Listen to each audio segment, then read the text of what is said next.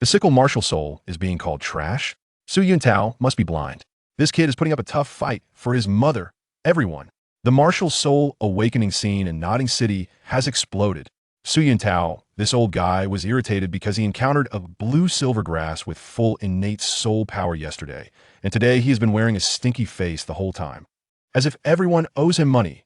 Thousands of kids are lining up to awaken their martial souls, and in front of them are hammers or iron rods, with at most innate second-level soul power.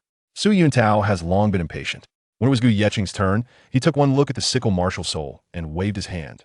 Trash martial soul. No need to test. Next. Gu Yeching was on the verge of tears. Uncle, the sickle has attack power.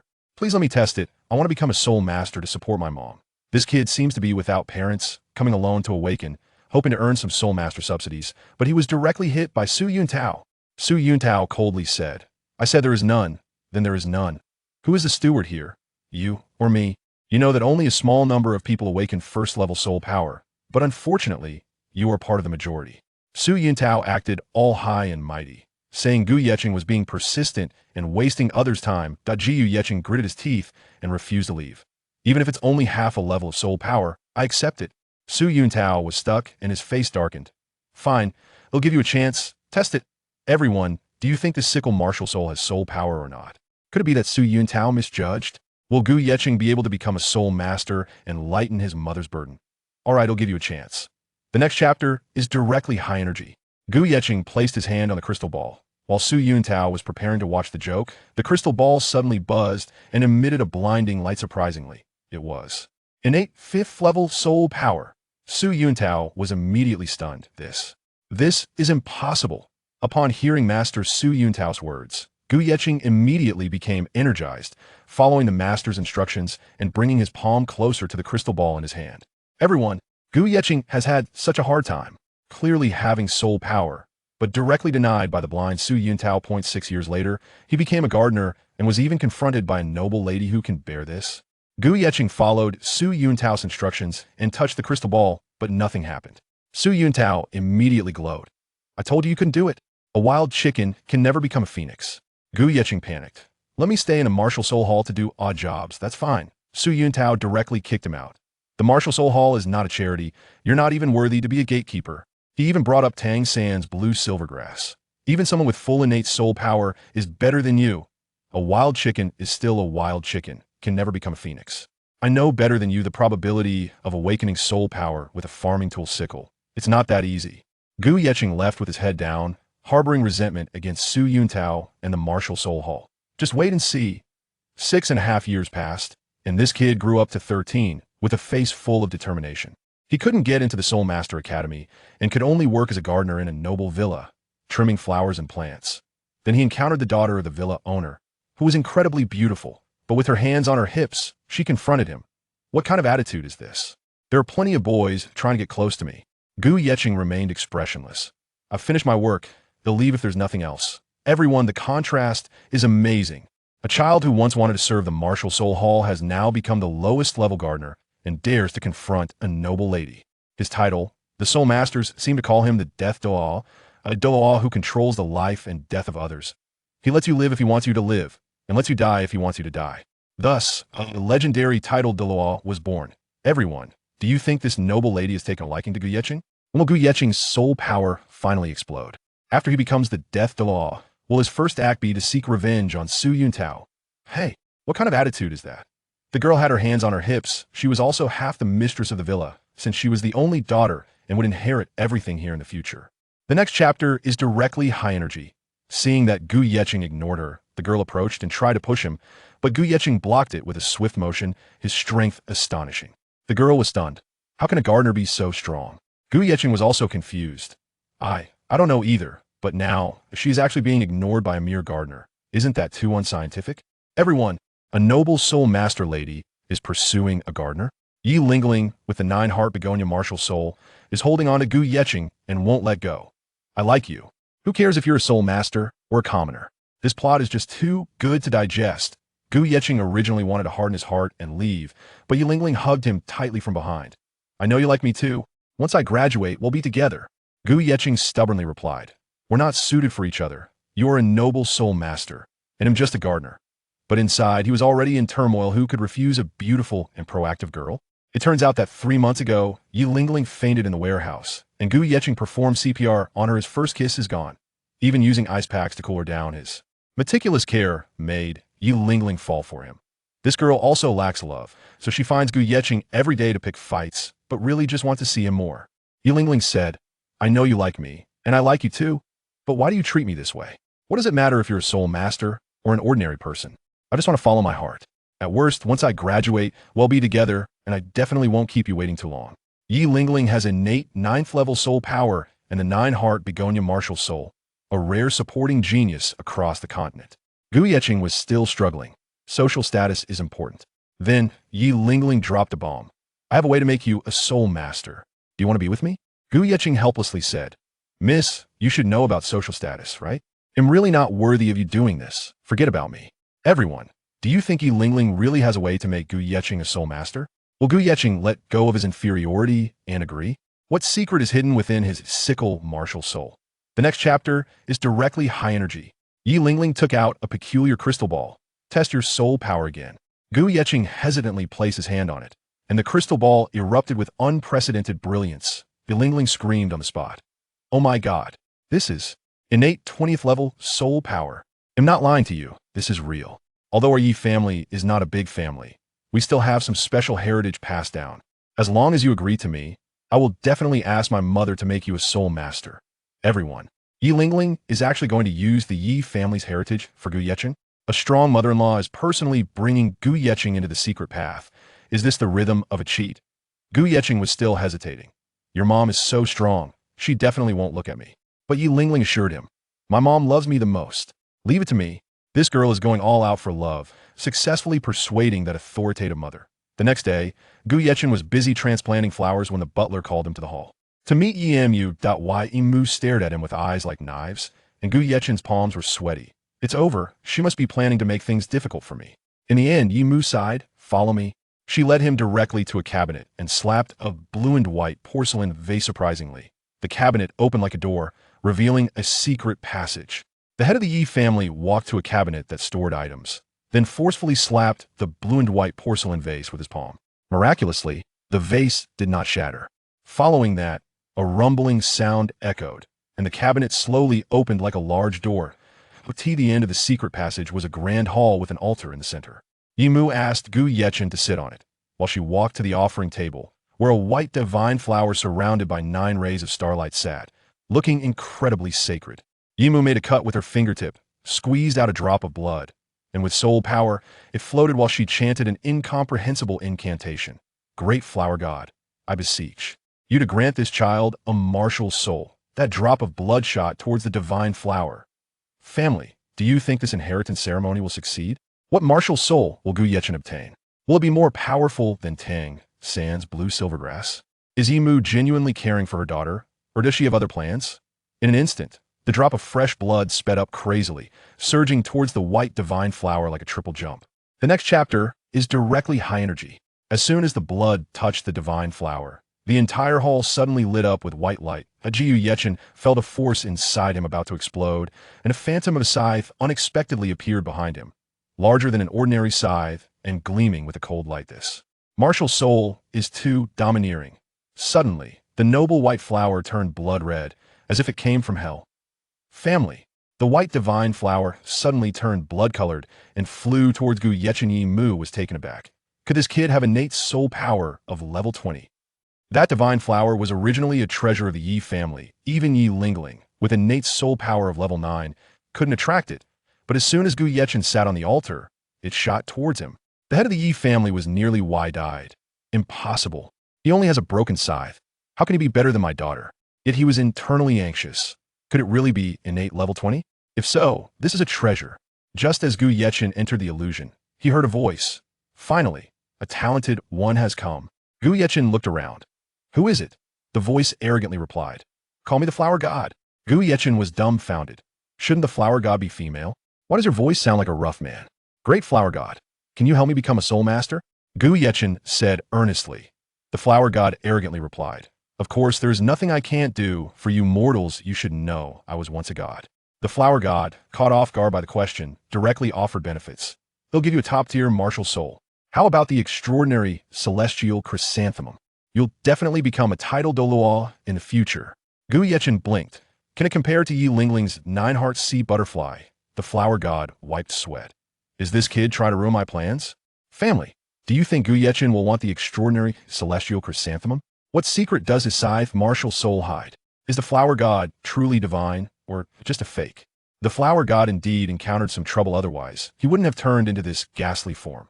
Simply put, he is a fallen god who has descended to the mortal realm, and a weak one at that. The next chapter is directly high energy. The flower god suddenly turned hostile. Want the extraordinary celestial chrysanthemum? First, pass my test. Instantly, numerous soul beasts appeared in the illusion, and Gu Yechen clenched his fists, just in time to test my strength. As a result, with one punch, the soul beasts were sent flying. This strength is too outrageous. Moreover, he couldn't even use the most basic soul power. It was like having a huge treasure vault, but the vault was locked. Family, Gu Yechen was actually tricked by the flower god. For the strongest martial soul, he willingly endured inhuman torment every midnight, only to have his scythe martial soul absorbed and turned into a support type. What a huge loss. The flower god originally intended to deceive Gu Yechen into taking the extraordinary celestial chrysanthemum, but this kid was too stubborn. I want the strongest. The flower god claimed there was a royal level martial soul, and Gu Yechen asked, is it stronger than the king level?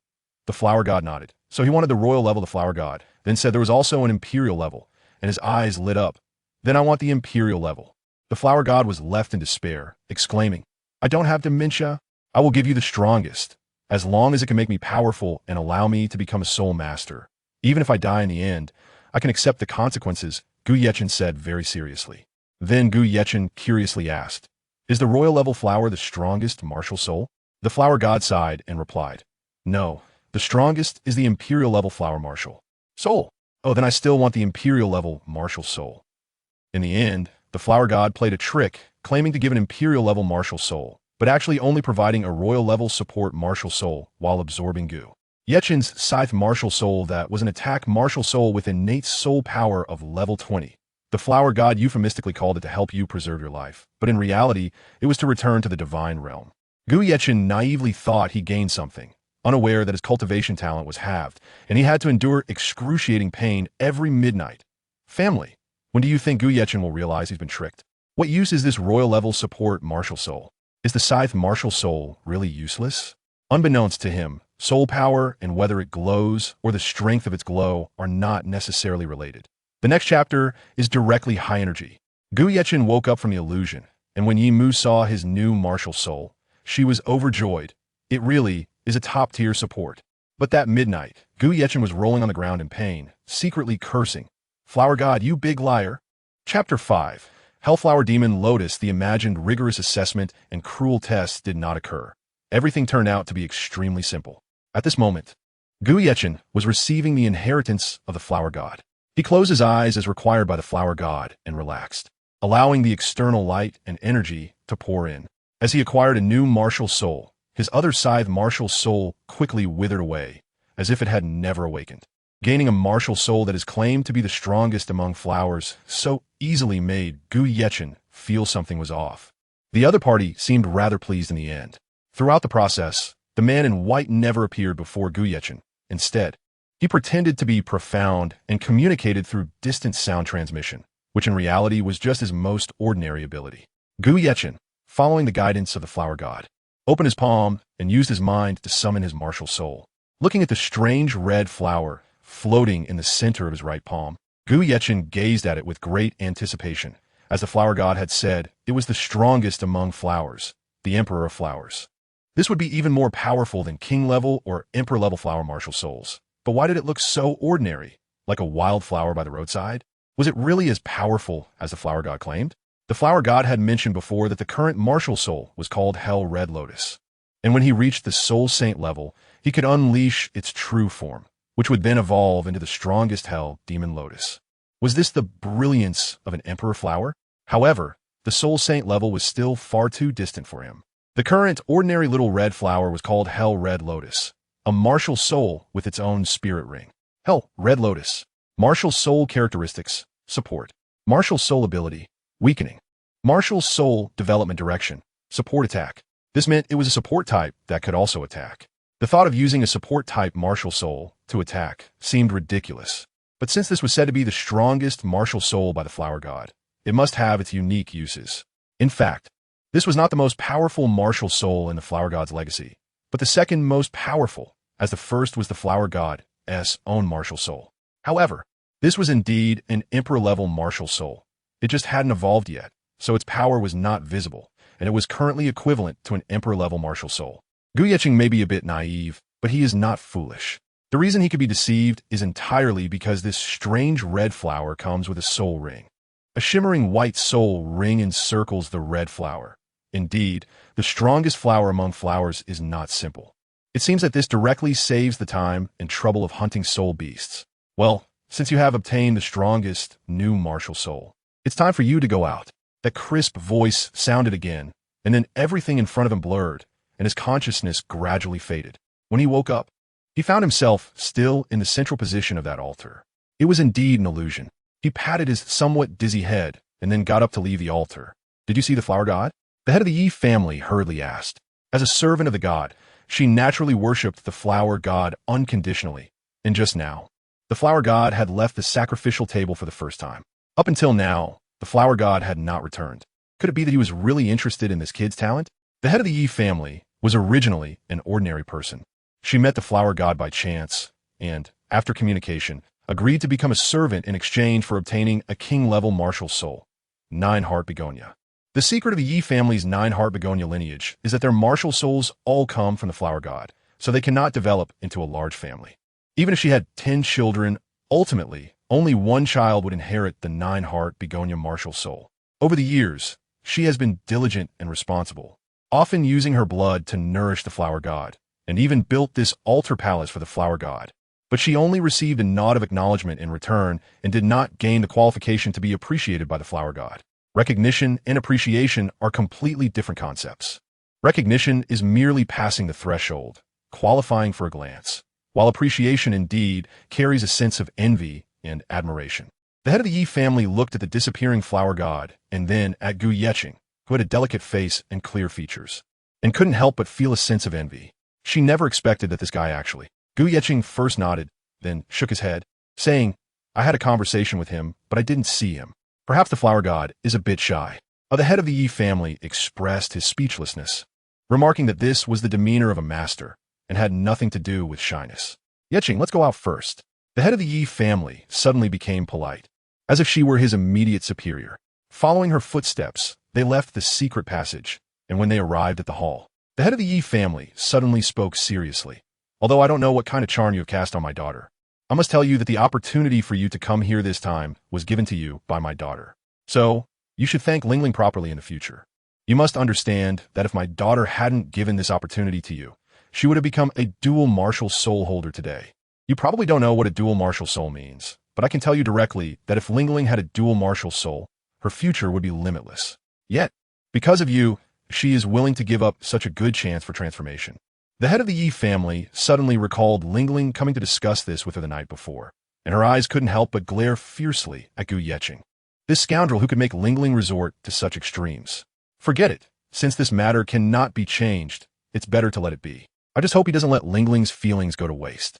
Her tone suddenly turned cold, and she said sternly, Remember, never let my Lingling down in the future, otherwise, no matter how far you go, I will not let you off.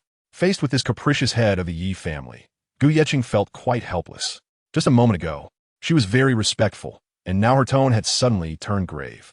Fortunately, his personality was one of indifference, completely opposite to the head of the Yi family.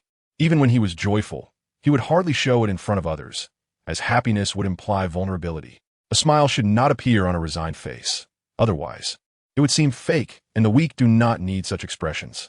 Even when he was sad, he would similarly not show it in front of others, as sadness would imply regret. Tears should not appear on a strong face. Otherwise, it would show weakness, and the strong do not need such displays. Regardless of happiness or sadness, Gu Yeqing had never displayed them on his face, but today, he broke that habit. When awakening his new martial soul, he smiled joyfully, and when he heard the head of the Yi family mention Lingling's silent contributions, it also touched his heart. From then on, besides his mother, he had another weakness, Yi Lingling. the person he most wanted to care for and protect in this life. Thank you, Lingling. After leaving the hall, Gu Yeqing specially found Yi Lingling to express his gratitude, for which he spent 2/3 of his savings to buy her a beautiful, exquisite dress that only nobles would dare to purchase. Later, the head of the Yi family helped Gu Yeqing contact people from the Tiando Royal Academy, as her husband had considerable power in the empire. Even though they were divorced, because of Lingling's presence, he would still lend a hand, making it not too difficult for Gu Yeqing to join the Tiando Royal Academy. Chapter 6. The consequences of lying after repeated inquiries from the head of the Yi family. It became known that Gu Yeqing possessed an innate soul ring. She was filled with envy. As someone who had spent many years with the flower god, she understood what that represented. This meant that Gu Yeqing currently possessed at least a top-tier royal martial soul, and he also had innate level 20 soul power. As long as he obtained another soul ring, he would directly become a great soul master. Such talent was far beyond what the Yi family could compare to, perhaps. Being with him was not a loss for Lingling, but rather a significant gain, thus indirectly acknowledging their relationship. The head of the Yi family was also very concerned about this future son-in-law. After all, there was a difference in attitude towards outsiders and family, and her temper had calmed down considerably. Moreover, the head of the Yi family made great efforts to mend their relationship, which even halved the workload of Gu Yeqing's mother. Initially, she planned to let her mother stop working, but Gu Yeqing's mother insisted on working, as she was used to being busy. After staying in the villa for about a week, Gu Yeqing received the admission notice from the Tiando Royal Academy. The reason being simple: a noble had given a recommendation. After bidding farewell to his mother, Gu Yeqing and Yi Lingling would head to the Tiando Royal Academy together. Before leaving, the head of the Yi family specifically instructed Gu Yeqing on 3 things, asking him to promise and complete them as soon as possible. The first thing was that he must never disclose the fact that he was innate level 20, including to Lingling, otherwise troubles from the Spirit Hall would follow. And safety was always the top priority. The second thing was to register for a Soul Master title at the Spirit Hall as soon as possible. This way, Gu Yeqing would have an income without needing to work. As a man, he shouldn't always let Lingling support him financially. The third thing was to obtain his own second soul ring as soon as possible. As a man, he couldn't always let Lingling protect him. He needed to take on the responsibility of protecting her in the future. Yeqing, what did your mother say to you? Yi Lingling asked curiously. Gu Yeqing waved his hand and said, "It's nothing. Aunt Yi just asked me to quickly register for a Soul Master title at the Wuhuan Branch Hall. That way, I can receive a gold subsidy every month. You know, I'm currently as poor as a church mouse, with not a penny to my name. I've saved up for so long, and apart from buying you clothes, I've spent all the rest on skincare products for my mom." Yi Lingling smiled and said, I knew you were the best. Don't worry for now. I'll take care of you. I'll go with you to the Wuhuan Branch Hall to register later. Gu Yeqing nodded.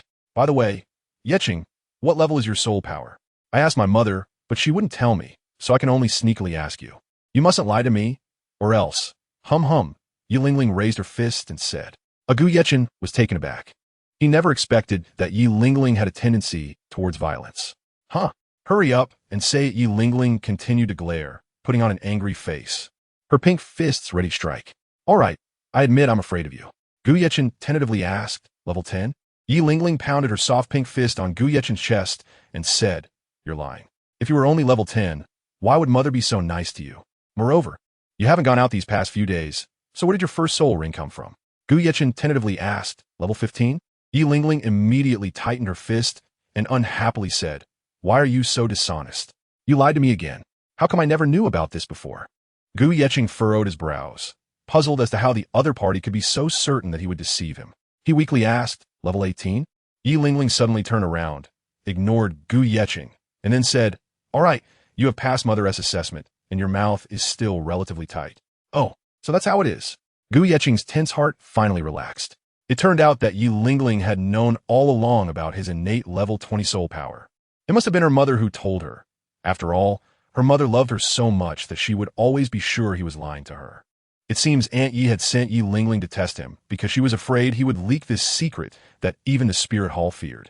How could he be so foolish, bringing unnecessary trouble upon himself? Besides, he didn't like the Spirit Hall now, let alone pledge loyalty to them. But Aunt Yi was really being too much. After ending his thoughts, Gu Yeqing said, Lingling, are we eating out or at home?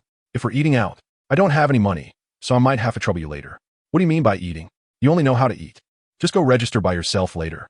I don't want to accompany you. Yi Lingling had her back to Gu Yeqing and from her voice. He could tell she seemed to be crying and looked very sad, not turning around at all, and continued to walk silently. She had given so much for Gu Yecheng. So how could he deceive her? Hey, what is wrong with you? Why are you crying for no reason? Did I make you angry? I think I did well. I passed your mother's test. Hey, at least let me know where I went wrong. Gu Yecheng expressed that girls' thoughts are impossible to decipher. What is she really thinking? And what did he do wrong? It's just not scientific. You rascal. Although you passed my mother's assessment, you didn't pass mine. You deceived me, and I don't want to talk to you anymore, TT. Looking at the sad Yi Lingling, Gu Yecheng didn't know what to do. After all, it was his first time interacting with a girl. Since she said she didn't want to talk to him, she must be a bit annoyed with him right now. It would be better not to linger in front of her. Continuing to provoke her would be unwise. So, Gu Yecheng decided to leave and wait until she calmed down before seeking her out. After all, he had deceived her. He wanted her to be happy every day, but there were always things that didn't go as planned. Yi Lingling silently walked a distance, thinking, why isn't he chasing after me to explain? Even just to coax me would be fine. Where'd he go? Wiping the crystal-clear tears from the corners of her eyes. She turned around and found that Gu Yecheng was nowhere to be seen. It had only been less than a minute, and he ran off faster than a rabbit. Yi Lingling stomped her foot angrily and said, Idiot, big idiot, you really infuriate me. Women are truly a fascinating species because they have a unique right to say the opposite of what they mean. No means yes. You're so bad implies you're actually quite good. You're a good person means you're excellent, but I don't like you. You can go, you don't need to care about me. I don't want to talk to you is equivalent to dare you to leave and try it. Chapter 7. In a hurry at noon, Gu Yecheng did not have lunch at the villa with the head of the Yi family and the others because he wanted to wait until Lingling calmed down. At least until tomorrow. Tomorrow, Gu Yecheng would be heading to the Tiando Royal Academy. So for now, he needed to go to a place where he could earn gold coin subsidies, which was the Spirit Hall. The Spirit Hall was established in the central area of Nodding City, known as the Spirit Branch Hall, and was overseen by Master Matthew. Soon, Gu Yecheng arrived alone at the entrance of the Spirit Branch Hall. Looking at the magnificent gatehouse and the heavy double doors, he remembered it vividly. Spirit Hall. It's been a long time. Who would have thought that he, originally just an ordinary person, could actually become a soul master? As he continued walking forward, he sensed the soul power fluctuations of two guards ahead. Although they weren't very strong, they seemed to be practiced fighters with soul power around level 9. Perhaps they were men with their own soul rings. So Gu Yecheng could sense their approximate level and whether they had obtained soul rings. According to the basic knowledge of soul masters that Aunt Yi had crammed into him, both of them belonged to the soul scholar level. Aunt Yi had said that the soul masters on this continent have 10 stages of titles and 100 levels. Each stage is roughly 10 levels, and the evaluation standard is based on the presence of soul rings. If one has a white soul ring, it corresponds to the second title of soul master. Gu Yecheng silently recited in his heart, Soul Master, Great Soul Master, Soul Sovereign, Soul Sect, Soul King, Soul Emperor, Soul Saint, Soul Daw, Title Daw. Sigh. When will I ever be able to cultivate to become a Title Douluo and have my own title? At least 20 more years, right? Soon, Gu Yecheng approached a guard and said, Hello, I'm here to register as a soul master and also to conduct a soul power test. All right, please follow me. The guard nodded. This kind of reception work happened almost every day, so he was naturally very skilled, leading Gu Yecheng forward without much unnecessary chatter. When Gu Yecheng arrived at the center of the Grand Hall, a solemn and sacred feeling filled his eyes. The hall was more than 20 meters high, supported by redwood columns on either side. Looking towards the walls, there were several crystal glass windows, and as sunlight streamed in, it reflected the martial soul murals beside them. Gazing at the imposing and magnificent hall, Gu Yecheng slightly nodded, but that was all. After walking a short distance, he saw a familiar figure. It was Su Yuntao, who was currently talking to his female companion. The female companion said, Yuntao, what's going on with you? You still haven't broken through to level 30. Do you remember what my family said to you? If you can't break through to level 30 and achieve the title of Soul Sovereign, maybe we shouldn't see each other again. Su Yuntao replied, Cici, trust me, give me some more time. I will definitely break through. Cici sighed, forget it. I've already waited for 7 years, and you still haven't broken through. Let's break up. My family has already arranged a level 38 Battle Soul Sovereign for me, much stronger than your level 29 Great Soul Master. At this moment, an awkward voice interrupted their conversation, making Su Yuntao somewhat annoyed. Master Su Yuntao, this young man needs to register his martial soul. Please trouble you to register him. The guard was new, not too familiar with flattery, looking somewhat dull and inflexible. Normally, He should have arranged for Gu Yeqing to wait aside.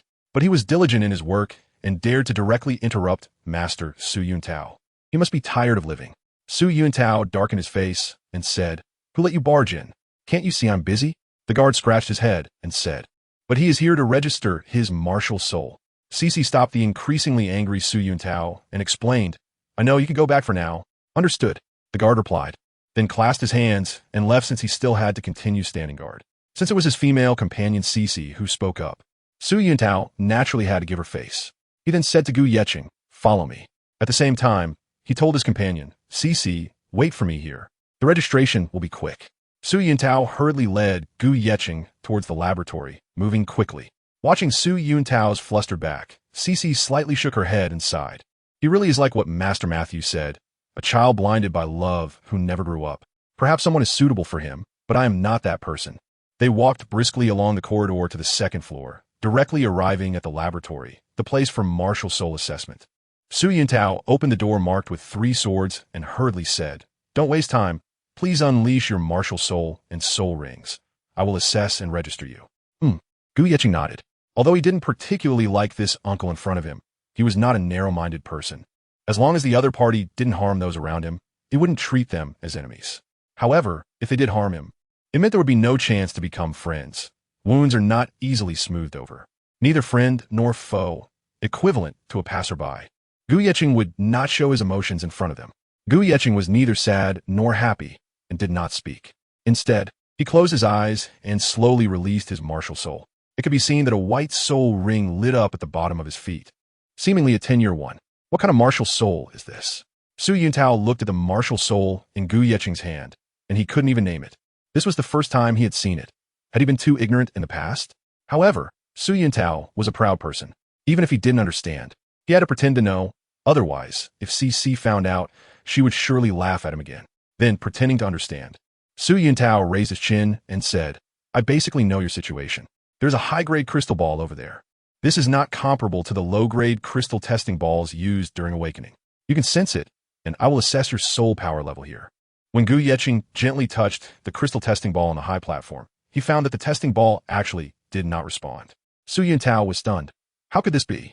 He thought there was a problem with the crystal testing ball, so he tried it himself, only to find that the testing ball could still emit light, indicating it wasn't broken. This made Su Yuntao anxious because his partner was still waiting for him downstairs. Remembering the ordinary little red flower in his hand and the fact that he only had a white soul ring, Su Yuntao speculated that this martial soul might be some kind of mutated martial soul. A mutated martial soul could become powerful or weak. The fact that it didn't even light up the testing ball might indicate it was a piece of trash martial soul that couldn't even reach level 1. Having a white soul ring wasn't anything impressive. It could very well mean he had joined someone else's family and was forcibly trained. After all, he had heard that some precious herbs could enhance soul power levels. Given this, the little red flower in his hand should be a piece of trash that couldn't even reach level 1 of innate soul power. At most a waste martial soul with innate half-level soul power.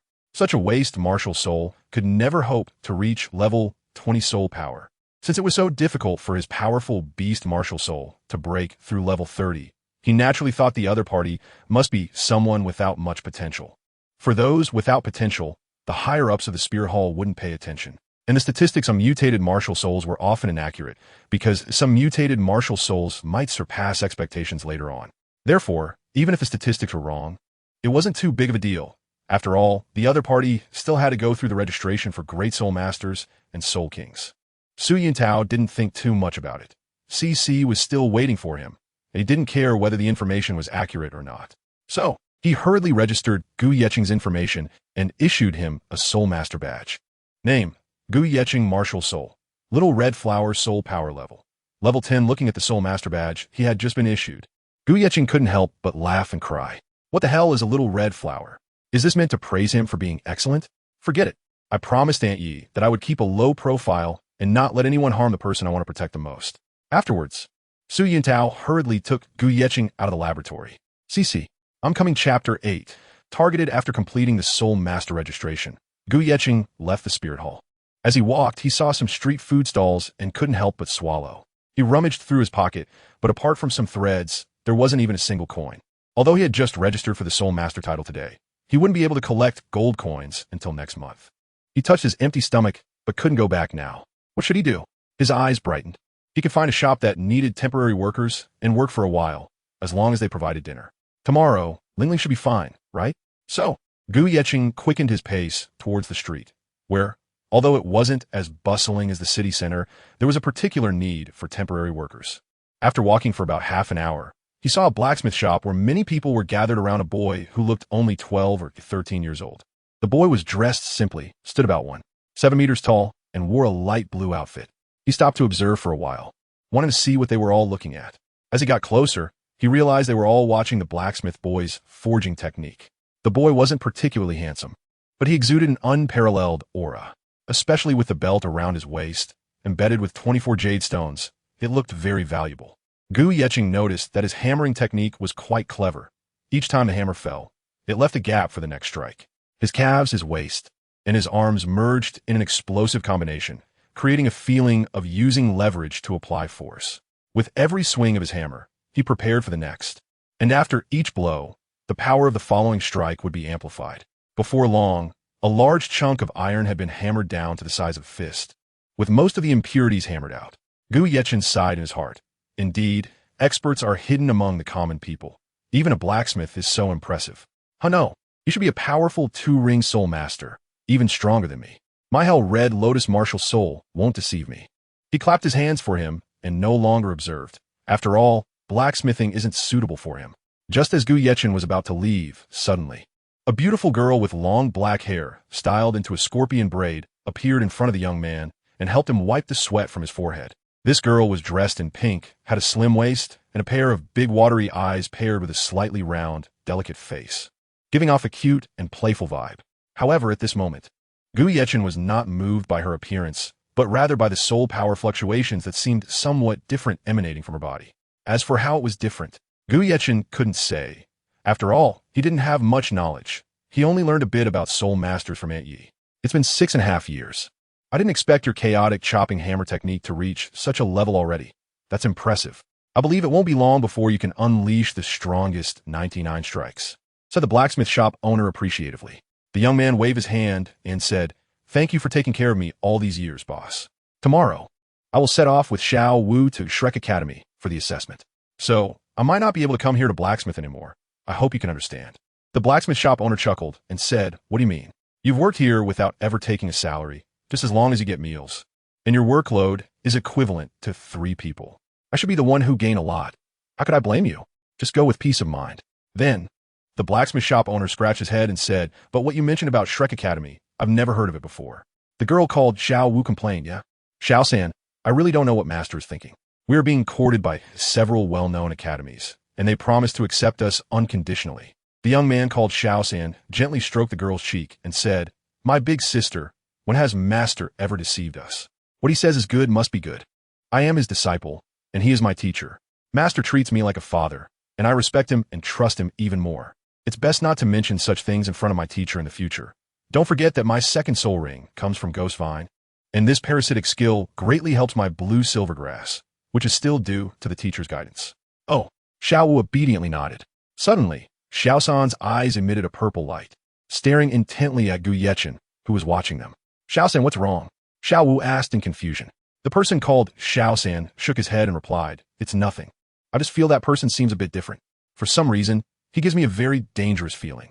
Under the gaze of this young man, Gu Yecheng felt a bit uncomfortable and turned his head to prepare to leave, as his personality was not sociable, and he wouldn't go up and awkwardly greet someone or make friends. His stomach growled, and there happened to be a noodle shop ahead. He thought, I might as well go in and help wash some dishes for a meal. In the villa, Yi Lingling was holding a lunchbox, standing at the door, waiting for Gu Yecheng to return from registering his title at the Soul Hall. However, it had been quite a while, and he still hadn't returned. Could he have gotten lost?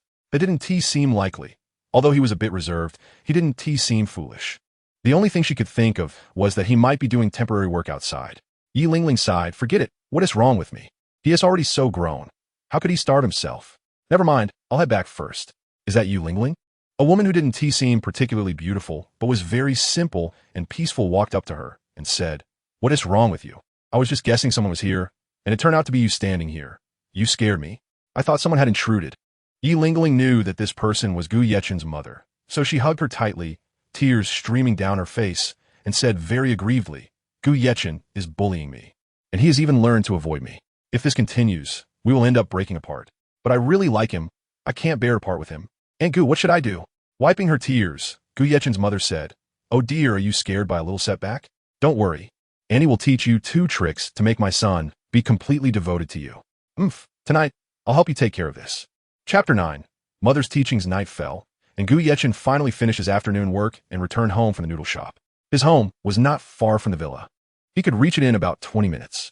Pushing open the iron gate of the rented house and walking inside, he found that his mother was already sitting on the broken sofa. Gu Yechen greeted politely, Mother, why are you back so early today? Gu Yechen's mother's name is Gu Yunxi. As for his father, his mother did not tell him, and he naturally did not ask further. Gu Yunxi said lightly, Mrs. You allowed me to come back early today. Did you have a conflict with Lingling today? Gu Yechen scratched his head and said, It's not really a contradiction. It's just that she said she didn't want to talk to me or see me, so I didn't go to find her to talk today. Gu Yunxi said angrily, Why are you so stupid? If someone ignores you, you just ignore them too? What if that person thought about you all afternoon today and waited for you all afternoon? Have you ever considered their feelings? Gu Yechen thought for a moment and realized he wasn't thinking about her at all. Instead, while washing the dishes, he was thinking about that person called Xiao San. If his hammering technique could be enhanced with soul power for combat, wouldn't it be incredibly powerful? If his martial soul were a hammer, then such techniques would be like adding wings to a tiger. Gu Yechen also wanted to create a technique or a method for his martial soul, so that he wouldn't be at a disadvantage during battles in the future. After all, he was just an auxiliary soul master. Seeing Gu Yechen still in a daze, Gu Yunxi suddenly got angry, just like his heartless father, not knowing to care about the other person. Gu Yunxi picked up the mop beside her and was about to hit Gu Yechen's but to teach him a lesson. Seeing his mother using the mop to discipline him again, Gu Yechen felt speechless. He was already grown up, yet still getting spanked. His mother hadn't changed at all. Gu Yechen hurriedly took out the Soul Master badge he had just registered today to block her way. Mom, don't come over. I'm a Soul Master now. It's not that I can't defeat you. I just don't want to hurt you, you know? Oh, you become capable. Got a bit of backbone now. Gu Yunxi said with a smile. Gu Yechen waved his hand and nodded, saying, That's right. I am now a Soul Master. You can't beat me. As long as you don't hit me, everything can be negotiated. Just don't let the neighbors know. It would be really embarrassing. Gu Yunxi gently tapped her palm with the other end of the mop, brewing for a moment before suddenly narrowing her eyes and saying, Don't think that just because you bought me some cosmetics, you can sneak away from me. Your grandfather is still your grandfather, and your mother is still your mother. How could you learn from that heartless man and leave me behind? And now you still have the face to call yourself a spirit master. Is being a spirit master really that impressive? I'm just hitting a spirit master. Take this with a flurry of punches. First spirit skill, Red Lotus Weakening. Gu Yechen finally activated his martial soul skill, and this was also his first time using a soul skill. Although it felt a bit unfamiliar, he managed to activate it successfully. When he unleashed his first soul skill, it was evident that a faint red membrane of light surrounded Gu Yechen's body. Under the influence of that membrane, Gu Yunxi's attacks had no effect at all. Gu Yechen raised his hand and said casually, It doesn't hurt at all, Mom. I told you long ago that I'm a soul master. You still hit me. Look at you, you're exhausted. Hurry up and wipe off your sweat. Gu Yunxi saw Gu Yechen's arrogant demeanor and was instantly infuriated. I forgot to tell you, I just went easy on you. Come again, Sai, why bother? Hearing that her mom was still going to scold her, Gu Yechen simply sat down, poured himself a glass of water, and while drinking, he took the beating, enduring the hardest hits, saying the most arrogant things, and doing the most enjoyable things. Mom, I've already finished washing my hair. Why haven't you finished punishing me yet? I'm not Douluo. Gu Yunxi said angrily, You have tough skin. I can't beat you, so I'm not hitting anymore. My hand is so sore. Gu Yechen retracted his soul skill. He felt that his first soul skill could actually be continuously released, and it consumed very little soul power. It had been almost half an hour, and his soul power hadn't run out. This imperial-level martial soul was indeed the dominant force among support types. Ordinary people's attacks were ineffective. He wondered if this soul skill could hold up in a battle against soul masters. Using his mind, he retracted his martial soul, and the red light around Gu Yechen instantly dissipated. Looking at his mother, who, despite her age and the passage of time, still exuded an aura, Gu Yechen slowly walked up to her and said, Tomorrow, I will go to the Tiando Royal Academy to study. Mom, please take care of yourself. I will definitely come back to see you when I have time. Such a touching scene should have been accompanied by some parting and reluctant words, but Gu Yunxi's lips curled up slightly as she mischievously smiled and said, I'm not sure if you can take good care of yourself, but you must take good care of yourself. Gu Yeqing nodded and said, of course. I will take good care of myself. Sigh. Mom, what are you doing? Put down the broom. Don't hit me. Amid the sound of blows, so refreshing. I beat up a soul master. Gu Yunxi threw the broom aside, her long black hair moving on its own without wind. How lonely it is to be invincible. Mom, are you a devil? At this moment, Gu Yeqing could barely stand. His legs numb, his face swollen, and one eye was even bruised. Gu Yunxi said seriously, I am not a devil but your mom. I just want you to understand one thing. Never casually deceive others, especially those closest to you. The feeling I had when I deceived you is the same as how you made Yi Lingling feel when you lied to her. Although Lingling wasn't physically hurt, her heart was. Tomorrow, find a chance to apologize to her. I think that girl is pretty good. You can leave me to pursue your studies. Whether you come back to see me or not doesn't matter. What matters is that you have to win that girl over otherwise. Looking at his mother, who was eager to use a broom, Gu Yeqing felt a bitter feeling in his heart. He felt like nothing he did was right. Lying offended Yi Lingling, while not lying would offend his mother-in-law. His mom was also acting strangely. Other mothers would ask, if I and your wife fell into the water, who would you save first? But my mother, on the other hand, helped others deal with me. Truly, women's hearts are as difficult to fathom as the depths of the sea. At least Aunt Yi treats me well. The next morning, Gu Yeqing set off from home with a backpack, waiting in front of the villa for Yi Lingling to come out. Today, they were going to the Tiando Royal Academy together. He touched his empty stomach and felt speechless. His mom didn't make him breakfast this morning and even told him to remember this lesson. Sigh. Before long, Lingling came out. She looked very beautiful today, wearing light makeup and the dress he had bought for her. Her silver-white hair was adorned with a leaf-shaped hairpin, looking lovely. What happened to your face? Yi Lingling looked at Gu Yeqing's purple eye circles and wanted to laugh, remembering that his mom said she would help tidy him up yesterday. But she had to pretend not to know. Gu Yeqing touched his dark circles and said, I don't know what happened to my mom last night. She suddenly wanted to hit me. Don't you know? Yi Lingling shook her head. How would I know?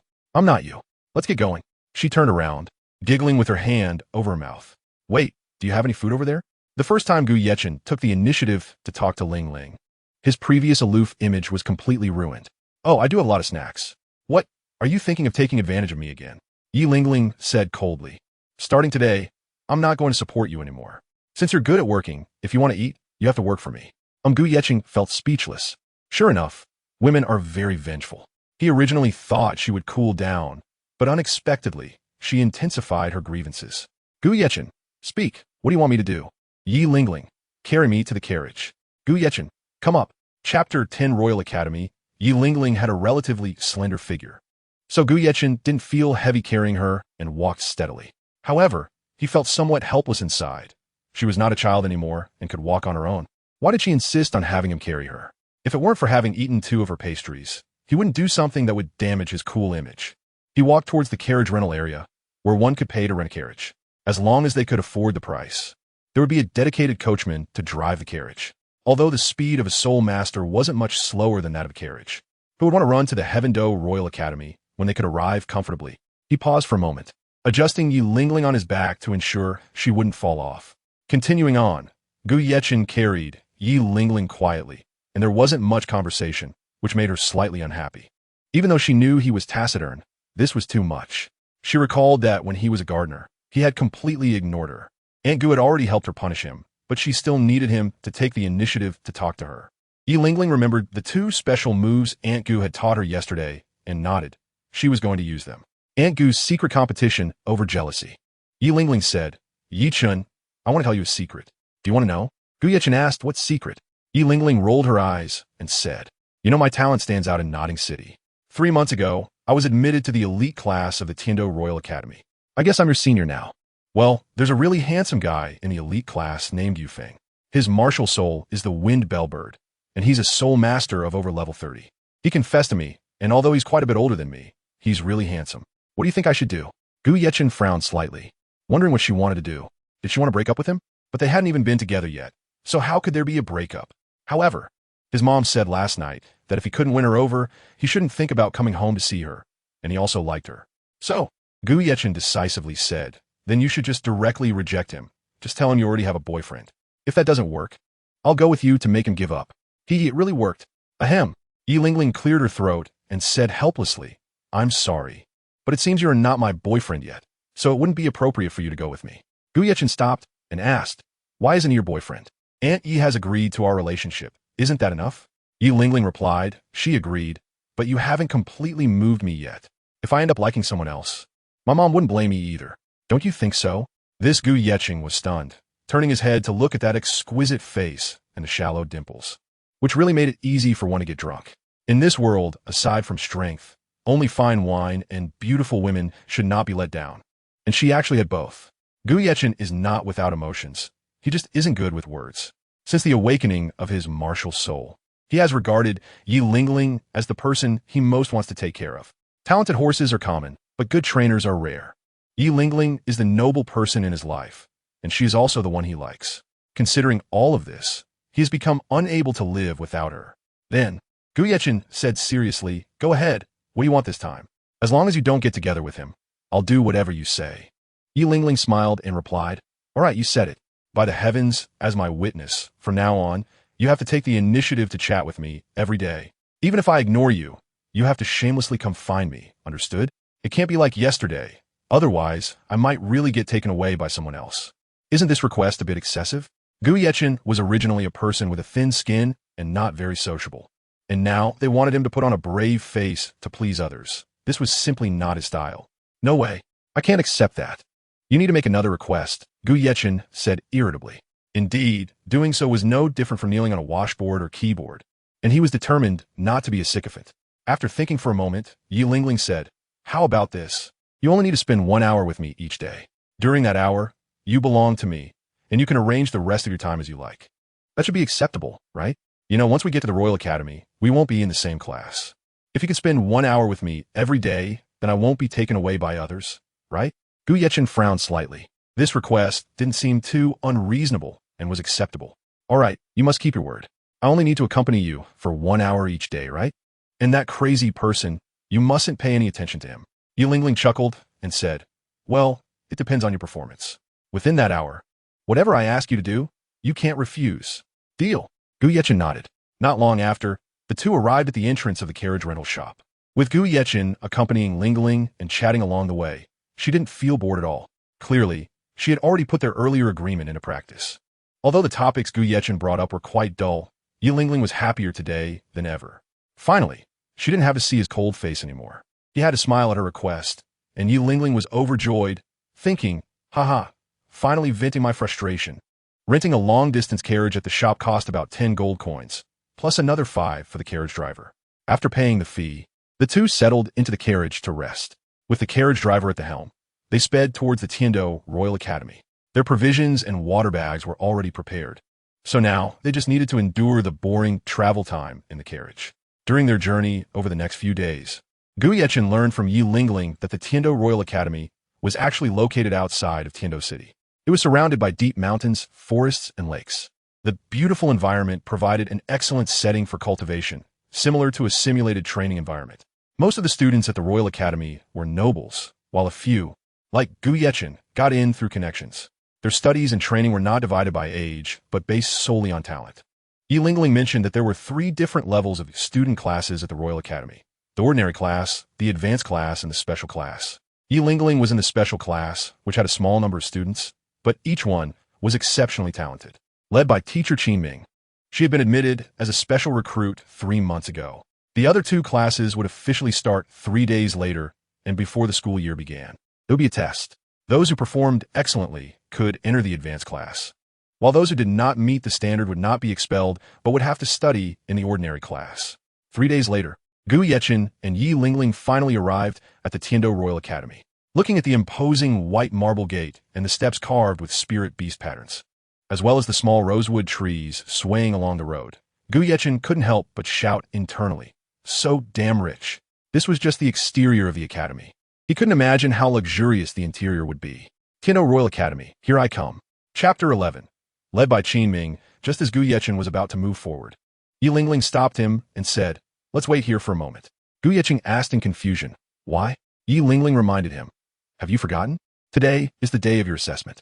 Gu Yechen looked around and said, but there is no one else around, right? Yi Lingling explained, because the assessments are all scheduled for the afternoon. We came in the morning, so naturally there aren't many people. Then where did they all go? Gu Yechen was feeling frustrated. Were there really no other candidates who arrived early? Yi Lingling smiled and said, of course they are still in the hotels in Tiando City. Most of them have noble identities, so they wouldn't come so early. Gu Yechen was speechless. Did he have to come early just because he had no identity or background? The answer was affirmative, as connections and background had always been quite important. After a short while, a handsome man with chestnut red hair, dressed in a red tight-fitting outfit, appeared. The man had a good-looking face and seemed to be around 30 years old, and he was holding an opaque package in his hands.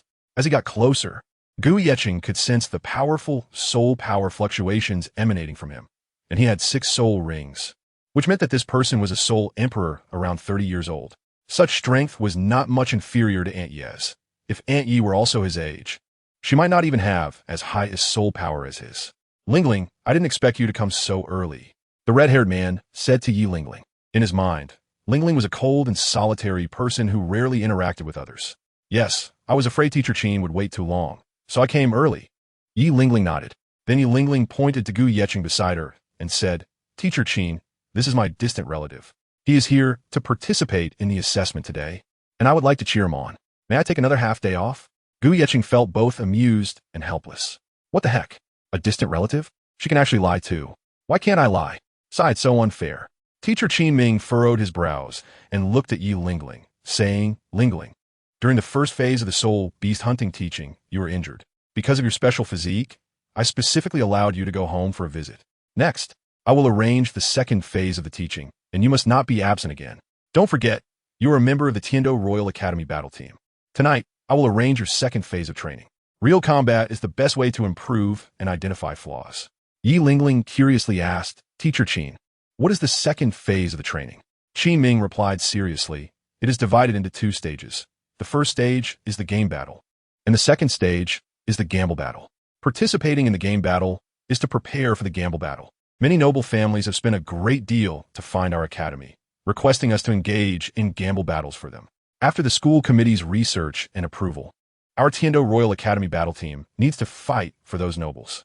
As a condition, for every gamble battle you win, each of you will earn 1,000 gold soul coins, and the Academy will receive an additional 10,000 gold soul coins as a reward. Initially, I refused, fearing that you would be injured again. However, eagles should spread their wings and soar high. Otherwise, you will never grow. After observing you, I found that each of you has strong individual strength, but your teamwork and coordination skills are lacking. Teamwork will be the focus of our upcoming training. After all, you will be participating in the elite competition of advanced soul master academies across the continent. So you cannot take leave this afternoon. We need to go to the Tiando City Soul Arena tonight to acclimate.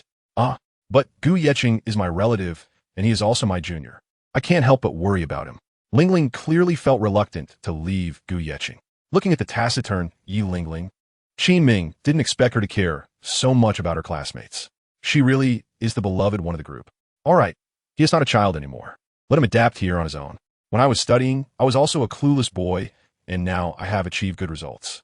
Teacher Qin looked at Gu Yechen, nodded, and then said, I am Qin Ming. You can call me Teacher Qin. Tonight, I need to take Lingling and the others for training, so I'm sorry. She cannot cheer for you. You should be happy that Lingling has the potential to become stronger. Without her, I believe you can do well too, right? If any students trouble you at the academy, you can directly mention my name, Qin Ming. Good luck on the exam this afternoon. Okay, thank you, Teacher Qin. Gu Yechen respectfully bowed, as he knew Yi Lingling's intention was simply to help him become familiar with Teacher Qin Ming, so that he wouldn't be bullied in the academy in the future. Despite the fact that Yi Lingling knew he had an innate talent of level 20, whether he could grow was still a question. Moreover, even a contra-level support soul master would appear very passive under the fierce attacks of a soul master at the soul respect level. Even if a contra-level support soul master could heal themselves, they would still be helpless against a battle soul master several ranks lower than them. This is the gap. Therefore, having a good backing is incredibly important for support-type soul masters. As for Yi Lingling, whether she cheered for him or not didn't matter. He just hoped she could be happy every day. Teacher Qin Ming smiled and said, I see you still have a package on your back. I don't have any gifts for our meeting, so I'll give you an ordinary soul guide device. Qin Ming took off a bracer from his hand and said, This is called a black iron bracer. Besides being able to store items, it also has certain defensive capabilities. But Teacher Qin, won't that mean you have no soul guide device left? Gu Yechen felt embarrassed to accept it. I already said, that's just the most ordinary soul guide device.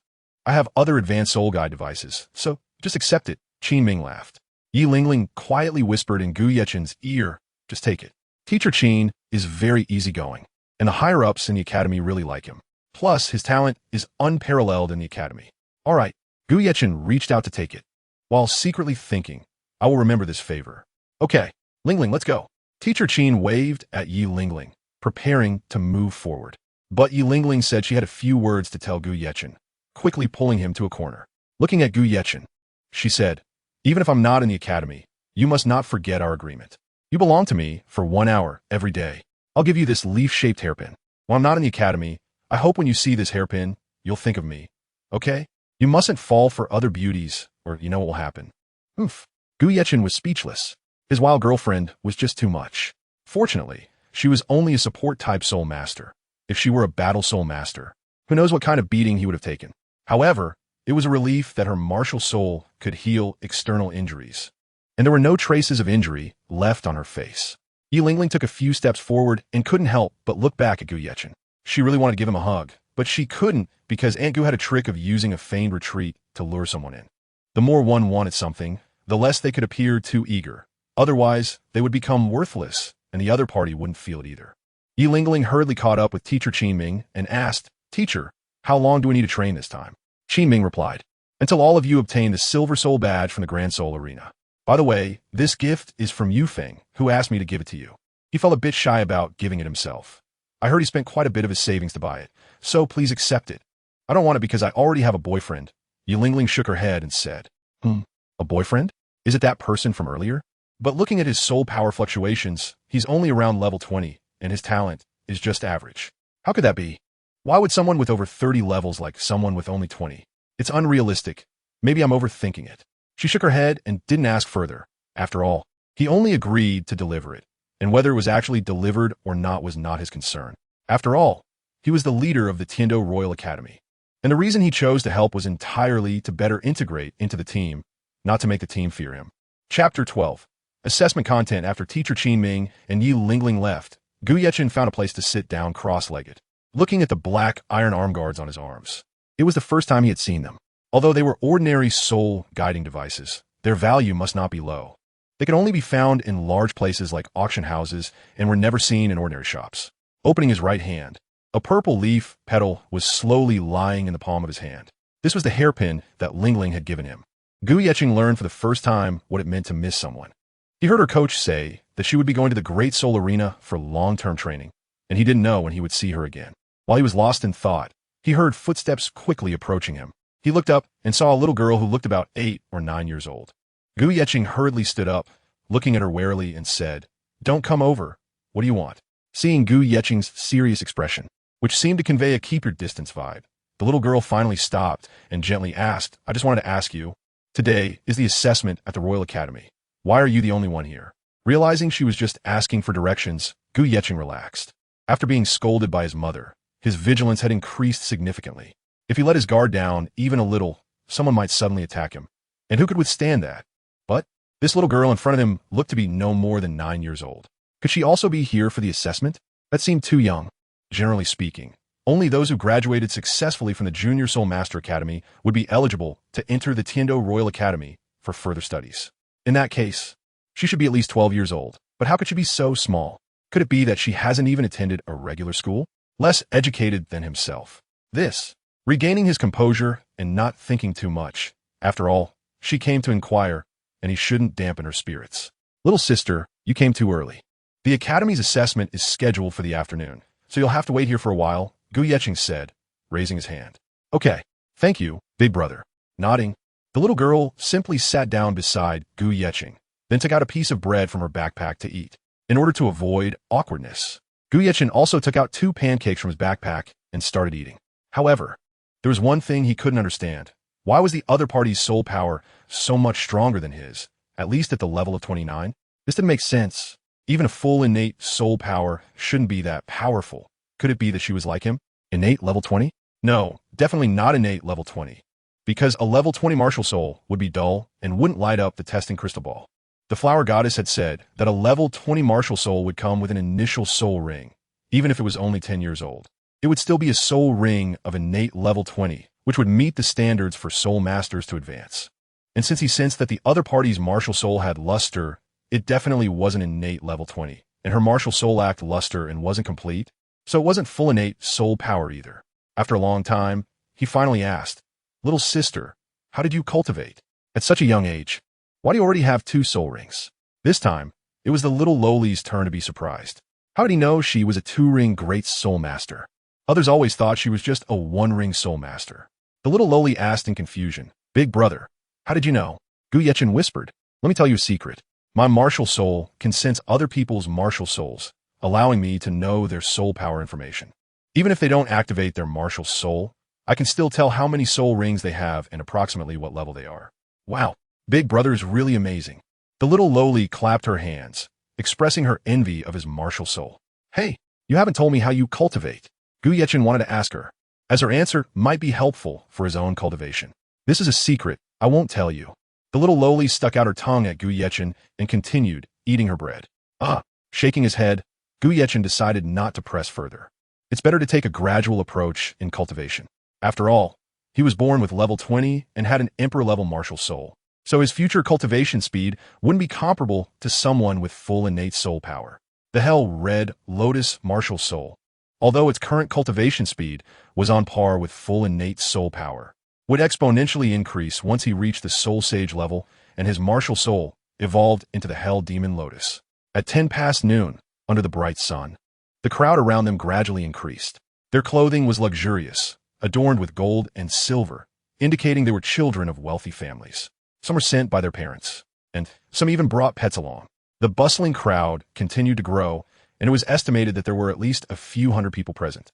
Finally, at a certain moment, a middle-aged man dressed in silver athletic gear and with a face like a silver plate suddenly hurried over from the forest. Before long, he reached a spot not far ahead. The middle-aged man stood on a large rock at a height. His strong and powerful voice rang out, "Welcome everyone to our Tiando Royal Academy. The assessment is about to begin. Parents accompanying students may go up the mountain to watch the assessment. While students participating in the assessment, please stay here to line up. Someone will come over to register you soon, and when registering, remember to fill in the introducer's name to avoid anyone trying to take advantage."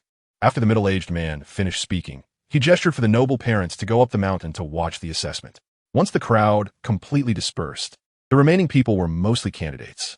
Estimating there were about 120 candidates left, but among them, there would definitely be some who were trying to take advantage of the situation. The teaching quality of the Royal Academy was unquestionable. Many people would benefit greatly even if they only studied for a day. A senior named Wang Li was registering information for Gu Yechen and the others.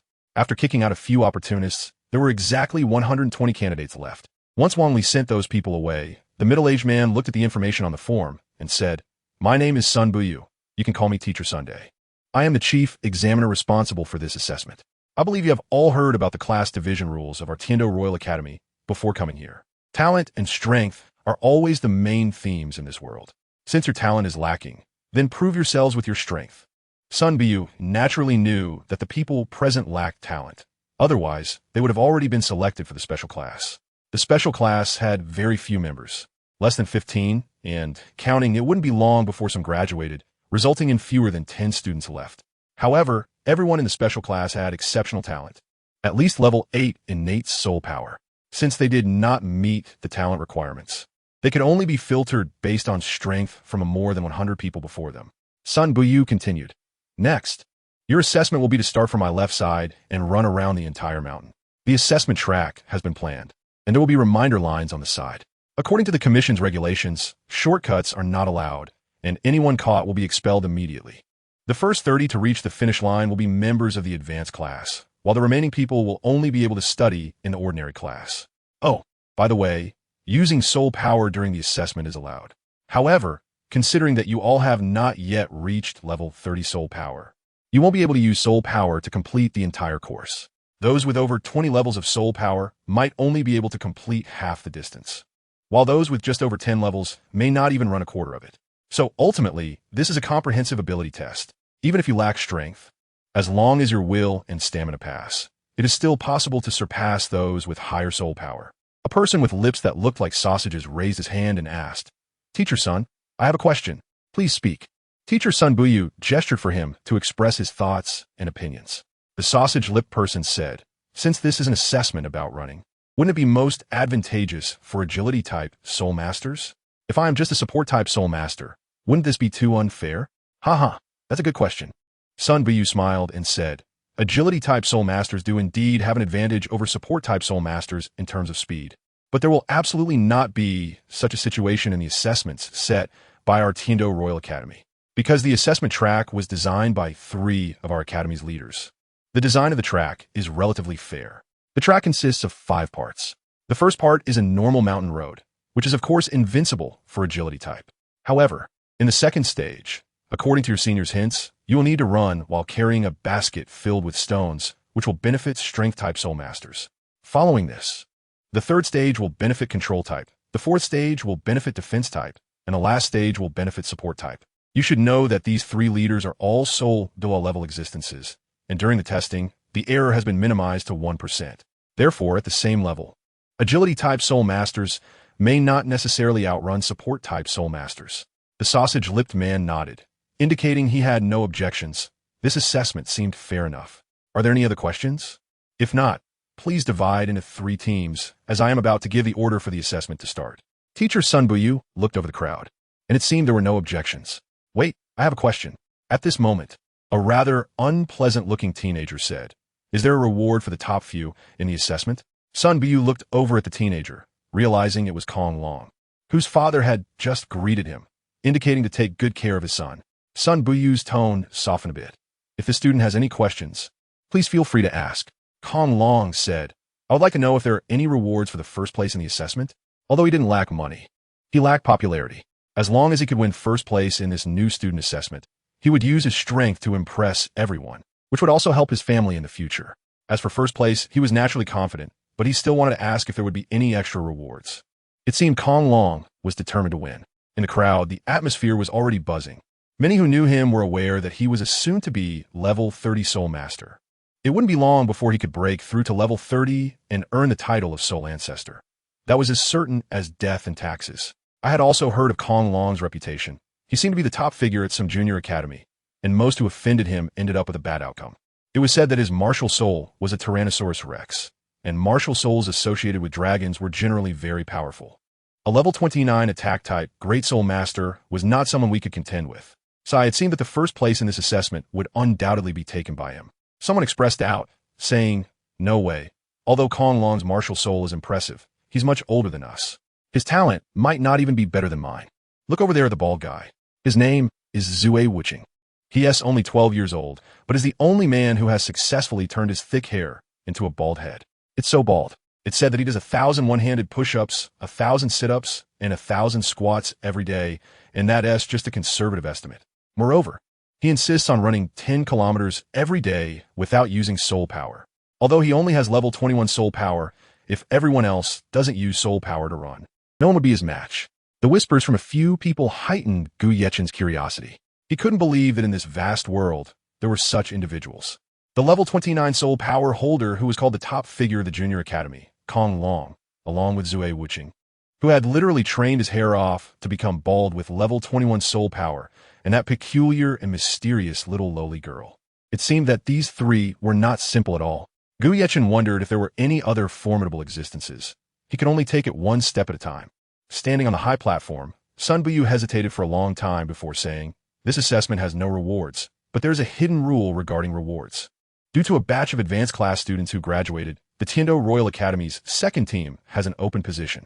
Therefore, the first place in this assessment will be selected as a member of the Douluo Royal Academy's second team. Originally, this secret was not supposed to be leaked by the teaching committee, but since some were concerned about the rewards, I thought it would be better for everyone to know about this spot so that you can truly unleash your potential. Sun Buyu nodded towards Kong Long, indicating he had high hopes for him. This spot in the Royal Academy's second team should belong to him. To avoid making others uncomfortable, Teacher Sun Buyu said, I will personally provide 3 additional rewards for the second, third, and fourth places as encouragement. So, as long as you have the ability to place in the top 4, there will be rewards. Good luck. Kong Long's family had a strong background, and Teacher Sun did not want to offend him. Since he had raised the issue, he naturally had to respond. And to ease the awkwardness, he had to offer some rewards as well. Another student asked, "Teacher's son, what are the other rewards? We need some motivation right now." Some individuals indeed had a status that teacher's son could not afford to offend. He understood the principle that pulling one thread could unravel the whole garment, especially in a noble school like this. Teacher's son explained, "All right, since everyone is so interested, I will reveal the prizes to give you something to look forward to." What does the prize for first place represent? You all know it represents the Hero S slot that fights for the honor of our Tiendo Empire. The prize for second place is a special herb that can enhance soul power. For people at your stage, taking it can increase your soul power by 1 to 2 levels. The prize for third place is a low-level soul guide device. The prize for fourth place is 100 gold soul coins. As teacher Sun Buyu spoke, he took out the prizes for everyone to see, but most people scoffed.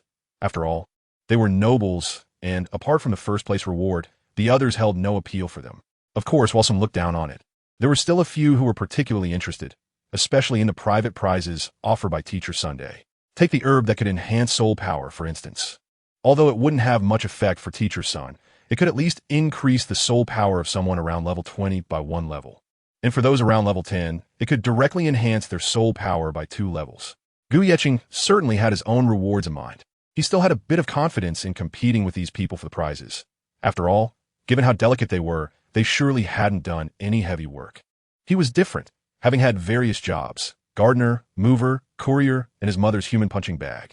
He was practically versatile, so naturally, he wouldn't care about these so-called checkpoints. Chapter 14. Senior Wang Li. After Senior Wang Li arranged the students participating in the assessment, Sun Buyu reminded everyone, "Please be prepared. The assessment will start when the gold soul coin in my hand lands." He tossed the gold soul coin high into the air, and at the moment it landed, the voice of the examiner Sun Buyu rang out. "The assessment begins. Charge!" Everyone transformed into wild horses and rushed forward. Although most of these noble youths looked down on the so-called prizes, they still had to put in some effort to enter the advanced class, as practicing in a lower class would be quite embarrassing. Seeing the figures of everyone sprinting, especially his most favored nephew Kong Longxian, Sun Buyu nodded slightly. If nothing unexpected happened, the first place would surely be his. At this moment, Kong Long was in second place, while the girl in first place, who had a good appearance and a ghostly cat martial spirit, was a speed-type attacker. The first phase of the course was naturally very advantageous for her, and she knew how to seize the opportunity, leading right from the start. As Sun Buyu pulled back his gaze to observe the performance of the last few participants, a look of surprise appeared on his face. He stared wide-eyed, his mouth agape, large enough to fit a bun. This kid, Sun Buyu was astonished to find Gu Yeqing still meditating in place. "What are you dawdling for? Hurry up and run." Gu Yeqing, still in a daze, had Sun Buyu worried sick. This kid's attitude was far too passive. Did he not intend to enroll? Although it was a noble academy, as long as the 3 responsible members from the education committee approved, they could expel students. In fact, Gu Yeqing was currently contemplating how to allocate his soul power effectively. Based on his own estimation, he had about level 20 soul power. According to what examiner Sun Buyu had just said, the assessment course was a total of 50 kilometers long, divided into 5 segments, with different segments affecting different types of soul masters.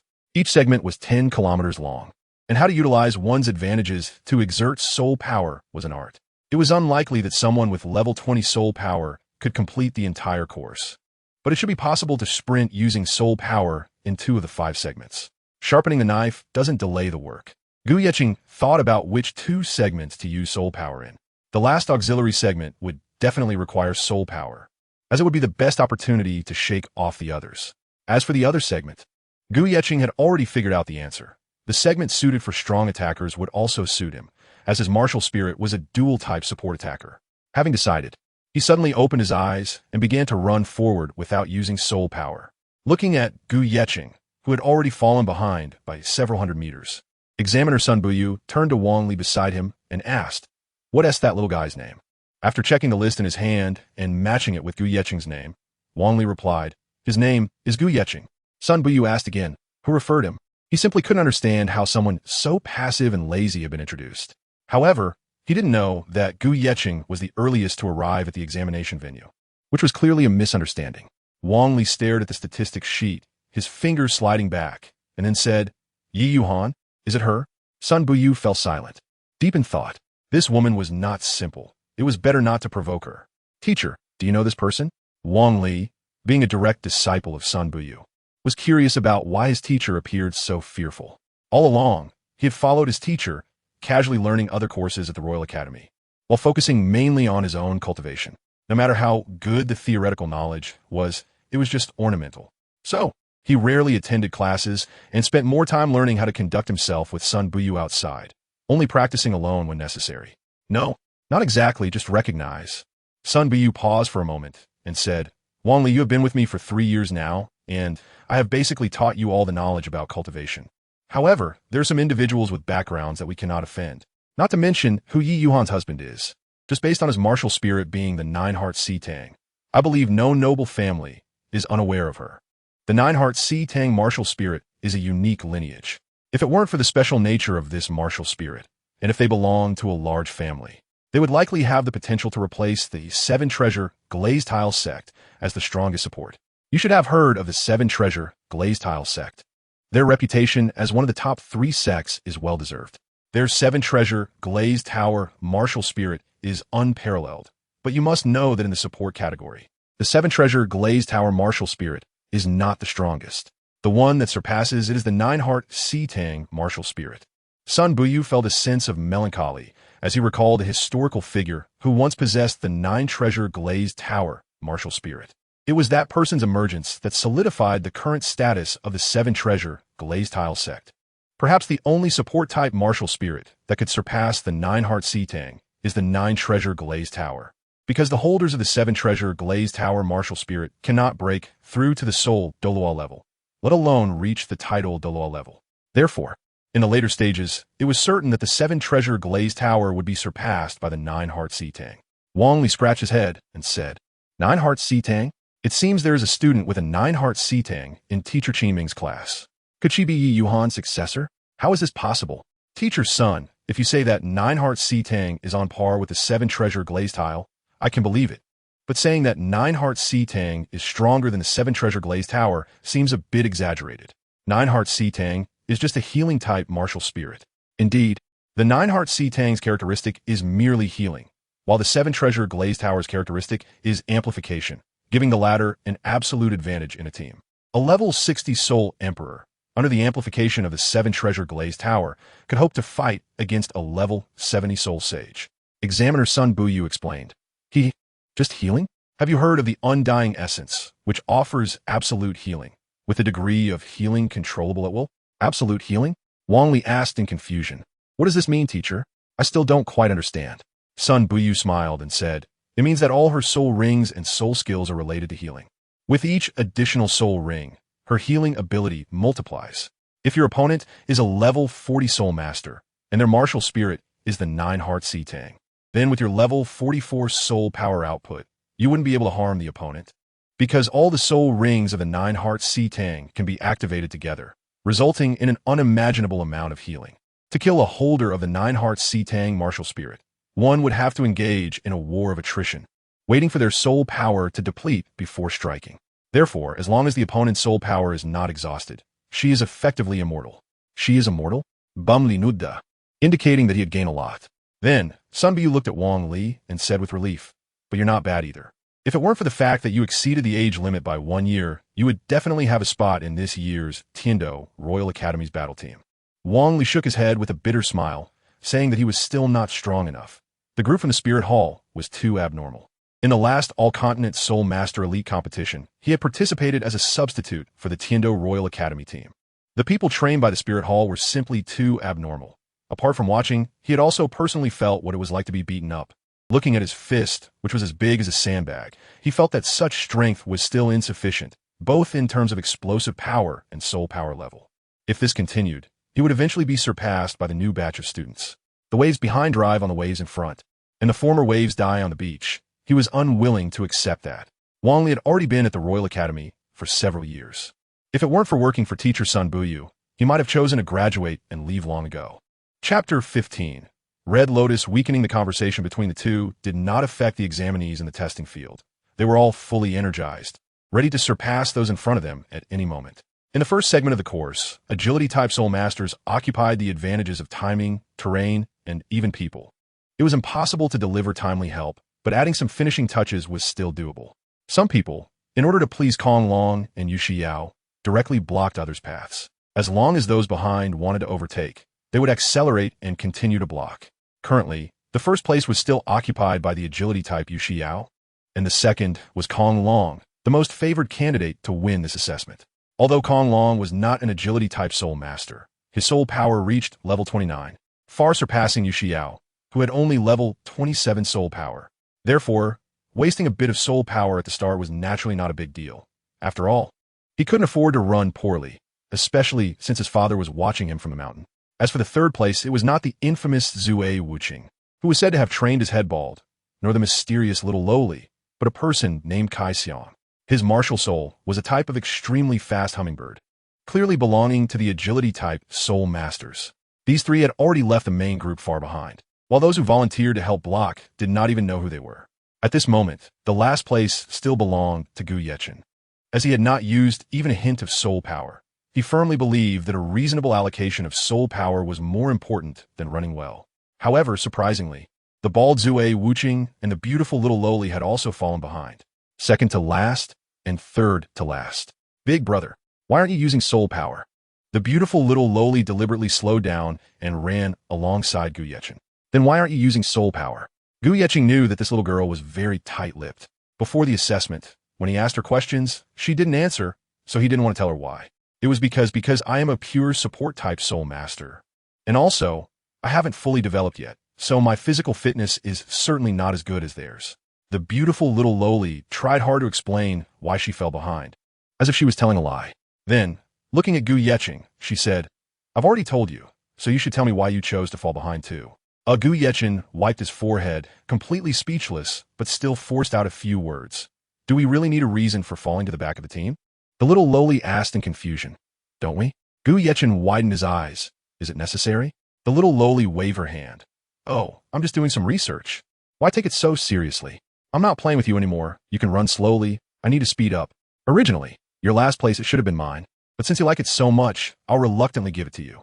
As soon as she finished speaking, the air around the little lowly slightly rippled, and then a golden light immediately enveloped her body. She looked very energetic, clearly having just used her soul power. The little lowly's original idea was to come in last and then complete a reversal to win the championship, which would shock everyone.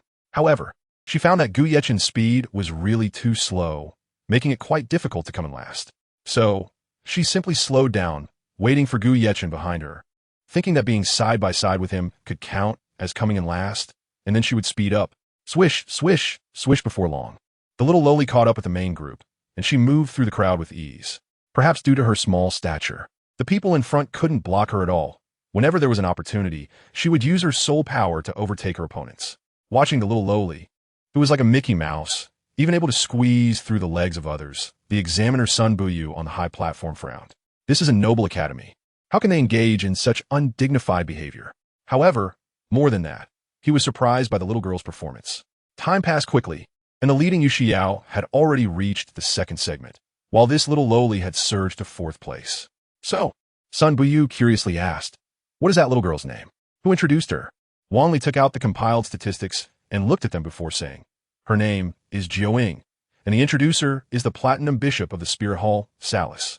So it's Salis. Her background is not small. Sun Buyu rubbed his chin thoughtfully and said, no wonder I always felt this little girl was extraordinary. It turns out she has some connections with the Spirit Hall. Wang Li questioned, the Spirit Hall has its own schools.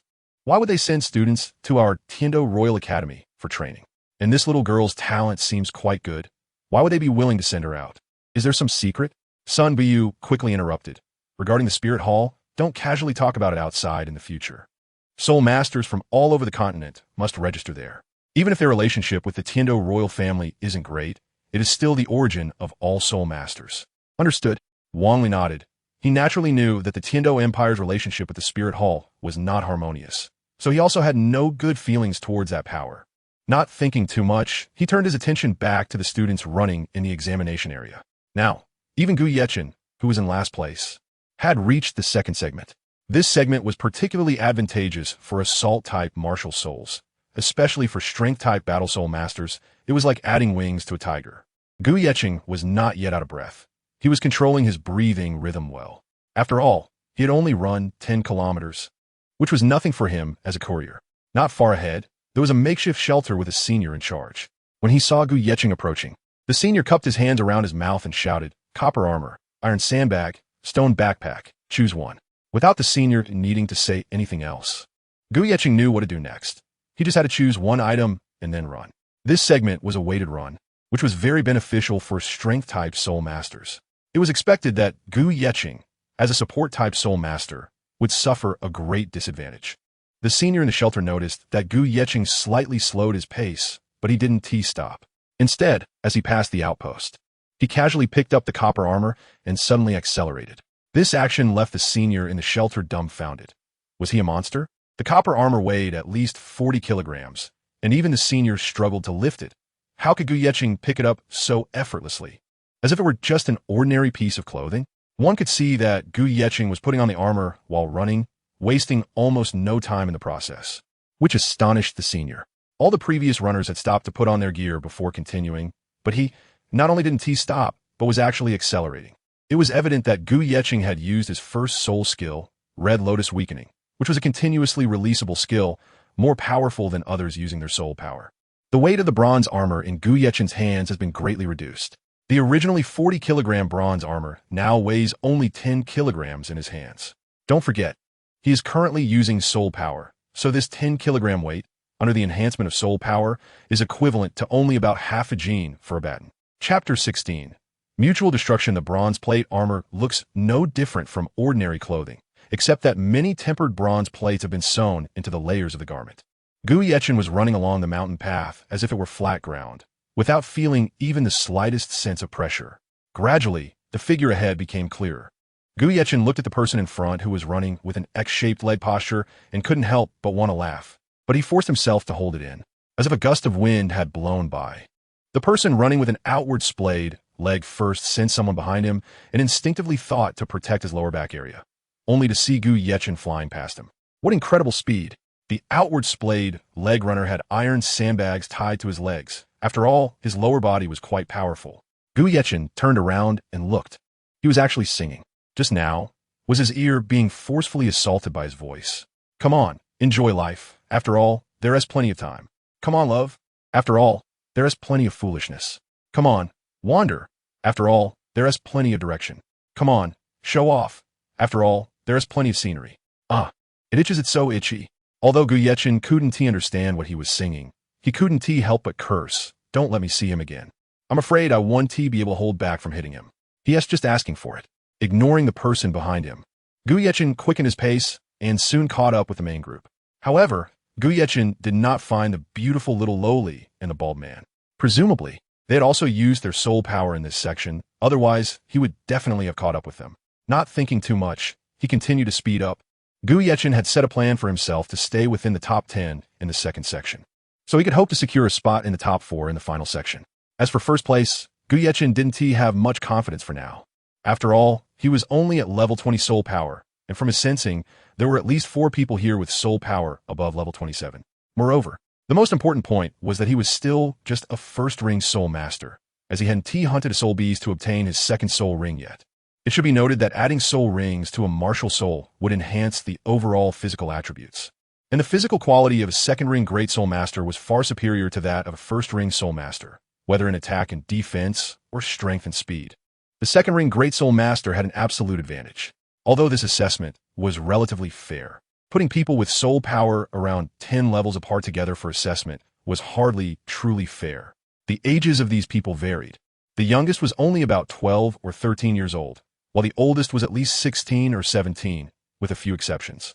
It was clear that innate soul power affected their cultivation speed, so without obtaining a soul ring, they were not qualified to attend the Heavenly Do Royal Academy. Overall, the majority of people had relatively poor talent, with over 100 holding the title of First-Ring Soul Master, while those with the title of Second-Ring Great Soul Master did not exceed 20. Gu Yeqing naturally did not consider someone with soul power at the 10th level or so as a rival. At least, he should be facing a soul master of the second ring to take him seriously. Just as Gu Yeqing was about to speed up to overtake the people in front of him, the 2 individuals ahead unexpectedly teamed up to block his path with their bodies.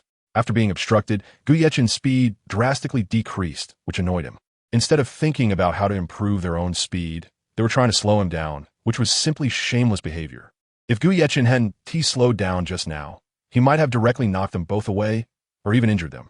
Gu Yechen felt quite helpless against such shameless behavior. The two people blocking Gu Yechen were roughly at the 17th or 18th level of soul power. Hey bro, that guy behind us wants to overtake us. Should we teach him a lesson? A guy with thick lips said to another with a nose pointed skyward. We're already in the bottom ranks. Isn't it good for him to stay behind us? He is really asking for trouble by trying to overtake us. I find him extremely annoying, and we must teach him how to behave. Remember the saying in the Soul Master world? Soul Masters who don't dare to cause trouble are useless. Being experienced. Who doesn't have a few tricks up their sleeve? Little brother, watch how I deal with him. The guy with the garlic nose asked, what tricks do you have, big brother? The thick-lipped guy smiled and said, since this is an assessment, we have to follow the assessment rules. We can't directly attack him, but we can indirectly trip him up. For example, the thick-lipped guy took out a handful of pushpins from his pocket and threw them behind him without hesitation. Then he threw a few more handfuls and said with a grin, little brother, did you see that? Isn't this method brilliant? Wonderful, truly wonderful. The garlic nose guy nodded and said, from such a distance on the mountain, we're just a small black. They can't see these pins at all. Big brother, you're utilizing the blind spot in their perspective. That is really impressive. The thick-lipped guy waved his hand and said, you flatter me. This is just a small trick. You haven't seen my other methods. Today, I'll let you open your eyes. After saying this, he took out bags of banana peels he had prepared in advance from his soul guide device and tossed them down. He even threw a few small animal traps. Big brother, you're so awesome. My admiration for you is like the endless flow of the Yangtze River. The garlic-nosed man praised him profusely, saying, big brother, you're a true hero. Whether the thick-lipped man was a true hero, the garlic-nosed man did not know, but he was sure that the thick-lipped guy was definitely sly. However, how could these little tricks possibly trouble Gu Yechen? Although he was forced to be somewhat awkward and almost slipped on a banana peel, such small tricks were ultimately insignificant and wouldn't amount to much. How could this happen? The thick-lipped guy looked at the agile Gu Yechen and thought that logically, even if he was carrying over 80 pounds, using soul power could reduce half the weight, but there was still about 40 pounds. Under such a load, how could stepping on a banana peel not make him fall? This was scientific. Big brother, your method doesn't seem to be effective? The garlic-nosed guy picked his nose and said, this just as the thick-lipped guy was at a loss for what to do, the garlic-nosed man exclaimed, big brother, look at his lip movements. It seems like he is cursing you as an idiot. How infuriating. Damn it, how annoying. I refuse to believe this. Upon hearing his little brother say he was being cursed at and that his method was ineffective, the thick-lipped guy became furious. Where was his authority? So, he handed all his props to the garlic-nosed man and said, here, this is for you. We're definitely in the ordinary class anyway. I find that kid particularly annoying. Let us drag him down with us. After handing over the soul guide device filled with props to the garlic-nosed man, the thick-lipped guy's eyes turned cold, seemingly preparing to use his trump card soul skill. After all, the rules of the assessment only prohibited taking shortcuts, but there was no rule against engaging in combat with others. First soul skill, stubbornly clinging on the thick-lipped man's martial soul, was a type of taffy. And the soul skill he activated was a control-type skill that utilized the advantage of his body, making it difficult for the opponent to shake him off. In simple terms, it was like clinging to someone else's leg. This kind of mutual destruction tactic was simply despicable and shameless. He was also in a break-the-jar mindset. Even if his actions were extreme, he wanted to buy time to make that annoying Gu Yechen come in last. At the very least, they would have to wait until the third checkpoint when the Academy seniors would forcibly separate them. By then, Gu Yechen would have fallen far behind. What is this? Gu Yechen felt something trip him, nearly causing him to stumble and fall. Was this a person? Because Gu Yechen had used the Red Lotus skill to weaken the effect. He didn't feel any sense of weight, just a slight sensation as if he were wearing a spherical shoe cover. However, the lack of weight didn't mean his speed was unaffected. Clearly, his speed had dropped by half, as if he were running in a swamp. Toffee, indeed impressive. Gu Yechen's original advantages have all gone to waste, and now he has become last place, running poorly. Currently, the leader of the second phase is Kong Long. Second place is Yu Xiao. Third place is Kai Xiang. Fourth place is Jiaoying. Fifth place is Zue Wuqing. Fourth to last is Wei Bazai. Third to last is Suan Tabai. Last place is Xiangchang Zue tied. Last place is Gu Yechen tied. Wang Li on the high platform also noticed the situation with Gu Yechen. What's going on? What is that thing dragging under his feet? Is it a pendant? Teacher, is he cheating? Sun Bu waved his hand. It's not cheating, nor is it a pendant. It's a person, someone who wants to be eliminated with him, going down together. Chapter 17. The Strange Jiuing. Wang Li, after the assessment is over, directly removed this guy from the students. How can our Tiando Royal Academy accept such a despicable and shameless character? Wang Li was a bit puzzled, but, teacher's son, that kid doesn't seem to have violated any of the Academy's assessment selection rules. He just had a minor conflict with a classmate. We can't expel him. It won't be easy to explain to the 3 committee members. You don't need to teach me. I know his background very well. Amir Baron is the pillar of their family, and the committee won't make things difficult. Moreover, you should remember one thing. When you encounter someone with no background, you can have your own independent thoughts. Otherwise, what's the difference between a thoughtless person and a salted fish? Sun Buyu said helplessly. Understood. Bang Li Nudda. Then said, after the assessment is over, I will make him roll. Gu Yechen looked at the large meatball beneath his feet. This toffee was really disgusting, and he couldn't speed up. Gu Yechen said, why are you targeting me? The sausage mouth replied, there's no reason. I just find you particularly annoying, and besides, you just called me an idiot. I want to be eliminated with you. Gu Yechen, I didn't curse at you. Sausage mouth. Do you think I'm an idiot? Whether you cursed at me or not, I can tell. Gu Yechen was completely speechless. The world is so big, and there are all kinds of people. You just can't shake them off. He could only run away with this big meatball. The garlic-nosed man ahead saw Gu Yechen blocked and started mocking him. Humph. Let us see if you dare to call me stupid again. With just a little trick, I can have others foolishly do things for me.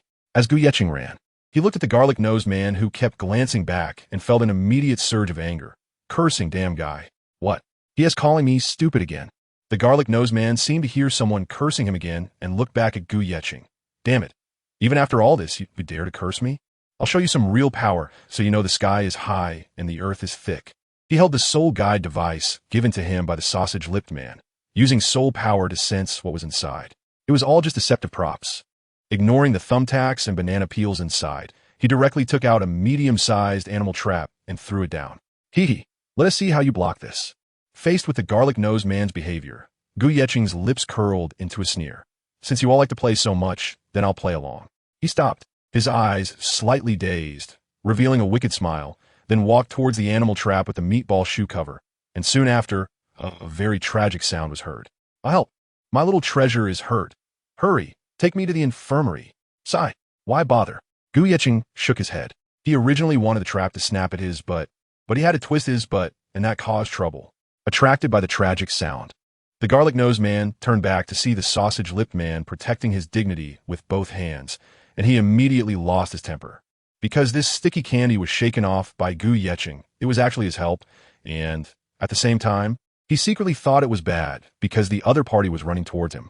He had to speed up, or he wouldn't have a good outcome. Hee. Can you run away? Gu Yechen looked at the panicked garlic nose like a cat playing with a mouse. At this moment, their roles had completely reversed, and Gu Yechen was now in the driver's seat. Just a moment ago, Gu Yechen was able to shake off Sausage Mouth completely because he had used the Red Lotus weakening skill on his opponent instead of on himself. The Red Lotus weakening soul skill can reduce the damage taken from external sources while also weakening the opponent's defenses, making them more vulnerable to damage. And it can be transferred freely. At the moment of skill transfer, Gu Yechen felt a significant increase in his burden, as if the copper plate armor on his shoulders was about to crush him, but fortunately, he managed to hold on. Since the Red Lotus weakening skill was applied to the opponent, the immediate result was that the opponent's defense became extremely weak. Now, Sausage Mouth's body was covered by the Red Lotus weakening skill, emitting a faint red glow. Even being hit by a small stone could greatly intensify his pain. Moreover, that was a mid-level animal trap catching a small bug about 3 to 4 centimeters long. Watching Sausage Mouth in excruciating pain, Garlic Nose began to regret his earlier decision to teach Gu Yechen a lesson, muttering to himself, "What kind of monster is he? What on earth did he do? My brother's bull-headed taffy martial soul is the most unscrupulous martial soul, especially the first soul skill, which can greatly enhance all attributes. Even if he crashed into a boulder, he wouldn't make a sound. How could he be in such discomfort? Besides, it seems he easily broke free from the control. Indeed, if the opponent's soul power were stronger than Gu Yechen's, his defenses wouldn't have been weakened so severely. Unfortunately, Sausage Mouth's soul power was far lower than Gu Yechen's, leaving his defenses almost completely empty. This is the true horror of the Hell Red Lotus Auxiliary Martial Soul. Without defense, even Gu Yechen, as an auxiliary soul master, was equivalent to a strong attack-type battle soul master. It can be seen that Gu Yechen's self-contained 10-year soul ring has a piercing effect, determined by the opponent's soul power strength. Of course, those with soul power lower than Gu Yechen's would have almost all their defenses shattered, making them just ordinary people in front of him. Damn, how is he this fast? Garlic Nose noticed that Gu Yechen's speed had suddenly increased, and the 80-plus pound copperplate armor on him did not slow him down at all. Instead, it increased his inertia, making it certain that he would fly if hit. Garlic Nose had chosen to carry a stone backpack, and even now, using soul power, he had to carry it on his back to maintain balance. Moreover, he had very little soul power left. After all, he was only at a little over level 10. Ahead was a small fork in the road. Seeing Gu Yechen, who was filled with rage behind him, he panicked. Even if it meant breaking the rules, he couldn't let him ruin his life. So, Garlic Nose ran towards the small path without hesitation, not believing the opponent would dare to chase him. Sure enough, Gu Yechen did not pursue Garlic Nose, but chose to continue the assessment. Looking at the fleeing Garlic Nose, Gu Yechen snorted coldly. Don't you like to play? Why are you scared now? There are many people like this who bully the weak and fear the strong. Gu Yechen didn't want to meddle in others' affairs. But if someone bullied him, he would have to show them what color to expect, preferably red. Without the obstruction of these two guys, Gu Yechen's subsequent assessment became much smoother. Soon, he arrived at the third segment, threw the copperplate armor to the side, and withdrew his soul power because he needed to leave some soul power for the final sprint suitable for auxiliary soul masters.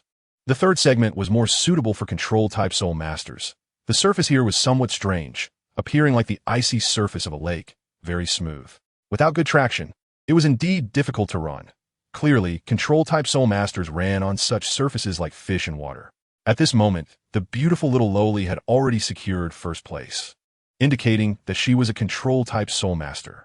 Even the examiner Sun Buyu praised this little girl's impressive strength, saying she was a good material. However, one very peculiar point was that her name on the registration form was Jiao, and she looked about 9 years old, but her recorded age was actually 16, which was rather strange. Sun Buyu said to Wang Li, although we can't act against the Wuhuan Temple people, you still need to find an opportunity to keep an eye on her. I always feel there's something off about her. Returning his gaze to the assessment track. The current rankings were: first place, Jiao, second place, Kong Long, third place, Xiao, fourth place, Wu Qing, fifth place, Kai Xiang, sixth place, Duo, seventh place, Wang Ba, last place, Gu Yechen. P.S. Why are there so many people? Because later, they will be partners with the protagonist. So each of them is relatively important. As for talent, they may not compare to the Shrek 7 monsters, as they are about 2 years older. But talent has never represented anything. As long as they have opportunities like rare herbs, even if their talent is ordinary, they will ultimately become very powerful. Of course, the protagonist's talent is still quite extraordinary. This story belongs to the Douluo canon side story. What is a side story? I don't need to explain. Everyone knows it's the same story setting, different perspectives, different worldviews, and different protagonist experiences, equivalent to a spin-off. Most fan fiction is of the system travel genre. This book should be the first to truly write a side story that follows the original story's content. Well, to be honest, Tang San is a foreigner who crossed over, while the protagonist of this book is a genuine local. A serious warning. The protagonist of this book belongs to the dark series of big villains. So don't go licking Tang San and the Master while trying to follow the original plot. For those who like Tang San and the Master, it's better to read the original work for a more realistic experience. For those who like this book, please give the author some encouragement and cast your recommendation votes. Just one is fine, and of course, you can also provide your valuable suggestions. Chapter 18. Best Soul Ring Configuration in the third segment. All control-type soul masters use their soul power, closing the gap they have fallen behind in the previous segment. Of course, there were also control-type soul masters who foolishly used their soul power in the earlier segments. And now, they could only watch as others sped up while they were overtaken by Wu Qing. Leading the way was Jiao. This beautiful little lowly was far ahead, leaving the second place, Kong Long, hundreds of meters behind. As for the others, they couldn't even see their shadows, having fallen behind by over 1,000 meters. As a control-type soul master, one must not only learn to control others, but also learn to control oneself. Running on the icy surface of the third segment was prone to slipping, but Jiao used her soul power to give her body excellent grip. Similar to a gecko running up a wall, she skillfully utilized traction, and on this mirror-smooth surface, it was as if Jiao had put on spiked running shoes. Even more effective than that, Jiao Ying glanced back, feeling slightly unhappy, and quietly said, "Big brother seems strong too. Why can't even the big fool behind me catch up?" The big brother that Jiao Ying referred to was naturally Gu Yechen. Jiao Ying liked to call him Big Brother. Perhaps he was the only person she found somewhat pleasing. As for others, Jiao Ying would want to give them nicknames as soon as she saw them. Otherwise, she wouldn't be the cute and innocent Jiao Ying. The big silly she referred to was naturally Kong Long, and she called him that because Kong Long was a muscular man with chest muscles that were quite eye-catching, capable of moving on their own. There's a saying that goes, big chest, no brains, so Big Silly was the nickname Jiao Ying gave him. As the frontrunner, Jiao Ying quickly reached the fourth segment, which was most suitable for defense-type soul masters, as there were many obstacles ahead, and both sides of these obstacles were equipped with arrow traps. This challenge tested physical defense capabilities. If those in front exhausted their soul power, they would inevitably get injured in this segment. As for those who still had soul power, they would also suffer damage, just to a slightly lesser extent. The lethality of the arrows had been tested by the 3 committee members. As long as they weren't defense-type soul masters, although it wouldn't be fatal, it could still cause injury and bleeding. Once the examinees were injured, their speed would inevitably decrease, and defense-type soul masters began to stand out in the fourth segment. Unsurprisingly, as Jiao Ying passed through the obstacles, she was scratched on the calf by a cold, sharp arrow, and her speed was noticeably slower now. Damn it, Jiao Ying cursed. Those 3 damn old guys, the committee members, insisted on setting up such things. If it weren't for my strength being sealed quite a bit, these little tricks wouldn't be able to hurt me. Jiao Ying had always been strong-willed. She wanted to be first in everything. However, now that her leg was injured, even though her soul power was not exhausted, she couldn't exert her previous strength. Whether she could maintain her first-place position was indeed uncertain. Looking back at the increasing number of figures behind her, Jiao Ying pouted her lips, furrowed her brows, and snorted. Even if I'm injured now, I'm still better than you guys because I come from the Wuhuan Palace. Ignoring those behind her, Jiao Ying was a person who would not concede easily. Even with her injured calf, she gritted her teeth and persevered. Ahead were the second and third obstacles, and to pass through quickly, she had to use her soul power. At this moment, Kong Long was being closely followed by others because there were many little tails behind him that he couldn't shake off no matter how hard he tried. Finally, Kong Long, along with those tails, entered the first obstacle area, the same place where Jiao Ying had just been injured, and it seemed they would also suffer greatly. In this area, there were copper walls and iron barriers with many small holes drilled into them, and the holes pointed outward, marking the path from which arrows would fly out. It was uncertain whether the arrows were shot manually or if they were automated traps. But it was clear that anyone passing through this area would not have a good time. Whales were synonymous with this place. Fear was the deterrent. And injury was the main theme. Whoosh, whoosh, whoosh, whoosh. 8 arrows shot out from the walls on both sides, whistling through the air toward the crowd. Fortunately, there were many people here, and some were not harmed by the arrows, but those who reacted slowly were in trouble, suffering injuries and bleeding. Ah, it hurts. Someone broke the arrow embedded in their arm, wailing in agony. Others were shot by 6 arrows in the back, looking like hedgehogs. Some even pulled the straight arrows out from their rear, blood spilling everywhere. Some simply lay on the ground and crawled forward. Although it was somewhat embarrassing and slowed them down, it had to be said that this was a loophole. As long as they could avoid injury, it would be crucial for the last supportive segment.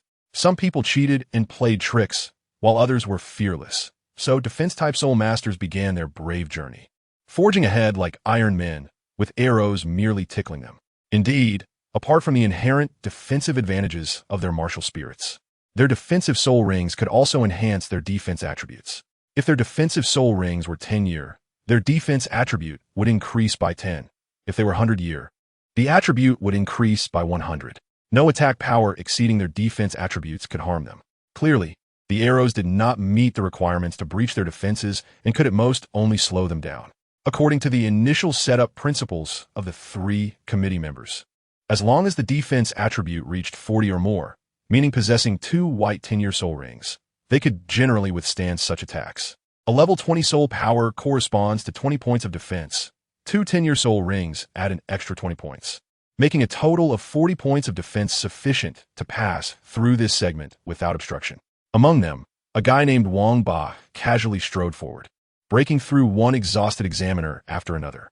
Ding, ding, ding, ding. The rain of arrows crashed against his clothes like meteors, producing a metallic clanking sound. However, he seemed unfazed, not even blinking, casually humming a tune. True feelings are as vast as the grassland, layer upon layer of wind and rain cannot obstruct. There will always be a time when the clouds part and the sun rises and the sun shines brightly on you and me. True feelings bloom like plum blossoms.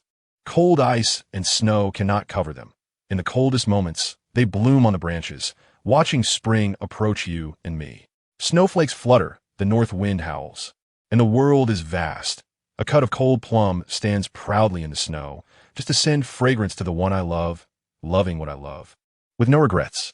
Suddenly, someone shouted, "Look, that person has 2 yellow 100-year soul rings as his first 2 soul rings, and it seems they are defense attributes," meaning his defense attribute is at least above 220. Double yellow, the best soul ring configuration? Even though most people here were nobles, those with the best soul ring configurations were still relatively rare. Generally, they would first consider safety issues before thinking about enhancing their strength. As nobles, those from larger families had help hunting soul beasts, making it easier to obtain yellow soul rings, while smaller families could only hunt and absorb white soul rings themselves. Their first soul ring would be white, and only the second soul ring would be yellow. The double yellow best soul ring configuration was also quite rare in the Tiando Royal Academy. Wang Ba's arrogant demeanor directly ignited the injured crowd around him. They thought it would be better to let him clear the path for them, as they would not believe that there were only 8 arrows behind the copper wall. There might be more. Thus, the crowd transformed into little chicks, hiding behind the mother hen, Wang Ba, to let him take the arrows while they reaped the benefits. Sure enough, under his lead, some non-defense type individuals finally passed through the first obstacle area. The crowd expressed their gratitude to him, hoping Wang Ba would continue to shield them from the arrows. But where in the world is there such a thing as a free lunch? Wang Ba ignored them, directly accelerating, overtaking Kong Long, and chasing after Jiuying ahead. Since Jiuying had injured her calf, she was naturally not running very fast. Looking back at Wang Ba, who was speeding with his yellow soul rings, she cursed under her breath, "Bastard, he is actually a double yellow." Chapter 19. Unforgiving the King Ba in the 4th section seemed to be on a cheat mode. Any arrows were ineffective against him, and such an outcome should have long been within his expectations. He was the only one running with a soul ring, and those 2 bright yellow soul rings floated up and down at his waist, incredibly eye-catching and annoying. It appeared that someone had said it was best not to let him see, or he would definitely make them regret it. The most lethal type of person was someone like King Ba, who forced himself to show off. Although the arrows could not harm him, it did not mean that people couldn't hurt him. As long as the attack power exceeded his defense, he could still be injured. Some power-type soul masters in the 4th section were just as unstoppable as he was. At this moment, he had already become the focus of those power-type soul masters. Kong Long, a strong attack-type soul master, had a powerful battle spirit known as the Tyrannosaurus Rex, a strong subdragon-type spirit. A roar like a dragon came from behind King Ba, and then a gust of wind rushed towards him. When King Ba turned around, he saw that it was Kong Long charging at him with his battle spirit activated, which was even more eye-catching than running with a soul ring. And it consumed a lot of soul power. It was not Gu Yeqing, who had made a harsh remark, but the proud Kong Long had a flamboyant personality, loved to compete, and could not stand anyone showing off in front of him. Daring to flaunt a big knife in front of Guangong was probably a sign of being tired of life. Due to the shielding of the copper walls on both sides of the road, using a little trick here was invisible from the distant mountains. With a loud bang, the 2 collided fiercely. In a sprinting state, Kong Long threw a punch, and King Ba, unwilling to show weakness, half-bowed and raised both arms to defend. At the center of their collision, ripples of soul power spread out, stirring up dust from the ground. After the collision, both took steps back. Kong Long retreated 3 meters, while King Ba directly fell back 5 meters. Clearly, King Ba's momentum was slightly weaker, as they were one attacking and one defending. The main reason was that Kong Long had a soul power level of 29, while King Ba only had 27. Even though his defensive attributes were substantial, his attacking attributes were lacking, and at this moment, he could only defend without the ability to counterattack. King Ba slightly closed his eyes and then suddenly opened them wide, shouting, "First soul skill, Xian Gui protection." Kong Long's attack was too fierce, and King Ba had no choice but to summon his battle spirit and use a soul skill to defend. Upon hearing the term Xian Gui, Kong Long's heart trembled. Among the top beast battle spirits, there were several particularly powerful entities, one of which was the Xuanwu turtle, which was considered advanced among defense-type spirits. Unexpectedly, his battle spirit was actually Xian Gui. Green light surged from within King Ba's body, and green spikes of various sizes grew on his back. His first century-old soul ring flickered, signaling the use of the first soul skill. However, why did it look a bit strange? The edges of his turtle shell were filled with collagen, looking neither hard nor formidable, almost edible. Kong Long laughed heartily, saying, "What kind of Xian Gui is this? It doesn't look like a Xian Jia turtle. I've never seen this before. Is it a mutant from the water's mud turtle?" King Ba indeed looked somewhat less like a turtle and more like a soft-shelled turtle, especially with that collagen-filled shell. Besides the spikes, it seemed to lack any other defensive power. King Ba angrily retorted, "Humph. So what if it's a mud turtle? Defending against you is like child's play. You should break my first soul skill first. This skill doubles my defense attribute. Let's see how you handle it." King Ba slightly raised his hands and forcefully waved them, causing 3 green defensive shields to appear out of thin air, rotating around him. "Oomph, is this all you've got?" Kong Long looked down on him. Though his battle spirit was a sub-dragon type, it was still a dragon-related spirit. Among the top 3 sects on the continent, there were families whose battle spirits were Blue Lightning Tyrannosaurus, which was the best among beast battle spirits. Kong Long's spirit was slightly inferior, but still an advanced beast spirit. As Kong Long's Tyrannosaurus spirit descended upon him, 2 soul rings appeared around him, indicating he had the best soul ring configuration. The first century-old soul ring suddenly shone brightly, and then Kong Long chanted, "First soul skill, Tyrannosaurus's tread." As he spoke, the air twisted, and his legs became thicker and longer, visibly causing the ground to sink slightly, leaving behind large footprints. Kong Long stepped back and charged forward, leaping into the air to stomp down on King Ba's spiky turtle shell. Kong Long's body fell like a boulder, and at the moment of contact with King Ba, his body actually shrank into the turtle shell. Damn it, he actually shrank into the turtle shell. Kong Long cursed inwardly, knowing that his first soul skill truly could not deal with him at this moment. The violent impact combined with the rebound force caused both to be thrown back. Due to Kong Long's strong soul power, he was still in good condition, while King Ba's momentum had weakened significantly. King Ba hurriedly spoke, "Enough, stop. I admit, I'm afraid of you. We're still in the assessment. If this continues, won't it just benefit others? If you want to fight me again, find another time. I'm still eyeing the reward for 2nd place." Only then did Kong Long restrain his furious temper and said lightly, "You're quite perceptive. I see you have good skills. Come follow me. As long as you agree to join my family, we Kong family can provide plenty of soul power enhancing herbs like the 2nd place reward." King Ba waved his hand, saying, "Let us talk later. If you can get 1st place in this assessment, maybe I'll agree to you. However, that little beauty in front of us has already left us too far behind. Catching up to her will likely be a bit difficult. If she gets 1st place, I might choose to follow her instead. After all, my family is too weak and needs protection from other families. My choice to follow a family is not based on their background, but on the potential of the person I follow. I feel her potential is clearly stronger than yours, so I can't agree to your request for now." Kong Long snorted coldly. "What's so difficult about being first in this assessment? Haven't you noticed the little beauty's state? She's injured. Be prepared to wait and see. Being my little brother would be your honor." While the two were discussing, a shining light bulb floated past them, ignoring their astonished expressions. Unbelievable, unforgiving. The bright light bulb naturally refers to Zue Wuqing. The two of them were so caught up in their struggle that they completely forgot about this old guy, who is known for honing his skills to the point of going bald.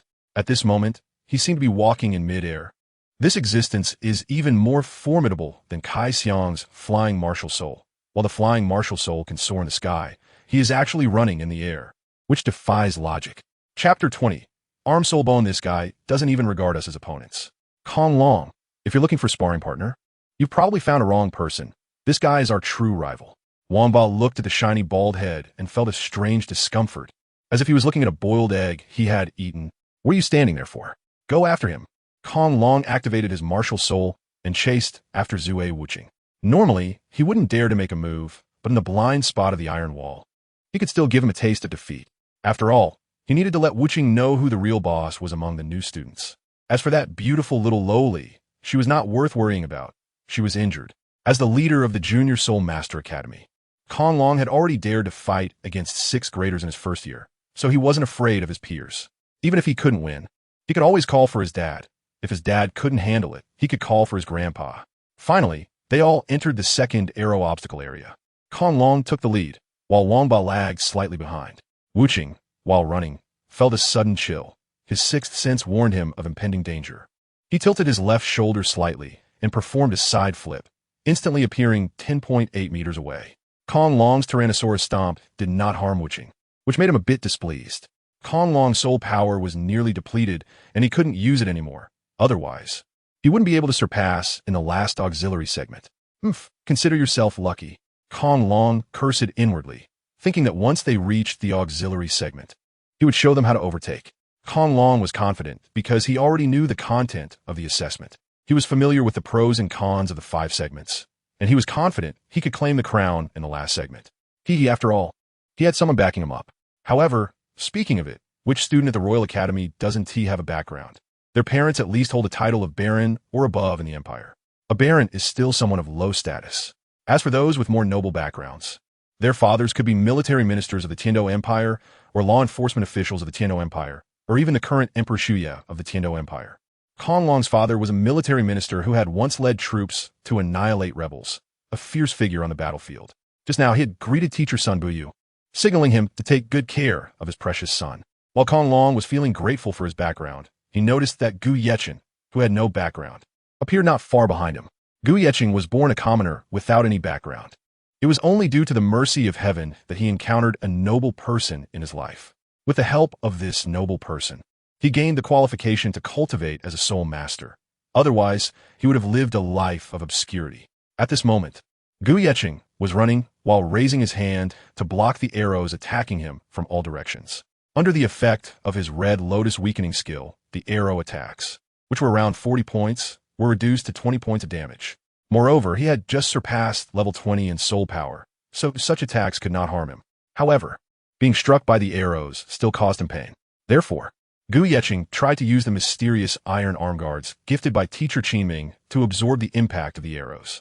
The mysterious iron arm guards were a defensive soul guiding device, but not a specialized high-level soul guiding device. They could only store a cubic space, which was inferior to those noble belts and jade rings that symbolize power. However, they were quite practical, which was why even teacher Qinming wore them. The level of blacksmithing in this world was limited. Thus, even though this was a low-level soul-guiding device, its price was not low. Moreover, the technology that combined storage and defense could not be completed without a master-level blacksmith. Thank you, teacher Qinming. Gu Yeqing knew that teacher Qinming had opened a small backdoor for him. With such a defensive soul guide on him, combined with the weakening characteristics of his martial soul, he had now transformed into a defensive-type soul master. As he passed by one injured student after another, Gu Yeqing shook his head. With their financial resources, they could easily afford such defensive arm guards. However, their pride and confidence had led them to suffer greatly.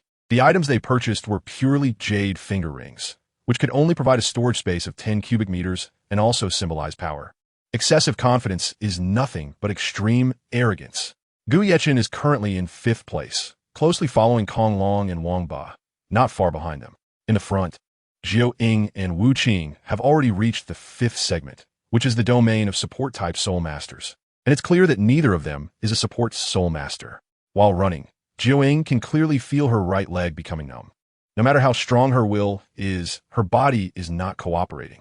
When she runs, it gives off the impression that her legs are out of sync, and her steps are not very harmonious.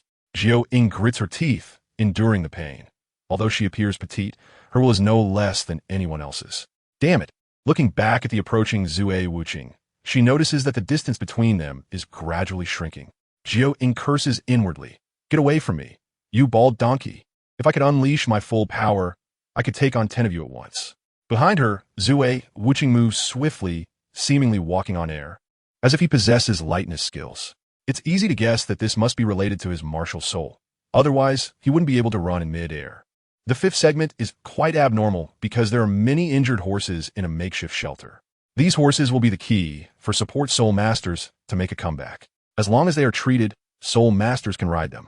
Soul power, transforming into horses? Such speed would not be weaker than that of a level 30 soul master with their martial soul fully activated. It just takes a little time for treatment. Unfortunately, Gu Yeqing is not a healing type support soul master, but a weakening type support soul master. Although they are both support series soul masters, their functions are different, and their corresponding uses vary. So Gu Yeqing cannot take advantage of this situation at all. It seems he has miscalculated. He originally thought he could sprint in the last segment, but it turned out to be this result. Truly, Human calculations cannot match the heavens. He is still too young. Indeed, there has never been a weakening type support like Hellfire Lotus in history, and the 3 committee members certainly did not consider it, which accounts for that 1% margin of error. As for amplification type support, there have been many instances in history, with the 7-treasure glazed tile, Martial Soul, being a notable representative, as it can provide an enhancement to all attributes. Such support is considered comprehensive. Amplification type support can increase speed, defense, and even strength. They do not necessarily only have advantages in the last segment. They have advantages in other segments as well. Therefore, the 5th segment is truly only suitable for healing type support. Gu Yeqing couldn't exert the strength he had envisioned here. The assessment continued, and the time in the hourglass was slowly passing. Gu Yeqing remained in 5th place. Meanwhile, the muscle man who was hailed as the strongest contender for the championship, Kong Long, had risen up. He began his comeback journey, stopping his run as he passed the stable, mobilizing all the soul power he had left in his body, as if he was preparing to ride. A green light first burst forth from Kong Long's eyes, and then his entire body turned green, a vibrant green. He slapped the horse's rear with his palm, and instantly, a dark green light surged crazily from his palm into the horse's body. In an instant, the injured horse jolted to life, and the injury on its leg was visibly healing at a rapid pace, while a smile appeared at the corners of Kong Long's mouth. On the high platform, Wang Li noticed Kong Long's actions and hurriedly asked Sun Buyu next to him, "Teacher Sun, is Kong Long cheating? He's not a support-type soul master." Sun Buyu nodded thoughtfully, realizing why Kong Long was so confident and even inquired about rewards in advance. It turned out he had such an item. Before the assessment, Sun Buyu had only communicated via sound transmission what the 5 segments corresponded to, but the true assessment still depended on his own strength. In response to Wang Li's question, Sun Buyu waved his hand and said seriously he didn't cheat because that's a soul bone, a healing-type arm soul bone. "Ali, you must remember, a soul master strength is not just about soul power level and soul ring configuration. It also includes soul bones, so he doesn't count as cheating." Wang Li stared blankly at Kong Long, filled with envy. He, a level 40 soul master, didn't have a soul bone, yet Kong Long, a level 29 great soul master, already had one. No wonder he didn't hesitate to release soul power in the previous segments. It turned out he had kept this up his sleeve. As someone who was the object of envy, Kong Long felt something too. He feared that those watching the assessment match were already dumbfounded. At this moment, he was riding, looking towards the high platform where Sun Buyu was, raising his proud neck and secretly feeling pleased. This year's freshman seemed to be at this level. It appeared that the championship would be within his grasp. At the same time, he looked towards the summit. Although it was too far away and there were too many people, he knew there was someone inside who was his father. This soul bone was given to him by his father. Although it was just a healing-type soul bone, which didn't quite match his Tyrannosaurus Rex martial soul, Kong Long was already very satisfied. One must know that the chances of obtaining a soul bone were incredibly low, and it was extremely difficult to have a suitable soul bone. This auxiliary soul bone could indeed enhance his endurance, which was not bad at all. Looking at Kong Long riding, Gu Yeqing's eyes were slightly blurry. He also wanted the rewards for the top 4, but the last segment was of no help to him. What should I do? Gu Yeqing began to doubt himself at this moment. Is his auxiliary martial soul really of the imperial level? The weakening function doesn't seem to be as powerful as he imagined. If he had chosen the martial souls of Qirong Tongtianju or Xiangxi Duanshan Hong back then, he probably wouldn't be so passive now. But this is an imperial level martial soul. It shouldn't be this weak. Lingling's martial soul is the 9 Hearts Begonia, and her royal martial soul's essence is immortality. His martial soul is stronger than hers. But what is the essence of the Hell Red Lotus? Is it just a weakening function? Weakening, as the name suggests, reduces external impacts. Whether it's enhancing oneself or the opponent, his own attack, defense, and speed remain unchanged. Therefore, in some aspects, his martial soul might even be inferior to the 7 Treasures Glazed Tower, because the 7 Treasures Glazed Tower can at least enhance one's speed or strength, while the Hell Red Lotus can only keep oneself unchanged, merely weakening the external factors. He remains eternal and unchanging, while the external world is changing. Gu Yeqing reflected while running. The weakening opposition from the outside world meant that he had become stronger in comparison. How could he utilize this weakened ability to increase his speed even further? The sweat sticking to both sides of his cheeks made them feel slightly warm, and new sweat seeped out, trickling down vertically past his jaw, ignoring the heat and discomfort in his body. Gu Yeqing continued to ponder a question. What exactly was the essence of his martial soul? The beads of sweat on his forehead gradually grew larger, eventually coalescing and flowing down, accidentally touching his eyes, which made them feel dry and slightly difficult to open. He wiped his eyes with his already sweaty arm, only to feel more discomfort and pain. The road ahead became blurry, and his mind felt somewhat dazed. Gu Yechin shook his head vigorously, trying not to let fatigue overwhelm his will. He really wanted to rest for a while, but he couldn't yet. He wanted to become the most powerful soul master, to buy Lingling the most noble gift, and to give his mother a moderately sized estate. The first step to achieving these dreams was to gain his own recognition, and the way to gain that recognition was to secure a place in the top 4. That was the goal he set for himself. In a daze, Gu Yechin suddenly found himself in that strange forest again. Looking around at the lush scenery, everything felt so real. He murmured, "How did I end up here? Why is this happening? Am I not participating in the assessment?" A series of questions left Gu Yechin completely bewildered. He couldn't tell if this was an illusion or the real world. The line between truth and falsehood was completely blurred. Suddenly, a loud voice echoed from the sky. After so long, I've finally found a guy with decent talent." Gu Yechin asked, "Who is speaking?" The person replied, "Me? You could just call me the Flower God." Flower God? This Gu Yechin was stunned, because this was the scene from a few days ago when he inherited the martial soul. However, this scene repeated itself once again, and Gu Yechin uncontrollably repeated the words he had spoken a few days prior. "Gu Yechin, I want the most powerful martial soul." "Flower Goddess, can we not always focus on the strongest? How about I give you the second strongest instead?" "Gu Yechin, no, I must be the strongest. You seem to really need me. As long as you help me, I'm willing to pay any price." "Flower God, all right, I'll give it to you. Don't keep reminding me. I'm not senile. All right, you should go now." The Flower God gently waved her hand towards Gu Yechin. This scene was specifically noted by Gu Yechin. So that's how it is. A few days ago, the scene of inheriting the martial soul replayed in a hazy illusion. As Gu Yechin was running, his eyes suddenly widened in shock as he muttered to himself, "I understand the true meaning of the hell red lotus martial soul." The corners of his mouth slightly lifted, and a wave of red energy began to radiate from his body, covering the entire 5th section. Gu Yechin released all the soul power within him without reservation. There was a sense of inexplicable exhaustion. In an instant, his steps became light, and he felt as if he was floating. With each step, he seemed to flash 10 meters ahead, and his speed was terrifying. One step flashed 10 meters, and in 10 steps, he surpassed a person. After 10 steps, Gu Yechin outpaced the bulky Wang Ba, who was astonished and exclaimed, "Where did this fierce person come from? With this speed, is he even human?" Gu Yechin smiled lightly and said, "I told you not to let me see you again. Since I have seen you, I must give you a big gift." He pointed gently at Wang Ba and smiled. "From now on, your speed will be reduced by 30%, and your soul power will also be reduced by 30%. With a light flick from Gu Yechin, Wang Ba felt his legs grow significantly heavier.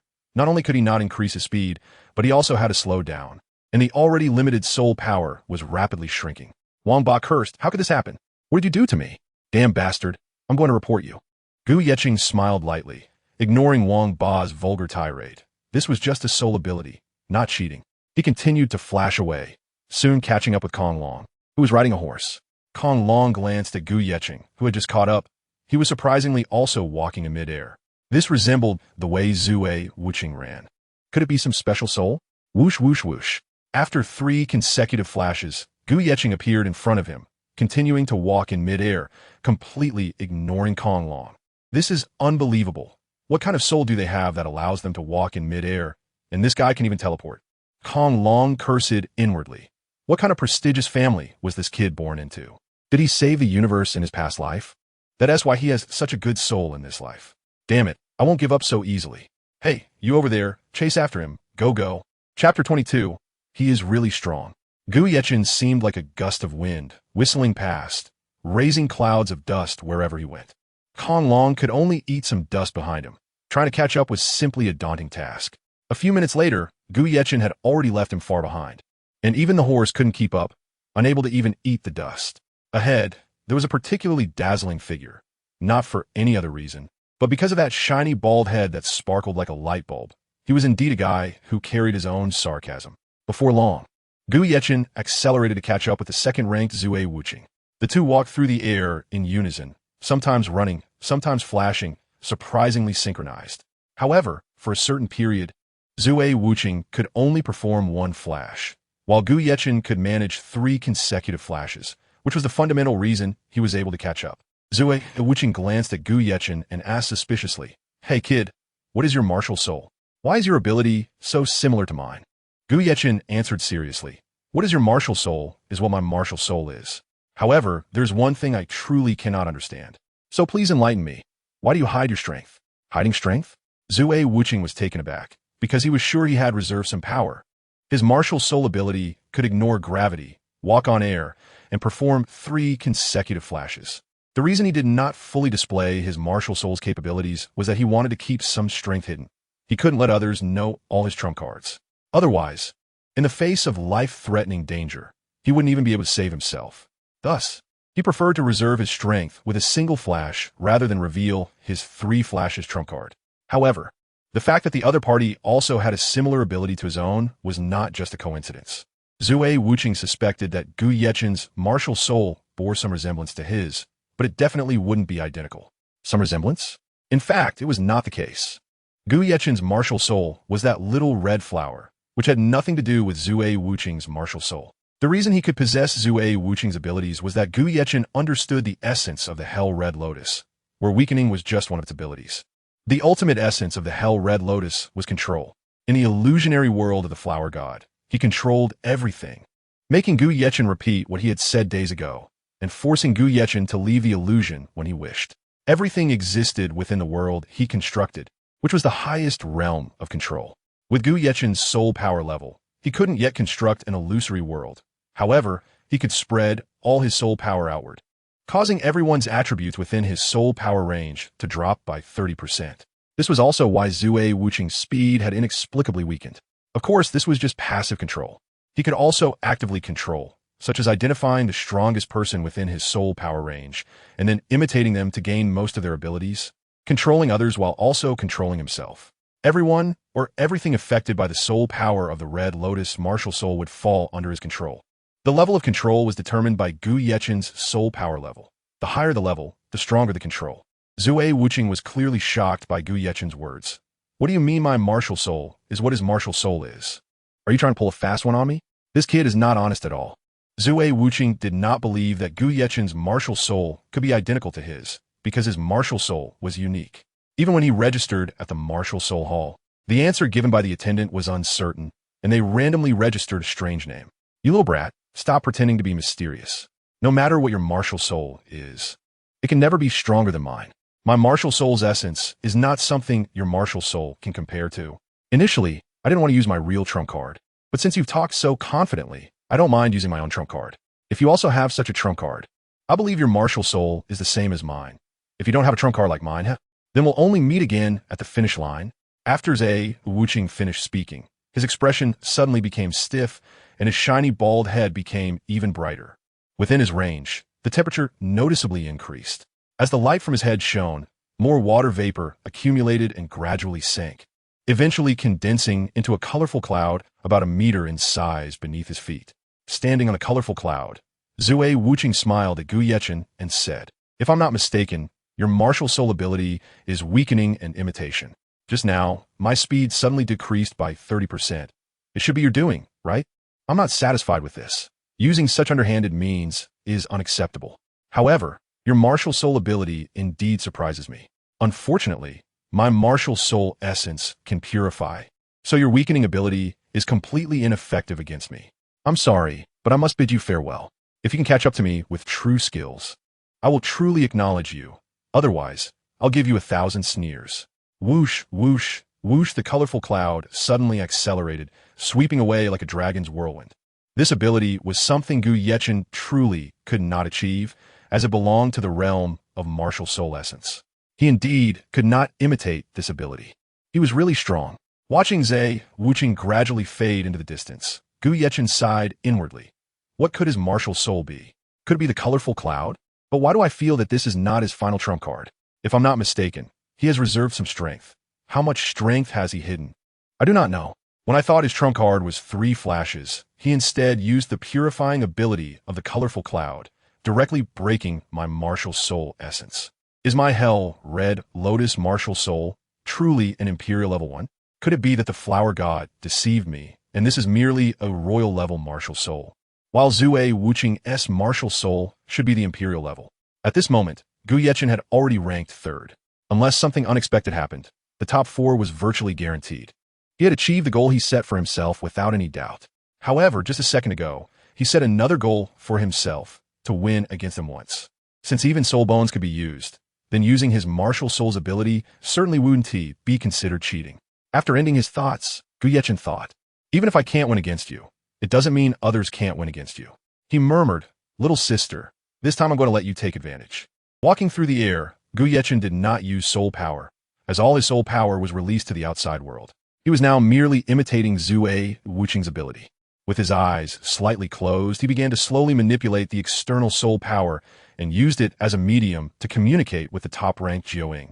Little sister, I am Gu Yechen, the big brother who just ranked last. Your leg is injured, so you probably can't maintain your position. Let us cooperate. I'll help you get first place, and you help me diminish the guy's arrogance. Jiuying looked around. Aside from the bald donkey behind her, there was no one else. She asked in confusion, are you talking to me?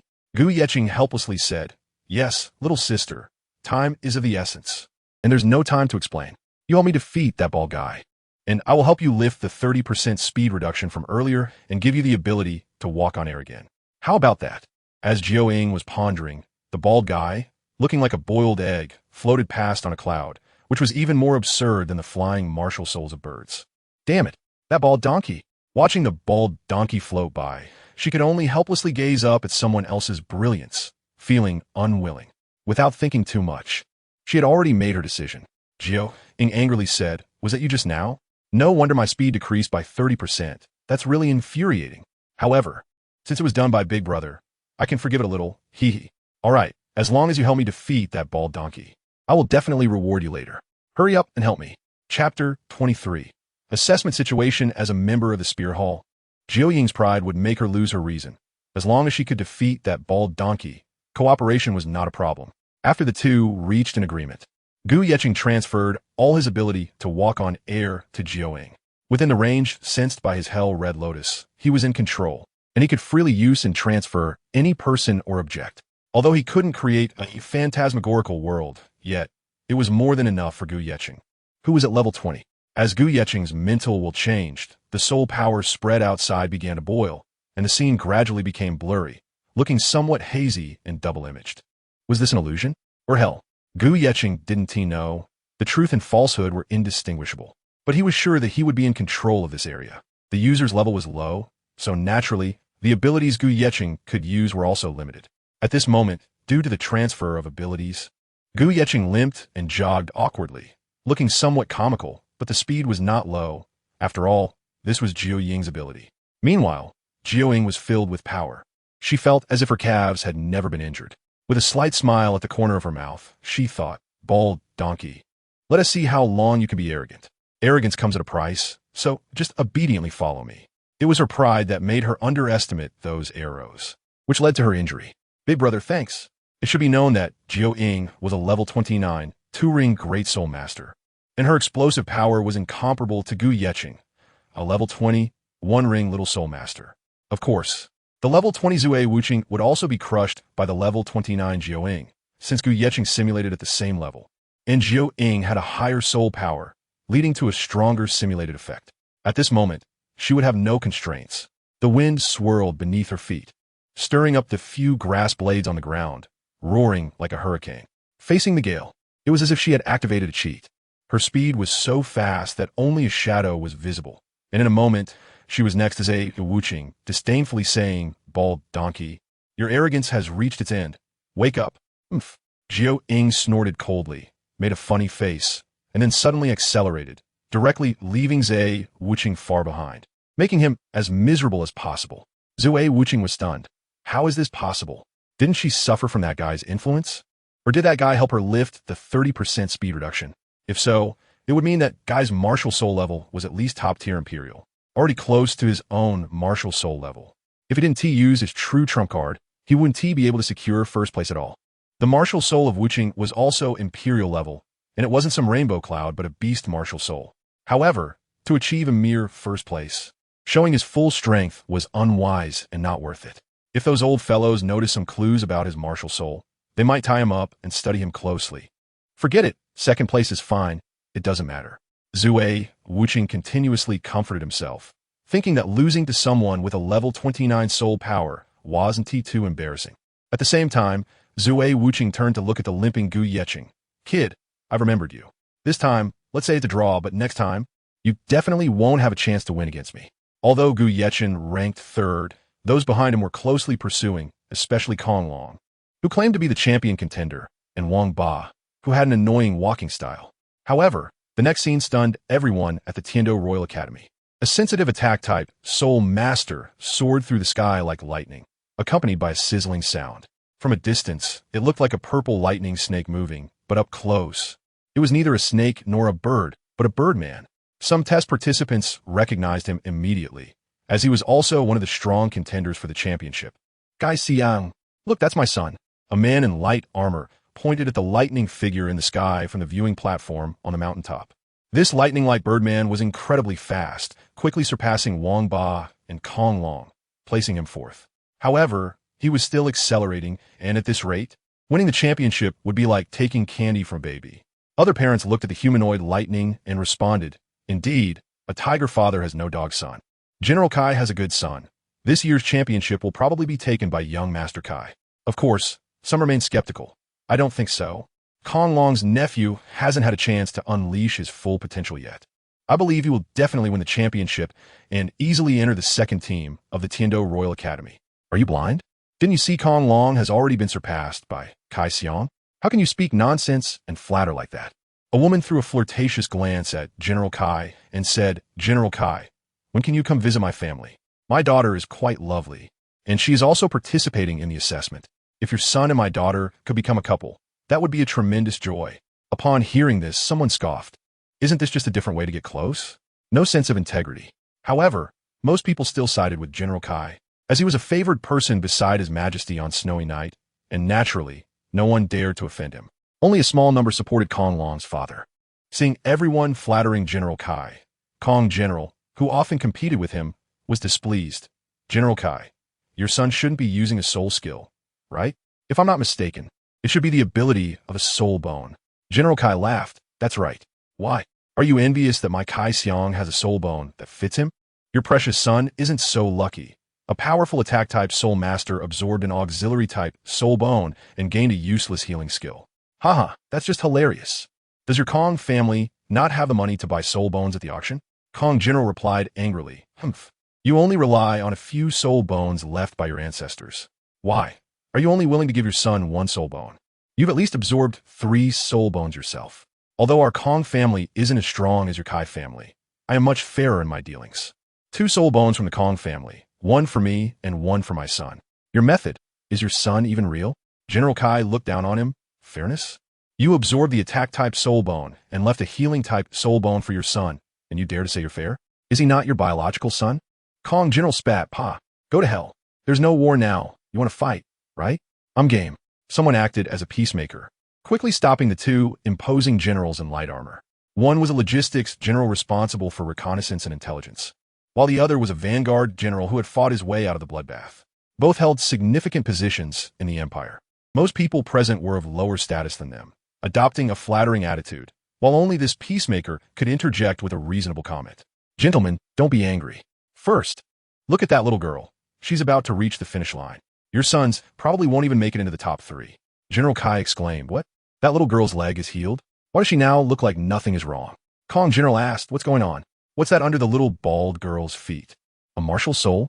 They both focused all their attention on their precious sons, completely ignoring the changing situation of the assessment. The battlefield's circumstances changed rapidly, but they didn't expect the assessment situation would change just as much. The peacemaker was smarter.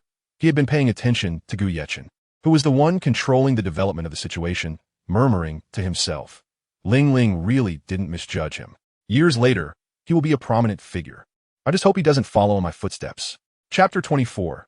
Royal Reserve Team. This peacemaker was Yi Lingling's father, who had introduced Gu Yeqing to study here. In Yi Yuhan's letters, she frequently mentioned Gu Yeqing and emphasized that he was the future son-in-law.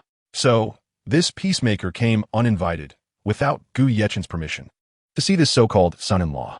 Before the assessment, he had already seen Gu Yechen's appearance and physique. Apart from his poor fashion sense, his demeanor and character seemed fine. Although a bit reserved, he was still a notch above the sycophants around him. The peacemaker smiled slightly. The assessment was nearing its end, and the results could already be concluded. He shifted his steps to leave, as he still had some official business to attend to. He wasn't as leisurely as Generals Kai and Kong, who were practically growing mold. On the high platform, Sun Bu had not noticed Gu Yechen's abilities, but was focused on the little girl from the martial soul hall.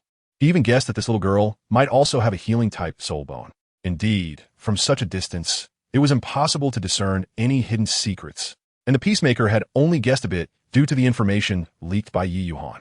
An auxiliary soul master who could weaken the range was indeed the best weapon for leading troops in a battle, not much inferior to food-type auxiliary soul masters. Such a character, if they joined the military, would surely become another renowned general. Time passed, and the results of the competition gradually became clear. Unsurprisingly, Jiao Ying took the championship. Beside him, Wang Li also used a distant view to watch while recording the rankings. Before long, these names and rankings were compiled into a table by Wang Li. Table content. First, Jiao Ying, level 29. Second, Zue Wuqing, level 20. Third, Kai Xiang, level 29. Fourth, Gu Yechen, level 20. Fifth, Kong Long, level 29. Sixth, Wang Ba, level 27. Seventh, Yu Xiao, level 27. Eighth, Douluo, level 27. Sun Bu did not look at the table, but he watched the live broadcast and was surprised that with Kong Long's nephew's strength, he could only settle for 5th place. The competitors ahead were not simple. Well, I didn't expect that all the top 8 freshmen this year would be so strong. The 3 committee members of the academy will probably be excited again. Sun Bu thought to himself, if their soul power levels weren't a bit lower, they could completely rival the members of the Royal Academy's second team. Just then, a guard from the academy approached Sun Bu's high platform and quietly whispered something in his ear. Ha ha ha ha. Good. Wonderful. After hearing the news, Sun Bu chuckled to himself and directly rewarded the doorman with 10 gold soul coins. The doorman was not supposed to be on duty today, but he still made the effort to come down from the mountain to deliver the message, which shows he was there for the reward. Major announcements in the academy are usually posted on the bulletin board, but some teachers, due to urgent matters, may miss the information, leading to the doorman taking on part-time work on his day off. Anyone related to the announcements is selectively informed, and even if those individuals return to the academy, they will still be aware of the news. However, time is money. Knowing in advance about significant events related to the academy can lead to rewards if one is in a good mood. Sun Bu stroked his mustache, his expression brightened, and he raised his hand, saying, "You've done well. If there's any good news about me in the future, let me know first, and I'll give you another 10 gold soul coins." The doorman nodded and bowed. "I understand, Teacher Sunday. I figured since you were assessing students here, you might not have time to return to the academy, so I hurried over to inform you." Sun Bu nodded. "You can go now." "All right." The doorman left with the 10 gold soul coins, his smile wide. This was the largest reward he had received since taking on part-time work. After the doorman left, Sun Bu finally composed himself, and his expression turned serious. He tilted his head and asked Wang Li, who was tallying the soul information nearby, "Ali, do you want to become a special level teacher at the Royal Academy, like Team Leader Qingming?" "The opportunity has come." Wang Li nodded earnestly. "I do." Then he asked with confusion, "Teacher Sun, do you have some connections?" Sun Bu smiled. Becoming a special level teacher can't just be achieved by desire. You have to prove yourself with actual actions. I have already helped you apply for an internship teacher position at the Education Committee. It won't be long before you can officially teach students. Transitioning from an internship teacher to a formal teacher and then to a special level teacher is a lengthy process. But there is one way to achieve it quickly. "What way?" Wang Li asked, puzzled. Sun Bu pretended to be mysterious. "Do you remember the Royal Preparatory Team I mentioned to you? Years ago, I proposed this plan to the Education Committee, but it was rejected every time, so I had forgotten about it. This time, for some reason, they approved my previously proposed plan and announced this significant decision on the bulletin board. If it were a few years ago, I would have been more eager, but unfortunately, I am past middle age and no longer have the energy to lead. You, however, are young and your talent is not inferior to anyone else's. At just 21, you have already reached the 44th level of soul rank. With your talent, leading the Royal Preparatory Team is more than enough. You know, I only have you as my prized disciple, so I intend to cultivate you. The leader of the Royal Preparatory Team must be you." The Royal Preparatory Team is essentially the backup team for the first and second teams of the Royal Academy. In the past, substitutes were chosen solely based on soul power, and they had not undergone long-term training together. So when it came to actual team competitions, they performed worse than those with lower soul power but better teamwork. Therefore, to ensure that substitutes also develop good team awareness and special camaraderie, the Royal Preparatory Team naturally came into being. You can choose members for the Royal Preparatory Team from this year's new students, but it's best to select the top 10 from this assessment, as this assessment can truly represent their development potential. Wang Li scratched his head, puzzled. Teacher, how many members can a Royal Preparatory Team have? Sun Bu thought for a moment. I think it might be 8 or 10. Since this plan has been around for so long, I can't remember clearly. For now, choose 8, and when you get to the academy and see the announcement, if it turns out to be 10, you can select additional members later. Banli Nudda, understood. I will definitely work hard to lead this team and advance to the special level teacher rank as soon as possible. Wang Li was confident because he was an experienced substitute player, having once competed against the Spirit Hall team. Although they suffered a crushing defeat, he gained valuable experience from it. Sun Bu, however, shook his head and said seriously, Ali, I've just opened a back door for you, but you mustn't rush things. Even if you take shortcuts, you can't make big strides. Otherwise, all your efforts will be in vain. Of course, if you want to become a special level teacher, you must achieve some results. Just talking won't cut it. I want you to learn how to lead the members of the Royal Preparatory Team to participate in the Great Soul Arenas competitions and obtain at least 1 Silver Soul badge, while the other members should all get Copper Soul badges. Let the 3 members of the Education Committee see that our Royal Preparatory Team members are not inferior to those in the first and second teams of the Royal Academy. If all goes well, at the end of the year, our Royal Preparatory Team will have a friendly match with the Royal Academy's second team. So make sure not to lose too badly. Wang Li nodded. Don't worry, I'll take care of it.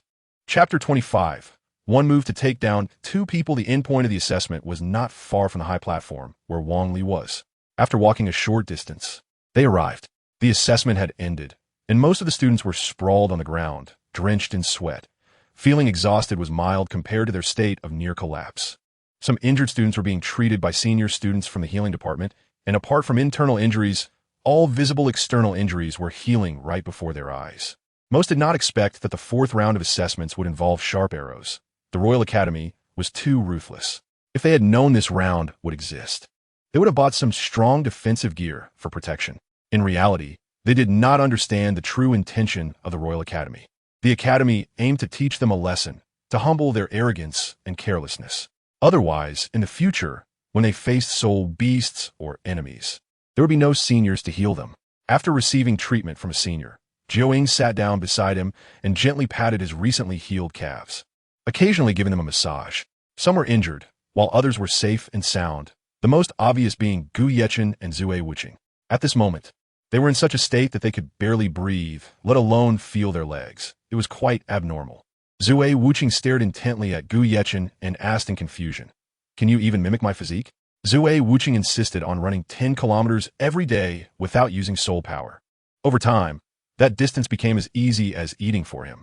His real limit was running 40 kilometers without using soul power before he would start to breathe heavily. If he used soul power, his speed would be even more ferocious and rapid. Zue Wuqing's speed was unparalleled. But that was just the tip of the iceberg of his abilities. His strength and defense were equally terrifying. Thus, his physique was rarely matched by peers, and those who came to know him would praise him as a fierce person who had literally trained himself to baldness. Of course, Jiaoying liked to call him Dead Bald Donkey. Looking at Zue Wuqing's eager inquiry, Gu Yechen smiled. Aside from your martial soul's mysteries, I can mimic anything. If I hadn't exhausted my soul power, I could even imitate your bald head. The unfeeling figure coldly snorted. Humph, such despicable tricks. If it weren't for my soul power level being only at 20, do you think I would lose to that little girl in front? You helped her win against me, but that doesn't mean you have defeated me. This time, we are at a stalemate. If you can defeat me with your true abilities, then you will have the right to earn my recognition. Otherwise, you will forever be nothing but a lowly street clown. You can only rely on my halo. Even if you enter the Solemn Hall, you will still just be a clown for others to amuse themselves with, and you will never become a master-level figure. Gu Yechen was about to retort that he didn't need his approval, that he only needed to approve of himself, and why should he care about others' opinions? However, the beautiful little lowly took action first. Zue Wuqing's words were overheard by the nearby Jiaoying, who rolled her eyes and angrily walked up to Zue Wuqing, saying, "You bald donkey, who are you calling a little lowly? I'm much older than you, and if I'm not over 16 yet, just call me Sister Jiuying. Don't be fooled by my petite size. Do you believe I can take you down in no time? That big brother just gave you some face. And you're getting cocky, huh?" A Gu Yecheng swallowed hard. This beautiful little lowly acted quite strangely. After promising something, there was no reward at all. Of course, Gu Yecheng wouldn't have the cheek to ask for it. Whether she gave it or not depended on her mood. The main issue was her age. She looked like a lowly, and if she really was over 16, why would she still call herself Big Brother? That didn't make sense. You said you want to take someone down? Zue Wuqing, unwilling to back down, clenched his fists, producing a creaking sound as if he suffered from severe osteoporosis. He then shook his head and pressed his hands against his lower back, making popping sounds as if he had a serious lumbar disc issue. After that, Zue Wuqing slowly extended one palm, facing upwards and slightly bent, beckoning to Jiuying. Zue Wuqing, Martial Soul, 7-colored auspicious cloud, level 20 battle soul master. Please give me guidance.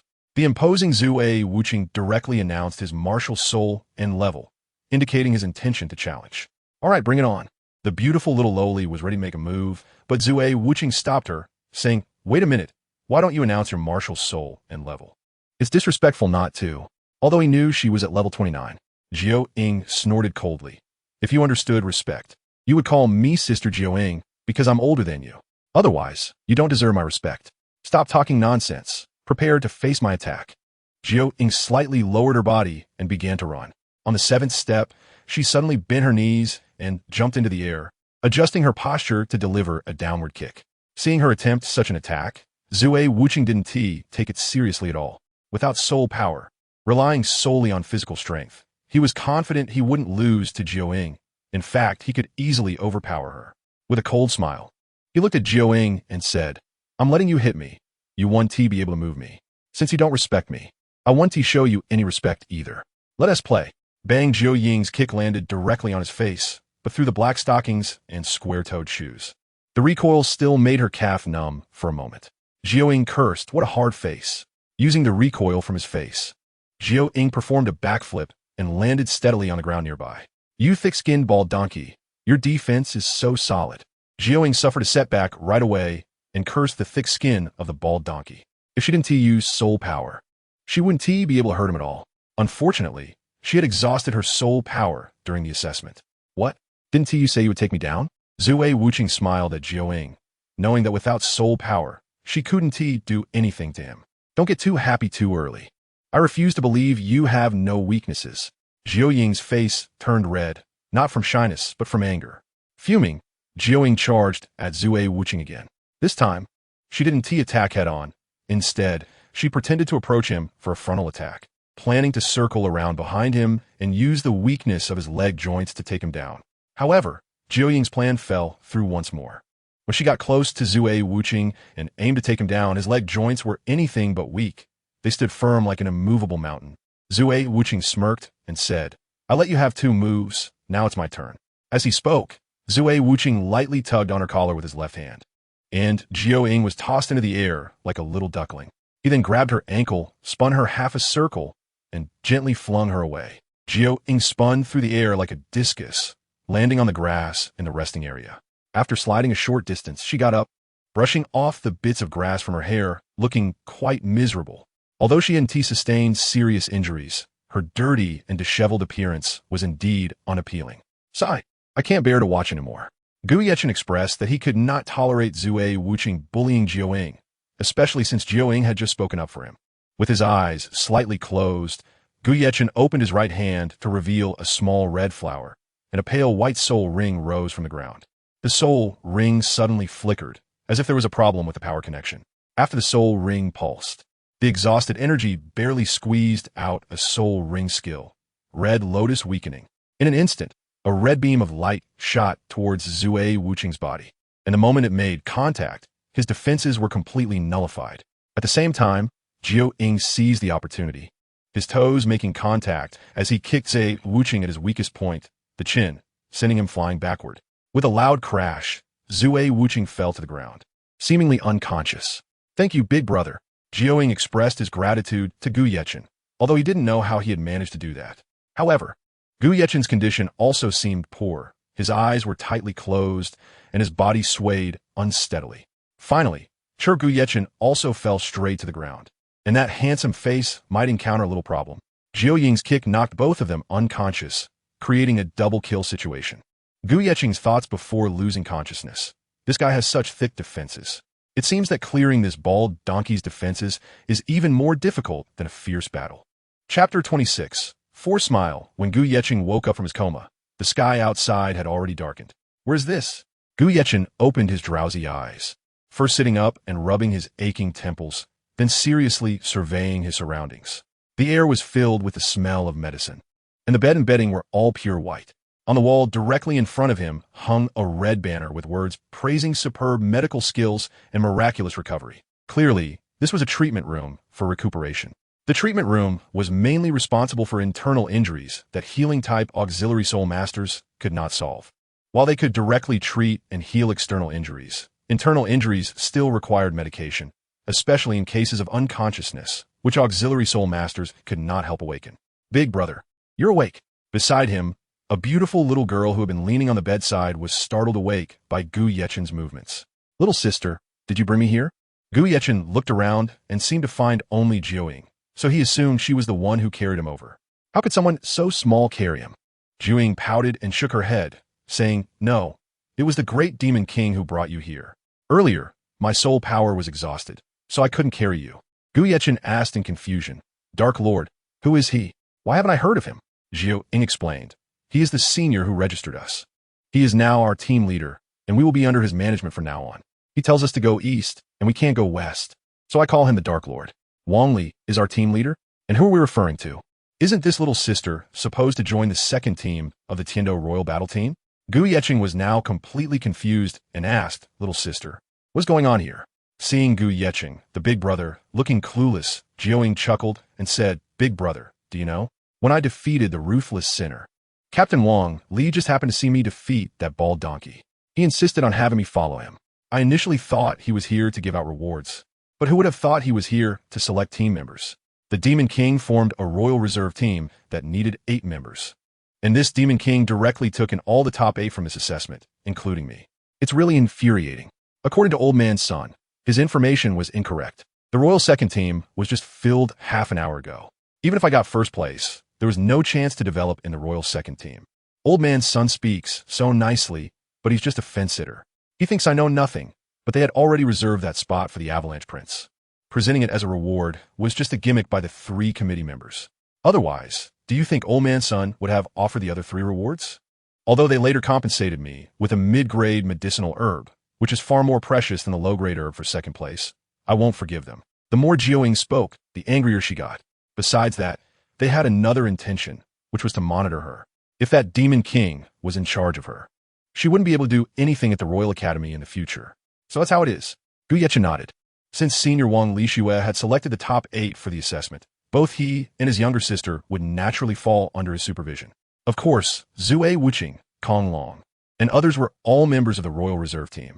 By the way, big brother, this is your reward. Here. Jiao Ying took out a bag filled with gold soul coins from her exquisite bracelet, raised her short, fair arm, and handed the gold soul coins to Gu Yechen. Thank you. Gu Yechen was indeed short on money right now. 100 gold soul coins were very important to him. With them, he wouldn't have to go hungry anymore. He was about to reach out for the bag filled with gold coins, but when he saw Jiao Ying's delicate and adorable face, reminiscent of a porcelain doll, he couldn't help but pause. Has she really surpassed 16 years old? Taking advantage of Gu Yechen's distraction, Jiao Ying's small wrist moved lightly, and Gu Yechen suddenly found himself grabbing nothing. Jiao Ying smiled and said, I haven't even used my soul skill yet, and you're already like this. If I were to use my soul ring skill, you wouldn't even have a chance to make a move. One of Jiao Ying's soul ring skills, enchantment, can make any male lose their rationality. Of course, their level cannot be more than 1 major realm higher than hers. Otherwise, the effect of the enchantment skill will weaken or even disappear. Gu Yechen awkwardly wiped his forehead and said, Little sister, it's not what you think. I have a question that's been bothering me for a long time, and I hope you can answer it. Why do you like to give nicknames to others? But you only call me big brother?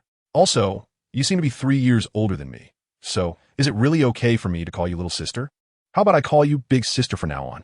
Jiao Ying pouted and shook her head angrily. No, I only want to be a little sister, not a big sister.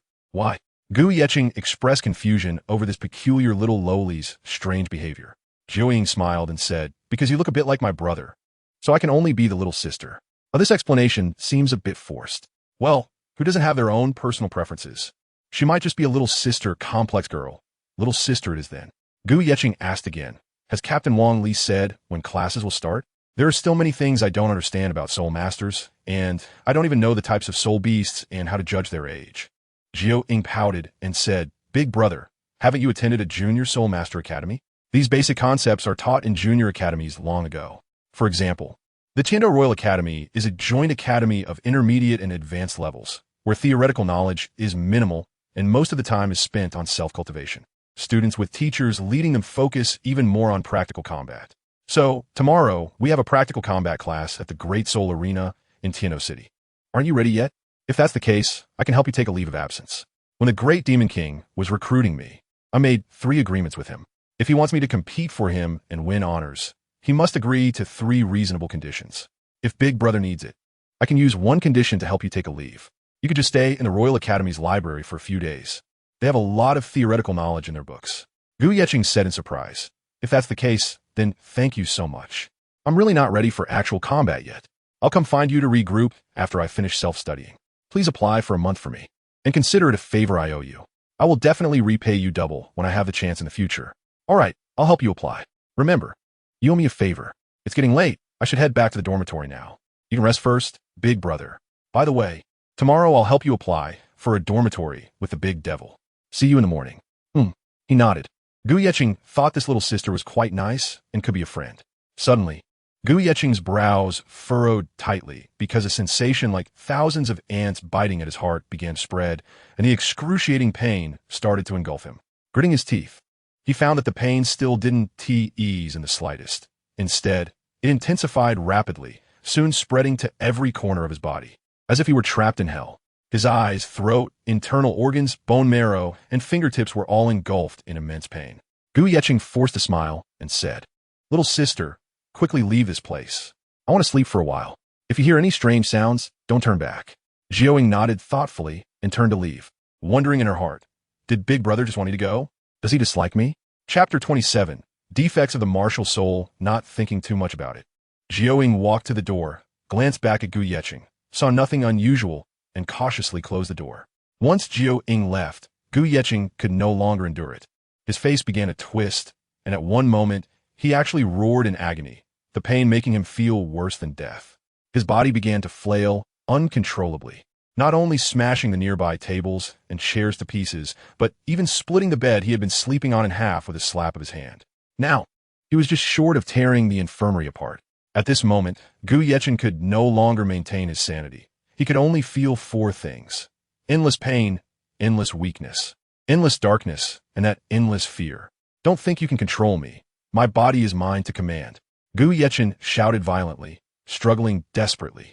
He didn't want to be bound in that dark, hellish place any longer, where the pain would be 1,000 times worse than his current state. He absolutely could not compromise. He took out a dagger and slashed it across his arm, blood gushing out. To stop the pain with pain was the only method he could think of at the moment. If it were just this action, it would definitely be useless. But it allowed him to smell the scent of blood, and at the same time, his hazy mind would clear up a lot. He dropped the dagger and slumped to the ground, huddling in a corner nearby, starting to tremble. Aside from the fact that he couldn't help but shout out just now, he had been forcing himself to grit his teeth and endure as much as possible. This was the side effect of the Hell Red Lotus martial spirit. Martial spirits above the king level were not easily obtained. The flower goddess had warned him during the transmission of the martial spirit. Every night at midnight, this kind of symptom would occur, and when it flared up, it wouldn't distinguish between friend and foe. On the way with Ling Ling, he always made excuses to slip away for a while, and when he returned, Ling Ling would find him looking disheveled. Therefore, before each outbreak, he would leave and bind himself tightly to avoid accidental harm. But this time, he forgot the time due to the fainting. Damn it, what kind of curse is this? At this moment, Gu Yeching could hardly speak, only able to curse silently in his heart.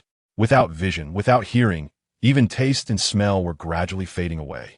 Apart from touch, he had almost lost all his senses. But the pain from touch was magnified dozens of times. Unable to seek life, unable to seek death. With his disheveled hair, he curled up in a corner, silent, lacking even the courage to stand up, as his will was being eroded at this moment. At one point, his slightly drooping neck moved slightly, as if his throat was rolling. Then, Gu Yecheng suddenly raised his head, his black pupils filled with red light, and in the next moment, they turned blood red. Vision restored, hearing restored, everything returned, except for his will. He sat there in a daze, unable to do anything, like a puppet without thoughts. Meanwhile, Jiuying, walking in the corridor, seemed still worried about Gu Yecheng. Big brother, he must be hiding something from me. Driven by curiosity, Jiuying turned back to the infirmary. She wanted to know what had happened to Gu Yecheng. Creak, Jiuying gently gripped the handle and pushed open the infirmary door, peeking inside through a small gap. The items inside were scattered, the bed and chair were damaged, and there was a dagger on the floor along with a pool of blood. The pungent smell of blood filling the entire room. Jiuying was alarmed. Could it be that this big brother is trying to commit suicide because of heartbreak? She hurriedly pushed open the wooden door and quickly stepped forward. However, when Jiuying had walked halfway, she sensed something was off and stopped in her tracks. What a terrifying gaze. At this moment, Jiuying had regained most of her soul power. She could sense whether there was danger around. And Gu Yecheng gave her a sense of death's threat. There was killing intent. Jiuying watched him warily and slowly backed away, muttering, he is becoming more and more inscrutable. Gu Yecheng gave Jiuying a legendary feeling, especially with that unique martial spirit that could weaken others. Not only could he mimic others' abilities, but he could also transfer their powers. Such a martial spirit was far from a supportive role described in Captain Wang Li's team chart. It was a highly destructive, offensive martial spirit. Besides Wu Qing and Jiuying, the other team members probably thought Gu Yecheng was just a minor character who got lucky to reach the top 4. When selecting the team leader, even Captain Wang Li personally stated that Gu Yecheng was merely a support soul master, and while his weakening ability had some effect, he would be of little use in the future. Therefore, the selections for the captain and vice-captain would have nothing to do with Gu Yecheng. Unless something unexpected happened, the captain and vice-captain would be chosen from Jiuying, Kai Xiang, and Kong Long, as they were already at level 29. Wu Qing was also decent, but after Wang Li saw Jiuying kick him unconscious, his impression of him plummeted. He didn't expect him to be so weak. Nevertheless, he was the second place in this assessment, so it was accepted.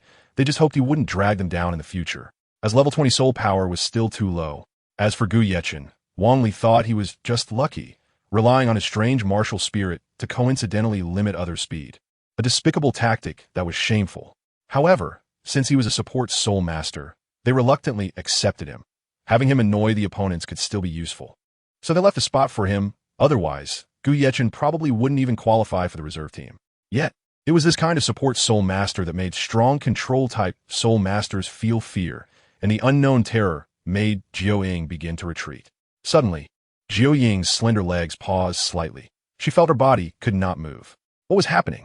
Jiuying frowned, realizing something was wrong. Oh no, my body is frozen. What should I do? What kind of power is this? At this moment, Jiuying felt like a lamb to the slaughter, without using her beast martial spirit. Her defense was very low, even worse than during the assessment.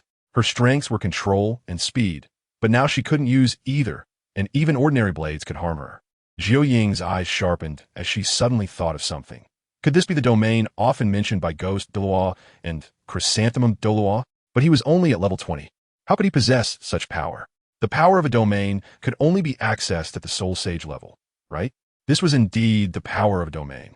But with Gu Yecheng's 20-level soul power, the coverage radius was only 10 meters, just the distance of this small infirmary room, and Jiuying had mistakenly wandered in here. At this moment, Gu Yecheng had no thoughts, perhaps only a sense of awareness. He would kill any life within his 10-meter range, including mosquitoes, rats, and ants, because this domain was also known as the Death Domain. Seeing Gu Yecheng's eyes filled with a crimson bloodlight, Jiuying knew that he was not truly himself at this moment and must have been controlled by someone. Gu Yecheng picked up the dagger from the ground and slowly approached, ready to stab her. Jiuying cried out, "Big brother, don't." Chapter 28. A groundless rumor at the moment of crisis. Gu Yecheng, holding the dagger, paused slightly, and the red light in his eyes dimmed a bit, as if his corrupted thoughts were returning to normal. In an endless space devoid of light, Gu Yecheng's transparent body was bound by chains formed by vines. This was the Sea of Souls, a place 1,000 times more painful than the outside world, where his will was trapped, enduring endless fears of the dark night. suffering from endless fiery burns, enduring endless icy torments, and bearing the impact of endless mental assaults. Pressure, fear, torment, and the breath of death. These were the four most direct sensations here. There was no concept of time and space. Gu Yecheng's body, bound by vines, moved slightly as he raised his head to gaze at the only twinkling star in the endless night. Lingling, is that you? Gu Yecheng's lips twitched slightly as he thought to himself, no, I absolutely cannot hurt Lingling, even if it means staying in this hellish place forever and enduring inhumane torment. I cannot let you be in danger.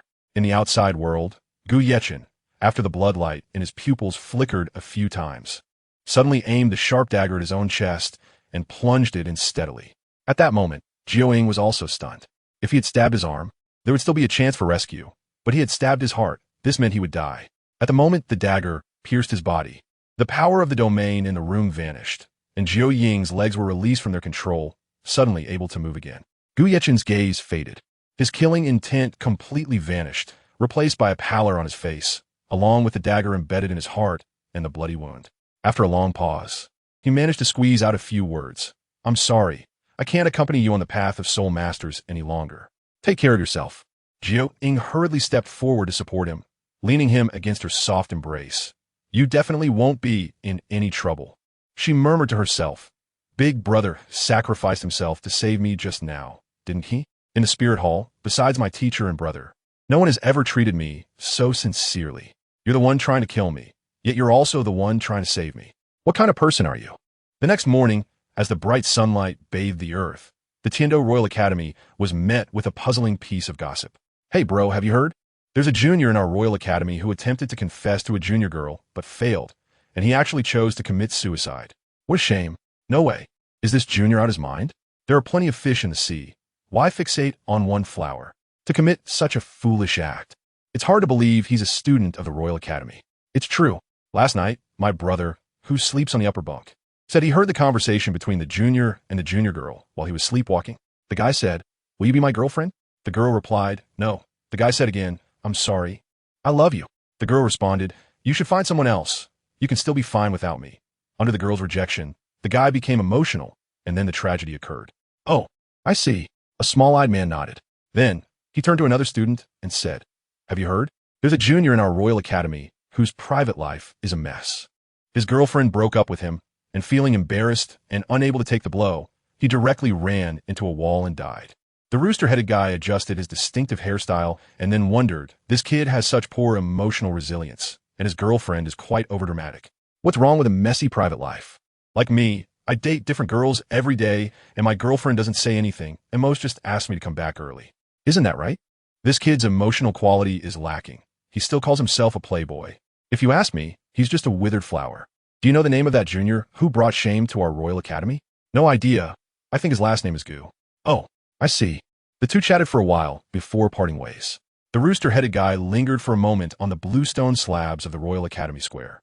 Since the secret was too explosive, he needed to find someone to confide in. As for his daily dating claims, those were just boastful fabrications. The rooster-headed guy hesitated for a moment. No, I need to find someone to talk about this. It's too uncomfortable to keep it to myself. Just then, he spotted two figures in the square that looked like a young couple. He rushed over and stopped them.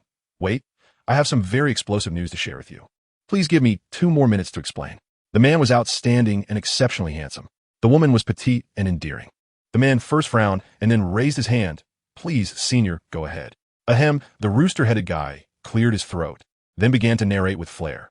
I'm sure you two haven't heard yet, but there's a lovesick fool from our Royal Academy. A guy with the last name Gu fell in love with a very beautiful junior girl. Last night, he failed to confess, and, to prove his true love, he jumped into the river. For a girl as beautiful as a fairy, he not only held a grand confession ceremony, but even sacrificed his most precious life for his goddess. Such a touching and heroic story is exactly what we celebrate in love stories. But the handsome man beside him curled his lip and looked at the petite figure at shoulder height, asking, Jiuying, do you believe in that nonsense he just said? Jiuying smiled sweetly. Of course I believe it. Why wouldn't I? I think they will definitely have a perfect ending, right? Gu Yecheng shook his head helplessly. There's really nothing I can do about you. Think whatever you want, but they won't have any results anyway. Thank you for applying for the dormitory for me. I'm going to the library now, so let's part ways here. No need to see me off. I'll come back to find you in a month. Jiao Ying pouted her lips, obediently nodded, and silently looked at Gu Yeqing. Then, both turned around and brushed past each other. At that moment, time seemed to stop. Both recalled the scene from last night. Jiao Ying held Gu Yeqing, whose breath was gradually fading, and tears began to fall from the corners of her eyes. He was the second person she could sense a martial soul connection with. Besides her brother, her martial soul could also merge with Gu Yeqing's. This meant that they could perform a martial soul fusion technique together. It is known that the probability of martial soul fusion on this continent is extremely low. Among millions of people, one might encounter the only you, which is why she always referred to him as Big Brother. However, Gu Yeqing lacked sufficient knowledge and did not realize that this connection was a sign of martial soul fusion. He thought it was the ability of the Hellfire Lotus. Why can I sense another person's emotional fluctuations, and yet she is not Ling Ling? Jiao Ying's tears gradually awakened Gu Yeqing from the endless darkness. Wake up. I won't allow you to die. For some reason, he felt a very strong life force pouring into his exhausted body, and his bodily functions and wounds were recovering rapidly. When he finally opened his eyes, what he saw was a scene of devastation and chaos, along with the pitiful sight of Jiao Ying. Stunned for a moment, Gu Yeqing realized that the voice he had just heard in his heart had come from her. Chapter 29. The Ocean of Knowledge. Gu Yeqing looked at Jiao Ying in surprise, while Jiao Ying also looked at Gu Yeqing with curiosity. Not to mention how his life-threatening injuries managed to heal.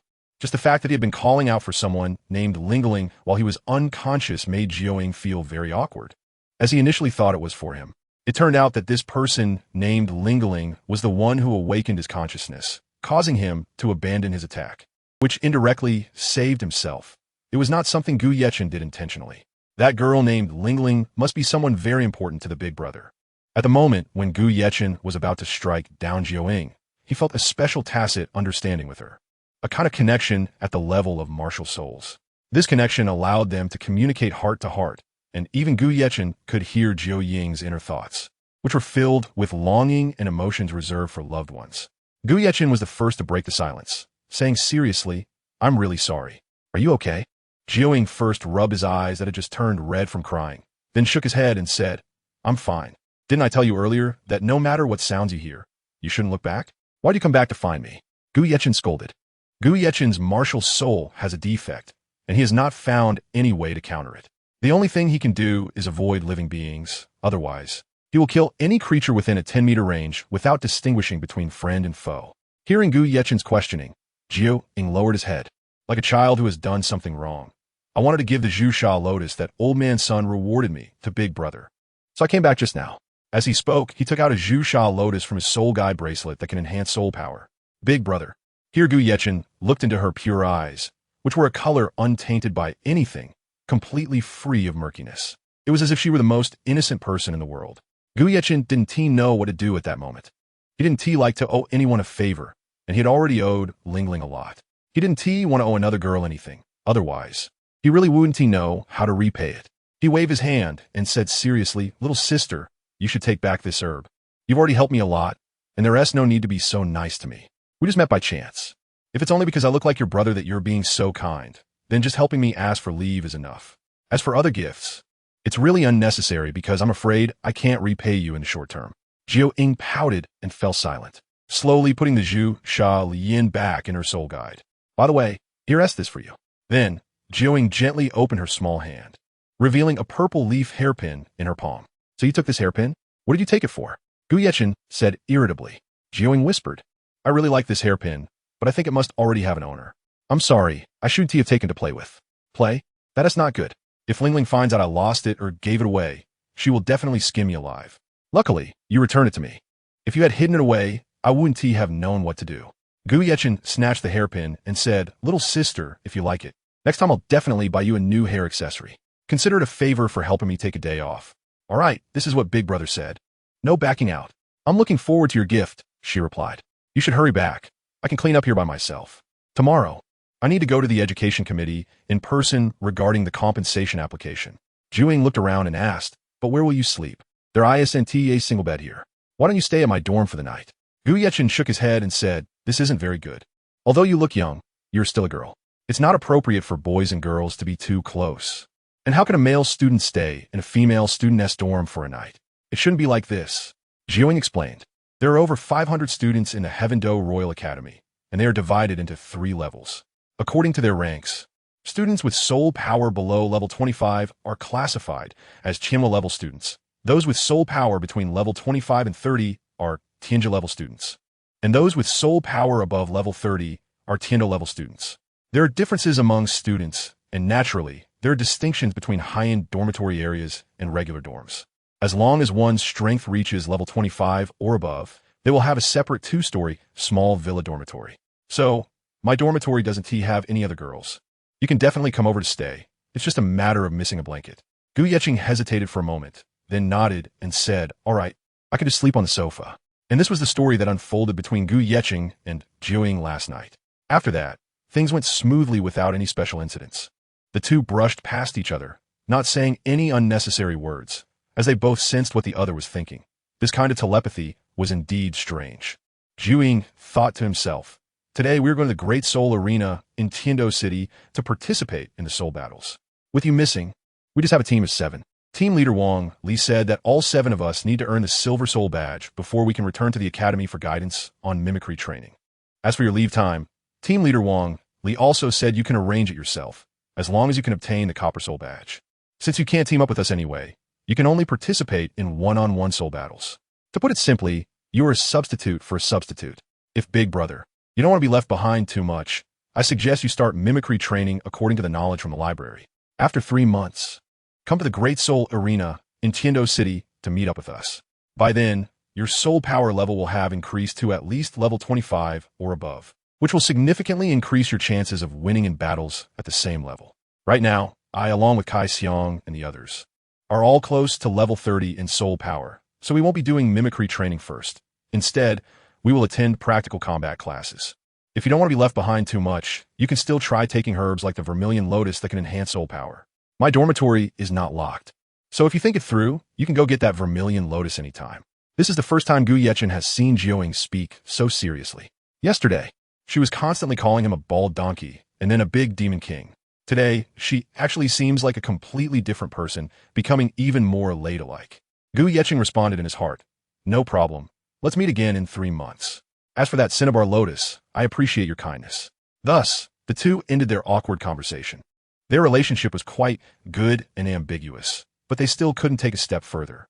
After Jiuying left, Gu Yeqing also went up to the library on the 2nd floor, a place filled with a sea of knowledge. As soon as he entered the library, he saw a few people standing by the shelves, selecting the books they wanted to read. Some were rude and reckless, choosing books randomly just to accompany their female companions. Some kept their heads down and remained silent, their expressions focused, clearly immersed in a sea of knowledge. Others were refined, sometimes focused, sometimes relaxed, exuding an air of nobility. At the counter on the left side of the library sat an old man who appeared to be around 60 or 70 years old, with noticeably gray hair at the temples. Gu Yeqing sensed through his martial soul that the old man in front of him was a soul king with a level above 50. Chapter 30. Trouble knocks at the door. He politely stepped forward to greet him, registered his name, and received a library card. After that, Gu Yeqing walked towards the bookshelf where the books were stored. The left shelf mostly contained books related to soul beasts, while the right shelf was about soul masters. Gu Yeqing needed to catch up on both soul beasts and soul master knowledge. He glanced at the book titles, most of which were of the same type. He first selected a book about mimicry training, then picked up a catalog of martial souls, and finally got a catalog of soul beasts. The 3 books he held were Mimicry Training Environment, Soul Master Martial Soul Catalog, and Soul Beast Species Catalog. Finding a secluded seat, he gently opened the books and began to savor them carefully. Time passed quickly, and Gu Yeqing was completely unaware, even forgetting about lunch. He still couldn't grasp the book on mimicry training, as there were many profound and difficult concepts, such as the operation of meridians and the body's mimicry adaptability. To fully understand the book on mimicry training environments, he would still need to refer to other books and seek guidance from teacher. Otherwise, he couldn't master it at the moment. The Soul Master Martial Soul Catalog and Soul Beast Species Catalog were much simpler. These were originally textbooks for junior Soul Master academies, so they posed no difficulty. In addition to textual explanations, they also included illustrations. The illustrations of martial souls and soul beasts in the books were depicted very vividly, as if they were alive, and there was an introductory explanation below mainly about the development direction of soul masters and the types and ages of soul beasts. From his understanding, soul beasts were categorized into 10 years, 100 years, 1,000 years, 10,000 years, and 100,000 years. When they died, the corresponding colors of their soul rings were white, yellow, purple, black, and red. At the same time, Gu Yechen also realized that martial souls were not only classified by type, but also by strength. A good martial soul had already won at the starting line. According to the book, there were many low-level martial souls, with the most representative being the blue-silver grass martial soul. A slightly better option was item-type martial souls and farming tool-type martial souls, which appeared to have attack power, but without awakened soul power, they were equally worthless. A step above were medium-level beast martial souls, such as the lone wolf martial soul of the great soul master Su Yuntao. The probability of awakening soul power with such a martial soul was quite high, but the initial soul power would be very low, leading to a slow cultivation speed. High-level martial souls and top-tier martial souls had relatively fast cultivation speeds. However, top-tier martial souls were rare, not exceeding 30 types. In today's world, the most representative were the inherited martial souls of some prominent families and great sects, all of which were incredibly powerful. There were indeed many high-level martial souls. As long as one was diligent, they might not be much worse than top-tier martial souls. In the soul master community, high-level martial souls like Kong Long and medium-level martial souls like Su Yuntao accounted for over 95% of the population. Since it was difficult for low-level martial souls to awaken soul power, and top-tier martial souls could only be inherited through the bloodlines of great families, the dominant theme of this continent remained a realm of medium-level and high-level martial souls. The two great empires were the most representative. Although their royal martial souls were not top-tier, they knew how to manage and utilize them. Gathering all those with medium to high-level martial souls together would not be much inferior to those great families and sects with top-tier martial souls. Generally, the quality of martial souls was proportional to the initial soul power value. The higher the martial soul grade, the higher the awakened initial soul power value, and the faster the cultivation speed. Of course, there were also individual cases of special mutations. Gu Yechen was very smart. While reading, he reflected that while absolute strength was indeed powerful, the power of unity should not be underestimated. However, when Gu Yechen came across a particular passage in the book, he was instantly stunned because the statement was not entirely accurate. Innate full soul power was the highest soul power at the awakening of martial souls, and no one had ever broken this limit. Yet, he was innate level 20. If the author of the book knew about this, they would surely rise from the grave to see this exception. He frowned slightly, slowly closing the book, and closed his eyes for a moment. No wonder Yi Lingling's mother advised him to keep a low profile.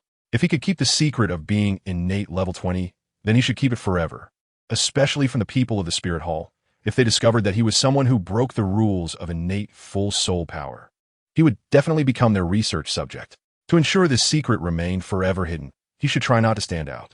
Otherwise, one day, this secret would be discovered by others. Moreover, he could not touch the testing crystal ball because there was a doubt. He simply could not light up the testing crystal ball. As a student of the Tiando Royal Academy and a registered soul master of the Spirit Hall, if others found out that he couldn't even light up the testing crystal ball, suspicion would surely arise. Even if one or two people didn't notice, eventually, as more people saw him, suspicion would inevitably fall on him. Therefore, he should avoid touching the testing crystal ball to prevent unnecessary trouble. Not wanting to think further, he was here to read, so he naturally wouldn't waste time. As the sky gradually darkened, Gu Yechen felt hungry, so he stopped reading and prepared to leave. He hadn't finished the book, so he would have to apply to take it back to the dormitory. Just as Gu Yechen stood up with the book, a sharp, mocking laughter came from beside him. Haha, this is hilarious. Look at what that kid is holding. It's a picture book of soul bee species, haha. It's actually a cartoon book with pictures. I stopped reading this kind of book in my second year at the Junior Soul Master Academy, and he's still reading this stuff. What a country bumpkin. The person speaking was named Qin Shou, the rude person Gu Yechen had noticed when he entered the library. It was obvious that he wasn't there to read, but just to accompany his female companion. His appearance was somewhat sleazy, with dark circles under his eyes and a lewd gaze. To Gu Yechen, he simply felt like a country bumpkin. He mostly recognized the people from the academy, and this unfamiliar person was clearly a junior. Qin Shou chuckled at his female companion and said, "Hello, I told you I'm not the worst person in this library. You didn't believe me, but now I've caught a live one. Haven Ti?" The person named Douluo looked at this annoying fly with some disdain, but due to his strength and background, she felt embarrassed to refuse him. He almost followed Douluo every day. Any woman he set his sights on, he would definitely want to possess. Chinsho had read today, too. But he was looking at some subtly suggestive materials that only experienced people would understand, ready to get on board at any time. Gu Yechin glanced sideways, but ignored it. Stepping forward, he could accept others' ridicule. After all, he had gone through this 7 years ago. However, Chinsho was not pleased and shouted, "Kid, stop right there. You must be a new junior, just in time because I need someone to fetch bowls and serve tea. You look like a fool, so come follow me." Gu Yechin paused for a moment, ignoring him and continuing forward. He didn't want to be the kind of person who fawns and flatters others. Although it might bring him many benefits, it would cost him his self-respect. "Hey kid, I called you, didn't you hear me?" Chinsho was furious. It was an honor for Gu Yechin to be taken in as his little brother. In the academy, it was mostly about forming cliques, and someone like him, a lone wolf, was bound to be bullied. To his surprise, the other party not only refused to come flatter him, but also acted aloof, looking quite arrogant. When Douluo saw Chinsho about to bully the newcomer, she tugged at his sleeve and said, "Chinsho, don't bully your classmates casually. This is the library, and the administrator is here." Chinsho laughed heartily. "Don't you know the administrator is on my side? What happens here one tea leak out? And do those reading here dare to report me for bullying classmates?" With that, he chased after Gu Yechin. Douluo saw the situation was dire. Unable to stop Chinsho, she shouted, "Classmate, run." Chapter 31. The Biased Administrator Run? When Gu Yechin heard this, he stopped. It was one thing to avoid trouble, but running was absolutely out of the question. Soon, Chinsho reached in front of Gu Yechin, blocking his way and saying, "Didn't you hear me calling you just now? Try walk away again." Looking at the lewd man jogging over, Gu Yechin felt particularly disgusted. Although Gu Yechin's temper was generally mild, hearing the other party refer to himself as old man made him clench his fists and coldly say, "Who do you think you are, old man? Oh, what's wrong? Are you getting angry? I'm your old man. Taking you in as my little brother is your honor. Let me ask you, what were you acting all high and mighty about just now?" Chinsho was used to bullying people. After all, he had many little brothers and a lot of backing. However, Gu Yechin was no pushover either. He had endured great suffering to become a soul master. The other party would never understand what it was like to endure torment in hell. He had to go through it every night and still maintain a smile the next day. But at this moment, he didn't want to keep a low profile anymore. His gaze was incredibly cold, sharp like a piercing ice dagger, making Chinsho tremble involuntarily. Gu Yechin said, "I'll give you a chance to leave. Otherwise, don't blame me for being rude." Although Chinsho was startled by Gu Yechin's gaze, even feeling his legs weaken a bit, he couldn't embarrass himself in front of the woman he liked who was watching from behind. Who is Chinsho? He is the boss among the Tianwei level students. Moreover, he is a second-ring battle soul master with a soul power level of 25. Gu Yechin is just a new junior. How much soul power could he have? That intimidating gaze is probably all he's got. His combat ability must be weak. Chinsho pretended to be calm and said, "What if I block your way? If you have the ability, come and fight me. Can you beat me? Do you dare to strike me? To tell you the truth, I'm not someone you can afford to provoke. Dare to touch even a hair on me and see what happens." Gu Yechin directly slapped him and complained, "Stop chattering. If you're going to hit me, just do it quickly.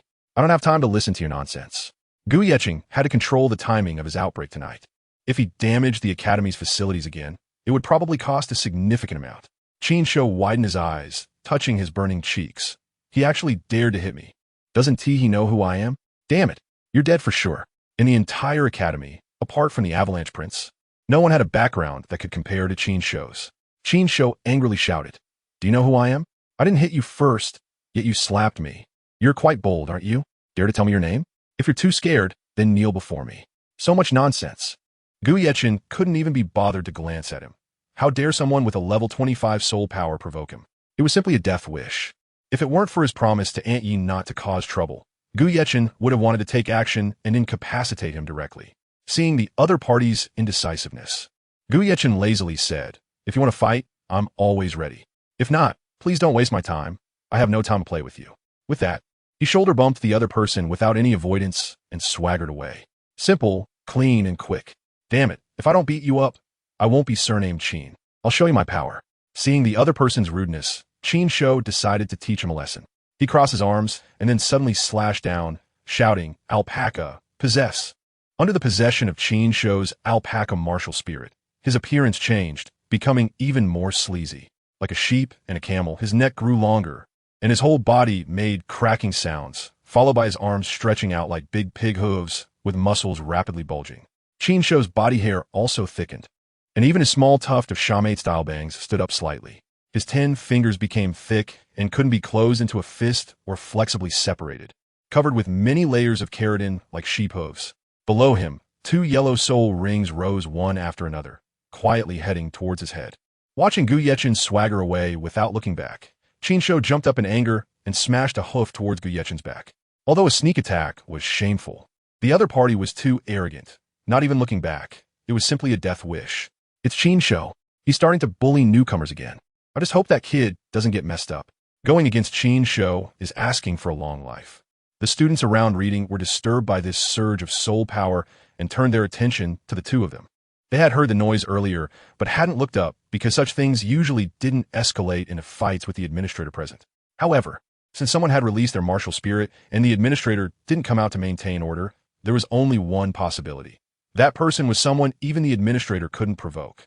Only then did everyone realize the seriousness of the situation. It was likely going to turn into a real fight. Some people hurriedly left, while others prepared to stay and watch for a while, and a few fence-sitters were wondering whether to help Qin Shou beat up Gu Yechin. After all, Qin Shou held quite a reputation in the academy, and many who formed cliques would owe him a favor. It wouldn't hurt to gain some goodwill. Just as Gu Yechin felt the gale of a hoof approaching his back, a slight smile appeared on his lips. A white soul ring suddenly surrounded his body, seemingly of the 10th year. Qin Shou was taken aback. When did he? Bang! When Qin Shou's alpaca hoof struck Gu Yechin's back, a cracking sound echoed, and his hoof-like arm seemed to break. However, Gu Yechin remained completely unmoved, as if he were an immovable iron mountain. The rebounding force caused Qin Shou to quickly step back a few paces, then stumble and fall to the ground. How could this be? He hadn't even released his martial spirit, and his physical strength was terrifyingly high. In fact, Qin Shou didn't know that long before Gu Yechin slapped him. His soul power had already been released. Beast martial spirits mostly enhance their attack power by possessing the user. In contrast, weapon martial spirits typically perform attacks through detachment. Especially for plant-type weapon martial spirits, they can release attacks over long distances, 10 meters, 50 meters, or even hundreds of meters away. Gu Yechin's Hell Red Lotus martial spirit is quite special. It can be released silently, and even when released, there are no visible soul rings or movements, as long as he doesn't raise his hand to show others his little red flower and soul ring. He appears to others as a super monster who hasn't even released his martial spirit. The reason Qin Shou's arm broke was that Gu Yechin used the martial spirit's essence, control, to mimic the physique of a student present. That was the physique of a level 30 defense-type soul master. As long as Qin Shou didn't use soul skills to attack Gu Yechin, he couldn't break through such defense. Of course, Gu Yechin's Red Lotus weakening soul skill was also applied to Qin Shou, reducing both his attack power and defense. Although Gu Yechin was merely a support-type soul master, his weakening and mimicking abilities made him equivalent to a strong attack-type soul master. However, the administrator had been watching coldly from the beginning, showing no intention of intervening, which made Gu Yechin somewhat angry. He was a Soul King powerhouse that Gu Yechin currently couldn't mimic. He could only mimic those within a 10-level difference in soul power. If it exceeded 10 levels, he had no way to counter it. Clearly, the administrator was secretly supporting Qin Shou's actions. If he intervened to help, that would be troublesome. Then, what came next was what he thought. A dark green light surged from the old man with graying temples, and shortly after it entered Qin Shou's body. His arm was miraculously restored. Getting up and shaking his arm, Qin Shou laughed. "Haha, I'm all better now." With narrowed eyes, Gu Yechin silently cursed. What a biased administrator. Such a protective person would surely be welcomed if he were on your side, but standing opposite to you, it was quite disgusting. Chapter 32. Xian Iron Arm Guard. Seeing Qin Shou suffer a great loss, the old man stepped forward and said solemnly, "Young man, the academy has clear regulations against fighting in public places. If you want to resolve personal conflicts, you can challenge each other outside the academy. Unfortunately, you shouldn't have caused trouble in the library. This student merely said a few words to you, and you actually thought of seriously injuring him. A ruthless person like you won't be well received in the academy. As a teacher here, I must remind you not to act impulsively. To create a good learning environment in the library and maintain harmony among students, you must set an example. How about this? I think it's better to make a big deal small and a small deal disappear. You should immediately apologize to classmate Qin Shou, and we'll let this matter pass. After all, The Soul King old man was a teacher at the Royal Academy and wouldn't casually intervene, but he had his own views on justice. Gu Yechen glanced at him and said, "Ly, who started the trouble first? I believe you know better than anyone else. I refuse this unreasonable request." The old Soul King spoke as if he was being fair, but everyone knew which side he was on. He didn't say anything before, and only after Qin Shou suffered a loss did he come out to speak fair words, conveniently helping Qin Shou save face and asking Gu Yechen to apologize. Why should he? Gu Yechen said coldly, "I haven't done anything wrong, so I don't need to apologize to anyone. If he is willing to apologize to me, I can forgive his actions just now." That ungrateful guy. The Soul King secretly cursed Gu Yechen for being extremely foolish. Although his own actions were indeed unfair, it was a means of self-preservation. If they clashed again outside the academy, a mere apology wouldn't resolve anything. Anyone who offends Qin Shou doesn't have a good ending. The family behind Qin Shou is not simple. Those students who offend Qin Shou either have to leave the academy to avoid being bullied or suffer serious consequences, such as being incapacitated and not daring to report it. Gu Yechen snorted coldly and said, "I don't know whether it's good or bad, but you're not qualified to host justice." The Soul King's facial muscles began to twitch with anger, and he raised his hand to point at Gu Yechen, saying, "Young man, are you sure you want to do this?" Gu Yechen shrugged indifferently. "Very well, I've given you the opportunity. It's your own fault for not cherishing it." The Soul King nodded. "Classmates, you all saw that I have fulfilled my duty. It is he who refuses to accept my guidance, so I have the right to point out a thing or two to him." Seeing Gu Yechen actually dare to go against his wishes and throw dirt on him, the old man's expression suddenly turned gloomy. Respecting the elderly and loving the young has been a good traditional virtue since ancient times. The other party not only disregarded his elder, but also looked down on the teacher's words. The academy has rules that allow for appropriate punishment for disobedient students. Using a ruler to hit the palm is something only teachers at the Junior Soul Master Academy would do. It is perfectly normal for teachers to take students to practical classes at the Advanced Academy, as long as they are gentle. Even the 3 committee members of the academy would not say anything. Energy was quietly gathering in the old man's palm as he prepared to give Gu Yechen a small lesson, to properly teach him how to behave. While respecting the elderly and loving the young is commendable, being arrogant and taking advantage of seniority, even colluding with others, is somewhat despicable. Gu Yechen also sensed the fluctuations of the opponent's soul power. A Soul King-level administrator was not something he could contend with at the moment. In a critical situation, Gu Yechen had no choice but to use another method. He raised his arm high and said, "Old man, do you see whose arm guard this is? Is this the Shintai arm guard?" The energy in the administrator's hand suddenly disappeared, replaced by a cold sweat. He recognized the original owner of this arm guard, Qin Ming, the youngest Soul Emperor Master at the Royal Academy, and at the same time, he was the most outstanding special class teacher among the Academy's faculty, with the potential to achieve the title of a Douluo in the future. As someone highly regarded by the 3 committee members, a mere administrator like him could not afford to offend. The old Soul King's voice weakened a bit as he tentatively asked, "What is your relationship with teacher Qin Ming?" Gu Yechen slowly lowered his arm and thought to himself, "Indeed, people with a background are treated differently than those without. Those without a background can be easily squeezed like soft persimmons, while those with a background even have teachers who show favoritism." Gu Yechen did not specify what kind of relationship it was, because if it weren't for Lingling acting as a middleman, they really wouldn't have any relationship at all.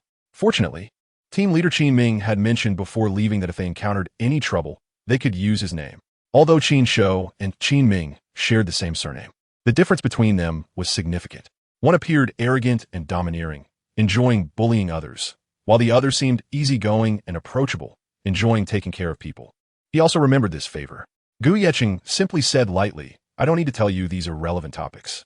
If there's nothing else, hurry up and register these 3 books for me."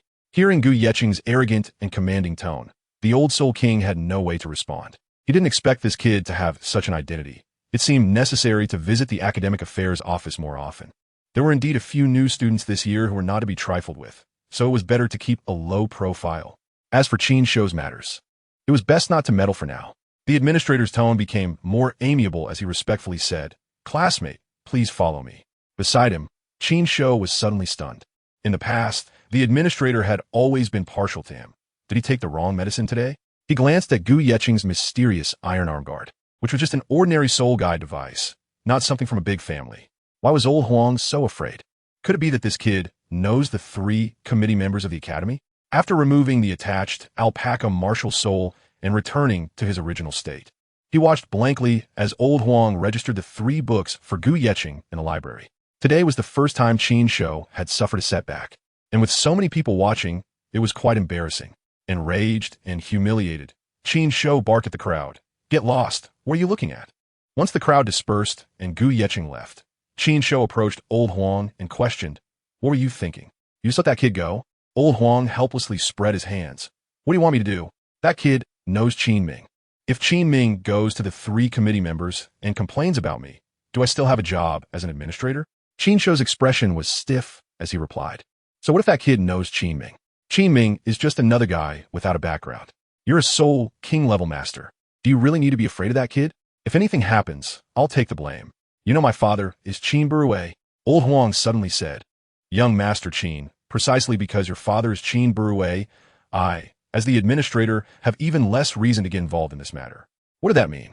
Qin Shou was somewhat confused. Old Huang smiled slyly. Conflicts that can be resolved outside absolutely must not be resolved within the Royal Academy. If this Gu Yeqing ends up missing an arm or a leg outside, it has nothing to do with our Royal Academy and won't implicate either of us. Qin Shou suddenly understood and nodded, smiling. "Then please help me investigate his soul power level data with the committee. I'll arrange for some personnel." Old Huang stroked his beard. "Of course." Chapter 33. The new generation surpassing the old Qin Shou nodded in satisfaction, then waved to the green vine beside him, saying, "You won't leak this matter, will you? I need to go out tonight. I'll find time to accompany you another day." The green vine asked in confusion, "What are you planning to do about this? Are you going to let your family handle it?" "Hee, it's a small matter. A mere kid doesn't warrant my family to act personally. I'll hire a specialized team to take care of it. As for which team, I'm afraid I can't tell you for now, as you haven't officially become my woman yet. This matter needs to be kept confidential. Unless you agree to be my woman, I might kindly share my plans with you, but not now." After saying that, Qin Shou left in a carefree manner. He had done similar things many times. As long as it was done cleanly, the academy wouldn't be able to do anything about it. Besides, he had a powerful backing and wasn't afraid of trouble. Qin Shou's expression darkened, and he bit his teeth hard, the faint pain making him grimace as half of his cheek swelled. Dare to hit me? An ignorant guy who probably hasn't even touched the outside world and doesn't know the malice of human hearts. Gu Yeqing, huh? Get ready to leave behind an arm as compensation. After leaving the library, Gu Yeqing first enjoyed a hearty meal in the Royal Academy's cafeteria before returning to the dormitory he had just applied for today. This dormitory couldn't compare to the villa dormitory of Jiaoying. It was a shared student dormitory for 2, and there was another roommate inside. Calling him a roommate was more accurate than calling him a classmate, as they were both around level 25 students. According to the Academy's regulations, they were classified as Qianwei-level students. However, Gu Yeqing was in an advanced class and did not need to accept unified management, while his roommate was in a regular class and had to attend classes normally every day. Gu Yeqing knew that his name was Tian Xiao. Perhaps because they were not very familiar with each other, Gu Yeqing did not initiate a conversation, but instead focused on his own tasks. Sitting at the desk, he reviewed the borrowed books again. He read quickly, but also forgot quickly. The content he learned today needed to be digested slowly. Looking at the time, it was almost midnight, and he needed to go out to find a place to deal with his martial soul deficiency. Before leaving, Gu Yeqing said to his seemingly lazy roommate, "Tian Xiao, I need to step out for a bit. Make sure not to lock the door. I'll be back in the middle of the night." This dormitory was applied for by Gu Yeqing through the 9 Infants gang, and she actually forgot to give him the key. Therefore, Gu Yeqing had to ask his roommate not to lock the door at night, so he could come back and sleep soundly. Okay, got it. This roommate looked quite decent, but he appeared very lazy, spoke weakly, and liked to lie on the bed for a nap. Even during dinner, he would sit on the bed to eat. Gu Yeqing didn't ask too many questions. Perhaps he preferred this laid-back way of life. This monotonous routine repeated every day. Gu Yeqing read books and practiced during the day, and sneaked out at night.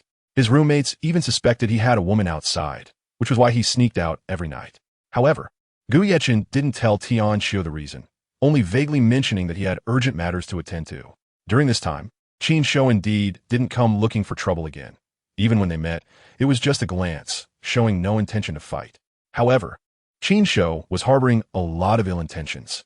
3 months passed quickly. Gu Yechen not only caught up on his previous knowledge of soul masters, but also frequently attended classes in the ordinary class and researched mimicry training methods. Under the mimicry training environment provided by the Royal Academy, Gu Yechen's soul power increased from level 20 to level 25, though this was just his own estimation, and surprisingly, his martial soul could break through the limits of training. This training speed shocked his roommate Tian Xiao. In just 3 short months, he had actually raised his soul power by 5 levels, which was terrifying. Today, Tian Xiao was no longer in a lazy state, but was earnestly asking Gu Yechen for advice. Tian Xiao asked in confusion, "Yechen, are you really already at level 25? How did you train? Could it be that you have the innate talent of full soul power?" Gu Yechen waved his hand and said, "I'm not innately full of soul power. Maybe I just got lucky." During this time, Gu Yechen had also become quite familiar with his roommate, Tian Xiao. Tian Xiao's parents were soul masters loyal to the empire and were granted the title of baron by the royal family. Unfortunately, both of Tian Xiao's parents died in battle, leaving him all alone without knowing where to go. As a result, he always appeared very dejected, lacking any goals. However, when he discovered Gu Yechen's rapid cultivation speed, he couldn't help but want to uncover the secret behind it. "Lucky? I don't believe it." Tian Xiao shook his head. "Although I'm a bit lazy, it took me a whole year to go from level 24 to level 25. You caught up with me in just 3 months? That doesn't seem related to luck. Are you hiding some secret?" Tian Xiao squinted his eyes, repeatedly sizing up Gu Yechen, trying to see through him, but to no avail. Tian Xiao was puzzled. At 16, he was only at level 25 and had been stuck at the threshold of level 26 for a long time, while the other party had caught up with him in just 3 months. Was he still a genius of the junior academy? After a long pause, Tian Xiao finally managed to squeeze out some awkward words. You go out every night. Do you have some hidden secret?" Tian Xiao suspected that Gu Yechen had recently been practicing some evil skills. After all, there are some special cultivation methods in the world that are completely different from what is taught in textbooks. On the Douluo continent, there was a titled Daw who played by his own rules. He cultivated a set of poison skills, which allowed for rapid early-stage cultivation, but gradually slowed down in later stages. Perhaps Gu Yechen was practicing some evil technique related to yin-yang supplementation, which is why he went out every night. Under the disdainful gaze of his roommate, Gu Yechen felt helpless and had to tell a somewhat plausible lie. "Well, I go out every night to look for herbs that can enhance my soul power. You know, our academy is located in this remote place, and there are quite a few plants and spiritual herbs down the mountain. I got lucky and found a vermilion lotus that can enhance strength. It was my first time taking this herb, so the effect was quite good, and I leveled up a few times. Indeed, some herbs could enhance soul power, but there was a limit. The first time taking them had the best effect, while subsequent uses would see the effect halved. However, going out to find herbs late at night, that sounded a bit too far-fetched. But apart from the herb excuse, he really didn't know what other reason could explain such rapid leveling. Tian Xiao was dumbfounded. "No way. Are you saying you've never taken any herbs and you've already reached level 20? You had level 20 soul power at 13? My goodness, your talent is truly terrifying." Gu Yechen's explanation was unnecessary. Once he explained, Tian Xiao was directly labeled as a genius. Tian Xiao sighed helplessly and said, "No matter what, I'm also a top student at the Junior Soul Master Academy, but compared to you, I'm still far behind. I've made up my mind. Starting today, I will work hard to cultivate. It won't be long before I can reach level 26. I won't say I want to surpass you by how many levels, but at least I can't let this monster catch up to me." Gu Yechen expressed that he couldn't understand this operation. What does it mean that one cannot catch up with oneself? Does it mean that the waves behind cannot push the waves in front? In fact, Tian Xiao didn't know that Gu Yechen had already missed a full 7 years of training time, and he couldn't even meet the minimum entry requirement of Shrek Academy. The entry standards for Shrek Academy are anyone over the age of 12 is not accepted, and anyone whose spirit power does not reach level 21 or above is not accepted. Gu Yechen had just celebrated his 12th birthday 3 months ago. Even if he went to participate in a Shrek assessment, he would still be eliminated. So he was not a monster. He was just an ordinary person. Or rather, he was a buried genius. Chapter 34. Travel plans. You're not going out to gather herbs again, are you? It's late at night. Tian Xiao looked at Gu Yechen with a speechless expression, as he was currently packing his clothes and daily necessities, as if he needed to go far away. Gu Yechen nodded and smiled, saying, "You can understand it that way. I need to go to the soul hunting forest to obtain my second soul ring and also look for spiritual herbs. I must arrive by tomorrow morning. So I'll just treat tonight as travel time. Second soul ring? Tian Xiao scratched his head. No way. You're already at level 25, and you still don't have a second soul ring? Can you really break the norm of leveling up like this? And are you really a noble? Gu Yechen gives his roommates a legendary impression. The students at the Tindo Royal Academy are, to be precise, all descendants of nobility. Except for the students in the elite class, who have their soul rings obtained with the help of teachers. The other students rely on their families to acquire soul rings. Having family members assist in hunting soul beasts ensures that even a white soul ring is nearly 100 years old, with at least 90 years of age. Even for Tian Qiu, his soul rings were obtained with the help of his second uncle, and fortunately, he got 200-year yellow soul rings. Therefore, before enrollment, almost all students with a soul power level above 20 already possess 2 soul rings, making Gu Yechen truly the first of his kind. Gu Yechen smiled bitterly and said, "Isn't there any exceptions? I'm not a noble's offspring. I just got lucky and someone introduced me to come here to study. As for my first spirit ring, it was half bought and half gifted, not obtained in the soul hunting forest. So that's how it is." Tiancho nodded, thinking that his first spirit ring was probably picked up next to a dying soul beast. After all, some low-level soul beasts do escape from their forest habitats and get injured by passing powerful soul masters. Those soul rings aren't desirable for them, so they simply discard them, benefiting many passing soul masters. No wonder Gu Yechen's soul ring is just a white trash soul ring. It was indeed picked up. Tiancho then asked, "Are you planning to hunt soul beasts alone?" Gu Yechen replied, "I don't have any big family backing me, so I can only hunt soul beasts alone. What's the problem with that?" Hastily waving his hand, Tiancho said, "I don't mean to discriminate against you. What I want to say is that you're just an auxiliary soul master, and you can't hunt soul beasts and obtain soul rings by yourself. Generally speaking, each type of soul beast has at least 2 or more survival talents. Some soul beasts are good at escaping, some are good at defense, some are good at attacking, and some are even good at poison. Ordinary soul masters usually need to form a team to hunt soul beasts to obtain soul rings. Under normal circumstances, a team consists of 5 individuals from different systems. The Agility Attack System Soul Master is responsible for range scouting. The Defense System Soul Master is responsible for guarding and blocking. The Auxiliary System Soul Master is responsible for status support. The Control System Soul Master is responsible for assisting control, and the Strong Attack System Soul Master is responsible for combat extermination. My second uncle has a dedicated 5-person Soul Master team under him, which has not only helped our family's offspring obtain soul rings multiple times, but has also taken on additional hunting tasks to supplement the family's expenses. If you want to go to the soul hunting forest to obtain a soul ring, for safety's sake, I strongly recommend that you hire a professional soul master team." Gu Yechen had never seen a soul beast with his own eyes, so he naturally didn't know about these hidden rules. Is hunting soul beasts this complicated? However, hiring such a soul master team would likely require a considerable amount of money. To be honest, Gu Yechen really couldn't afford it. The last time he caused chaos in the infirmary, he almost lost all of the 100 golden soul coins he had just obtained. Now, he was relying on the 1 golden soul coin he received as a monthly subsidy from the Spirit Hall to get by. Touching the remaining 3 golden soul coins, Gu Yechen shook his head and said, "There's no need. I can hunt soul beasts by myself." Tian Qiu was taken aback. He was just an auxiliary soul master. So where did this confidence come from? Tian Qiu cautiously asked, "Do you have a soul hunting order?" Gu Yechen nodded, took out the special hand token from the Spirit Hall, and said, "Of course there is, and this is a gift from a good friend of mine." Staring at the token featuring a blue dragon and a hammer, a petite, cute little girl with a rosy face appeared in Gu Yechen's mind. Ending his thoughts, Gu Yechen continued, "When I return next time, I hope you have broken through to level 26. Otherwise, don't blame me for surpassing you. You need to work hard on your cultivation and make sure not to oversleep." At first, Tiancho gave Gu Yechen the impression of being taciturn, but through their interactions, he realized that Tiancho was actually the type to warm up slowly. When he was with familiar people, he was not silent at all. Instead, he could be quite talkative. Since Gu Yechen became familiar with him, Tiancho always liked to chat a bit. And even Gu Yechen's aloof personality was slightly influenced by him. Perhaps the only time Tiancho was the quietest was when he was sleeping, making him a handsome man in peace. If his cultivation could match his way of speaking, his future achievements would not be low.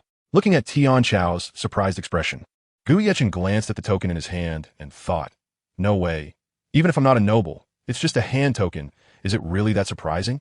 Tiancho was indeed startled by this token because it was a first-class hand token issued by the Spirit Hall, second only to the Pope's token, and only those from the Spirit Hall could possess such a token. Did Gu Yechen come from the Spirit Hall? Seeing Tiancho in a daze, Gu Yechen shook his head helplessly and reminded him, by the way, tonight you can lock the dormitory door. Even good-looking boys need to learn to protect themselves. A Tian Cho, of course, knew this was a joke. Coming back to his senses, he said, then I wish you could obtain a 100-year yellow soul ring in advance. Your first soul ring is only a 10-year white soul ring. That's really too embarrassing. All right, I'll try my best to obtain a higher year soul ring. It's getting late. I should set off. Gu Yecheng's travel plan first includes going to the soul hunting forest to obtain his second soul ring, and then heading to Tiando City to meet up with Wang Li and his team. There's a chance he might run into Lingling and teacher Qinming as well. Clothes, dry food, water bottles, toiletries, and other items have all been packed into the soul guide device by Gu Yecheng, which is indeed quite convenient. However, since it is a low-level soul guide, the space is a bit small, with only 1 cubic meter of storage capacity. If he had more items, it wouldn't fit. It seems that when he has more money in the future, he will need to upgrade to a higher-level soul guide. The profession of soul master is quite lucrative and can easily earn money. There are many ways to make money. The most direct being to accept tasks to help others hunt soul beasts for rewards, or to participate in battles at the Great Soul Arena, where there are extra rewards for each victory. Of course, there are also other indirect ways to earn money, such as searching for spirit herbs or producing protective items for soul masters. Anything related to the trade of soul masters can be profitable. Chapter 35. The 5 Ghosts of Huangquan. After Gu Yecheng left the dormitory, he took advantage of the night and arrived at the foot of the Tiando Royal Academy. He stopped for a moment at a shop called CAC, spending a hefty sum of 3 gold soul coins to rent a black-brown BMW horse. This black-brown BMW was not ordinary. It could travel over 100 miles a day without any issues. The black-brown BMW had always been used by the Tiando Empire's military as a special horse for delivering intelligence. It was only slightly inferior to the blood-sweat horses used by generals of the imperial military. The 3 gold soul coins he had were now completely spent. But Gu Yecheng did not feel regret, as he could obtain a soul ring for just 3 gold coins. He felt he had made a great deal. Without the constraints of carriage, riding a horse was much faster than traveling by cart, and Gu Yecheng had to reach the soul hunting forest before midnight. There were several soul hunting forests in the Tiando Empire, and of course there was one on the outskirts of Tiando City, but it was not close, being several dozen kilometers away. Glancing at the simple map in his hand, he rode the horse at full speed without any hesitation. Just after Gu Yecheng left, a group of 6 people emerged from a dark corner beside the shop. One of them was a young man dressed in the Tiando Royal Academy uniform, while the other 5 were older, all dressed in black tight-fitting clothing and cloaks. Among the 5 in black cloaks, the leader was a buck-toothed man with a soul power level of 39, possessing a 3-ring battle soul with 2 yellow and 1 purple soul rings. He was just a step away from advancing to the soul master level, and was a formidable presence among those of the same rank. The 4 men behind him, although lacking optimal soul ring configurations, also possessed the strength of soul masters. It was evident that they were targeting Gu Yecheng. The buck-toothed man stared at Gu Yecheng's back and asked with confusion, Gigi, are you sure it's this kid? The student named Gigi nodded earnestly and said, Boss Su, it's definitely him, no doubt about it. I followed him out, and I even have a portrait of him here. If you don't believe me, take a closer look. Saying this, Gigi took out a portrait of Gu Yecheng from his soul guide device. After receiving the portrait, the buck-toothed man pondered for a moment and nodded. I didn't expect that a little great soul master SR would be worth so much. 3,000 gold soul coins. That is equivalent to about 2 years of my salary. In the Spirit Hall, there is an unwritten rule that any soul master whose strength exceeds that of a soul master or is over 20 years old cannot receive the monthly gold coin subsidy issued by the Spirit Hall. Therefore, some soul emperors and even soul saints, if they do not choose to join a faction, often end up in dire poverty. The buck-toothed man was already far beyond the age of 20, so he was not eligible to receive the gold coin subsidy jointly issued by the Empire and the Spirit Hall, and could only join other organizations. The organization the buck-toothed man belonged to was quite mysterious, named Huangquan, and was specifically responsible for assassination tasks. They generally had some secret dealings with nobles. Removing an arm was merely a side job, while assassination tasks were their main business. Some assassins became extremely wealthy, while others struggled to make ends meet, as they also needed to cultivate. After painstakingly saving some money to buy herbs to enhance their soul power, they became part of the Moonlight Clan. The buck-toothed man, nicknamed Boss Su, was one of those Moonlight Clan members forced by life's circumstances. In his view, survival and gold coins were far more important than justice. Boss Su took out a crumpled half-smoked cigarette from his jacket pocket, lit it, and asked, "The information you provided should be accurate, right?" Gigi replied, "Absolutely. 3 months ago, he was indeed at level 20 soul power, and now at most he has reached level 21. There is no way he could have broken through to level 30. Boss Su, you guys are 5 soul masters. Are you really afraid of Great Soul Master?" Nodding, the buck-toothed man said, "That's true. How could we, the 5 ghosts of Huangquan, be afraid of a mere Great Soul Master, especially one who is an auxiliary type? I just want to confirm, it's just a routine check. If this kid had level 30 soul power, you would definitely need to pay extra." Hearing this, Gigi was slightly dissatisfied and frowned. Even if he is a level 30 soul master, it doesn't seem to exceed your organization's regulations. I remember your organization stipulates that if a soul master level team takes action, even if the opponent is a soul master, it will be the same price as dealing with a great soul master. Boss Su, you wouldn't have any ulterior motives, would you? If you do, please retract them early. Boss Su laughed. The price set by the organization is naturally still the same, but us brothers have worked hard. We deserve some compensation. You should know that a level 30 soul master is not the same as a level 20 great soul master, and it won't be easy to take an arm. Some powerful battle soul masters can contend with soul master level experts. Gigi argued, he is just an auxiliary soul master. What can he do? Even if he has level 30 soul power, as an auxiliary, he can't defeat other types of the same level. Why do you need to charge more? This is extortion. This is deceptive behavior. Gigi couldn't guarantee whether Gu Yeqing had hidden strength, as he had heard Qin Shou say that this kid's physique was strange. What if he really did have hidden strength and was indeed at level 30 soul power? If that were the case, after they completed their task, the 5 ghosts of Huangquan might come back to demand extra fees from him, leaving him, the middleman, in a precarious position, without any profit and still having to bear risks. If things went awry, he would become Qin Shou's scapegoat. Gigi wasn't foolish. He didn't want any unexpected incidents to occur. Gigi was not a student of the academy. He was arranged by Qin Shou to enter the academy under the pretense of being a student to track Gu Yeqing, all for one thing, Gu Yeqing's whereabouts. Qin Shou had given Gigi a total of 4,000 gold soul coins, so if he could establish the rules and agreements before negotiation, Gigi could still earn 1,000 gold coins. If the information was wrong, he might even have to pay, as some assassins would take advantage after the fact, demanding double the price under the pretext of a brother being injured. Therefore, he would never choose to compromise. Gigi threatened, "If you don't want me to report you to your Huangquan pavilion, then stick to the rules. You've taken the money. Just get the job done. No need for so many questions." "Kid, what are you yelling about? Do you know who you're talking to?" Boss Su's expression darkened. Gigi snorted coldly. "Humph. I call you Boss Su as a courtesy, but that doesn't mean I'm afraid of you. I'm just a middleman. The master behind me is someone you can't provoke." Boss Su's face turned fierce as he stepped forward, grabbing Gigi by the neck, and angrily said, "Little Gigi, I see you're getting more and more arrogant. If it weren't for our previous cooperation, I would kill you right now. Others fear the power behind you, but we don't. No one in Huangquan is afraid of death. After licking blood on the knife's edge for so many years, you should be grateful you're the first person to anger me and still live. Don't think about taking revenge on us." Boss Su held Gigi's neck like he was grabbing a duck and forcefully tossed him aside, saying viciously, "If the information is wrong, no matter where you run to in this world, we, the 5 ghosts of Huangquan, will find you. Now get lost." Leaning against the wall, Gigi rubbed his neck with both hands and coughed a couple of times. At this moment, he was completely at a loss for words and could only curse inwardly. You always have to pay for what you do. Let's wait and see. Little Gigi crawled and rolled towards the crowd around him. They weren't afraid of death, but little Gigi was scared. What if the other party changed their mind and wanted to kill him? That would be terrible. Fortunately, in a crowded place, they didn't dare to act rashly. After all, this was the village on the outskirts of the Royal Academy. Haha, seeing little Gigi's embarrassed appearance, Su Laodao laughed and said, "Did you see that? When dealing with such people, if you can act, definitely don't use your mouth. Then, we should carry out the mission assigned by the Huangquan Pavilion.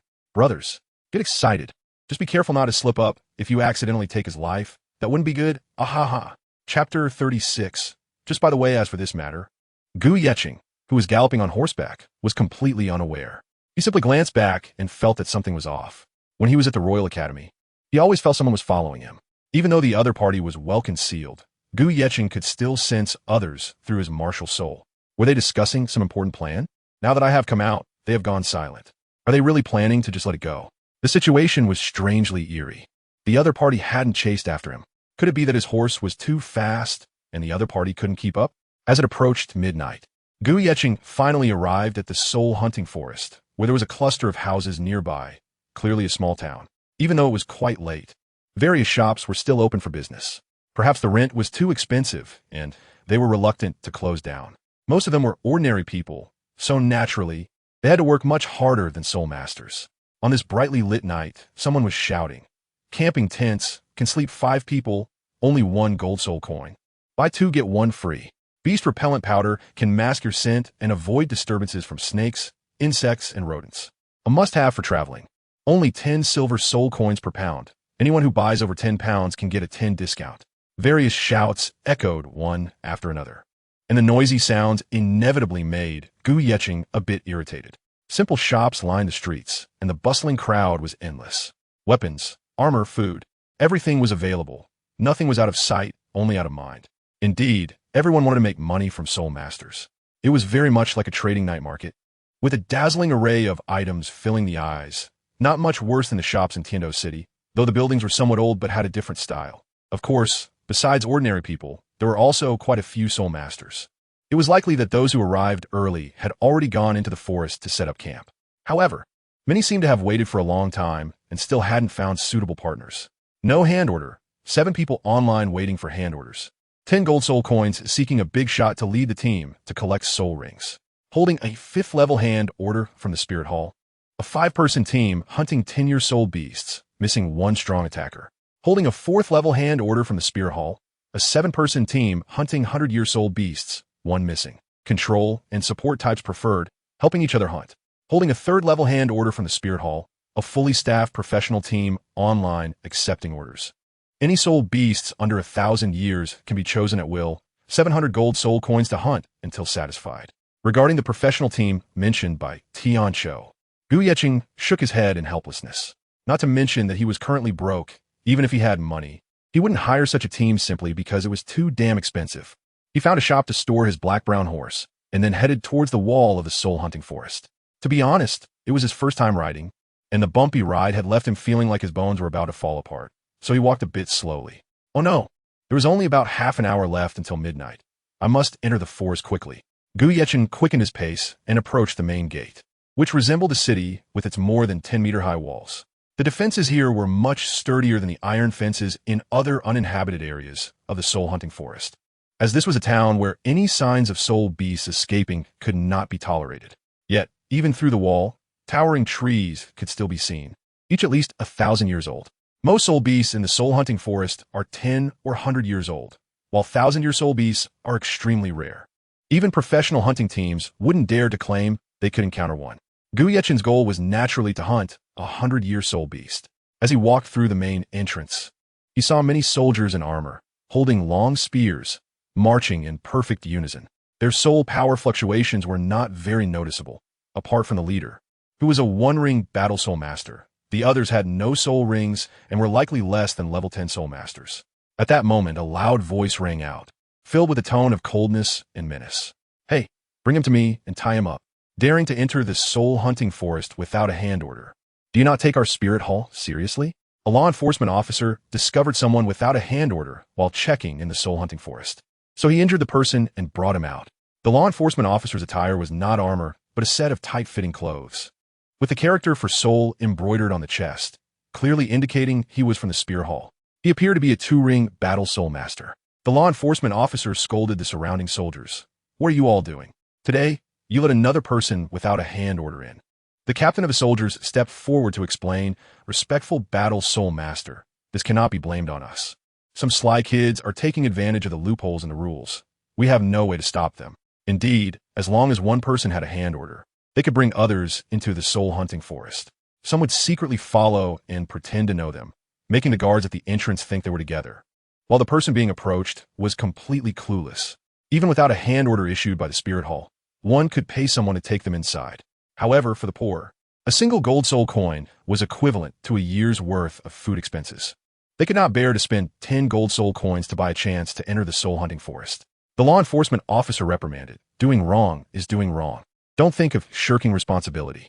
I will report this to your superiors, and 20 punishment sticks are unavoidable. Then, the law enforcement officer darkly looked at the person who had sneaked in and said, according to the old rules, anyone who enters the soul beast forest without having time to hunt a soul beast is subject to 100 punishment sticks. You should be grateful you haven't hunted a soul beast yet. Otherwise, if you don't leave an arm as compensation, where is the dignity of the spear hall? Someone, prepare 100 punishment sticks. 100 punishment sticks, although not deadly, would be enough to keep him bedridden for over a month. Wait, let him go. At that moment, Gu Yechin stepped forward and sincerely said to the law enforcement officer. The law enforcement officer glared in anger. Who do you think you are? This is the rule of the spear hall. Gu Yechin said calmly, I am nothing special, just a bystander. However, your actions are not appropriate. At the very least, you should treat everyone fairly. The law enforcement officer retorted, were we being unfair? There are not many soul beasts in the soul hunting forest. So how can we easily let such sneaky and cunning individuals take advantage? Gu Yechin smiled and said, he rules? Very well, if I take him in. Does that mean it complies with your so-called rules? He took out the first-class order from the spear hall and continued, he is with me. So there shouldn't be any problem, right? Can the punishment be waived? The law enforcement officer was stunned. This was indeed a loophole in the rules, as a team leader could bring someone in. Moreover, Gu Yechin's order was actually a first-class one, which only high-ranking officials of the spear hall possessed. Could he be a descendant of a high-ranking official? Without thinking further, the law enforcement officer knelt on one knee and clasped his hands, saying, I did not know that you had arrived, my lord. I apologize for any offenses earlier and hope for your forgiveness. Waving his hand, Gu Yechin said anxiously, all right, get up quickly. I'm going to hurry, and untie him. If he needs to enter the forest, give him a chance. Gu Yechin is not a great benevolent person, but he is also definitely not a ruthless villain. He simply acts as it comes. Do not neglect small acts of kindness, and do not commit small acts of evil. This is his mother's teaching. Wait a minute. Why are you helping me? Asked the young man, who looked quite ordinary but had a heroic air about him, as he untied the ropes that bound him tightly. Chapter 37. The Panicked Li. Gu Yechin stopped in his tracks and turned back to say, because the current you is very much like the past me. By the way, I need to remind you, don't follow behind me to pick up soul rings. It can be very dangerous. After saying this, Gu Yechin infused his soul power throughout his body, enhancing his speed, strength, and defense all at once. The law enforcement officer saw that Gu Yechin had empowered his soul power and figured that his soul rings would soon be revealed. He had heard that the offspring of the higher-ups in the spirit hall were quite extraordinary, so this young man must at least have 2 yellow 100-year soul rings, and perhaps even a combination of 2 yellow and 1 purple soul rings. The law enforcement officer's gaze was filled with admiration. Let the royal soldiers see the strength of our spirit hall. He felt that Gu Yechin's soul power was even denser than his own. As expected, he deserved to hold a first-class command token. His body began to blur, indicating he was about to sprint. Now's the time. Unleash it, my lord. A gust of wind surged, and, at the same time, a white 10-year soul ring appeared beneath his feet as he dashed toward the soul-hunting forest with ghostly speed. Sigh, my lord, you'll eventually drive me to death. Wiping the sweat from his forehead, the law enforcement officer speculated that this lord was still too low-key, even keeping his second soul ring hidden. This isn't how one conceals strength. Something seems off. The law enforcement officer furrowed his brows. Why is the first soul ring only white? Is he really the offspring of the higher-ups in the spirit hall? This configuration is too weak. 30 seconds left, 29 seconds left, 28 seconds left. Gu Yechin mentally counted down. At this moment, he was like a cheetah sprinting into the soul-hunting forest, pushing himself as far as he could. His almost barbaric behavior stirred the surrounding soul beasts. Although the soul beasts raised here were not as fierce as those in the Stardew forest, their instincts as soul beasts would not disappear. The territory had been trampled. Humans can endure, but beasts cannot. Currently, Gu Yechin was being closely watched by over 20 soul beasts, and it seemed that 4 of them had reached the 100-year level, as they emitted a faint yellow glow. The age of soul beasts can be judged not only by their appearance and size, but also by provoking them to see the luster emitted from their bodies. Generally speaking, those emitting a yellow glow are 100-year soul beasts, and when hunted, they correspond to yellow soul rings. 400-year soul beasts and over 20 10-year soul beasts. This lineup is not simple at all. Who would dare to confront such a formation without a team of soul masters above level 30?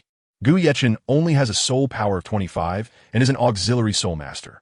It's very difficult for him to even resist, let alone hunt. especially with 300-year-old nether wolves, known for their speed, which have been following him since they discovered him. Fortunately, other, more docile soul beasts stopped following him as soon as he left their territory. However, the more than 20 soul beasts that continued to pursue him are all ferocious. Cold-blooded creatures. Once they fixate on a target, it's hard for them to give up voluntarily, especially since the scent of some soul masters is quite enticing.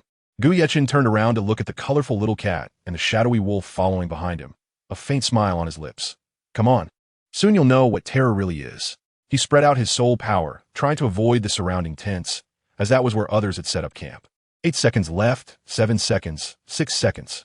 5, 4, 3, 2, 1, stop. The footsteps came to a sudden halt, and Gu Yechin's body began to stiffen. Everything else remained unchanged, except for his eyes.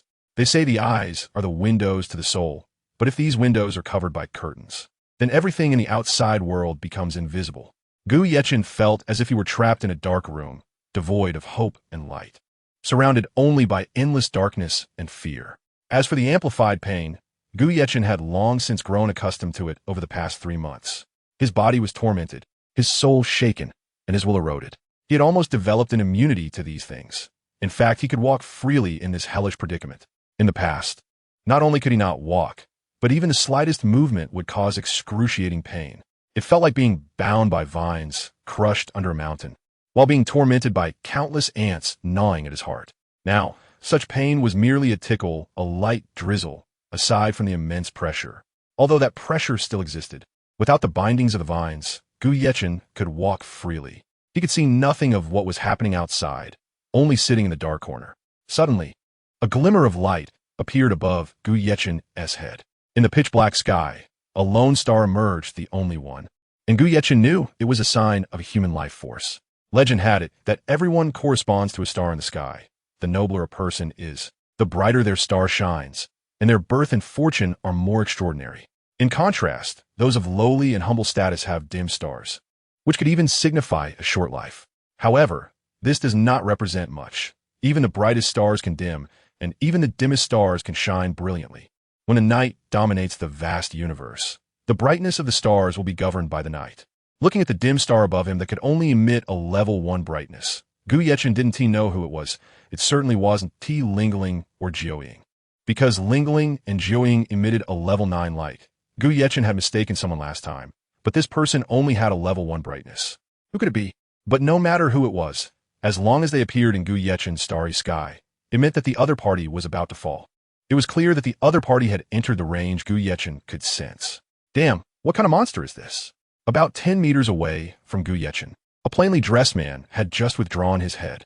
At this moment, he leaned against a large tree, his legs starting to tremble involuntarily. Because the terrifying spirit beast array had all been killed by him, and the deaths were extremely brutal. He hadn't even used any spirit abilities. Looking at the white and yellow spirit rings floating above the spirit beast corpses, he could only watch helplessly. Because in order to obtain the spirit rings of the spirit beasts, it does not depend on who did the hunting, but rather on the one who delivers the final blow. Only that person is qualified to absorb the spirit beast's spirit ring. To be honest, he had come to collect spirit rings. And as long as he could land a finishing blow on a dying spirit beast, even if it was a white spirit ring, he would be very satisfied. But unexpectedly, Gu Yechin was too terrifying. He was simply a brutal demon. Oh no, he is coming this way. This person was the valiant man Gu Yechin had helped half an hour ago. However, dressed in such plain clothes, he looked anything but handsome. As they say, clothes make the man.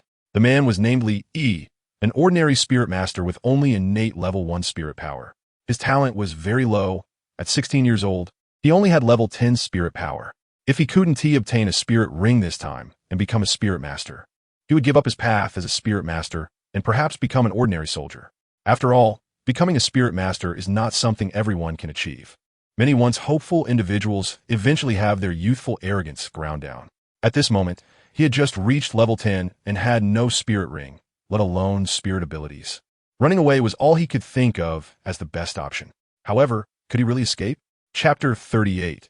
Conducting an experiment, Yi was in a state of panic, running while glancing back at Gu Yechin, who felt utterly unbelievable.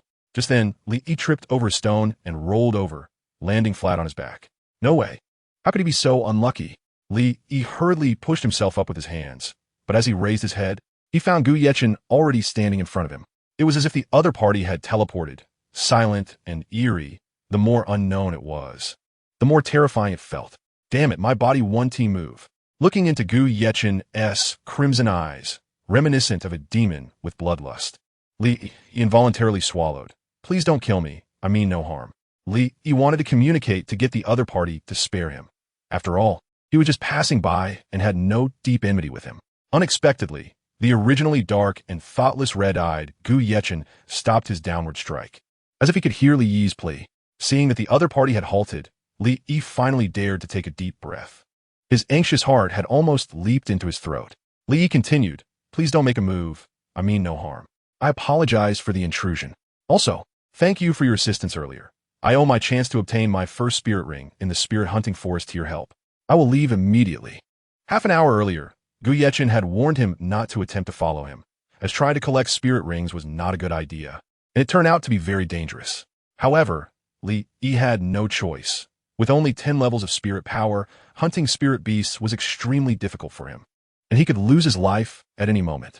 If he followed behind a powerful person to collect spirit rings, perhaps with good luck, he might even pick up a yellow spirit ring. But he hadn't expected the other party to be so fierce. Leaving no spirit beasts alive, and even wanting to kill Li Yi, this was truly unbelievable. No, you can't leave.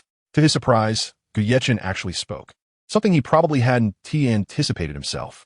In the endless darkness, Gu Yechen looked up at the sky and addressed the dim star. Although I cannot see exactly where you are, I can lock onto your life force. Objectively speaking, you're the only one who can communicate with me. The night has no direction, but it possesses the ability to sense and extinguish light, which is a natural instinct. However, Li Yi's life star emitted a peculiar black glow, representing that black light could merge into the endless night. Gu Yechen asked, what is your name? Li Yi replied, my surname is Li, and my given name is Yi. How may I serve you, my lord? Gu Yechen, very well. I have a deal to discuss with you, and I hope you will definitely agree. Li Yi furrowed his brows. This was not a negotiation at all. It was outright coercion. If it weren't for his fear of Gu Yechen's strength, he would have run away without a second thought. Not wanting to directly refuse, Li Yi still spoke insincerely. My lord, please go ahead. If there is any way I can assist you, I will certainly not refuse. Gu Yechen, you don't have to be so determined to return, because this matter will only bring you benefits. Your fate star is quite strange, emitting a black luster that perfectly blends into my night, which means you can communicate with me at this moment. Upon hearing this, Li Yi was stunned. What fate star and night? His mind was insufficient, and he couldn't understand at all.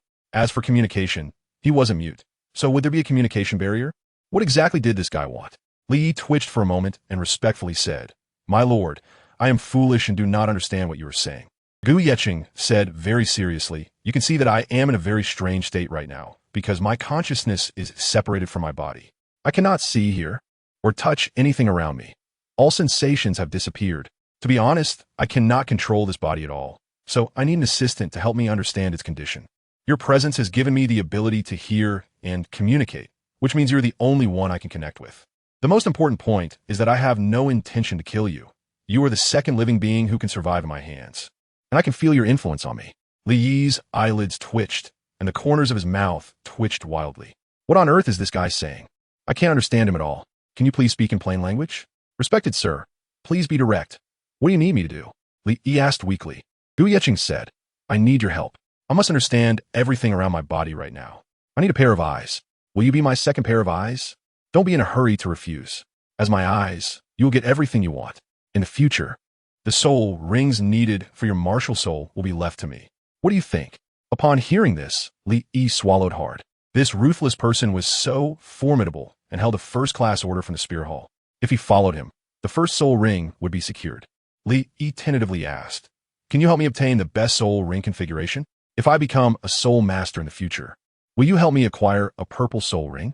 If you agree to this request, I am willing to be your eyes and follow you forever.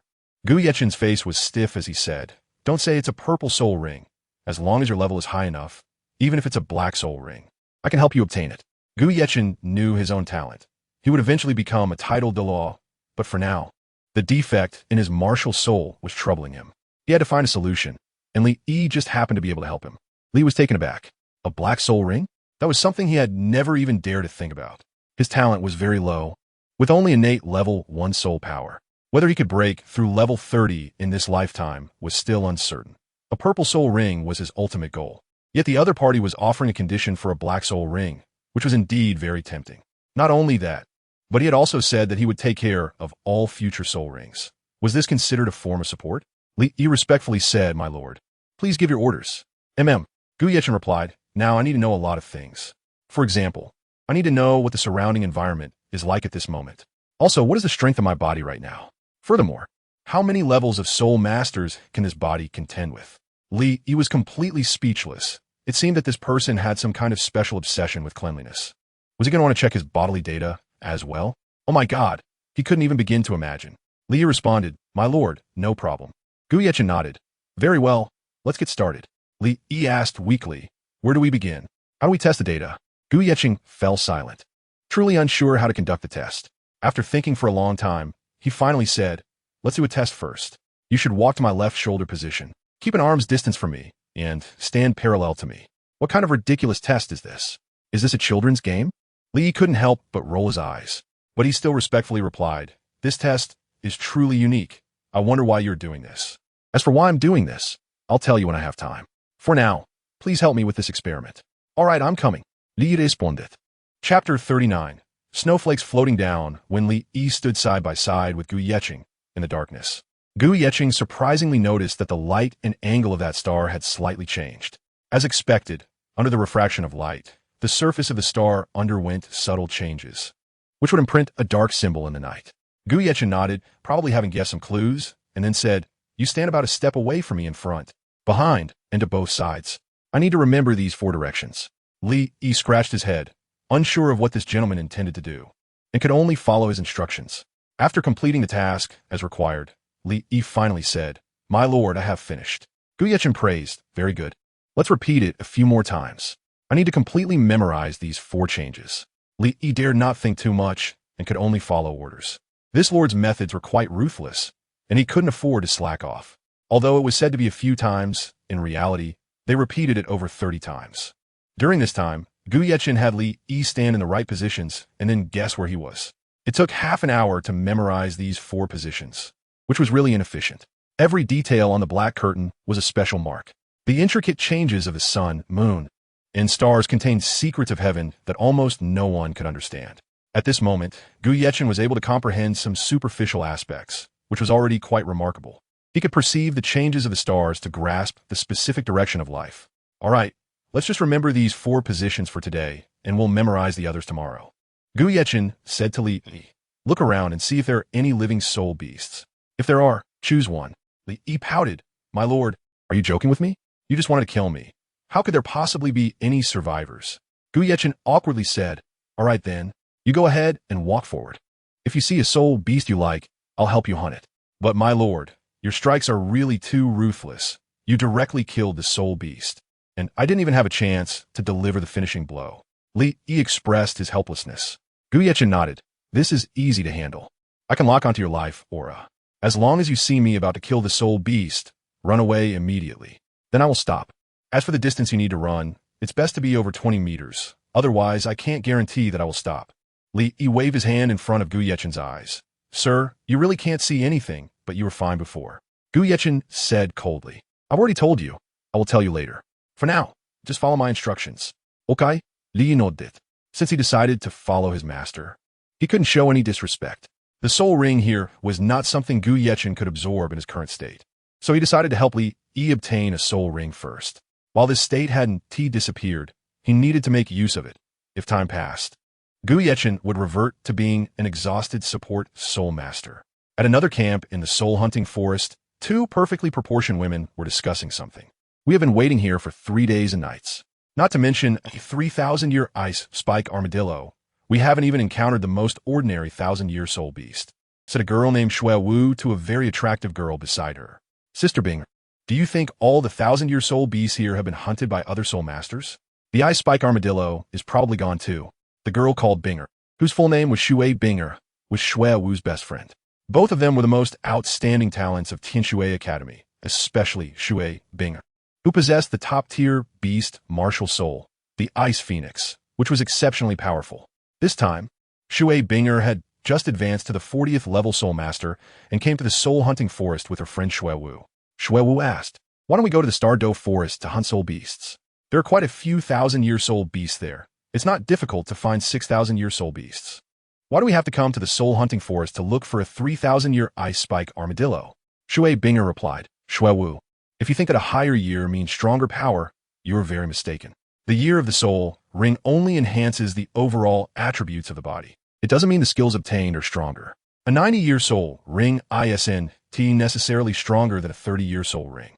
It mainly depends on what skills are generated when the soul ring merges with the martial soul. Do you remember what our team leader said? My first soul skill, although it comes from a 300-year soul beast, has a freezing ability that provides instant area control and has locking capability, which is much stronger than most 1,000-year soul rings. I have a feeling that the skill from this 3,000-year ice spike armadillo soul beast will definitely be on par with the skills produced by a 10,000-year soul beast." Xuewu furrowed her brows and argued, "But if you absorb a 3,000-year soul ring and I absorb a 5,000-year soul ring, your physical quality will definitely be inferior to mine. From one perspective, your attack attributes will be reduced by 2,000 points, which will significantly lower the damage." Shui Binger's autumn-like eyes paused slightly, smiling, "Not necessarily. What if that skill is an area attack?" Xuewu's eyes widened in disbelief. "If it's an area attack, wouldn't that be a huge boost to our martial soul fusion skill?" "Yes, indeed. It will greatly help with ice and snow falling. As for the insufficient attributes, my top-tier beast martial soul has relatively high initial attributes, which can make up for some of the gaps. At worst, when we hunt a 10,000-year soul beast to obtain my 5th soul ring, I could try to choose a higher-year soul ring to fill in the deficiency of my 40th level attributes." Xuewu was quite supportive of Shui Binger's plan. After all, the elite competition of high-ranking soul master academies across the continent would be held in a year. If Shui Binger obtained such an area skill and combined it with their martial soul fusion skill, it would undoubtedly be a significant trump card. "Look, what is that?" Xuewu casually glanced ahead and saw a giant soul beast resembling a hedgehog, about 3 meters tall. Shui Binger's beautiful eyes curved into a smile. "Great. We've finally caught one. This is the ice spike armadillo. The 4th soul ring, is it?" Xuewu awkwardly said, "No way. It looks so ugly. How come it doesn't look like the one in the textbook?" 3 days ago, they had laid out food that the ice spike armadillo liked. But 1,000-year soul beasts were rare, especially specific ones. Unexpectedly, they were lucky to encounter the 1,000-year soul beast they wanted after waiting for 3 days. Shui Binger instructed Xuewu, "You are only at the 39th level, so the only skill that can help me is the 3rd soul skill. I will first use my 1st soul skill to control it, and then you use your 3rd soul skill to slow down its movements. Later, I'll rush in to attract its attention, and you disrupt from the side. When the timing is right, we will use our martial soul fusion skill. Ice and snow falling." "No problem." Xuewu nodded. Shui Binger's gaze sharpened as she murmured, "This time, it absolutely can't escape." The two exchanged a knowing glance, ready to charge toward the 1,000-year soul beast. Shui Binger was dressed in a tight-fitting water blue outfit, her slender legs wrapped tightly, adding a hint of curiosity. As she ran, Shui Binger suddenly halted, her water blue high heels forced to a stop. Now, she looked at the soul beast, ice spike armadillo, which was about 20 meters away from them. She chanted, "First soul skill, ice seal." Chapter 40. Ice Armadillo King with the rhythm of Shui Binger's 1st soul ring. The 1,000-year soul beast was instantly enveloped in a layer of water vapor, making it look like it was bathing in clouds. In the blink of an eye, the ice armadillo was frozen solid, resembling a large ice pop. Ice Seal was an instant area control skill, very suitable for preemptive strikes. Even though its year wasn't high and its attack power wasn't strong, its control effect was excellent. Given the strength of the ice armadillo, it would take about 3 seconds to break free from this Ice Seal, and those 3 seconds were enough for the two of them to do a lot, especially since Xuewu's 3rd soul skill could weaken most of its abilities. Of course, it couldn't compare to Gu Yechen's weakening ability. After all, one was a skill from the soul ring, and the other was a support trait of the martial soul. Xuewu now, hurry seeing Shui Binger release her Ice Seal skill to control the soul beast. Xuewu also activated her 3rd soul skill. 3rd soul skill, Ice and Snow World. Snow Dance lightly tapped her toes on the ground, her body floating in the air, emanating ripples of soul power fluctuations centered around her. This soul skill required time to activate, and at this moment, Snow Dance was silently setting up her soul skill. As time passed, even the surrounding air gave a shivery feeling. This soul skill could control the weather, releasing bone-chilling snowflakes to weaken the target's combat ability. It could be said that the soul ring she absorbed was over 3,000 years old, indicating that they often coordinated well, making such tacit understanding very useful. Like the purple soul ring, Snowdance's third ring approached 4,000 years, even higher than the fourth ring that water ice would soon absorb. With the falling snowflakes, the air within a radius of about 30 meters was filled with a cold atmosphere. If someone happened to be next to Snowdance, they would surely be dripping with snot, their body shivering slightly. Indeed, under the effect of her third soul skill, the ice-armored hedgehog's mobility slowed down. As its speed decreased, its strength gradually weakened, and it couldn't even break free from the ice. Snowdance smirked, not expecting this 1,000-year soul beast to be so weak. She probably didn't even need to use her martial soul fusion skill to take it down. However, the opponent was also an ice-type soul beast, and this 1,000-year soul skill could only slow it down. Its combat ability wouldn't decrease much. Snowdance, be careful. At that moment, Water Ice's expression suddenly changed, as there was actually another ice-armored hedgehog behind Snowdance. Without needing to say much, the two soul beasts were part of the same group, one male and one female, to put objectively. Compared to the controlled ice-spiked armored hedgehog, the other one looked much larger and more dangerous. It was even over 5 meters tall, at least at 5,000 years of cultivation. This was troublesome. According to other soul masters, there was a 3,000-year-old ice-spiked armored hedgehog in the soul-hunting forest, but unexpectedly, there was another one, and it was a 5,000-year-old ice-armored hedgehog king. It seemed that rumors were not always accurate. The best attack method for a controlling soul master was to control from start to finish, not allowing the opponent any chance to strike back. However, the appearance of this soul beast directly disrupted the plans and attack rhythm they had set. Originally, they imagined they could control the situation first and complete the martial soul fusion before the opponent charged in, then use the martial soul fusion skill to take it down directly. But now, Snowdance's situation was very precarious. Once her third soul skill was activated, it absolutely couldn't be interrupted easily, or she would get hurt. Snowdance not only faced the drawbacks of her soul skill, but also the threat of the ice-armored hedgehog king, which made things worse. If the other ice-armored hedgehog broke free from the ice, then both of their situations would be dire, and they would be caught in a pincer attack from two soul beasts. Looking at the larger ice-armored hedgehog king covered in ice spikes, Water Ice had no time to think. She had to save Snowdance first, so she stopped her attack. Third soul skill, Resistance Light. With the movement of Water Ice's third soul ring, the ice-armored hedgehog king was instantly blasted away, crashing to the ground with a crisp sound. Resistance Light was a 1,000-year soul skill, and its power was naturally not weak. The 5,000-year-old ice-armored hedgehog king was immediately repelled by the energy impact. However, the ice-armored hedgehog king was not something that could be easily dealt with. Otherwise, it wouldn't have survived for over 5,000 years here. After stabilizing its body, it was about to unleash its innate talent. With a roar, the ice spikes covering its body began to sway violently. Suddenly, all the ice spikes detached from the ice-armored hedgehog king as if intending to use them to attack. Whoosh whoosh, one by one, the ice spikes, as thick as arms, started to shake violently, suddenly accelerating towards Water Ice and Snowdance with a whistling sound. The ice spikes seemed to have eyes, making this attack all-encompassing, almost limiting their movement. If such ice spikes pierced vital parts of their bodies, there would be little chance of survival, as these ice spikes were huge and carried cold poison. Water Ice and Snowdance were strong in attack and control, but their lack of defense was their fatal weakness. Now, the only option was to dodge the ice-armored hedgehog king's attacks as much as possible, and if the right moment arose, they could counterattack appropriately. Seeing the ice-armored hedgehog king unleash its all-encompassing ice spikes, Water Ice had no choice but to exert her soul power recklessly, completely disrupting the previously laid plan. Second soul skill, Ice Ring Armor. Water Ice raised her right hand sharply, making a pulling motion in the air towards Snowdance. Subsequently, the surface of Snowdance's clothing began to change slowly, layer by layer, resembling fish scales. At this moment, both of their bodies were covered in frost armor, looking majestic and spirited. However, that was an attack from a 5,000-year soul beast. At this moment, the ice-armored hedgehog king charged towards them, covered in sharp ice spikes.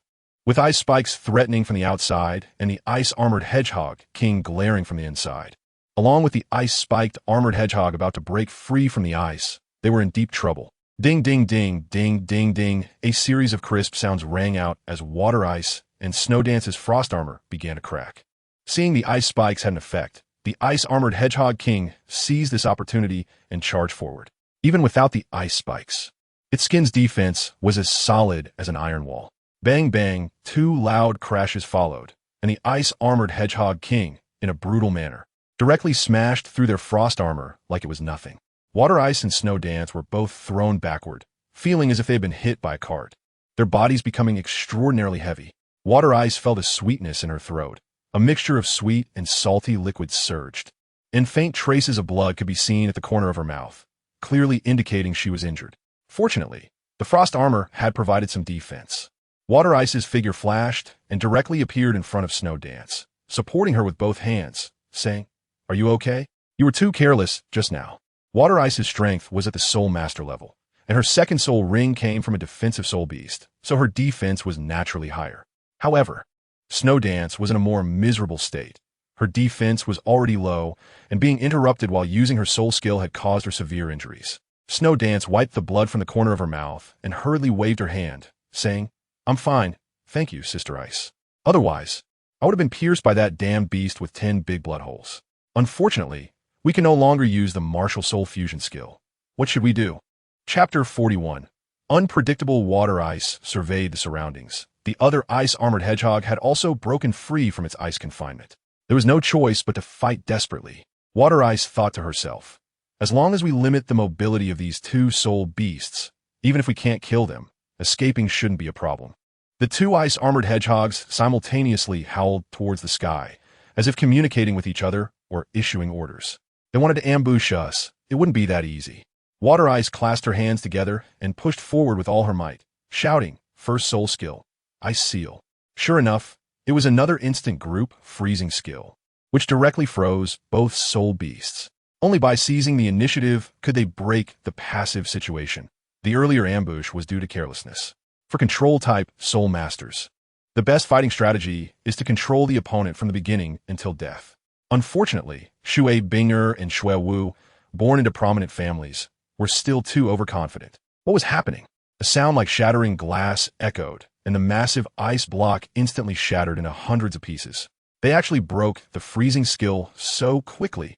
Normally, it would take them at least 2 to 3 seconds to break the ice, but now it seemed that these two soul beasts could attack in unison, akin to a human martial soul fusion. Shui Binger's soul skill could not be continuously released, requiring considerable buffer time. But the opposing soul beasts were not giving her any time to recover. This was not good. If a control-type soul master could not control the opponent, then what awaited her might be failure and death. How frustrating. If she had known, she should have brought the family's hunting team. So they would be so passive now. The large and small ice-armored hedgehogs opened their mouths wide, revealing somewhat white fangs, and began to spew cold air frantically towards the direction of Shui Binger and Shui Wu. It was evident that this cold air was very special. Any object touched by this icy gas became extraordinarily translucent. A few trees accidentally contaminated by the cold air instantly transformed into beautifully crystalline glass-like trees, but the next moment, these trees shattered like glass shards all over the ground. What a terrifying power. At this moment, Shui Wu clutched her chest, her expression serious, and her face extremely pale, looking at Shui Bing and asking earnestly, "Sister Binger, are we going to die here?" Without any attack-type soul masters present, they had no offensive capability, and both of them had relatively low defense. If they were attacked, injury was inevitable. A few injuries were manageable, but if they kept getting hurt, only death awaited them. Shui Binger shook her head. "My second soul skill will be ready soon. The ice ring armor can block for a moment. I will definitely find a way." They knew that there was no way to use the martial soul fusion skill now, and ordinary attacks were ineffective against these thousand-year soul beasts. Currently, the only thing they could do was protect themselves and control the opponent. As a control-type soul master, Shui Binger's only self-protection soul skill came from the second soul skill ice ring armor, born from a defensive-type soul beast. A strong icy cold aura rushed towards them. Shui Binger estimated that the time was almost up, so she activated the frost armor again, and the terrifying freezing cold air penetrated the water blue frost armor. Such strong penetrating power. Even with the ice ring armor's barrier, her body was still frozen stiff. Shui Binger frowned tightly because both of them were becoming numb from the freezing, feeling that their bodies had lost all sensation. The terrifying, freezing cold air continued to pour into their bodies, and if this continued, even their blood would freeze. This was a deadly skill. Xuewu self-deprecatingly said, I never thought that one day we would actually be hunted by soul beasts. What a world of the survival of the fittest. I'm still too weak. Zista Bingia, are you afraid? Shui Binger quickly stopped Xuewu, saying, Don't think about anything else. Quickly hold on to your spirit. If the cold air invades your heart, it will be bad. Ignoring Shui Binger, Xuewu continued, I'm not afraid of death. Since I chose the path of a soul master, it was already destined that I couldn't go back. It's just a pity that I haven't met a man as perfect as my father. Zista Bingia, you know that the Tianshui Academy is all girls, and the academy also prohibits dating, but we are almost 18. I want to be an ordinary person with withered vines, old trees, and crows at dusk. Having fish and shrimp for dinner, he earns the money, and I squander it. Sigh, forget it. Sister Binger, you should escape. I know you have a phantom soul bone that can save your life. Don't worry about me. Just use it to escape. Shui Binger said solemnly, Don't talk nonsense. There will definitely be a way. I am the eldest sister of Tianshui Academy. I will never leave you behind to escape. Moreover, you can't help me hunt the soul beasts. It is my fault that I got you into this mess. All this is my fault. If it weren't for my pride and stubbornness, how could the academy teachers not help us? Cough, cough. Xuewu felt as if she had been in an ice cellar for a whole day. She was already injured internally, and now, without holding on to her spirit, her body began to stiffen. Xuewu held on. She would definitely be fine. As long as it wasn't an energy-type impact, Shui Binger's frost armor could still hold. But the corrosion of energy-type attacks rendered this frost armor practically useless. Although more than half of the energy was reduced, a small portion of energy still seeped in. Just when Xuewu was about to give up, a loud noise suddenly rang out. Boom! A hazy figure descended like a meteor, directly smashing that strongest 5,000-year soul beast into the ground, making it impossible for it to escape. With the cold air attack gone, Shui Binger also removed the frost armor from her body, looking at the man with a face like jade and starry brows. Shui Binger's beautiful eyes were instantly captivated by him. He didn't even release his martial soul. How strong could he be? Sir, there's another one. Li acted as a translator nearby, letting Gu Yechen know the surrounding environment. Change positions.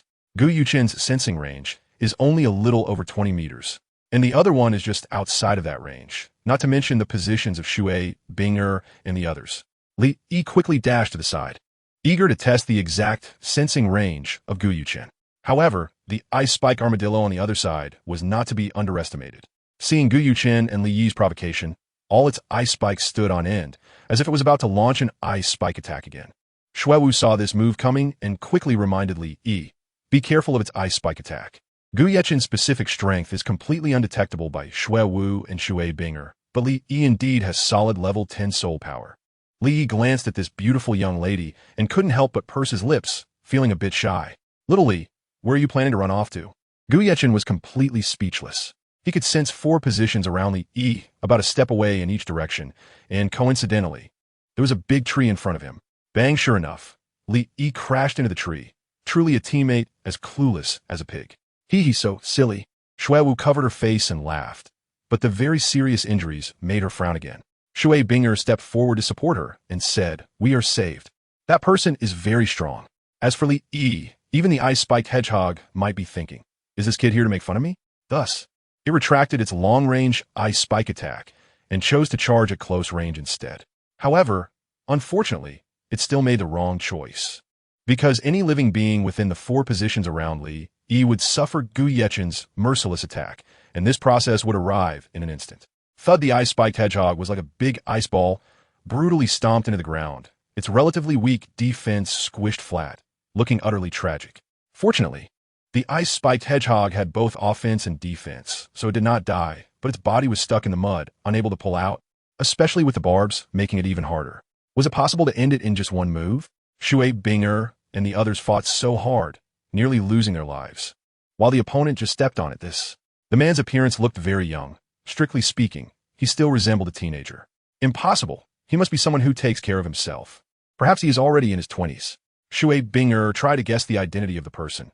After all, the geniuses of Heaven Do City were all well known. However, which family did he belong to? Shaking her head, she indicated that she couldn't figure him out at all. Chapter 42. Let me try it. Shui Binger looked at Gu Yechen and called for help. Senior, Could you please save my companion? It might be because Gu Yechen looked quite mature that Shui Binger unexpectedly called him senior, making him feel a bit embarrassed. Fortunately, apart from Li Yi, he couldn't hear anyone else's words. Seeing that Gu Yechen seemed to be oblivious, Shui Binger helplessly shook her head. Indeed, without strength, others wouldn't even pay attention to her. However, she did not know that Gu Yechen was just a level 25 novice. Due to his special physical condition, his soul power fluctuations were undetectable by others. Even by title Douluo. This is why Gu Yechen had always been unable to light up the testing crystal ball. In the future, he would not register for the Great Soul Master title at the Spirit Hall, as that would easily reveal his secret. Although the subsidy of 1 gold soul coin wasn't much, it wasn't small either. A meal only cost a little over 10 copper soul coins. Sir, this soul beast has such hard armor. My dagger can't pierce it. Li Yi's little knife was almost bent and still couldn't stab in. Li didn't know how many years this soul beast was, but just now, its power was considerable. It shouldn't be a 10-year soul beast. And 1,000-year soul beasts are not so easy to encounter. It must be a 100-year soul beast. However, since he couldn't even deal a finishing blow, it seemed the village chief was lying again, saying that picking up soul rings was easy. Gu Yechen said coldly, "What a hassle. I intended to take in a little brother to help myself, but in the end, I have to be at his beck and call. It's truly bizarre." Bang, bang, bang, Gu Yechen delivered another heavy blow, and the 5,000-year ice armadillo finally collapsed. Li Yi then stepped forward and killed it directly, and soon after, a circle of purple soul rings floated out. It was actually a purple soul ring. Li Yi was completely stunned. His ultimate goal was a purple soul ring, and he didn't expect the first ring to be purple. To be honest, he could hardly wait. Wait a minute. Are you planning to absorb a 5,000-year soul ring? Shui Binger couldn't help but want to stop him. After all, the absorption age for the first soul ring is around 423 years, and it shouldn't exceed 500 years at most. But Li Yi actually wanted to absorb a 5,000-year soul ring. Was he looking for death? Li Yi came back to his senses and said, "Sorry, but I have my eyes on this old beast too, so I can't give it back to you, and besides, I hunted it. The other smaller one can be left for you." Although Shui Binger and Shui Wu were indeed very beautiful, safety was always the priority in the soul hunting forest. Li Yi couldn't guarantee that the other party had no malicious intent. Some people would even fight fiercely for better soul rings, and such incidents are not uncommon. Seeing the other party insisting, Shui Binger didn't know what to say. "Then can you save my partner first? As long as you save her, I will definitely give you a satisfactory reward." Shui Binger knew it was useless to negotiate with Gu Yechen. She could only discuss it with Li Yi. Upon hearing the word reward, Li Yi stopped his intention to absorb the soul ring and hurriedly asked Gu Yechen, "Sir, someone over there is injured. It should be from the cold air expelled by the soul beast. They're currently asking for our help and said they can give us a reward. What do you think we should do?" Gu Yechen said, "A reward? Good. If you're poisoned, I really can't help you. As for injuries, it's not too difficult for someone like me who specializes in support. I don't have much time left, so you need to absorb the spirit ring quickly, or else no one will protect you. Although I don't know what spirit beast it is, it shouldn't be too bad in terms of age after all. I fought it several times and couldn't kill it. This is much better than going to pick up the spirit ring by yourself. Following me will bring you endless benefits." Li expressed his gratitude, saying, "My lord, you are truly amazing. Following you is the best decision I've ever made." Gu Yechen said unhappily, "Stop with that. If you really want to repay me, then accompany me for training every night from now on." Li expressed that he wasn't too keen on it. The content of the experiments was too boring, and those who didn't understand the situation might think there was something going on between the two of them. Gu Yechen continued, "As for those injured people, once I recover, I will go negotiate with them. In my current state, I'm afraid I would only wipe them out." Li nodded, knowing that Gu Yechen's condition was very strange at the moment. After all, he had almost gone mad during the experiment just now, but fortunately, it had some effects. Then, Li Yi said to Shui Binger and the others, "Our adult said he will help you later, so please wait for now." Li Yi rubbed his hands together. Here comes the 1,000-year soul ring. Time passed quickly, and Li Yi was getting further down the path of self-destruction. The first ring was 1,000 years, which was a big taboo for soul masters. Meanwhile, Gu Yechen's current state had also disappeared. The red glow in his eyes faded, and the surrounding domain power vanished, reverting him to his original weak auxiliary soul master form. Restoring his will, Gu Yechen looked somewhat weak, but due to long-term habits, he did not show it. He walked up to Shui Binger, looked at the pale-faced Shui Wu, thought for a long time, and asked, "Did you mean what you said just now?" Gu Yechen also wanted to save her unconditionally, After all, his mother taught him all the good virtues. However, a clever woman cannot cook without rice. To be honest, Gu Yeqing had already spent the only 3 gold soul coins he had on him, and now even eating had become a problem. He didn't want to wash dishes for others anymore. Gu Yeqing said, "Saving lives is the duty of a healer, but I am just an ordinary person. How about this? My consultation fee is 10 gold soul coins. Shui Bingye found it." At this moment, Gu Yeqing's aura was completely gone, lacking the previous coldness and presence. As if he were an ordinary person. If she hadn't sensed Gu Yeqing's specific soul power, she would truly doubt whether he was even a Wei Soul Master who didn't reach the level of Soul Master. However, it had already been over 20 minutes, and Gu Yeqing had just arrived. The cold air had long since eroded Xue Wu's heart. Earlier, Xue Wu would hold on to Shui Bingye for warmth, but now, her eyes were tightly closed, and the cold was spreading from her heart, having already invaded her entire body. Shui Bingye peeled away the layer of ice from Xue Wu's cheek and gently stroked her face. Shui Bingye shook her head. "It's no use, she has already left. Although I should thank you for saving us just now, I truly can't find the words to express my gratitude right now. Even if it offends you, I must speak my mind. You powerful soul masters always carry yourselves with an air of superiority. If only you had come earlier, perhaps Xue Wu could have been saved." Unfortunately, at this moment, Shui Bingye felt an inexplicable sadness, possibly because her partner from the martial soul fusion technique had left, and she truly didn't know what to do. Gu Yeqing quickly waved his hand and said, "I am not some expert or a powerful being. I am just a level 25 Great Soul Master. Besides, I can save her. She is not dead. Her will is still present. She has only entered a state of apparent death, or rather, a deep coma. If her heart were directly pierced through, I indeed wouldn't be able to help. But if it's just exhaustion, I can heal her. If you want to see her recover quickly, then let me give it a try." Chapter 43. The Path of Nirvana. What? You say you're only level 25. Shui Bingye could hardly believe it. A level 25 Great Soul Master can defeat a 5,000-year-old soul beast with a single punch? Is that something humans can achieve? Just now, Shui Bingye thought he was at least in his 20s and at least a Soul King level, but unexpectedly, he was only level 25. Gu Yeqing shrugged. Could he be much younger than her? How is that possible? At first, Shui Bingye thought she had misheard, but Gu Yeqing's next sentence, that he could save Xue Wu, made her willing to believe it was true. She wouldn't blink even if it were 10 gold coins, let alone 1,000 gold soul coins. If you really have a way to save Xue Wu, I am willing to give you 3,000 gold soul coins and unconditionally agree to help you with one thing. Shui Bingye had only a few thousand gold soul coins in her family, but if she asked her family for a bit more gold coins, she could gather a total of 10,000 gold soul coins. However, she still wanted to repay it herself. After all, it was because of her hunting soul beasts that Xue Wu ended up in this state, and as the elder sister of the Tianshui Academy, she felt guilty about it. Now, all she could do was try desperate measures. It's guaranteed to be genuine. Gu Yeqing nodded, his eyes looking at the collar of Shui Bingye's clothes. And he said somewhat shyly, "But for now, I may need to trouble you." Shui Bingye looked at Gu Yeqing warily and said, "What do you want to do? You don't mean to do that kind of thing to me, right? I'm not some casual woman.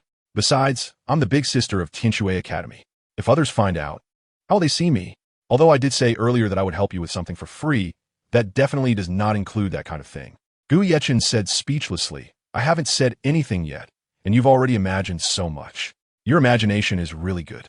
And do I look like that kind of person?" Shui Bingye silently nodded. Although Gu Yeqing had a good appearance and decent temperament, his eyes were always on her chest. Isn't that taking advantage? His peach blossom eyes were obviously running rampant.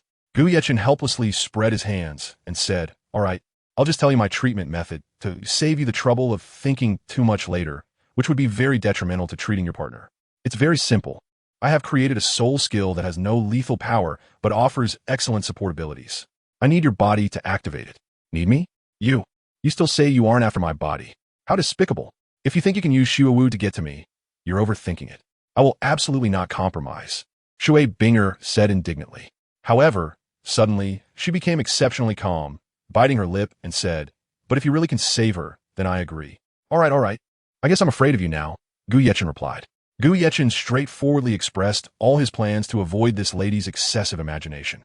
After speaking, he directly unleashed his hell red lotus martial soul, along with a white soul ring. What kind of martial soul is this? Shui Bingye actually didn't recognize the little red flower in Gu Yeqing's hand.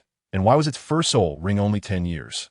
This was too far from the powerful figure she had imagined earlier, meaning Gu Yechen was just a soul master without a second soul ring. Who would have thought that she, a soul master about to reach level 40, would have to seek help from a level 20 soul master with only one soul ring? That was quite something. But what was that earlier? He had seriously injured a 5,000-year-soul beast with one punch. Initially estimating, his physical strength was not inferior to that of Soul Sage. Whatever Shui Binger was thinking, Gu Yechen was naturally unaware. He sat down on the ground with the white soul ring because he needed to help Shui Wu, who was half lying on the ground. He rolled up the sleeves on Shui Wu's snow-white wrist and gently grasped her wrist. Ignoring Shui Binger's hungry expression, he directly took her soft, slender hand and quietly held it. Looking at Shui Binger's sea-blue hair, her peachy lips and white teeth, and her tranquil, beautiful eyes, Gu Yechen was taken aback, never expecting that she would actually blush shyly. She probably hasn't been in a relationship before. She really is quite beautiful. Shui Binger said angrily. What exactly do you want to do? If it weren't for Shui Wu, I wouldn't let you manipulate me like this. You better not play any tricks. Gu Yechen quickly explained, Elder sister, don't misunderstand. During this treatment process, I am the one in charge, so there must be physical contact. Otherwise, I cannot operate the soul technique I created. Shui Binger quietly looked at Gu Yechen. A self-created soul technique can only be comprehended by those with exceptional talent. How did he manage to do all this? From being a strong individual to becoming the weakest ordinary soul master, and then transforming into a cultivation genius. How many secrets does he have? Can you tell me what your self-created soul technique is called, and how you came up with it? Shui Binger surprisingly showed interest in Gu Yechen's self-created soul technique, as there was clearly a very warm and comfortable airflow passing through her palm, indicating that this soul technique was indeed real. The name of my self-created healing soul technique is Nirvana Heart Path. It is a passive healing method that can achieve the effect of finding light in the darkness and surviving in desperate situations. I came up with it after much contemplation in a place devoid of light, because I believe that no matter how difficult the situation, there will always be dawn after the night. There, my will was bound by the darkness, and my body was tormented by it. Every time dawn broke, all my injuries would heal completely. This kind of passive healing is like developing antibodies. I have almost begun to become immune to that place. This inspiration came from a blacksmith. His hammering technique is unique. Each strike prepares for the next one and enhances the previous blow. My self-created soul technique, on the other hand, is the opposite. Every time I use my martial soul, it is to prepare for the next time I can refrain from using it, which means using life force to weaken the breath of death. I spread open my palm, letting the small red flower grow quickly, then bloom into a brilliant flower, only to wither and fall rapidly afterward. This process seems to have experienced the vicissitudes of life, but the only moment that truly holds meaning is that moment of blooming. Gu Yechen explained, every time my martial soul blooms, I face a death, an unprepared death, a fleeting moment, and the highest realm of death is rebirth through nirvana. The principle is simple. To put it plainly, it uses the method of leveraging strength. If you want your partner's heart to beat again, you must use your own heart as the power source. Soon, you will experience a death. So I apologize for putting you through this. Don't be afraid. I'm here with you. All right, close your eyes, feel the soul skill I created, and listen to the wail of fate. Gu Yechen shouted loudly, open for me. In the endless dark sky, he gazed at the stars, knowing that night would eventually give way to dawn. The withered tree meets spring in 30,000 miles, flourishing and thriving as it falls from the heavens. Chapter 44. Call me Kitchen. As Gu Yechen released his soul technique, Shui Binger felt that warm flow of energy vanish, replaced by a chilling cold, as if she had fallen into an ice cellar. Clearly, Gu Yechen's role was that of a conduit, connecting Shui Binger with Shui Wu's life force. At this moment, Shui Binger was experiencing Shui Wu's life state.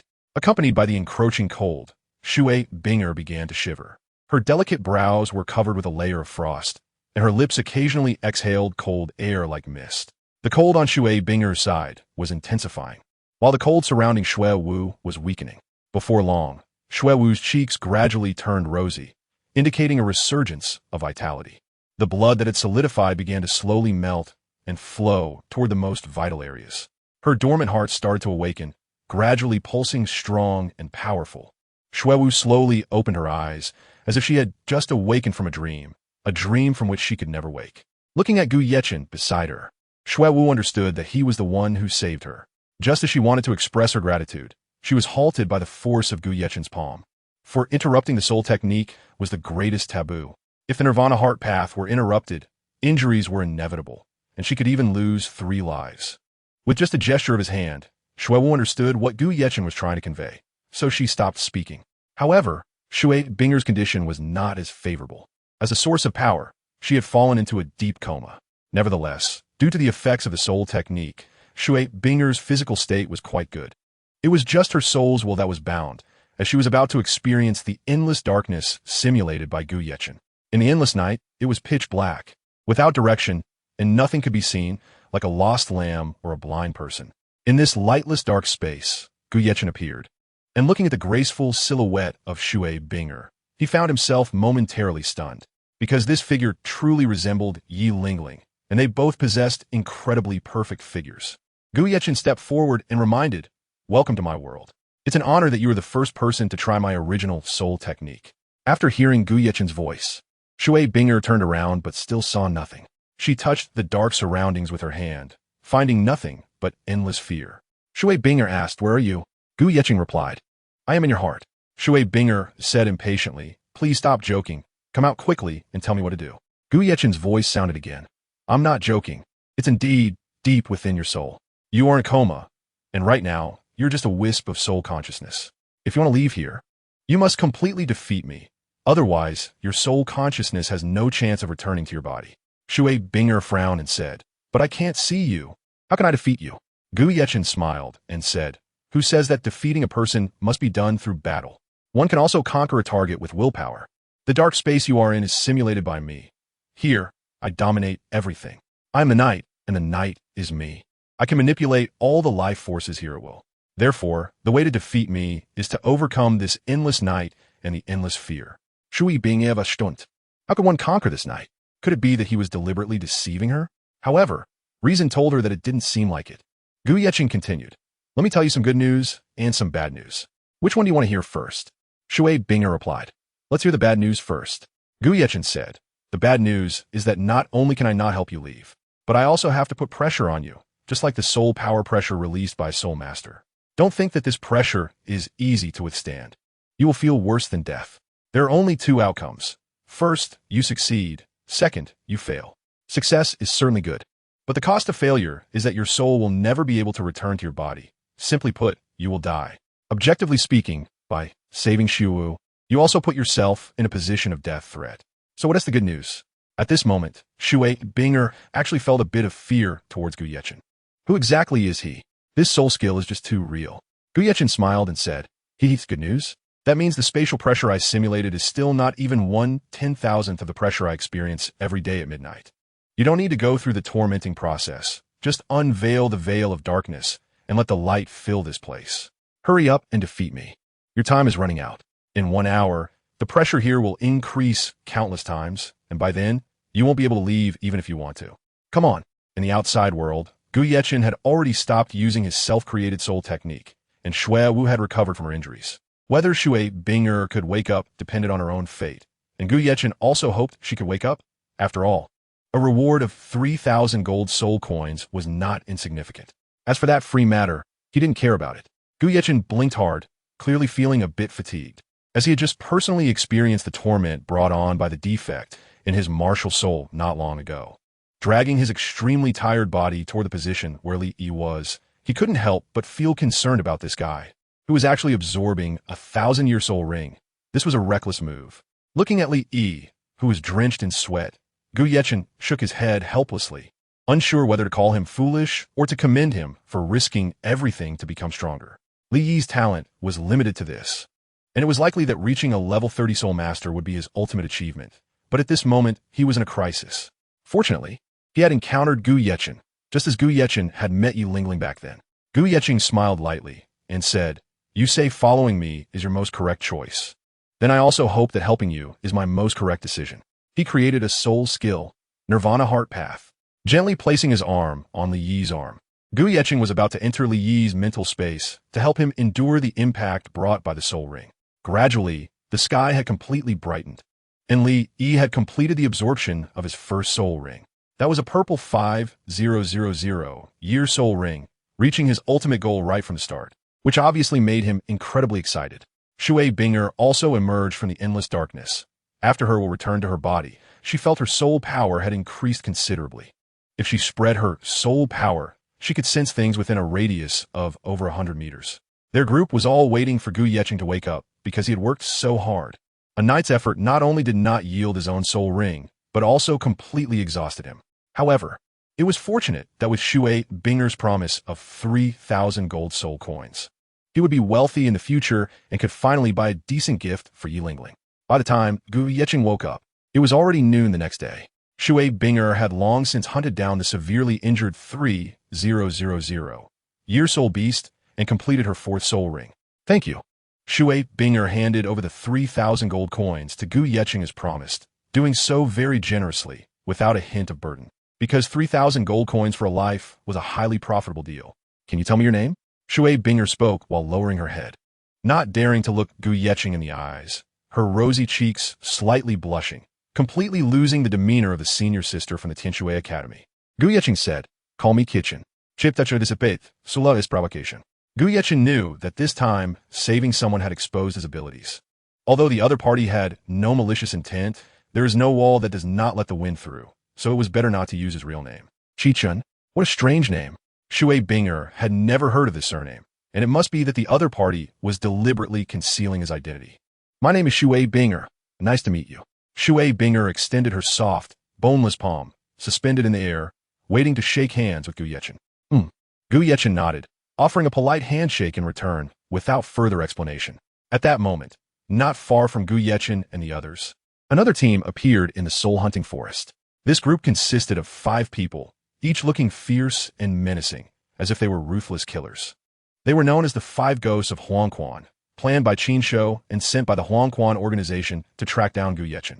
The leader looked at the picture in his hand and cursed, "This damn kid, where the hell has he gone? It's been a pain to find him." Beside him, a plump man expressed his dissatisfaction, pouting as he said, "Boss Su, isn't it because you were reluctant to spend the money to rent horses, insisting on saving those 3 gold soul coins? Now look, this kid has slipped away." Boss Su was seen as a bit stingy by the others. He wouldn't even spend his own money for task execution. Unfortunately, the organization wouldn't reimburse them for such extra expenses, so they tried to save wherever they could. Boss Su frowned and scolded, "Old 3, shut up. Didn't you still owe me 30 gold soul coins? If you had money, pay me back. If not, don't call me stingy." Hearing this, the plump man awkwardly scratched his head and didn't say much more, since he really didn't have the money to repay. Being a soul master was both profitable and a money pit, especially when indulging in luxurious smoking, drinking, and materials for cultivation. They often ended up with only a pair of leggings left. Another seemingly weaker man reminded, "Boss Su, don't be angry. This isn't old 3's fault, nor yours. It's just that the Huangquan organization has delayed the distribution of gold coins. I'm sure in a few days, they will issue the gold coin subsidies. At that time, we can go out and have some fun again, and I can also enjoy myself at the Lichun courtyard." Boss Su said irritably, "Old 4. All you see are women. It's better to stay away from those places. Take care of your health. Spend more time learning cooking skills from Old 2. We, the 5 Ghosts of Huangquan, need to have some style. We can't be too vulgar." What Boss Su said is right. Everyone nodded in agreement. Along the way, the 5 Ghosts of Huangquan searched their surroundings for Gu Yeqing while discussing the self-cultivation of soul masters. Suddenly, the 5th member, who was clearing the way ahead, turned around and shouted loudly, "Boss Su, it's that kid." He hurried forward, pushing aside the grass that was half a person tall. And Boss Su indeed discovered Gu Yeqing's trace. No wonder they hadn't found him after searching all night. He was hiding in someone else's camp. Boss Su led his brothers to jump out from the bushes and shouted, "Kid, we finally caught you. Let us see where you can run this time." Faced with the sudden appearance of 5 big men jumping out from the bushes, Gu Yeqing, who was talking with Shui Binger, was genuinely taken aback by the situation. Gu Yeqing took a few steps forward and asked Su Laoda, "Who are you? From the tone of your voice, it seems like you're here to find me." Su Laoda sneered, "Who are we? Have you heard of the 5 Ghosts of Huangquan?" The 5 Ghosts of Huangquan? Shui Binger and Shui Wu were stunned. It was rumored that each member of the 5 Ghosts of Huangquan was a soul master of the soul respect level. If all 5 of them acted together, they could even hunt down experts at the soul sect level. After all, professionally trained assassins were much more formidable than ordinary soul masters. They never made probing attacks. Their strikes were always lethal. Moreover, Their task completion rate exceeded 90%, and they could even contend with teams at the soul sect level. Shui Binger wondered who had hired the people from Huangquan Pavilion and why they were targeting someone she had just met today. This was not good, as the people from Huangquan Pavilion never showed mercy. Even if one revealed their family background, it wouldn't matter. They would still kill the targets they were after. Besides, Gu Yechen had just mentioned that his combat power during the day was very weak, and he needed to rely on her and Shui Wu to ensure safety in the soul hunting forest. At this moment, he absolutely could not be handed over. Su Laodama, kid, you're quite good hiding, huh? You actually came to someone else's camp. Do you really think that following others means you won't be in danger? How naive. Gu Yechen narrowed his eyes slightly and asked, "Are you here to kill me?" No, I'm just here to take something, just an arm.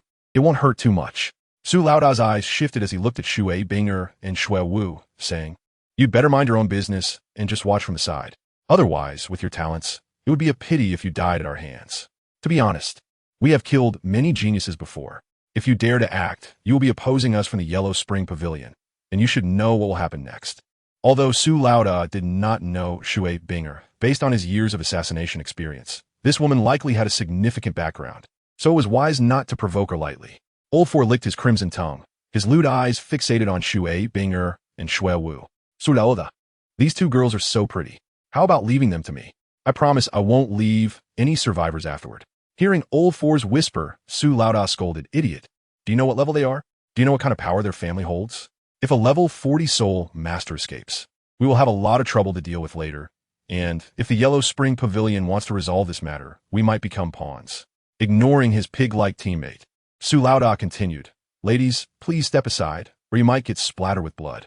However, Gu Yechen did not recognize the Yellow Spring 5 ghosts and suspected that this matter was related to Qin Shou. To prevent misjudging, he tentatively said, "Can you tell me who sent you?" Su Laoda arrogantly replied, "You don't have the right to know who he is, but I can give you a hint. Recently, you have offended someone, and that person is the one who paid for your arm. You must have guessed who it is without me saying. So do yourself a favor and cut off an arm, or if the Yellow Spring 5 ghosts take action personally, you might not even be able to keep your life." Haha. Clearly, Su Laoda was openly provoking him, who would ask others to cut off their own arms. Chapter 46.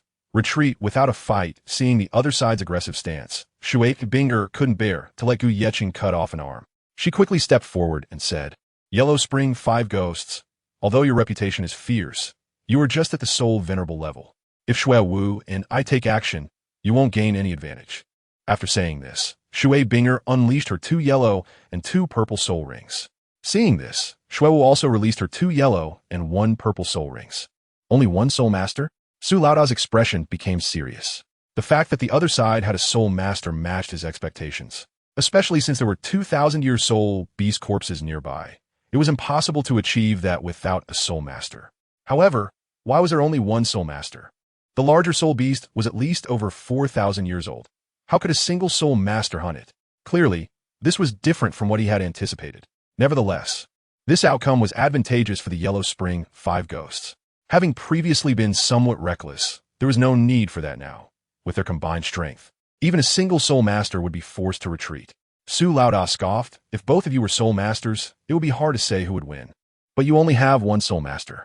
How can you withstand us? Are you sure you want to protect this kid?" Shui Binger snorted coldly, "Qiqing is my friend, and I absolutely won't allow you to harm him." Shui Binger had confirmed that Gu Yechen indeed did not have 30 levels of soul power, as he only had 1 white soul ring, indicating he was at most in his 20s, preparing to obtain his 2nd ring, while he only had a pathetic 10 levels of soul power. Fortunately, Gu Yechen's self-created soul skills were somewhat strange. Otherwise, he would have been dead long ago. Of course, Gu Yechen was also very good at leveraging a condition she had promised last night, meaning for Shui Binger and Shui Wu to protect them for a day. Because tonight, Gu Yechen and the others still needed to hunt soul beasts. After all, Gu Yechen had not yet obtained his 2nd soul ring. And how could he leave without it? But during the day, Gu Yechen was very weak. Not to mention 1,000-year soul beasts. Even 100-year soul beasts would be tough to deal with since he was only an auxiliary soul master. Shui Binger and Shui Wu naturally agreed to their request very readily. But they did not expect that the Yellow Spring 5 ghosts would appear. However, how could they easily backtrack on something they had promised? That was not their style. "Qiqing? Su Laoda. Isn't this kid called Gu Yechen? What did he change his name?" The fat man asked Su Laoda. Ignoring Old 3, Su Laoda laughed and said, "You don't even know where this kid comes from, yet you want to protect him? It seems you have been deceived by him. His real name is Gu Yeqing, a student of the Tiando Royal Academy. Is it worth it to become enemies with us, the Yellow Spring Five Ghosts, for stranger?" Shui Binger turned to look at Gu Yeqing behind her, realizing he was from the Tiando Royal Academy. Without thinking too much, Shui Binger still firmly said, "Although your 5 members work very well together and are rumored to be able to hunt Soul Masters, can you withstand the martial soul fusion skill of Soul Master?" Shui Binger and Shui Wu could unleash the martial soul fusion skill ice and snow drifting, and the leader was Shui Binger, whose full power burst could rival an attack from Soul King. If Shui Wu was also a Soul Master, the burst power would be comparable to an attack from a Soul Emperor. Upon hearing this, Su Laoda was stunned. The martial soul fusion skill unleashed by a Soul Master and a Soul Venerable had even reached the level of a Soul King. This was a significant threat. Looking at the corpses of the 1,000-year soul beasts on either side, it was clear they believed Shui Binger's words. Because this definitely was not something that Kid Gu Yeqing could do, this task had become challenging. However, Su Laoda and the others did not know that Shui Wu was injured and had not fully recovered, so she couldn't unleash the martial soul fusion skill. The reason Shui Binger revealed the soul rings was to make the other party retreat in fear. "Su Laoda, what should we do? This is tough to deal with." The weak man called Old Four interjected. The other brothers' expressions also became extremely grim. If they failed this mission, receiving a special punishment from the Yellow Spring would be a small matter, but being docked pay by the organization would be a big deal. As the leader of their team, Su Laoda remained relatively calm. He took out a half-burned cigarette, but from his pocket, stuck it in his mouth, then struck a match to light it, taking a deep drag of nicotine to calm down. He took out a water pouch from the Soul Guide, poured water to extinguish the cigarette butt, and put it back in his pocket. This cigar was very expensive. He couldn't bear to finish it all at once. Whenever he was nervous, he had to take a puff to relieve the stress. Su Laoda said solemnly, "I know you two are not easy to deal with, but have you thought about the cost of opposing us from the Yellow Spring Pavilion?" Without hesitation, Shui Binger firmly replied, "Whether it's you 5 from the Yellow Spring or your entire Yellow Spring Pavilion, just bring it on. I represent only my own will and not my family." "Very well, then we shall see." Su Laoda knew that this operation was bound to end in failure. They had no way to counter a martial soul fusion skill led by a Soul Master. "Oomph." Su Laoda snorted coldly, waving his hand to his brothers behind him. "Let's go." The rules for taking action in the Yellow Spring Pavilion are very special. If the task is not completed during the first meeting, there will be no second chance. This is because more powerful individuals will be sent out, and those who failed to complete the task will face very tragic punishments. However, compared to being killed by a martial soul fusion skill, they would rather stay alive, even though they're ruthless killers who don't blink when taking lives. After all, being alive allows them to enjoy this colorful world. To be honest, Su Laoda's decision after smoking a cigar was very correct. Because even if Shui Binger and Shui Wu cannot use the martial soul fusion skill, Shui Binger, as a Soul Master, can still kill all 5 of the Yellow Spring ghosts with Gu Yeqing's assistance. At that point, they would truly become the ghosts of the Yellow Spring. Without any combat, just a few key words made the infamous Yellow Spring ghosts retreat in disgrace. Of course, the Yellow Spring ghosts are not foolish. Having only the strength of a soul respect, but still gaining a fearsome reputation, suggests that Su Laoda played a significant role. Knowing they cannot win, why go to their deaths? If the task fails, it fails. Being rational is much better than blindly executing a mission. Otherwise, they would have died a long time ago. Once the Yellow Spring ghosts left, Shui Binger turned to Gu Yeqing behind her and asked, "Are you okay? It turns out your name is Gu Yeqing, and you actually deceived me into thinking your name was Chi-Chun. I can't believe I trusted you so much just now." Gu Yeqing scratched his head. "It's just a name. No need to get angry." Gu Yeqing, who was protected by Shui Binger, seemed a bit embarrassed. After all, he had rescued Shui Wu and charged a fee, yet Shui Binger didn't mention the price after protecting him. "Thank you. I guess this time I've caused you trouble." Gu Yeqing first expressed his gratitude and then asked, "What kind of force is the Huangquan Pavilion? Since the employer can spend money to buy someone else's arm, I wonder if they can spend money to buy the employer's life? If that's possible, I wouldn't mind spending money to buy Chinsho's life. Otherwise, keeping him alive will lead to endless troubles." Shui Binger explained, "Huangquan Pavilion is an organization specifically responsible for assassinations. They may have been severely suppressed by the Tiando royal family, and their mission activities have decreased significantly in recent years, to the point where they're even accepting ordinary tasks. Aside from the Tiando royal family, the Spear Hall, and direct descendants of major sects and prominent families who cannot be assassinated, they will accept almost all other contracts. The Huangquan Five Ghosts are just minor characters within the Huangquan Pavilion, and they may send others to target you later, so you need to be careful. Gu Yechen retorted, will the Huangquan Pavilion send someone to target you? As for me, you don't need to worry. The family power behind me is also not weak. They won't act rashly. Only interests can drive them to madness. They won't engage in transactions without benefits.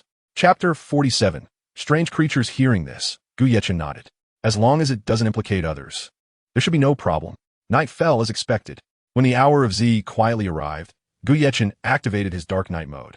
Clearly, Gu Yechen was about to obtain his second spirit ring. Using the moonlight, Shui, Bing'er, and Xuewu led the way to scout for spirit beasts. While he assisted in guiding them, they encountered quite a few spirit beasts along the way, but most were 10 or 100-year spirit beasts, which Gu Yechen naturally looked down upon. However, tonight was indeed peculiar. They didn't encounter a single 1,000-year spirit beast. As the dark hours were about to pass, Gu Yechen had to consider giving up on hunting 1,000-year spirit beasts. When the target was lowered to 100-year spirit beasts, the options for spirit beasts increased significantly. Speed-type spirit beasts like the Netherwolf and the Striped Cat were clearly unsuitable. Generally, spirit beasts that had effects on auxiliary martial souls were of a more aggressive type, such as baboons and wild lions. Of course, some plant-type spirit beasts could also achieve this effect. Gu Yechen's martial soul belongs to the plant category, which theoretically can only absorb soul rings from plant-type soul beasts. However, not long ago, a revised edition of a book mentioned a person named Yu Shaojiang, who proposed that there are no boundaries for martial soul absorption, as long as one's martial soul does not conflict with the soul ring to be absorbed. It is possible to transcend boundaries and absorb the soul ring, meaning that a plant martial soul can absorb soul rings from animal soul beasts. Moreover, this theory has been validated through his disciple, and after several years of dissemination, it has been included in the literature. He is referred to by the world as Theory Invincible, and he also proposed the maximum age limit for absorbing the first soul ring. Gu Yechen was just a latecomer in this field, and he didn't have a deep understanding of these theoretical concepts. Perhaps due to his high skills and boldness, he didn't completely believe in the theoretical knowledge, as it mentioned that the absorption age of the first soul ring should not exceed 500 years. However, this guy Li Yi absorbed a soul ring of 5,000 years, breaking the norm. This meant that under normal circumstances, it should be 500 years. But in abnormal situations, influenced by external factors, it contradicted the theory. At that moment, the scout Shui Bing'er seemed to see a dark green triangular snake head raised among the bushes, with a pair of small eyes glistening like rubies, emitting a chilling light. Shui Bing'er turned back and said to Li Yi, "Ask your master if he wants a 700-year-old mandala snake. The mandala snake could bring poison and resilience, making it a good choice for support soul masters. For example, the poison would definitely provide skills related to excitement and frenzy for support soul masters, while the resilient characteristic would relate to defensive barriers. However, was 700 years too low? Li Yi awkwardly scratched his nose because the soul rings he absorbed were several thousand years old. How could he let his master absorb a few hundred-year-old ring? Li Yi waved his hand decisively and said, "My master says no. Please continue scouting." Shui Bing'er shook her head speechlessly, as Gu Yechen was somewhat abnormal. His self-created soul skills had already broken the limits of absorbing soul rings. Normal people simply couldn't absorb soul rings of higher ages because the power of the soul rings would exert tremendous impact on the body and consciousness of the absorber. Compared to the torment Gu Yechen experienced in the Dark Night, these impacts were merely a drizzle. To put it bluntly, whoever has Gu Yechen holds the world, as his abilities have surpassed the understanding of soul masters regarding martial souls and soul rings. Of course, this was largely thanks to Li Yi's first attempt. On the entire continent, there has never been a shortage of pioneers, but Li Yi was the first to survive after taking the leap. To express his gratitude to his master, he certainly hoped that his master could also obtain a purple soul ring. Li Yi, be careful on the left. Gu Yechen suddenly reminded. There's a life form approaching you at an incredible speed. What? Could it be a soul beast? Li looked to the left, but found nothing, and quickly asked, "My lord, is it still there?" "Yes, I can sense its presence because in my night space, there are two stars. One is you, and the other is it, that's for sure." In Gu Yechen's dark space, any life aura would appear in the form of stars, whether it was a soul beast or a human. Li Yi's life aura had already been locked onto by Gu Yechen, But there was another unfamiliar aura that was uncertain whether it was a soul beast or some other animal. Suddenly, that unusual creature started to move again. And Gu Yeqing said, "Don't move, I'll take care of it."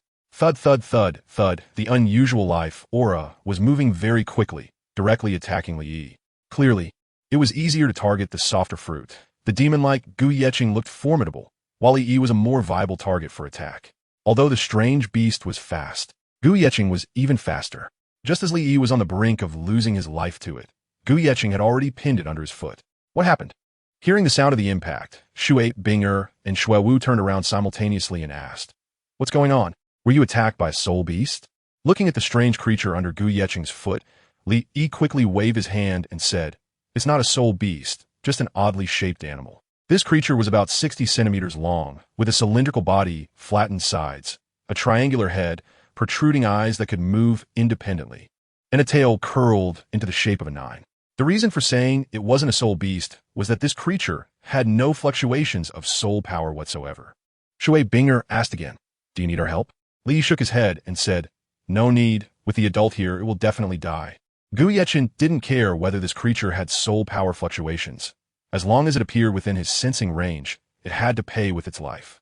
After a fierce stomp, the creature seemed to be completely dead, and even its life breath had vanished. "All right, let's continue to explore." Gu Yeqing moved his foot and instructed Li Yi, "My lord, are you sure it's dead?" Li Yi glanced at the corpse of the creature on the ground and couldn't help but frown.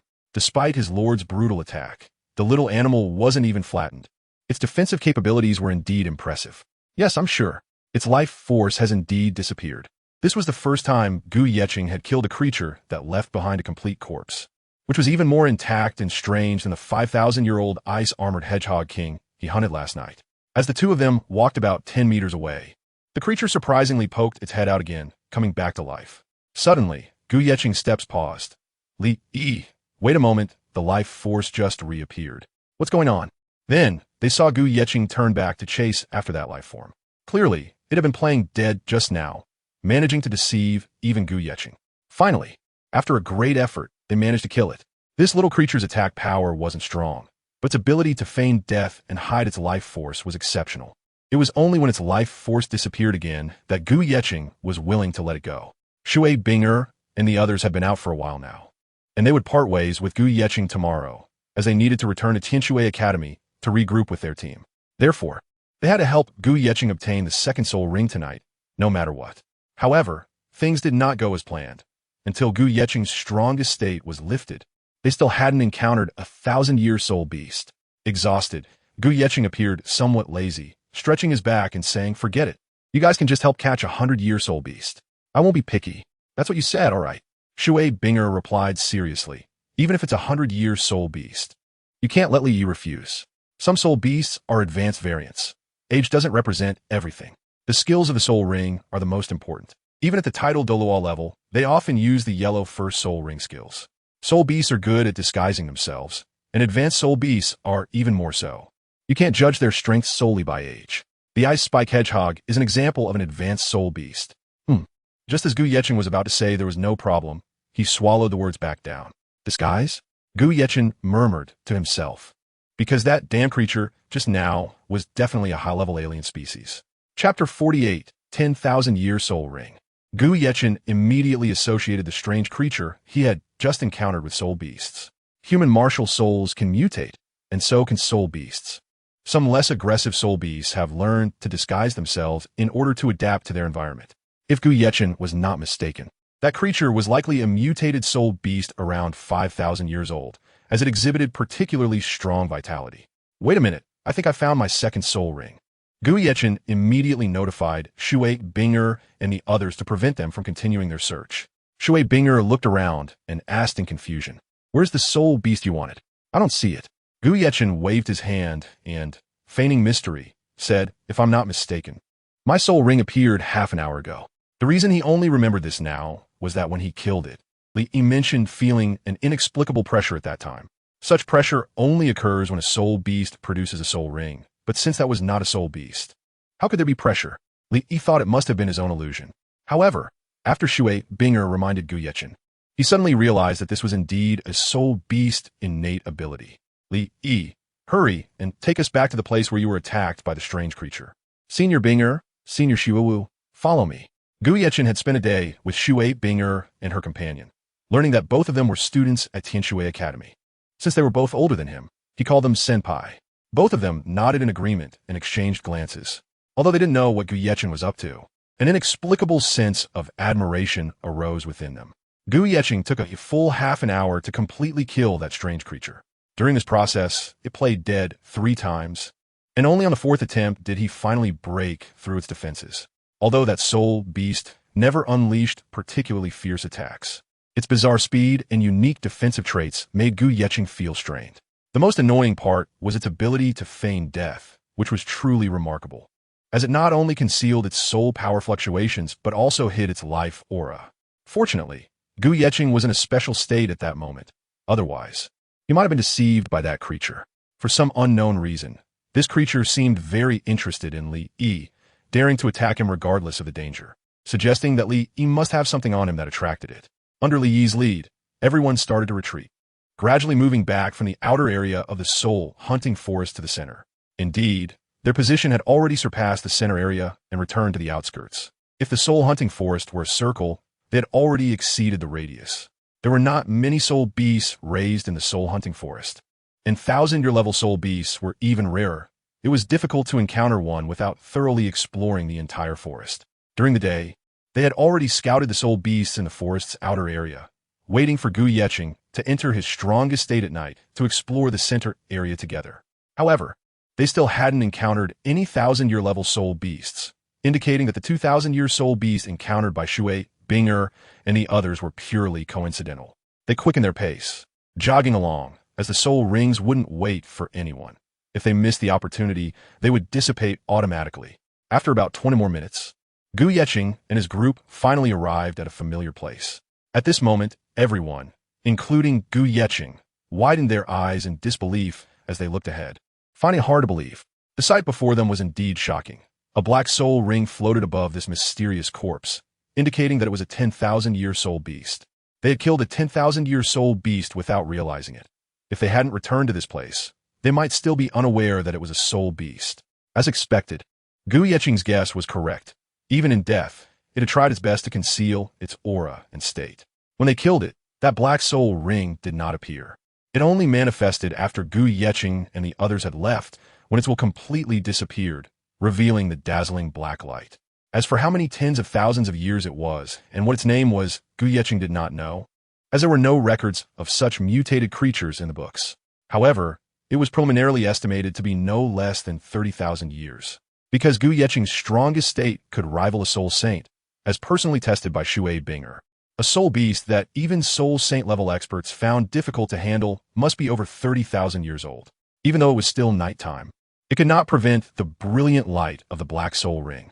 Looking at the black light emitted by the 10,000-year soul ring, Gu Yechen was overjoyed but also began to worry. If it were a 1,000-year purple soul ring, Gu Yechen would undoubtedly absorb it without hesitation.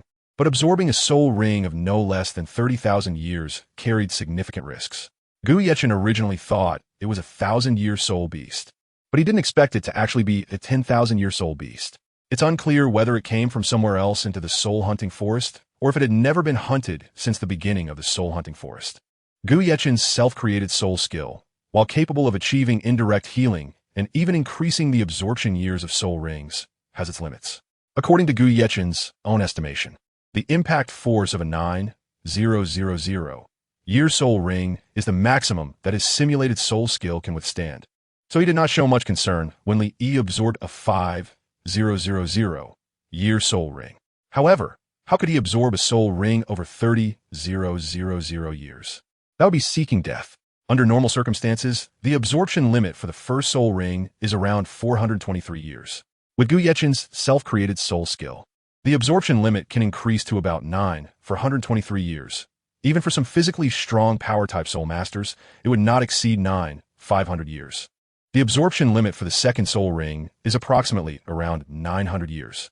With Gu Yechen's self-created soul skill, this limit can rise to 900 years, and similarly, it would not exceed 10,000 years. Absorbing a 10,000-year soul ring is already quite difficult, So how could one absorb a soul ring over 30,000 years?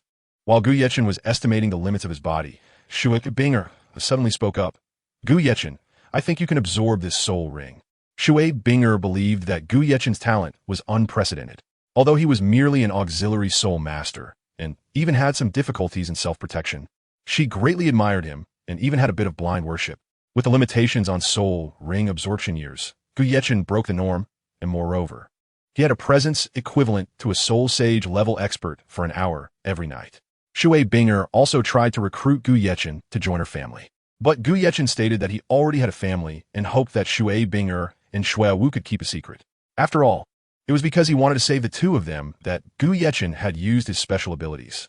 Gu Yechen tilted his head and asked, Sister Bing, do you have any good ideas? Although Gu Yechen called her sister, Shui Binger still felt a bit uncomfortable, as her first impression of him was that of a cold and ruthless expert. First impressions are indeed very important and affect the future. She still felt shy about looking directly at Gu Yechen's face, only turning to the side and pretending to be calm as she said, apart from your soul skill that can extend the absorption period, there's another special item that can also extend the absorption period. Hearing this, Gu Yechen couldn't help but want to listen intently, so he quickly asked, what is it? Shui Binger said very seriously, soul bones. Soul bones? Gu Yechen had some impression of this term. It was mentioned in books, but the descriptions were very vague.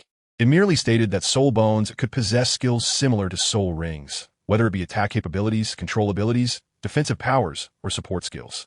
To be honest, Gu Yechen really didn't know what soul bones looked like or what specific functions they had. Driven by curiosity, he earnestly asked Shui Binger for more information about soul bones. Can you tell me more about soul bones? The more detailed, the better. Shui Binger smiled and said, it seems you really aren't a child of a big family or a noble. Tucking a strand of hair behind her ear, she said lightly, generally speaking, soul bones are produced from soul beasts and are something even more precious than soul rings. Unfortunately, the chance of obtaining soul bones through hunting soul beasts is less than 1 in 10,000. Within the two great empires, there are about tens of thousands of soul masters, but the number of soul bones produced each year from hunting soul beasts is less than 3. One can imagine how rare soul bones are. Each soul bone is worth a fortune. Even a lower-tier 1,000-year soul bone can fetch several 100,000 gold soul coins at an auction. As for higher-tier 10,000-year soul bones, almost no one would put them up for auction. They either absorb them themselves or pass them down to their families as inheritance soul bones. Of course, if you're lucky, you might encounter a 10,000-year soul bone at an auction. Moreover, it is particularly important to note that in a temporarily formed cooperative team, if a soul beast unexpectedly drops a soul bone during hunting, the first thing to consider is not how to divide that soul bone, but how to deal with your teammates. Because even if you kindly share that soul bone with others, their greedy desires will not accept a fair split. They will always find a way to eliminate you. For young people like us, even if we have soul bones, we should not easily show them to others. Because once we attract the attention of someone with ulterior motives, the tragedy of being killed for a bone can often occur. Gu Yechen silently nodded. So the value of soul bones is so high. No wonder Aunt Yi said that if he could have a soul bone in the future, it would be a rare opportunity that is hard to come by. Moreover, Yi Lingling's mother once said that when facing an enemy in the future, more rings and more bones mean stronger abilities, while fewer rings and fewer bones mean running away. The rings clearly refer to soul rings, and the bones must refer to soul bones. Seeing Gu Yechen's serious expression, Shui Binger smiled lightly and continued, generally speaking, soul bones can be divided into 3 grades and 6 levels according to their completeness and quality. The higher the rank, the more expensive it is. The so-called 3-grade soul bones are classified based on their age. First grade 1,000-year low-level soul bones, second grade 10,000-year high-level soul bones, and third grade 100,000-year limited edition soul bones. The 6 levels of soul bones are classified based on the 6 positions of the human body, representing first level torso bones, second level skull bones, third level left arm bones, fourth level right arm bones, fifth level left leg bones, and sixth level right leg bones. Even the lowest grade 1,000-year right leg bone, or even an incomplete soul bone, can still be priceless in the market. This is because there are no level restrictions on absorbing soul bones. Soul masters below level 10 can absorb soul bones without any discomfort. Soul bones not only provide additional soul skills, but also enhance all attributes of the body. Especially when the age of the absorbed soul ring is high, the impact from the soul ring can be mitigated by using the soul bone. Gu Yechen interrupted. Are you asking me to use the soul bone to share the impact of the soul ring? Shui Bing'e nodded and said, that's right. Gu Yeqing helplessly shrugged and shook his head, saying, unfortunately, I don't have a soul bone. Shui Bing'e smiled and said, that soul beast body has a soul bone. If I hadn't already absorbed a soul bone myself, I wouldn't have been able to detect it either. Are you saying there's a soul bone in that little lizard's body? Gu Yeqing didn't know what kind of soul beast it was, but it looked like a little lizard. Shui Bing'e confirmed, yes, and it's a trunk bone. Normally, when a soul beast produces a soul bone, a certain part will emit a dazzling light. For example, if it's a head soul bone, the soul beast's head will shine, but this soul bone didn't emit any light. Fortunately, I have a right leg soul bone, which allowed me to sense the aura of that soul bone. This must be related to its innate abilities. If it were just an ordinary soul bone, it wouldn't be able to withstand the impact of a 10,000-year soul ring, but this is a 10,000-year soul bone, and it was produced alongside the soul ring, so there won't be any rejection. If you absorb this trunk soul bone and then absorb that black 10,000-year soul ring, there shouldn't be any problem. Sister Bing'e, is that really a soul bone? Shui Wu beside them swallowed hard. Her family hadn't had a single soul bone for several generations, and Gu Yeqing was so lucky to have one appear so easily, especially a top-tier trunk bone. Absolutely true. Shui Bing'e didn't hide anything she knew. In fact, she could have taken the opportunity to send Gu Yeqing away and secretly absorbed the soul bone herself. However, since he saved her and Shui Wu last night, she really couldn't bring herself to do that. Gu Yeqing frowned slightly. No wonder the hell Red Lotus Marshal's soul always felt something was off about that corpse. It turned out it was hiding a soul bone. This is too concealed. Didn't you say that in a temporarily formed team, when encountering a soul bone, the first thought is to kill the opponent, and only then consider the ownership of the soul bone? Are you planning to let me go? I'm not your match right now. Shui Bing'e smiled and said, if you hadn't saved us last night, we might have really done that. Faced with a soul bone over 30,000 years old, I can't guarantee that I can stay calm at this moment. You have to know, my family only has 1,000-year-old inherited soul bone. Although I indeed want that torso soul bone, I have to say it doesn't really suit me. It's an auxiliary soul bone, and I believe it would be of greater help to you. Gu Yeqing nodded. All right then. It seems I have no choice but to accept your kindness. Consider it a favor I owe you. Without your reminder, I would have never had the chance to obtain this soul bone. Shui Bing'e replied, then said, hurry up and extract this soul bone to absorb it. That 10,000-year soul ring is about to disappear, so don't waste it. If I'm not mistaken, the skills of this soul bone and the soul ring complement each other, and when used together, the resulting skill will surely be extraordinary. Gu Yeqing was not being pretentious. He truly wanted this soul bone and would not hypocritically decline it. He must repay this favor when he had the chance. Approaching the strange creature, he forcefully extracted the torso soul bone using his soul power, then sat down on the ground and began to absorb it silently. As expected, there was no discomfort during the absorption process. It felt indescribably refreshing, as if he were soaking in a hot spring. If anyone else were to absorb this soul bone, it would be difficult to complete the process in less than half a day. However, Gu Yeqing's mental strength was exceptionally strong, and he finished the absorption in less than 10 minutes. This was somewhat related to the dark soul impacts and torments he experienced every night. Gradually, Gu Yeqing's soul power began to increase wildly. With the support of the torso soul bone, the absorption process of that black 10,000-year second ring became much easier. Chapter 50. Please call me young master. By the time Gu Yeqing had completely absorbed the black soul ring, the sky had gradually brightened. After a short nap, the blazing sun was high in the sky, making the surrounding air feel hot and dry. Gu Yeqing has already obtained his second spirit ring, and naturally, he has to bid farewell to Shui Bing'e and Shui Wu. Approaching Shui Bing'e, before Gu Yeqing could say anything, Shui Bing'e spoke first. Aren't you going to sleep a little longer? It seems you didn't rest well last night. It's fine. Gu Yeqing waved his hand and expressed his gratitude. Thanks to your care these past 2 days, I not only obtained my second spirit ring, but also acquired the most precious torso spirit bone. I will remember this kindness. And if you ever need my help in the future, just let me know. Shui Bing'e smiled with her eyebrows arched. Really? Would you be willing to come to my family? Shui Bing'e knew that Gu Yeqing didn't have a family. Otherwise, he wouldn't be unaware of spirit bones. When he said he already had a family yesterday, it was clearly to decline her invitation. That might not be possible. Although Gu Yeqing currently had no family, it didn't mean he wouldn't have one in the future. The future title Douluo would undoubtedly have his name, and since he couldn't be the second generation of a family, he might as well be the first generation. Seeing Gu Yeqing hesitating, Shui Binger gently tapped his head and smiled. I was just joking. No need to take it so seriously.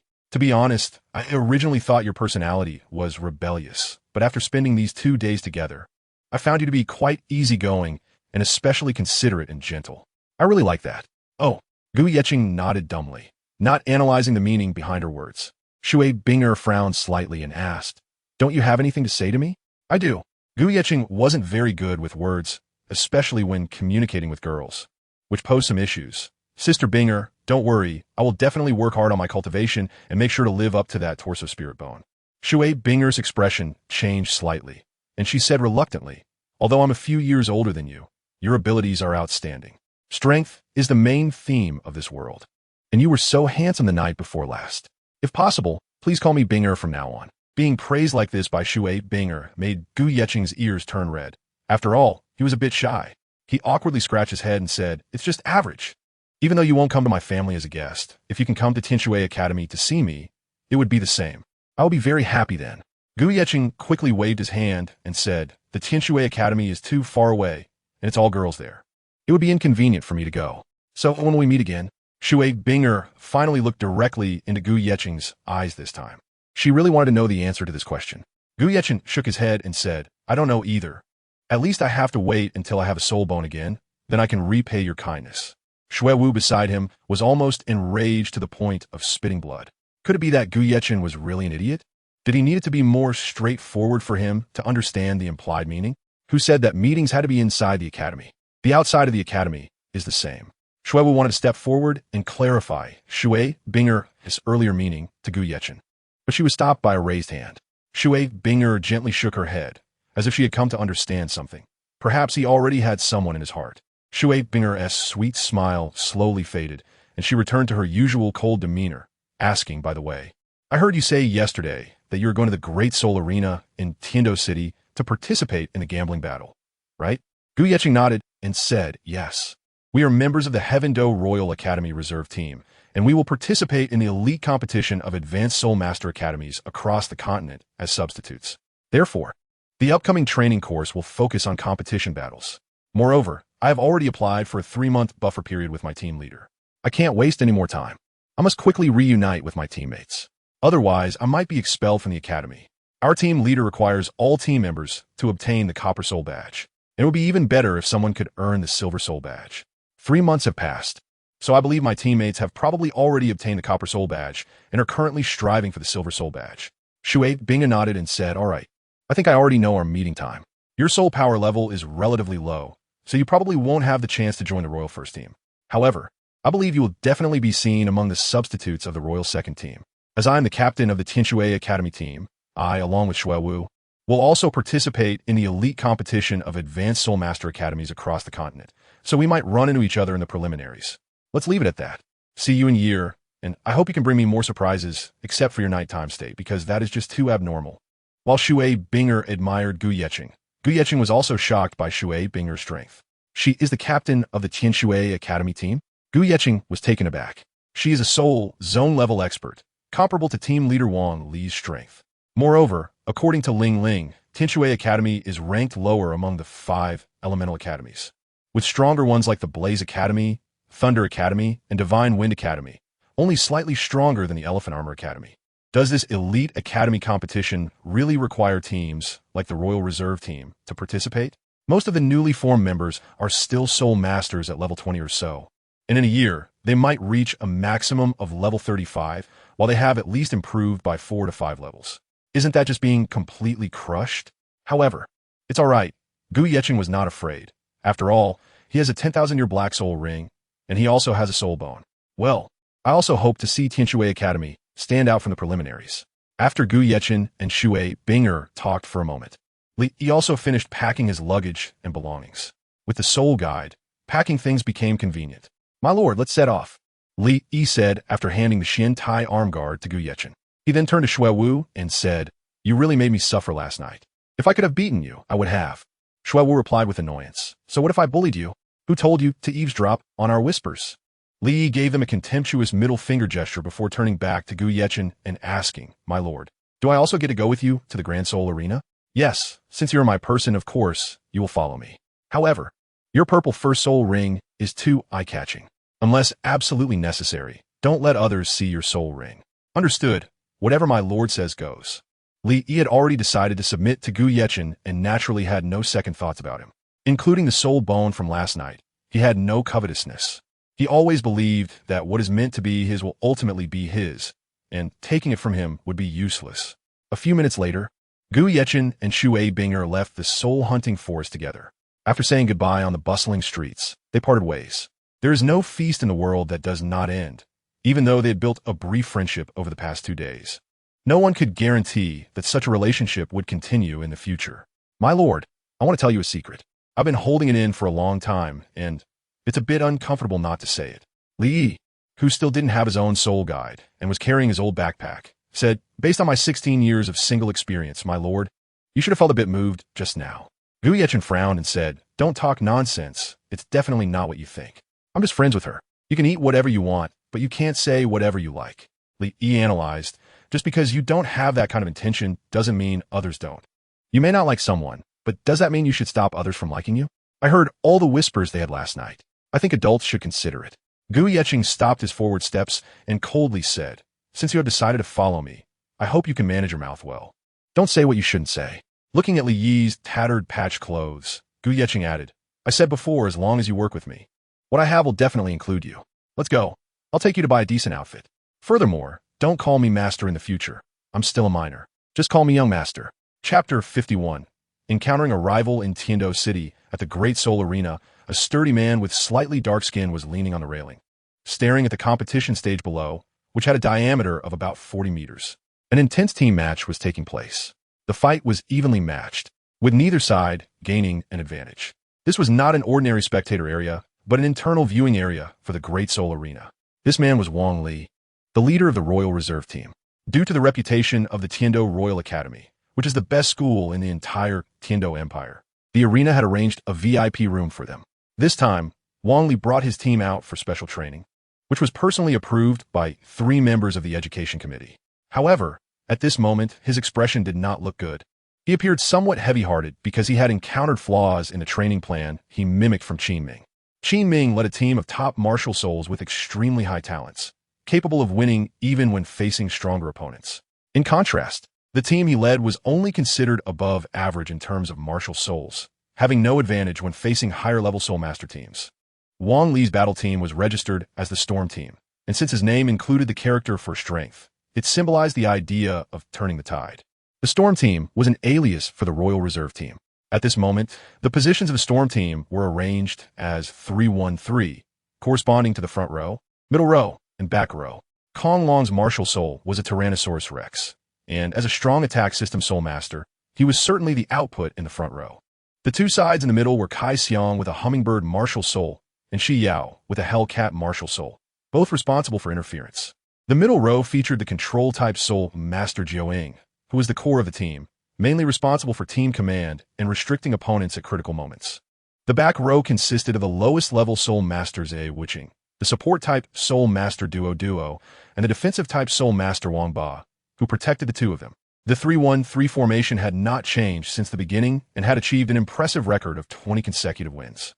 If they could smoothly win this match, every member of the Storm Team would earn a Silver Soul badge, making them the second Silver Soul team of around level 30 after the Royal Battle Team. Unfortunately, today their opponents were all composed of Soul Respect level masters, and they had the best Soul ring configurations. The Storm Team only had 2 Soul Respect level masters, Kong Long and Kai Xiang. Over the past 3 months, they both reached the Soul Respect level and obtained their 3rd Soul ring with Wang Li's help. However, Jiaoying, who had already reached level 29 upon enrollment, seemed to have made no progress in these 3 months, still stuck at level 29. Their opponents were a Soul Master team called the Plant Team, known for treating all forms of defiance. All 7 of their team members were control-type Soul Respect Masters, and their skill releases were simply infuriating, essentially controlling the battle from start to finish, giving the Storm Team no opportunity to strike. Whenever Kong Long attempted to attack, he was either interrupted by skills or restrained, existing merely as a target. Fortunately, the opponent's aggression was not particularly strong, which resulted in a stalemate. At this moment, both sides had exhausted nearly all their soul power, only able to stand on the stage and face each other. even with the difference in soul power levels. The Storm team managed to avoid defeat, which was quite remarkable. It was just a matter of which side would exhaust the other first. The tense standoff on the stage lasted for over a minute, silent to the point of being eerie. On the stage, a host dressed in a black tailcoat combed his slick-back hair with his hand. Clearing his throat to alleviate the awkward atmosphere, he took a black microphone and said, "It seems our Storm team has encountered a real opponent for the first time after achieving 20 consecutive wins. This plant team is not registered in our Tiendo City's Great Seoul Arena. They are here solely to participate in the competition. They also achieved 20 consecutive wins in their own city. According to the information, they all come from the Plant Academy, which means they are also students in the academy, with the oldest being only 19 years old and possessing a soul power of 38 levels. The plant team lacks flashy soul skills and strong attacks, but the key is that they know how to control their opponents, which seems to pose a significant threat to our Storm team. Will the Storm team be able to turn the tide, or will they fall here? I believe everyone wants to know the answer to this match more than I do. If you support a team, feel free to cheer for them. Perhaps the answer will soon be revealed. Go Storm team!" With the host lead, the once quiet Great Seoul Arena erupted into cheers. "Storm, Storm, turn the tide. Plant Academy beauties, cheer them on. Storm, tear their clothes. Plant Academy, hit them hard. Avenge our team." Various shouts filled the spectator area.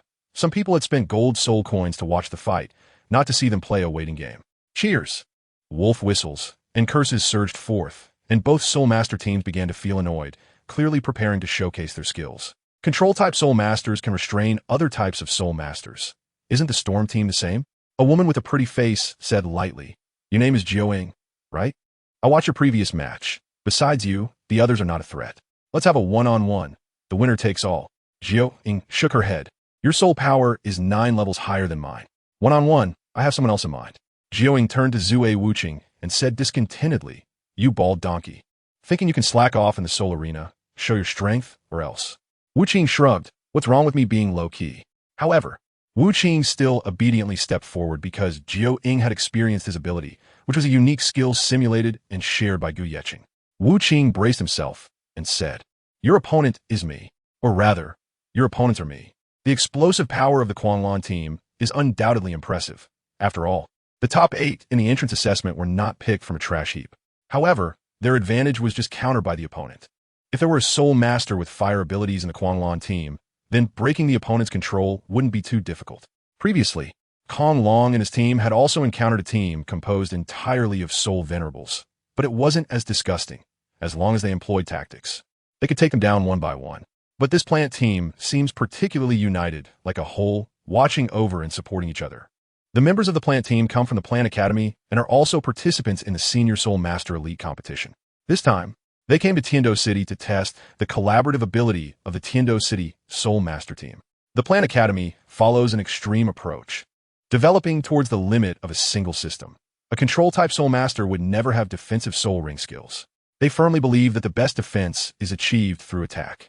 As long as they can prevent the opponent from even having a chance to strike, they consider themselves qualified control-type Soul Masters.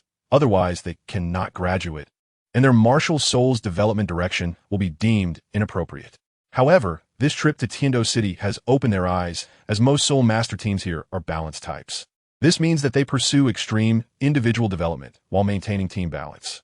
The plant team had previously lost a battle because their opponents were all fire type, which completely countered them, leaving them with no chance to control.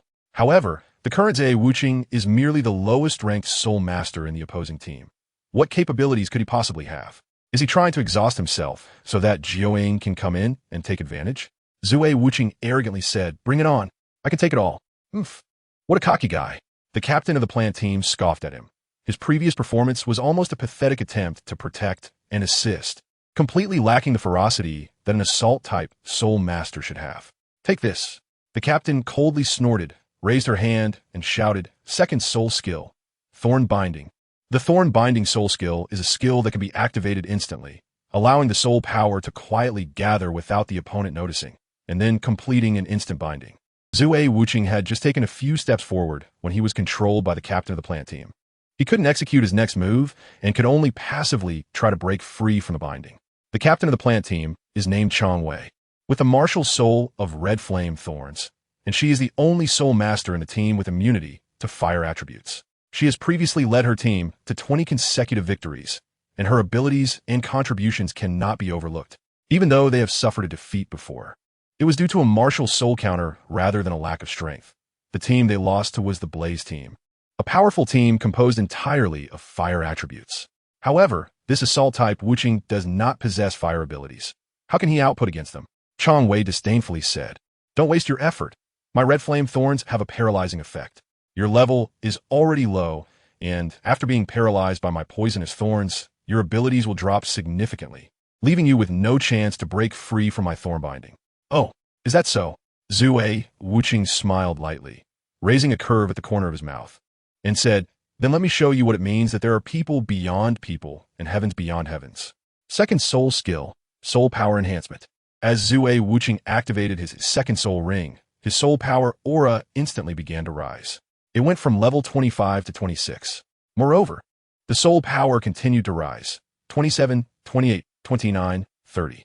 Zue Wuqing murmured to himself, "That's about enough. If I reveal too much ability, that guy Wang Li will notice."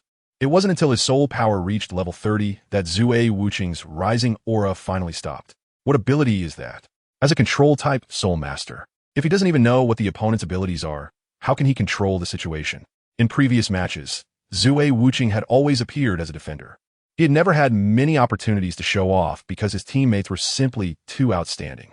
Kong Long's Tyrannosaurus Stomp skill covers a large area and even has a locking feature. If the opponent's soul power is not high, they can only defensively react, unable to dodge, only able to block, with no chance to counter. Kai Xiang's Hummingbird Martial Soul is incredibly fast and has flying capabilities. Whenever there is an opportunity, his surprise attacks are bound to succeed. Xiao's Martial Soul is the Nether Cat. Although it lacks flying ability, her ground advantage is unmatched by Kai Xiang, allowing her to quickly support her teammates. Zhou Ying's Martial Soul is a very peculiar fox, with a martial soul characteristic of charm, spreading through visual and auditory means, earning her fans the nickname Sky Fox. Wang Ba's Martial Soul was originally a turtle, but due to mutation, this turtle's defense is thicker than that of a black turtle. So Wang Ba calls himself an exotic black turtle. Duo's abilities are average, mainly restoring teammate states, but precisely because of her average abilities, she can assist with peace of mind. If she were a soul master of the 7 treasure glazed tile school, she would definitely be the first target to be eliminated by the opponents. With teammates so formidable, Wuqing naturally had no need to steal the spotlight. Due to his low soul power, the team leader Wang Li did not assign him a main output position, making him more of a mobile support, assisting wherever needed. Before this, he had only used his first soul skill, the 7-color diamond transformation, which doubles all his attributes, and with his physique, he is nearly omnipotent.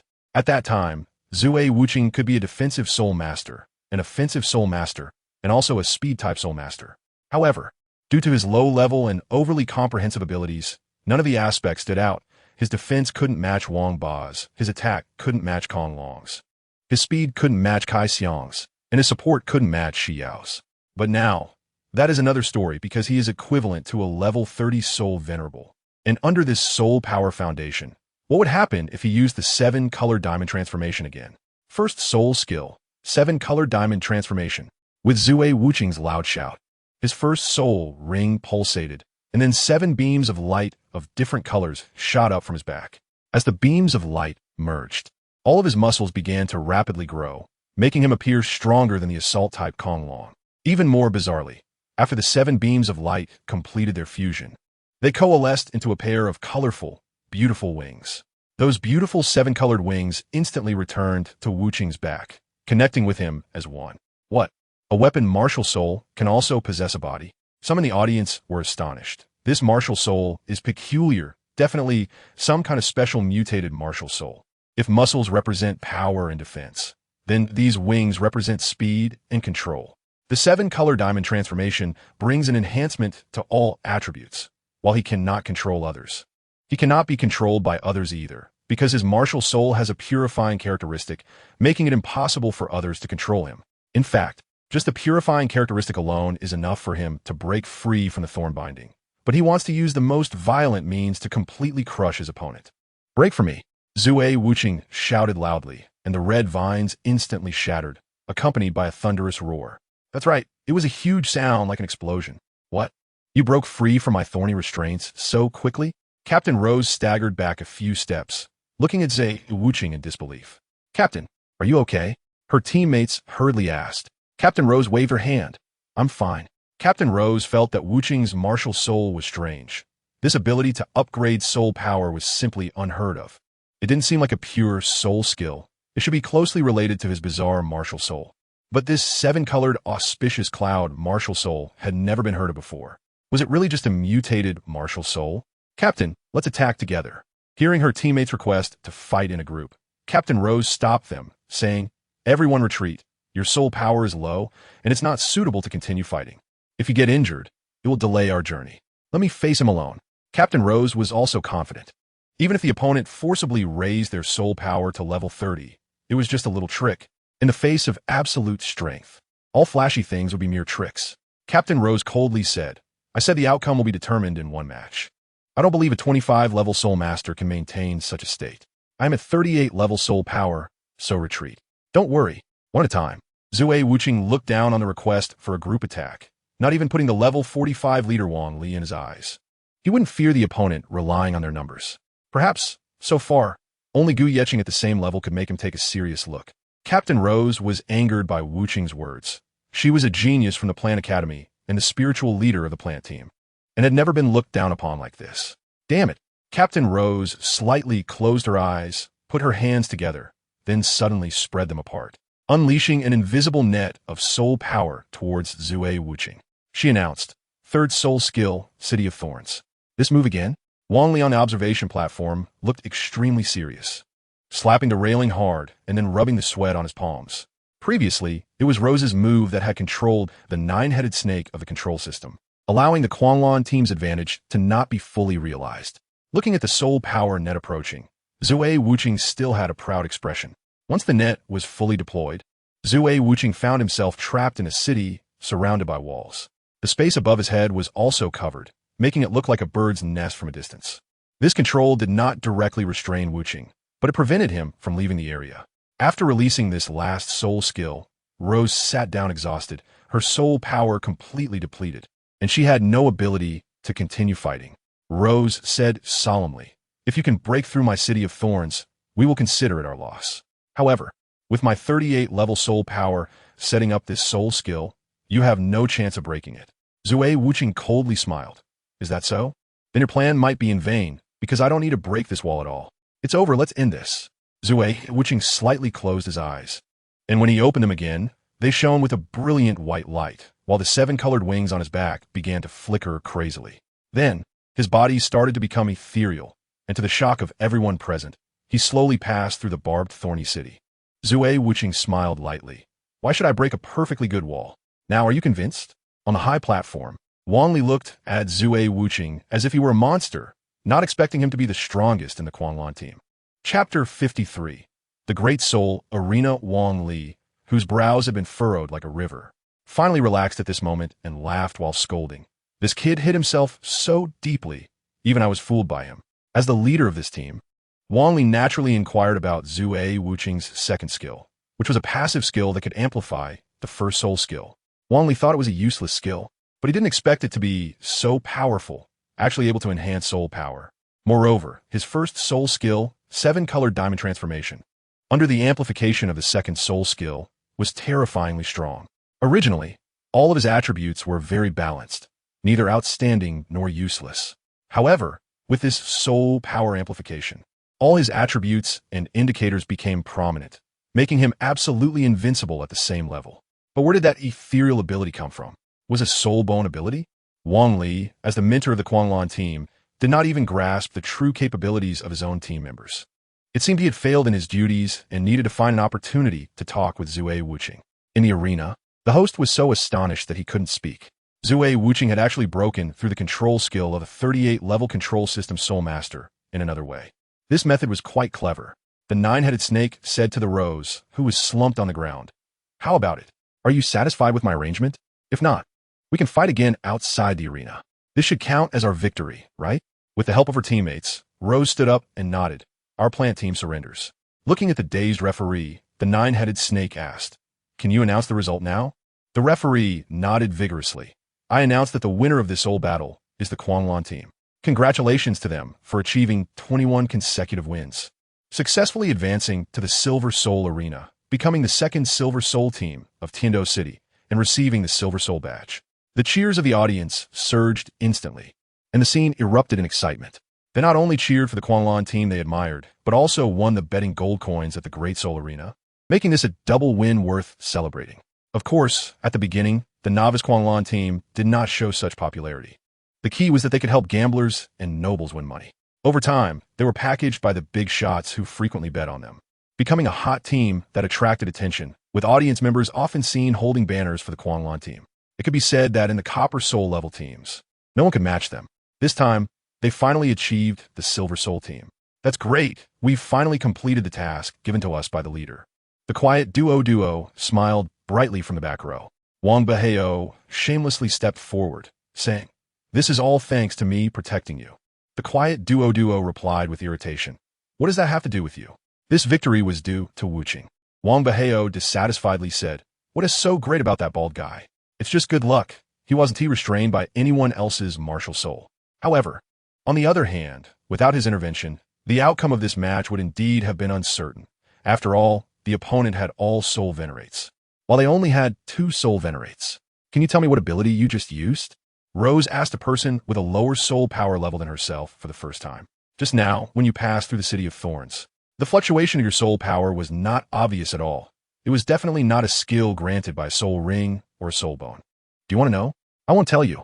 Zue Wuqing has just shown a skill that is infuriating and reckless. No wonder he is single." "You." Song Wei pointed at Zue Wuqing and then glared at him angrily. "Humph, we'll see." Kai Xiong and Kong Long also wanted to know what Zue Wuqing's ability was just now. So they asked, "Wuqing, what was that about your body becoming transparent? Want to know? Be my disciple." Zue Wuqing still maintained his arrogant demeanor, perfectly embodying a sense of superiority. It's nothing to brag about, just a support ability, and it doesn't have any attack power. Meanwhile, Jiaoying looked at Zue Wuqing with disdain and said, "Compared to Big Brother support ability, you're far behind. What's there to be arrogant about?" Jiaoying actually knew what that ability was, a self-created soul skill based on the characteristics of martial souls. Zue Wuqing's martial soul essence is purification, and there are no skills that can completely control or restrain him. His self-created soul skill is called Illusory Body, which truly achieves a state of emptiness, making him a nemesis to all control-type soul masters. However, upon hearing Jiaoying refer to Big Brother, Zue Wuqing immediately became angry. He is a genius of self-created soul skills. How could he possibly be inferior to a support soul master? Clenching his fists, he ignored Jiaoying. His proud demeanor vanished, replaced by a grimace because he had been ambushed by Gu Yechen last time, and his defense had been completely wiped out. Not to mention Jiaoying, even an ordinary person could defeat him. This support ability is too terrifying. Even he, a battle soul master, couldn't help but feel wary. However, since both of them had fainted at the time, Zue Wuqing silently believed it was another tie. But someone as proud as him could never allow a tie to exist. There must be a clear winner. Among peers, he had never lost. He would consider a tie a great humiliation and must challenge Gu Yechen to a duel, or else he wouldn't be the man known for training the top of his head bald. Zue Wuqing muttered to himself, "Gu Yechen, I already have level 25 soul power and have even created a soul skill. Let's see how you can tie with me this time."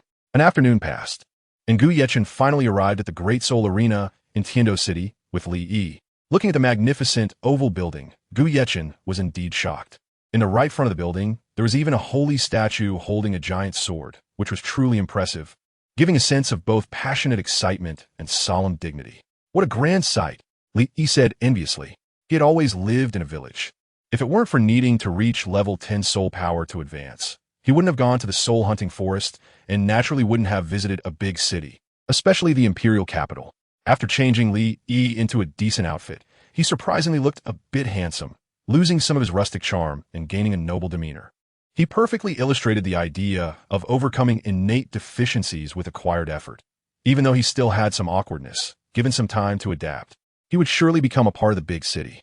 According to Jiaoying, to meet with Captain Wang, Li, and the others, they had to come to the Great Soul Arena. "Young master, I heard that the Great Soul Arena is where all soul masters compete with their soul skills and soul power. There should be many strong individuals here." Upon hearing Li Yi's inquiry, Gu Yechen nodded, yes. There will not only be battles at the level of three-ring soul respect, but also experts at the soul sect and soul king levels. Observing their fighting styles will help us in the future.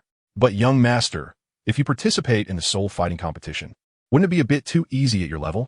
Li knew Gu Yechen's abilities and was aware of his soul rings and soul bones. Gu Yechen smiled and said, at worst, I just won't use the soul bones ability. Relying solely on my second skill, my support ability isn't that amazing. Alright then, Li nodded. Chapter 54. Enchanting combination. After entering the Grand Soul Arena and inquiring with the beautiful receptionist inside, they finally found the person in charge. Then, through the person in charge, they found the lounge where Team Wang Li was located. At this time, the match between the Quanlan team and the plant team had just ended. After the staff finished calculating their scores, they took a short break in the lounge, waiting for their soul power to recover a bit before heading back to the hotel they were renting. Suddenly, a knock on the door sounded, and then a staff member outside inquired, Captain Wang Li, you mentioned that there was another team member. Is it Gu Yechen? Yes. Gumin. Wang Li greeted the front desk. If anyone came looking for him, they should be brought directly to this VIP lounge. Big brother, you finally made it. Jiao was the first to stand up and greet him, smiling. You really came at the right time. We were just about to leave soon. The others were not very familiar with Gu Yechen, so they naturally did not come forward to ask, just watching curiously. Captain Wang Li glanced at Li Yi, who was behind Gu Yechen with a slightly angry expression and said in a deep voice, who is this? Wang Li felt that Gu Yechen was being too disrespectful. He casually brought someone over without his permission. Did he have no authority left?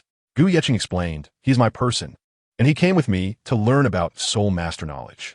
He is also considered my half-apprentice. Although Li Yi called Gu Yechen young master, Gu Yechen did not treat him as a servant, but as a disciple. Your person? Wang Li frowned slightly, not naming anyone directly, but reminded, I want to comment on your personal preferences, but I hope you can be more straightforward in the future. If you bend him, it might affect the reputation of our Royal Reserve team. He is his person? Next to them, Jiao Ying's expression suddenly became strange. Could it be that the big brother has some special preferences?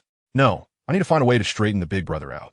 Wang Li continued, by the way, Gu Yechen, in the future, when our team discusses important matters, it's best if you come over here alone. Also, besides you, everyone else has already reached the silver fighting soul level. I'll give you a month to obtain a copper fighting soul badge, and then we will return to the academy together. I will guide you on how to cultivate mimicry. Since you are an auxiliary system soul master, I allow you to choose one person from among the 7 as your combat partner to participate in the 2-on-2 fighting soul. Gu Yechen was taken aback and asked, Team leader, didn't you say they all already obtained the silver soul badge?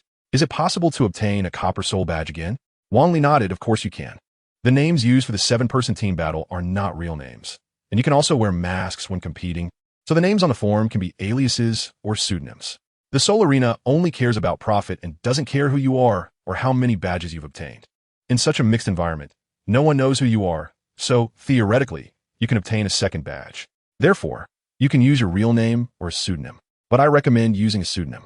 Gu Yechen nodded thoughtfully and then looked at his teammates around him. Except for Jiao Ying, the others seemed to be unwilling.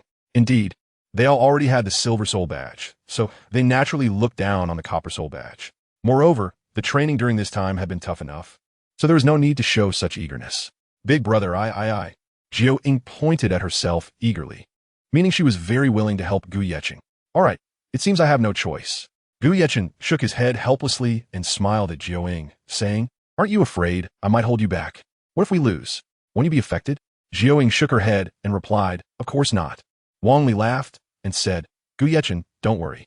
With Jiao Ying around, you won't lose. She's a level 29 control type soul master, and she's a group controller with no rivals in the level 20 category. Just wait to win effortlessly. Besides, I don't expect you to bring me too many surprises. To be honest, in the last match, we were up against a team of soul masters all above level 30. Wang Li was very satisfied with the team's performance. They had made a name for the Quanlan team, and they were not much worse than the Huangdo team. In fact, even noble gamblers came to seek them out, treating them to a meal, which indirectly satisfied Wang Li's vanity. However, in terms of overall level, the Quanlan team was still inferior to the Huangdo team. After all, the lowest soul power level in the Huangdo team was already 35, not to mention their captain Yu Tianheng, who was at level 39. The Quanlan team, which had just been promoted to Silver Soul, was already struggling, and battles beyond Silver would likely be even more challenging. Therefore, Wang Li decided to keep a low profile. Maintaining a perfect winning record was good enough. They would have to wait until all team members reached level 30 or above before participating in soul battles again. Otherwise, it would be impossible to maintain a win rate of even 50%. All right, Gu Yechen nodded quietly. Bangli instructa Jiu Ying. Take Gu Yechen to the soul battle registration point and help him register for an Iron Soul badge. Just come up with a random combination name. Okay, Big Demon King. Jiu Ying teased. Wang Li felt like crying. He wondered why he felt so lacking in authority in front of this little girl. He waved his hand and said, "Hurry up, we'll wait for you at the entrance." After that, Wang Li noticed that Li Yi had followed them again, and he felt speechless. What did it have to do with him if someone was signing up for a 2-on-2 soul battle? To be honest, Wang Li hated such situations. Once they were far away, he instructed Kai Xiang, "As the captain, you need to take care of the team members. Come here, I have a task for you." Wang Li whispered in Kai Xiang's ear, "When we get back to the hotel later, you do this first, then do that." Got it? Kai Xiang nodded with understanding and smiled. "Captain, don't worry, I'll handle it. I won't just watch my teammates get deeper and deeper into trouble." After leaving the lounge, Gu Yechen, Jiu Ying, and Li Yi went together to the registration point. Li Yi was on the left, Jiu Ying on the right. Male left, female right. However, at this moment, Jiu Ying was surprisingly wearing a specially made mask. "Hello, we need to register for an Iron Soul badge and sign up for the 2-on-2 soul battle." Jiu Ying was quite familiar with the registration process. She stepped forward and took the registration form from the side, as they would need to fill it out soon. The attendant first looked at the two of them, and then said blandly, "The registration fee is 10 gold soul coins." Just as Jiu Ying was about to take out 10 gold soul coins from her pocket, Gu Yechen stopped her. He had money now, and naturally wouldn't let others pay for him. He took out 10 gold soul coins and placed them on the counter. The attendant then said, "The 2-on-2 soul battle needs a combination name for the information to be printed." Jiu Ying tapped her finger on her lips, thought for a moment, and said, "Let's call it the Demon Charm combination." What a strange combination name. The attendant directly entered the information and printed out another form for them to fill out, which needed to be submitted for record keeping. After Gu Yechen completed the form, Jiu Ying quickly snatched it from him to see what he had written. "Gu Yechen?" Jiu Ying looked at Gu Yechen. The captain had already advised them not to use their real names, yet Gu Yechen still used his real name. She was truly impressed. Gu Yechen also glanced at the name filled in by Jiu Ying. "Hulaina? What a special name." Chapter 55. Wait a minute, is she altering my name? Gu Yechen discovered that Jiu Ying had actually scribbled on the registration form he had just filled out, and his name had changed to Xiaoyu. Under Gu Yechen's gaze, Jiu Ying stuck out her tongue and giggled, saying, "Hulaina was my old name, Xiaoyu is my older brother, and I think this name suits you better." Gu Yechen was speechless. Whatever, it's just a name. Then suddenly he thought of something. "You said I resemble your brother, so take care of me. Could it be that your brother is no longer around?" Jiu Ying's heart seemed to be touched for a moment. Her body stiffened. The original smile disappeared, replaced by a coldness. Perhaps this was something she had hidden deep within her heart. Gu Yechen didn't ask any further and quickly changed the subject, fearing it would remind her of some painful past. "By the way, Jiu Ying, why haven't you made any progress in your soul power over the past 3 months? Did you encounter some kind of bottleneck in your cultivation?" Jiu Ying's thoughts were pulled back from sorrow by Gu Yechen's inquiry. "No, this matter is very complicated, and I can't tell you for now." Jiu Ying shook her head. She came from the Spear Hall, and this time she was out to carry out a mission. Most of her original soul power had been sealed by her teacher, and even her physique had changed a lot. Even if her soul power increased, it wouldn't show directly. Originally, her teacher wanted to use a soul bone to transform her martial spirit into a swan martial spirit, but Jiu Ying insisted on using her own martial spirit. It didn't matter if her soul power level was a bit lower. That way, she wouldn't forget her roots. Jiu Ying's previously melancholic mood gradually disappeared, and she suddenly raised her head and asked, "Big brother, besides having the ability to imitate, can your martial spirit change its form to mimic another type of martial spirit?" Gu Yechen's auxiliary ability, which Jiu Ying has experienced, is the ability to mimic others. If his martial soul can also mimic, that would be perfect. Gu Yechen silently nodded. As long as he releases the Red Lotus martial soul, he can mimic the martial souls within a certain range. Moreover, his second soul ring comes from a strange soul beast similar to a chameleon. The soul skill it produces is called Red Lotus Transformation, which further enhances the ability of the martial soul to mimic things. Although the soul ring is 10,000 years old, it is still a non-offensive auxiliary skill.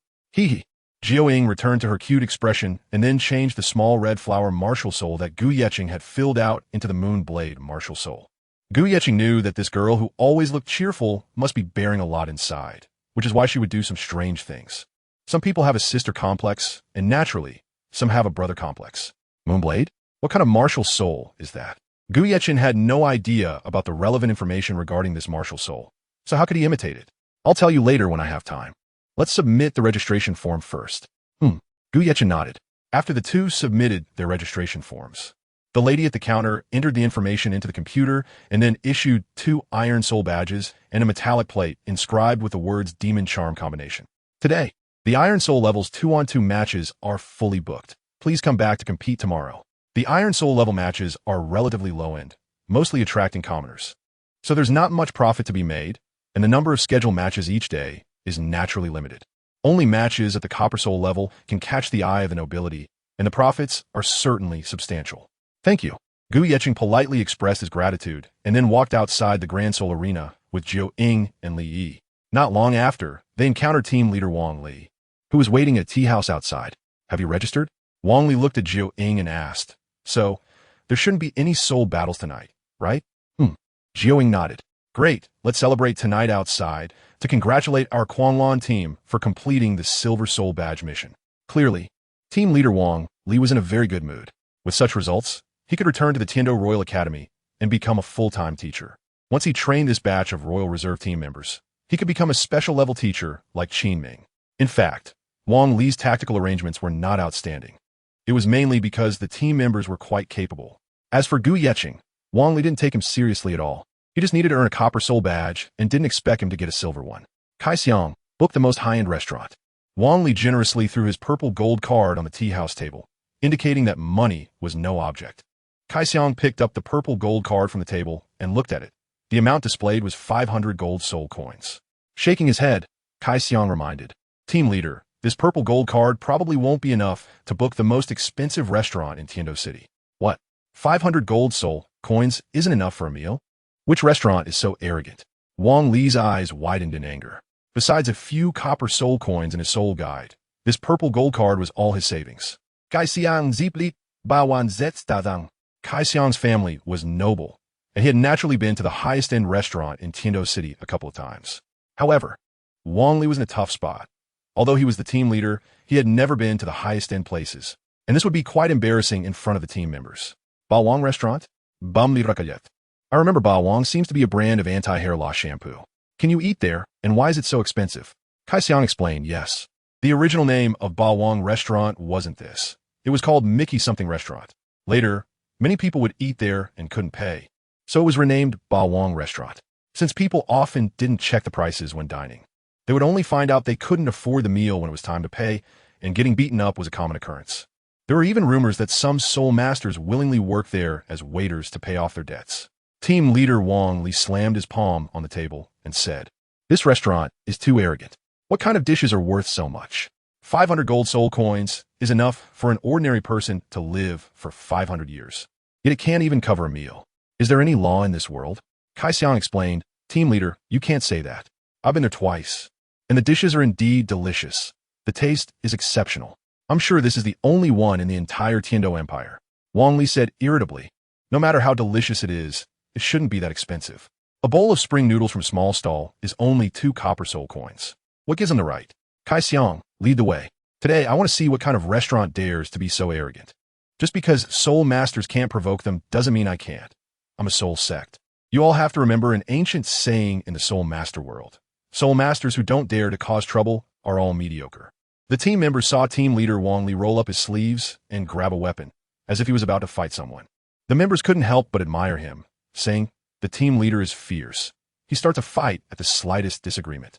Kai Xiang quickly stopped him, saying, Team leader, don't be impulsive. The soul masters I'm referring to don't just mean those at the soul master level. Title Douluo is included. Title Douluo, what do you mean? Wang Li's expression stiffened, and his steps suddenly halted. After calming down, he realized that saying soul masters who don't dare to cause trouble are mediocre only applied to the weak, and provoking the strong was a death wish. Kai Xiang said very seriously, that restaurant is a heritage restaurant. It is said that an ancestor was a god, apparently known as the god of food. This restaurant is very mysterious. There was once a soul Douluo who went there to cause trouble, and not only did he not destroy them, he ended up dying in the restaurant. According to the intel his father gathered, there was at least one title stationed there and several powerful soul kings. Even if it wasn't a sect, it was not something anyone could provoke. Upon hearing this, Wang Li's legs went weak. If a soul Douluo had died there, wasn't he just asking for trouble? All right, let's talk about the gathering later. We should head back to rest early. Chapter 56. A misunderstanding. Seeing the team leader suddenly become timid, everyone couldn't help but be speechless. What happened to the promised gathering? Since they couldn't afford the most expensive meal, a regular meal would be fine.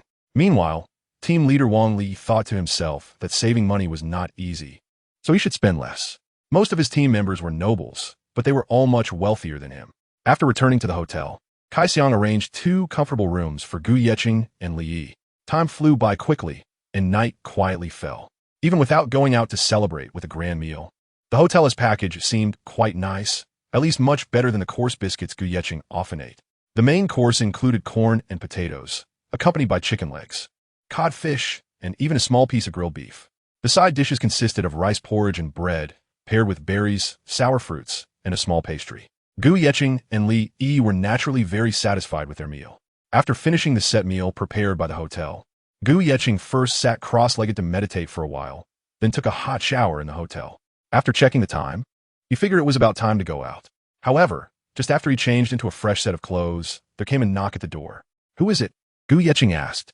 However, the person at the door did not respond and continued to knock. Gu Yeqing frowned slightly. Could it be that Li Yi had come over? Was he that self-aware?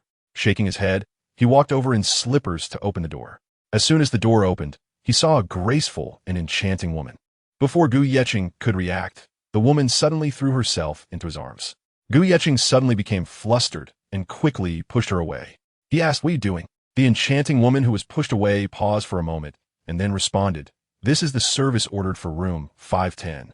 I don't think I've entered the wrong room." Gu Yeqing glanced at the room number. It was indeed 510. However, he hadn't ordered any special services at all. Could it be someone's prank? Seeing that Gu Yeqing had confirmed the room number was correct, the alluring woman asked, "Can we begin?" Gu Yeqing wiped the lingering warmth from his neck and quickly raised his hand to stop her, saying, "Wait a minute, I really didn't order this kind of service." The flamboyantly dressed, enchanting woman replied, "Oh, why does it matter who placed the order? Isn't a free service good?" Gu Yeqing quickly took 2 steps back. "Since you provide this kind of service, you must have received gold coins, right? I want to know who placed the order." TCH. The enchanting woman's tone suddenly changed. She lit a thin cigarette and coldly said, "Young Master Kai has already paid for it. Are you going to do it or not? If not, I'm leaving." Gu Yeqing looked at the bed behind him and asked, "Can you do any kind of work?" The enchanting woman smiled and replied, "Of course. As long as you can think of it, we can satisfy you." Gu Yeqing's face suddenly revealed a smile, and he joyfully said, "Good, good, good, coming quickly." In the night sky, the moonlight was enchanting. In room 520, Juing couldn't sleep. Wearing pajamas, she opened the window, leaned on the windowsill, gazed at the crescent moon in the sky, breathed in the fresh air outside, and listened to the rustling of the gentle wind and light rain. "Brother, are you doing well up in heaven? Let me tell you a secret. When I was carrying out the task assigned by the teacher, I encountered someone very similar to you, both in appearance and personality, as well as in martial soul ability. I can feel that he and I can both perform our original martial soul fusion skill. Charming." While Juing was deep in thought, she was suddenly attracted by the voice of old Wang next door. "How is it? Is everything arranged?" Kai Xiang replied with a smile, "Don't worry, leader. You can trust me with my work. I will never let you down.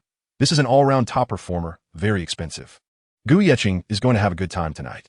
Team leader Wang Li nodded and said, "As long as I see that the team members are all normal people, I can rest assured." Kai Xiang suddenly said, "Leader, it seems your window isn't closed properly. If we hear any sounds, it will really be a sleepless night."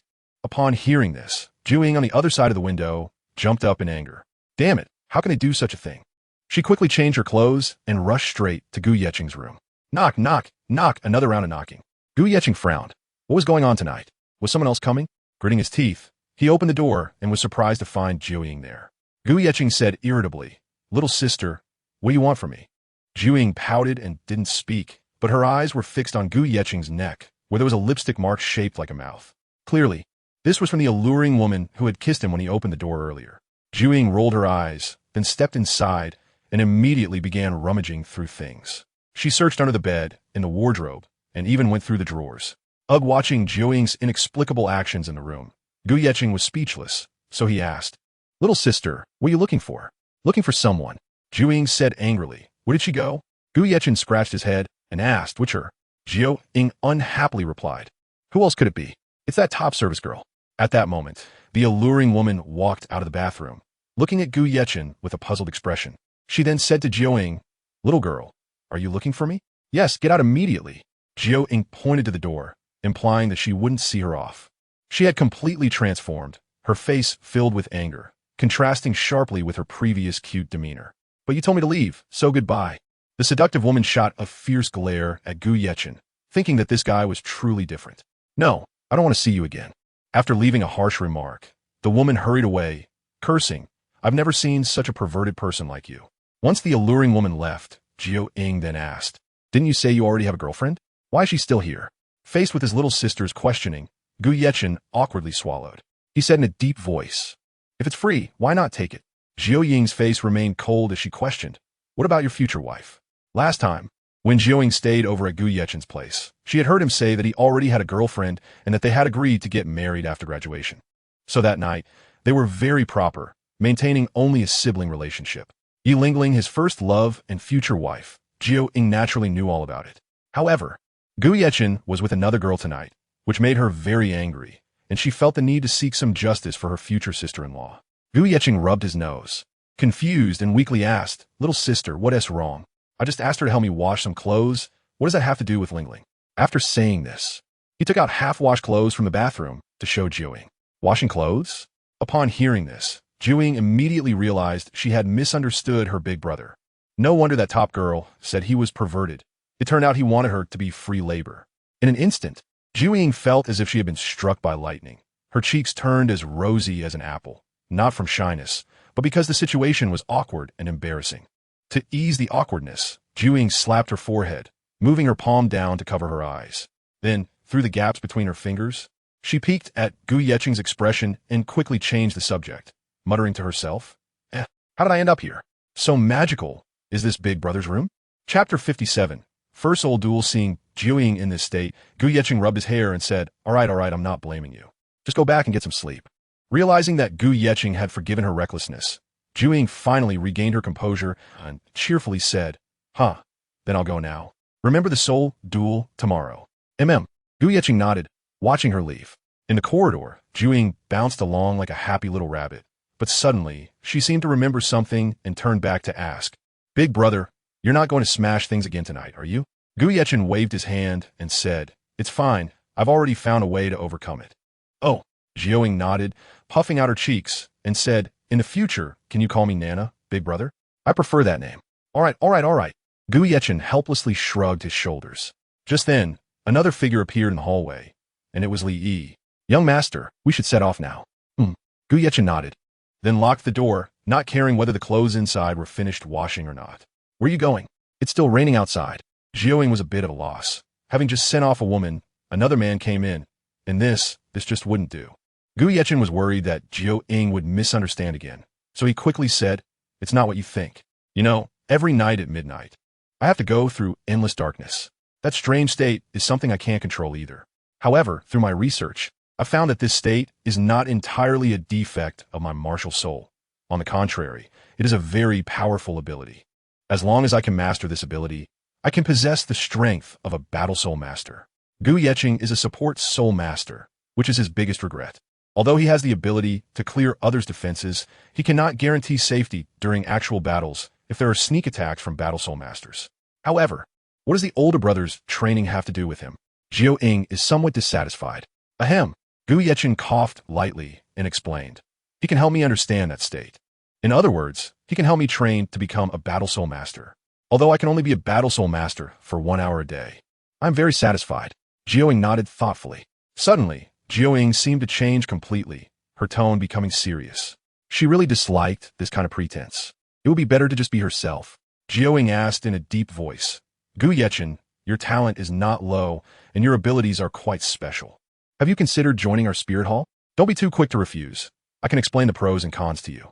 A genius with outstanding talent, if lacking the guidance of a master and relying solely on self-exploration, will never become a powerful soul master.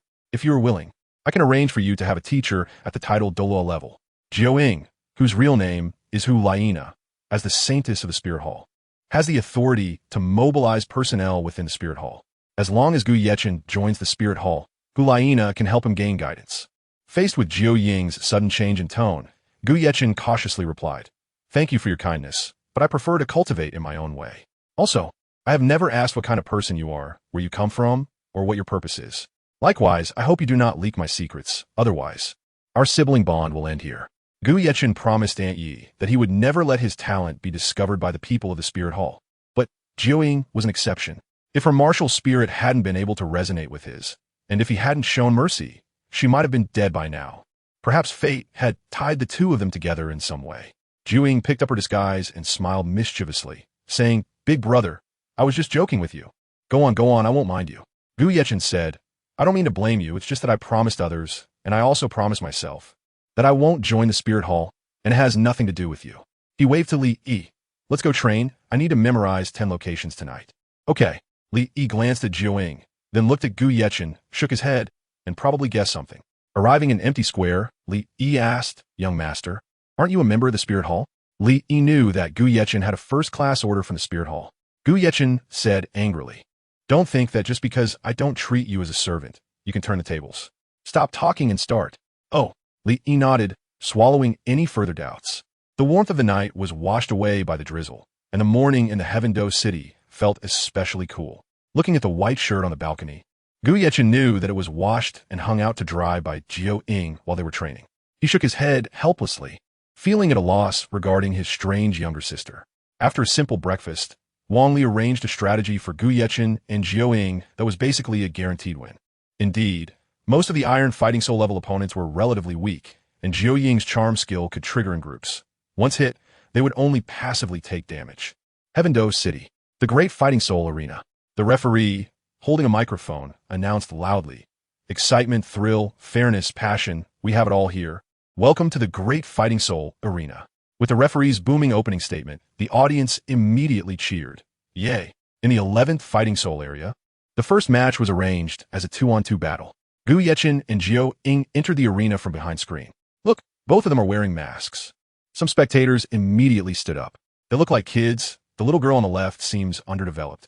On the fighting platform, two burly men crossed their arms and laughed. "Hurry up and get down. This isn't a place for you." Naturally, these participants in the 2-on-2 battle didn't realize that Jiao Ying was actually a master in group battles. The Quanlan team had basically no opponents in the level 20 tier, and they could still compete in the level 30 tier. Most of the Iron Fighting Souls were in their 20s, posing no challenge. However, to help Gu Yechen obtain the Copper Fighting Soul badge, they had no choice but to participate in low-level matches. Jiao Ying mischievously said, "Aren't you a bit too confident? How will you know your weakness if you don't fight? Damn it! How dare you look down on us?" The two, being twins, frowned simultaneously and said together, "If you get beaten, don't cry. Yeah, hurry up and get down." Some audience members were worried for the two kids, thinking it would be bad if they got beaten up so badly that their mother wouldn't recognize them. The referee glanced at the small note in his hand and then said loudly, "Ladies and gentlemen, to my left is the Silver Sword Duo. Those who are familiar know they have achieved 3 consecutive victories in the Iron Fighting Soul category. It's worth mentioning that their sword is not an ordinary sword, but a very special sword, heavy and blunt, with great craftsmanship. The Silver Sword Martial Soul is quite rare. And to my right are these two making their debut in the Fighting Soul competition, with no record and an ordinary duo name called the Enchanting Duo. I hope they don't lose too badly. All right, both sides, please summon your martial souls." In another corner of the fighting platform, Wang Li had placed all 500 gold soul coins on Gu Yechen and Jiao Ying, clearly trying to make easy money. Small bets bring joy, medium bets bring wealth, and big bets bring nobility. P.S. After this match, I need to find Lingling and spar with Tang San. Everyone, please cast your recommendation votes. Chapter 58. Hu Laina's charm with some people betting. Naturally, there were others who were purely watching the match, and one could say they were seasoned veterans. In the audience, an elderly man with gray hair, a face full of wrinkles, and looking to be about 80 years old was currently sizing up Gu Yechen. He first nodded, then shook his head, murmuring, "What a pity, he's a genius." However, when his gaze fell on the masked Jiao Ying, he paused for a moment. He had seen this girl before. Sigh, another genius. After some contemplation, the elderly man had roughly discerned which side held the advantage. He addressed the little girl beside him. Linger, you have trained with me for many years and have seen many Iron Fighting Soul matches. Can you guess the outcome of this match? The girl named Linger shook her head and earnestly asked. Linger doesn't know. Both sides are strong, and I can't predict the result. Please enlighten me, master. The elderly man remained calm, first stroking his long beard, then pointing at Jiao Ying. Did you not notice that the little girl in the mask is actually the vice-captain of the Quanlan team? What? Could she be the one who controlled 7 people single-handedly and led her team to victory in a minute? In the Quanlan team, each member had their own nickname, mostly named after their martial souls. Jiao Ying's nickname was Sky Fox. Linger couldn't help but widen her eyes in disbelief at Jiao Ying, as she was Linger's target. Her master had said that if Linger's strength surpassed hers, there would be few opponents among the younger generation. Previously, they had watched the 7-person team battle of the Quanlan team, and the standout performer among them was undoubtedly the vice-captain, Jiao Ying. Although the others were also good, those who could control the entire match were often remembered by ordinary people. But master, Linger pointed to the large screen beside them, which displayed her name as Hulaina, with the martial soul of a demon fox, not the Sky Fox from before. The elderly man smiled. Haha, Linger, you are too naive. Who said a martial soul must remain unchanged? When absorbing new soul rings, a martial soul can change its form somewhat. For example, when the blue-silver grass martial soul absorbs a serpentine soul beast's soul ring, the blue-silver grass will exhibit characteristics related to snakes. Similarly, some special soul bones can also change the form of a martial soul. Linger was taken aback. Master, are you saying that Hulaina has a soul bone? Yes. The elderly man nodded. His abilities were very special. He could see through the essence of all things. Even if the opponent did not summon their martial soul, he could still discern their strength and potential. In this world, there was never a shortage of geniuses, but there was a lack of talent, and he was dedicated to studying talent. Linger was his most satisfactory direct disciple. So-called geniuses are those with the best innate abilities, such as the top martial souls of large sects, or those with full innate soul power, or even rare twin martial souls. To have such a disciple as a training object, it would be difficult for the master to remain unknown. If such a disciple were born into a prestigious family or a major sect, it would be even better. This is the advantage of innate talent, winning at the starting line. Talent, on the other hand, lacks the inherent advantages and can only be cultivated through hard work. It is basically impossible to break through to the title Douluo level.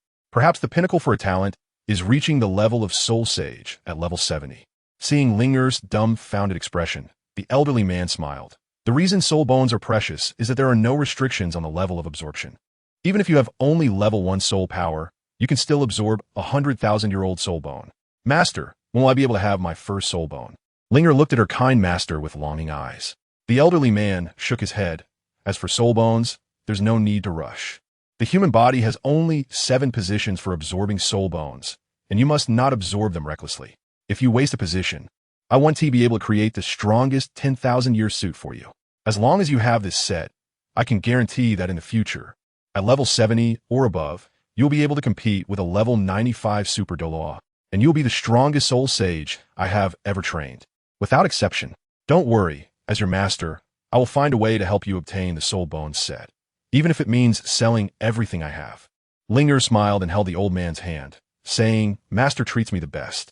Then, Linger suddenly noticed that the master's expression had turned unusually grim and asked, Master, what's wrong? The old man waved his hand, regretting. I could predict the outcome of every match, yet I didn't place any bets. It feels like I've lost $1 billion. A flock of crows flew past Ling. In the 11-soul arena, on the fighting stage, the 2-on-2 soul battle had already begun. The participant name for Jiao Ying was Hulaina, while Gu Yechen's participant name was Xieyu. There was no need for small characters like those on the opposite side to use their martial soul fusion skills.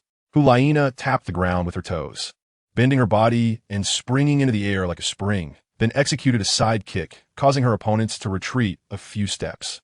What a powerful kick! Seeing Jiao Ying compete 1 against 2, even the referee became unsettled and picked up the microphone, saying, It seems that Miss Hulaina's demon fox martial soul has quite a bit of strength. These ordinary fights were merely to test each other and look for opportunities to unleash soul skills. Only with the right timing could the weak overcome the strong. I wonder if she possesses the ultimate secret of the fox martial soul. Charm? Seeing that even the referee favored the demon charm duo, the silver sword duo couldn't accept it. Damn, this little lowly is so fierce. Don't attack the same spot. Let's first distract her. The two, unwilling to back down, held their unique weapon martial souls, the Xian silver heavy swords, and charged forward. Using the inertia of their heavy swords and bodies, one swept horizontally while the other struck downward, completely blocking Hulaina's escape route. However, facing such tricks, Hulaina naturally didn't take them seriously and smiled, waiting for them to get closer. To be honest, what Hulaina feared the least was being close. During the team battle in the Soul Arena, the opponents thought they had surrounded her, but unexpectedly, it was Hulaina who surrounded them all, controlling them completely. As the two charged towards her, Hulaina's second soul ring began to flicker. Second soul skill, Fox Charm. Hulaina's delicate jade-like fingers lightly touched her lips, producing a melodious and beautiful sound. And she made a kissing gesture towards the two. The two, rushing forward, suddenly stopped, as if they had encountered something extraordinarily precious. It could be seen that both brothers had their eyes closed, as if they were asleep. In their dream, an unparalleled beauty appeared, wearing a veil and dressed in a light, thin robe, leaning against a fluffy, celestial fox. The woman unveiled her face, revealing a stunning appearance that deeply imprinted her enchanting figure in the hearts of the two brothers, as if she were an immortal who did not partake in the mundane world. Clouds think of clothing, flowers think of beauty, if not seen on the mountain of jewels, would meet under the moonlight at Yao Tai. Do you want to be with me? Finally, the beautiful woman spoke, her voice like a celestial melody, ethereal enough to capture their souls. What a beautiful woman, so wonderful. To die under the peony is to be a ghost in style. I want to be with you. Goddess, choose me. The Silver Sword duo was completely controlled, still immersed in the dream created by the soul skill, unable to extricate themselves, and at this moment, they had completely lost their ability to act. It was a charm skill. Seeing the Silver Sword duo on stage motionless, some audience members below noticed the clue. Indeed, as the referee host had predicted, Hulaina did possess charm abilities. Chapter 59. Heart and mouth not aligned. It's worth noting that the Silver Sword duo had just achieved a 3-game winning streak not long ago. Unexpectedly, they were completely suppressed by a little girl. The referee host exclaimed, "What a powerful group control skill. It feels somewhat similar to the Heavenly Fox of the Quanglan team. Could they be from the same family?" Hulaina looked at her opponents. They were all power-type soul masters, with both offense and defense. And their martial soul development could be either strong attack or defense, which was indeed a very good defensive martial soul. However, if they encountered a martial soul restraint issue. Now is the time. With the release of Hulaina's martial soul skill, the two brothers would be forcibly controlled for more than 5 seconds. And this was when Gu Yechen's opportunity to strike came. His palm slowly lifted, and the martial soul manifesting in his palm was not the little red flower, but a crescent moon, which Hulaina referred to as Moonblade, an extremely sharp martial soul with the ability to pierce armor.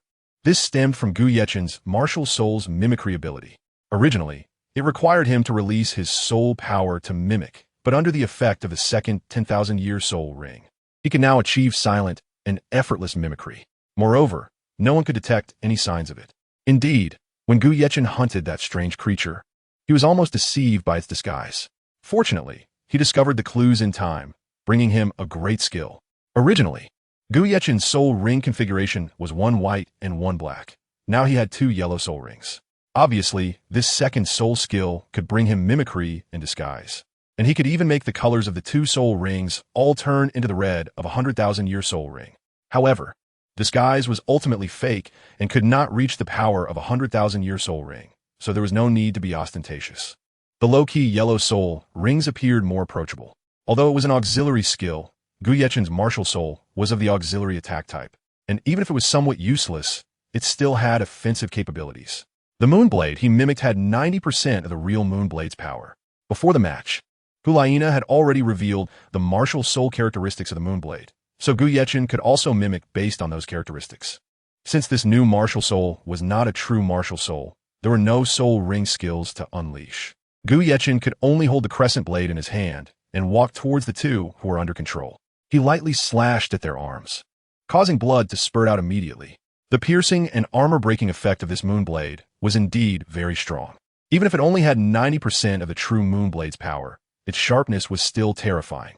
If the blade had struck not their arms, but their necks, they would have likely lost their heads instantly. Once Hulaina's control effect ended, The two finally woke from their slumber. However, a sharp pain radiated from their arms.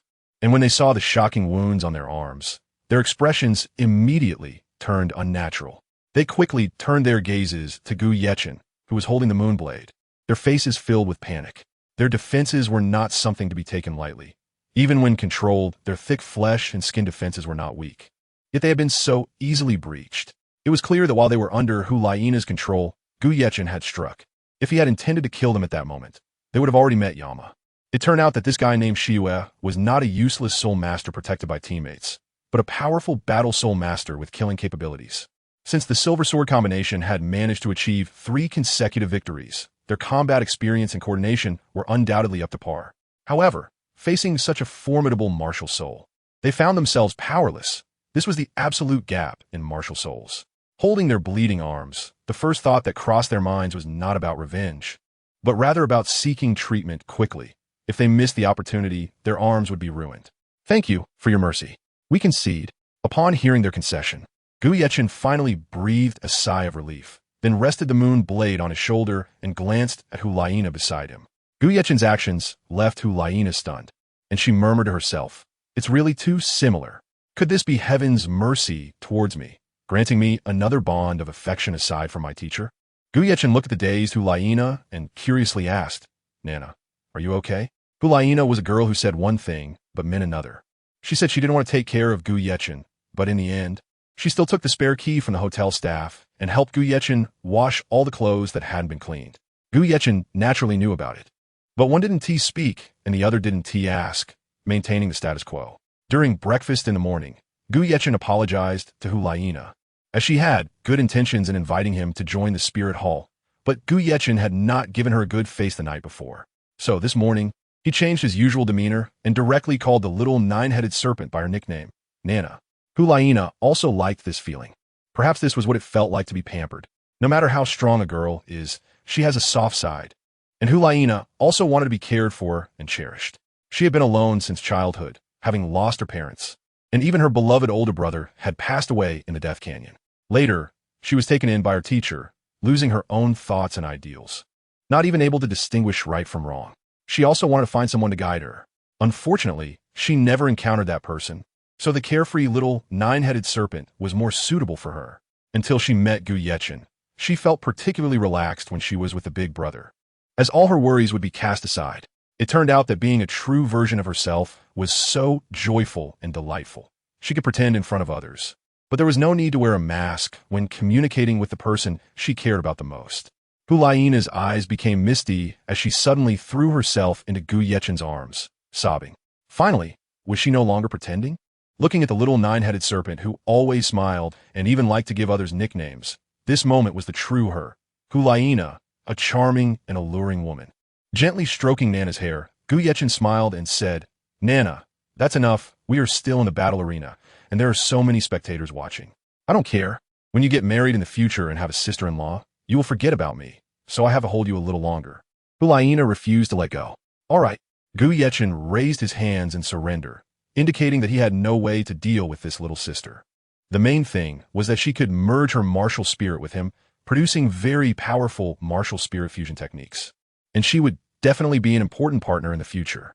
He hoped Lingling wouldn't get jealous. Otherwise, he might end up facing the harshest punishment from Mom. Once Nana had vented enough, Gu Yechen took Hu Laiina down from the battle stage, as they couldn't delay the next match. In a hidden corner of the audience area, there were 4 figures. They were another group of assassins from the Underworld Pavilion, far more formidable than the 5 ghosts of the Underworld. It should be noted that all 4 of them were at the Spirit Master level, and they were all agility-type Spirit Masters, particularly suitable for assassination missions, clearly showing that they were serious this time. Since the 5 ghosts of the Underworld had failed their mission, these 4 had taken on this task. However, this time, it wasn't just a simple arm. It was a matter of life and death, specifically to kill Gu Yechen, which would also count as completing the mission. Qin Shou was pressing hard, and the Underworld Pavilion felt their reputation was at stake. How could a dignified assassin organization allow repeated failures? Moreover, Qin Shou had added an extra 4,000 gold coins, claiming it was a tip for the assassins' team money, urging them not to be like the 5 ghosts of the Underworld, fearing for their lives. "Big brother, is the intel wrong? His name is Xieyu. Are you sure he is that kid Gu Yechen?" Moreover, wasn't Gu Yechen's martial spirit a little red flower? When did it turn into a moonblade? Facing his subordinates' inquiries, the leading big brother said solemnly, "There's no reason for it. This image is correct, and the name can be changed. But how can a martial spirit change? Could it be a soul bone?" The leading big brother was overjoyed. "Brothers, our time to rise has come. As long as we deliver Gu Yechen's corpse to the organization, we can keep the soul bone for ourselves." The other three echoed, "Right, what big brother said is correct. When shall we strike?" The leading big brother pretended to be profound and said, "Don't rush. There are too many people here at the great battle arena, making it difficult to act. When Gu Yechen goes out, that will be our time to profit." At the betting station, Wang Li, leading the team, held a brand new gold card, looking delighted. This outcome had long been part of his plan. Gu Yechen and Jiao Ying's 2-on-2 battle spirit match had odds of 3-1, which was considered a good payout, especially since they won. Meanwhile, many others were pounding their chests and regretting their decisions. Why didn't they bet on Gu Yechen and his team? Now, even their leggings have been stripped off by the people from the Grand Battle Spirit Arena. Indeed, picking up money is not an easy task. The 500 gold soul coins bet by Wang Li earned him 500 gold soul coins, instantly filling his previously empty pockets. He quickly instructed Kai Xiang to book a restaurant for their gathering. This time, he finally had enough money for a big meal. Tonight, they would go to that restaurant, claimed to be the most expensive in the battle city, to try something new. Gu Yechen and Jiao Ying did not accompany Kai Xiang and the others, but were resting in the arranged lounge. Feeling that their strength had mostly recovered, the two prepared to head back to the hotel. The iron fighting spirit level combat skills seemed to provide little help to Gu Yechen, so he left Li Yi behind to study alone. On the way back, they had to pass through a quiet park, and at that moment, Gu Yechen sensed a killing intent. No, it should be 4 killing intents. Come out. Have you finally revealed your intentions after following for so long? If the opponents hadn't released their soul power, Gu Yechen couldn't have determined if they were friend or foe, but when they quietly unleashed their soul power, Gu Yechen had already keenly noticed the unusual behavior of the surrounding pedestrians. He must have been targeted by them. After thinking it over, the only person he had offended recently was Qin Shou. They were either from Qin Shou's family or from the Huangquan Pavilion. There was no one else. Hee kid, your vigilance is quite good. The leading big brother finally stopped hiding and waved to the people not far away, and the 4 of them appeared simultaneously. Brothers, unleash your martial souls. Upon hearing the leader's command, everyone summoned their martial souls, all of which were beast martial souls: jackal, wolf, tiger, and leopard. The phantoms of these 4 beast martial souls floated behind the 4 individuals, and at the same time, their optimal soul ring configurations were revealed, all showing 2 yellow and 2 purple. For soul masters? Hulaina frowned slightly. It seemed a tough battle was about to ensue. Both she and Gu Yechen were only in their 20s, and Gu Yechen was still a support soul master, making the situation very unfavorable for their side. The leading big brother looked at the petite Hulaina and smiled. "Little girl, you look quite delicate. I really don't want to kill you. I'm a person who values lovely things. How about you serve us for a while, and then we'll let you go?" Hulaina coldly replied, "Shameless. Are you from the Huangquan Pavilion?" Gu Yechen voiced the doubts in his heart. No matter how good his character was, he could not accept being bullied time and again. "I'll give you credit for having some insight," the leading thug said, holding his head high with disdain. "I'll tell you the truth. You're dead today. The employer has increased the funding, and our leader has ordered that we bring back your corpse. If you don't want to see your companions die as well, you'd better do the smart thing and take your own life." Gu Yechen sneered. "Is this all you can say? You always want me to take action myself. I remember the last time the 5 ghosts of Yellow Springs made me sever an arm, and today you want me to take my own life again. Can't you come up with something new?" "Oof. The 5 ghosts of Yellow Springs are no match for us. They are merely the low-level minions of the Yellow Springs Pavilion. We are the true assassins. You must always remember one thing. The more famous a person is, the less likely they are to be the strongest. The name of the 5 ghosts of Yellow Springs may be louder than ours, but any one of us can take them down." Gu Yechen retorted, "Aren't you afraid that there will be a day when you die as well?" The leader scoffed. "Had death? You might be overthinking it. Our completion rate, as the 4 demons of the Yellow Spring, is 100%. We only kill others. There's no situation where others kill us." Gu Yechen rolled his eyes in disdain and said, "Is it really something to be proud of to kill someone with a lower soul power level than yours? Oof, you're just a smooth talker." The leader mocked, "I hope that on this day next year, you can still talk to me like this. Unfortunately, today is your day of death. You may never enjoy this wonderful world again. Do you have any last words before you die?" Gu Yechen smiled instead of getting angry, mimicking the tone of the leading villain, and said, "The four demons of the Yellow Spring, right? If you hide in the dark, smelly sewers, maybe you can salvage a stinky and foolish life. But unfortunately, today, you have encountered me. Your 100 success rate will be ended by me. You might as well save your vanity for the King of Hell to collect your rewards." Meanwhile, Hulaina nearly burst out laughing. Gu Yechen was quite good at imitating the bad guys. Gu Yechen may be a gloomy person, but he is still very smart, with a knack for driving people crazy. "Umph, I see you're looking for death." The leader was furious, his face exceptionally ugly as he shouted, "Brothers, kill him immediately." The four of them were all agility-type soul masters, so their speed was naturally very fast. Although the Tiger Martial Soul is a power-type martial soul, the person chose to develop it as an agility type during its evolution. While the person with the Tiger Martial Soul was not the fastest among the four, his attack was definitely the most ferocious. "Third brother, attack with me." This small team often worked together, and the leader's intention was clear. If he and the third brother attacked simultaneously, the opponent would undoubtedly die. Even if the opponent barely managed to dodge, they couldn't escape the blockade of the other two. Gu Yechen looked at Hulaina and asked, "Nana, what should we do if someone wants to kill us?" Hulaina's expression tightened. After all, she had killed before. Then she smiled and said, "Then we should kill them, and it should be very bloody." Gu Yechen nodded and said, "Let's use that move. Although it's the first time using it, I can sense that its power will be strong." Without further verbal communication, both of them extended their hands, fingers interlocked, channeling their spiritual and soul power into their martial souls simultaneously. In that moment, their martial souls and bodies seemed to merge into one, and the new martial soul born from the fusion was actually a humanoid martial soul. This was the martial soul fusion skill, enchantment. Enchantment. The main control reduces all people's senses, actions, soul power, attacks, defenses, etc. by about 50% within a certain range. It was clear that the control type, Hulaina, granted control, while the support type, Gu Yechen, provided the Red Lotus weakening ability.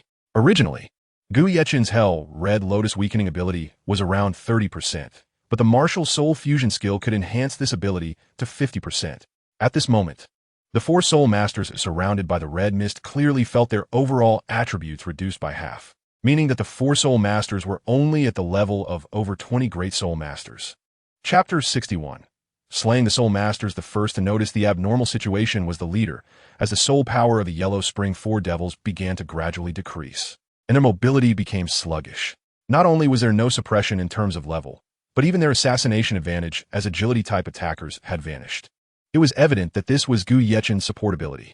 The red mist created by the Hell Red Lotus grew thicker, and the Yellow Spring Four Devils experienced some issues with their senses. Their hearing weakened, and their vision became increasingly blurry. "This is bad. There's danger." The leader thought to himself, how come the assassination data from the Yellow Spring Pavilion didn't he mention that this kid could use such a bizarre martial soul fusion skill? The range of the red mist was merely simulated by Gu Yechen. Compared to the endless night Gu Yechen experienced every night, it was not particularly terrifying. In that endless night, all of Gu Yechen's senses disappeared, and he was unable to use any abilities. However, in the red mist created by this martial soul fusion skill, the Yellow Spring Four Devils could at least still communicate with their teammates and organize tactics. Even though their soul power levels were only over 20, Gu Yechen and Hulaina were only 2 people, while the Yellow Spring Four Devils were 4. They could still put up a fight. "Third brother, you prioritize taking down Gu Yechen, the support soul master. He is the biggest threat in the martial soul fusion skill. I'll hold off this girl." As the leader of the team, his combat experience was the most abundant. His strong intuition and shrewd judgment gave the Yellow Spring Four Devils a 100% success rate in their missions. While it seemed that Gu Yechen and Hulaina had merged into one, that was not the case. Gu Yechen was hidden within the red mist. They had only fused their martial souls, not their bodies. The four dispersed, with the leader holding off Hulaina, while the other 3 sought out and attempted to kill Gu Yechen. Since it was their first time witnessing this martial soul fusion skill, searching for Gu Yechen in the red mist was futile. In the red mist simulated by Gu Yechen, he was the master, able to appear in any corner of the mist. The 3 could not find Gu Yechen's location, while the leader faced attack from Hulaina and began to retreat. As expected, the martial soul fusion skill was indeed the most powerful skill in this world. The original Golden Iron Triangle, consisting of just 2 soul saints and 1 soul Douluo, could contend with titled Douluos. Gu Yechin and Hu Laina were actually able to fight against Soul Master level experts without any trouble. However, Hu Laina had not yet used her full strength, as it was her first time cooperating with Gu Yechin in a martial soul fusion skill, and there were still unfamiliar areas that needed to be explored, with the leader becoming her sparring partner. However, although the four had lower soul power, they possessed an advantage that Gu Yechin and Hu Laina did not have. The Soul Masters had a third and fourth soul skill. If the opponent's soul power level was lower than Gu Yechin's, they would completely lose their mobility and be unable to use their soul skills. However, the Yellow Spring Four Devils had higher soul power levels and could break free from Gu Yechin's constraints, only having their overall attributes reduced by half. The Soul Master's Purple Thousand-Year Soul skill was not to be underestimated. They were clearly ready to get serious. The leader's fourth purple soul ring flashed as he shouted. Fourth soul skill, Gale Wolf Strike. This fourth soul skill was derived from a wolf-type soul beast closely related to his martial soul, providing him with an all-attribute boost, somewhat similar to the seven-colored diamond transformation of the Unfeeling Sin. With a boost in attributes, he became more agile within the red mist created by Gu Yechin. Seeing that his teammates still could not locate Gu Yechin, the leader couldn't help but feel frustrated and ordered, "Stop searching. Let's all deal with this girl together. Everyone use your fourth soul skill." Upon hearing the leader's command, the other three immediately regrouped. Since they couldn't find the weakest Gu Yechin, they would start with the strongest, Hu Laina. At this moment, Hu Laina appeared to be more vigilant. However, what if the opponent could use their fourth soul skill? Just now, she was merely familiarizing herself with the specific abilities of the martial soul fusion skill. Her real methods were just beginning to be unveiled. Second soul skill, Celestial Fox Charm. Indeed, Hu Laina could cast soul skills again within the martial soul fusion skill, which could be considered a skill within a skill. The ability of Celestial Fox Charm was even more formidable than simple Fox Charm, as the control time was close to a minute. In a life and death battle, a second is enough to determine victory or defeat, but being unable to act for a full minute is a significant concept. The first to release the fourth soul skill was the leader in the best condition, yet he sensed something was off. "Quick, close your eyes. Don't look at her eyes." The leader, who was somewhat at ease, was still slightly better off, but the others were not so lucky. "Hee, so if you don't look at my eyes, everything will be fine?" Hu Laina smiled charmingly, and then her ethereal and melodious voice deeply stimulated the four's hormones. Even though they were killers without blinking an eye, at this moment, they willingly surrendered under Hu Laina's fragrant skirt. Even the strong leader, while using his fourth soul skill, could not escape the charm. In the dream, "My queen, we should not offend your beauty and nobility. You, the Holy One, are the fairy we love the most, and we are willing to do anything for you." The leader's eyes turned dreamy as he gazed at Hu Laina's curvaceous figure, especially her alluring long legs, unable to resist the temptation. The Yellow Spring Four Devils were completely captivated. The stunning Hu Laina possessed an exquisite appearance, an alluring figure, and an unparalleled demeanor. Just a single glance left one feeling satisfied for life. Hu Laina's delicate fingers lightly touched her cheek, then drew closer to her tender skin, sliding down to her collarbone, and then moving towards her charming curves. Such a scene was incredibly tempting. No man could resist such seductive flirting. Hu Laina's voice, reminiscent of silver bells, rang out again. "To receive your admiration and praise is also my honor, but unfortunately, you are about to die here." The leader of the group questioned, "What does the fairy mean? We do not quite understand. Even if it is for the fairy, we have no regrets about dying." Hu Laina sneered. "The four demons of the Yellow Springs. Have you ever thought that you would end up like this?" The leader of the group scratched his head at first, but suddenly his eyes sharpened as if he remembered who he was. He was a ruthless demon who kills without blinking. How could this be? "Not good. Everyone wake up." The leader urged everyone to awaken, but who would listen to his nonsense? Submitting to the fairy was the top priority. Unfortunately, this was not the real world, but an illusion created by a charm skill. Meanwhile, outside, Gu Yechin's slaughter feast began. He was not someone who revels in violence, but he would show no mercy to those who constantly wanted to kill him. Why should he allow others to kill him while not permitting himself to kill others? The four demons of the Yellow Springs must come to their own realization and understanding. It would be best if it came with a bit of interest. This realization would come at the cost of their lives. Third, Gu Yechin swung the crescent moon blade with force, and a head fell directly to the ground, rolling to the side. At this moment, in the space enveloped by red mist, only the leading big brother was still standing, but he kept his eyes closed, clearly still lost in the dream created by the charm skill. He placed the crescent moon blade against the leading big brother's neck and gave it a gentle pull, ending his life. Just before dying, he only felt a slight itch in his neck, and then his consciousness vanished.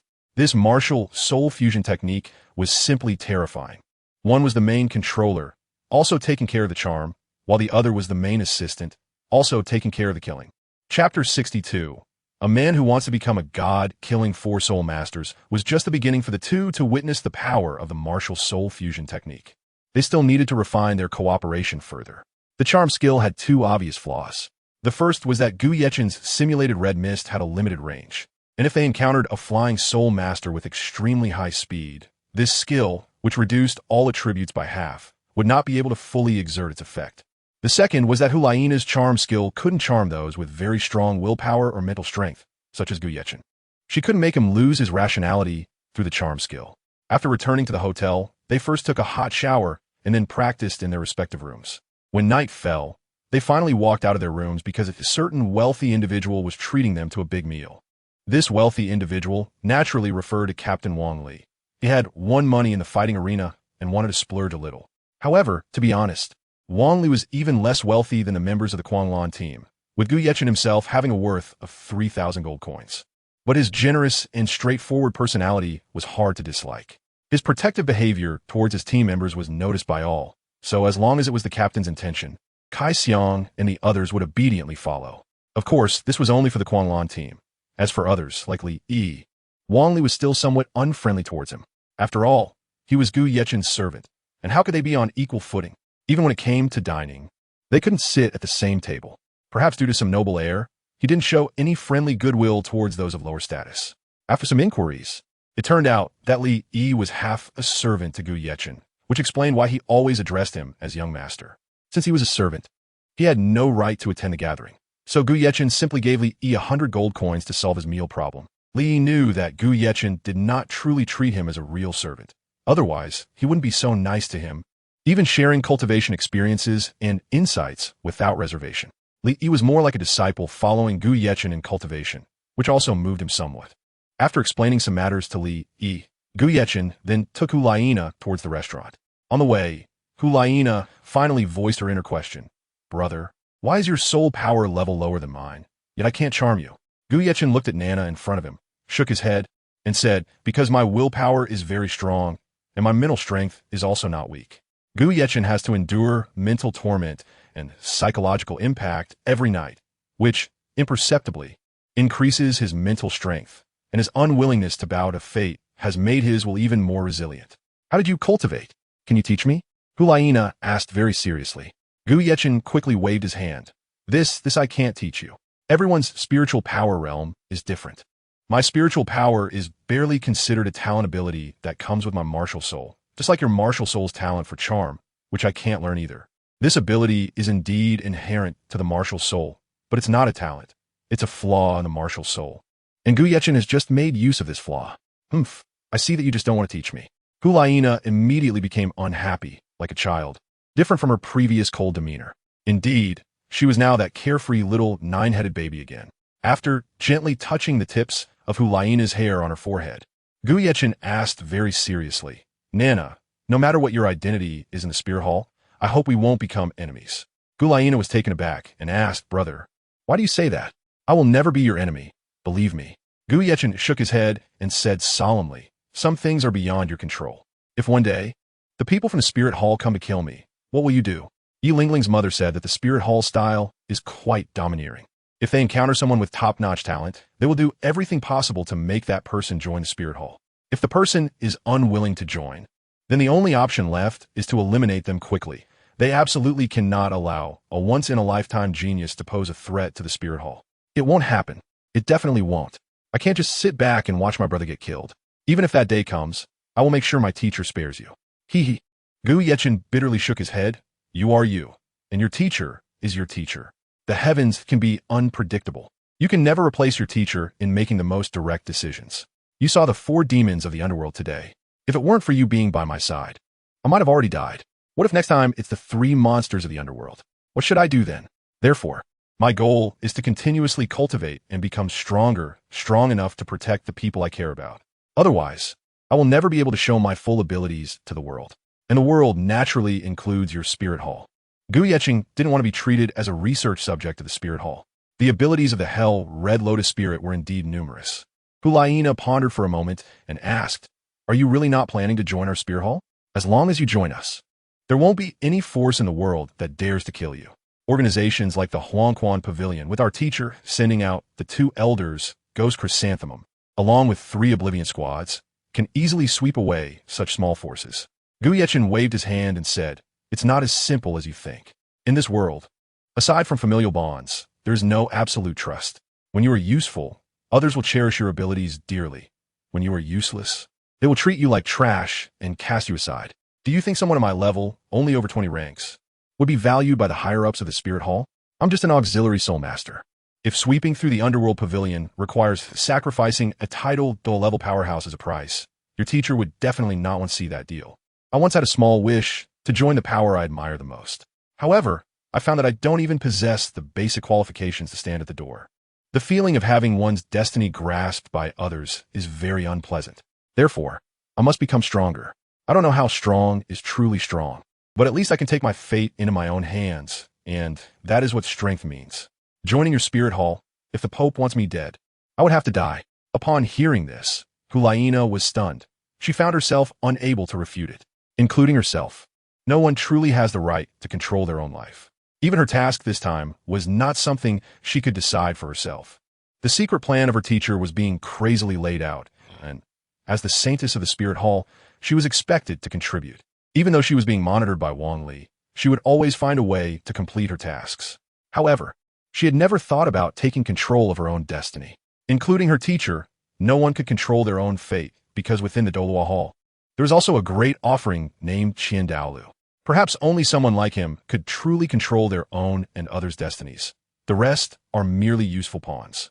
According to her teacher, the great offering is not satisfied with the status quo and has vowed to break through to level 100, becoming a godlike existence. Could it be that Gu Yeqing also wants to become a legendary god? Reaching level 100 to become a god is incredibly difficult. Hulaina's goal in this life is merely to become a super Douluo at level 95, yet she didn't expect Gu Yeqing to have such great ambitions. Hulaina looked at Gu Yeqing in disbelief. This man made her feel fear and closeness, joy and sorrow, made her cry, and made her happy. Gu Yeqing, he is a man destined to become a god. Chapter 63, Lingling's News. Hulaina believed that her beauty was unmatched by anyone, but despite having such beauty, she could not move Gu Yeqing's heart. It turned out that he had long harbored great ambitions.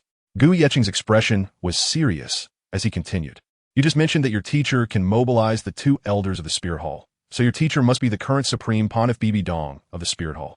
Although my knowledge is limited, I still know a thing or two about the Spirit Hall's top orders, including Ghost Douluo and Chrysanthemum Douluo, as well as the current Pope." "That's right. My teacher is indeed Bibi Dong, and I am the Saintess of the Spirit Hall, recognized as part of the Golden Generation. My real name is Hulaina." Jiaoying finally admitted her identity. Although this honest act could potentially lead to a mission failure, she didn't want to deceive Gu Yeqing. Hulaina asked, "Gu Yeqing, will you leak my secret?" Gu Yeqing said lightly, "Why should I leak it out? It would do me no good. Besides, considering that you've been calling me Big Brother for so long, in theory, I would take care of you." "Really?" Hulaina seemed to have transformed into a different person, joyfully saying, "You have to keep your word." "Of course." Gu Yeqing tapped Hulaina's little head and then took out a beautiful hairpin from the soul-guiding device. Gu Yeqing said, "Last time, you helped me take a leave of absence, so this is my way of repaying you. I promise to buy you a new hairpin. And next time, don't sneakily go through my soul guide again." This gift was specifically chosen by Gu Yeqing and Li Yi while they were out gathering supplies. Although it wasn't particularly expensive, it was exquisitely crafted, not much inferior to the crystal bracelet prepared for Lingling. Then, Gu Yeqing helped Nana put in her hair. She looked even cuter. However, Hulaina seemed a bit unhappy. Because what Gu Yeqing saw was just cuteness. Didn't he notice her beauty? Just when Hulaina was feeling down, Gu Yeqing suddenly said, "Nana, who just displayed her charm, looks more mature. Is that how you look after your recovery?" Upon hearing the encouraging words, Hulaina immediately perked up and said, "Yes, that's the most authentic version of Nana. How about it? Does Nana look good?" Ahem, ahem. Gu Yeqing almost stumbled and fell to the ground upon hearing that. He coughed forcefully and said, "It's indeed beautiful." No, it should be just okay." Girls like it when boys compliment their beauty, especially when they hear praise from someone they care about the most. It feels really good. Although Hulaina is a bit older than Gu Yechen, her heart is still quite young because what she has been exposed to is mainly soul power cultivation and executing missions. She has never truly faced the thing she least wants to confront deep down: family ties. With both parents gone and her brother leaving, Gu Yechen made her experience that very warm feeling again. Hulaina smiled sweetly and said, "Thank you, big brother. Let us take it one step at a time. Anyway, I won't hurt you." As she spoke, Hulaina held onto Gu Yechen's wrist like the closest of siblings. Whether it's becoming a super doll or reaching the 100-level godhood, these are not things they can consider right now. They are still far from that. Each generation produces its own talents, and each leads for hundreds of years. The leading figures of every generation will dominate the Douluo continent for 100 years or more. By the time Hulaina's generation, the golden generation, becomes the leading figures, it will take at least 100 years of accumulation. Drink today, be merry today. Tomorrow's worries come tomorrow. Since everyone is getting along harmoniously now, why think about unpleasant things? With Hulaina holding his arm, Gu Yechen didn't say anything more, but he could feel Laina's sincerity. The two walked silently, and they didn't talk much along the way. Time passed quickly, and before they knew it, they arrived at the Boang restaurant, known for having the highest level of dining all day long. "Laina, let go of my hand," Gu Yechen urged Hulaina, saying, "It wouldn't be good if the teammates saw this, and your name is Jiuying, not Hulaina." "Oh," Nana obediently nodded, then revealed a carefree smile. Right now, her identity was the cute Jiuying, not the saintess Hulaina of the Spirit Hall. Jiuying asked, "Brother, is it true that you said Nana is very beautiful? I really want you to see how I look after I restore my body. You boys should really like that kind of figure, right?" Gu Yechen said irritably, "I was just kidding." Jiuying, dissatisfied, replied, I believed you." In a VIP room of the Overlord restaurant, Wang Li, Kai Xiang, and others had arrived early. The Quanlan team was just waiting for Gu Yechen and Jiuying.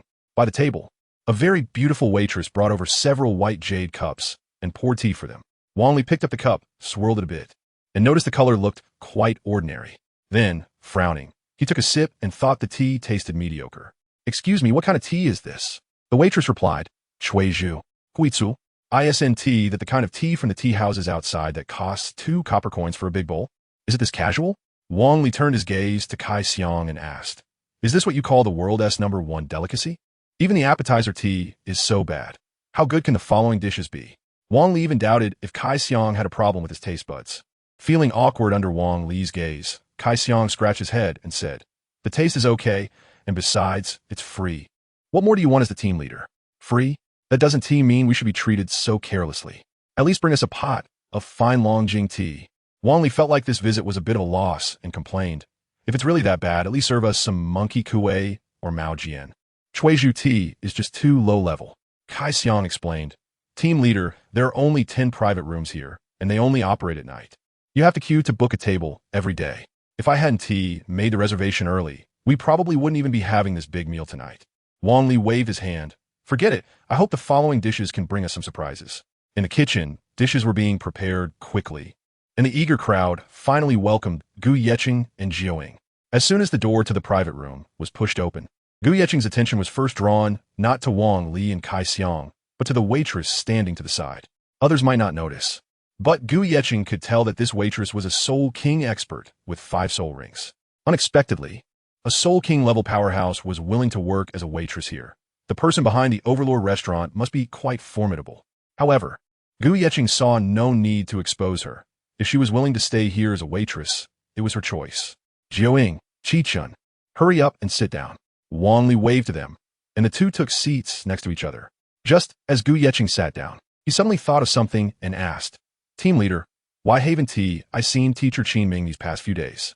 Although he said Teacher Qinming, Gu Yechen actually wanted to inquire about Ling Ling's whereabouts. "You mean Qinming? He and his Imperial fighting team were invited to Sotawa City 3 days ago by some big nobles to participate in a betting fight at the Great Soul Arena," Wang Li said enviously. The Imperial fighting team, led by team leader Qinming, has already achieved 32 consecutive victories, something our Quanlan team cannot compare to. You should know that betting fights are not primarily contests for skill. Injuries and deaths are common.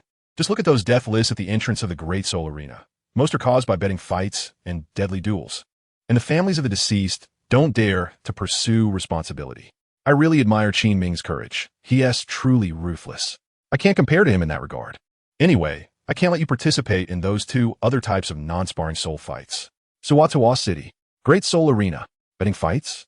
Gu Yeqing frowned slightly because the person he wanted to protect the most, Lingling, was there. Lingling's constitution was originally very weak, and if she got hurt again, he absolutely couldn't bear to see her in danger, not even during training. Gu Yeqing transformed into a protective husband and stood up to request Wang Li, Captain. I would like to apply to go to Suatuwa City to participate in the soul fighting competition. I promise I can still obtain a copper soul fighting badge within a month. Wang Li stopped drinking tea, slowly placed the cup down, and said coldly, reason. He hated disobedient team members the most. Even though he liked to protect his own, it wasn't in this way. Chapter 64. Super Douluo. Gu Yeqing replied. Because she is very important to me. If I don't stay true to my original intention, I won't achieve my goals. Without her, there would be no me today. So I must go find her and ensure she is not in any danger. Wang Li had no idea who she referred to, but it must be a girl. Wang Li curled his lip. Your reason isn't enough to move me. I'm your team leader, and you have to listen to me. Let's participate in the Iron Fighting Spirit training here in Douluo City. We will accompany you for a month. Gu Yeqing immediately stood up from his seat and said in a deep voice, if the team leader does not agree to my request, then I will announce my withdrawal from the Quanglon battle team. Kid, don't think that just because you have some talent, you can push your luck. If it weren't for waiting for you to obtain the Copper Soul badge, would we have to wait here for you? Although team leader Wang Li appeared friendly, his personality of being combative and not backing down had not softened at all. Then you can leave. There's no need to wait for me. As for Gu Yeqing's rebellious nature, he even dared to kill a soul sect. What does rebellion mean? He just wants to protect the person he cares about the most. All right, I want to see what abilities you have. Can I ask you a thing or two? Wang Li was filled with anger. All his goodwill had been taken for granted. In Douluo City, team leader Wang Li could offer Gu Yeqing some guidance. However, if he went to Suatuwa City, he would no longer be able to continue guiding him. Moreover, they had just formed a team with Jiuing. If he took Jiuing away again, would the Royal Reserve team still need to be maintained? Gu Yeqing said, Captain, it's not that I can't beat you, but I don't want to use my trump card. Shouting. Wang Li, however, was determined to fight. He rolled up his sleeves and was about to start, but was stopped by the beautiful maid beside him. What a strong pressure. Is this the Soul King? Captain Wang Li's eyes widened in disbelief as he looked at the maid in front of him, who had just been serving tea and water and now had transformed into a Soul King. Yellow, yellow, purple, purple, black. 5 bright soul rings hovered above the maid's head, pulsating quickly toward her feet. The maid's tone suddenly became serious. Private fighting is not allowed in the Overlord restaurant. If you want to fight, please go outside, and the gold coins paid will not be refunded. After regaining his composure, Captain Wang Li snorted coldly. Gu Yeqing, consider yourself lucky today. Gu Yeqing shrugged his shoulders and said, considering you are my team leader, I won't hold it against you. Within a month, I'll bring you a gold Duhan badge. If I can't do it, I'll willingly accept any punishment. If I do achieve it, you won't have to pay any price. How about that? Are you daring enough to take this bet? Gu Yeqing knew that team leader Wang Li had recently become obsessed with gambling. Otherwise, he wouldn't have come over so boldly to treat him to a lavish meal. He had his own little scheme, as this crazy wave team would only bring him more benefits in the future. Betting? I really like it. Wang Li said disdainfully, the gold fighting soul badge? Are you kidding me? You, a support soul master at just over level 20, getting a gold fighting soul badge? To be honest, without the help of 9 infants, you wouldn't even be able to pass the hurdle of getting a bronze fighting soul badge. So there's no need for the team leader to worry about that. Gu Yeqing maintained his unchanged tone. Although geniuses in this world need guidance from renowned masters, Wang Li was not a qualified master. Moreover, could his guidance compare to that of a god? The flower goddess was his enlightenment teacher. Although their brief exchange lasted less than half an hour, and he didn't even see the true form of the flower goddess, he had already gained some direction on the path to becoming a god. Even if he couldn't understand some things at that time, the clever Gu Yeqing believed he would encounter those incomprehensible things in future cultivation. For example, herbs like the immune toxin Yuxiang Qilao, or high-level herbs that could enhance soul power. He was well-versed in all heavenly herbs related to flowers and plants. With divine guidance, Gu Yeqing developed the ambition to become a god. Otherwise, without direction and cultivation, becoming a titled Douluo would be the ultimate point for geniuses. With a clear path in cultivation, he hoped to break through the 100-level barrier and become someone who could dominate his own destiny. This is why Gu Yeqing knowing that the Scythe martial soul was more powerful than the Red Lotus martial soul granted by the Flower Goddess, still chose to trade, because the experience of becoming a god was something that titled Douluos could not fathom. Then, Wang Li reminded him, "However, I am not interested in punishing you. How about this? If you lose, you agree to do one thing for me, and I'll tell you what that is after you lose." Okay, it's a deal. Gu Yechen didn't intend to have a conflict with team leader Wang Li, but he absolutely couldn't allow Ling Ling to be in the slightest bit of danger. Yes, Gu Yechen, who had never understood how to care for someone, learned how to miss someone. He often found himself staring blankly at Ling Ling's leaf hairpin. The feeling of being so close, yet so far, was truly painful. After graduation, he must be with her. "Big brother, don't go, okay?" Jiuying reached out his small hand towards Gu Yechen. "Jiuying, let him go. You mustn't help him in the future." Team leader Wang Li was filled with anger. Gu Yechen was actually disregarding him as the leader, which was infuriating. Gu Yecheng's expression remained unchanged, neither sad nor happy, but when he looked at Jiuying, he revealed a hint of reluctance. "Nana, do you believe in your brother? I will definitely get the Gold Soul badge, and there's something very important I must do. Even if the death rate in the Great Soul Arena's gambling fights is less than 1%, I cannot allow such a probability to exist. So I have to protect her, you know." Jiuying nodded. She is truly happy. As the night grew deeper, Gu Yechen did not stay in to eat the delicacies that were said to be unique in the city, but chose to travel overnight. And the bet with Wang Li regarding the Gold Soul badge did seem a bit reckless, as he was just an auxiliary soul master and still had some gap compared to combat soul masters. After renting a fast horse, Gu Yechen rode through the night towards the direction of Suatua City. With the moonlight guiding him, he arrived at a valley, which he presumed to be devoid of people. Thus, Gu Yechen sat cross-legged and quietly awaited the arrival of midnight.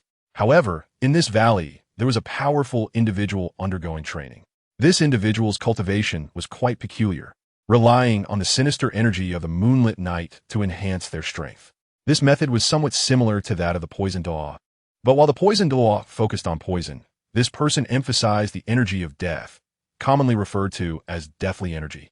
Suddenly, this powerful being burst into laughter. "Huh? I have finally broken through to level 95 and become a super Douluo. Looking down on this Douluo continent, how many can be my opponents? Below the title Douluo, all are mere ants. Moreover, I am a level 95 super Douluo. It is likely that the Spirit Hall cannot fathom that there are other super Douluos besides the 7 major sections." Just as this powerful individual was about to leave, they suddenly sensed a very peculiar aura. This aura was indescribable. It felt familiar yet strange, particularly intriguing. Driven by curiosity, this super Douluo moved in that direction. Upon seeing Gu Yechen, they disdainfully shook their head, realizing it was just a worthless individual at level 20. This super Douluo even thought that raising a hand to eliminate Gu Yechen would tarnish their own status. Thus, they mockingly sneered, "Trash should stay in the trash heap. Coming to the mountains to cultivate is simply laughable. Aren't you afraid of being taken away by wild beasts?" After that, they turned around and walked away, leaving Gu Yechen to fend for himself. Chapter 65. The Scythe of Death. However, at this moment, Gu Yechen, who had been bowing his head, suddenly lifted it, as if sensing a breath of life. His tightly closed eyes abruptly opened, revealing crimson pupils that glowed with a blood-red light, and his vacant gaze surprisingly became somewhat animated. Gu Yechen smiled slightly. "Finally out. It's been a long time since I stretched my muscles and bones." Looking at the super Douluo in front of him, a hint of amusement appeared on Gu Yechen's face. "Good fellow, a level 95 super Douluo. Not bad at all. What a pity. You will be the first offering for my restoration to godhood." Then, Gu Yechen charged forward with a flash, like lightning, trailing purple arcs of thunder, appearing 3 times in an instant before the super Douluo. The super Douluo stopped in his tracks, his face astonished. What is going on? Why is there not a trace of soul power fluctuation coming from him? Damn, I actually feel a sense of unease from him. The super Douluo shouted, "Who are you? And why are you blocking my way? Are you tired of living?" Gu Yechen's first impression was definitely in his 20s. But now the red-eyed Gu Yechen gives off an inscrutable feeling. Gu Yechen said coldly, "I am here to kill you." How infuriating. As a super Douluo, being threatened by a brat with only a rank of 20 was utterly humiliating, making his face contort with rage. This trickster, the super Douluo scoffed. When it came to trickery, he was the creator. How could he be easily intimidated by his opponent? Subsequently, the super Douluo unleashed his martial soul and activated his best soul rings. Yellow, yellow, purple, purple, black, black, black. However, Gu Yeqing didn't even activate his soul rings. Sorry, but I'll be taking your life for now. No need for last words. I'm in a hurry, and everyone is quite busy. Let us just get on with it. Come and accept your fate. Seeing Gu Yeqing so arrogant, the Super Douluo was unwilling to show weakness and said in a deep voice, "Arrogance comes with a price. Feel my death domain." The Super Douluo cultivated primarily the deathly aura of Insha, and his domain power was also related to death. From a certain perspective, the power of a domain was even more precious than a 10,000-year soul bone. However, Gu Yeqing responded with his own death domain. Death domain versus death domain. Neither side gained any advantage. According to the Super Douluo's speculation, the release of the two domains should have canceled each other out. But he discovered a shocking fact. He was being controlled by the opponent's death domain, while the opponent was immune to his. Impossible. The Super Douluo shook his head frantically. Both were death domains. There was no reason for the opponent's domain to be stronger than his own. Moreover, to be immune to a death domain, one must possess a fearless heart, a belief that can only be obtained by facing death and then being reborn. He had trained to the level of Super Douluo, a remarkable figure of his time, and also possessed a strong and unwavering heart. Why, when facing Gu Yeqing, did he feel an urge to worship him? His gaze paused, suddenly thinking of something terrifying. Could it be that Gu Yeqing was a god? Because only gods would not use soul power, and they all used divine power, which could explain why his death domain had no effect on him. This was absolutely impossible. How could a god possess an ordinary person? Stop pretending and just die. Ugh, the Super Douluo's face hardened as he howled to the sky, shouting seventh soul skill, undead true body. Even if his strength was restricted by the opponent, as long as he was under the influence of his martial soul's true body, he could weaken the threat of the opponent's death domain. The Super Douluo's martial soul was undead, with countless undead spirits and black deathly energy mixed together. In the end, it formed a gigantic skull. But this skull was not a physical one. It was an ethereal body, and all control-type soul masters could not control its actions. Gu Yeqing chuckled and said, "I remember someone just called me a waste. Now let me show you who the real waste is." Get ready to witness an unparalleled martial soul with divine power. With his eyes turning crimson, Gu Yeqing slowly opened his palm. Suddenly, a small scythe martial soul appeared in his right hand, the very one deemed to have no potential and labeled as a waste. However, this black scythe had undergone a significant transformation, completely unrecognizable from its original form as a farming tool. Instead, it displayed a bizarre blend of crimson and dark gray colors. The handle of this scythe was long, resembling an irregular cane, entirely pitch black. The blade of the scythe slightly curved inward, showcasing layers of black-gray and gray-white colors that highlighted the sharpness of the edge. Unknown red totems were engraved on the upper part of the curved blade, evoking a sense of murderous intent while adding an air of mystery. Under Gu Yeqing's mental control, the scythe gradually grew larger and detached from his palm. Finally, it was gripped like a weapon in his hand. This scythe was enormous, with the handle alone exceeding 9 feet in length and the blade measuring over 4 feet. The red totems on the blade emitted a gentle glow that rippled like water, with gray light flickering, creating a sharpness that generated numerous black whirlwinds around it. One can imagine the terrifying and bloody scene that would unfold on the battlefield if such a deadly weapon were to make an appearance. A simple sweep would create chaos. This martial soul is also known as the Scythe of Death, a weapon that can truly slay gods. However, the more powerful a martial soul is, the less the heavens wish to see its emergence, as it heralds the arrival of a cataclysm. If Gu Yeqing had forcibly awakened it back then, he would already be dead. No god would allow such a martial soul to exist. With the Scythe of Death, filled with silence and slaughter, in his hand, Gu Yeqing's body trembled uncontrollably as he felt a wave of guilt wash over him. On the other side, the Super Douluo had gathered soul power, ready to unleash their soul skill. The 9th soul skill, Soul Locking Spirit. This is an illusion-type soul skill. Anyone covered by this skill will experience being choked by a little ghost and whipped by a spirit, feeling fear as they cross the bridge of helplessness. This is a fear-based control soul skill, similar to Hulaiina's charm, both using illusionary means to achieve complete psychological control.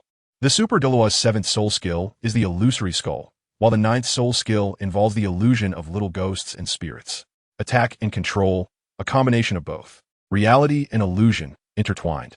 However, in the presence of the god of death, Isn't it somewhat laughable to talk about spirits and ghosts? The ninth soul skill is ineffective. Gu Yechen raised the Grim Reaper's scythe and compared its size to the opponent's martial soul true form, then made a powerful slash. In an instant, a pitch-black scythe light was formed, slicing through the air with a piercing sound, rushing towards the illusory skull as if to collide with the martial soul true form of this Super Douluo. The Super Douluo smiled faintly. In the state of his martial soul true form, he was a transparent illusion body, immune to any control and damage. It seemed that he had overestimated the opponent being a god. How could a god be so foolish as to attack with a martial soul instead of using divine power? If the opponent had used a domain or divine power, this Super Douluo would indeed have been helpless. But using a scythe martial soul without any attached spirit rings was too foolish. Knowing that he was immune to all states, yet still trying to kill him, he must be quite annoying. However, just as the Super Douluo was about to mock him disdainfully, he suddenly noticed a detail. The opponent's attack was extremely fierce. Accompanied by the swing of the scythe, the surrounding trees, soil, and even the air began to distort, as this strike surprisingly possessed the special effect of cutting through space. The light of the Grim Reaper's scythe grew larger and more powerful, until it finally erupted at a certain moment. No, please show mercy, Heavenly God. At this moment, the Super Douluo realized the presence of danger. However, it was already too late. Some experiences are accumulated through failure, while others are attempted through death. The Super Douluo had been recklessly testing the edge of death, repeatedly crushed back and forth. A martial soul capable of killing gods was overwhelming against a mere seventh spirit skill. Chapter 66. Unexpected Windfall. The next morning, as the sky just began to lighten with a hint of dawn, Gu Yechen, who had been sleeping outdoors, moved his fingers and then opened his bleary eyes. Lying flat on the ground, Gu Yechen propped himself up and suddenly sat up. At this moment, his face was filled with confusion, disbelief, and even a hint of surprise. Had he broken through to level 30? Gu Yechen felt the changes in his body. At this moment, he was filled with strength all over, especially in his right hand. That explosive power seemed capable of smashing a cow with a single punch. But how'd I break through? Gu Yechen scratched his head, confused about what was happening. In just one night, he had unexpectedly leveled up 5 times. This terrifying method of leveling up was unheard of, yet it had happened to him. Moreover, the torment he had experienced last night was gone, replaced by a sweet dream. Yes, for the first time since accepting the new martial spirit, Gu Yechen enjoyed a moment not shrouded by endless darkness, free from torment and suffering, and he had also received a significant boost in soul power. To be able to gain soul power just by having a good sleep was an incredible benefit. After a long while, Gu Yechen finally came back to his senses from the joyful emotions and prepared to leave, as last night's deep sleep had delayed his journey. However, when he carefully surveyed his surroundings, he was instantly dumbfounded. In front of him, a peculiar spectacle appeared, aligned with the position of the human neck. Both the mountains and trees were the same level. From a distance, it looked very flat, as if something had been brutally sliced through. Thousands of trees were left with only about 6 feet of height, and this sight seemed to stretch for 10 miles to the distant hills. Such a scene was indeed hard to believe. Even if thousands of lumberjacks acted simultaneously, they could never achieve such uniformity. Moreover, this was just one of the scenes. At the break points of the trees and giant rocks, a faint black aura of death emanated. Gu Yechen had experienced this death aura before. It extinguished all life forces. Every night at midnight, all his senses would vanish, but it was precisely this death aura that allowed him to discern the presence of life forces. If there was any, he would eliminate it as much as possible, for life and death could not coexist. For 10 miles ahead, all the flowers and grass had withered, and it could be described as desolate and barren, shrouded in a black mist of death. Who could have done this? It was terrifying. Gu Yechen knew that this was definitely man-made and could not be a natural disaster. He had personally surveyed the terrain here last night. The level of destruction was so fierce that it must have been caused by a super strong individual, likely someone above the title Douluo rank. He was quite lucky to have escaped a disaster. Suddenly, Gu Yechen's gaze sharpened as he noticed a headless corpse lying on the ground in the flat area ahead, looking both horrifying and eerie. However, having slain the 4 demons of the Yellow Spring, Gu Yechen was not afraid of such a corpse. He boldly walked over to examine the wounds, describing them with one word: flat. The cut was extremely smooth, inflicted by an extraordinarily sharp weapon. The blood from the person's neck had gushed out instantly rather than flowing. Suddenly, Gu Yechen noticed the person's left arm, which emitted a faint glow. It was clearly the indication of an armed spirit bone. Moreover, there was not just one spirit bone. A faint light was also emerging from the right arm. It was evident that this person possessed two armed spirit bones. Gu Yechen's eyes sparkled. This was a rare soul bone in the world, and at this moment, he couldn't remain calm. However, he wanted to understand the identity of this person. Since he could possess a soul bone, he must be a well-known figure in the Heaven-Do Empire. He wondered who he had offended. After searching for a while, he found 3 soul guide devices: a crimson jade finger ring, a dark green treasure pouch, and a black iron tower. All of them were high-grade soul guide devices. Not to mention the different storage capacities, their corresponding functions were also distinct. The jade finger ring was purely for storage purposes, although it had no other uses. It excelled in its large storage space.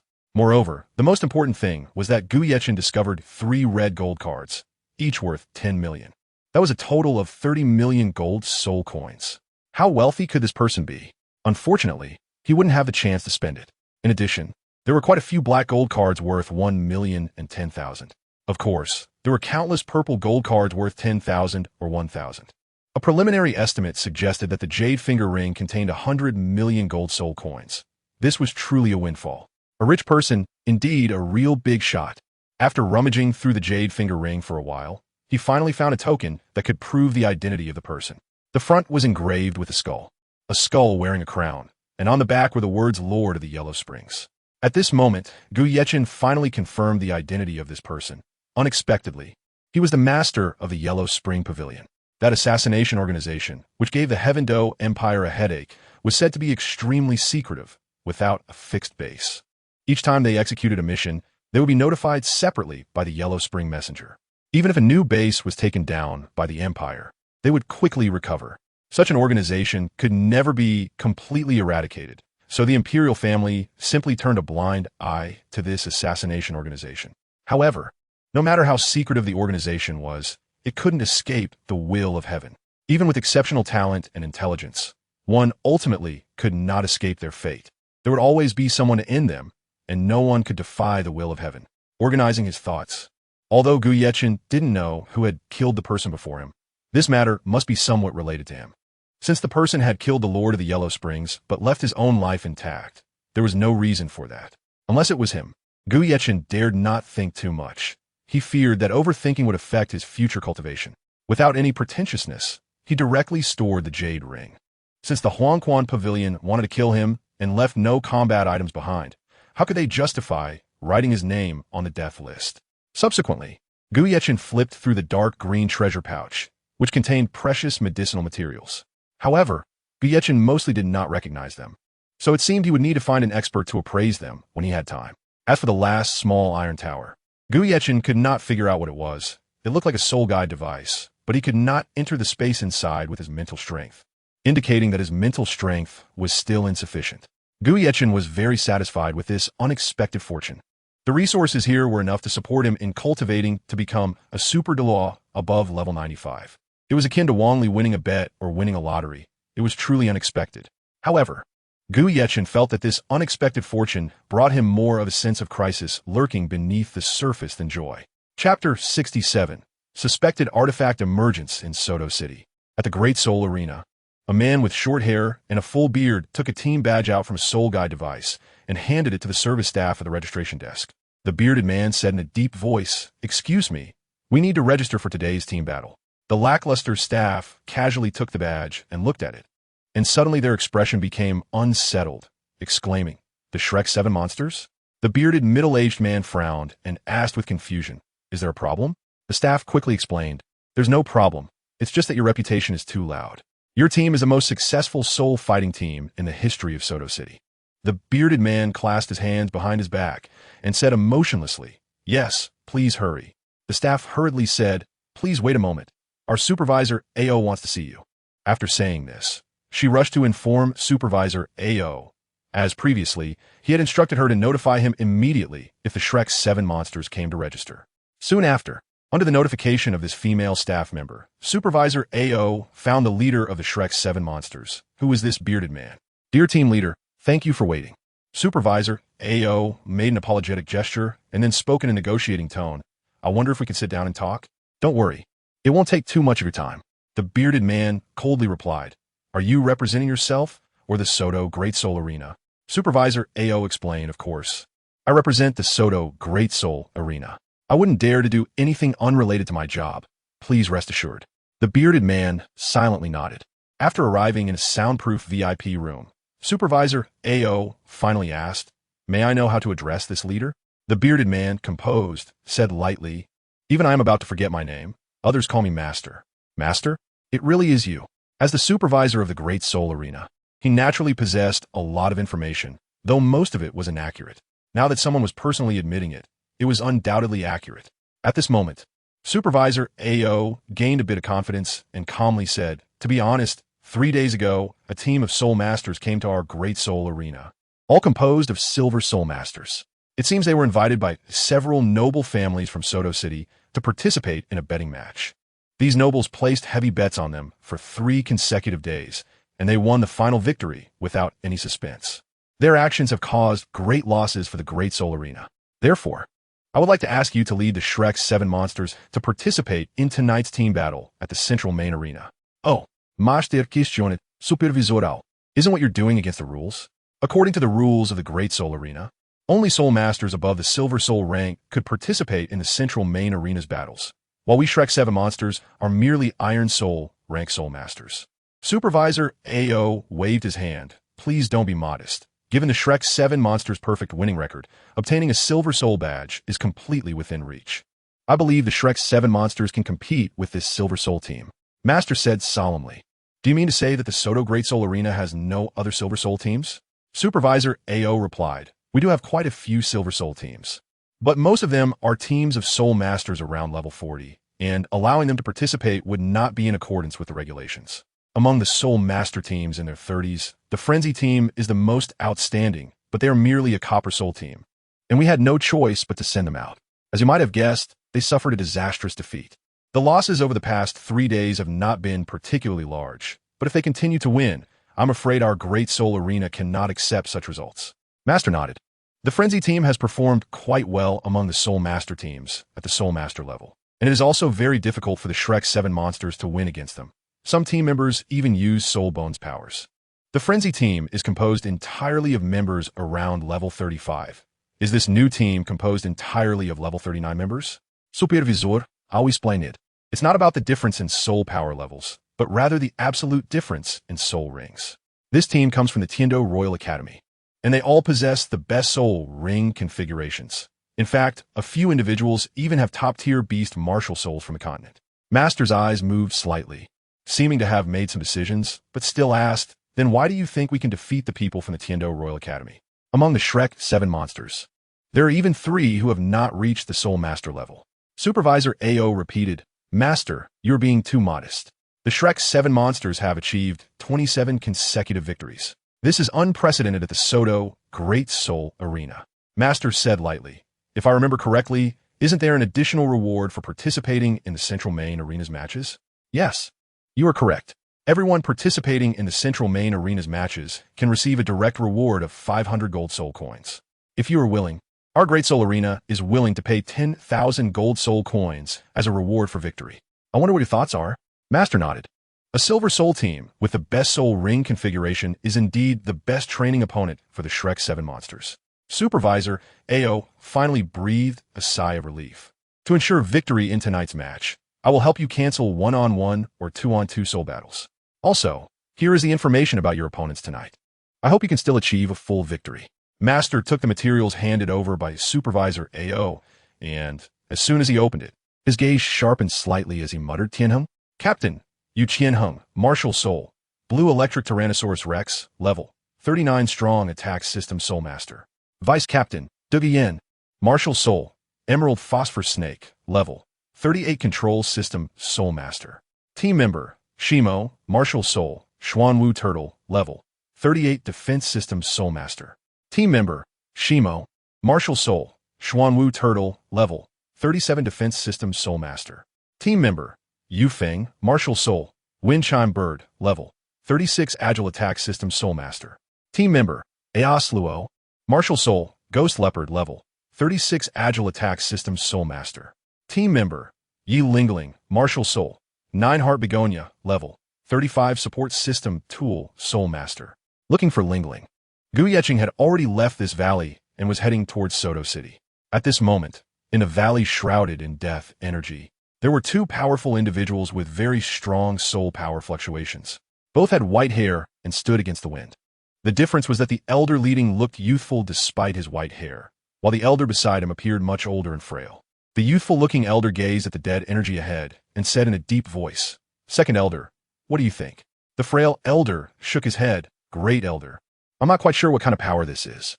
The great elder, named Douluo, had been at the pinnacle of the soul Douluo level for many years, but had never had the opportunity to break through to the 100th level and become a deity. There are 2 ways to become a god. One is to rely on other gods for inheritance and then become a god. The other is to cultivate oneself to become a god. He no longer had the chance for inheritance since he had not gained the recognition of the angel god. And now he wondered if he could cultivate himself to become a god. However, cultivating oneself to become a god is incredibly difficult. Nonetheless, throughout the history of Douluo continent, there have been individuals who achieved godhood through their own abilities, such as the angel god, the Shura god, and the sea god. They were all exceptionally gifted individuals.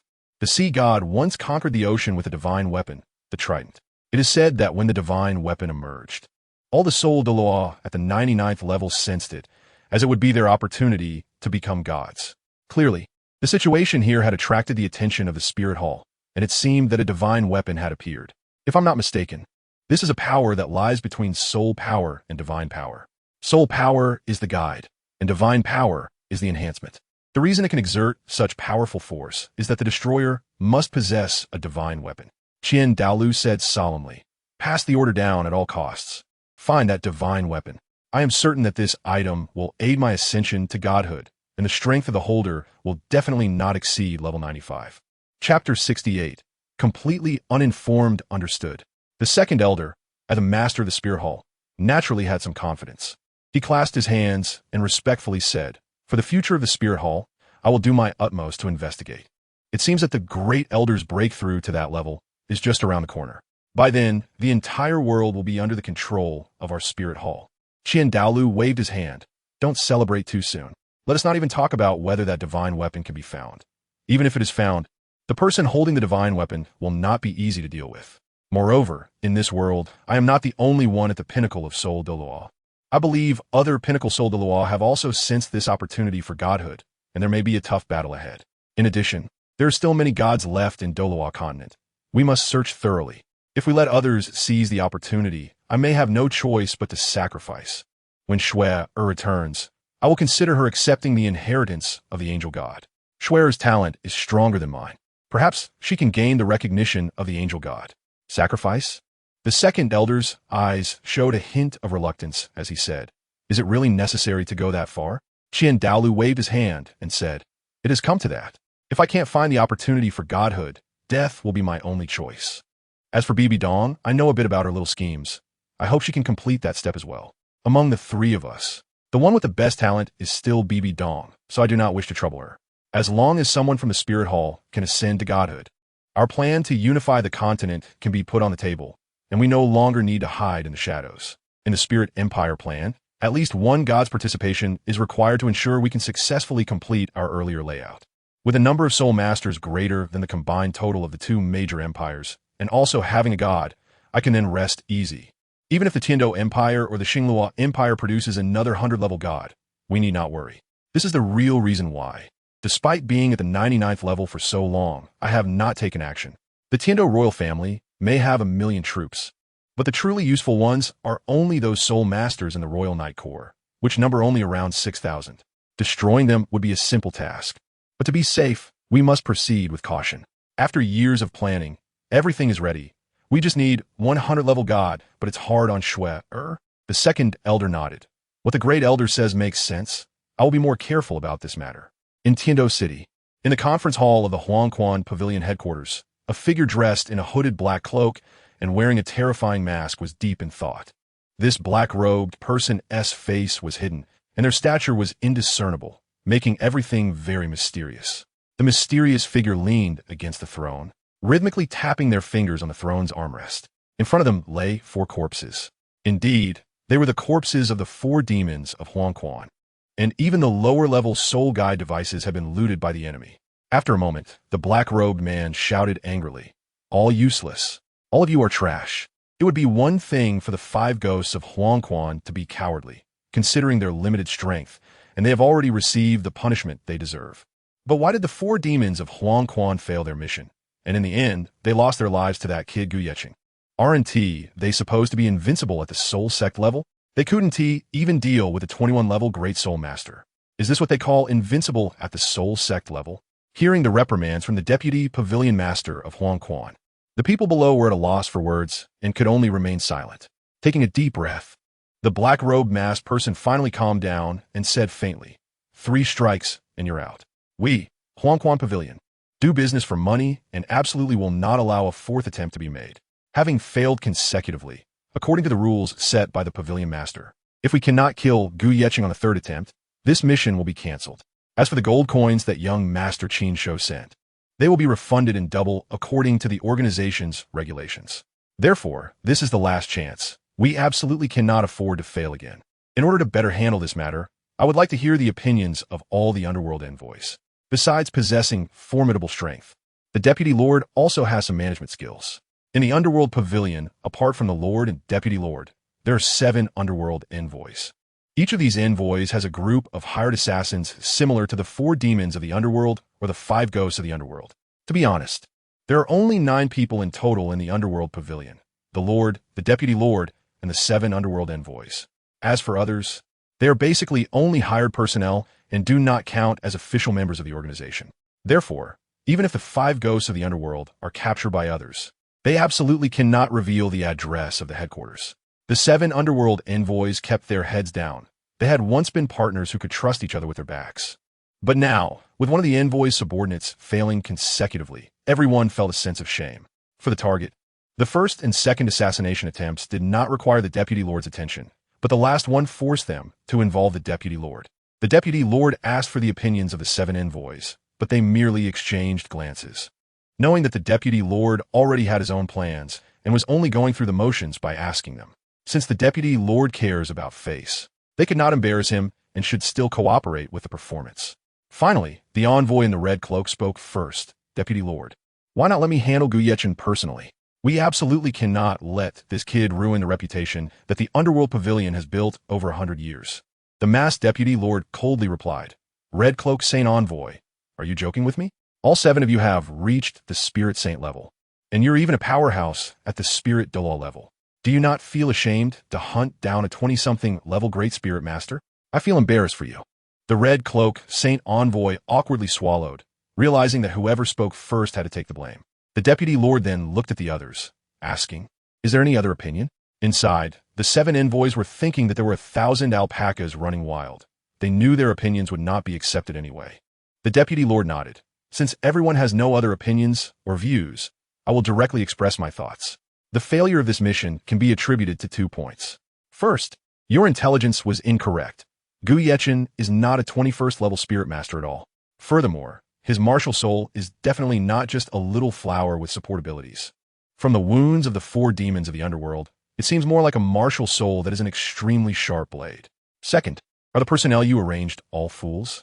Why do you always swagger into assassinations? And why do you insist on attacking every time he has helpers? Where does this confidence come from?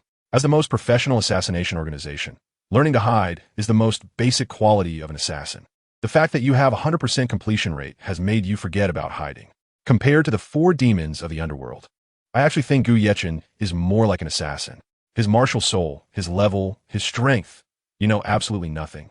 If the 4 demons of the Underworld had learned to hide, and at that time, Gu Yeqing had no helpers around him, I believe this mission would have been completed long ago. Therefore, I have decided that you 7 do not need to take over this matter. I will make other arrangements. The 7 envoys shook their heads with bitter smiles, realizing that the Deputy Lord wanted to handle this matter personally. Indeed, if the first 2 assassination attempts had failed, then by the 3rd attempt, this task would have escalated to a merit task. Anyone who completed the 3rd assassination of a merit task would receive rewards bestowed by the Lord of the Underworld. These rewards could be gold coins, celestial grade, medicinal materials, and even when the merits reached a certain amount, They could seek the Lord to personally help them hunt for soul beasts over 50,000 years old. Merit equals gold coins, which also equals celestial great herbs. After all, the Lord of the Underworld is a wealthy man, so rich that his wealth can rival a small principality within the Heaven Do Empire. Of course, gold soul coins do not hold much attraction for the Deputy Lord and the 7 Underworld envoys. But the key is that gold soul coins can be used to purchase soul bones. Every time the auction house acquires soul bones, even if they're just low-level soul bones from the 1,000-year range, they will be widely publicized, and the final auction prices are astonishing. Without hundreds of thousands of gold soul coins, one would not dare to go to the auction house to buy the last soul bone. The Deputy Lord of the Underworld has saved up for so long and only has 3 soul bones, all around 30,000 years old. He knows that the Lord of the Underworld possesses 2 arm soul bones close to 100,000 years, and although they have not reached 100,000 years, the additional attributes and accompanying skills are definitely stronger than those of 30,000 years. In fact, with the wealth of the Lord of the Underworld, he could easily gather a complete set of soul bones, but he does not even look at those under 80,000 years. Therefore, he absolutely would not waste a body slot to absorb soul bones under 80,000 years. Soul bones over 80,000 years are rare. Even if someone kills a soul beast and obtains a soul bone, no one is willing to sell it. Among the 2 soul bones of the Lord of the Underworld, one came from a soul beast he hunted that dropped a 90,000-year soul bone, while the other came from killing someone and taking their bones. As for the Underworld envoys, they are in a much worse situation, with each having only 1 soul bone of around 10,000 years. Everyone in the Underworld Pavilion hopes to fill all 6 slots in their bodies with soul bones, but this requires a large amount of merit, in other words, a large amount of gold soul coins. This is why the Underworld Pavilion's kill rate is as high as 100%. As long as the other party can afford the price, they can hunt anyone below title Douluo. Of course, Gu Yechen, this great spirit master, is not worth much, only priced at a few thousand gold soul coins. However, Gu Yechen is clearly an exception. He is the only target whose strength is below Spirit Saint, but still meets the requirements for merit task. Merit tasks are generally carried out by the Deputy Lord or the 7 Underworld envoys themselves. They all thought about taking credit in front of the Lord. But since the Deputy Lord just mentioned that bullying someone with such low strength as Gu Yechen would hurt their face, the Deputy Lord naturally would not take action himself. It seems he intends to send out the assassins under his command. Looking at the expressions of the 7 envoys, the Deputy Lord smiled. You don't have to be sad. The next merit task will be given to you. By the way, has there been any news from the Lord? Among the 7 Underworld envoys, the Red Cloak Saint Envoy is the strongest, having reached the Spirit Douluo level, and he is also the leader among the 7. The Red Cloak Saint Envoy respectfully replied, reporting to the Deputy Lord, there has been no message from the Lord. The Deputy Lord sighed and said, the Lord has been away from the Underworld Pavilion for 3 years. Before leaving, he said he was going to break through to a level above title Douluo, and all matters in the Underworld Pavilion were entrusted to me to manage. I wonder how the Lord is doing with his breakthrough. If the Lord can really reach the level of a 95-level Super Douluo, then our Underworld Pavilion strength would not fall behind the 7 major sects of today. Although our faction is relatively small in number, each of us is an elite among elites. As long as there is one more Super Douluo, we won't have to hide anymore. We can even consider expanding the Huangquan Pavilion and joining the ranks of top forces. Deputy Pavilion Master, don't worry, the red-clothed Saint Envoy said firmly. The Pavilion Master is the genius I admire the most. He will definitely break through. Don't worry? How can I not worry? The Pavilion Master hasn't provided them with cultivation resources for 3 years. They are only surviving by taking on some odd jobs. A killer organization actually accepting even brawls or limb-breaking gigs is quite pathetic. The Deputy Pavilion Master cleared his throat and said, it's time to distribute the monthly payments again. Regarding the funding issue, I can't be the only one to contribute. You all need to think of a way. Each of you should solve the monthly payments for your own killers. Understood. The 7 envoys had no choice but to comply. Yes, killers are basically desperate people who value money over life. Few like the Huangquan 5 ghosts fear death. They just boast about being people who have licked blood on the edge of a knife for years. True desperados don't talk about their achievements. They only care about money. If Huangquan Pavilion doesn't pay them, they might even take down the Huangquan organization itself. However, as long as they receive a fixed monthly payment, even if you try to drive them away, they won't leave. Even when they make mistakes or fail missions, they will willingly accept punishment. Desperados are particularly lethal. Others may not dare to take risks, but they do. Therefore, the Huangquan organization also instills fear. Even the 7 great sects 1T easily provoke them because uprooting the weeds doesn't eliminate the roots. They will grow back with the spring wind. Among the 7 great sects, there's still many with low strength. If the Huangquan Pavilion retaliates, it would lead to sleepless nights of tossing and turning. The Tiando Empire once sent people to wipe out one of Huangquan Pavilion's branches and captured many desperados. Yet they still couldn't extract any information about the main headquarters of Huangquan Pavilion. In the end, they lost 3 Royal Knight regiments of over 100 men. It's important to note that the Tiando Empire's soul masters were already few, and losing over 300 soul masters in one go, only to gain a branch of Huangquan Pavilion and a dozen inconsequential characters, was not worth it. Indeed, the Huangquan organization holds grudges, and Gu Yechen has long been on their death list, just waiting to be dealt with. After the meeting of Huangquan Pavilion concluded, everyone began to disperse. This time, Huangquan Pavilion intends to take real action. The Deputy Pavilion Master dispatched his most capable subordinates. These are true desperados. The extremely ruthless 3 experts who wiped out the 300 cavalry of the Tiando Empire without leaving a trace. Meanwhile, Gu Yechen, who has been targeted by others, is completely unaware. At this moment, he has arrived at the Soto Great Soul Arena. As he entered the arena, the first thing that caught his eye was a huge stone tablet, intricately carved with countless names. Gu Yechen knew that these names were those of the deceased who participated in the gambling and death matches in the Great Soul Arena. If one participated in the gambling match, killing the opponent was not allowed. However, in gambling and death matches, it was permitted. Gu Yechen absolutely could not allow Yi Lingling, who participated in the gambling match, to appear on this stone tablet. Even if the probability was less than 1 in 10,000, it was absolutely not allowed. He had only one Lingling, and no one could replace her. She was the person he most wanted to cherish. Chapter 70. Philander in the Eyes of Money. With a shift of his gaze, Gu Yechen no longer looked at the death monument, but headed straight for the hall. After inquiring with the staff, he learned that the Imperial battle team was not in the lounge and would not appear until tonight. Therefore, Gu Yechen simply registered for a one-on-one soul fight, as he had made a bet with team leader Wang Li and had to bring back a gold soul badge. At the registration desk, he paid the registration fee of 10 gold soul coins, as per the usual practice. In the soul fighting arena, if one won, the 10 gold coins would be refunded, and if one achieved consecutive victories, there would be additional gold coin rewards. Thus, most participants were there for the gold coin rewards from consecutive wins, while only a few were there to learn combat experience. Afterward, the staff conducted a soul power test on Gu Yechen, as the rules here did not allow fighters with significantly different soul power levels to compete. In the past, when Gu Yechen placed his hand on the crystal testing ball, there would be no reaction. However, since he obtained his second spirit ring, he could simulate his soul power level. As a result, the testing ball would light up, displaying a result identical to the real thing. The staff assessed Gu Yechen's soul power level as 21, while in reality, he was already at level 30. He just hadn't obtained his 3rd spirit ring yet. At level 30, Gu Yechen, as a support-type soul master, could not guarantee a flawless victory, but at level 21, he was absolutely confident. After the personnel arranged the matches and drew lots, Gu Yechen arrived at the competition stage. At that moment, a referee in a tailcoat was already waiting in the center of the stage, clearly the one who presided over the previous soul fight. After clearing his throat, the host announced, "Next, we will proceed with the 13th soul fight in the 12th soul fighting area. Please welcome our contestants to shine on stage. The Soul Master Xieyu, who possesses the weapon Spirit Moonblade, and the Soul Master Xiao Qinyu, who has the Beast Spirit Little Wolf Dog." It is worth mentioning that after Xiao Qinyu lost to the girl with the Jade Rabbit Spirit last time, he began to work hard and has now achieved a remarkable 4 consecutive wins. Meanwhile, this contestant Xieyu seems to have only participated in one 2-on-2 soul fight. This is his first one-on-one match. It seemed that Xiao Qinyu's achievements had posed a slight intimidation to Xieyu.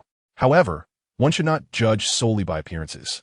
Some rookie dark horses could be very formidable, like Tang San from the Shrek 7 monsters. It remained to be seen whether Xiao Qinyu could achieve 5 consecutive wins and earn additional points and gold coin rewards, or if this contestant Xieyu could make a comeback. Everyone was prepared to watch closely. The host checked the time and then announced, due to the excessive number of bettors in the previous match, the staff at the betting table is still calculating the gold coin bets from the last match. Therefore, the match will be delayed by 10 minutes. Those who have not yet placed bets can try to leave their seats and head to the betting table to place bets on these 2 contestants. Xiao Qinyu's odds are 4-1, while Xieyu's odds are 1-4. I personally suggest betting on Xieyu to guarantee a profit, Take a chance. And you could turn a chicken foot into a bare paw, or a bicycle into a motorcycle. Upon hearing this, someone in the audience below cursed, I believe you. You old rascal. Last time, because of your words, I lost all my hidden savings. Are you trying to fool me again? How much is Xiaoyu paying you? I, Zhao Ritian, will give you double. Next to the man, a thin and haggard man, said enviously, Big brother, so you are under the thumb of your wife. What? Do you find me unsatisfactory? Although the chubby man secretly hid his savings, he had been well fed by his wife's culinary skills, making him plump, which others genuinely envied. No, no. The thin man quickly waved his hands, explaining, Big brother, don't misunderstand. I admire you. Even though you lost your hidden money, you gain a wife. Although we share the same plight, you are still better off than me. We lost our capital for a wife. The chubby man then smiled mysteriously and said, Do you want to join me in making a big fortune? Make a big fortune? May I ask what insights brother Zhao Ritian has? The thin man asked weakly. Zhao Ritian said, Come, I'll lend you some of my hidden money. This time, let's go against the grain and not listen to that host's words. Betting on Xiao Qinyu is definitely the right choice. Nodding, the thin man replied, Good idea. The thin man believed him, directly mortgaging his house deed and borrowing some money from Zhao Ritian, then hurried to place a bet on Xiao Qinyu. This was a good opportunity for him to make a fortune. At the betting table, just as they finished settling the previous match, it was time to place bets for this match. Soon after the two placed their bets on Xiao Qinyu, two more figures appeared, and they also bet on Xiao Qinyu. One of these individuals was the so-called Invincible Theory Master, and the other was Flander, the principal of Shrek Academy. Flander had a cunning and crafty face. He had a long hawk-like nose, prominent cheekbones, a flat face, and paired with his stiff, square black-rimmed glasses, he could easily be described as old and crafty. Looking at Flander, who had just wagered 1,000 gold soul coins, the master said irritably, Principal Flander, why can't you be away from gold coins wherever you go? If you lose, let's see how you handle it. Flander replied unhappily, Master, aren't you meddling a bit too much? In the past, you would still call me old Master Flander. Besides, which soul master wouldn't like money? The master explained, in the past, it's better not to mention it. The gold and iron triangle is just a mere name. I'm just reminding you, lest you lose money and come to me to complain about how I didn't stop you. Hee hee. Flander laughed. Don't worry. That guy named Xiaoyu only has a soul power of 21. How can he compete with the 27-level Xiao Qinyu? Moreover, Master, don't you have a saying? There are no useless martial spirits, only useless soul masters. Although Xiao Qinyu is not qualified to join Shrek Academy, he has received your guidance, so it would be very difficult for him to lose. The master rolled his eyes and retorted, I only guided Xiao Qinyu to thank Lord Nodding City for his special care over the years. You know how difficult it was during those years I was mooching at Nodding Academy. Fortunately, thanks to the care of a friend of the principal of Nodding Academy, I got to know the Lord of Nodding City through his introduction, which created a stronger prerequisite for my research on martial spirits. Flinder nodded. Indeed, although the master came from the blue electric Tyrannosaurus family, his family had not provided him with any advantages. Instead, it was the noble figures like the Lord of Nodding City and the Dean of Nodding who helped him. Therefore, it was only natural for the master to guide Xiao Qinyu, even though he had not yet qualified to join Shrek. The master continued, moreover, Xiao Qinyu is not my direct disciple, so I cannot guarantee that he will achieve final victory. Flinder comforted him, don't worry, if he really loses, it won't be your fault. Besides, our Shrek 7 monsters have another match tonight. Hee hee, we can win it back. The master shook his head helplessly. He was completely caught up in the money aspect. After all, this was just his hobby, and he couldn't dampen his interest. Chapter 71. The Master Shocked Before Long. The betting on the duel platform had ended, and when the referee announced the start of the match between Xiaoyu and Xiao Qinyu, both sides released their martial souls. Xiaoyu was the first to summon his curved blade, the Moon Blade Martial Soul, which was, of course, a fake martial soul. Due to Gu Yeqing using a fake name during registration, everyone present thought he was called Xiaoyu. While mimicking the Moon Blade Martial Soul, Xiaoyu also imitated the 2 circles of yellow soul rings. Although these 2 soul rings had no soul skills, this ensured that his Hell Red Lotus Martial Soul would not be discovered by others. Xiao Qinyu's martial soul was a wolf, but his sister Xiao Wu liked to call him Little Wolf Dog, which was similar to the nickname Fallen Flower and Withered Willow. A green light emerged from Xiao Qinyu's body, and then his muscles began to swell. His eyes filled with a ghostly green light, and his palms and nails transformed, resembling wolf claws, with a wolf's phantom appearing behind him. Under the master's personal guidance, he had not developed towards a sensitive attack-type Battle Soul Master. but rather walked the path of a strong attack-type Battle Soul Master.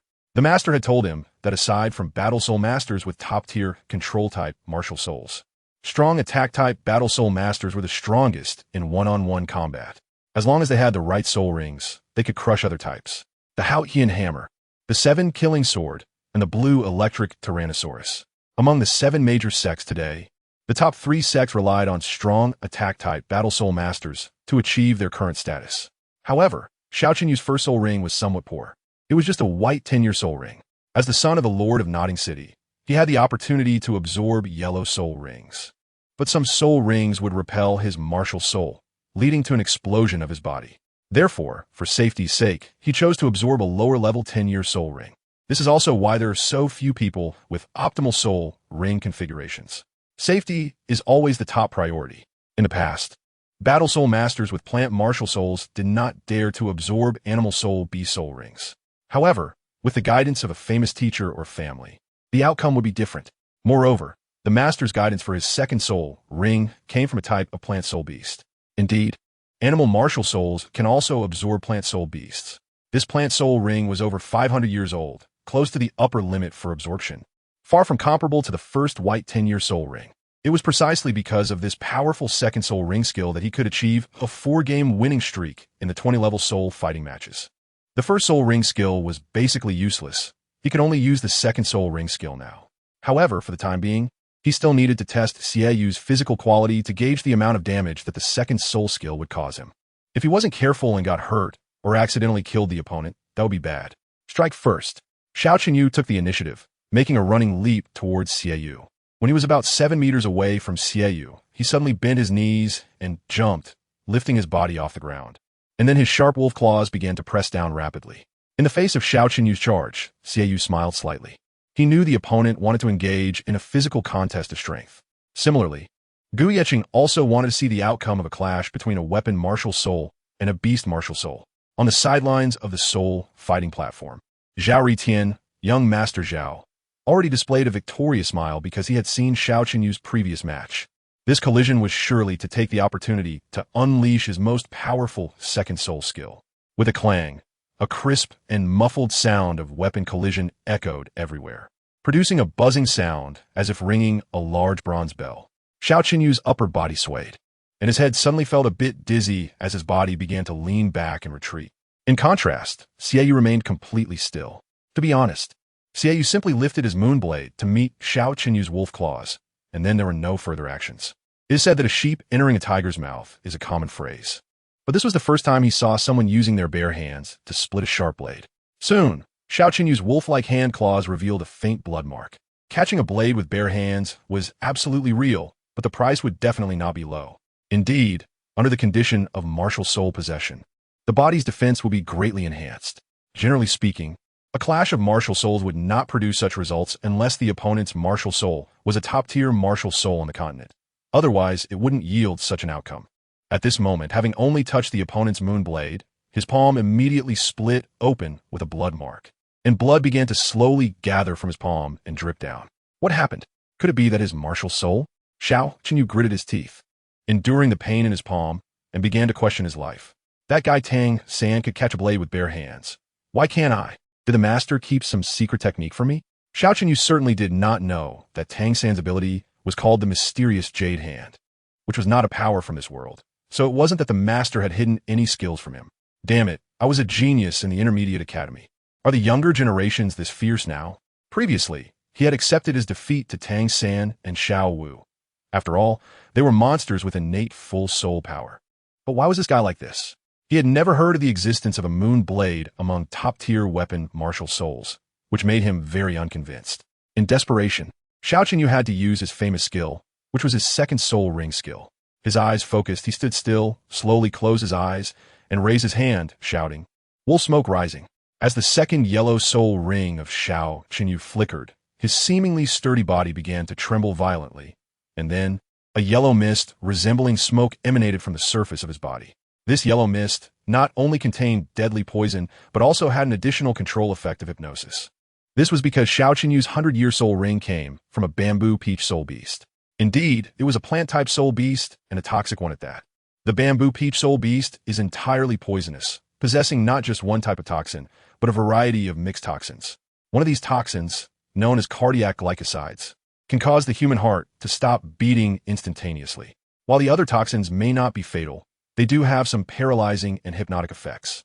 Even after the soul beast dies, its toxicity can remain for over 100 years. Its toxicity is even stronger than that of the mandala snake. Moreover, with the current medical level in this Douluo world, no countermeasures have been found. Only the soul master who uses this poison can personally neutralize it. Xiao Qinyu relied on this potent toxin to make up for the gap caused by his first soul ring being only a 10-year ring. Subsequently, he achieved 4 consecutive victories in the soul arena, becoming a powerful attack-type battle soul master. This was largely thanks to the master's contributions. As the master's theory about the competitive advantage of the top 10 martial souls has gradually been confirmed by the world, the poisonous yellow smoke swept towards Xiaoyu, who did not make any useful movements in response, merely covering his face with his hand to avoid inhaling the toxic smoke as much as possible. Moreover, Gu Yechen was still contemplating whether to reveal the Hell Red Lotus martial soul. Would he not even use his soul ring abilities? The previously anxious Xiao Qinyu suddenly felt overjoyed, as all his previous assumptions and guesses were shattered. Seeing Xiaoyu in such a predicament, Xiao Qinyu laughed heartily and proudly said, "You dare to be distracted while fighting me? You will undoubtedly lose this match." However, at this moment, the master furrowed his brows tightly, realizing that Xiaoyu's martial soul was peculiar. Why had Xiaoyu not released his soul abilities even after Xiao Qinyu had used his second soul skill? His reaction speed shouldn't be this slow. But just a moment ago, during the physical clash, Xiaoyu had clearly been very strong. Could it be that his soul skills were unusable? The only explanation now was that his 2 soul rings simply couldn't be used, which was why he was in such a predicament. The master's eyes suddenly focused as if he thought of something, and he said incredulously, "Xiaoyu's martial soul is not a strong attack-type martial soul at all, but rather an auxiliary martial soul." Chapter 72. The Blade's Heavenly Inquiry. When did auxiliary martial souls also become usable in battle? Flander adjusted his drooping glasses and looked at the master with confusion. The master's tightly knitted brows slowly relaxed, and he said in a deep voice, "People often say that auxiliary soul masters lack offensive power, and even titled-level auxiliary soul masters cannot defeat soul saints, but I hold a different opinion. I believe that every martial soul has its uniqueness. Take Tang San's blue-silver grass martial soul as an example. Although his martial soul is merely the most ordinary blue-silver grass, it consumes very little soul power, even less than what food-type soul masters consume when using their martial souls. Based on this advantage alone, I advised Tang San to pursue a control-type path.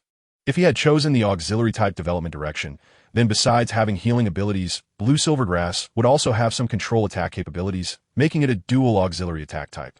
Xiaoyu's martial soul seems to be a natural dual auxiliary attack type, requiring no decision on its development direction. If I'm not mistaken, his martial soul should possess 2 abilities. One is auxiliary, and the other is offensive. Under the influence of these 2 effects, he becomes a strong attack-type battle soul master. However, I still do not know what his true martial soul is. After dedicating decades to martial soul research, I have never encountered such a situation. I have investigated nearly 1,000 auxiliary soul masters, and only 3 possess offensive capabilities, and those 3 are the dual auxiliary attack types I just mentioned. Their attack effects are singular, and their offensive capabilities stem from their soul rings. However, Xiaoyu's offensive capabilities do not come from his soul rings, but rather from his martial soul itself. Once the battle in the soul arena is over, we should have a good talk with him. Perhaps we can uncover some clues. If that's the case, future auxiliary soul masters might have hope of possessing self-defense capabilities. Flander scratched his head and awkwardly said, "Xiao Gang, I really want to knock your head open and see what structure is inside. I can't figure anything out." The master patiently explained, "Did you notice a detail? When a weapon-type martial soul is released, it emits a special glow characteristic of that martial soul. Xiaoyu's Moon Blade martial soul has no specific glow on its surface. It looks more like a weapon. Moreover, I suspect that the 2 circles of soul rings around Xiaoyu's body are not rotating around him, but are completely still. This means that his 2 yellow soul rings cannot be used at all." Flander retorted, "There are always exceptions. This doesn't seem to represent anything, and it's just your guess." "Guess." The master smiled lightly and said, "If Xiaoyu hadn't gained an advantage during the physical clash with Xiao Qinyu, I wouldn't be sure that it's an auxiliary martial soul. But now I am confident that it is a very powerful auxiliary martial soul with weakening capabilities. An auxiliary martial soul with weakening capabilities? This was the first time Flander had heard of such a thing. If the characteristic of the martial soul is weakening, wouldn't that be the opposite of the enhancement characteristic of the 7-treasure glazed tile pagoda? The master continued. The concept of auxiliary soul masters is quite vague because auxiliary types can be healing, food-based, enhancement, or even weakening types. Earlier, Xiao Qinyu suffered a significant loss in physical attributes because a portion of his defense was silently and secretly eliminated by his opponent. You thought that after Xie raised the Moonblade, he didn't do anything else? Absolutely not. He must have quietly released his soul power. Objectively speaking, Xiao Qinyu is already within the area released by Xie. Area? Flander widened his eyes in disbelief. Are you saying this kid possesses the power of an area? The master nodded. Yes, I believe Xiao Qinyu's poisonous smoke has been significantly weakened. Just watch. In this match, Xiao Qinyu is bound to lose. As for Xieyu's other offensive capability, I am not sure what it is. Mimicking seems to achieve an attack effect, but I cannot be completely certain. After the match, we will ask him thoroughly. What? Xiao Qinyu will lose. Then the 1,000 gold soul coins I bet on will all go to waste? Flander complained. What kind of monster is this kid? He can actually possess area powers that weaken his opponent's strength, and he has other unknown means of attack. This is too perverse. Flander, a soul sage over 70 levels, does not possess such power. This kid, with only over 20 levels, surprisingly has a domain. This is too monstrous. Flander actually has the thought of recruiting him into Shrek Academy. On the soul fighting platform, Xiao Qinyu stared intently at Xieyu, muttering to himself. What is going on? The master said that below level 30, no one can withstand my poison smoke for even a minute. But it's already been almost 3 minutes. Why hasn't he fallen yet? Even if Xieyu is holding his breath, the poison smoke can still permeate through the skin. Xiao Qinyu was puzzled. Logically speaking, Xieyu should be coming to him for help right now. But why is he neither attacking nor calling for help? What is going on? Originally, when he suffered in a clash of martial spirits, he was somewhat wary of the opponent's soul skills, but now he felt inexplicable fear even though he had no worries. Suddenly, Xie released his hand from covering his nose and slowly walked towards Xiao Qinyu. His red lotus domain had been set up, and at this moment, Xiao Qinyu's wolf smoke toxicity had been greatly reduced. Indeed, after pondering, Gu Yeqing still activated the trump card, the essence of the red lotus martial spirit. The master truly deserves his title. A disciple he guided was actually able to force Gu Yeqing to use his trump card, which is indeed something to be proud of. Although Gu Yeqing did not directly reveal the Hell Red Lotus martial spirit, the mastery of the martial spirit's essence had been fully displayed. Some martial spirit essences can form their own domains, while others cannot. That's right. Gu Yeqing's martial spirit essence had already formed the prototype of the Red Lotus domain, just not strong enough yet. However, for Xiao Qinyu, whose soul power level was 3 levels lower than his, it was already sufficient to dominate. Looking at Xieyu raising the blade on his shoulder, Xiao Qinyu instinctively swallowed hard. The opponent's gaze was too terrifying, as if he were a ruthless demon who kills without blinking, and he felt somewhat intimidated. The second soul skill was ineffective against him. How could he continue to fight? It would be better to admit defeat to avoid physical suffering. Stop, I admit defeat. Xiao Qinyu was already at his wit's end. Another white 10-year soul ring was not enough to fill the gap. Stopping his advance, Xieyu raised the Moonblade high, as if to prove to the heavens that he, Gu Yeqing, was not useless. Even if you took away my original martial spirit, I can still rely on other martial spirits to make a comeback. The flower god once said, the stronger the martial spirit, the less the heavens wish to see such a martial spirit emerge. A martial spirit capable of slaying gods. Which deity would want to witness its birth? Either let the opponent be deemed a waste during the awakening of the martial spirit, or let the opponent die upon awakening. This conforms to the cycle of heaven's way. Gu Yeqing is someone who refuses to bow to fate. Even if he lost his most powerful martial spirit, he must carve out his own space in the world. Is it because his martial spirit is too powerful that the heavens do not wish for its emergence, wanting it to be buried as waste? Gu Yeqing is unwilling. He raises his sword to the heavens and questions, what can the heavens do to him? If he achieves success, he will definitely challenge the heavenly way. Chapter 73. Research subject as expected. Gu Yeqing achieved the final victory, and the gamblers who bet on Xiao Qinyu all wore expressions of wanting to cry, but having no tears. The gambler who mortgaged his house glared fiercely at Zhao Ritian. That scoundrel. Zhao Ritian waved his hand and said, don't blame me, I lost money too. The private savings I saved for 2 months are gone. If you want to blame someone, blame that Xieyu. If you want to get your capital back, you can only go to him. The pale and thin man could only admit his misfortune, having placed the wrong bet. Who could he blame? However, he looked as if he had eaten a dead fly. In the backstage rest area of the Soul Fighting Arena, the master and Flander had already found Gu Yeqing, who had finished the match. Gu Yeqing squinted his eyes, scrutinizing the two people in front of him. He was unsure if they were from the Huangquan Pavilion and asked with confusion, "Who are you? What do you want from me?" The master patiently explained, "It's like this. Both of us are from Shrek Academy. In our academy, there is a student from the Food Auxiliary Department named Oscar, and I hope that in the future he can possess the power to protect himself. Therefore, I would like to conduct a simple Soul Master survey, and your answers might be very useful to me." The master is truly someone who is not ashamed to ask for help for his students. Even though his theories are nearly invincible, without verification, they remain mere conjectures. Moreover, his direct disciple is a dual Soul Master, and he will eventually have to consult the current Pope Bibi Dawn, as she is the most direct practitioner. Similarly, Gu Yeqing is also the most direct practitioner. Not interested. Gu Yeqing shook his head, not wanting to reveal too much information about the investigation regarding martial souls. "Please wait a moment." Seeing Gu Yeqing about to leave, the master waved at Flinder, who then angrily took out 100 gold soul coins. If it were an investigation on someone else, a silver coin would be enough, but this person's martial soul was very unusual, warranting 100 gold soul coins. However, Flinder felt some pain in his heart. Apart from owning a small grocery store, his total assets did not exceed 3,000 gold soul coins. And those 100 gold soul coins would indeed be a heavy burden for him. Watching Flinder with his bulging coin pouch, Gu Yeqing hesitated for a moment. To be honest, he wasn't lacking money at the moment, but his hesitation stemmed from the fact that the other party was a soul sage. Gu Yeqing wasn't foolish. If he continued to refuse, the other party would definitely think of other ways to entangle him.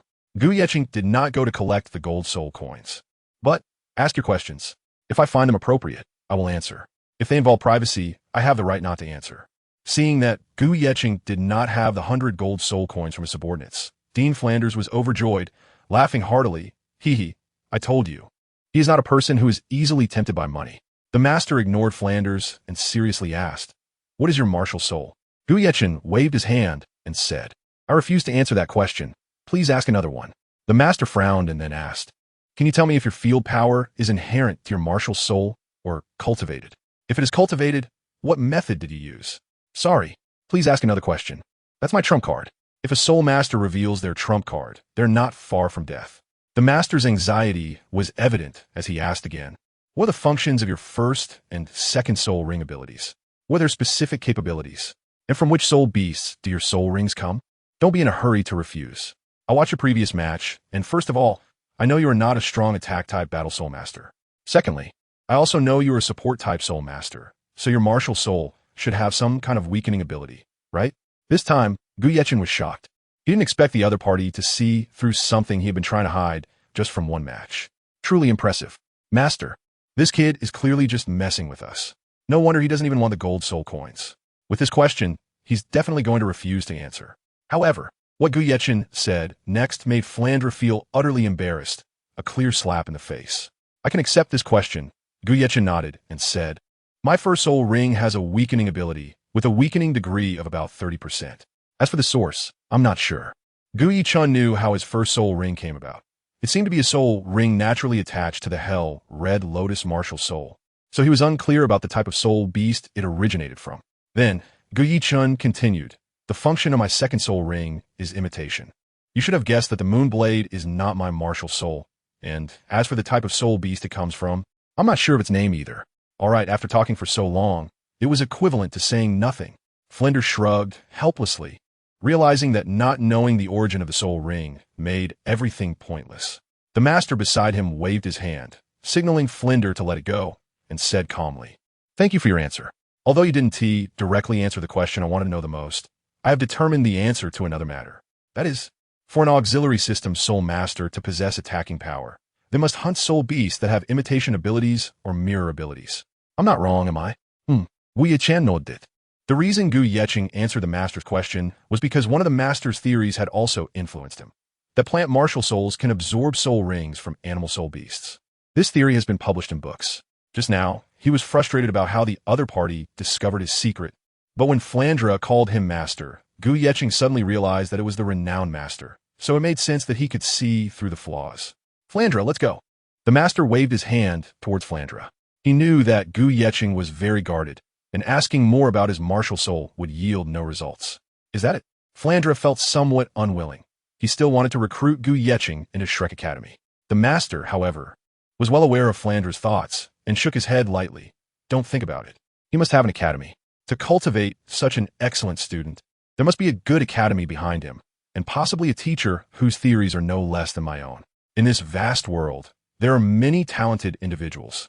It's not just the master who studies martial soul theories. Others' theories are not much worse than his. Time passed quickly, and soon, the sky gradually darkened. A team of 8 set off from the hotel, heading towards the Great Soul Arena. This team was the royal team from the Tiando Royal Academy, led by teacher Qin Ming, also known as the Royal Fighting Team, which is a team of seed players. On the way, a member with the Windbird martial soul, Yu Feng, asked curiously, "What kind of opponents do you think we will face at the Great Soul Arena tonight?" Any opponent is useless. They will undoubtedly lose against us. A man with a ghost leopard martial soul arrogantly laughed. Yu Feng nodded in agreement, but turned to the side and said to Yi Lingling, if we all get injured, you have to prioritize treating me first. The Shimo brothers beside them protested. What? Lingling is the team darling. If everyone is injured, why should he be treated first? Because I'm a bit more handsome. Yu Feng was quite narcissistic. With his looks, what woman wouldn't be attracted? He also mistakenly thought that Lingling was his woman. Stop joking. After winning for 3 consecutive days, I have a feeling that your opponents tonight won't be simple. Chapter 74. Shrek 7 Monsters Team leader Qin Ming looked back at the students. He both liked and felt helpless towards them. He liked their martial soul talents, but was helpless about their personalities. Except for the taciturn Lingling. Most of the others were too arrogant. It seemed they would never grow without being knocked down by others. However, Qin Ming suddenly thought of something and turned to Yu Feng and the Shimo brothers, saying, Lingling already has a boyfriend, so everyone should refrain from teasing her. What's going on? The team darling has a boyfriend? Yu Feng shook his head, not believing it. When did Lingling get a boyfriend? Tell me quickly, this can't be true. Lingling lowered her head and didn't speak. Yu Feng's personality was somewhat overbearing, and he was afraid that the other party might trouble Gu Yeqing. So he initially said Gu Yeqing was her distant relative, which was an indirect way to protect him. Qin Ming stopped and looked at Yi Lingling, saying, There's nothing wrong with admitting you have a boyfriend. That way, they won't cling to you anymore. Qin Ming knew that Yi Lingling was usually taciturn and seemed burdened with worries. Even during training, she would often be distracted by other thoughts, mainly because she couldn't let go. Once she completely let go, she wouldn't worry anymore, and perhaps her training would become more serious. Upon hearing teacher Qin Ming's words, Yi Lingling finally raised her head and admitted, Yes, I already have a boyfriend. So, brother Yu Feng, please don't think too much about it. Thank you very much for your care lately. Damn. Yu Feng's expression suddenly changed, seeming to realize something. No wonder someone as handsome as him had Lingling ignoring him. The last gift he sent was actually refused by Lingling. It turned out she was hiding a pretty boy. Yu Feng's eyes hardened. He would make sure that Lingling's boyfriend knew the gap between them. Even though it was hard for him to accept this fact, Yu Feng still smiled and said, So Lingling already has a boyfriend? Huh? That's quite surprising. Then I and the Shimo brothers have no chance. Yi Lingling frowned slightly and asked doubtfully, You're not angry, right? I believe brother Yu Feng will definitely meet someone better in the future. Don't worry, I'm Yu Feng. I've never been short of girlfriends. How could I be angry? Congratulations. Yu Feng's eyes revealed a hint of gloom. This person always seemed cheerful, but must be a ruthless character when taking action. The Shimo brothers exchanged glances. They initially thought their competitor would be Yu Feng, but it turned out to be someone else. Shimo asked in confusion, Lingling, is your boyfriend handsome? Which noble family is he from? To be your boyfriend, he must be very powerful. Yi Lingling nodded and said, My boyfriend is very handsome. But it's not just about looks. His temperament is unparalleled, and he looks more handsome the more you see him. For some reason, when I'm with him, I feel my emotions and thoughts are influenced by him, as if I owe him something from a past life. When I see him smile, I smile. When I see him sad, I feel sad too. As for his identity and strength, he doesn't come from a big family or nobility, so those aspects are quite ordinary. I can only tell you this much. Please forgive me for not being able to share more. Yu Feng said in a low voice, What's his name? Yi Lingling replied, Gu Yeqing. Since she had received teacher Qin Ming's assurance, Yi Lingling naturally wanted to cut off others' thoughts. Yu Feng shouldn't go looking for trouble with Gu Yeqing, and besides, he just said he was never sure of girlfriends, so there should be no issue. Gu Yeqing, right? Good. Good, Yu Feng silently noted this name. On the journey, not only did people inquire about Yi Lingling's privacy, but there were also rumors about Yu Tianheng. Tianheng, I heard you're the most capable heir of the Blue Lightning Tyrant Dragon family. So aren't you essentially the future patriarch of the family? Tianheng smiled lightly. His talent was enough for his pride, and his silence indicated agreement. Gue Bao Osro said enviously, in terms of identity and status. Tianheng is indeed the noblest among us here. Looking at Dugu Yin, Gue Bao teased. It seems our Yin has found a good home. Dugu Yin smiled happily. She was very satisfied with her man, and so far, among her peers, no one had shown a talent more outstanding than Tianheng's. However, she playfully said, "Don't call me Yin Yin. Who is your Yin Yin? I'm your vice captain. If you dare to be rude again, be careful I call Captain Yu Tianheng to help me beat you up." Osro hurriedly waved his hand. No need for the captain to take action. Just your phosphorescent snake poison is enough for me to handle. Among those present, how many can withstand this poison? Sure Mo beside them echoed. Dugu Yin is truly fortunate to be associated with a big family. Sure Mo nodded and said, "Since Lingling already has a partner, I don't want to work hard anymore. I also want to eat soft rice. If I meet a daughter of a big sect, like from a 7-treasure glazed tile school, that wouldn't be bad either. Don't talk nonsense. Yin Yan's conditions are not bad. Okay? Her grandfather is the famous poison Thogobo, working under Prince Xuesheng, and his status is not inferior to that of a duke conferred by the empire." Yu Feng reminded them. "After all, you're also children of nobles. What soft rice are you talking about? If you're going to eat, it should be steel bar rice. Preferably the kind that can break your teeth." Yu Feng was obviously hinting at Gu Yecheng, since that guy wasn't born into a great noble family. Why did he have to have a beauty like Lingling? Having some cold fried rice is already good enough, yet he still wants to eat soft rice. His appetite is quite big. Sure Mo and Sure Mo shrugged helplessly. Although people are iron and meals are steel, missing a meal can be distressing. But there is no need to really eat steel bars. This wave of dog food, we might as well not eat it. The sky had completely darkened, and the Imperial fighting team, led by Qin Ming, had all arrived at the Great Soul Arena. The group of 8 first found the great nobles who had invited them to take action, received a good commission from them, and also obtained a set of opponent data. Each person had a copy of this data. After arriving at the number 3 VIP room, everyone lay back on the genuine leather sofa and opened the contestants' information. Shrek's 7 Monsters team, Iron Fighting Spirit Badge. Unknown origin. Name unknown. All members represented by titles. Since the competition began, they had achieved a perfect record of 27 consecutive victories. Advantage. All members have the best soul ring configuration. Note. Pay special attention to the 1,000-hand Azura, according to intelligence. There may be soul bones present. Captain. Evil Eye White Tiger. Martial Soul. White Tiger level. 38 Strength Attack System Soul Master. Vice Captain. 1,000-hand Azura. Martial Soul. Blue Silvergrass. Level. 32 Control System Soul Master. Team Member. Soft Bone Charming Rabbit. Martial Soul. Jade Rabbit. Level. 31 Strength Attack System Soul Master. Team Member. Sausage Specialty. Martial Soul. Sausage. Level. 31 Support System Weapon Master. Team Member. Evil Fire Phoenix. Martial Soul. Evil Phoenix. Level. 28 Strength Attack System Soul Master. Team Member. Nether Spirit Cat. Martial Soul. Nether Spirit Cat. Level. 28 Agility Attack System Soul Master. Team Member. 7 Treasure Glazed Tile. Martial Soul. 7 Treasure Glazed Tile Tower. Level. 27 Support System Weapon Master. Upon seeing the opponent's information, Dugu Yin couldn't help but chuckle. Captain, is this really the information on tonight's opponent? Why are there still 3 people who haven't reached Soul Master level? Are you sure we didn't get the wrong opponent data? Yu Feng beside her also nodded. Has the Great Soul Arena in Soto City run out of capable Silver Fighting Spirit Soul Master teams? What does it mean to send out Iron Fighting Spirit? Chapter 75. Mutual Analysis Team Leader Qin Ming said solemnly. The data has not been mistaken. Please carefully look at the tips above. 27 consecutive victories, although they currently only possess the Iron Fighting Spirit badge. The Great Soul Arena has already granted them the qualification to hold a Silver Fighting Spirit badge in advance. Also, this Blue Silver Grass Soul Master needs special attention. Soul Bones are secondary.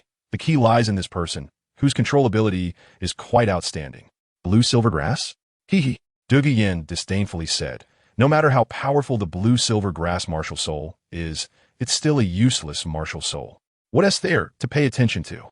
Is he better than our Tianheng? Don't underestimate the enemy. Qin Ming pointed to the name of Thousand-Handed Jura and said, "The Shrek 7 Monsters team has previously defeated the Crazy Battle team, and the key lies in this person." Crazy Battle team? Is it the one that could match us evenly with just one move? Yu Feng said incredulously. If it weren't for Ling Ling's assistance and their reckless, hard-hitting tactics, we might have fallen into a tough battle. Indeed, with Ling Ling's area-wide healing skills backing them up, they could charge forward without fear. Even the entire Crazy Battle team, in a frenzied state, couldn't do anything to them. Even if they were injured, they could recover. How did they manage to do that? Everyone felt it was incredible. The entire frenzied state of the Crazy Battle team was comparable to the strength of a soul sect. Although the side effects were significant, it must be said that it was a very powerful team. If given a little more time, achieving the silver fighting spirit would be inevitable. Team leader Qin Ming reminded. In terms of individual strength, apart from their captain and vice-captain, the others are not particularly outstanding. However, in terms of team cooperation ability, you are still far from it because their leader is that master. Additionally, their 7 treasure glazed tile soul master also needs to be noted. If possible, prioritize taking her out. One more thing, regardless of the outcome of this soul fight, you must not injure the opponent. This is my requirement for you, especially for you. Yen, if the opponent is poisoned by you, as long as they admit defeat or the soul fight ends, immediately detoxify them. As for the reason, I will tell you after the soul fight ends. Just then, there was a series of knocks at the door, and the service staff said, "Respected team leader, someone outside is looking for you. You all stay here and wait for the upcoming soul fight. I'll step out for a bit." Qin Ming turned to leave. After all, he would have unnecessary socializing with the great nobles of Soto City. But when he reached the door, he was somewhat surprised. It wasn't those great nobles, but Gu Yeqing.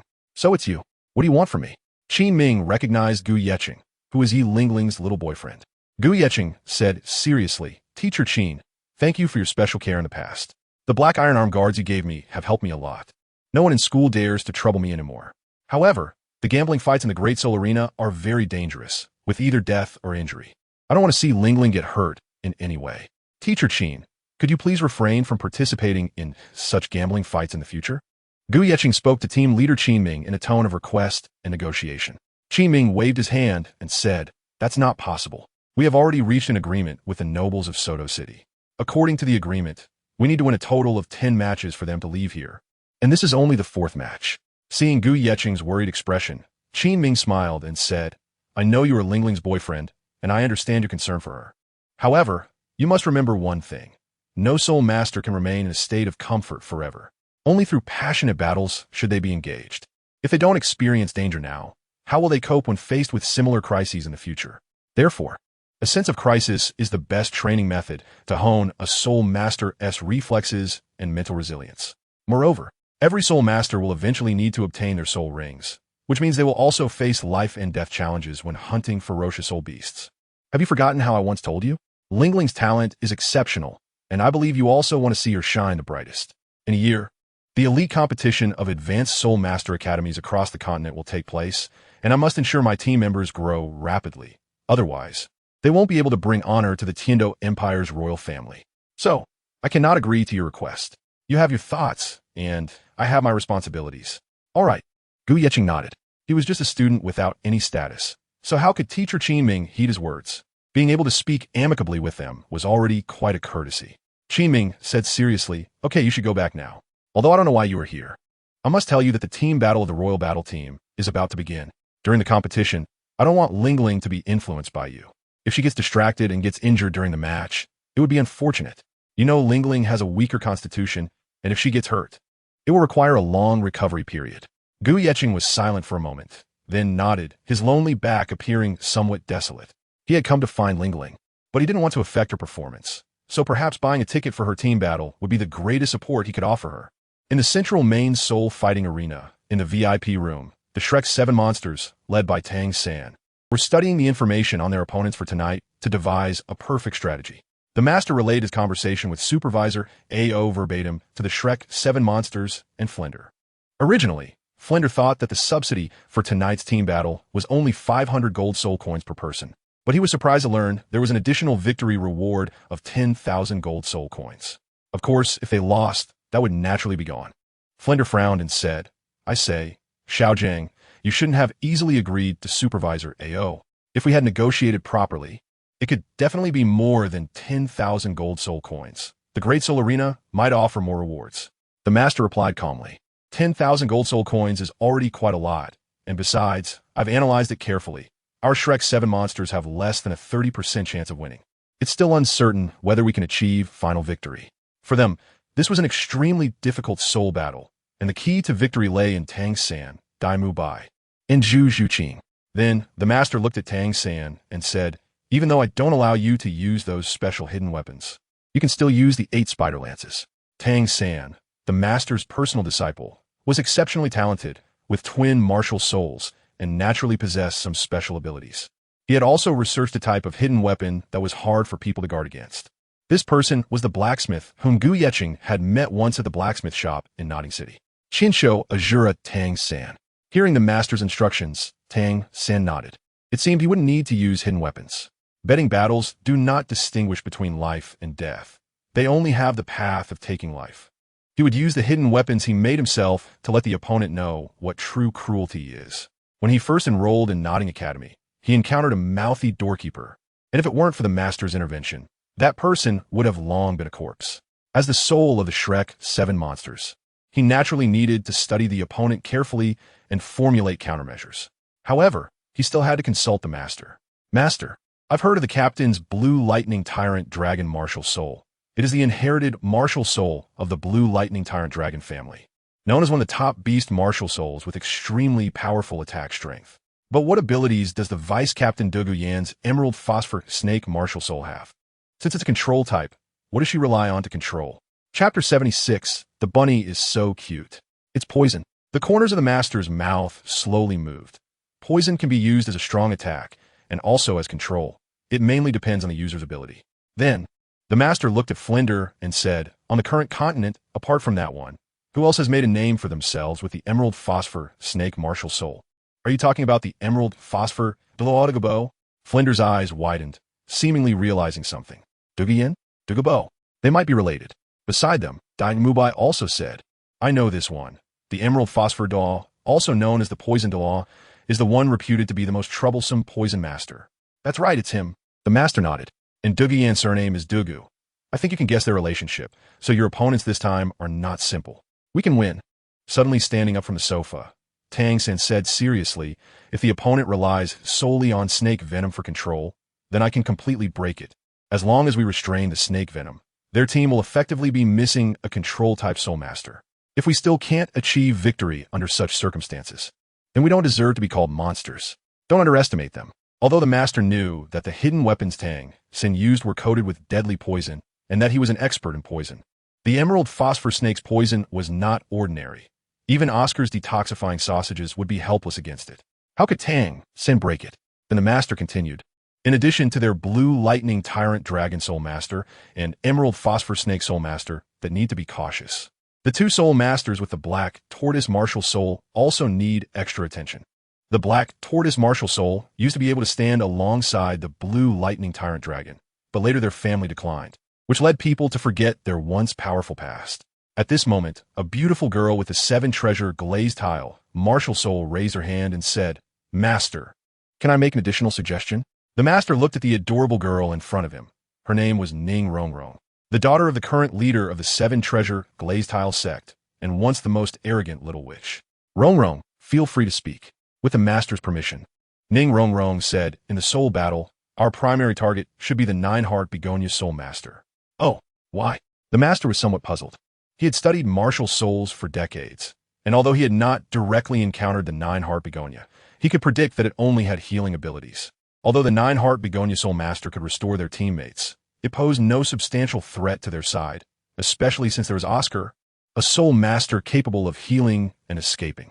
Ning Rongrong's expression was very serious as she recalled her father Ning Fengji's conversation with Sword Grandpa and Bone Grandpa. I know this 9-heart Begonia martial soul. It is a martial soul that has suddenly appeared in recent decades, said to be a single lineage with only one ability, area-wide healing. Moreover, the healing extent is controlled by the soul master's will. The more soul rings, the stronger the healing, allowing seriously injured individuals to instantly recover up to 90% of their condition. Instant recovery? The master indeed did not know much about this martial soul. It turned out to have appeared only in recent years and was a single lineage. He indeed could not be well versed in all martial souls. My father once said that as long as there is a 9-heart begonia soul master present, it would be difficult for the opponent to even think of dying. If the 9-heart begonia soul master belongs to a large family, they could even replace the 7-treasure glazed tile's position as the strongest support. If it were the past, the 7-treasure glazed tile might. Ning Rongrong didn't continue, but it was clear she acknowledged that the 7-treasure glazed tile was not as good as the 9-heart begonia. Perhaps only the 9-treasure glazed tile could surpass this special martial soul. The master's brow furrowed first, then he waved his hand. If the opponent was also a support-type enhancer, he couldn't guarantee that unexpected events wouldn't happen. But if it was just a healing-type support, he was certain that the remaining 10% that couldn't be healed would definitely be internal injuries. Therefore, this martial soul was not without flaws. Remember, only by uniting your strengths can you make up for the gap in levels. The master's expression was very serious as he said in a deep voice, Tang-san, this battle strategy will be arranged by you. Nodding, since his master asked him to command, there must be some unspeakable reasons, especially when it came to the blue lightning tyrant dragon soul master. A hint of melancholy crossed his face. Third brother, what are your thoughts? The person is named Ma Hongjun, nicknamed the Evil Fire Phoenix. His martial soul is born with evil fire, belonging to a mutated martial soul. Once it erupts, it must be restrained in places like brothels. Since he was beaten by a soul master named Douluo in a brothel, Tang-san and Xiao Wu help him regain his face, and he is very obedient to Tang-san, taking the chessboard beside him as an example. Tang-san picked up the strongest piece and said, our level is not as good as others. We absolutely cannot fight head-on. We need to use strategy. The key to victory lies in the captain of the royal fighting team, Yu Qianheng, who is extremely powerful, with a soul power level as high as 39, surpassing Dai Ling. If we can break this sharp spear, the scales of victory will definitely tilt in our favor. Since the opponent comes from the blue electric Tyrannosaurus family, they will definitely have their own pride. We need to use their proudest aspect to completely destroy it. However, Ning Rongrong shook her head, holding a different opinion. Sango, what about that 9-heart sea buttercup soul master? If we don't deal with her, we won't be able to completely defeat their blue electric Tyrannosaurus soul master. Indeed, if we don't deal with the opponent's support soul master, we won't be able to break this sharp spear. Tang-san waved his hand and said, since everyone knows we need to deal with the support soul master first, then the opponent must have guessed our intentions. They will definitely allocate manpower to protect that support soul master, and we will do the opposite, taking advantage of their attempt to protect the support soul master to eliminate their attacking soul master instead. As for her subsequent healing issue, you don't need to worry. I have other arrangements. All right. Rongrong nodded obediently. Meanwhile, Oscar comforted her. Rongrong, we should trust Xiao-san. Are you still unsure about his tactical arrangements? Here, have a sausage to calm your nerves. Oscar rubbed his hands and recited a lewd incantation. I have a big sausage. Seeing the bright red super recovery sausage, Rongrong really couldn't eat it. Uncle Big Sausage, please don't be so lewd. During non-combat periods, we can refuse to eat your big sausage. We look down on you. Xiao Wu joked, seemingly enjoying teasing Oscar. Oscar naturally didn't dare to directly retort Xiao Wu. Last time, when Zhao Wuji bullied Xiao Wu, Tang-san was ready to fight Zhao. Oscar even suspected that Tang-san's biggest trump card did not come from hidden weapons, but from Xiao Wu. As long as Xiao Wu was injured, his strength would increase exponentially. That was his secret weapon.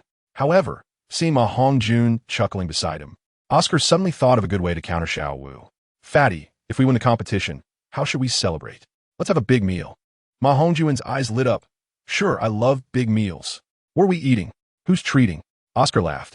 How about we eat braised rabbit heads? It tastes amazing. I'll treat. Oscar knew that Xiao Wu hated seeing others eat rabbit heads the most, and her favorite foods were radishes and vegetables. She never ate meat. Oscar even suspected that Xiao Wu was transformed from a rabbit. Why eat rabbits? Rabbits are so cute. Upon hearing that they were going to eat rabbit heads, Xiao Wu's eyes turned red, and she became sad. Unexpectedly, this extremely domineering big sister had such a weakness. Xiao Ao, you're not allowed to mention rabbit heads in front of Xiao Wu in the future. And Fatty, if you want to eat, you have to do it secretly. Don't let Xiao Wu see. Tang-san advised kindly. But unexpectedly, Xiao Wu became even sadder. What does it mean to eat secretly? Therefore, Tang-san quickly changed the subject and extended one palm downwards, saying, we must win this time. Let's go. Seeing this, everyone extended their palms to pile together, indicating that they were invincible. However, when Dai Mubai's palm touched Zhu Zhuqing's soft and comfortable hand, he was immediately met with a glare from Zhu Zhuqing that made him not dare to get closer. Mother Tiger, Dai Mubai felt helpless. This woman had some connection with him. Flinder reminded, "All right, it's getting late. Little monsters, go to the backstage warm-up area and wait. You must win.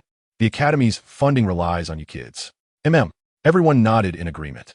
Chapter 77. As an audience regarding everything in the VIP room, Gu Yechen naturally did not know. He simply went to buy a ticket to watch the group battle at the center arena. Generally speaking, 1 gold coin can buy tickets for several matches. But Gu Yechen only bought a ticket for 1 group battle, so the price was relatively cheap. The center arena is built in a bird's nest shape, with a fighting platform that has a diameter of over 70 meters and can accommodate around 30,000 spectators.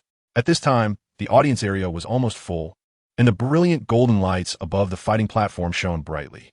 Then, a beam of light descended from the sky, and the referee appeared on the platform as if performing a magic trick. Tonight's referee host was a sweet-looking woman wearing a dignified and beautiful long dress, with a full chest and a slender waist that were captivating. Some spectators even came specifically to see her.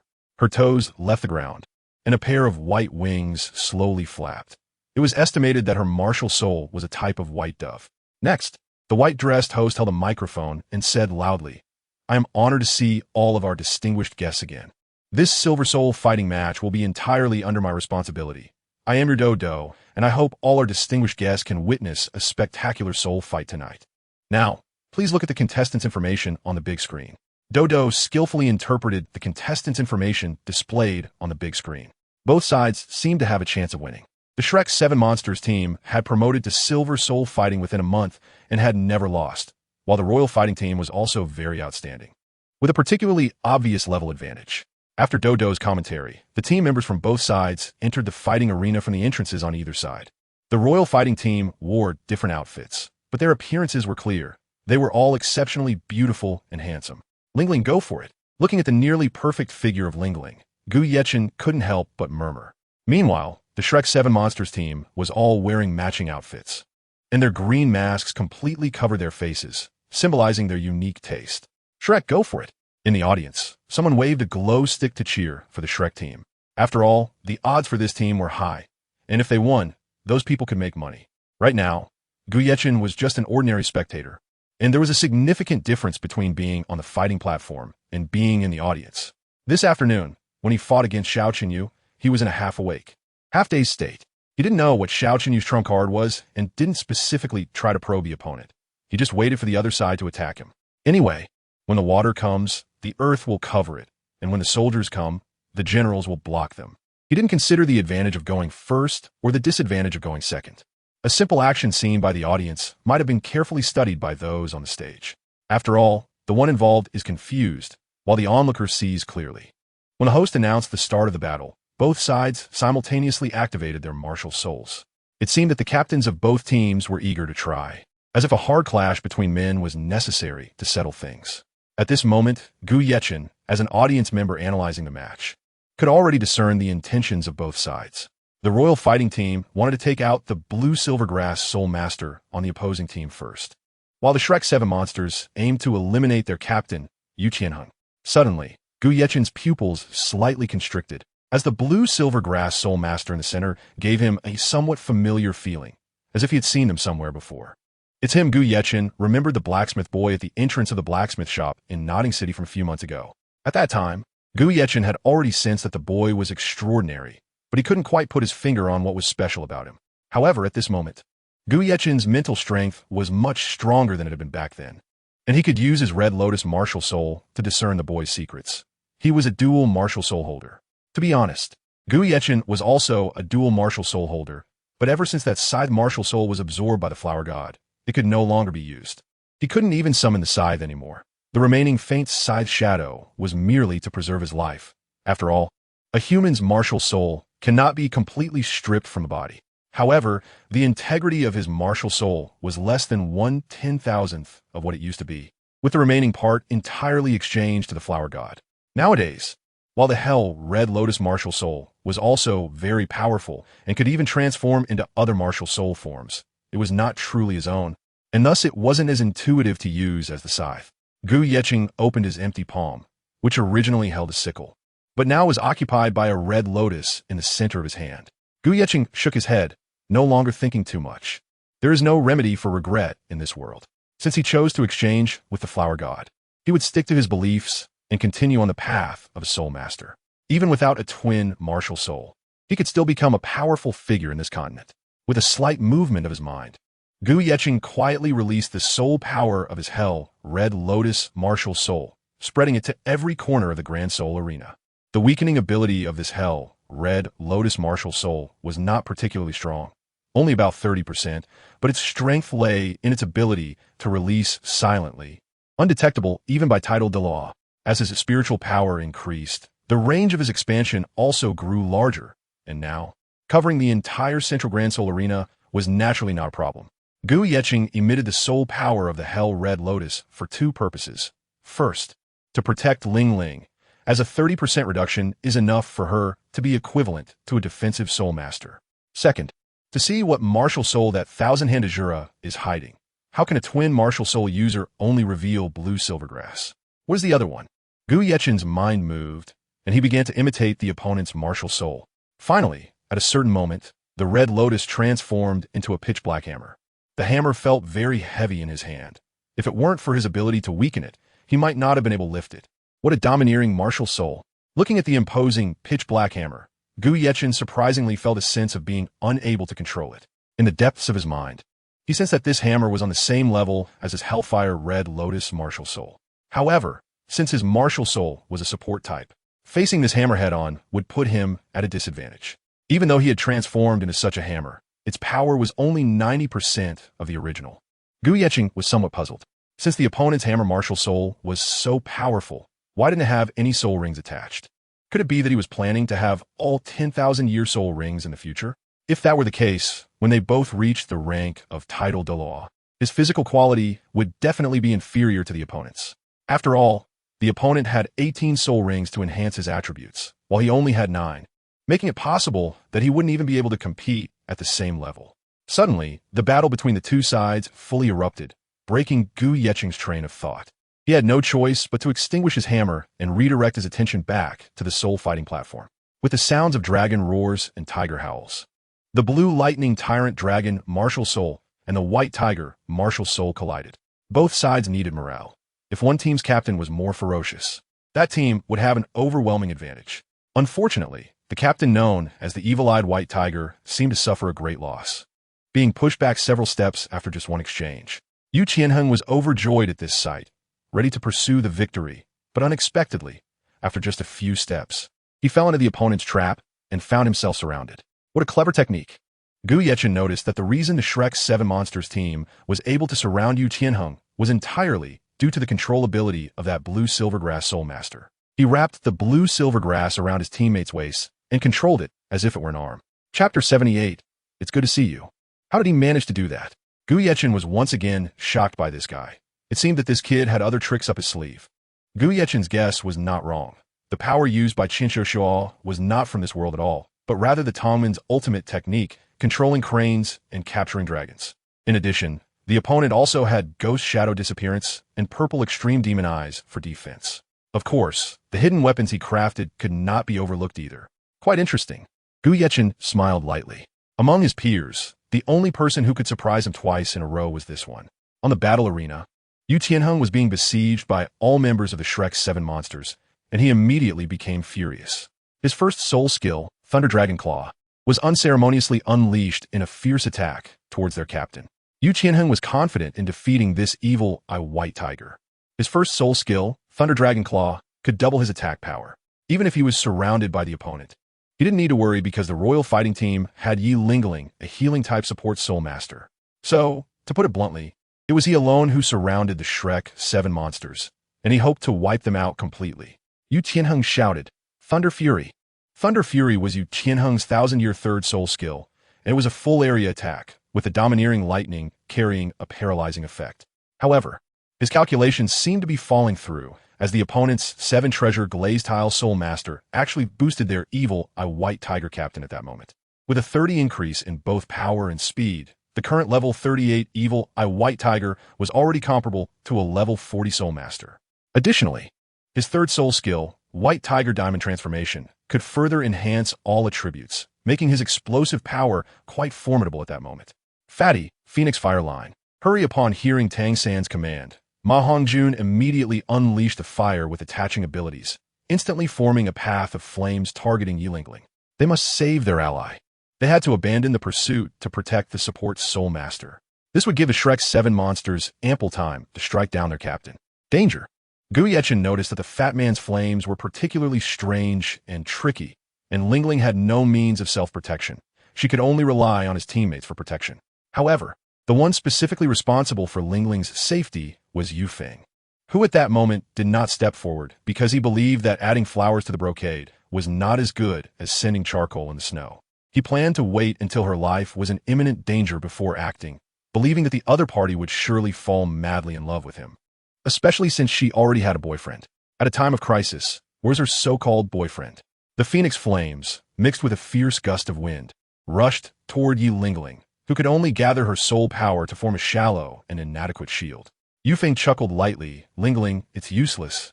You will eventually be saved by me, so don't struggle. However, just as Yufeng was lost in his wild fantasies, the fat man's Phoenix fire suddenly halted, like a short and powerless little bug, unable to advance even a bit.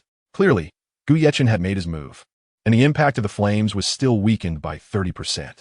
The Hell Red Lotus assistance was different from the 7 treasure glazed tiles. Although both weakened and enhanced by around 30%, the Hell Red Lotus provided a comprehensive weakening of the martial soul, while the 7 treasure glazed tile only offered a unilateral increase in soul rings, resulting in a significant difference. What happened? Yufeng did not understand how the other party managed it. How could the fire crisis suddenly disappear, shorter than Oscar's sausage? Suddenly, Lingling heard Gu Yechen's comforting words by her ear. Lingling, don't be afraid. I will always be by your side to protect you. Although she couldn't see Gu Yechen, hearing such a familiar voice made Lingling instantly smile broadly. She felt very happy at that moment. Lingling asked with concern, Yechen, where are you? Gu Yechen replied, I was watching your match from the audience. By the way, the dress you're wearing today is quite short, not really a fan of it. Looks like I have to buy you a long dress next time. TCH, Yi Lingling said irritably, how can you say that? The glass dress you gave me last time was fake. It got damaged just from a little movement during training, and I didn't even dare to wear it in front of my teammates. Below the stage, Gu Yechen scratched his head awkwardly and said, well, back then I didn't have the money. How could I buy a real glass dress with just over 20 silver coins? But now your future husband is quite wealthy. After your match, I'll take you to see the world. That's where the real nobles go. Lingling replied with a grin, I know you're the best, but you should save some money.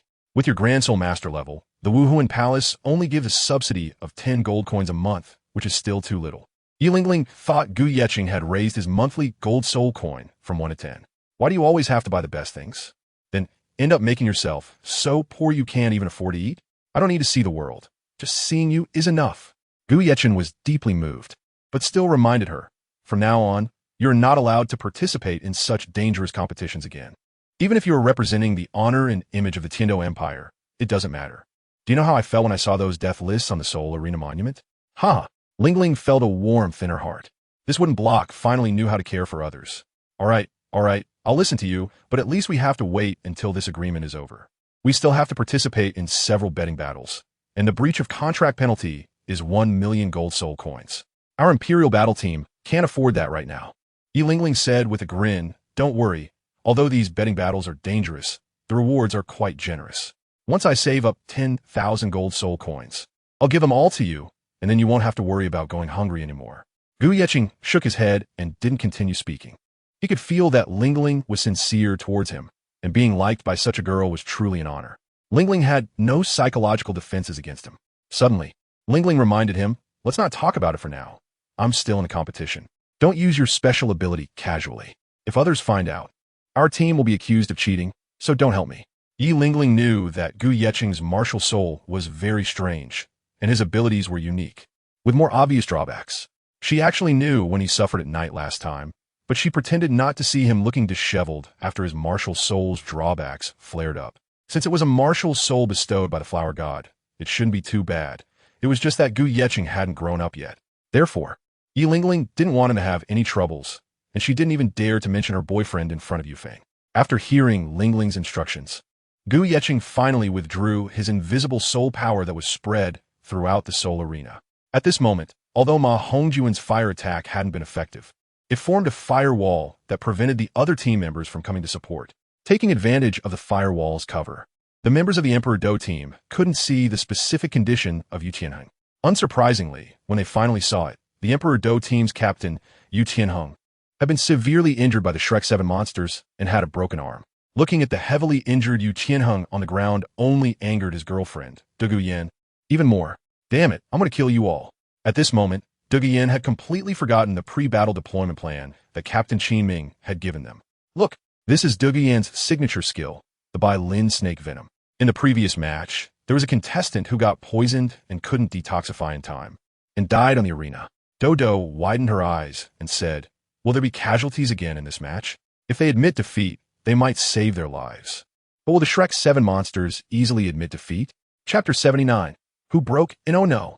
Yinzi stop. Qin Ming, who was watching from the high ground of the arena, immediately looked panicked.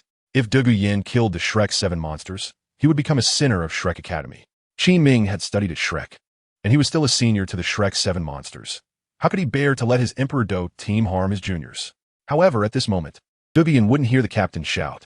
As long as she unleashed the Bai Lin snake venom, combined with her specially formulated soul skill, she could instantly aerosolize the poison and spread it in a designated area. This Bai Lin snake venom was extremely toxic, below level 40. There was almost no chance to resist this toxin. Once the opponent's body was contaminated with this poisonous mist, it would turn to pus in no time. The purple poisonous mist quickly spread out, but Tang San, the hands of Shura, smiled lightly and showed a hint of disdain. It's just a small Bai Lin snake venom. Watch how I break your snake poison. Then, Tang San took out a strong liquor containing Realgar, ignited it with Ma Hongjuan's Phoenix Fire, and then spread it with Dai Mubai's White Tiger's Light Wave. In just an instant, the purple poisonous mist turned into invisible water vapor and then vanished without a trace. How is this possible?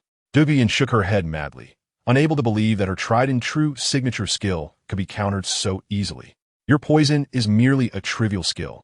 As an outer disciple of the Tang sect, Tang San had learned some things secretly, but the Tang sect's poison was indeed very powerful, so he naturally dared to boast. This can't be real.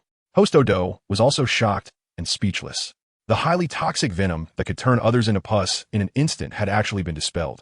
This Hands of Shura contestant was truly unbelievable, and he indeed deserved to be the vice-captain of the Shrek 7 Monsters team. Such unexpected circumstances were not only unforeseen by Dodo and Qin Ming, but even Master and Flender also didn't expect there would be such a clever countermeasure. If Gu Yeqing faced Du Guyan, although he wouldn't turn into pus, he would inevitably have to struggle. At this moment, the morale of the Emperor Do team was dwindling. Their captain was severely injured, and the vice-captain's control was ineffective. How could they continue fighting? A small setback has made you fear your opponent? Suddenly, Yi Lingling stepped forward and spoke solemnly to the entire team. She was not only trying to prove her abilities to the Emperor Do team, but also wanted Gu Yeqing to see her most brilliant side. Even though the vice-captain's poisonous mist had been dispelled, did that mean everything they had trained before was useless? Nineheart Begonia? Master's eyes narrowed slightly. This soul master had been somewhat overlooked by him, and he didn't know much about this martial soul. But he had heard from Ning Rongrong that this martial soul was very strong, so it naturally had a fierce side. On the high platform, Qin Ming quietly watched Yi Lingling. All along, she had maintained a cold and solitary image, seeming difficult to integrate into the team, but in reality, she cared more about her companion's safety than anyone else. Although Yu Tianheng was injured, as long as she was present, it would still be very difficult for the opponents to completely deal with him. It was precisely because of her presence that the Emperor Do team would be fearless. Even if they would suffer internal injuries, with the ability to heal external injuries infinitely, they could still maintain about 90% of their combat power. In other words, as long as her soul power was not exhausted, the infinite recovery ability could keep their side alive. This time, it was quite rare for her to take the initiative to encourage morale and continue fighting. Yi Lingling had hands, and a 9-heart begonia formed from condensed soul power merged into Yu Tianheng's body. Tianheng felt that all his external injuries had healed. Lingling is right. What are we waiting for? Everyone, let's go all out. Both sides confronted each other once again. The real team battle was just beginning. Yu Tianheng clashed fists with Dai Mubai again. His soul power could not be restored, so he naturally wouldn't use soul skills easily, but would wait for an opportunity. Meanwhile, the ghost leopard Oscar and the nether cat Zhu Zhuqing also began to compete in speed. Whoever was faster would have the potential to harm the opponent. Yu Feng had to take action this time as well. His teammates were fighting so hard that he also had to show some real skills. Unfortunately, he had missed the previous perfect opportunity to be a hero, saving the beauty. Looking at the chubby guy, Yu Feng was filled with anger. This damn guy. The Phoenix Fire line is so short. Did he spend too much time in the brothel? Third soul skill, rising wind and clouds.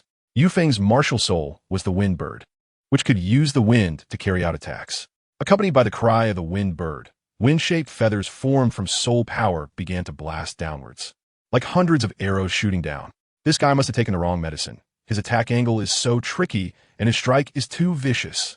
Ma Hongjun saw that he couldn't avoid it, and could only frown and confront it. First soul skill, Phoenix Fire line. However, Ma Hongjun was 8 levels lower in soul power than his opponent, so he naturally wouldn't be a match for Yu Feng. Fortunately, Ma Hongjun had Oscar behind him for support. His recovery sausage still had some effect, not only recovering injuries, but also adding a bit of soul power. This time, Ma Hongjun's first soul skill, Phoenix Fire line, was released under a 30% boost from his second soul skill, Phoenix and Fire, making its power incomparable. At this moment, Yu Feng's brows furrowed tightly. Why could the opponent's first soul skill contend with his third soul skill? Or had his earlier weakness gone? This was not scientific. The standoff between the two sides did not last long before Yu Feng was defeated. Because Ma Hongjun not only had his own soul ring enhancing his strength, but also an additional 30% boost from the Seven Treasures Glazed Pagoda. At this moment, the power of the Phoenix Fire line was already comparable to a fourth soul ring skill of 5,000 years. Seeing the Phoenix Fire line defeat Yu Feng, Ma Hongjun and Oscar exchanged glances and then simultaneously laughed slyly. However, on the other side, the situation of the soft-boned charming rabbit did not look good. She was gravely injured and unconscious from the attack of the Graphite Stone Brothers. Tang San, holding Xiao Wu, seemed completely enraged. The 8 spider soul bones behind him instinctively extended out, looking like a human-shaped spider from afar. It was a soul bone. When Tang San released the 8 spider spears, Gu Yeqing immediately recognized it as a soul bone. If he had not absorbed the trunk soul bone, he would not have known what it was now. He recognized it at a glance. However, the opponent's soul bone did not seem like a trunk soul bone. Could it be the external soul bone mentioned by Shui Binga? External soul bones do not belong to the 6 positions of the human body, but are a very special type of soul bone that can be encountered but not sought. They only have a chance to drop when absorbing soul rings and cannot exist independently in the outside world, nor can they be passed down as inheritance. Xiao Wu. Seeing Xiao Wu injured, the expressions of the Shrek 7 devils were surprisingly unified. They wanted the opponents to know the consequences of hurting Xiao Wu. Besides Tang San's 8 spider soul bones, the Shrek 7 devils had a trump card that even Dean Flander did not know about, known only to the master. That was the martial soul fusion skill, Nether White Tiger. Dai Mubai said solemnly, Zhuqing, use that move and get some interest back for Xiao Wu.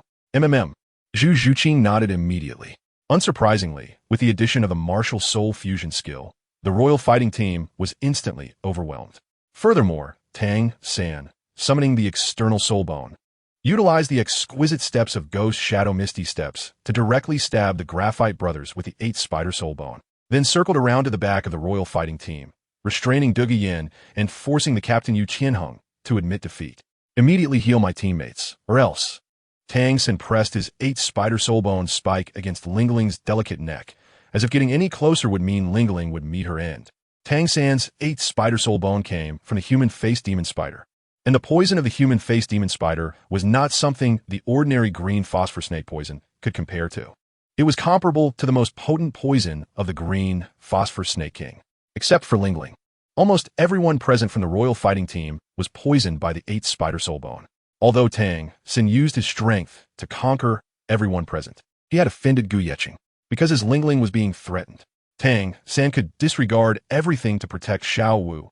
Likewise, Gu Yeqing could also stir up trouble for the one he loved. As for why he dared to do so, it was because the word fear had never existed in his dictionary.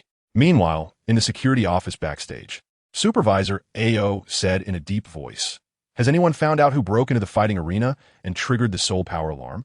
Several Soul King level experts shook their heads simultaneously, confirming. During the match, no one broke into the fighting stage. And we don't know why the alarm went off for no reason. There's no reason. Supervisor AO was somewhat puzzled. Only soul power from outside the fighting stage could trigger the alarm, as the alarm was connected to the protective barrier for the audience. That's right. It was Gu Yecheng who did it. His soul power could penetrate the protective barrier and enter the fighting stage. Chapter 80. Unforgettable at this moment. The group battle gamble had ended, with the Shrek 7 Devils emerging victorious. On the other side, back in the resting room, the royal fighting team looked dispirited, as if losing such a match had dealt a significant blow to them. I'm sorry, Captain. Yu Tianheng felt ashamed of his arrogance. If it weren't for his reckless advance that led to the royal fighting team's inability to follow up, there wouldn't have been today's humiliation. No, it was the opponent who was too insidious, designing to scatter our strength, causing us to not even display half of our usual training capabilities. Osro protested, arguing, no, strategies are also part of strength. Losing is losing. There are no excuses. Moreover, due to my impulsiveness, I forgot the pre-battle deployment. If we had prioritized eliminating the 7 treasures Glazed Pagoda Soul Master, even if they used that Nether White Tiger move, we could have withstood it. Qin Ming shook his head, saying solemnly, the responsibility does not lie with you. Besides some flaws in your cooperation, the opponent's strength is also quite formidable. Take that thousand-hand Shura's soul bone as an example. Who among you could counteract his soul bone poison? If he had not stopped in time and hesitated a moment longer, you all might have been in life-threatening danger. If I'm not mistaken, that is an external soul bone, much more precious than one of the 6 major soul bones. The trunk soul bone, although it cannot directly add soul skills, its indirect functions make it impossible for you to contend with it. Damn, that kid only relied on external power. If it were a real fight, we wouldn't fear him at all. The Graphite brothers were immediately filled with rage, pounding the table hard, as they had just been restrained by the opponent's external soul bone. Qin Ming waved his hand. External power is also part of a soul master's strength. He not only possesses a soul bone, but also has that exquisite footwork of Ghost Shadow Misty Steps, which doesn't even require the use of soul power. Who among you can do that? At this moment, the entire room fell silent, unable to argue. With Yu Tianheng's identity and status, possessing a 10,000-year soul bone was only a matter of time. But what kind of means was that non-soul power-consuming Ghost Shadow Misty Steps? Could be a soul skill he created himself? Well, this defeat may not be a bad thing. Your fighting spirit has been very smooth all along, so take this setback as a lesson. Although Qin Ming felt a bit disappointed, he still comforted everyone, encouraging them to learn and grow from failure. By the way, tonight, you can arrange your free time. I still have to meet a few acquaintances. Flander was once the mentor of team leader Qin Ming, so he naturally wanted to pay a visit. Just then, a plump man wearing sunglasses walked into the VIP room, scanning the surroundings before saying lightly, "You have disappointed me greatly." This plump man in sunglasses was the noble from Suatao City who had invited the royal fighting team to participate in a gambling fight. Hearing this, Qin Ming bowed apologetically and said, "I'm very sorry. Our team lost this time, causing the Earl to lose gold soul coins. We will help you win it back in other gambling fights." "No need." The Earl, wearing sunglasses, first stroked his handlebar mustache at the corners of his mouth, then said in a deep voice, "Someone has paid your breach of contract fee, so you no longer need to participate in the gambling battles. Also, here is a reward of 80,000 gold coins. You can split it among yourselves. I must take my leave." Qin Ming frowned slightly, wondering who would be so kind as to pay the breach of contract fee. After thinking for a long time, he still had no clue. After all, 1 million gold soul coins was not something just anyone could casually take out. For Qin Ming, this was also considered a good thing. His training for the Imperial battle team had achieved the desired results, and since the gambling battles had not ended, he could not return to the academy. Now that the gambling battles were over, he could be considered to have completed the task assigned by the 3 committee members of the academy. Taking the 8 black gold cards worth 10,000 gold soul coins each, Qin Ming divided them equally, giving each person 10,000 gold soul coins, which was also the agreed-upon reward.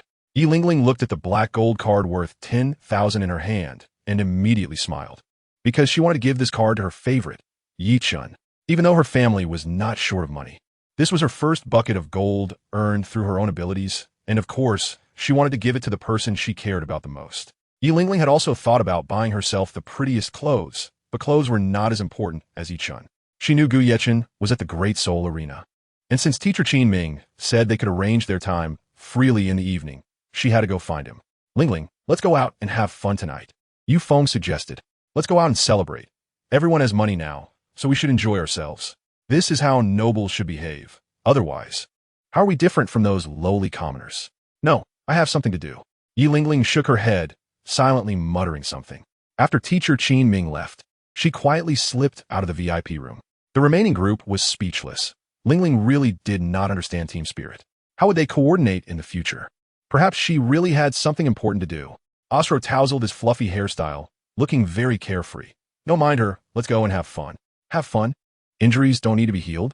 No gathering, no gathering. Yu Feng was very angry, filled with jealousy. He had already guessed what Yi Lingling was going to do. She must be going to meet her boyfriend. Damn it, how could this happen?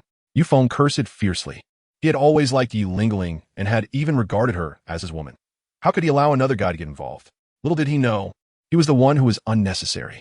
Yi Lingling walked out of the VIP room alone and encountered Gu Yechen at the corner of the corridor. They both smiled gently at the same time, and this time Yi Lingling could no longer hold back, directly running over. Gu Yechen also opened his arms to welcome Yi Lingling, who came rushing in. Lingling had a great figure, and hugging her felt very comfortable. Gu Yechen gently kissed Yi Lingling's forehead, and she blushed deeply. What brings you to Soto City? Yi Lingling, hugging Gu Yechen, asked. Shouldn't you be studying at the Tiando Royal Academy? How could you be so free? Gu Yechen gently scratched Yi Lingling's nose and said, Isn't it all for you?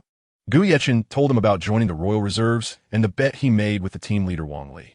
Do you think about me every day? Yi Lingling smiled sweetly, her delicate hands wrapping around Gu Yechen's neck. Of course, if I didn't think about you, why would I come and find you? Gu Yechen said grumpily. Hee. Yi Lingling smiled charmingly, then gave him a kiss on the corner of his mouth and said, This is a reward for you. Gu Yechen helplessly shrugged his shoulders, then rolled his eyes and joked, Isn't this reward a bit too little? It should be at least this amount. Looking at Gu Yechen's swearing gesture, Yi Lingling smiled and said, No way. If I give you too much, I'm afraid you'll get arrogant. I have to strictly implement the secret recipe that my aunt gave me. Only in this way can we be together forever. Gu Yechen's brow darkened. Sure enough, his mom was helping her to deal with him. He thought to himself, that's why his mom hit him last time. It turned out it was her doing. Gu Yechen pretended to be angry and said, Are you hiding something from me? What did you just say about Annie? It seems like there's some secret. The flustered Lingling was like a rabbit, quickly waving her hands and saying, No, I'm not hiding anything from you. I misspoke just now. There's nothing. Ready to put on an act. Who is afraid of whom? Gu Yechen continued to look angry. However, when Yi Lingling's warm, cherry lips completely pressed against Gu Yechen's lips, his mind went blank, and he couldn't continue acting. This reward was enough, right? At that moment, Lingling's cheeks were flushed. She was relatively shy, and being so proactive truly indicated that she really liked Gu Yechen. Gu Yechen touched the corner of his mouth, and surprisingly, he was momentarily stunned. After a moment, he laughed and said, You actually stuck out your tongue. I'm going to die. Yi Lingling felt so embarrassed that she immediately went into a frenzy, desperately explaining, Forget about that kiss just now. Yes, just forget it. Can't forget it. Gu Yechen touched his heart and said solemnly, Because it's here. Yi Lingling then realized that he wasn't rejecting her. He was just joking with her. Chapter 81. Soto Auction House. Looking at Yi Lingling's increasingly flushed cheeks, Gu Yechen naturally couldn't continue teasing her. Otherwise, she would definitely want to find a hole to hide in. Gu Yechen simply gazed quietly at Yi Lingling. Lingling's eyes were large and beautiful, complemented by her adorable tear troughs, as if her pupils were the embodiment of shimmering light, like a bright sunshine that dispels all evil. Yi Lingling once said that Gu Yechen was the brightest and most dazzling star in her night sky. And Gu Yechen also said that Yi Lingling was the last ray of dawn in his darkness. Lingling's eyelashes were long, seemingly designed to protect her watery eyes. Gu Yechen's fate unconsciously became similar to those eyelashes, because he also had to protect such a beautiful pair of eyes. Let's go. I'll take you to see the world. Gu Yechen took Yi Lingling's delicate jade-like hand and pulled her towards the most prosperous street in Soto City, where there was a very luxurious building. Wait a minute. I have something to give you. Lingling handed the black gold card she had just received to Gu Yechen, which had a value of 10,000 gold soul coins. Looking at the black gold card in his hand, Gu Yechen felt both amused and helpless, because his current worth was 100 million gold soul coins, wealthy enough to rival a nation. Although it couldn't compare to the Heaven Do Empire, it was equivalent to the wealth of a small principality. including the penalty fee he had to pay. However, Gu Yechen still accepted it without hesitation, thinking that he could always give her an even more valuable gift later. Before long, the two arrived at the most bustling street in Suatoa City. There was a semicircular building that looked like an upside-down bowl resting on the ground from the outside. Looking at this peculiar building, Yi Lingling asked in confusion, "Did you bring me here just to see the auction house?" "Forget it. The things inside are too expensive. Let's just leave." She knew that there were only 2 auction houses in the entire Bala Kingdom, although they couldn't compare to the top-tier Heavendoe auction house in Heavendoe City. Entering required an asset proof of at least 10,000 gold coins, which was surprisingly uniform. Otherwise, one wouldn't even qualify to enter. Qi Ming had also wanted to bring the members of the Imperial Fighting Team into the Heavendoe auction house, but aside from Tianheng and Duge Yin, almost no one else could pass the asset proof requirement, as they were all students and didn't have that much disposable income. Gu Yeqing certainly knew that Yi Lingling had never been to such an auction house before. Let's go in and take a look." Gu Yeqing took Yi Lingling's slightly cold hand, first furrowing his brow, then unceremoniously putting it into his own pocket. Lingling felt a touch of warmth, while her other hand wrapped around Gu Yeqing's wrist, and she tilted her head slightly towards his shoulder. "Save some money. This is what your future wife has worked hard to earn." Yi Lingling squeezed Gu Yeqing's wrist, meaning it was fine to go in and take a look, but not to spend all 10,000 gold soul coins. Feeling a sharp pain in his wrist, Gu Yeqing couldn't help but pout and said, "So my Lingling has a violent tendency, huh? Got it. I'll try to spend less." The two of them walked straight to the entrance of the auction house, but were stopped by a tall female staff member.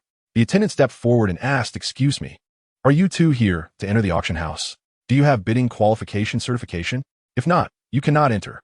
Gu Yeqing and Yi Lingling look young, even though they are dressed in luxurious clothes, possibly indicating they are from noble families, without the guidance of their elders.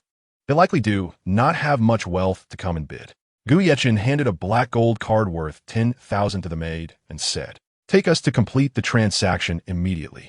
Simple, clean, and efficient. There was no small talk. As soon as the other party opened their mouth, Gu Yeqing already knew what they were going to say. Under the maid's guidance, Gu Yeqing completed the qualification verification and secured 2 seats at the auction venue, specifically seats number 13 and 14. Just for these 2 front row seats, he spent an additional 20 gold soul coins, simply to be a bit closer to the auction stage. It was the first time Gu Yeqing experienced the special feeling of spending lavishly. 1 gold soul coin was enough for an ordinary person to live for about a year. And just like that, 20 years worth of living expenses was gone. Of course, there are also private rooms worth hundreds of gold soul coins, where one could participate in the bidding with just a high-level soul guiding screen and a few buttons. The people inside those rooms were true millionaires. But Gu Yeqing wasn't short on money either. He preferred the lively atmosphere here, as it allowed him to better feel the ambience of the auction. Perhaps in the future, he would consider a private box. According to the maid, tonight's auction was the grandest one, and since the first half of the auction had already ended, they would need to wait a moment for the second half to begin. The items in the second half were even more exorbitantly priced, with the lowest starting bid set at 1,000 gold soul coins. Finally, the maid handed the 2 of them 2 masks, saying it was for the customer's safety, as there have been instances of murder and theft in the past. After handing the smaller mask to Ling Ling, Gu Yeqing said, "If you see anything you like later, just tell me, and I'll buy it for you." Yi Ling rolled her eyes and said, "Oh, your money isn't still for me? If I see something I like, of course, I'll want you to buy it for me." Gu Yeqing smiled and shook his head. He didn't explain much, but his hand remained firmly holding onto Yi Lingling, not letting go for a moment, fearing that if he did, he would never be able to get her back. Then, Gu Yeqing asked the maid about the auction rules and precautions, especially regarding the handling fees after bidding. About 20 minutes later, the second half of the auction officially began. On the stage, a woman in a red cheongsam, with alluring curves and a fiery figure, slowly moved forward, presumably the host of this auction event. The woman's beauty was stunning, rivaling Lingling, but in terms of figure, Lingling could not compare. The bidders present were mesmerized. The sleeveless cheongsam, with an open front, showcased her skin like creamy jade, the deep valleys and full bosom complementing each other, half exposed, creating a kind of captivating beauty. Of course, even someone as strong-minded as Gu Yeqing couldn't help but take another look.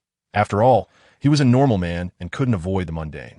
The woman was only in her 20s, but her enchanting charm and breathtaking beauty were displayed to the fullest, as if she had been specially trained by someone. "Don't look." Yi Lingling covered Gu Yeqing's eyes with her hands, worried that he might develop a wandering eye. Stop it. Gu Yechen turned his head and said, Lingling, don't you trust me? I'm not attracted to her figure. I'm pondering why such a beauty seems to lack something, as if she is missing some soul. Oomph. I think you're just making excuses. Yi Lingling pouted, lightly punching Gu Yechen's chest, dissatisfied as she said, You just think my figure isn't hot enough. Otherwise, why is your expression different when you look at me compared to her? Gu Yechen hurriedly wiped the cold sweat from his forehead. Why couldn't he explain clearly? These two things were completely different. One was a tool for entertainment, while the other was a goddess's treasure. The entertainment tool could be used casually, but the goddess's treasure could not be desecrated. Chapter 82. Contest for the auction item at this moment. The enchanting and charming host spoke up. Welcome esteemed guests to the Suatawa auction house. Here you will encounter all kinds of strange and wonderful items. By the way, I want to reveal that among this auction's items, there is a 1,000-year-old soul bone. Upon hearing the words soul bone, the crowd below became excited. Regardless of whether it was 1,000 years old or 10,000 years old, it was all extremely precious. The beautiful host continued. This auction will proceed in ascending order of price.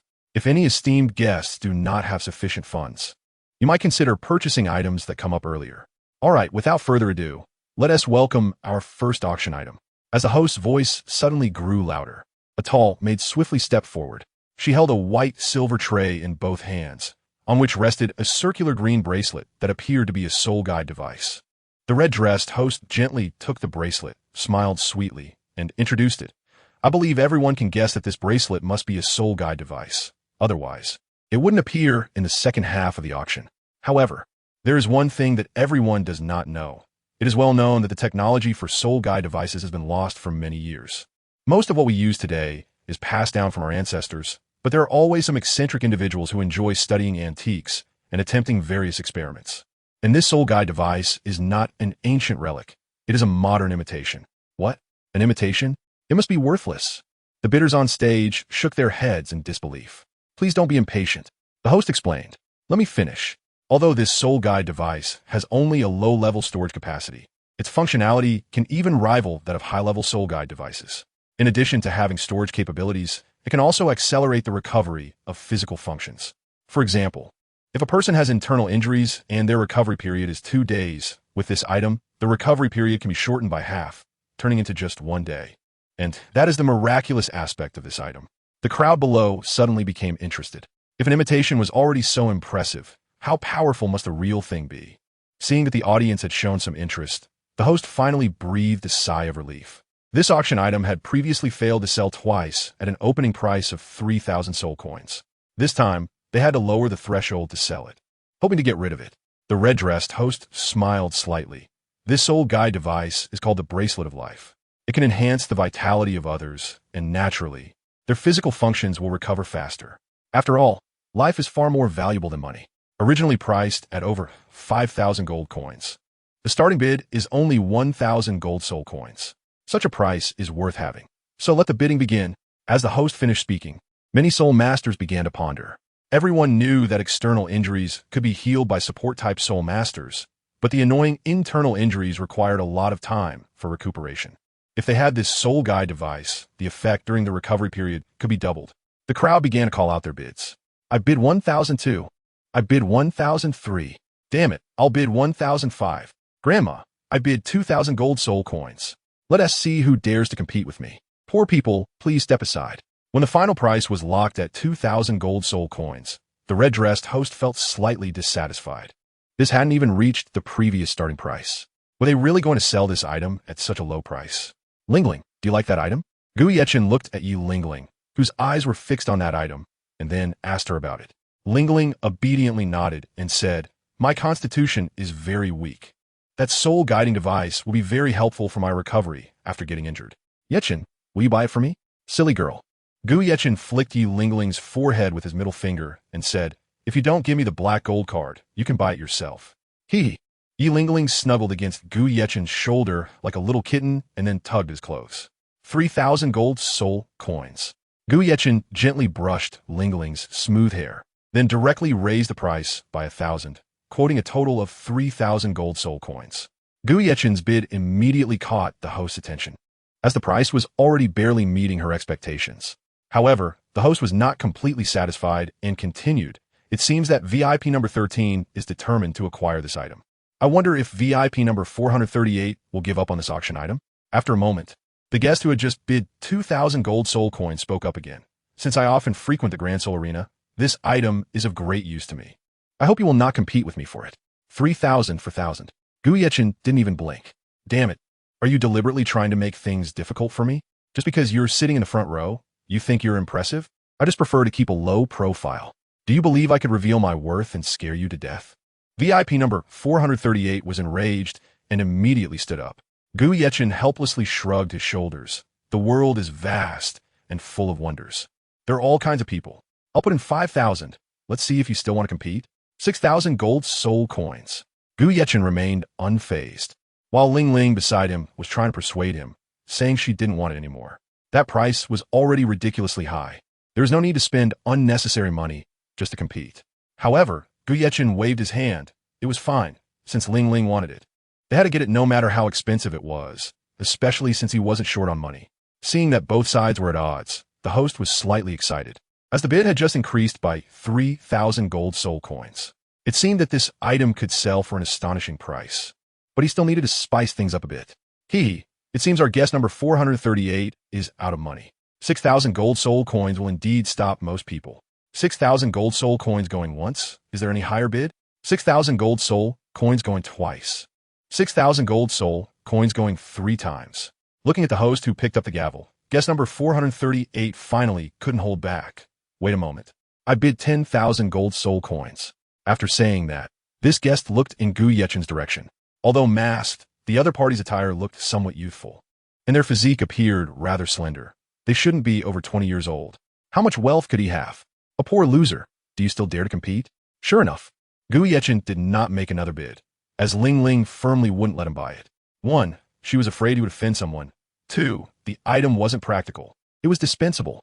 Helpless, Gu Yechin had to give up this competition. Guest number 438 smiled slightly. Indeed, he was a poor loser. He didn't dare to compete anymore with 10,000 gold soul coins. Huh? The host on stage was all smiles, her delicate hand raised slightly. Just as the gavel was about to finalize the ownership, the man's brow suddenly furrowed, muttering, Huh? Why does it feel like something is off? An item worth 1,000 gold soul coins. How could it auction for 10,000 gold soul coins? Was I too hasty just now? Damn. This damn guy actually dared to deceive me. Once the auction ends, I will make him understand my power. Without securing the bracelet, Gu Yechin gently caressed Ling Ling's cheek and said irritably, You, still so kind-hearted. Just because you don't provoke others doesn't mean others won't provoke you. I have a feeling that your tolerance is not only useless, but it also gives us a sense of being easy to bully. To be blunt, we will still be targeted by him, and I sense that his strength is probably at the Soul King level. What should we do? Ling Ling asked with a worried face. Gu Yechin comforted, There's no need to be afraid. Once the auction is over, I'll find a way to draw his attention away. And then you can take the opportunity to leave here. I have a way to escape. For a long time, it had always been Ling Ling protecting Gu Yechin. But this time, it was Gu Yechin who would protect her. He planned to make all those who had bullied Ling Ling pay back with interest, including Tang San, who had pointed the 8 spider lances at Ling Ling's neck. Gu Yechin's gaze turned cold, and he silently thought, If I avoid you, you still come to find trouble. I will let you know what true cruelty is. Blame it on your stupidity. Chapter 83. Must acquire after the auction of a life bracelet. Other soul guide devices were successively presented. These soul guide devices were not comparable to the low-level ones found in a grocery store. They were all top-tier soul guide devices, some of which could not store objects, but had other remarkable functions. However, the prices they fetched were not as high as the first auction item. Those items belonged to the category of tasteless but regrettable soul guide devices, offering no help in life and death battles and only serving as auxiliary functions during leisure time. Therefore, Gu Yechin did not pay much attention and started to rest his eyes, waiting for a suitable item to bid on. This time, he absolutely could not be modest. Even so, those soul guide devices were antiques, and some wealthy individuals still liked to collect them, slowly appreciating and observing the wisdom of their predecessors. Gu Yechin was not interested in these items, and even began to take a short nap, as he would soon have to endure the torment of the endless night. What's wrong? Are you sleepy? Ling Ling noticed that Gu Yechin was actually dozing off. At that moment, his condition was one of light sleep. He could hear the surrounding sounds but could not wake up. Indeed, Gu Yechen was very tired today. He had rushed from another place to Suatuwa City, then participated in a soul fighting competition, purchased tickets for Ling Ling's match afterward, and finally took his girlfriend out to see the world. He was truly exhausted. Ling Ling watched Gu Yechen's body sway slightly and did not want to disturb him further. However, fearing that he might fall, she extended her slender arm to serve as a railing, protecting Gu Yechen.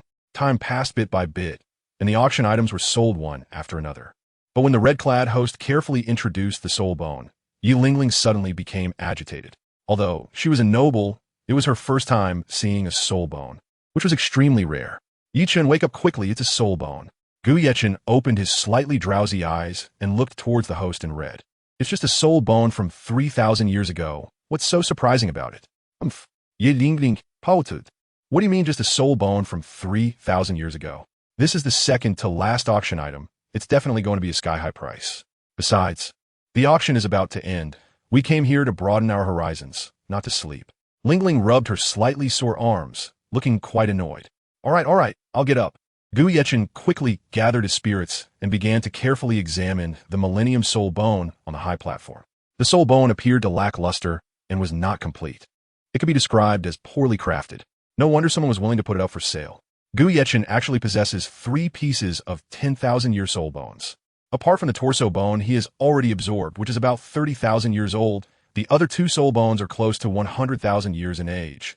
With 100% completeness, Gu Yechen plans to keep the right arm soul bone and give the other one to Lingling. At this moment, the host is enthusiastically introducing the functions of the 1,000-year soul bone. Just because Gu Yechen has soul bones doesn't mean others can have them too. In the audience, everyone's eyes have become eagerly impatient, afraid of missing every detail. The charming host has a sweet voice. She says that it comes from an eagle-shaped soul beast. And the additional skill is called eagle eye tracking. Although it is only a passive skill, it can be used in conjunction with any soul skill. It once had a master, but after the master passed away, this soul bone was auctioned off by his family. The host in red pointed to the soul bone in her hand, looked around, and asked, "Does anyone know what part of the body this soul bone is from?" Miss Red Dust, stop beating around the bush and quote a price directly so we can gauge whether we have the financial means to compete, someone urged impatiently. The enchanting woman in red is named Red Dust, and regular attendees of the auction know her name well. Red Dust smiled sweetly and said softly, "Since this is a head soul bone, it is extremely precious. The starting price is 200,000 gold soul coins.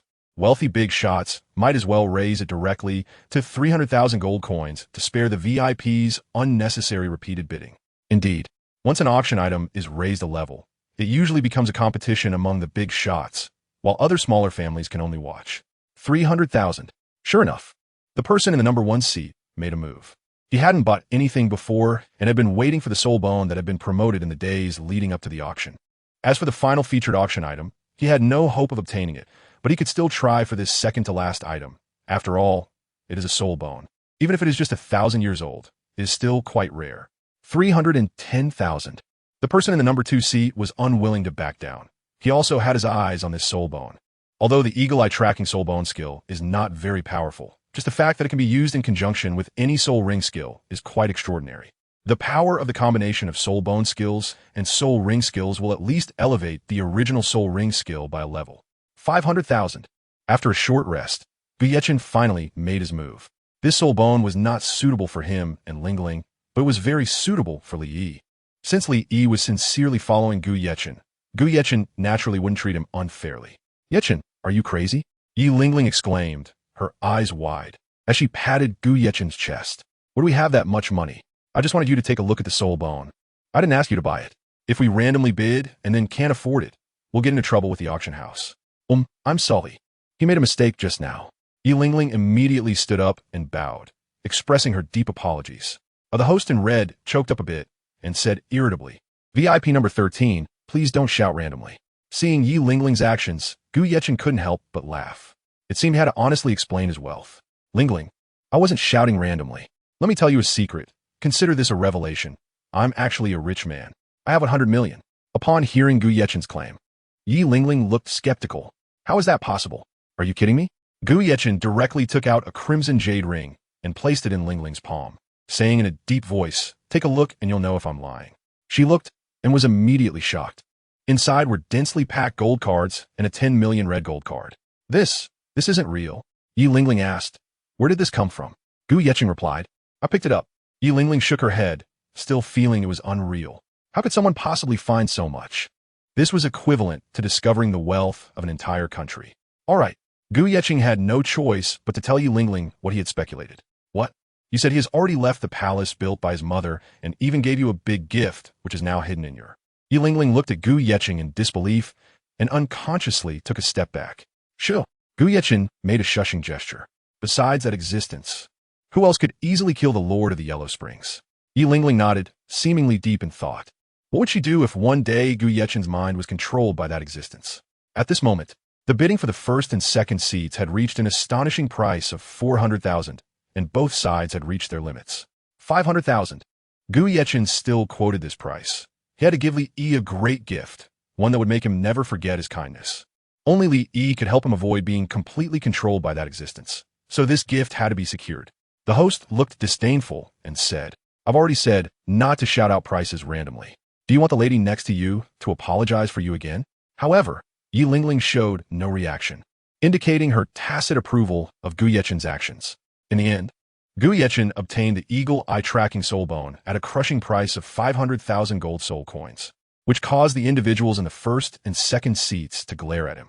They had fought for half a day at a sky-high price of over 300,000, only to be ruthlessly crushed by Gu Yecheng. With no other choice, they had to give up on competing for this auction item, hoping that next time, they could acquire a soul bone for a lower price of 300,000, so their families could have some inheritance. However, Gu Yecheng in seat 13 had now become the target of everyone's ire, especially the guy in seat 438 who had just blurted out, damn, he's so rich, directly revealing his earlier arrogant demeanor. All right, since the soul bone has found its owner, we should present the final auction item, the host in red said with a smile. Then, the golden curtains and light blue drapes behind the auction stage suddenly opened. Following that, 9 beautiful maids slowly stepped forward, wearing cat ear headbands, off-shoulder chiffon dresses, black thigh-high stockings, and holding blue jade porcelain vases, exuding an extreme allure. Their movements were surprisingly synchronized, but their expressions were too stiff, as if they had been carved from the same mold. The host took one of the jade vases and introduced it. This is the Xian Shui Dan, a masterpiece of the alchemist in the loft. After speaking, the host looked toward the VIP room in the loft, where the truly wealthy patrons were. Most of them preferred quietness and would specifically book the loft, and without assets of at least 10 million gold soul coins. One wouldn't even dare to go to the loft's box. The host continued, as we all know, soul masters can enhance their soul power not only through cultivation, but also by using heavenly and earthly spiritual medicines. However, there is one thing that everyone might not know. There's a third way to enhance a soul master's power. What could it be? That's right. It's the small pill in my hand. To be honest, just like everyone else yesterday, I didn't know there was such a clever way to enhance soul power. But today, I have witnessed the wonders of the world. According to the unnamed alchemist in the loft, his Xian Shui Dan is made by extracting the essence blood of water soul beasts, combined with various spiritual medicines, successfully transforming the beast's power into the most suitable power for humans. This ability is truly incredible. The alchemist also said that it takes the essence blood of 10,000-year soul beasts to refine a single drop of useful soul blood. In other words, just this one pill is equivalent to 10,000-year soul beasts plus other precious materials. Moreover, the Xian Shui Dan not only enhances soul power but also has the ability to improve physical quality, allowing the cultivation talent to be slightly enhanced. Additionally, the increase in soul power from the Xian Shui Dan is inversely proportional to the innate talent. The lower the talent, the more soul power is enhanced. Although I don't know the principle behind it, I guess it might be due to the long suppression of potential causing a rebound, allowing all previously lost soul power to be replenished immediately. Each bottle contains 2 Xian Shui Dan, and there are a total of 9 bottles, which means 18 pills. While the pills are great, everyone should not take too many. Sometimes, tonic can also turn into poison. It is strongly recommended that each person take one, while the rest can be kept as treasures or given as gifts. After all, it is better to share. This kind of pill is more suitable for cultivating the younger generation in family sections. Suddenly, a big shot in seat 1 asked, Ms. Hongshun, you haven't said how much this thing can enhance soul power. If my talent is too good, and I can't even raise a level after taking it, wouldn't this be useless to us? Why should I waste my money? Yes, yes. Give us a clear answer on how many levels it can increase, so we can consider it. A person from the second VIP seat spoke up. He was also puzzled about why this item could become the finale, as the initial promotion clearly stated that the head soul bone was the main auction item, but then this item suddenly took its place. If this is the finale item, the price is likely to be higher than that soul bone. The host in red chuckled. Dear guests, don't be impatient. I already mentioned that the Xian Shui Dan not only enhances soul power, but also improves talent. The sudden increase in soul power is secondary. The important thing is that the innate potential is being stimulated. Just imagine, if a person with innate level 9 soul power enhances their talent to level 9.5, even if their soul power doesn't increase by 1 level, in the long run, they will still gain quite a bit of soul power since their cultivation speed has also increased. The guest in seat 1 nodded, understanding now that the Xian Shui Dan was indeed suitable for nurturing the younger generation, while it wouldn't have much effect on the older generation as the older one gets, the harder it is to cultivate. At that moment, a deep voice came from another box in the loft. Miss Hongshun, don't tell me that these 18 Xian Shui Dan are the finale. If that's the case, I really prefer the previous soul bone auction item. The guest in this box was the renowned figure Yu Luomian from the continent. Indeed, items that can enhance talent are very precious. But some expensive high-grade herbs can also enhance talent and potential, such as 9-grade purple Ganoderma. The highest auction price for 9-grade purple Ganoderma is only 20,000 gold soul coins, and these 18 pills would sell for at most 300,000. As a finale, it should be worth at least 1,000,000 gold soul coins. Hee, as expected of the blue lightning tyrant dragon family. Your insight is sharp, and you've seen through the mystery, the host said somewhat helplessly. Hongshun explained, indeed, the Xian Shui Dan is not the main event of this auction. The 18 Xian Shui Dan are merely a gift. The real finale is the 9 maids holding the pills, each worth 100,000 gold soul coins, totaling 900,000 gold soul coins. Now, is Lord Yuluomian satisfied? Upon hearing this, everyone present widened their eyes. Although there have been instances of auctioning maids and slaves in the auction house, it was the first time 9 maids were auctioned together, despite their beauty and allure. Making men unable to suppress their primal instincts. Was 100,000 gold soul coins too expensive? Yu Lumian said in a deep voice, Miss Hongshun, 9 maids valued at 900,000. Isn't that a bit too expensive, even with the gift of Xian Shui Dan? Hongshun smiled. Lord Yulomian is mistaken. They are not ordinary maids, but maids with soul power and absolute loyalty. Objectively speaking, each of them is a soul master at the soul master level, and they are all under 22 years old with above average talent. 9 soul masters, if nurtured properly, have a good chance of reaching the soul emperor or even soul sage level in the future. So what everyone is buying is not just simple maids, but future soul saints with above average talents, a value that can reach 900,000 gold soul coins. Upon hearing this, everyone was stunned. 9 future soul saints are indeed worth that price, and there is also a bonus, the Xian Shui Dan. In the attic, a young girl in the private room gently asked, Master, why did the auction house only give us 180,000 gold soul coins? And then after adding a few maids, it goes up to the high price of 900,000.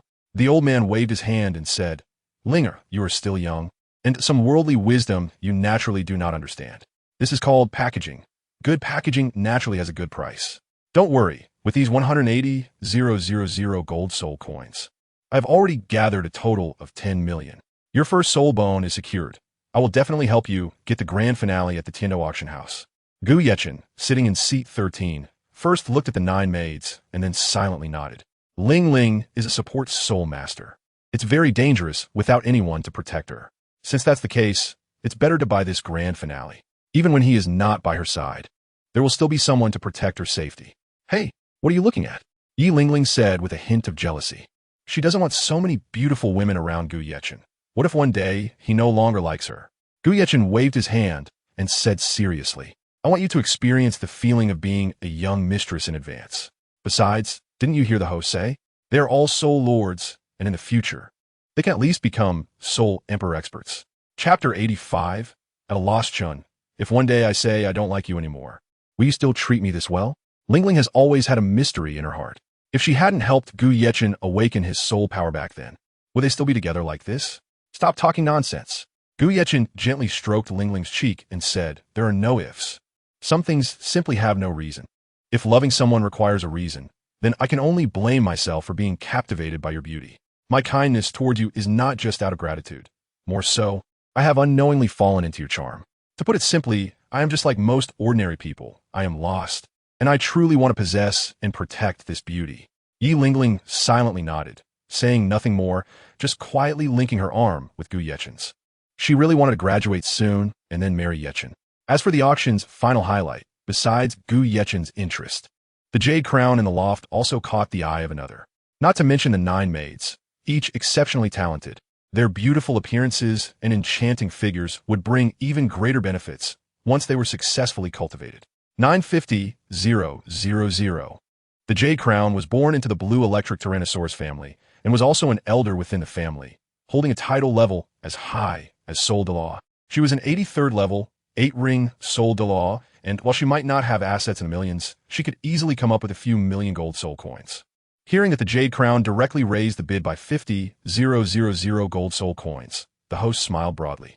It seemed that this final highlight would belong to the blue electric Tyrannosaurus family after all.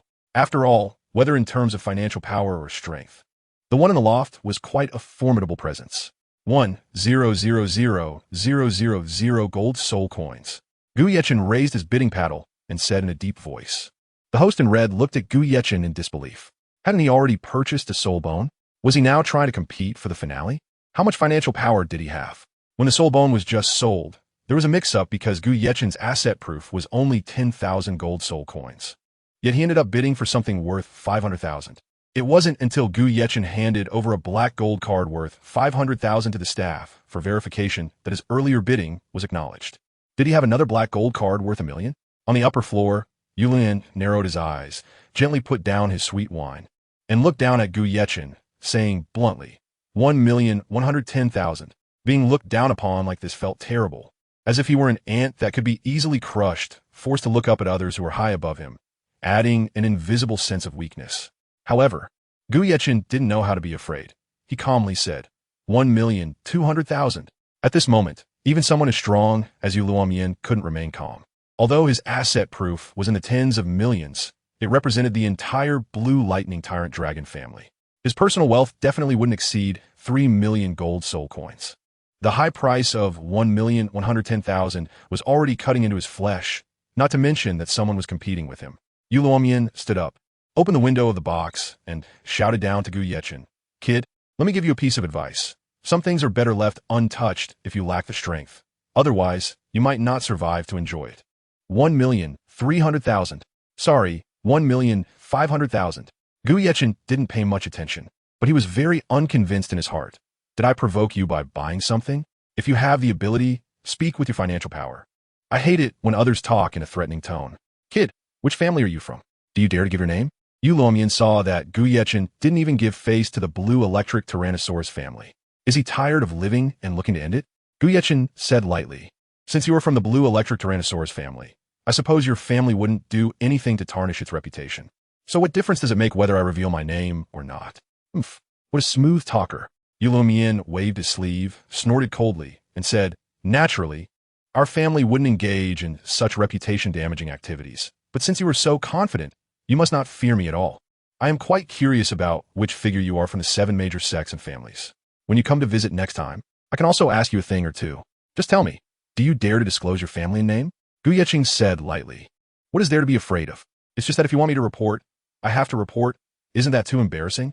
However, I still kindly tell you, my name is Gu Yechen from the Gu family. If you want to make a move against me, you better think it over." "Yechen, don't cause trouble." Lingling tugged hard at Gu Yechen's sleeve, trying to get him to behave. The Blue Lightning Tyrannosaurus family is not something they can provoke casually. However, upon hearing this, Yu Luomian was completely enraged. "Good kid, you have some guts. We'll see about that. The Gu family, huh? I hope this family isn't one you just made up." Apart from the 7 major sects and families, there are also quite a few medium-sized families, such as Shueibing or Tianshui family. But Yu Luomian had never heard of the Gu family, and it could very well be some trashy small family. However, from Gu Yechen's extravagant behavior, it seemed that a small family wouldn't have such wealth. The possibility that he is making it all up is even greater. As for why he, at such a young age, possesses such wealth, that is a mystery. Looking at the tense atmosphere in the arena, the host didn't show much concern. She had seen this kind of scene far too many times and had gradually become numb to it. As long as they didn't make a move inside the auction house, they could fight as much as they wanted. Once outside the auction house, they could do whatever they wished, even kill each other, because before entering the auction house, they had already made the other party wear masks. And those with special requests could even purchase full-body protective clothing. The fate of the red-clothed host was only slightly better than that of the maids. She too lacked freedom and ideals, and often had to do things against her will and say insincere words. It is incredibly difficult to completely break free from the control of fate.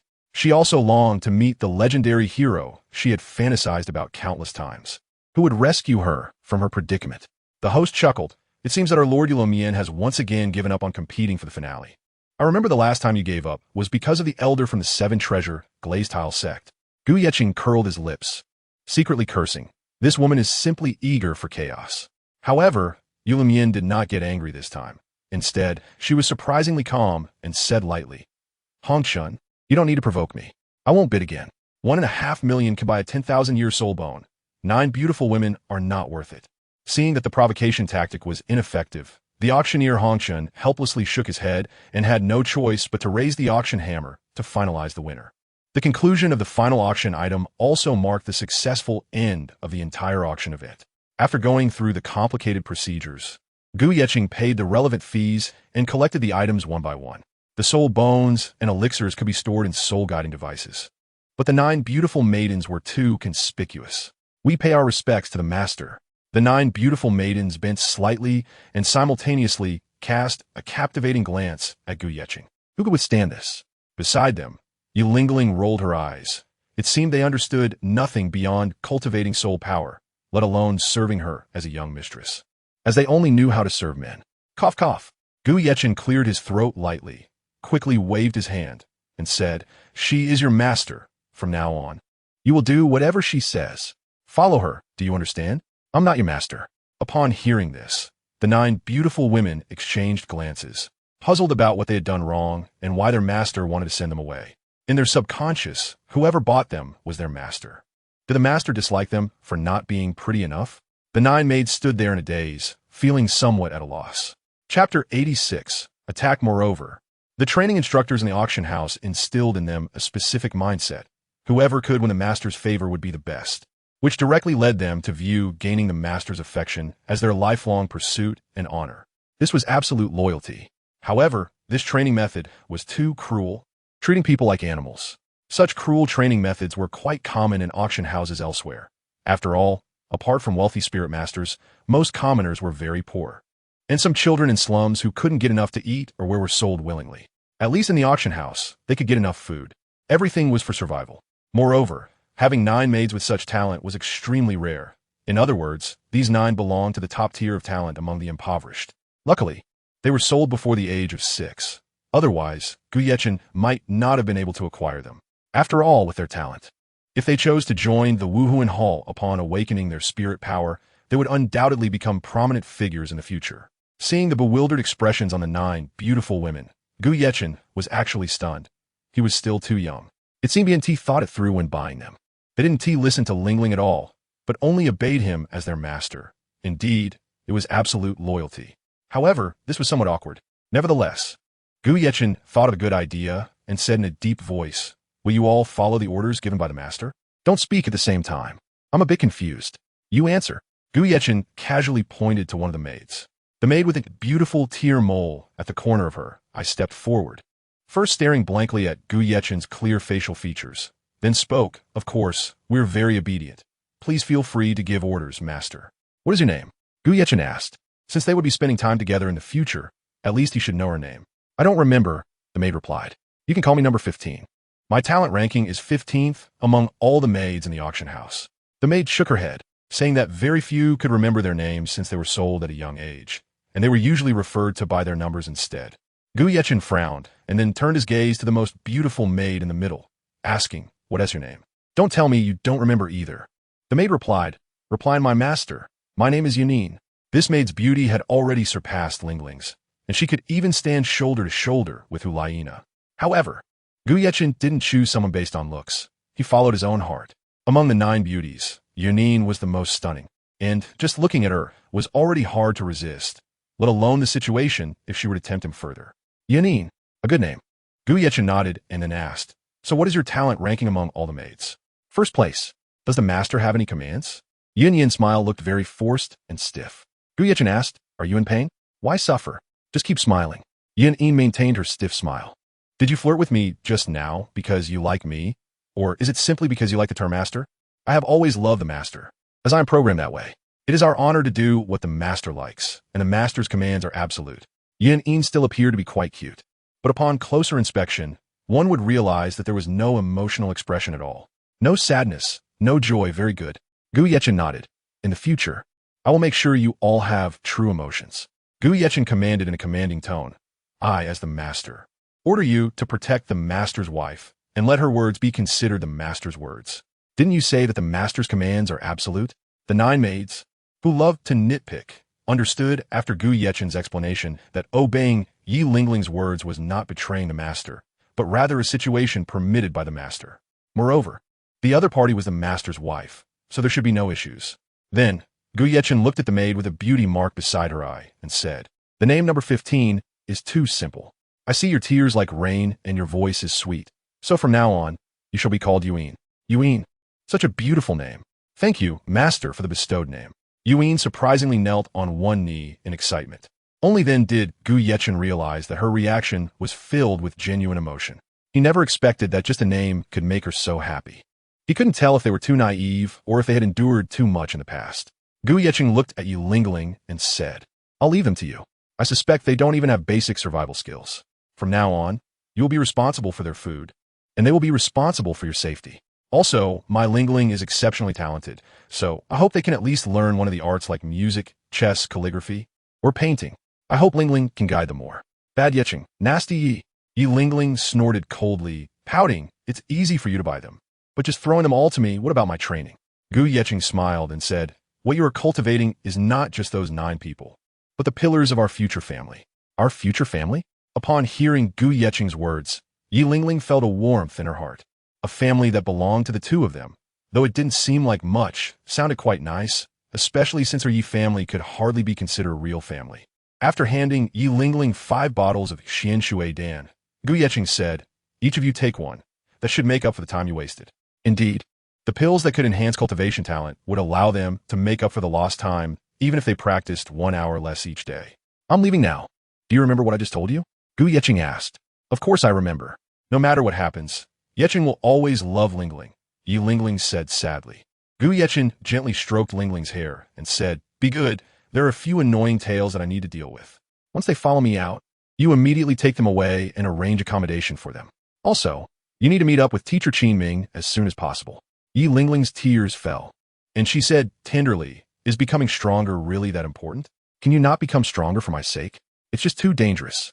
Gu Yechen shook his head and said, if I choose to retreat, we have no future at all. Also, let's try to meet less in the future. I don't want to drag you down because of me, and I definitely don't want any danger to come to you. Chun, will you come back safely? Gu Yechen nodded earnestly.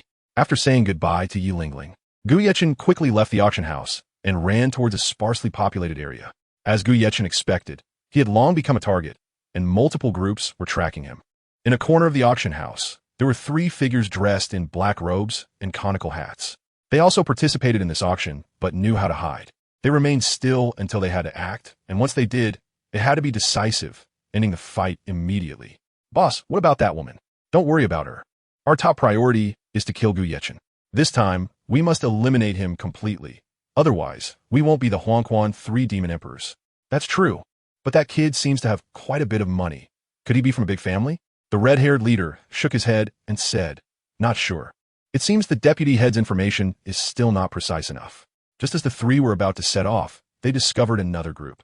The red-haired man blocked the yellow-haired and green-haired man with his arm and said, it seems that besides us, the Huangquan 3 demon emperors, this kid has offended other characters as well. The mantis stalks the cicada, unaware of the Oriole behind. Let's play the role of the Oriole this time, and let that Soul King check Gu Yechen's cards for us. The deaths of the Huangquan 4 devils were too suspicious. It definitely wasn't due to their carelessness, which only indicates this kid has some real skills. We shouldn't act rashly. Chapter 87. The mantis stalks the cicada after hearing the boss's words. The other 2 nodded. The Huangquan, three demon emperors, needed to thoroughly understand their opponent before acting. And the result of acting would be that the opponent would immediately meet the king of hell. As a hidden aureole, they would quietly follow the mantis. But little did they know what kind of extraordinary means this mantis possessed. Damn it, this kid runs pretty slick. A rugged man in a gray robe pursed his lips and looked in the direction Gu Yechen had left. It seemed that without using soul power, this kid could really get away. Master, what should we do? Do we need to use our martial souls? We can't keep up just by directly chasing him. The expression of the young man in green looked somewhat anxious. The one speaking was the first disciple of the Xianjian sect, already at the soul respect level, while the gray-robed man was the current sect leader of the Xianjian sect at the soul king level. This sect had only just been established not long ago and did not yet have an official sect address, mainly due to its insufficient fame and funding, leading to a lack of manpower. No rush, there are too many people here. There's no need to release our martial souls so openly. I want to see what tricks he can pull. The sect leader of Xianjian waved his hand and said, if he can do it, can't you? Get moving. Thus, the two from the Xianjian sect did not use soul power but continued to follow by running. When there were no people around, Gu Yechen finally stopped and slowly turned his head, saying, you really did follow me. Ha! The gray-robed man laughed and said, it seems you knew I would come looking for you. Are you planning to give up your escape and resign yourself to fate? Gu Yechen turned around and smiled. No, I don't accept fate. I just want you to see the malice of this world. The malice of the world? What do you mean? The gray-robed man's skin twitched involuntarily. He actually felt like this kid was lecturing him. Nothing much. Since you followed me here, if I'm not mistaken, you want to seize my possessions, right? To be honest, I've set my sights on your things too. The bracelet of life doesn't belong to you. Gu Yechen's only regret at the auction was that he couldn't buy the bracelet that Ling Ling liked the most.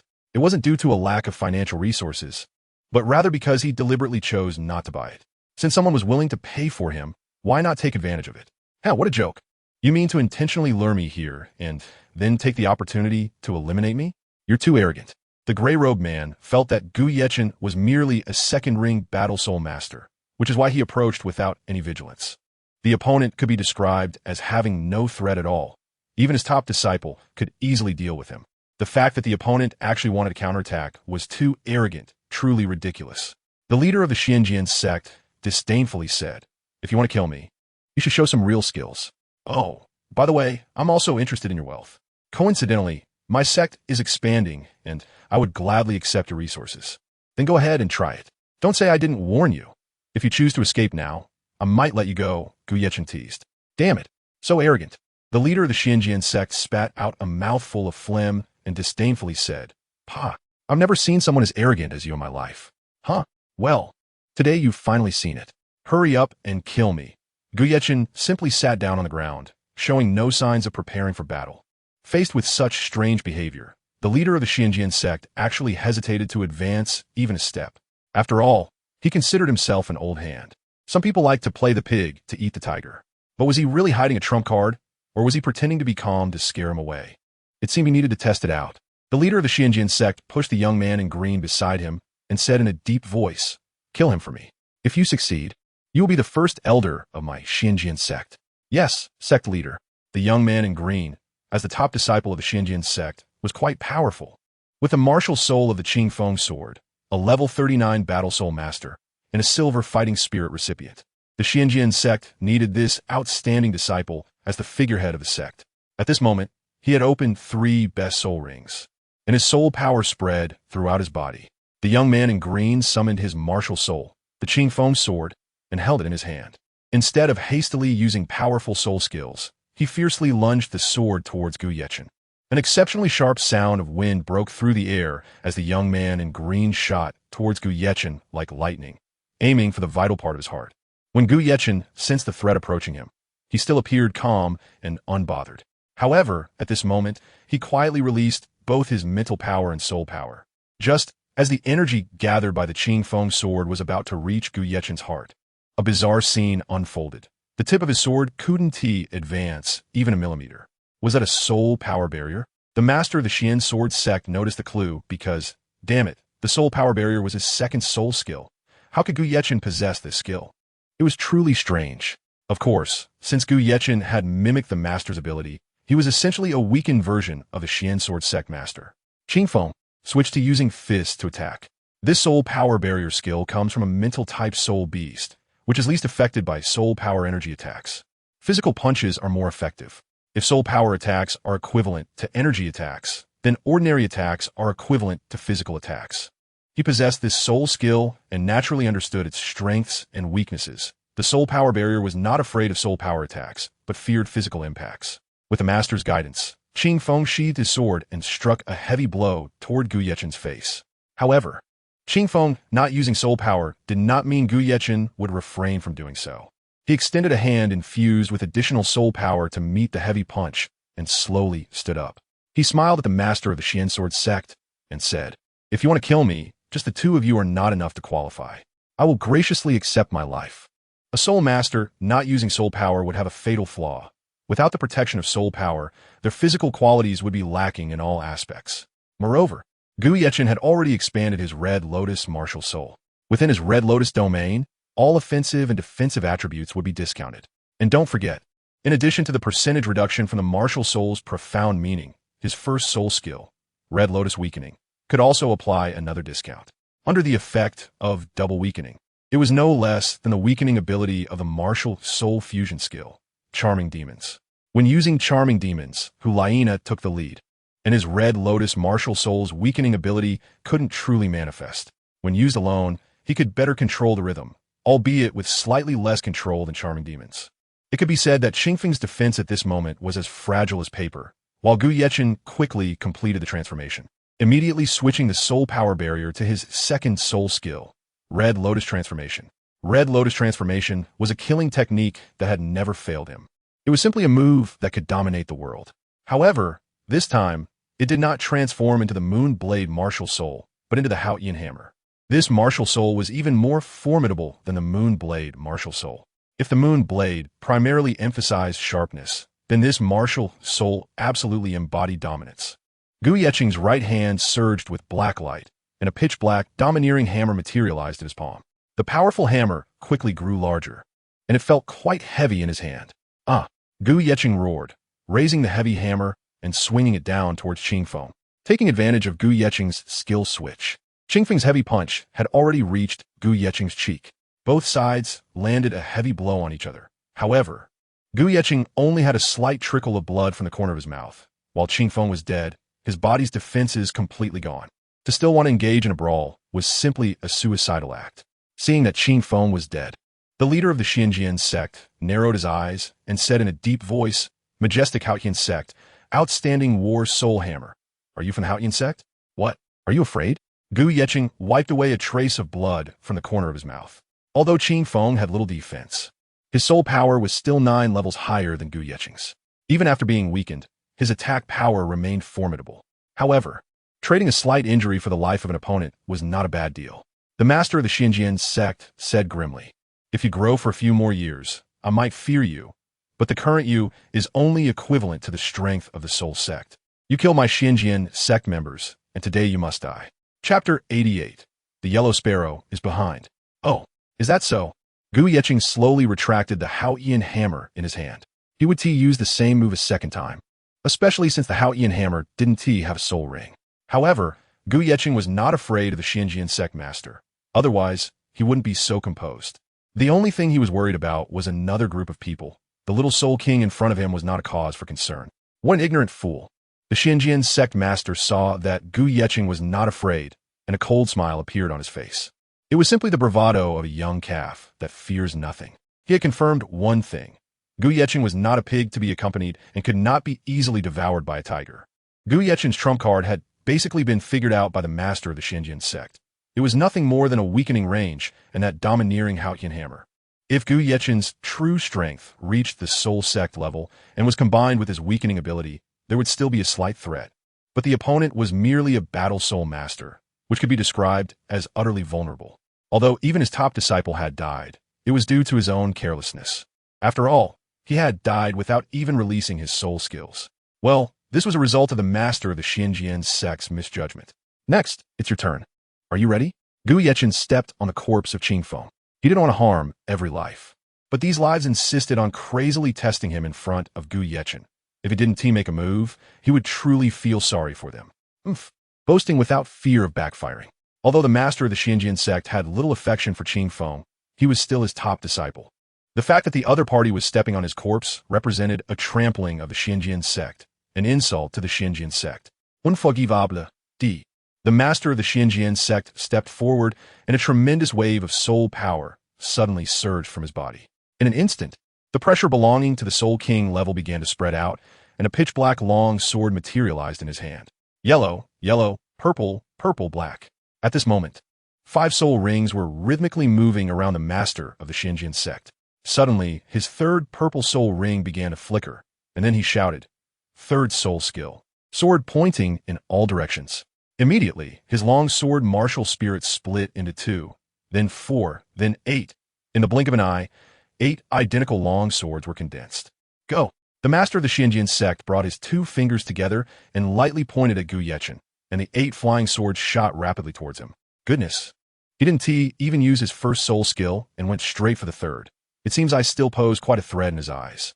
Gu Yechen himself didn't have many trump cards, so he could only continue to simulate the abilities of the Xianjian sect master. Gu Yechen has a soul power level of 30, which means he can mimic the first 3 soul ring skills of his opponent. This does not belong to Gu Yechen's soul ring skills, but rather falls within the realm of martial soul mysteries, as this is the imperial level martial soul mentioned by the flower goddess, which certainly is not just for show. The second soul skill of the Xianjian sect master, the soul power barrier, can still be mimicked by Gu Yechen. Ding, ding, ding, ding, ding, ding, ding, ding. The 8 flying swords all struck against the semicircular soul power barrier, producing a crisp metallic collision sound. Good boy. Using my soul skill to attack me indeed has some skill. If I'm not mistaken, this is not a soul skill, but a mental technique. Indeed, the soul ring skills of the Red Lotus martial soul consist of only 2, Red Lotus weakening and Red Lotus illusion. However, the mastery of the Red Lotus martial soul's mysteries involves a type of mental power with 4 functions: diffusion, mimicry, transfer, and red mist. Diffusion is a silent and subtle mental technique. Its release comes without any warning, and it is also the prototype of the Red Lotus domain. When Gu Yechen went to watch the match between the Royal Fighting Team and the Shrek 7 monsters, he had used it before, which caused all the monitoring and defense measures of the Grand Soul Arena to fail. Mimicry. This is a capability that operates further on the basis of diffusion, allowing one to replicate all non-weapon spirit abilities of an opponent up to their own level limit. Transfer. This allows one to transfer their abilities to others, but they must bear the shortcomings of the other party. During a previous assessment at the Royal Academy, he exchanged abilities with Jiao Ying, resulting in Jiao Ying becoming stronger while he ended up with a limp. Red Mist. This can be considered a concentration of diffusion ability, condensing dozens of kilometers of intangible soul power into over 20 meters of tangible soul power. Not only is it tangible, but it also has color, a red mist that is best used in conjunction with Huliana's spirit fusion technique. Even titled Douluos cannot see what happens within the red mist, and Gu Yechen can appear in any corner filled with a mist. Moreover, the range of this red mist corresponds to the range of life force he can sense when his spirit defect erupts each night. The master of the Xian Sword sect discovered that Gu Yechen's soul rings did not flicker, but he directly possessed soul skills, indicating that this must be within the realm of mental power. Gu Yechen said in a deep voice, "So what if it's mental power? As long as I can convert my mental power into my soul skills and soul power, I won't necessarily lose to you in a contest of soul power." The master of the Xianjian sect nodded. He didn't rush to attack, but instead summoned another blood-red giant sword from his soul guide device, standing it upright on the ground. When the blood-red giant sword pierced the ground, Gu Yechen's Red Lotus domain unexpectedly began to tremble involuntarily, as if it were being restrained, and the originally weakening ability felt completely ineffective against him. What is going on? Is it an illusion? Gu Yechen frowned slightly. His Red Lotus domain could even weaken tidal Douluo, so why was it suddenly ineffective? Could it be because of that blood-red giant sword? Hee, is it surprising? Seeing Gu Yechen's shocked expression, the Xianjian sect master chuckled softly. Your abilities truly astonish me. A mere great soul master not only possesses the power of a domain, but also has the ability of mental imitation. However, I'm afraid my sword is the nemesis of all spiritual powers, and your martial soul's essence will probably be unable to activate. Although I can't be certain if you are a disciple of the Haoyan sect, as long as I handle things cleanly, no one will know about it. What does it matter whether you are from the Haoyan sect or not? A dying person. Do they have any last words to leave behind? Gu Yeqing felt that his mental power was restricted, and naturally, the essence of his martial soul was rendered useless. Frowning, he curiously asked, "What is that red giant sword of yours?" The head of the Xinjiang sect looked at the red giant sword embedded in the ground and said, "Well, it's fine to tell you. After all, you're about to meet Yin Wang. This is the Domain Battle Heavenly Xian Sword, one of the top 10 soul guiding devices. And it is also the treasure of my Xinjiang sect. You should know that its master was once a god, and with the residual divine consciousness within this giant sword. Your so-called domain weakening ability is completely ineffective against me. Are you feeling that your domain power is gradually disappearing? Do you feel as if your mental power is being sealed? If so, you're right. Objectively speaking, the value of this soul guiding device surpasses that of 100,000-year soul bone. Fortunately, your strength is not strong. Otherwise, you might have turned the tables this time. Speaking of which, I do miss other top soul guiding devices. I wonder who currently possesses the South Seas Hanhai Qingquan Dome. Top soul guiding device? God-level soul guiding device. Gu Yeqing narrowed his eyes slightly. This was no longer something that a high-level soul guiding device could compare to, because it was something used by the gods, which could also be understood as a divine artifact. The flower god had mentioned that he also possessed a divine artifact, named the Soul Grant Seal, which could bestow others with flower-type martial souls in exchange for a certain price. Of course, the quality of the martial soul bestowed could not be too high, with the king level being the limit. If it were too high, like the emperor or sovereign level, one would have to endure the torment of endless night, and those with weak willpower would go completely insane. The ability of this blood-red giant sword could actually rival that of the flower god's Soul Grant Seal. His mental strength was sealed, so it seemed he could only rely on his soul power, but he was only at the 30th level. How could he contend with a soul king above the 50th level? At this moment, Gu Yeqing truly felt the danger from the opponent, but he was not afraid because, friends in the dark night, hurry and reveal yourselves. Gu Yeqing looked towards the dark corner beside him and said loudly, "Stop hiding. You don't want the god-level soul guiding device? What? There are others hiding here?" At this moment, the master of Xinjiang's sect became uneasy. Although his soul power was stronger than Gu Yeqing's, his mental strength was not, so he had not detected the presence of others. Damn it. Chapter 89. Driving the Tiger and Swallowing the Wolf. Kid, don't fool me. How could there possibly be others here? The master of Xinjiang's sect didn't believe it was true. Maybe he was just trying to scare him and then planned to escape. Absolutely not happening. However, the direction Gu Yeqing was looking at indeed had someone present, and their strength was above that of a soul king. Gu Yeqing didn't want to escape. He aimed to use the strategy of luring the tiger away from its den to first deal with the master of the Xinjiang sect, and then find another way to handle this tiger. "Brother, has this guy already noticed us?" the green-haired man asked. The red-haired man waved his hand. "That's impossible. With this item given by the deputy sect master, even if we shouted, he wouldn't be able to hear or notice us." "Then what is going on?" "He clearly just looked in our direction," the yellow-haired man said, also very puzzled. Indeed, the item they were using was called the Hanhai Qingquan Shield. Although it was just a replica made by the Lord of the Yellow Springs, it had great utility in concealing their presence. For top assassins like them, it was a treasure useful for both assassination and escape. The red-haired man's mouth began to twitch involuntarily, and after a moment, he said, "There is only one other possibility. There are others behind us." "What? Is that person's strength greater than ours, so we couldn't detect their presence? But how did this kid notice?" The three demons of the Yellow Springs were now at a loss for words to express their shock. If it weren't for the treasure given by the deputy sect master, they would have been exposed. As expected, their guess was correct. There was indeed another person behind them. And that person was the elder Yulomien of the blue electric Tyrannosaurus family. Yulomien stood with his hands behind his back, lightly tapping the ground with his toes, and appeared within the line of sight of Gu Yeqing and the master of the Xinjiang sect. Yulomien first glanced at the blood-red giant sword embedded in the ground, then looked at Gu Yeqing and asked, "How did you discover me?" Gu Yeqing innocently shrugged his shoulders and said, "I said it's all just a guess based on feelings." Would you believe that? After Gu Yeqing's martial spirit spread out, he could indeed sense the positions of others. However, if the opponent's mental strength was clearly stronger than his own, there would still be loopholes, and he would not be able to detect their presence. However, Gu Yeqing had another ability, which could be better described as a sixth sense. He could feel that something was off in that place, indicating that someone was present. This ability was closely related to his collaborative training with Li Yi. Every night, his five senses would disappear, and he could only rely on his sixth and seventh senses to determine how to handle things. Gradually, the sixth sense had become an unconscious ability of his, while the seventh sense would only occasionally manifest in the endless darkness. He guessing? That's right. It's understandable that I was a bit wary when I asked so openly at the auction which family you belong to. Yulo thought that Gu Yecheng was just a blind cat stumbling upon a dead mouse, and then he proudly raised his neck and said lightly, "It seems I came here correctly this time." Originally, he wanted to see what confidence this kid had to dare to compete with him for the finale, wondering if he had some special background or possessed some treasure. Unexpectedly, apart from your financial power, he encountered something even better here.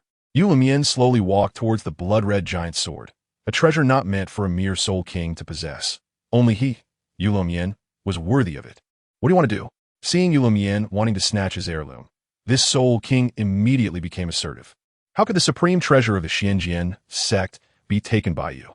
However, with just a glance, Yulo sent this soul king flying, and he landed heavily on the ground. Gu Yecheng knew that the gaze was a shock skill attached to his soul bone. Yulo drew the giant sword, examined it carefully in his hand, and silently nodded. Indeed, it is the domain battle heavenly mysterious sword, one of the top 10 soul guide devices. The ancient text recorded that each of the top 10 soul guide devices has a specific ability. This red heavy sword, named Domain Battle Heavenly Mysterious Sword, can be used in combat, and its function is naturally to seal others' spiritual power, indirectly preventing the opponent's domain power from being exerted. Then, Yulo looked at the disheveled master of the Xianjian sect and asked in a deep voice, "Just now, I seem to hear you mention the Xianjian sect. Is it the renowned first sect of the continent from 10,000 years ago?" "That's right. You better quickly return our Xianjian sect's treasure." The master of the Xianjian sect looked fearless, daring to bargain with the soul Douluo. Has the once renowned Xianjian sect of the continent fallen to this state? As a member of the blue electric Tyrannosaurus family, Yulo naturally knew the history recorded in ancient texts. The Xianjian sect once produced an astonishing talent whose fighting style was extremely simple. No one at the same level could withstand 3 moves against him. 10,000 years ago, it was because he became a war god that the Xianjian sect secured the title of the first sect on Douluo continent. Every 10,000 years, the situation on the continent changes, whether it be royal successions or sect rankings. Nothing is eternal.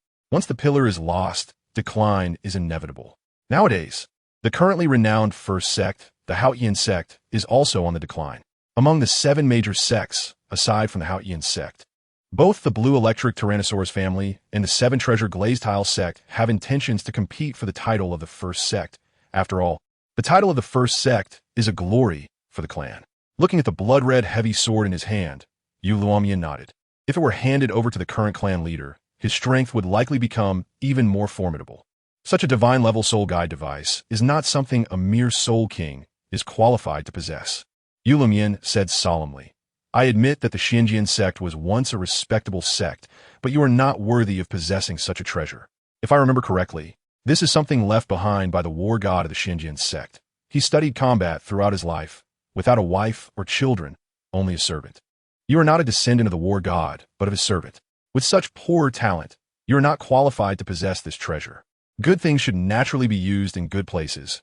My blue electric Tyrannosaurus family will take it. You might as well commit suicide. I will leave you a whole corpse. Don't force me to take action." Seeing Yulo being so domineering, the master of the Xianjian sect roared fiercely, "Good blue electric Tyrannosaurus family. Even if I am the descendant of a servant, it is still our Xianjian sect's possession. Why do you have to come and snatch it? What right?" Truly foolish. Yulo looked at Gu Yecheng and said, "Kid, you are much smarter than him. Come tell him what right I have to come and snatch it." Gu Yecheng disdainfully said, "Xianjian sect master, I see you're getting old and confused. You can come and snatch my things, but you won't allow others to take your things? What kind of logic is that? You really have no self-awareness. When you come out to mix in this world, you have to pay the price. If you don't have strength, then don't engage in such domineering acts." Yulo smiled lightly. "Did you hear that? In this world where the strong are respected, if you don't have strength, don't think about robbing others' possessions. Because not only will you end up with nothing, but you might also lose your own treasures. Or even your life." The Xianjian sect master gritted his teeth as he looked at Gu Yecheng. This damn guy actually wanted to use him as a pawn to kill. He not only caused Qingfeng's death, but now he even wanted to kill him and let others take the sect's treasure. His sins were unforgivable. With a sudden determination, the Xinjian sect master became respectful towards Luomian and said, "My lord orders me to commit suicide and hand over the treasure. I have nothing to say. But I have one request, and I hope my lord will agree to it. Otherwise, I will die with regrets." Luomian replied indifferently, "Speak, what is your request? Although my blue electric Tyrannosaurus family is domineering, we have always valued righteousness. Since we have accepted your gift, I will certainly fulfill it as long as I can." The Xinjian sect master stared fiercely at Gu Yechen. "Lord Luomian, please kill him for me." Chapter 90. Ruler of the Night. Luomian smiled and looked at Gu Yechen, asking, "He wants me to kill you. Do you have anything to say?" Gu Yechen cursed inwardly, thinking that the master of the Xinjian sect was indeed ruthless, wanting to drag him down even in death. However, Gu Yechen was not afraid of the jade Luomian in front of him. He just needed to buy some time. As long as he reached midnight, he would be the master of the night. If the other party dared to make a move against him, he would ensure that they would regret it. Gu Yechen pretended to be very afraid of the other party, taking a step back and his body trembling slightly. "Lord Luomian is a well-known figure today. I believe you wouldn't really take my life just because I contradicted you. If you're willing to spare me, I'm willing to give you all my wealth." After saying this, Gu Yechen took out a red gold card worth 10 million from his soul guide device and held it in his hand. Upon seeing that the other party actually possessed such wealth, the elders of the blue electric Tyrannosaurus family became uneasy. Although their family's wealth exceeded 100 million, Luomian himself only had a few million. To be honest, his wealth couldn't even buy a decent soul bone. Fortunately, Luomian got lucky and obtained a 30,000-year-old soul bone when he was acquiring his soul ring. Luomian extended his hand, eagerly saying, "If you hand it over to me, I will let you go immediately." "Lord Luomian, you can't do this." The master of the Xinjian sect, seeing that Luomian wanted to spare Gu Yechen, immediately panicked. Annoying flies, so much nonsense. Luomian used his head soul bone, and with a single glance, directly pierced through the heart of the Xinjian sect master. If the Xinjian sect master had used his soul power to protect himself, he wouldn't have died. At most, he would have been knocked back. However, he had already resigned himself, completely withdrawing his soul power and preparing to commit suicide, only to find that the other party was going back on their word. At this moment, the Xinjian sect master couldn't speak, spitting blood foam from his mouth. Pointing at Luomian, before collapsing to the ground with a thud, his life force rapidly dissipating. Seeing that the Xinjian sect master was almost dead, Luomian then said, "Quickly hand over that red gold card, and I promise to let you leave here." Gu Yechen shook his head and said, "I don't trust you. I need to wait a little longer before I can hand over this red gold card to you completely."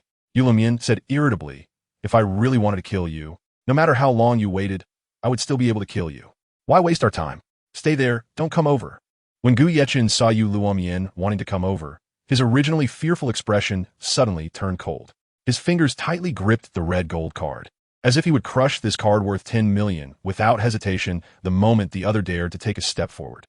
Luomian was truly defeated by Gu Yechen and had to hurriedly stop his advancing steps.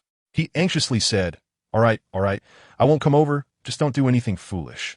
This 10 million gold soul coins are equivalent to decades of our blue electric Tyrannosaurus family's earnings. We can't let it be destroyed." Indeed, aside from the Xinjian sect master, Luomian had also set his sights on Gu Yechen's wealth. Gu Yechen thought to himself that even if he really handed the red gold card to Luomian, he might not necessarily let him go.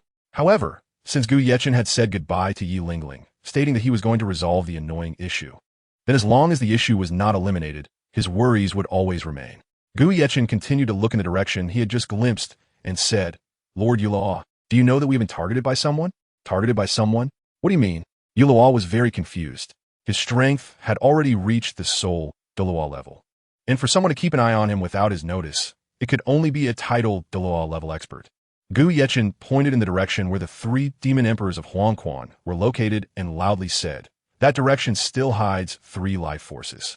Ever since I left the auction house, they have been following me, so they must not be beasts or soul beasts, but 3 people. 3 people? Luomian first looked in that direction with confusion, then turned to Gu Yechen. If he was deceiving him and causing him to worry, that wouldn't be a clever tactic. If what he said was true, then it wasn't a coincidence that he discovered it, but rather a kind of ability, a special ability that even he couldn't achieve. Seeing Luomian in a daze, Gu Yechen smiled and said, "How about we make a bet? If there is no one there, I will immediately hand over the red gold card. If there are people there, you help me deal with them. Don't worry, they're not titled Douluo." A flicker of gloom flashed in Yu Luomian's eyes. This kid was so sure that there were people in that direction, and he even knew their strength. If this were true, he couldn't let this kid live. He was someone who could disturb people's peace. However, it was better to first confirm whether what this kid said was true or not. Yu Luomian summoned his blue lightning Tyrannosaurus Rex martial soul, and then used the martial soul's essence to fly into the air, lightly tapping his toes to hover in midair. He shouted angrily at the ground, "I don't know which little thieves dare to hide here. Come out immediately. I have ways to find you." Seeing Yu Luomian furious, the 3 demon emperors of Huangquan immediately showed panic. If this soul Douluo made a move, there would be no match for him. "Big brother, what should we do?" In the imitation of the Hanhai Qian Kuan shield, the faces of the 3 were unusually solemn. Since they started their assassination mission, it was the first time they had been discovered. A killer who cannot hide, or is discovered, will greatly diminish their strength. Don't panic. He doesn't know where we are. He might just be trying to scare us. We shouldn't fall for his trick. Let him shout all he wants. The red-haired man constantly reassured his brothers.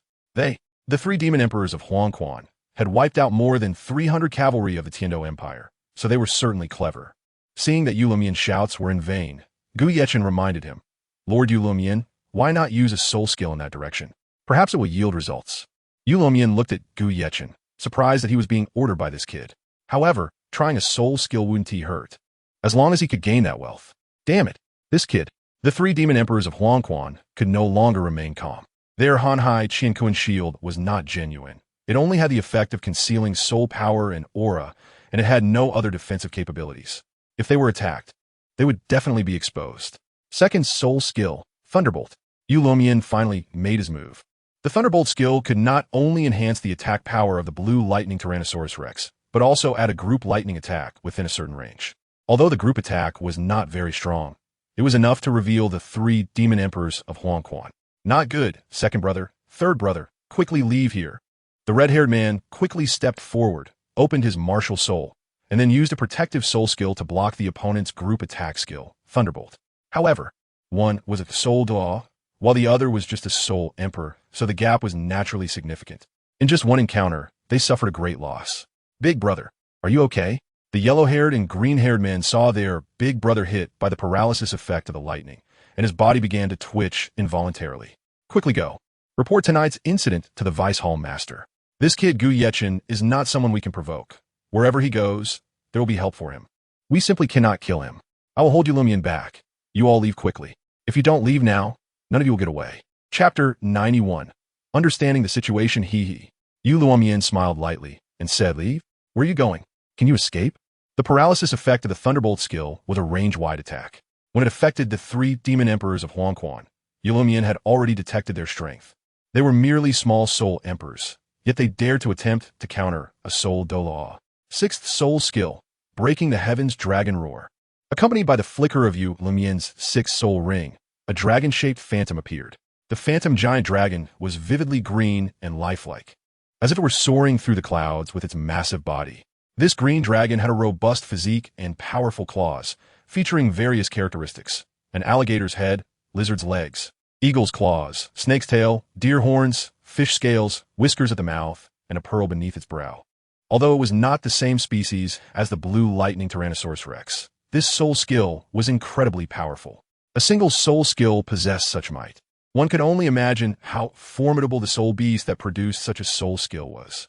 With a roar, the green dragon unleashed a series of piercing sound waves that rapidly rippled outwards, in the direction where the 3 demon emperors of Huangquan were located.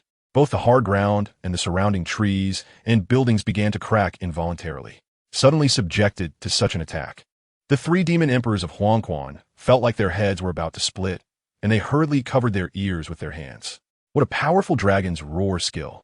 Gu Yechen was not within the attack range of Yu Luomian, but his eardrums still buzzed. It was feared that the dragon-shaped soul beast hunted by Yu Luomian was an ancient exotic species similar to the Titan giant ape. The years might differ slightly, but its power was still formidable, coupled with the blue electric Tyrannosaurus Rex martial soul. The might of the dual dragons was indeed worthy of being called the strongest beast martial soul of today. About a minute after the dragon's roar sounded, the 3 Huangquan demon emperors were bleeding from all 7 orifices, their faces twisted in agony, looking very frightening. Although they were not completely dead, they were paralyzed on the ground, unable to move. A soul master at the Soul Douluo level could easily handle 3 mere soul emperors without even needing to use his martial soul's true form. First soul skill, Thunder Dragon Claw. With a casual grab, Yu Lumian's enormous dragon claw seized the Huangquan 3 demon emperors and threw them onto the ground where Gu Yechen stood, saying lightly, "I've left them with one last breath. You can deal with them yourself. Just now you meant what you said, right? Hand over that red gold card to me immediately." Looking at the barely alive Huangquan 3 demons on the ground, Gu Yechen did not immediately hand over the red gold card. What if Yu Lumian went back on his word? It seemed he still needed to buy some time. Waving his hand, Gu Yechen replied, "I want to ask about their identities. Please don't rush, Your Excellency." Gu Yechen kicked the paralyzed, red-haired man on the ground and asked, "If I'm not mistaken, you should be from the Huangquan Pavilion, right?" The red-haired man did not answer, only gasping for breath, as his internal organs felt like they were about to shatter from the shockwave skill. Gu Yechen crouched down to examine the concave chest of the red-haired man, whose internal organs had all been compressed and deformed. The sound wave skill of the Jade Crown was indeed formidable. Gu Yechen had to make him able to speak, otherwise he wouldn't be able to extract useful information about the Huangquan Pavilion. He slowly brought his palm closer to the red-haired man with blood flowing from 7 holes. And then Gu Yechen silently chanted, "Withered trees meet spring for 30,000 miles, flourishing and thriving fall from the 9 heavens. Open for me." Clearly, Gu Yechen was using his self-created soul technique, Nirvana Heart Path.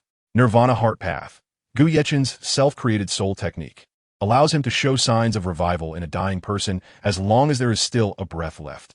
The red-haired man's eyes were closed for a moment, but suddenly they snapped open. He felt as if he had gone to a very strange place, although it was dark as ink there. It allowed him to see the light of survival. The healing time was very short, so he couldn't fully regain his mobility, but he could still manage to speak. Looking at Gu Yechen, the red-haired man slowly said, "Is it you who saved me? Didn't you want to kill us?" Gu Yechen waved his hand and said, "We have no grudges or enmity. Why would I want to kill you? Killing you is just for my self-preservation. However, I've suddenly changed my mind. As long as you tell me information about the Huangquan Pavilion, I can spare your life. How about this deal?" Gu Yechen knew that the 3 guys in front of him were just medium-level characters from the Yellow Springs Pavilion, and there were definitely other unknown figures behind them. If the roots of the weeds are not removed, there will be endless troubles. He and Lingling would never have a peaceful day. The man in red hesitated for a moment, then said, "You save my other 2 brothers first." "No problem." Gu Yechen also used the Nirvana Heart technique to treat Huang Mao and Lu Mao, although it only took a few minutes. Gu Yechen's self-created soul technique was not inferior to Yi Lingling's group healing. While Lingling could only treat external injuries, Gu Yechen could heal both external and internal injuries.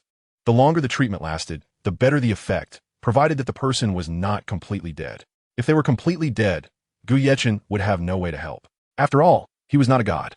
Seeing Huang Mao and Lu Mao recover, the red-haired man's attitude softened a bit, and he said lightly, "When we joined the Huangquan Pavilion, we made a vow that as long as the Huangquan Pavilion could pay the monthly salary on time, we would pledge our loyalty to Huangquan. Therefore, there are too many things I cannot disclose. Since you saved the 3 of us, I can make an exception to answer one question for you. What is it that you most want to know? Go ahead and ask." Gu Yechen's eyes narrowed slightly. Their mouths were quite tight, which was interesting. "I want to know the exact address of your Huangquan Pavilion. How do I find it?" Gu Yechen directly pointed at the vital spot to inquire. The red-haired man shook his head. "Please, sir, ask another question. We do not know where Huangquan Pavilion is. We usually stay in the branch that keeps a low profile and are unaware of the location of the main pavilion. When we have tasks to execute, it is always the deputy pavilion master who comes to notify us, so we truly cannot answer your question about where Huangquan Pavilion is." Gu Yechen frowned.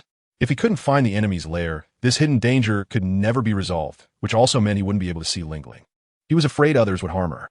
Therefore, Gu Yechen decided to change his question to understand the Huangquan Pavilion. "Since you are not people trained by Huangquan Pavilion, may I ask why you all chose to join in the first place? As outlaws, there shouldn't be a reason to fear death, right?" Hearing Gu Yechen say they feared death was nothing short of a disrespect to the 3 demon emperors of Huangquan Pavilion. The red-haired man suddenly calmed down, struggling to support his body and want to get up. After a moment, he said, "The 3 of us are not afraid of death, but we are very afraid of being poor. Without money, we would go crazy." It was clear that they joined Huangquan Pavilion for money, with no relation to loyalty. Gu Yechen said irritably, "If you all die, what's the point of making so much money?" The red-haired man explained, "You don't understand. Although we can't take money with us when we die, in special circumstances, we can take it away. Money is our second life, and we cherish it just the same. Special circumstances? What special circumstances? Gu Yechen became more and more confused as he listened. With people dead, how could their property be taken away? Is this considered the second question, Your Excellency? The red-haired man didn't want to answer this question anymore. He had already explained why he joined the Huangquan Pavilion in the first place. Gu Yechen said nothing and directly took out a black gold card with a value of 100,000. The implication was that didn't you just say that money could change your attitude? So continue answering. Chapter 92. The Order of the Lord of the Underworld. Sure enough, the red-haired man took the gold card and unceremoniously accepted it, then said, to answer this question, the special condition is that as long as one becomes a believer of the death god, this can be realized. The three demons of the underworld earn so much money in the human world, and after death, the death god will compensate us according to the original amount. Moreover, the more money one accumulates in life, the higher the official position one will hold after death. Money can make ghosts do work. This saying was left by the death god back in the day, and has also been a tradition of our underworld pavilion for many years. Yuluomian couldn't help but laugh out loud. So, your nickname is something like demons and monsters? As for the death god, I have never heard of such a deity. It's simply nonsense. Yuluomian was clearly getting a bit impatient, and said to Gu Yechen, Kid, stop wasting time, my patience is limited. The underworld pavilion is just a small force, far inferior to our blue electric Tyrannosaurus family. How could there be any deities? They're just looking for excuses to kill innocents indiscriminately. Although I, Yuluomian, am not a virtuous person, I only kill soul masters, not ordinary people. But the underworld pavilion never cares about this. They only recognize money. As long as you give them money, they won't spare ordinary women and children. So, you can trust me on this. Don't ask those useless things. Whatever you want to know, I can tell you. Hurry up and hand over the red gold card. Gu Yechen smiled lightly and said slowly, I don't think so. I believe what he said. Money can indeed make the devil push a millstone. Your actions are just a verification of that saying. Otherwise, why would you follow me? Yu Lumian's expression became cold, and he said in a deep voice, You're just quibbling. Do you want to go back on what you just said? Gu Yechen smiled slightly and said, Of course I keep my word. I promised to give you the gold card, but I never promised not to kill you. Since you are already a dead man, why should I go through the extra trouble of handing over the red gold card?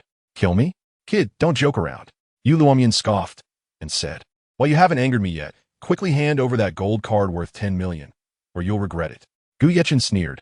Compared to your so-called principle of only killing soul masters and sparing ordinary people, I find the killers of the Yellow Springs Pavilion to be more genuine.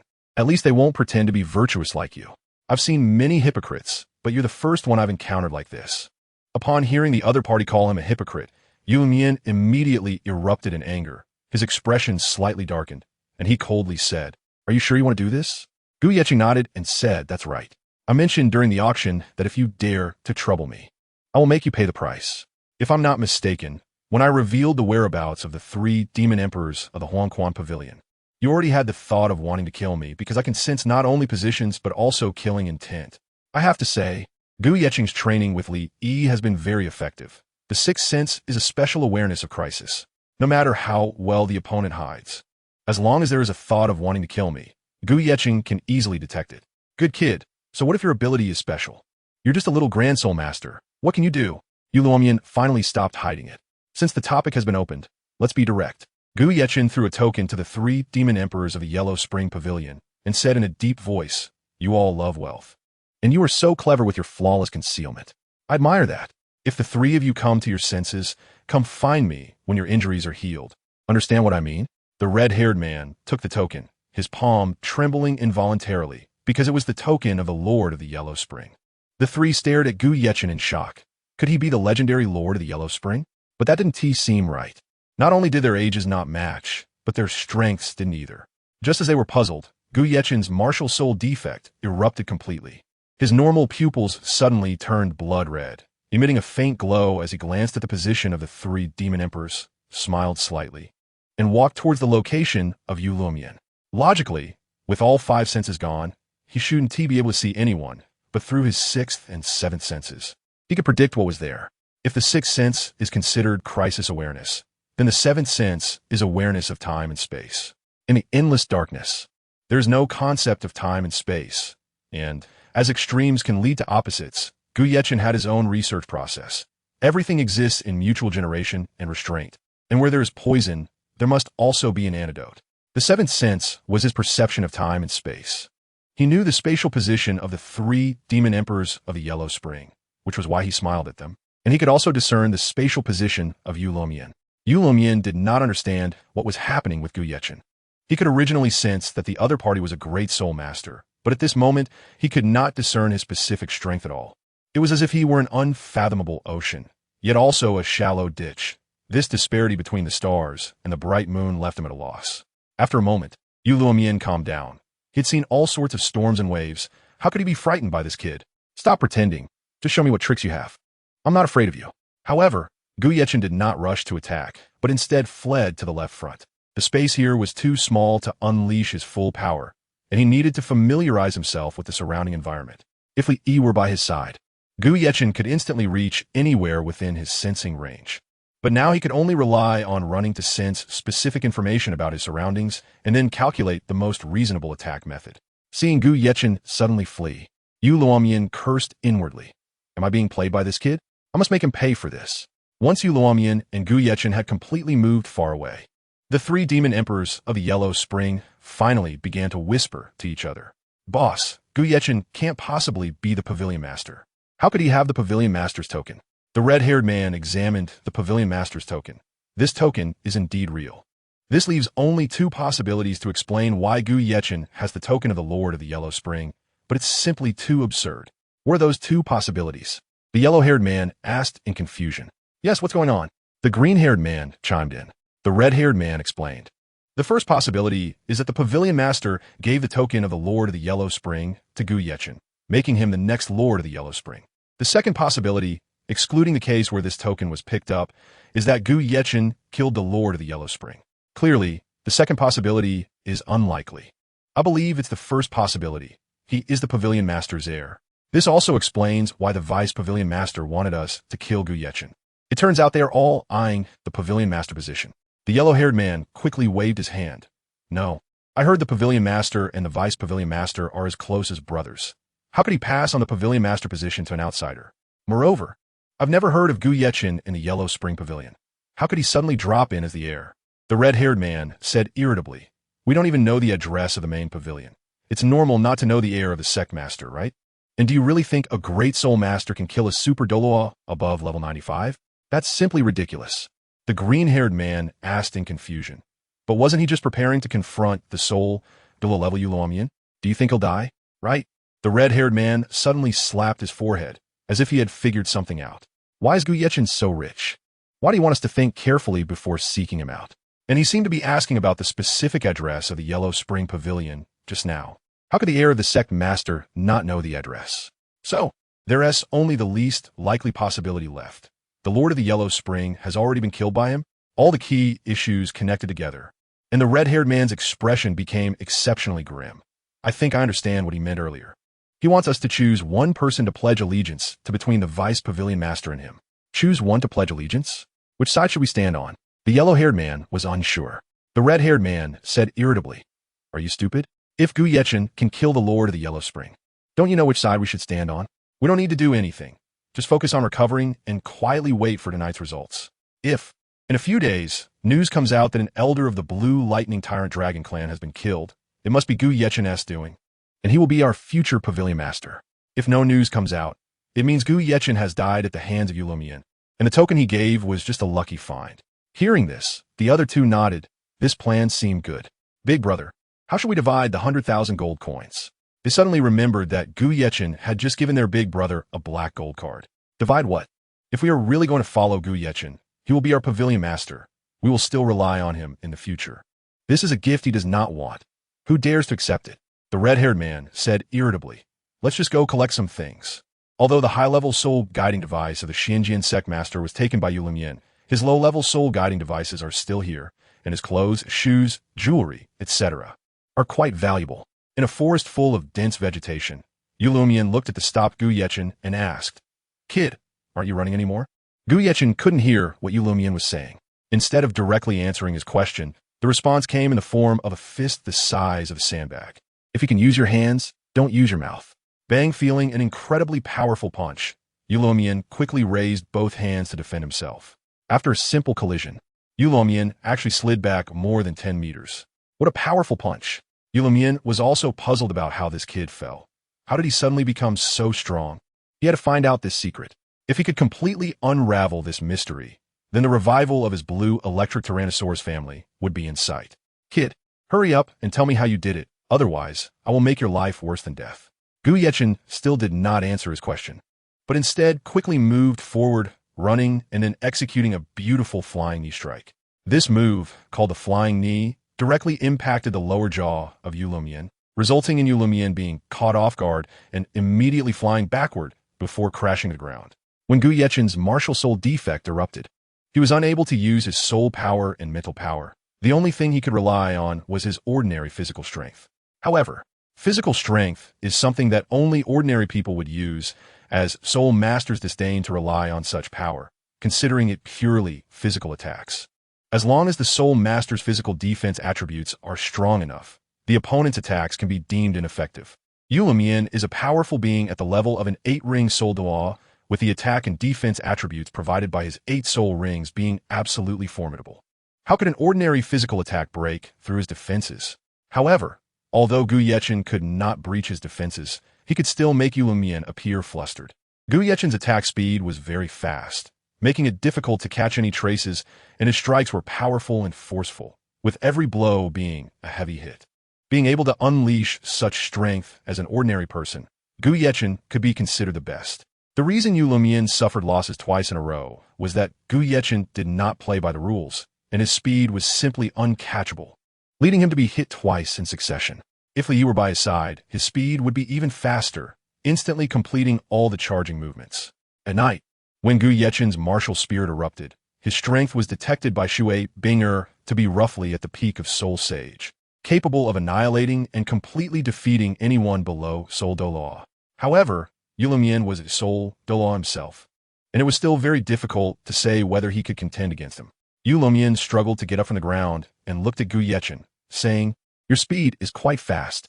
I accidentally gave you an opportunity to attack, but now I've figured out your ability." At that moment, Yu Luomian finally understood why Gu Yechen gave off an unfathomable feeling. It was because he currently had no soul power at all, so of course, he couldn't see through anything. The opponent's strength was unfathomable, and he was merely scaring himself. However, how could an ordinary person's power be so strong? It didn't make sense. There must be something odd about it. While Yu Luomian was pondering, Gu Yechen threw another heavy punch towards him, but this punch was caught single-handedly by Yu Luomian. Bang! A sound of impact resonated from the palm of Yu Luomian, and he stood firmly in place, as if he were an unmovable mountain. "Kid, I've got you." Obviously, Yu Luomian had activated the power of his head soul bone.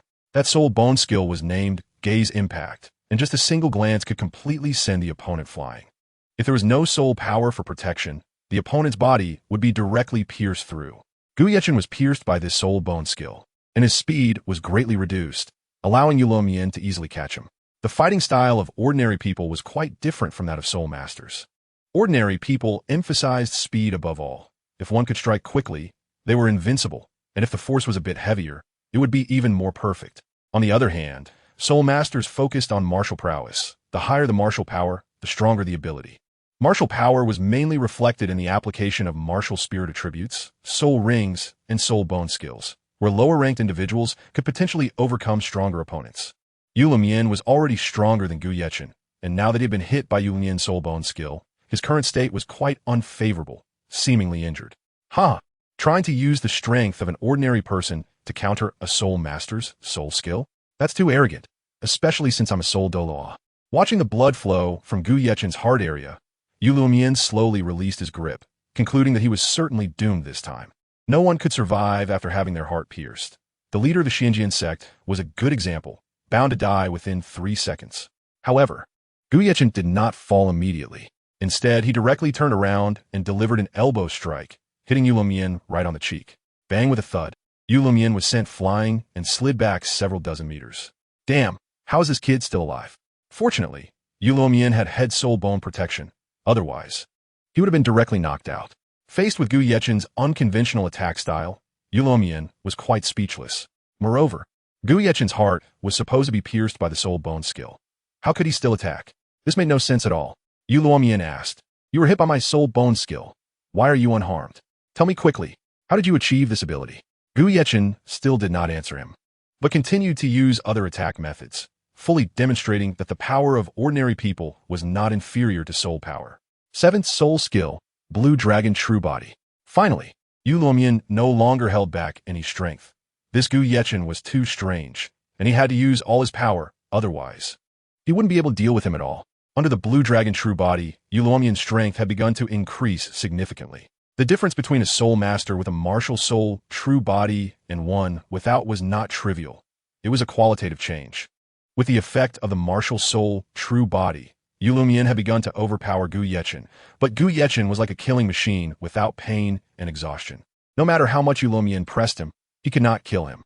Grabbing Gu Yechen by the neck and lifting him high, he asked in confusion, "Stop pretending to be deaf and mute. Quickly answer me. What exactly is this ability of yours?" Gu Yechen's vitality is as tenacious as that of a cockroach. No matter how hard he is hit, he cannot be killed. Even with a pierced heart, he remains unscathed. Which makes Yu Luomian doubt whether he is a deity, as this is truly bizarre. If you don't answer me soon, I will separate your head from your body. Without a head, let's see if you can still survive this time. Gu Yechen's crimson eyes flickered slightly, and he finally spoke. I have sworn that no one can lock my fate's throat again, including you. Flower Goddess, come out. I agree to your earlier request. Kill him for me. Chapter 94. 3 conditions. The reason Gu Yechen spoke this way was because a few minutes ago, he had encountered the flower god in the Sea of Souls, or rather, he had given up resisting a few moments before. A few minutes ago, in the endless darkness, there was nothing, only a few twinkling stars in the sky, each star representing a life force. The brightest star represented the jade crown, while the other small dots represented snakes, insects, mice, and ants. Gu Yechen now has his own thoughts and no longer attacks recklessly. His primary target is naturally the brightest star. He can pluck the stars. This is how Li Yi describes his young master, because Gu Yechen can determine whether that star is eternal or will fall. However, it seems that Gu Yechen has encountered a very difficult star to pluck for the first time, and this star has also severely injured him. Gu Yechen felt no pain, but a sense of helplessness arose within him. The jade crown was too powerful. Outside, Gu Yechen's body was struck again and again, his broken form teetering on the brink of collapse. In the darkness, Gu Yechen also showed a pale complexion, as if he had fallen seriously ill. Flower God, I know you are hiding in this darkness. Come out, and let us have a good talk. Suddenly, Gu Yechen began to shout into the endless night. Ever since Gu Yechen found the Lord of the Yellow Springs token, he knew that the flower god was hiding within him, and only he could survive after causing such terrifying power. Who else but the flower god? But later, after much contemplation, he still didn't know where exactly she was hiding. Now, he finally understood that she was concealed within this darkness. The so-called defect of the martial soul was merely her lie. She used the night to erode his strong will, thereby helping him achieve his goal of restoring his divine status. Moreover, Gu Yechen had previously harbored a doubt. He had once committed suicide to save Jiuying, but miraculously, his body had fully recovered the next day, as if nothing had happened. Just now, his heart was also pierced, yet he still did not die. In summary, Gu Yechen in the Z-hour state was immortal. Only a god could be undying and indestructible, and since this darkness was granted by the flower god's martial soul, Gu Yechen was certain that the flower god was hiding here. Come out, you deceive me. Gu Yechen roared into the dark night. Hell, why are you so angry? Suddenly, a cheerful voice rang out.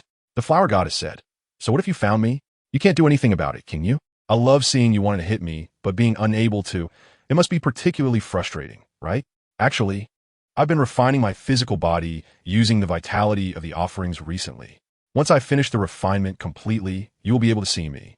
Moreover, during the midnight hour, you are immortal.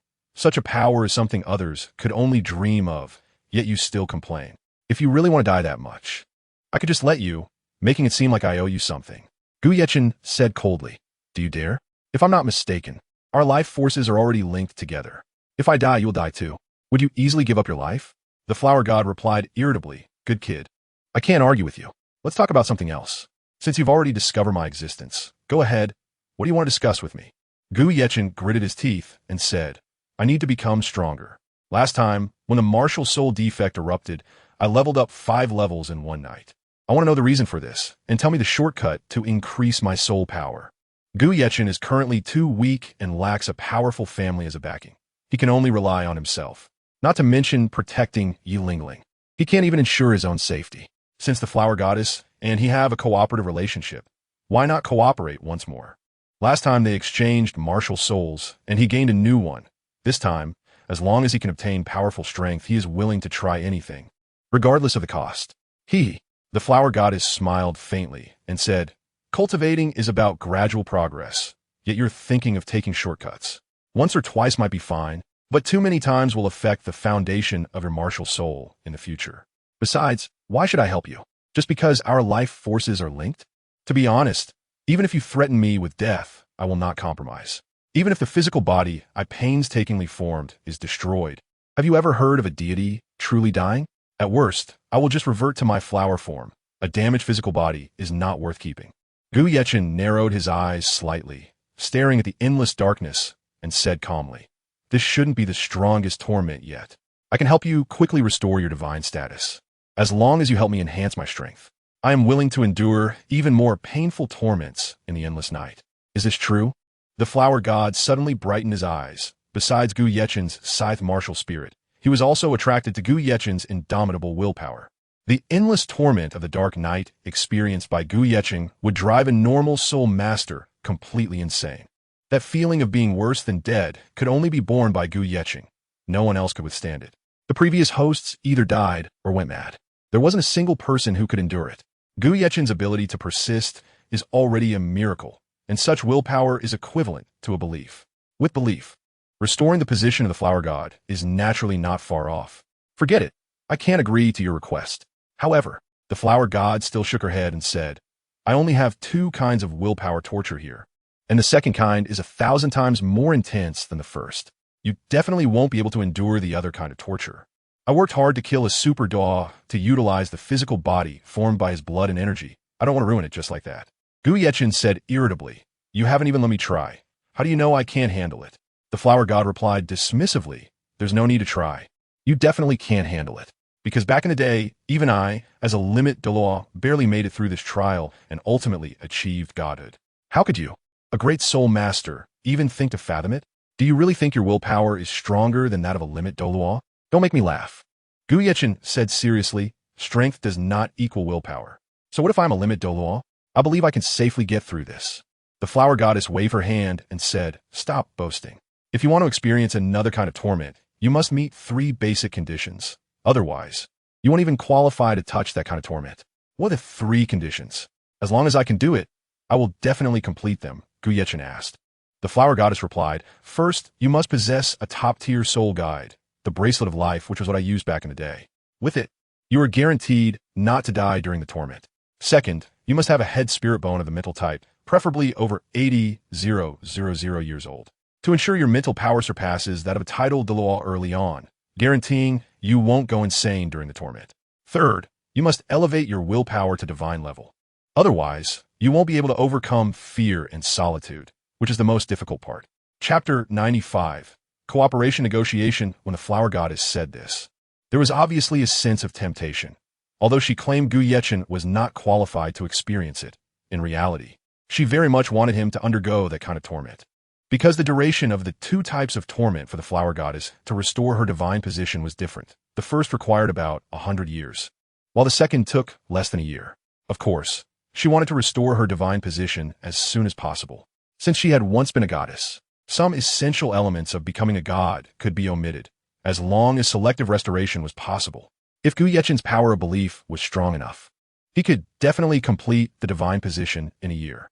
However, Gu Yechen was too weak, and he did not possess any of these 3 conditions, nor did he know when he would be able to gather them, unless under certain circumstances.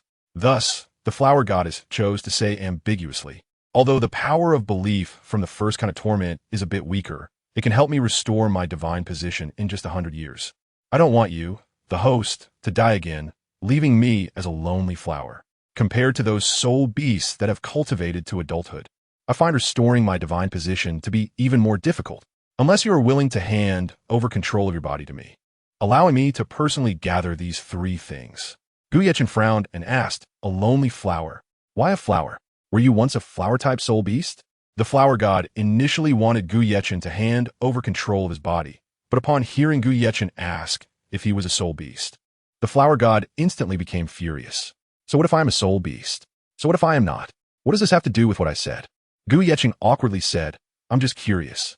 The flower goddess was truly about to be defeated by Gu Yechen and questioned, can't you understand the main point of what I'm saying? I'm discussing the issue of whether it's a soul beast or not. Gu Yechen shrugged.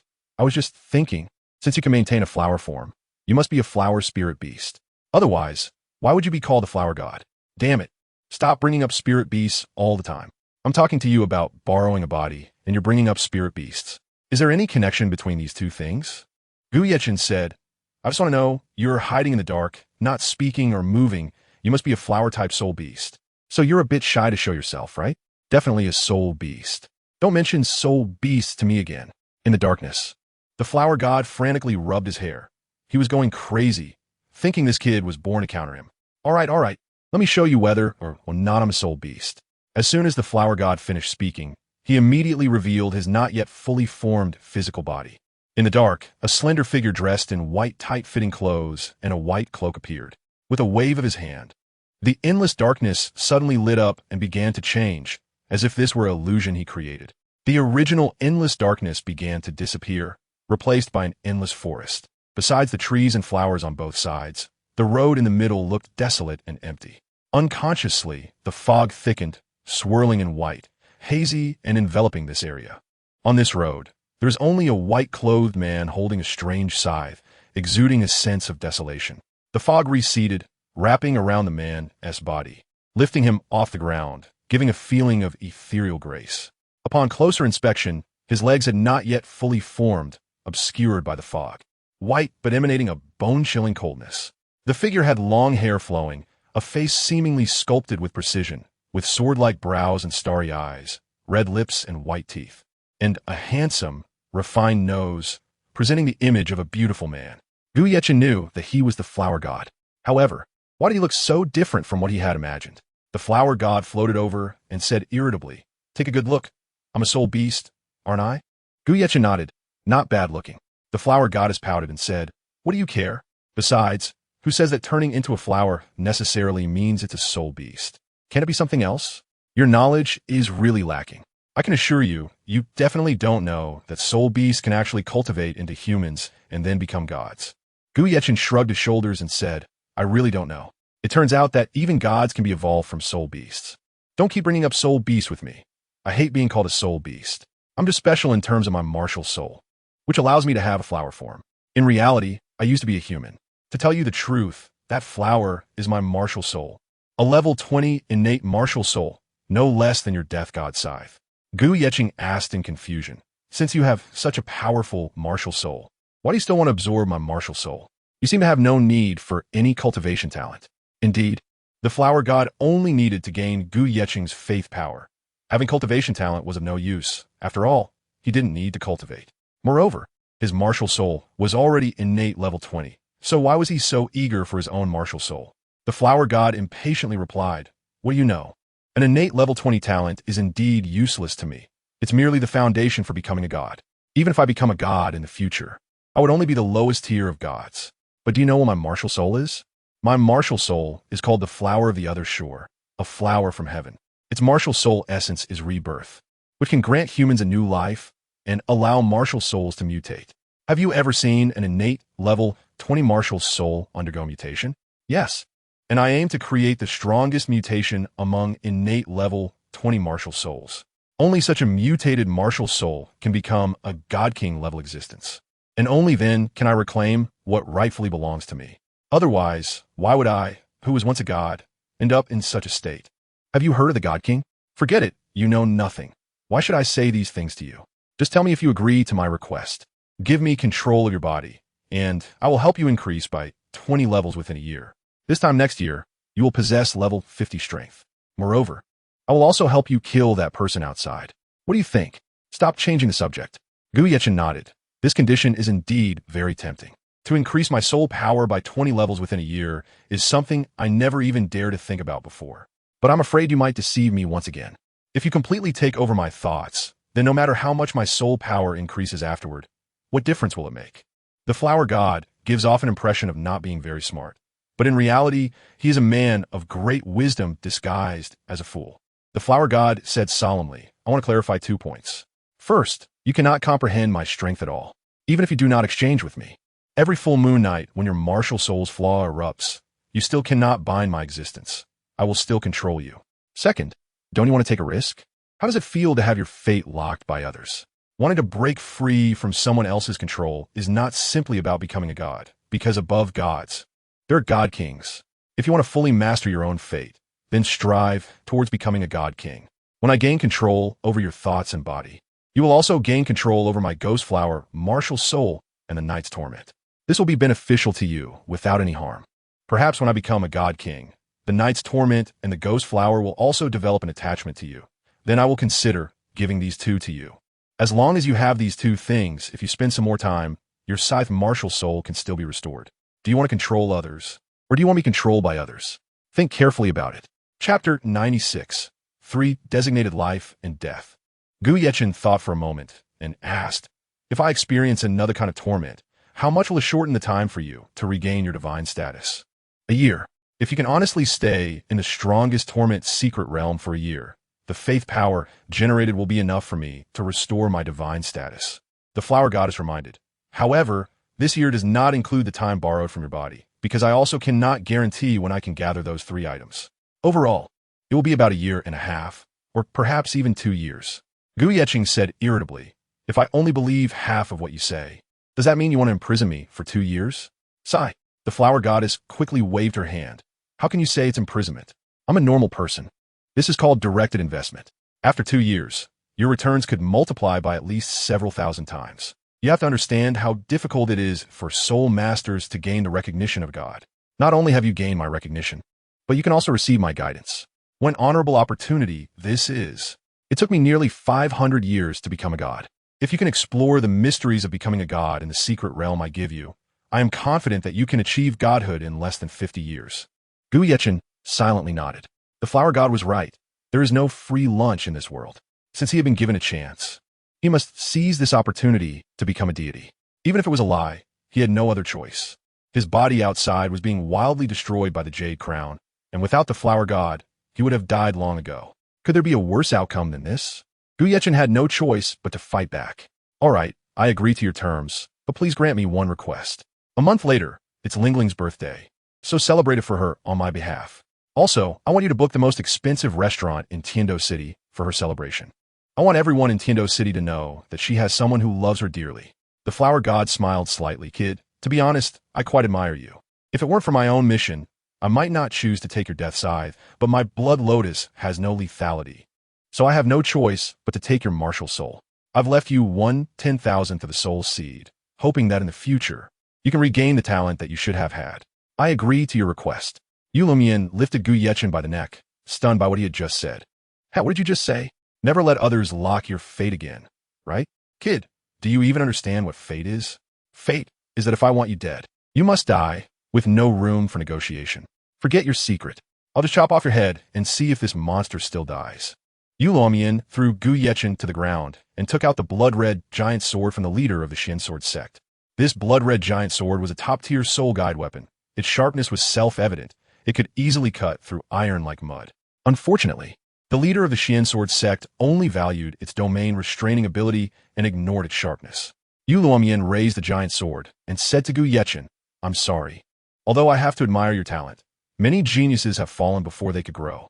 You have offended someone you shouldn't have. Next time, before being arrogant, please be sure to open your eyes and see who you can provoke and who you cannot. Go ahead, talented young man. Facing Yu Lumian's downward strike, Gu Yechen, in his red-eyed state, suddenly burst forth with a brilliant red light, as if he was bathed in blood, as if he came from hell. With a simple raise of his hand, Yu Lumian's downward strike was halted. How is this possible? What kind of power is this? Yu Lumian felt that he couldn't move, and everything around him froze as well. This was definitely not a power of a domain, because the domain battle Xiantian sword in his hand was the nemesis of all domains. This was terrifying, a power beyond domains. Could it be divine power? Just as Yu Lumian was about to think again, his head suddenly became unresponsive, and his thoughts stopped as well. At this moment, Gu Yechen was entirely blood red, and the injuries on his body were healing rapidly. Then he simply said, "Go back." The red light obediently gathered and quickly disappeared, restoring to the state before his martial soul defect erupted. As the red light in his eyes completely dissipated, Gu Yechen stood up, walked in front of the immobile Yu Lumian, glanced at the domain battle Xiantian sword, and unceremoniously accepted it. This was a treasure. Suddenly, Gu Yechen looked at the outfit he was wearing and shook his head helplessly. The taste was too poor. He hurriedly checked his soul guide devices and found that there wasn't a single piece of clothing that met his aesthetic standards. He was still too young. At this moment, Gu Yechen's thoughts were under the control of the flower god, and he cursed silently. "Damn kid, you don't even have a decent piece of clothing. It's truly infuriating." So, Gu Yechen set his sights on Yu Lumian, and after searching, he finally found a more impressive white long robe. Gu Yechen unceremoniously replaced it, and of course, he did not spare the soul guide of the jade, Luo Yan. As for why a deity would care so much about these things, it was because they were once human, unable to escape greed. Moreover, even the Rakshasa, who represents evil, can cultivate to become a god, and the flower god cannot be an exception. Then, he snapped his fingers very simply. Suddenly, the previously motionless body of Jade Luoyan could move again, but at this moment, he could no longer speak. As if he had been choked by a bun, Jade Luoyan looked at Gu Yechen in terror, instinctively taking a step back. Because he clearly remembered that he had just raised a sword to strike Gu Yechen, but he had no idea when the sword had left his hand. Moreover, the other party seemed to have changed his clothes and shoes. Originally, Gu Yechen was wearing a reddish-brown robe, but now he was wearing a pure white long robe. The most important thing was that he was wearing his own clothes. How exactly was this accomplished? Is this really the power of a deity? While Jade Luoyan was in a daze, Gu Yechen stared into his eyes and asked, "Weren't you very eager to kill me? You even said that I am an existence you cannot provoke, right? So what if I provoke you?" Jade Luoyan quickly knelt on one knee, respectfully clasping his hands and saying, "It is I who am foolish, not knowing that the deity is training in the mortal world. I hope the Honorable One forgives my sins." Gu Yechen waved his hand. "I've seen many who are afraid of the strong and bully the weak, but it's the first time I've encountered someone as perceptive as you. I would like to let you go, but I've already promised someone else that your life will accompany his 2 years of solitude. It's a divine mandate, and you have no say in it." Snap! Gu Yechen snapped his fingers again, and everything around him came to a halt once more. Gu Yechen said, "I'll leave you with a complete corpse, so you can go peacefully." With his palm facing the head of Yu Lumian, a strong pulling force formed, forcibly extracting the head soul bone. Looking at this head soul bone, Gu Yechen shook his head. What a pity, it's only a 30,000-year-old mental power soul bone. If it had reached 80,000 years, I could have collected one of the 3 torment conditions head soul bones. Sigh, what a pity. Gu Yechen murmured to himself, "I haven't been out for decades, and I don't even know what major events have happened on the continent today." Then, Gu Yechen also checked Yu Luomian's memories and roughly understood the current situation. Snap! With another snap of his fingers, Yu Luomian fell straight to the ground, not even using a single soul skill, and died in such a bizarre manner. There were no wounds at all, and even if the blue lightning tyrant dragon family discovered his body, they would find no clues. Gu Yechen looked at the divine power surging in his palm, pouted, and said, "No way, I've already used up 1% of my divine power. It seems I need to conserve it. Otherwise, when will I be able to restore my divine position?" Chapter 97. Uniqueness. A quiet night passed, and no one yet knew about everything that had happened in this place. The ones who knew were already dead. Qing Feng, the grand disciple of Kaishan, the master of Xianjian sect, and even Yu Luomian from the Blue Lightning Tyrant Dragon clan were all dead. Even the 3 demon emperors of Huangquan Pavilion had also faked their deaths. The 3 demon emperors of Huangquan were not in a hurry to return to report. Instead, they went missing, as recovering from their injuries was a top priority. The ones who seemed most eager to kill Gu Yechen were not necessarily true enemies. Under certain circumstances, an enemy's enemy can also be a friend. 3 days later, news finally broke of the unexpected death of an elder from the Blue Lightning Tyrant Dragon clan. However, the 3 demon emperors of Huangquan knew that it was no accident. It was Gu Yechen's doing. After much investigation, they finally located Gu Yechen and willingly submitted and pledged loyalty to him. The 3 demon emperors of Huangquan looked quite similar, having no names, only nicknames: Red Wolf, Yellow Wolf, and Green Wolf, corresponding to the colors of their wolf martial souls. They could not be distinguished by appearance, usually differentiated by their fur. In a relatively luxurious hotel, looking at the 3 demon emperors of Huangquan kneeling on one knee, Gu Yechen said lightly, You all can rise. Although your strength is a bit weak, I happen to lack manpower for my search, and could use your help in gathering information. Also, the name Gu Darren sounds awful. You can call me Lord Shiwa. The flower goddess indirectly inherited Gu Yechen's memories and naturally knew some things about him. By the way, apart from that mysterious headquarters, where are the other bases of your Huangquan pavilion located? How many members do you have in total, and how is the strength distributed? Shiwa suddenly asked. Red Wolf respectfully replied, reporting to Lord Shiwa, aside from the deputy pavilion master and the 7 holy envoys who remain in the headquarters. The other assassins are distributed among various cities and bases within the territory of the Tiando Empire. According to incomplete statistics, there are approximately 300 people, with strength at least at the sole sovereign level. We are not clear on the specific locations of the other bases, as they are mobile.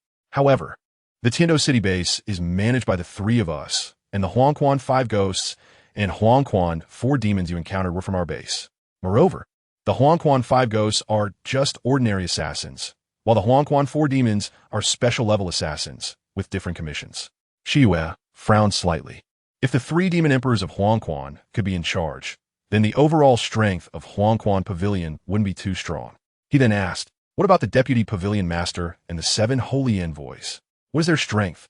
Red Wolf replied, the deputy pavilion master possesses a strength of 90-level title Douluo, while the other 7 holy envoys are all above 70-level soul saint, with the red robe holy envoy reaching 84-level soul Douluo. Hearing Red Wolf's explanation, Shiwa gained a general understanding of Huangquan Pavilion. In other words, the organizational structure of Huangquan Pavilion from top to bottom consists of the deputy pavilion master, the 7 holy envoys, base leaders, special-level assassins, and ordinary assassins. He had encountered the last 3 types of members, but the mysterious headquarters had yet to surface. Shiwa said lightly, you all go back to your base and spread the word that you have killed Gu Yechen. As soon as the deputy pavilion master of Huangquan shows up, immediately inform me. I will ensure he does not return, and Huangquan Pavilion will belong to me from now on. Understood, Lord Shiwa.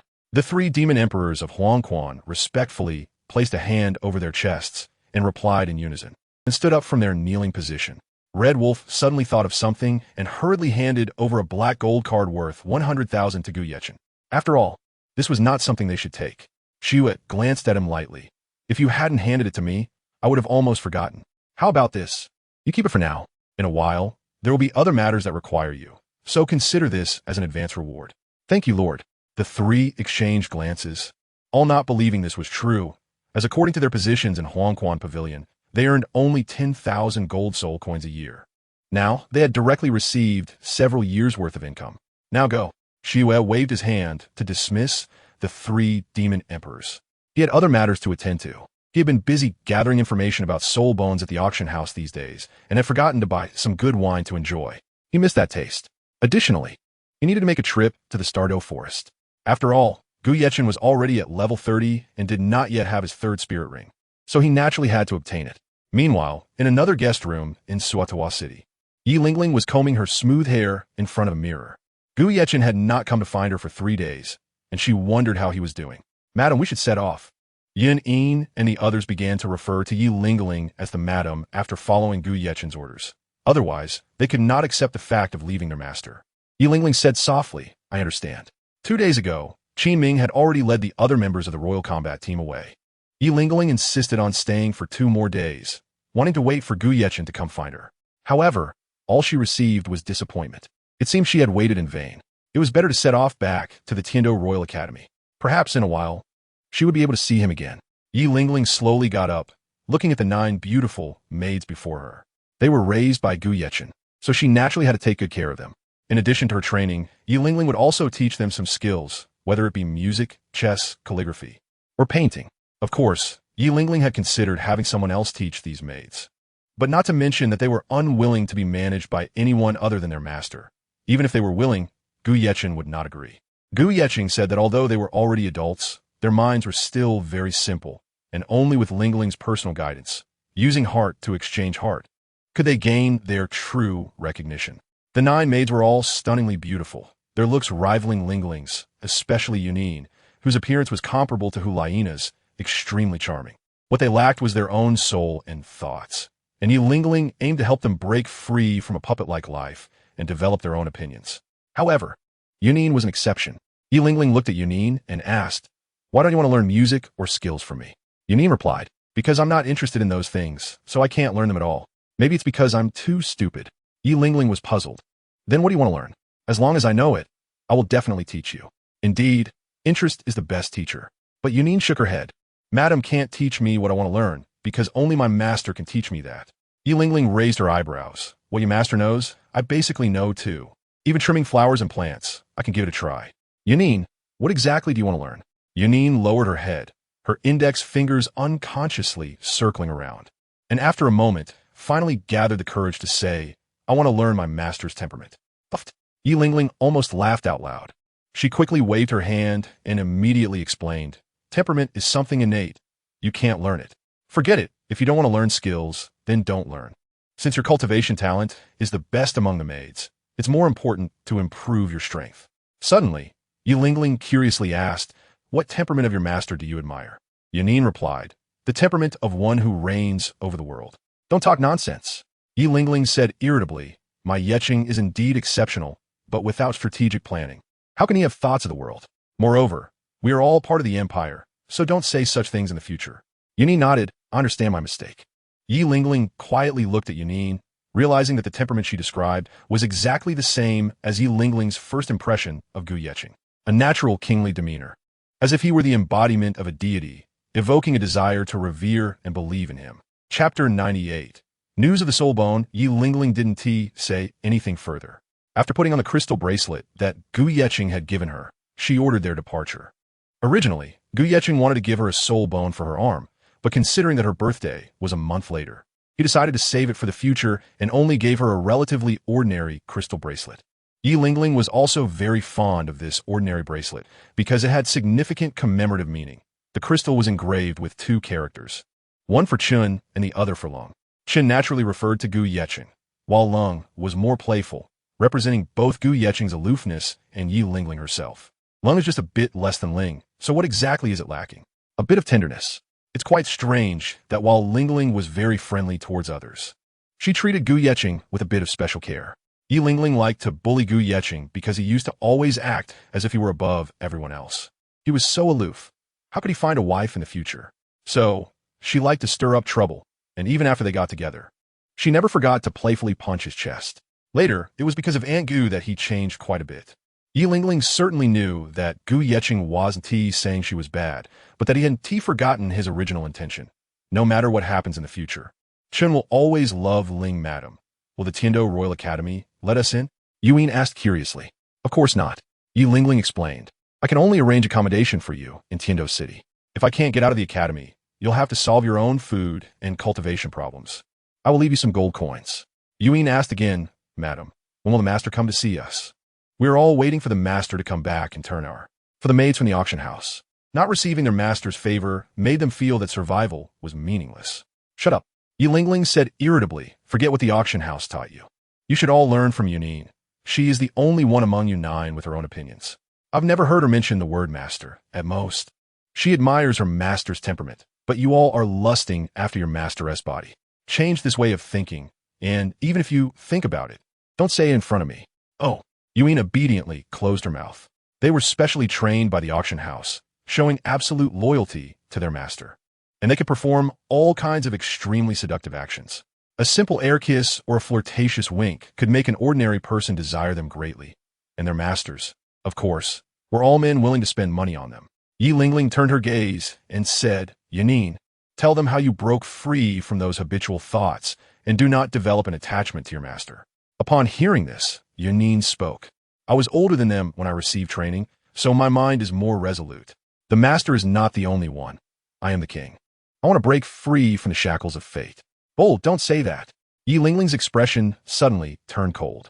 This Yunin actually shared the same philosophy as Gu Yeching, not wanting to become someone else's pawn. What if one day she betrayed her? Although Gu Yeching was dedicated to cultivating others' opinions and thoughts, Yi Lingling did not wish for them to have complete opinions. If left unchecked, they would become like untamed wild horses, unbound. The others were easy to discipline, but Yunin was different. Since she would be a member of her family in the future, she absolutely couldn't allow her to develop any disloyalty towards Gu Yeching. Yi Lingling selfishly said, Yanin, I punish you to call your master's name 100 times every day. Also, I've decided that you can be my personal maid. Don't stay in the hotel with them. I will find a way to get you into the Tiando Royal Academy. When the time comes, I will tell you all about your master's merits. Indeed, as someone in a position of power, how can one command respect without some management skills? In the end, how can one have a little family belonging to Yi Lingling and Gu Yechen? However, Lingling does not know that her actions will make Yin Yin fall completely in love with her master in the future. Soto Auction House, VIP Hall. The golden and splendid hall is quite luxurious. Only those with assets over 10 million can enter here. Golden palace lanterns, golden wallpaper, and golden decorations, paired with silver walls, all of which are made of real gold and silver. A casual scrape would be enough to sell for a good price. In front of the comfortable leather sofa is a luxurious crystal coffee table, adorned with exquisite pastries and delicious wine. The flower god fills a glass of fine wine for himself and drinks it in one go, occasionally murmuring the word comfortable. At this moment, the flower god is named Xieyu, no longer the original Gu Yechen. Just now, Xieyu had upgraded his auction qualification to the highest level, which requires assets of 30 million. In fact, Xieyu's wealth is not limited to 30 million gold soul coins. But this is the highest certification standard at the auction house, and there is no other option. After assigning tasks to the 3 demons of the Yellow Springs, Xieyu was ready to taste some fine wine, but the quality of street wine was too poor. He deserved to come to the auction house for good wine. After all, some wines aged for dozens or hundreds of years are incredibly fragrant, and sometimes these rare wines are auctioned here. After finishing the last sip of wine, Xieyu said, "Where's the manager? Aren't you going to come out to receive me? Is it because you think I have no money?" The staff shook their heads and whispered, "It's not like that, my lord. The manager has gone out for something today. We will arrange for someone else to connect with you soon. The information you want about the soul bones will definitely be first-hand information from the auction house." Soto Auction House and Tiando Auction House are actually the same entity, just located in different cities. One thing is certain, the information and resources regarding auction items are shared. Moreover, the various item lists for the auctions are usually arranged a month in advance. Therefore, Xieyu's inquiries about the soul bones are based on the auction house's list from nearly a month ago. Yesterday, when a manager connected with Gu Yechen, he only showed him a list of auction items for about 3 days, citing that his asset qualification was insufficient. Today, with Gu Yechen's upgrade to the highest specification, he naturally has more confidence. Ignoring the staff, he was also here to inquire about soul bone information. If he still couldn't find an 8,000-year-old head soul bone, he might consider hunting soul beasts himself. After a moment, a woman in a red Chong Sam slowly approached and apologetically said, "Esteemed guest, thank you for your patience." Looking at the woman before him, Xieyu remembered that she was the alluring host, Hong Chun, from the day Gu Yechen made his final bid. Hong Chun bit her alluring red lips, staring blankly at Xieyu, unable to help but sigh in her heart. He really is so young. Guests with assets over 10 million are all representatives of great nobles and large sects, often certified under family names. But Xieyu indeed registered for the highest auction qualification under his personal name. What impressive aura. Watching the woman walk towards him, Xieyu was also stunned. Her visually striking figure slightly swayed, tracing a breathtaking curve. Cough. Xieyu cleared his throat and said lightly, "I need to see the auction house's item list for the last month, and, of course, I also need to understand the situation of the list from Tiando City." "No problem. The information I have here is even more abundant than you might imagine." Upon hearing the staff's feedback, Hong Chun was naturally well prepared. Otherwise, she would need to make another trip. Chapter 99. The Offering to the Gods. Xieyu nodded, gently took the data sheet, and began to examine it very carefully. After about half an hour, Xieyu closed the document, his eyes narrowing, revealing an unpleasant expression. Even if he pushed it back a month, there were no head soul bones older than 80,000 years on the item list. After all, soul bones of even 10,000 years are already quite good. How difficult is it to find one that is 80,000 years old, especially the more precious head soul bones? Does this mean he really has to hunt soul beasts himself? But the probability of obtaining soul bones is too low. Xieyu looked at Hong Chun and asked, "Is there a list of items that have been auctioned before?" Hong Chun nodded. "Yes, but according to the auction house's rules, I cannot provide it to you, as it involves disclosing the personal privacy of the buyers. If you intend to seize the previous buyer's items, we will be held fully responsible. If I remember correctly, you're looking for an 80,000-year-old head soul bone. The value of a 10,000-year-old soul bone is enormous. So every sale of a soul bone is recorded by the auction house. A year ago, the Tiando City auction house held an auction event, and the final item was an 80,000-year-old head soul bone. The guest who bought the final item is not someone we can provoke. Please understand. Xiaoyu waved his hand. I don't mean to seize anything from them. I can offer a 90,000-year-old arm soul bone in exchange for the 80,000-year-old head soul bone. After saying this, Xiaoyu took out the arm soul bone from his soul guide device to prove his claim. As the host of the auction house, Hong Chan could tell at a glance whether the soul bone was genuine. However, the age was not easy to confirm. It required a specialized appraiser to determine the specific age. But since Xiaoyu was the highest specification member here, he should not be lying. Such a perfect soul bone of 90,000 years would not be seen at Soto Auction House. Only Tiando Auction House would have the qualification to auction it. Swallowing hard, Hong Chan said, "Please don't be anxious. Our auction house has its own rules. How about this? We will contact the other party, and if they agree, we can help you connect for free. Once the connection is successful, you can exchange the soul bones with that esteemed guest privately." How long will it take to complete the connection? Xiaoyu couldn't wait too long. He needed at least half a year to complete his god-level willpower. This means that collecting the head soul bone and the life bracelet should ideally be completed within 1 to 3 months. Hong Chun shook her head and whispered, "Not very certain. It depends on the buyer's travel schedule. It could take 3 to 5 days or even a month." Why would it take a month? Xiaoyu expressed confusion. Is it really that troublesome to contact someone personally? How mysterious could the buyer of this head soul bone be? Xiaoyu said lightly, "Well then, contact the buyer as soon as possible and notify me as soon as there is news." After that, he planned to get up and leave. After all, he needed to go to the Star Do Great Forest. "My lord, please wait a moment." Seeing Xiaoyu about to leave, Hong Chen quickly blocked him with her body and asked, "Who exactly are you?" "You are the first to register for the highest certification in your personal name, and our auction house's higher-ups are also very interested in you. Today, besides helping you with trivial matters, Hong Chen has another task. I need to know which power you belong to, so please be straightforward." Xiwa suddenly paused in her steps, thinking to herself, "No wonder the auction house sent a different woman to connect with me today. It turns out they want to probe my background. Why should I tell you which power I belong to?" It seems there was no requirement to fill in the power name when registering for auction qualifications. "That's true. The auction house does not require it," Hong Chen explained, "but you're the only one who broke the norm by registering in your personal name. So we have to suspect that you have obtained a treasure worth a fortune." Xiwa was taken aback. "Even if I have obtained a great treasure, what does it have to do with you?" Hong Chen explained, "Because the previous master of our auction house lost a fortune, and it was lost through murder and treasure theft, along with a soul bone. The new master vowed to find the murderer of his father after taking over. Do you think this has nothing to do with you? Even if it doesn't directly relate to you, there will still be an indirect connection that you cannot deny." Xiwa replied indifferently. "There are many wealthy people in the world, and some heads of great families can also complete personal certification. They just think about their sections. Why do you think the lost treasure would have anything to do with me? That's simply absurd." "Ha!" Hong Chen suddenly laughed. "You don't want to use the name of your power to register.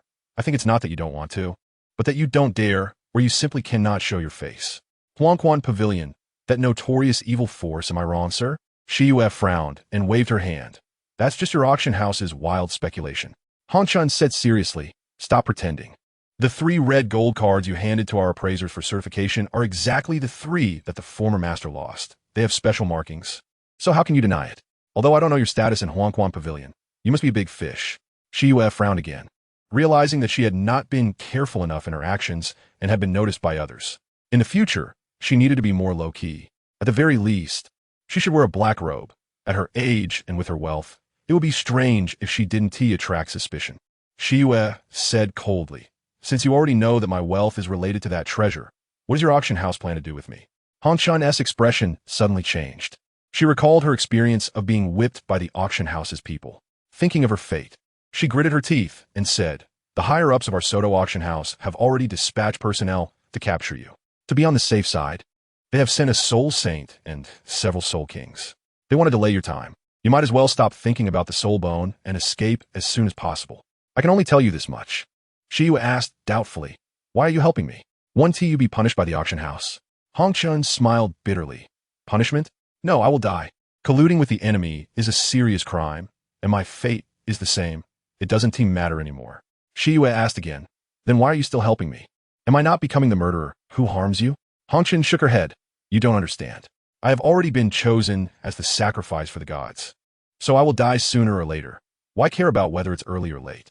The sacrifice for the gods? Shiyue was puzzled for a moment, her eyes widening unconsciously. In other words, there are other fallen gods, and as long as there is a sacrifice, they can condense a physical body. If there is also some power of belief, they can restore their divine position. Ordinary soul masters need a limit Douluo as a sacrificial offering to inherit the divine position. But for the main god, it is much simpler. Killing a title Douluo is enough, but this person in front of me is not a title Douluo. Chapter 100. Take away directly, Shiyue asked. Your talent is quite ordinary, and your strength is even weaker. Why would you be chosen as a sacrifice? That makes no sense. Generally, the stronger the sacrifice, the better, as it can speed up the restoration of the divine position. However, Hongshan is only in her 20s and is only a soul master. Can such an existence be a sacrifice? It simply makes no sense. Hongshan frowned slightly. Do you know about divine sacrifices?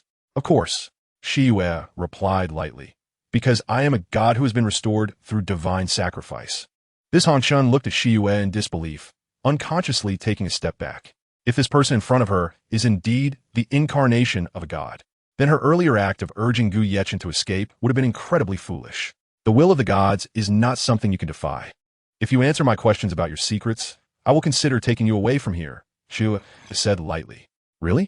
Hongshan suddenly found hope for survival. No wonder this person did not fear when hearing that a soul saint was coming to surround her. It turned out that he was a god. Shiyue nodded. Due to my divine power being unstable, I cannot form a cycle to achieve eternity, so it is very limited and cannot be used casually. Only when the divine position is fully restored can my divine power flow endlessly. Of course, you can understand that my current state is no different from an ordinary soul master. If someone pushes me to my limits, I don't mind using divine power. Hongshan pressed her rosy lips together, looking at Shiyue. Regardless of whether he is a true god or a false god, as long as he can help her escape from the auction house and this sea of suffering, she is willing to take the risk.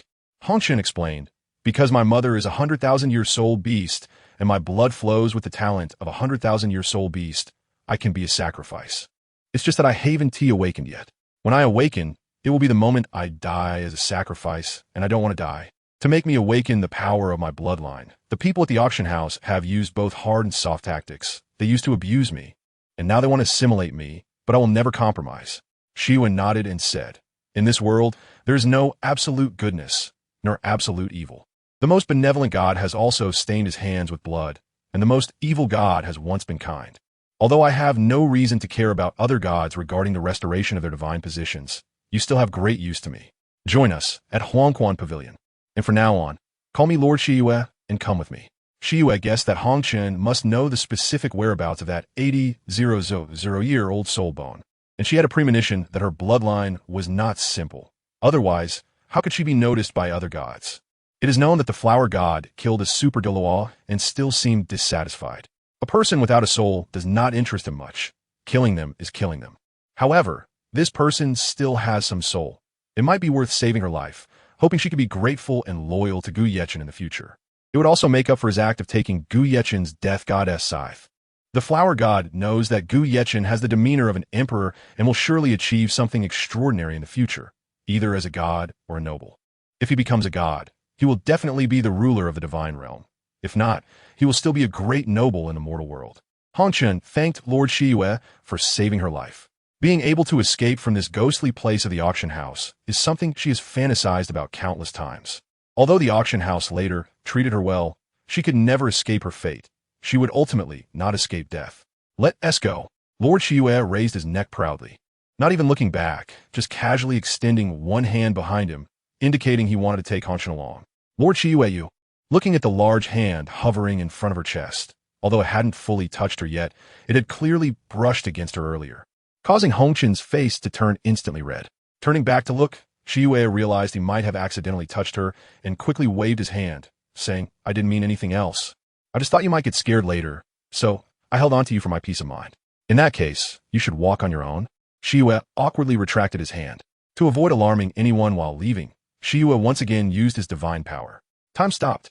Accompanied by Shiyue's slightly raised palm, everything around them froze, leaving only Shiyue and Hongshan able to move. Shiyue walked ahead with his hands behind his back, while Hongshan followed closely behind, incredulously observing the surroundings. When they passed by the service staff, She couldn't help but wave her hand in front of them. There was truly no reaction. How magical. Hongchen was like a little girl filled with curiosity, and her admiration for Shiyue grew even stronger. His divine power was indeed incredible. However, thinking about the possibility that Shiyue might have killed a sacrifice, Hongchen couldn't help but shiver. If one day he wanted to kill her, what should she do? Wouldn't that be like escaping from a wolf's den only to enter a tiger's lair? Hurry up, stop dawdling, or I'll make you just like them, and then strip you naked. No, Lord Shiyue, I'm coming. Hongchen hurriedly jogged over. She had also been pondering this issue. If Lord Shiyue were to do that to her, then that power would be too terrifying. Why are you blushing? Looking at Hongchen's flushed face, Shiyue said irritably, I was just trying to scare you. How could I do something like strip someone? It's not that. I just got a bit tired from running. Hongchen defended herself, not planning to tell him what she had just thought. All right, stay close to me and don't get lost. When the two of them quietly left the auction house, Shiyue finally withdrew his divine power and said lightly, Now tell me, who has that head soul bone? I will go find him to exchange for the soul bone. Hongchen replied, My lord, this head soul bone from 80,000 years ago is in the hands of the current prince, Xueqinghe. With your ability, you shouldn't need to exchange, right? Using that power from earlier, the soul bone would be easily obtainable. Shiyue explained, Although I am domineering, I am very reasonable. If I can trade, I will never steal. Otherwise, how am I different from those hypocritical guys? Hypocritical guys? Who does my lord refer to? Hongchen asked in confusion. Since Shiyue already had divine power, why would he still care about something like a soul bone? The skills of a soul bone were far inferior to divine power. Are those hypocritical guys the deities in the sky? Are there good and bad among humans? Are there also good and bad among gods? Shiyue said irritably, You don't need to know these things. You just need to obey me. Besides, do you think divine power is like common cabbage on the street, easily picked up? Some people are suffering and enduring in the endless night, creating the slightest divine power for me. Although this is not the second kind of torment yet. I must say he is the strongest person I've ever seen, bar none, and I admire him very much. To help him escape from suffering sooner, I will try to use my divine power less, and naturally will not do something like robbing others, unless someone particularly wants to rob me. Then I don't mind collecting some interest. Hongchen furrowed her brows and questioned, Lord Shiyue, that person is named Gu Yechen, right? The personal bidding qualification certificate is written as Gu Yechen, and this person in front of me claims to be Lord Shiyue, so they must not be the same person. However, how did Lord Shiyue imprison Gu Yechen? I do not know. Shiyue nodded, Clever, you understand quickly. I like smart people. Gu Yechen is my believer, and also your future master. Other deities have thousands, even tens of thousands, hundreds of thousands, or millions of believers. But the flower goddess has only one believer. Moreover, the power of belief generated by this one believer is equivalent to that of tens of millions of believers. If he can experience the second kind of torment, then the power of belief will soon reach perfection, and at that time, it will also be his moment of eternal divine power. As long as he breaks through that perfect realm, the flower goddess will have the hope of reaching the level of a god king. Hongchen frowned slightly. Will he come back? Then where is Lord Shiyue going? Can I continue to follow you? Shiyue nodded. Yes, I will soon go to the divine realm to retrieve what rightfully belongs to me. Telling you this is just to help you distinguish who you are truly following. It's not me, but Gu Yechen. Chapter 101. Prince Xueqinghe, humans and gods are different. The flower goddess does not want to leave too many attachments in the mortal realm, including Gu Yechen. He does not want any entanglements beyond cooperation. Otherwise, he would have long considered taking Gu Yechen as a disciple. The same goes for Hongchen. She is merely a useful chess piece. And being able to share these heartfelt words with her shows great generosity. In the ancient-style tea house of Tiando City, the tea house has 3 floors, and its scale is quite decent, but the number of people inside is pitifully small. Obviously, it has long been taken over by someone else. On the 2nd floor, away from the bustling street, in a private room near the screen, 2 figures are seated. One figure is dressed in white, with a jade-like face. Although he is nearly 60, the vicissitudes of time have not left too many traces on his face, making him look only in his 30s, exceptionally handsome. This person is Ning Fengji, the current sect master of the 7 Treasure Glazed Tile School, and he is also the father of Ning Rongrong from the Shrek 7 Devils. The other figure is dressed in a blue robe, exuding a heroic air, with a blue ribbon adorning his long hair, looking very refreshing. This person is the current prince, Xueqinghe, and he is also the owner of this tea house. It is worth mentioning that Prince Xueqinghe is a disciple of sect master Ning Fengji. Ning Fengji is a highly talented person, capable of understanding the current changes in the situation. Prince Xue Qinghe is someone he has taken a liking to, and without surprise, he has taken him as a disciple, and they have been together for over 10 years. However, at this moment, Xue Qinghe gives Ning Fengji a feeling that he cannot fully comprehend, as if they were meeting for the first time. Holding a black chess piece, Xue Qinghe slowly placed it down and said lightly, "The world is like a chessboard, and people are like chess pieces. I must make my move now. Teacher, it's your turn." Ning Fengji, holding a white chess piece with his fingers together, was unsure where to place it. If a piece was placed incorrectly, it would lead to total defeat. Ning Fengji frowned and said, "Your Highness Qinghe, you are forcing your teacher into a corner." Xue Qinghe respectfully replied, "This is not a dead end, but a path to life, a path to survival after being placed in a desperate situation. As long as teacher places the white chess piece here, I will definitely let you off this time. Having received your guidance for over 10 years, I have no way to repay you, and the only thing I can do is let you in once." Ning Fengji shook his head and said lightly, "I will not take that step. If I know this move is a dead end and still place the piece here, even if I win in the end, how is that any different from living a life of desperation? I know that His Royal Highness the Crown Prince has always wanted our 7-treasure glazed tile school to help you achieve your great ambition of unifying the world. However, our direct disciples at the 7-treasure glazed tile school are merely auxiliary soul masters. Apart from the recruited external battle soul masters, others cannot fight in battle at all. Moreover, the military strength of the Star Luo Empire is more than double that of our Heaven Do Empire. Furthermore, the Haotian sect and the Blue Lightning Tyrant Dragon family have always maintained neutrality and have not taken sides. If they side with the Star Luo Empire, it will deal a fatal blow to our 7-treasure glazed tile school." Xue Qinghe advised, "Does the teacher want the 7-treasure glazed tile school to be trampled by others forever? Although the Haotian sect has disappeared without a trace, it's difficult for them to protect themselves.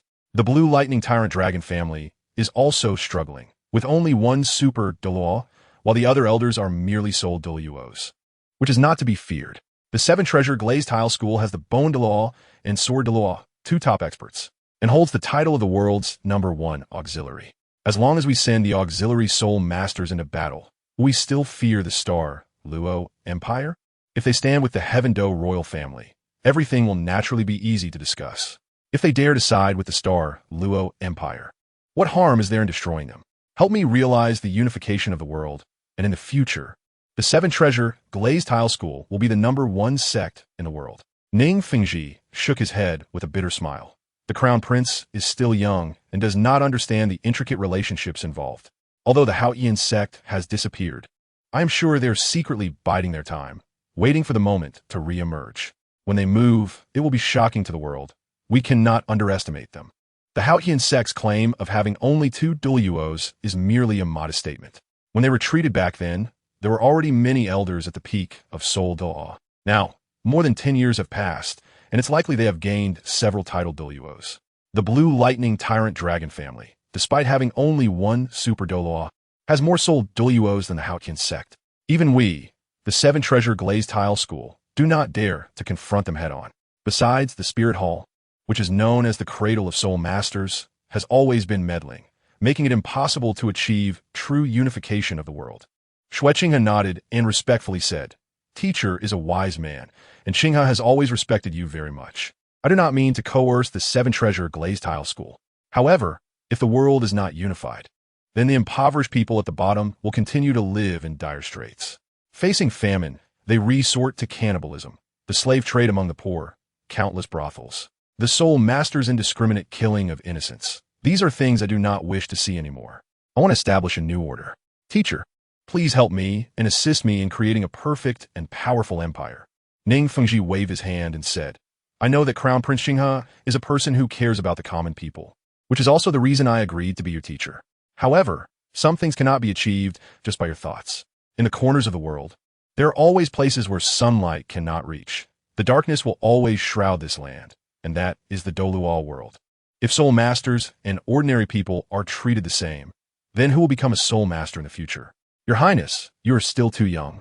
You cannot change these things. What you can do is to protect yourself as much as possible and recruit some talented and powerful individuals to your side, so you can remain undefeated. Advance to attack, retreat to defend. Only then can the Heaven Do Empire ensure its safety for another millennium. If your highness disrupts the interests of the nobles, then the country will surely head towards destruction. Xueqinghe's expression changed, and it seemed the teacher was still unwilling to help him attack the Star Luo Empire. He then clasped his hands in salute and said, "I've been taught, teacher. You are right. Qinghe has been too self-righteous and should not have harbored thoughts of unifying the world." After finishing his formalities, Xueqinghe noticed Ning Fengji's troubled expression and inquired, "What is it, teacher? What has made you so worried?" Ning Fengji smiled bitterly and said, "What you mentioned about unifying the world reminds me of something." Xueqinghe asked curiously, "What is it?" Ning Fengji raised his hand and said, "In recent decades, the continent has been too peaceful, disturbingly so. I have a premonition that a storm of blood and gore will soon sweep across the continent." Chapter 102, Exhausting Efforts.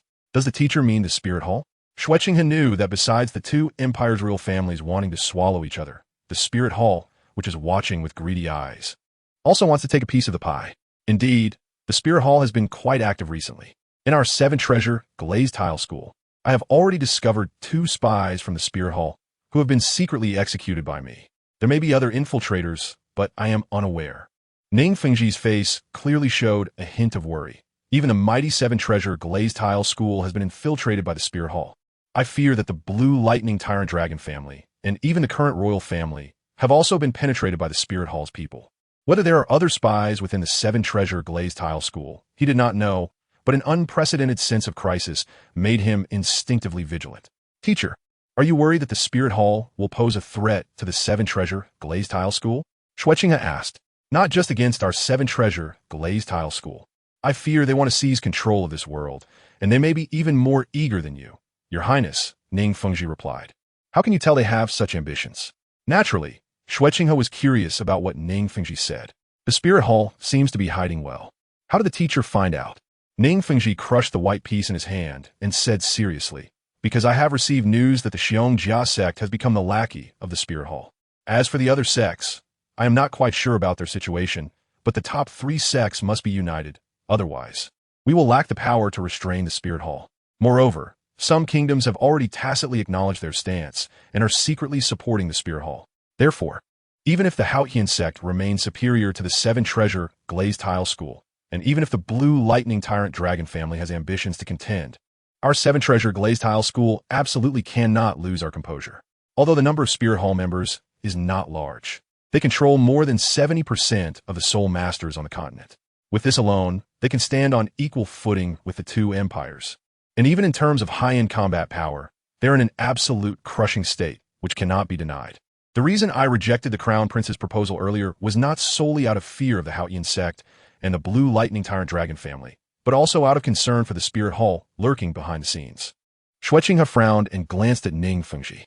This person indeed has keen insight and sees the current situation clearly. However, I wonder how much he knows about me. I do not know if he has already sensed something about the deaths of my 2nd and 3rd brothers. It seems I must test him. Clearing his throat, Xueqinghe cautiously asked, "Listening to the teacher, I suddenly thought of another matter. My 2nd brother and 3rd brother's mysterious deaths in the palace. Could it be related to the Spirit Hall?" "Most likely." Ning Fengji nodded and said lightly, "From now on, your Highness should be cautious in the palace. No matter where you go, it's best to have more powerful bodyguards by your side. Otherwise, I fear the Spirit Hall will pose a threat to you." "Thank you for your concern, teacher." Xueqinghe finally breathed a sigh of relief. It seemed that the teacher had not yet suspected him regarding the matters of his 2nd and 3rd brothers. In fact, the teacher need not worry about the Spirit Hall, as their strength had been severely weakened by the genius Tang Hao from Haotian's sect over the past century. Xueqinghe casually said, "It is said that back then, the Haotian Tang Hao possessed a great treasure, and the Pope of the Spirit Hall, Qian Xuanji, led the 4 platinum bishops to besiege him.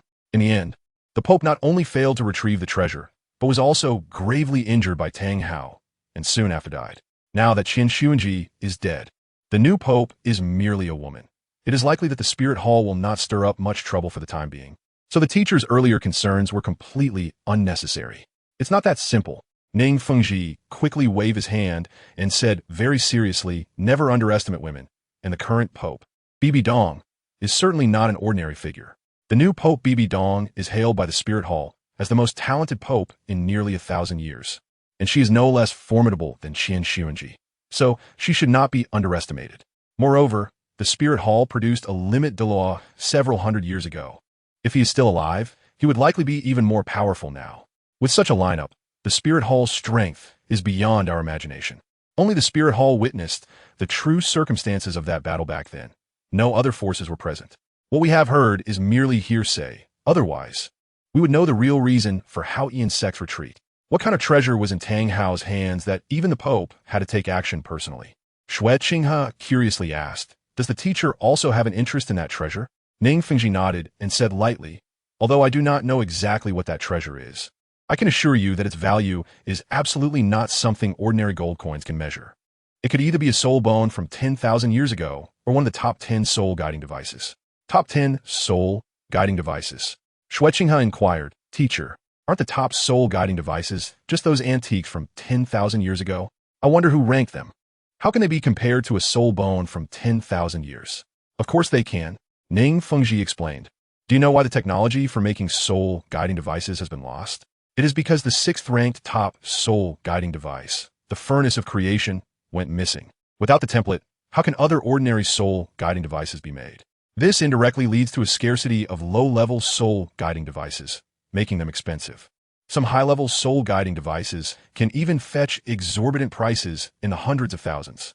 Divine artifacts, I have heard of them, like the legendary Sea God Trident, weighing about 800 pounds, or the Shura Divine Sword, claim to be the strongest sword in terms of attack power. However, this is the first time I have heard of the top 10 soul guiding devices."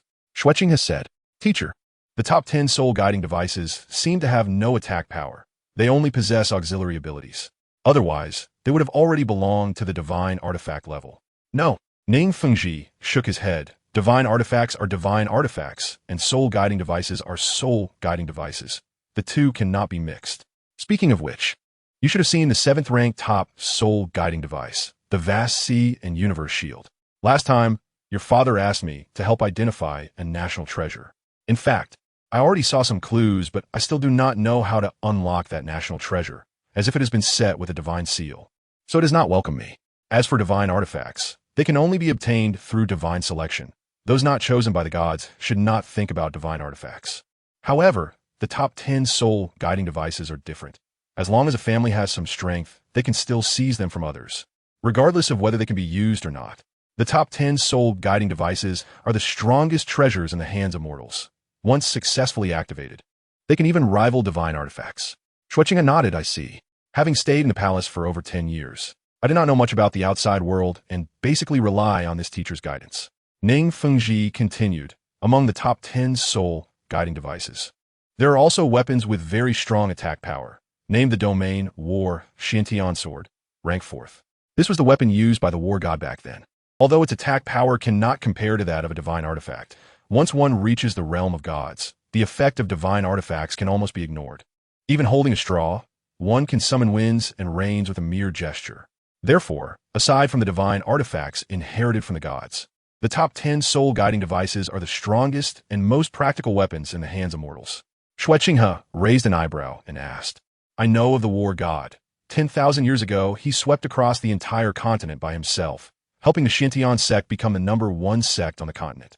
His domain War Xiantian Sword is only ranked 4th. What about the top 3? Where are they now?" Ning Fengji thought for a moment and said, "The 3rd is the Life Bracelet, the 2nd is the 9 Towers of Death, and the 1st is the Soul Seal of the Other Shore. As for their whereabouts, aside from the 4 items ranked lower that are in the hands of Hao Ian's sect, Spirit Hall, Tiando Empire, and Xingluo Empire, the other 6 top soul guiding devices are lost, and their whereabouts are unknown." Xue Qinghe squinted and asked, "How does the teacher know so much about these top 10 soul guiding devices?" Ning Fengji explained, "Because the person who ranked these top soul guiding devices was the first sect master of our 7 treasures glazed tile sect, who is also my ancestor. Moreover, the 2nd-ranked 9 Towers of Death used to belong to our 7 treasures glazed tile sect. It was precisely with such an item that my ancestor achieved the top martial soul of the 9 treasures glazed tile. However, later, due to an accident, my ancestor lost it. Otherwise, why would I, your teacher, be stuck at the peak of Soul Sage for so long without breaking through to the Soul Douluo realm? It is precisely because the treasure of the 7 treasures glazed tile sect was lost." Chapter 103. If you don't eat, I'll eat, teacher. If one day the Spirit Hall really starts to conquer the continent, would you unite with other sects to resist the Spirit Hall? Xue Qinghe held a great respect for his teacher. After 10 years of interaction, it was impossible for there to be no feelings at all. But their differing stances also determined their differing principles going forward. Of course, Ning Fengji said indignantly, although I'm not a savior, I will absolutely not let the Spirit Hall take over this world. That is absolutely not going to happen. Ning Fengji was furious because he feared that once the Spirit Hall gained control of this world, they would also incorporate the great sects and families. In other words, the Spirit Hall was infringing on the interests of the powerful families, right? Xue Qinghe countered. Exactly. Ning Fengji nodded. Anyone who infringes on the interests of the nobility will not be far from failure. I believe the heads of other families are also aware of this. Moreover, the Seven Treasures Glazed Tile sect is the foundation left by our ancestors, and it absolutely cannot be destroyed in my hands. The ambitions of the Spirit Hall have been revealed for decades. Otherwise, they would not have established Spirit Hall main halls in every city within the two major empires, and even set up Spirit Hall branch halls in villages.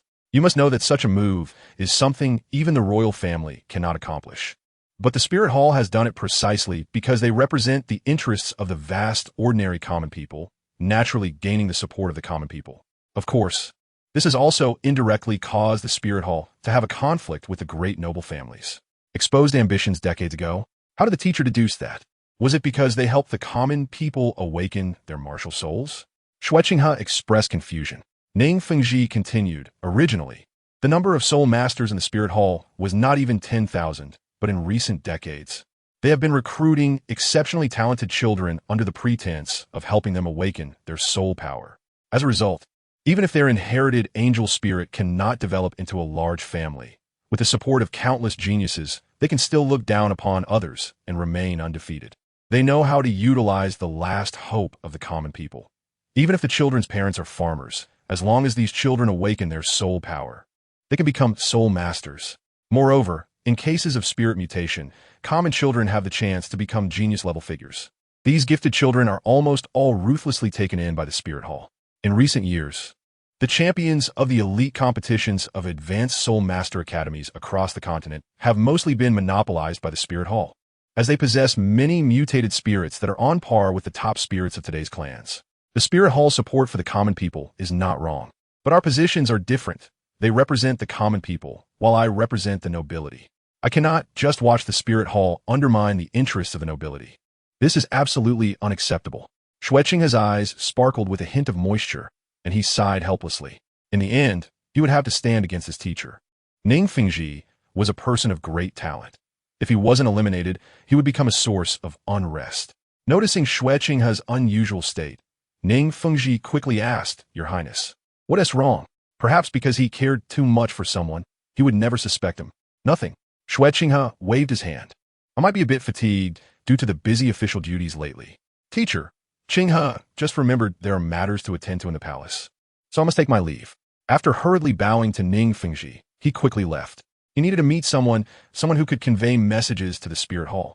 In the Stardow Great Forest, at the secondary center area, Xiaoyu tossed aside the corpse of a soul beast that was about 50,000 years old, murmuring, I've been searching for several hours, and Haven T encountered a 90,000-year-old soul beast.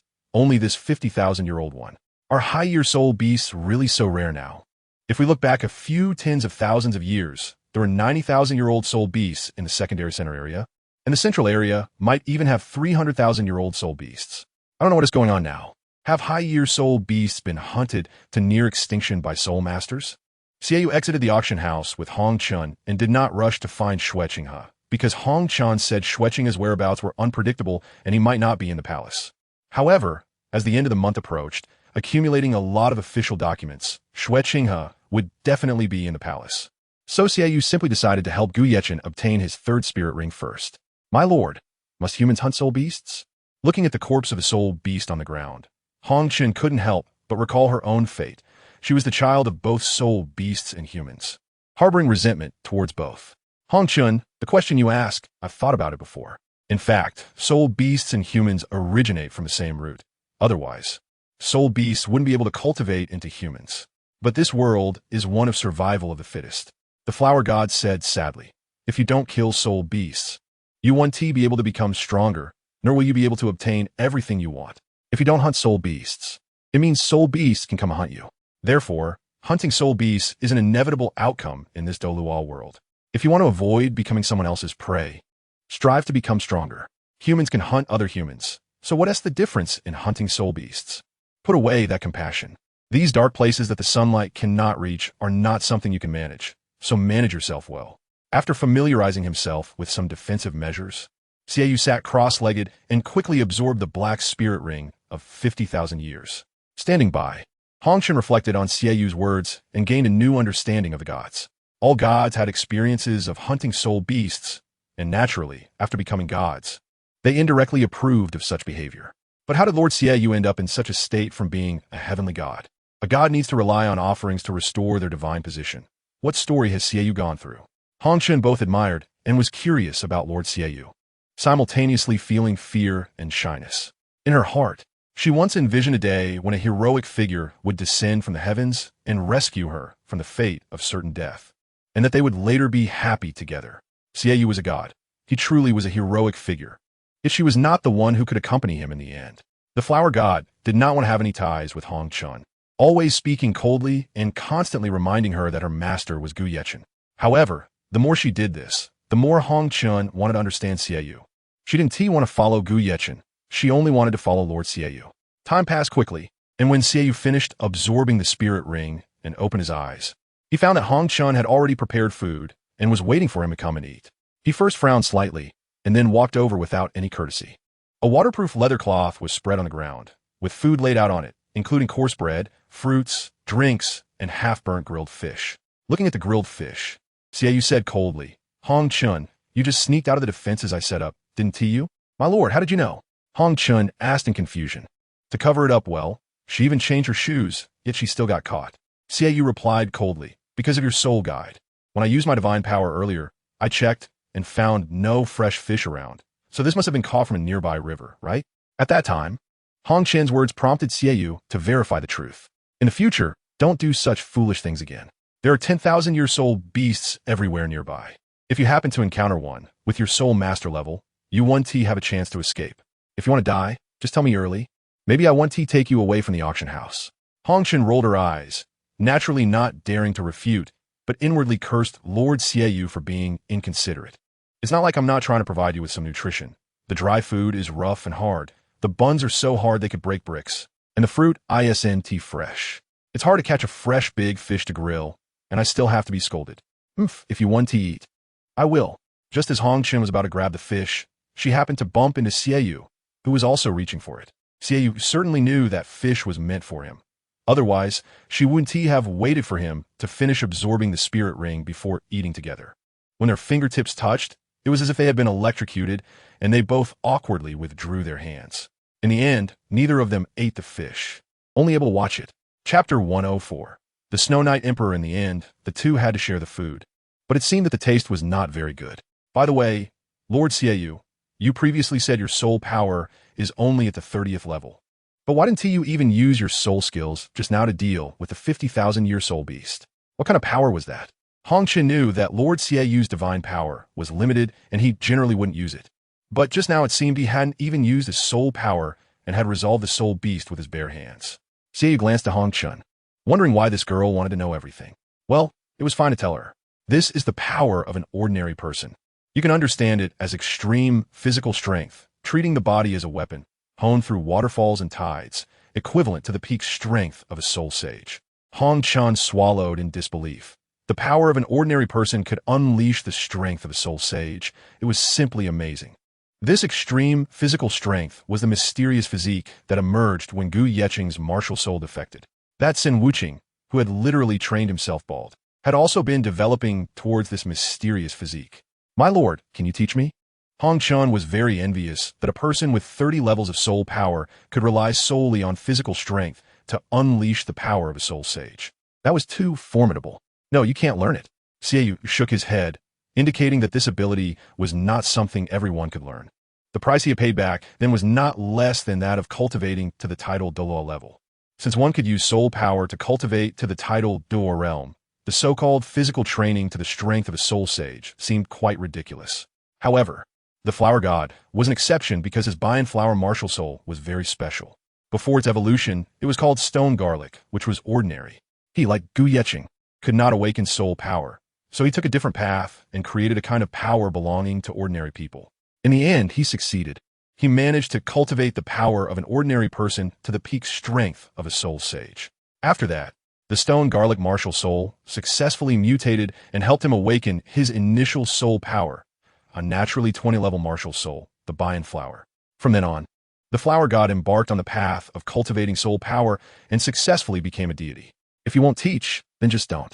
Why say I can't learn? I'm not stupid. On shen puted. Enough nonsense. Let's head to the palace, Xiaoyu said coldly. He had to complete 3 prerequisites within a year. The soul exchange had already been initiated. This body was not his own, and he needed to switch back as soon as possible.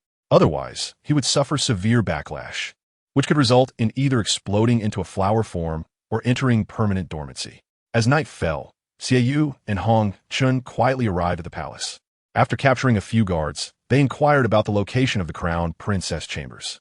Xiaoyu had Hong Chun change into a maid's outfit and stood outside the chambers pretending to be a maid, while Xiaoyu quietly slipped into the room.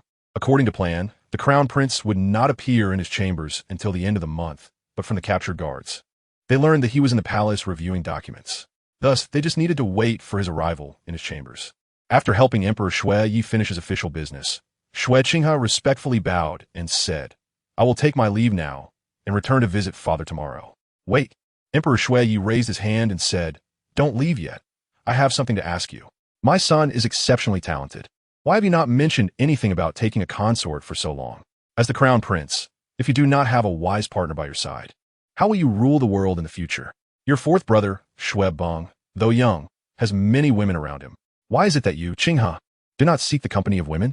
Is there something you can't say? Upon hearing this, Shui Qinghe couldn't help but feel a chill run down his back and quickly waved his hands, saying, I don't, there's no problem. Emperor Shui Yi nodded and asked, What about the selection of a crown princess? Any progress? I haven't met anyone I fancy yet. Shui Qinghe said awkwardly, as being with a beauty felt somewhat forced. What do you think of General Gulong's precious daughter? The niece of Duke Qinburu seems quite good too. Cough cough. Shui Qinghe coughed awkwardly, feeling speechless. Why must it be the crown princess? Isn't it okay not to have one? This is really annoying. Father, I will consider it. I just want to help you share the burden of state affairs. If I have a crown princess, I fear it would affect my focus on official matters. Emperor Shui Yi sighed and said, Knowing you have such thoughts, I can rest easy. Compared to the troublemaking crown prince Shui Bong, I find you, Qinghe, to be much more mature and steady. How about this? I won't pressure you about the selection of a consort. Spend more time with General Gulong's daughter. Shui Bong is getting close to her. If one day General Gulong becomes Shui Bang's father-in-law, don't blame me for not reminding you. Moreover, you should also learn to win over my several brothers, especially Prince Shui Xing royal families have no family ties. If one day, Shui Bang joins forces with Shui Xing and General Gulong to stage a coup, then Emperor Shui Yi would have no way to intervene. What he could do was to pave the way for Shui Qinghe's future. Rest assured, Father, I will ensure General Gulong leans towards my side. Shui Qinghe believed that power is politics. Weakening his military authority would suffice. He didn't necessarily have to marry his daughter. Emperor Shui Yi pointed to the 3 boxes beside him and said, These were sent by Duke Qinburu. He said that since you, Crown Prince Qinghe, are busy with state affairs, you should pay more attention to your health. Open them and take a look.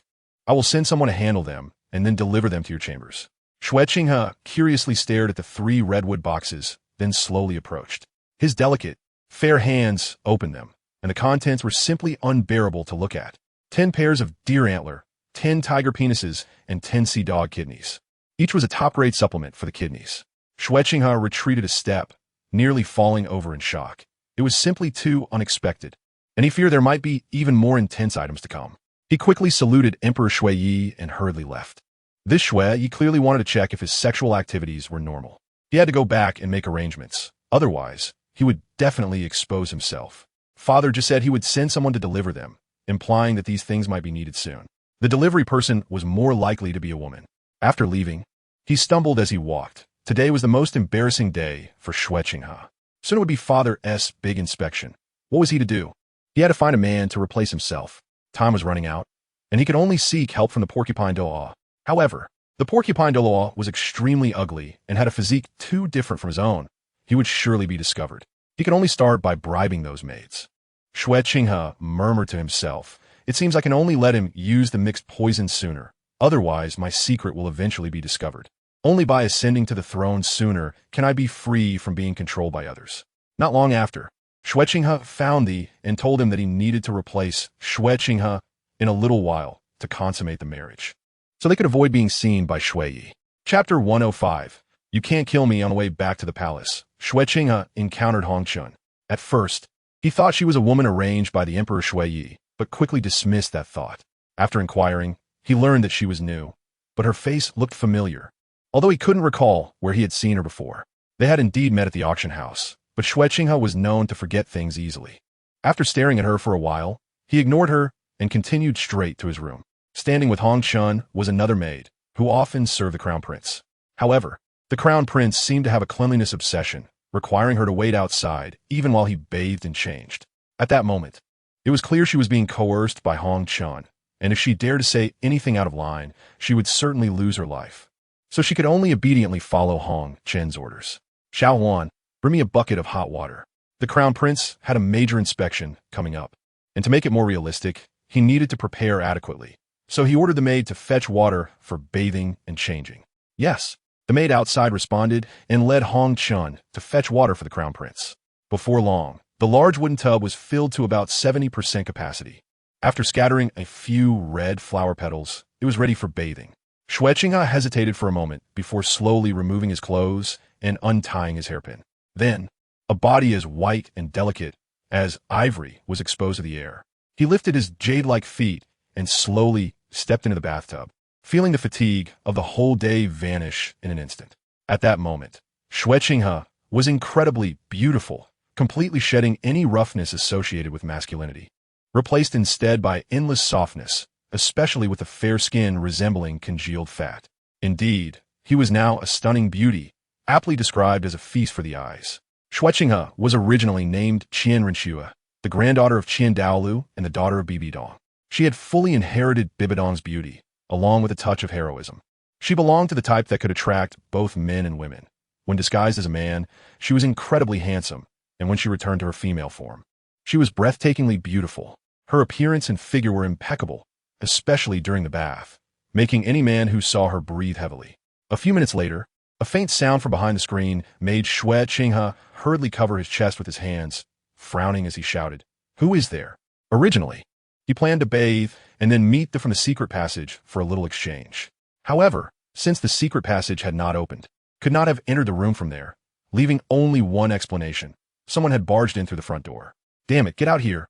Xue Qinghe's face flushed with shame as he quickly got up and wrapped himself in the nearby light gauze to cover his perfect figure. At that moment, Xie Yu was dressed in a black robe, the brim of the hood pulled down low, as if he were a child who had done something wrong. Wiping his slightly bleeding nose, he awkwardly said, "I didn't expect that the current crown Prince Xue Qinghe is actually a woman." What surprise! If the people of the Tiando Empire knew that their caring crown prince was actually a princess, what would they think? "Don't worry, I'm not interested in you. I'm here to exchange something with you." Xie Yu tried to keep calm. Even a former god couldn't remain composed in front of such an extraordinary beauty.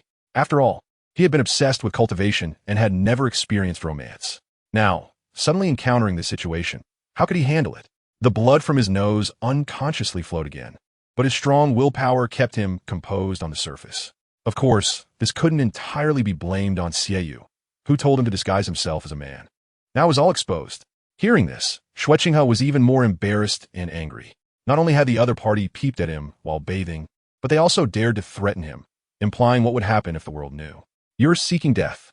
Without responding to the second half of Xie Yu's words, the first half alone was already a death sentence. Xue Qinghe gritted his teeth, wanting nothing more than to tear Xie Yu apart. But then he seemed to suddenly recall something important.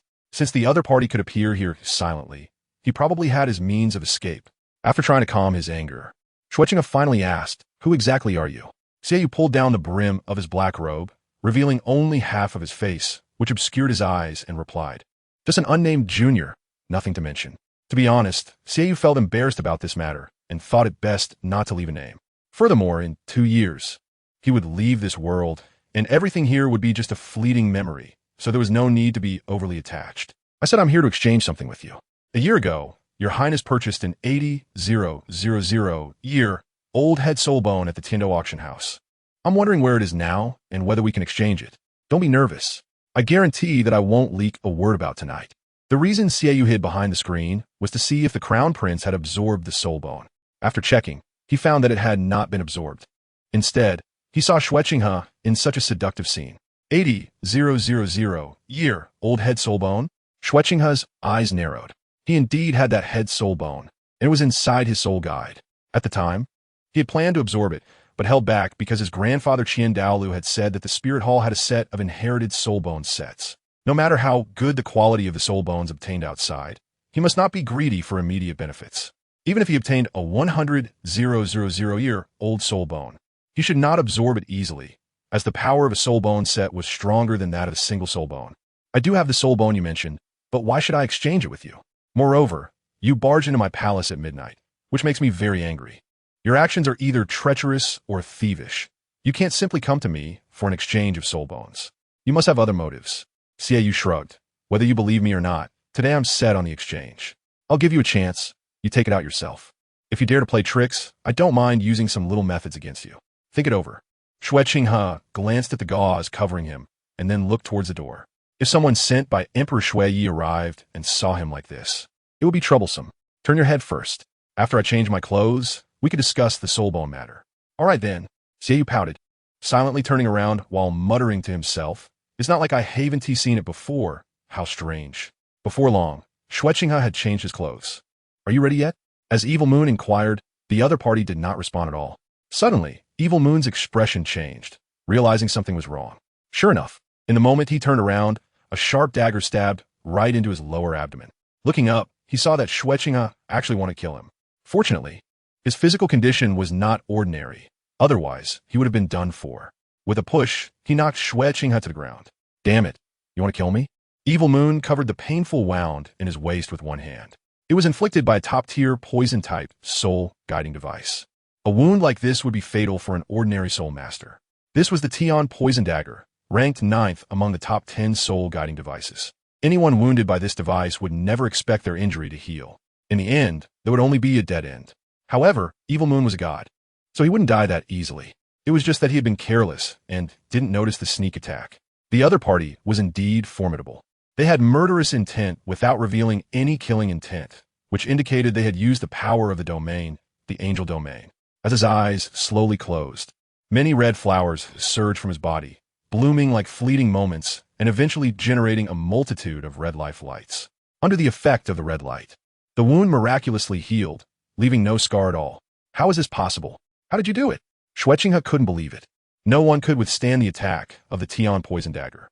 Even a titled Douluo would die if hit. How could it be fine? Evil Moon said impatiently, "Don't waste your effort. You can't kill me. Seeing how good-looking you are, I didn't expect you to have such heavy killing intent. I'll give you one last chance. If you don't cherish it, don't blame me for being ruthless." Chapter 106. Forced transaction after witnessing Evil Moon's extraordinary recovery ability. Xue Qinghe immediately became cautious. She never expected that her tried-and-true method of killing would be useless against him. Xue Qinghe said coldly, "So what do you want?"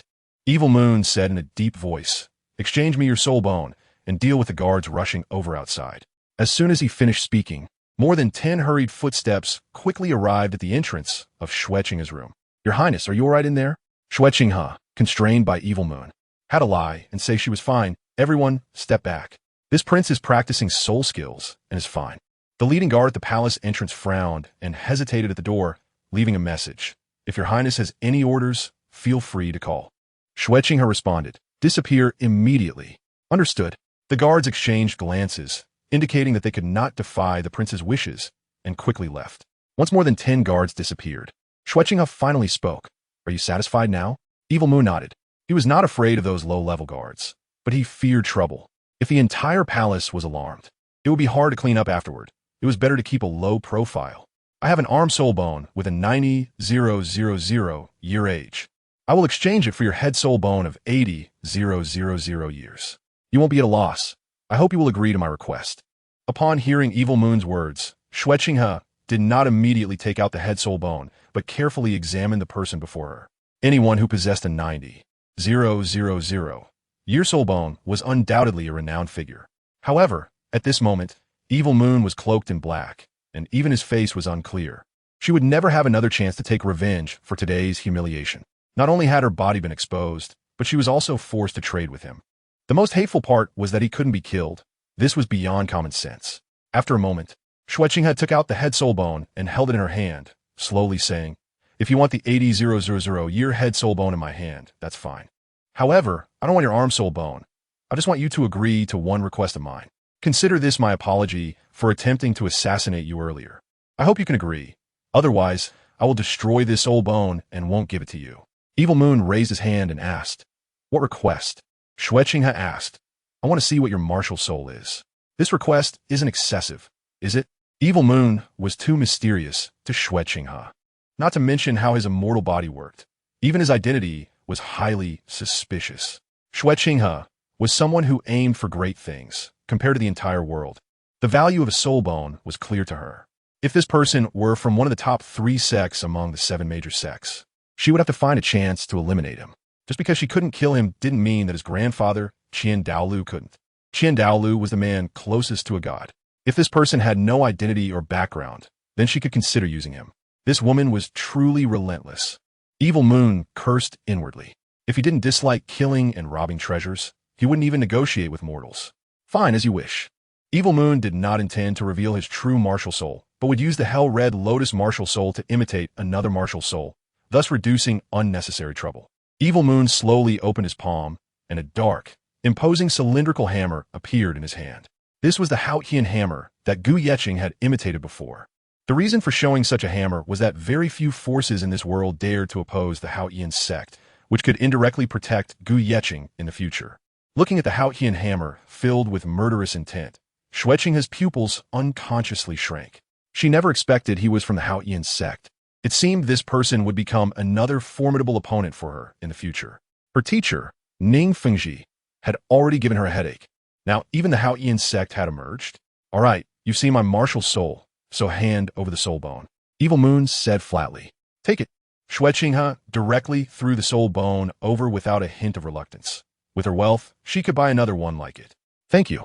Evil Moon took the soul bone and prepared to leave, but his footsteps paused, and he turned back. "I really dislike owing favors.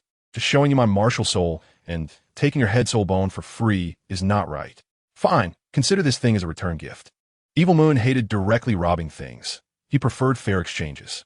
This was also the reason he chose to freely exchange with Gu Yeqing, even though he could control him. Otherwise, how is he different from those hypocritical gods?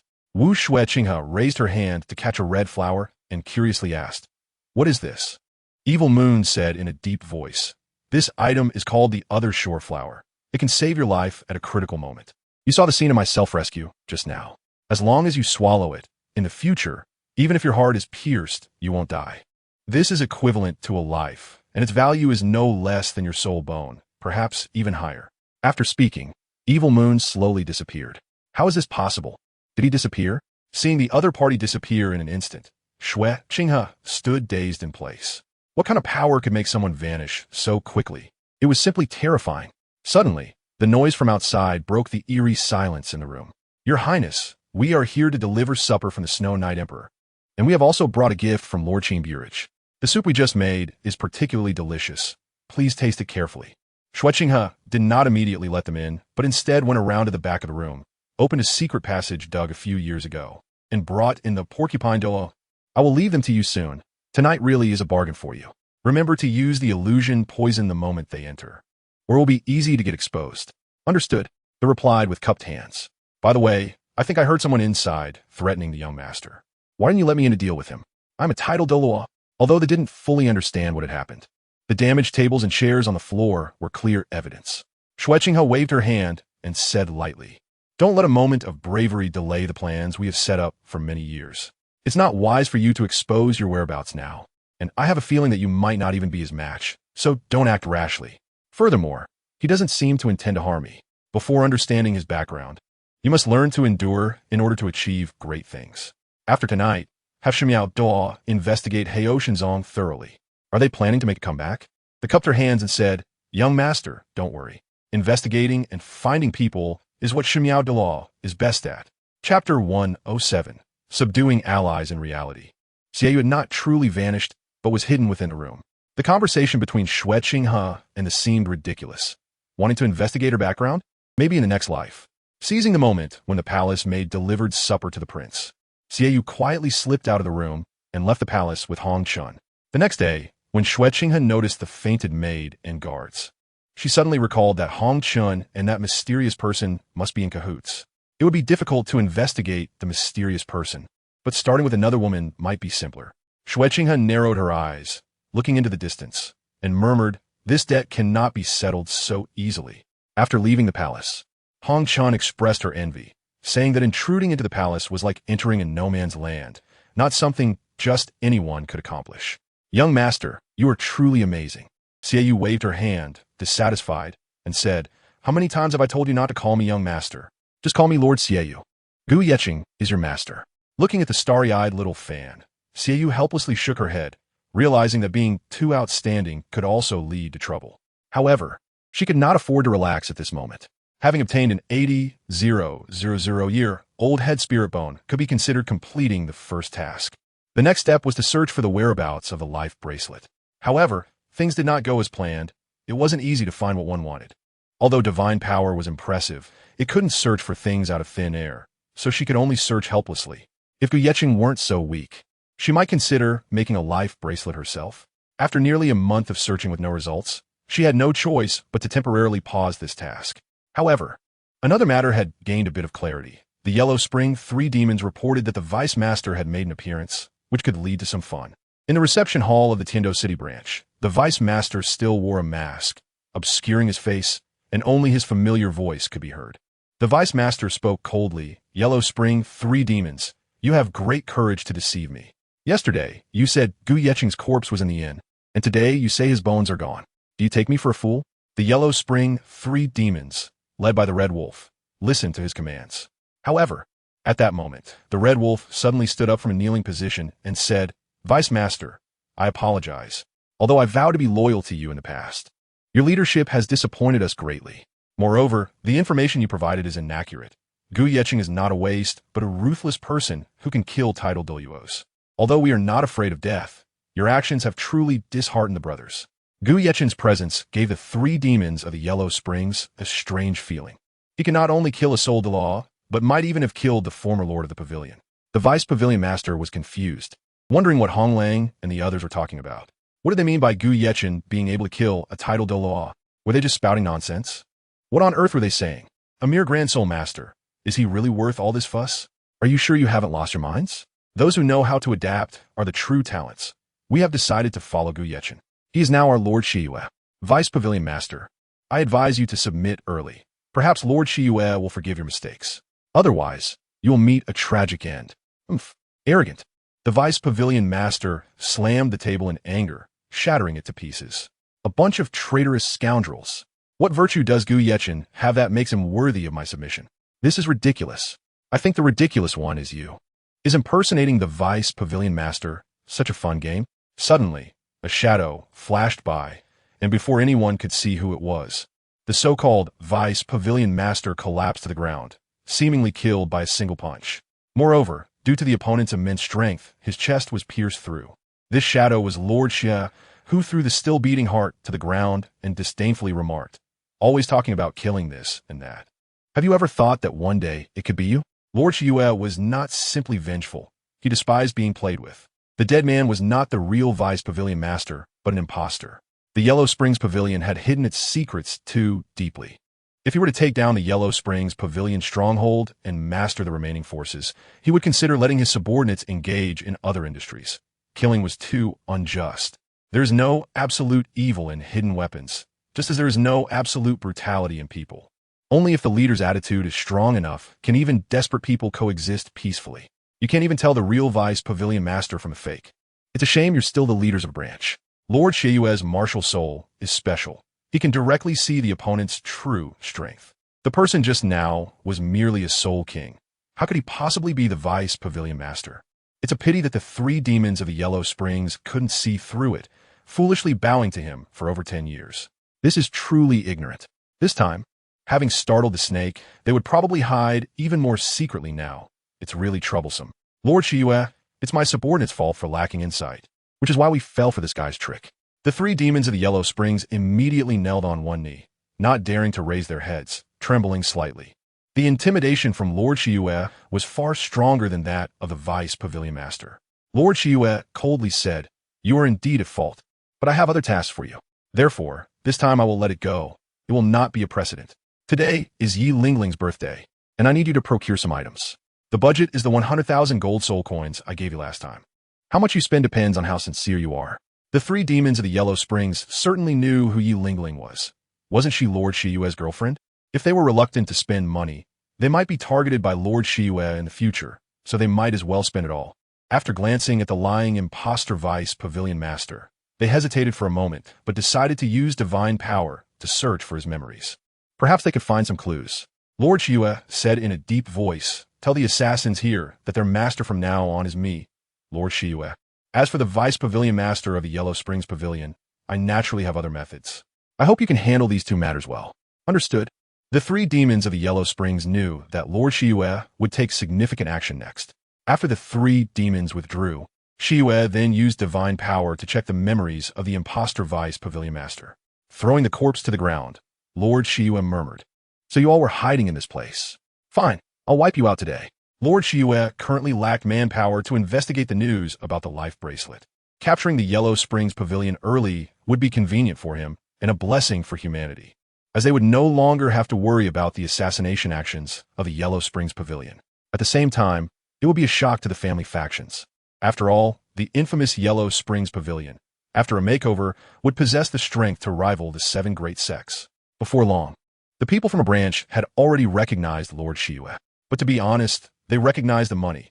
Whoever gave them more money, they would follow. Lord Shiyue tripled their monthly pay. How could they not worship him? Chapter 108. Celebrating with thousands time passed quickly, and the three demons of the Yellow Springs completed their extensive procurement in Tiando City. Various gifts emerged one after another. These were not for Lingling, but for those willing to come and congratulate her birthday. Anyone willing to say a word of blessing would receive silver coins as a reward. Those willing to hold signs or banners would receive gold soul coins as a reward, distributed according to their performance. Furthermore, it was clearly stated that the budget for this birthday celebration was 100,000 gold soul coins. If the coins were not fully spent, they would be given to the beggars, with the leftovers sent to them. Upon hearing about the opportunity to receive gold coins, the commoners of Tiando City immediately became agitated. A regular restaurant or tea house's daily earnings were only a few dozen silver coins. Some low-income earners only made a few dozen copper coins a day. The fact that there were gold coins to be received for birthday blessings was enough to drive people wild. By the afternoon, the entire transportation system of the Tiando Empire was paralyzed, with thousands of people rushing toward the Royal Academy, and it seemed that there was more than one wave. The bustling streets were crowded with dark figures, creating a spectacular scene. The number of people here was likely greater than all the members of the seven great sects combined. At dusk, as the sun set, the tranquil evening glow was beautiful, and the colorful sky sparkled brightly, though it carried a touch of desolation and sorrow. At the entrance of the Royal Academy, looking down at the dark crowd below, both teachers and students were dumbfounded. Had these people gone mad? The blessings of tens of thousands of people looked more like an armed army from the outside. It was too spectacular. The banners held by the people in the front row mostly wished for Yi Lingling to become more beautiful and to have a happy birthday. Of course, there were also some strange banners. One of them read, "If I choose to be with you, I will have no ability to protect you." Who was Yi Lingling? A top-class student of the Tiando Royal Academy, also a Tiando-level student. Not only was she exceptionally talented, but she was also a school beauty. But was such a grand display really necessary? This incident had already alarmed the three committee members of the academy. The committee sent teacher Sun Buyu to handle the situation for no other reason than that the impact was too negative. However, all the students had different emotions. Some were envious, some were jealous, some were disdainful, and others were frantic. Wow, Yi Lingling's boyfriend is amazing. Which noble family does he belong to? Isn't it just a little money? Is it really necessary to be so extravagant? If I asked my dad for some money, I could create such a scene too. It's just a small trick. My father is the Minister of Military Affairs of the Tiando Empire, commanding over 100,000 troops. This ragtag crowd probably doesn't even have 30,000 people. They've really never seen the world. Damn it, my goddess is going to be taken away. I can't live anymore. Yi Lingling is mine. The students were discussing among themselves. Although their opinions were not entirely unified, they all felt a sense of defeat in their hearts. They knew that such a large-scale event was something they could never accomplish on their own. Indeed, 100,000 gold soul coins was a significant amount, even for the great nobles, let alone for them, who were merely the offspring of great nobles. Their pocket money certainly wouldn't exceed 50,000 gold soul coins, and some didn't even have 5,000. Yi Lingling's boyfriend was directly overpowering them. How could they compete for the goddess? Yu Feng pounded his chest and exclaimed, "What is going on? Isn't Yi Lingling's boyfriend just a backgroundless cultivation waste? How could this happen?" He couldn't believe it was true. Yu Feng had secretly investigated Gu Yechen's background before. With a martial soul of a little red flower, he was a waste. And he had also offended Qin Shou at school. Now, after a month of not returning, he feared he had been dealt with by Qin Beast in the shadows. Yet unexpectedly, he suddenly appeared. Beside him, Ostro teased, "Look at Lingling's boyfriend, so extravagant. If it were me, I wouldn't have the money to hire such a large group. Such childish behavior." Hearing this, Yu Qianheng naturally knew he was complaining about being too hasty with Du Guiyan, having never given such a special gift before. However, Du Guiyan envied this kind of behavior. Yi Lingling's boyfriend truly loved her. No girl dislikes beautiful clothes, no girl dislikes a lovely appearance, and no girl dislikes romantic gestures. Perhaps it was just the girlish heart at play. Almost all the girls in the Royal Academy were extremely envious of Yi Lingling. She was truly very happy. In a corner, Jiu Ying shed a tear and murmured, "Brother, I hope you all find eternal happiness."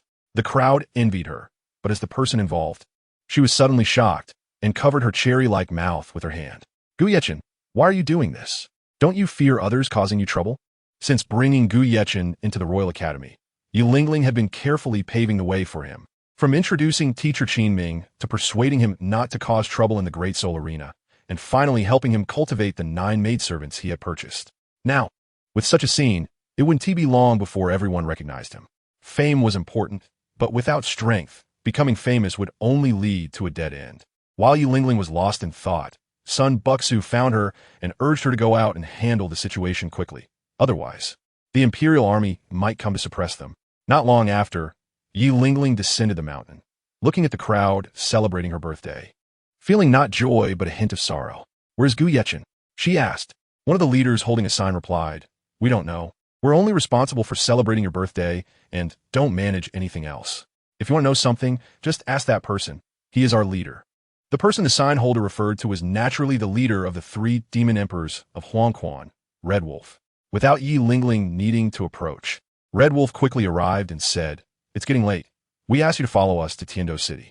By the way, our lord is waiting for you in Tiando City, and if we leave now, we can just make it in time for the lavish banquet at the Overlord restaurant." Yi Lingling narrowed her eyes, sizing him up for a long time, and asked, "Who are you to Gu Yechen? Why didn't I know of your existence before?" Red Wolf replied, "I am Lord Shiyue's capable subordinate. You can call me Little Wolf." "Are you not lying to me?" Yi Lingling felt the distance between her and Gu Yechen. "Was the Lord Shiyue he mentioned really Gu Yechen?" "It's absolutely true. I wouldn't deceive you, madam. This is our Lord Shiyue's token." He then took out a leaf-shaped hairpin. Nodding, Yi Lingling finally believed them. Suddenly, she remembered Yanin, who also entered the Royal Academy because of her. She couldn't just leave her behind while celebrating her birthday. "All right, I need to prepare a bit. I'll bring a few friends along." Yi Lingling naturally wanted to bring the members of the royal fighting team with her, since they were her best friends. And she could trust them completely. Although teacher Qin Ming had left the Royal Academy for Shrek Academy not long ago, this team still persisted in training every day, waiting for their new captain to arrive. "That's entirely up to the Madam S arrangements. We only need to take care of your visit to the Overlord restaurant," Red Wolf said, leaving Yi Lingling with a strange feeling. "Gu Yechen, what is wrong with you? Why don't you come to see me yourself?" Chapter 109. Inner monologue. Not long after, the sky had completely darkened. Red Wolf dismissed the celebratory crowd and distributed their wages as promised. It's worth mentioning that each of them also received a small gift. The princess of the Tiando Empire royal family might be unknown to them, but Yi Lingling is someone they have come to know today. These people don't even know who pays their wages, yet they feel the most sincere gratitude towards Yi Lingling. It's rare for anyone to be so generous nowadays. The 3 demon emperors of Huangquan led Yi Lingling and her group to ride in a carriage. And after about an hour, they arrived at the most luxurious restaurant in Tiando City, the Overlord restaurant. They came here just to have a meal, which shows how grand this occasion really is. It can be said that they came not just for a meal, but specifically for the famous barbecue, as this place is well known for it. Some prestigious families even traveled from other cities just to taste the food here. It is indeed a very unique restaurant. The Overlord restaurant is quite large, and from the outside, it has a style reminiscent of the Western Region Principality. Pushing open the heavy door of the restaurant reveals a lavishly decorated spacious hall. The hall is resplendent with gold and jade. Through the gorgeous crystal chandelier hanging from the ceiling, it is evident that the lighting is very expensive, reflecting a dreamy and colorful light from every angle. The elegant European-style tables and chairs, along with the delicately crafted bar, are all painted in pure white tones. The colorful murals on the walls and the well-planned layout exude an air of nobility, making it very high class. Upon closer inspection, each table is adorned with a white porcelain vase, where pink roses bloom beautifully, harmonizing perfectly with the surrounding elegance. These seem to be real flowers.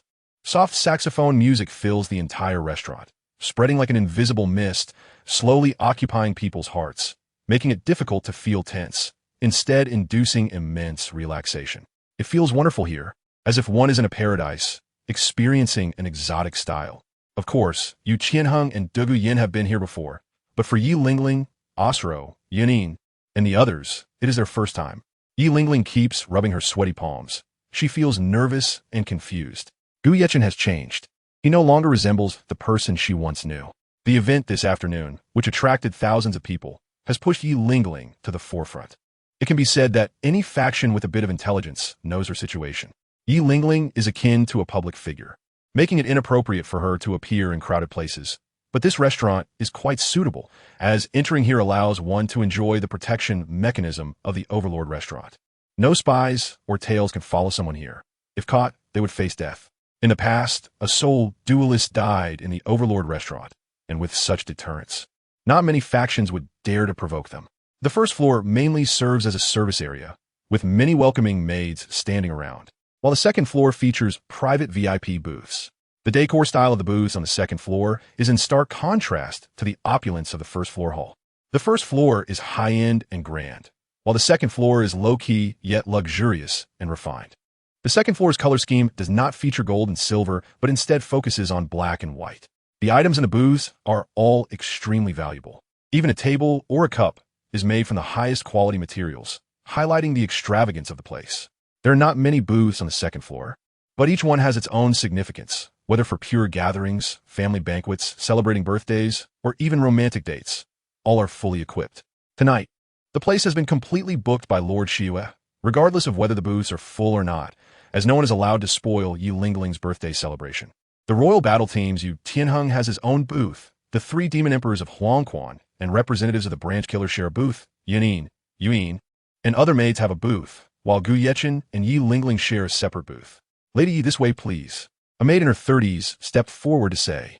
This maid was the Soul King, maid who previously stopped Gu Yechen from fighting Wang Li. Her strength is considerable.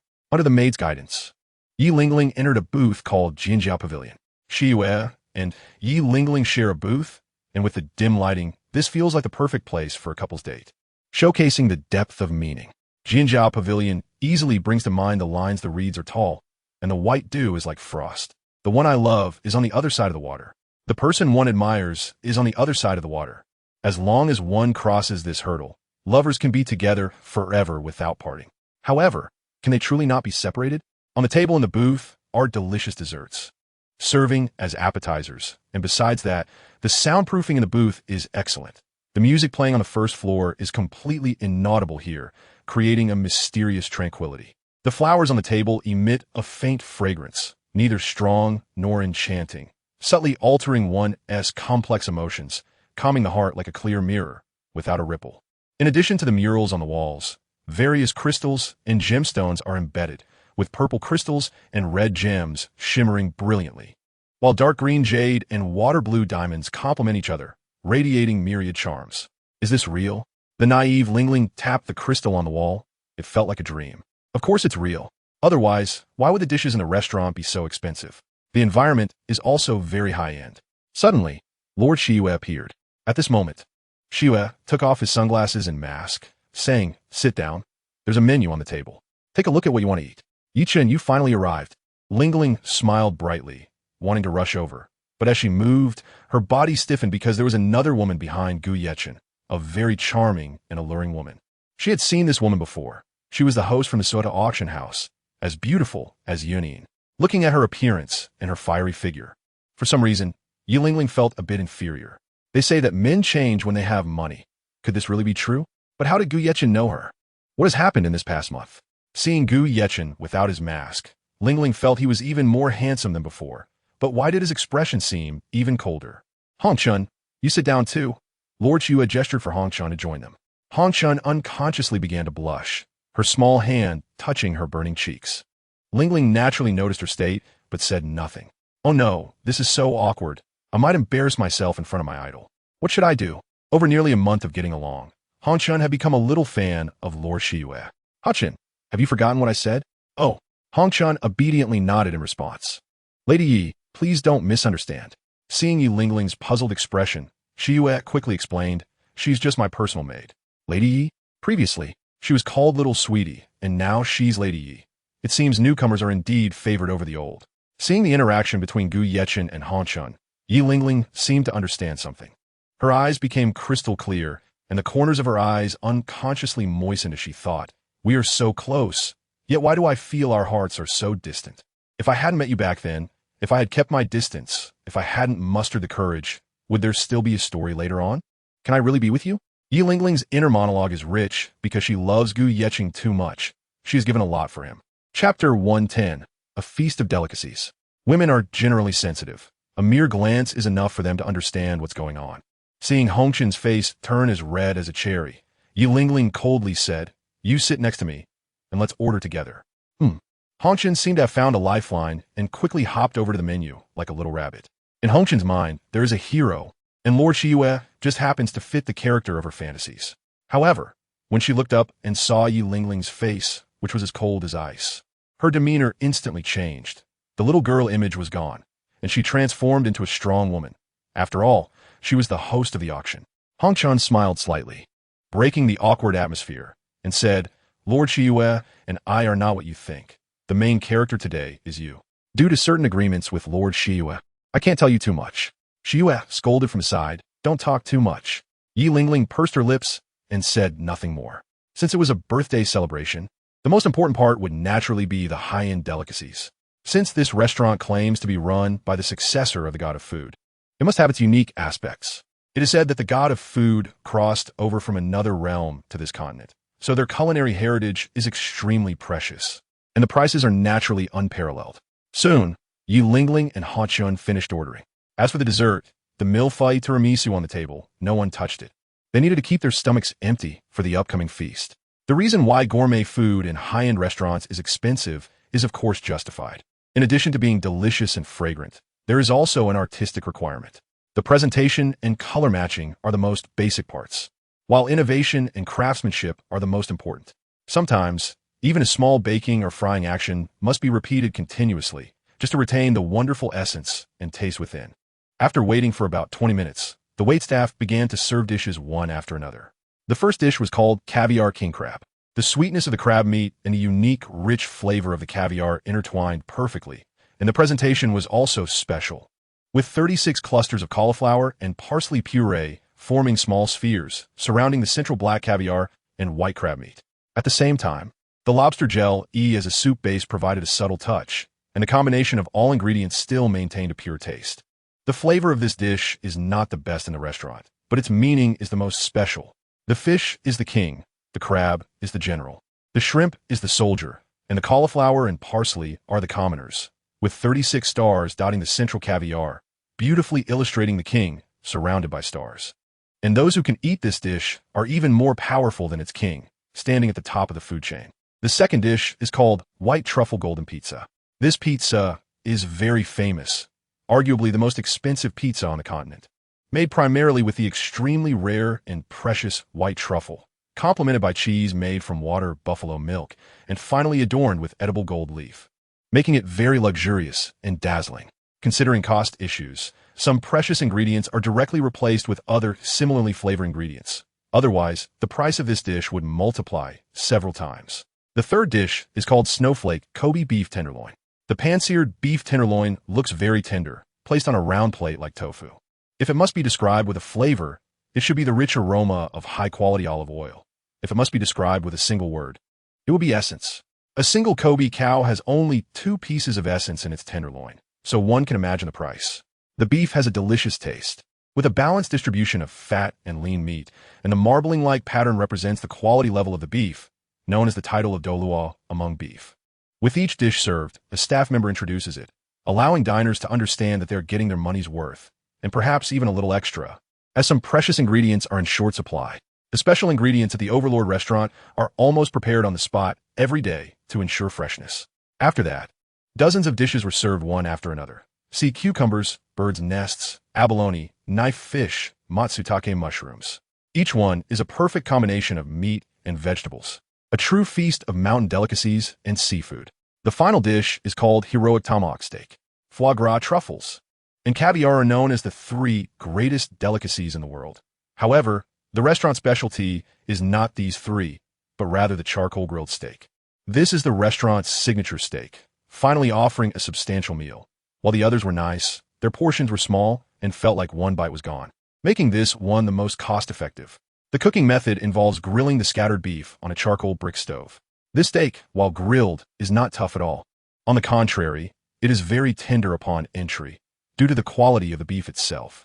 This cow has never eaten grass since weaning. It has been fed specially formulated nutritious wines. It also occasionally receives massages and listens to music for relaxation. Looking at the dishes on the table, Yi Lingling was momentarily stunned.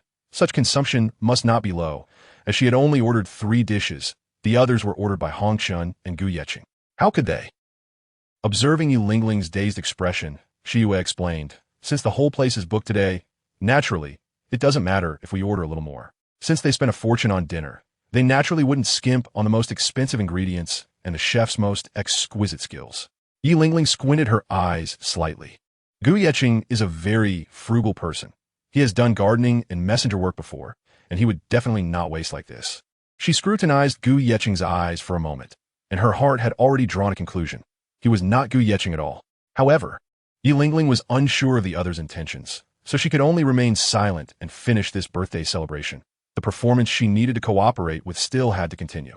As dinner reached its conclusion, the 3 were quite full. They didn't open red wine, only ordered a bottle of champagne, so everyone was sober. Wiping her mouth with a napkin and looking at the unfinished steak on the table, Yi Lingling said, "It's really delicious. Unfortunately, I can't eat anymore. Can I take it to go?" Shi Yue replied, "Of course you can, as long as you like it. However, if you leave it until tomorrow, the taste may not be as good, so I don't recommend taking it. If you all like it, I can bring you back next time. It's just a little trick." "Just a trick?" Yi Lingling and Hong Chun rolled their eyes. The world of the wealthy is truly amazing. "Madam Yi, I have a little matter to attend to, so I won't keep you company. Ha Chun, you chat with her." Shi Yue stood up, preparing to leave. "Please wait a moment. Tell me, where exactly is Gu Yeqing?" At this moment, Yi Lingling could no longer hold it in, her eyes fixed intently on Xie Yu. "Hee, has it been discovered?" Xie Yu smirked and said, "Don't worry. He won't die yet. Today, on your birthday, is the day the guy asked me to handle. If you want to wait for him to come back, just pretend you don't know anything. Otherwise, it won't be good for you." With that, Lord Xie Yu waved his sleeve and left. Upon hearing this, Yi Lingling was stunned, sitting there in a daze, just as she had guessed. Gu Yeqing has been controlled by the flower god. A month ago, Gu Yeqing secretly told her that there was a guy hiding inside him, and indeed, staring blankly at a large marble wall clock, its hands forever pointing to 12 o'clock, as if reminding people that this place is primarily a paradise for gourmet food. However, today, no matter how delicious the food is, it cannot compare to Ling Ling's longing for Gu Yeqing. The starting point is 12 o'clock, and the end point is also 12 o'clock. When the starting point and end point overlap, can they be together? This is what Ling Ling thinks in her heart. Chapter 111. Surface emergent Xie Yu did not pay attention to Yi Lingling's state. After all, she was not Xie Yu's woman. Stepping alone toward the reception hall on the first floor, she stopped at the checkout counter. Xie Yu's expression was very calm as she coldly said, "Calculate all the expenses for tonight. Please wait a moment." The service staff responsible for the settlement quickly printed out the electronic menu. After a moment, the waiter said, "You all ordered a total of 165 plates of fine delicacies, especially the GNG Actuan private room, which ordered 88 exquisite dishes. The total consumption this time is 180,000 gold soul coins. May I ask if the esteemed guest will pay by card or cash? Xieyu's originally indifferent face suddenly changed, and the corners of her mouth slightly lifted. Can you give me a discount? Sorry, we do not have any discounts. The service staff spoke very politely, and even their attire was somewhat gentlemanly. The white shirt paired with a black vest made them look like a formal businessman. However, tonight's consumption by the esteemed guest has already broken the record since our opening, so I think my boss should be able to reduce the price for you. But my boss has been very busy lately, so regarding the price discount, I am also powerless. If my boss finds out, my salary will be deducted, and I dare not take the initiative. How about this? I will find an opportunity to tell my boss about tonight's events, and next time the esteemed guest comes, there will definitely be discounts. Xieyou suddenly smiled and said, White-robed saint, how long are you going to keep pretending with me? If you don't give me a discount, then I'll break your bones. You can try it. Xieyou knew that the service staff in front of her was not as simple as they appeared, because he was the white-robed saint from the Huangquan Pavilion. Under the deputy master of Huangquan, there were 7 great saints. Xieyou was sure that this was the headquarters of the Huangquan Pavilion, better referred to as the lair. Xieyou knew this so clearly because he had rummaged through the memories of the fake deputy master.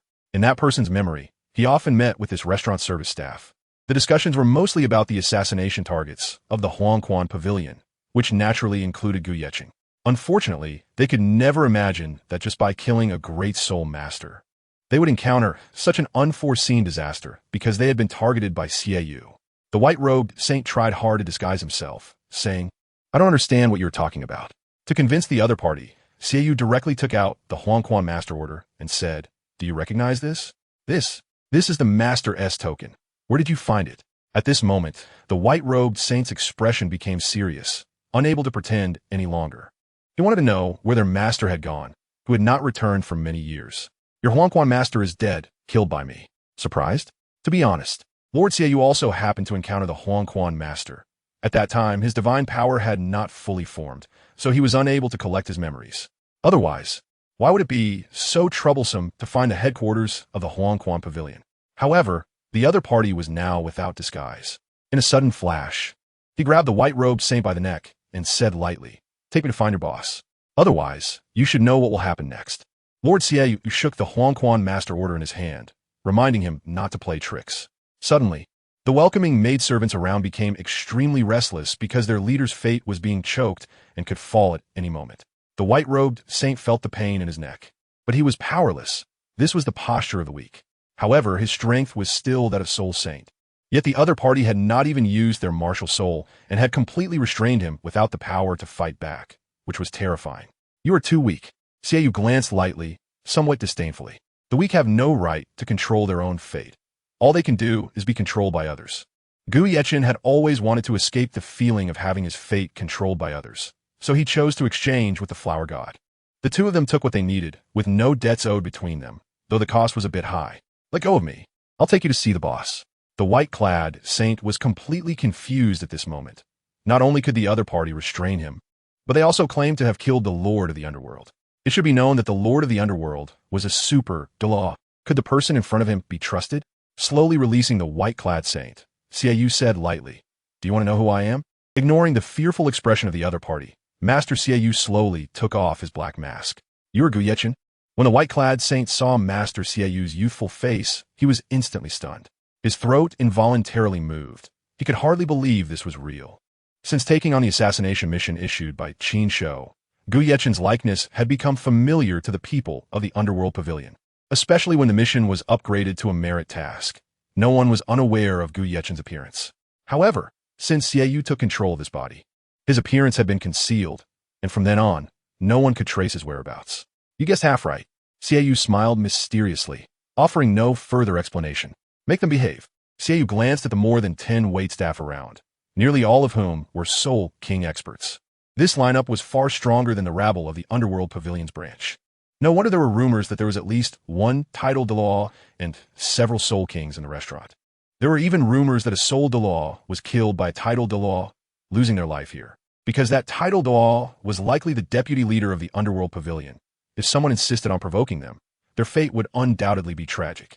However, Xieyou was a special existence. The white-clad saint instructed the many Soul Kings, everyone, Please remain calm. Just pretend nothing happened and do your jobs well. Hearing this, Master Xiaoyu finally felt relieved. After all, the safety of Yilingling, Hong Chun, and the other students of the Imperial Fighting Team also needed to be considered. Seventh brother, what happened? Suddenly, two middle-aged men rushed out from the kitchen, sensing some unusual movement in the hall, their faces filled with confusion. Elder brother, second brother. I'm fine, you guys go back first, the white-clad saint hurriedly explained. Although their status in the underworld pavilion was extremely high, there's a saying that those with wealth or high status fear death even more. They controlled a group of desperate individuals, but they didn't want to become cannon fodder. Otherwise, they wouldn't need to hide so deeply. To put it bluntly, they were still afraid of death. The white-clad saint felt that Gu Yechen was too terrifying. What if he went on a killing spree? The seven great saints had once been the best of teams, and they could trust each other with their backs. So, he could only continue to reassure the other saints not to act rashly, that he was fine. Under the astonished gazes of everyone, the white-clad saint led Master Xiaoyu to the basement. This basement was where they usually held meetings at their headquarters. When Xiaoyu descended the stairs of the basement and walked for about 7 or 8 minutes, a wide hall appeared before them. And at the center of the hall sat a figure in a black robe. The figure in the black robe scolded, "Didn't I say, if there's nothing special, don't disturb my training?" Deputy leader, what a grand stance. Xiaoyu smiled playfully. The other party was too arrogant, not even turning around. Chapter 112. The deterrence of soul rings when the black-robed person heard Master Xiaoyu's words. His originally half-closed eyes suddenly opened wide. The sudden voice surprised him greatly because he had only sensed the aura of the white-clad saint. He hadn't sensed the other person at all. It should be known that the black-robed person was a tidal daw. He could distinguish the sound of a falling leaf within 1,000 meters. But at this moment, he was also baffled. The deputy leader immediately stood up, turning around with his eyes shining coldly, secretly guessing that it couldn't be that the people from the Tiando royal family had come. The deputy leader had some grievances with the Tiando royal family, so he had always hidden in this dark corner. But when he actually turned around, he was instantly stunned. Wasn't this Gu Yechen, the young junior who had upgraded to a merit task? The deputy leader's name was Di Shang. He originally belonged to a small kingdom's royal family. Unfortunately, his father offended the Tiando royal family over tribute and tax issues. Not long after, war broke out between the two countries, and the small kingdom was no match for the Tiando Empire. It was destroyed in just a few years. At that time, Di Shang was just a teenager, and under the escort of his guards, he managed to escape, but he was branded as a remnant of the rebel army, making it nearly impossible to move within the empire. In desperation, he joined the underworld pavilion, and due to his outstanding talent, he caught the attention of the Lord of the Underworld, who not only guided his cultivation, but also trained him to become the deputy leader. Even though he was quite older than the Lord of the Underworld, they shared a deep friendship. However, one who is hated often has their own tragic story. Since taking control of the Underworld Pavilion, he harbored hatred and decided to take revenge on the Tiando royal family. He dared not confront them directly, but did he dare not do so behind their backs? Thus, there were often news reports of assassinations of nobles from the Tiando royal family. To create confusion, he would also take on assassination tasks against ordinary citizens, as long as the other party could pay. This would also make the Tiando royal family mistakenly believe they were merely an evil force for money. However, no matter what, wrong is wrong. Transferring the pain caused by others onto other people is a ridiculous act. The reputation of the Underworld Pavilion had always been very poor, to the point of being infamous. Looking at Gu Yechen actually coming in with a white-clad saint, Di Shang narrowed his eyes and scolded, "White-clad saint, what do you want to do? Why did you bring him here?" The secrets of this lair were extremely well guarded. Even the Tiando Empire's royal family did not know. Moreover, their restaurant was located within Tiando City, and many noble families had come to enjoy the food.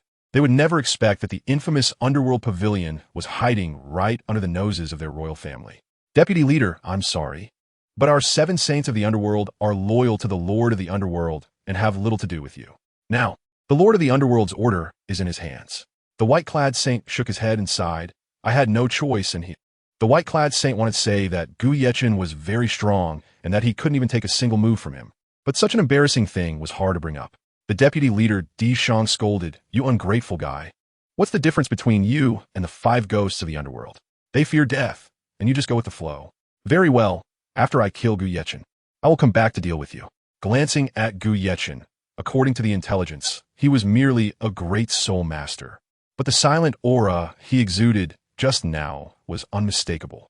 Even if Dishang was a titled Douluo, he dared not be careless in the slightest. His nature was inherently cautious. Last time, he had scolded the subordinates of the Seven Saints of Huangquan as useless. Compared to those so-called assassins, Gu Yechen resembled more of an assassin himself, as no one knew anything about him. Gu Yechen continuously refreshed their understanding, which could be described as being deeply concealed and unfathomable. Dishang stepped down forcefully, and in an instant, 9 dazzling soul rings moved rhythmically around him. Yellow, purple, black, black, black. 9 brilliantly radiant soul rings spun around him endlessly, especially the last black soul ring, which surprisingly emitted a faint red glow. That was a soul ring close to 100,000 years, estimated to be at least 90,000 years, granted by the Lord of Huangquan. Tell me, why is the Lord of Huangquan's order in your hands? Where has our leader gone? Lord Shiyue coldly laughed. He is dead. I killed him. Do you want to take revenge for him? Utter nonsense. Our leader is a 95-level super Douluo. What right do you have? Dishang absolutely didn't believe Gu Yechen could kill their Lord of Huangquan. He knew their leader's strength best, capable of matching at least 4 titled Douluo, and that was a conservative estimate. Nonsense. I don't want to say much. I give you a choice. Submit or die. Lord Shiyue had even killed super Douluo before. A mere titled Douluo was nothing to be afraid of. He too stepped down forcefully, and a white soul ring slowly began to move from his feet. This white soul ring was the soul ring inherent to the Hell-Red Lotus Martial Soul, only 10 years old. The Hell-Red Lotus Martial Soul, also known as Stone Garlic, would evolve into the Hell Demon Lotus, forming the prototype of the other shore flower. And this white 10-year soul ring would eventually evolve into a 100,000-year red soul ring. Hee, a 10-year soul ring? The vice leader thought the opponent was just pretending to be strong, but it turned out to be a worthless character without even the best soul ring configuration. It seemed he had overthought it. The vice leader shook his head helplessly. Facing such a minor character, he didn't even need to activate his martial soul. It was truly embarrassing to have once regarded Gu Yechen as a figure of importance. What? This is...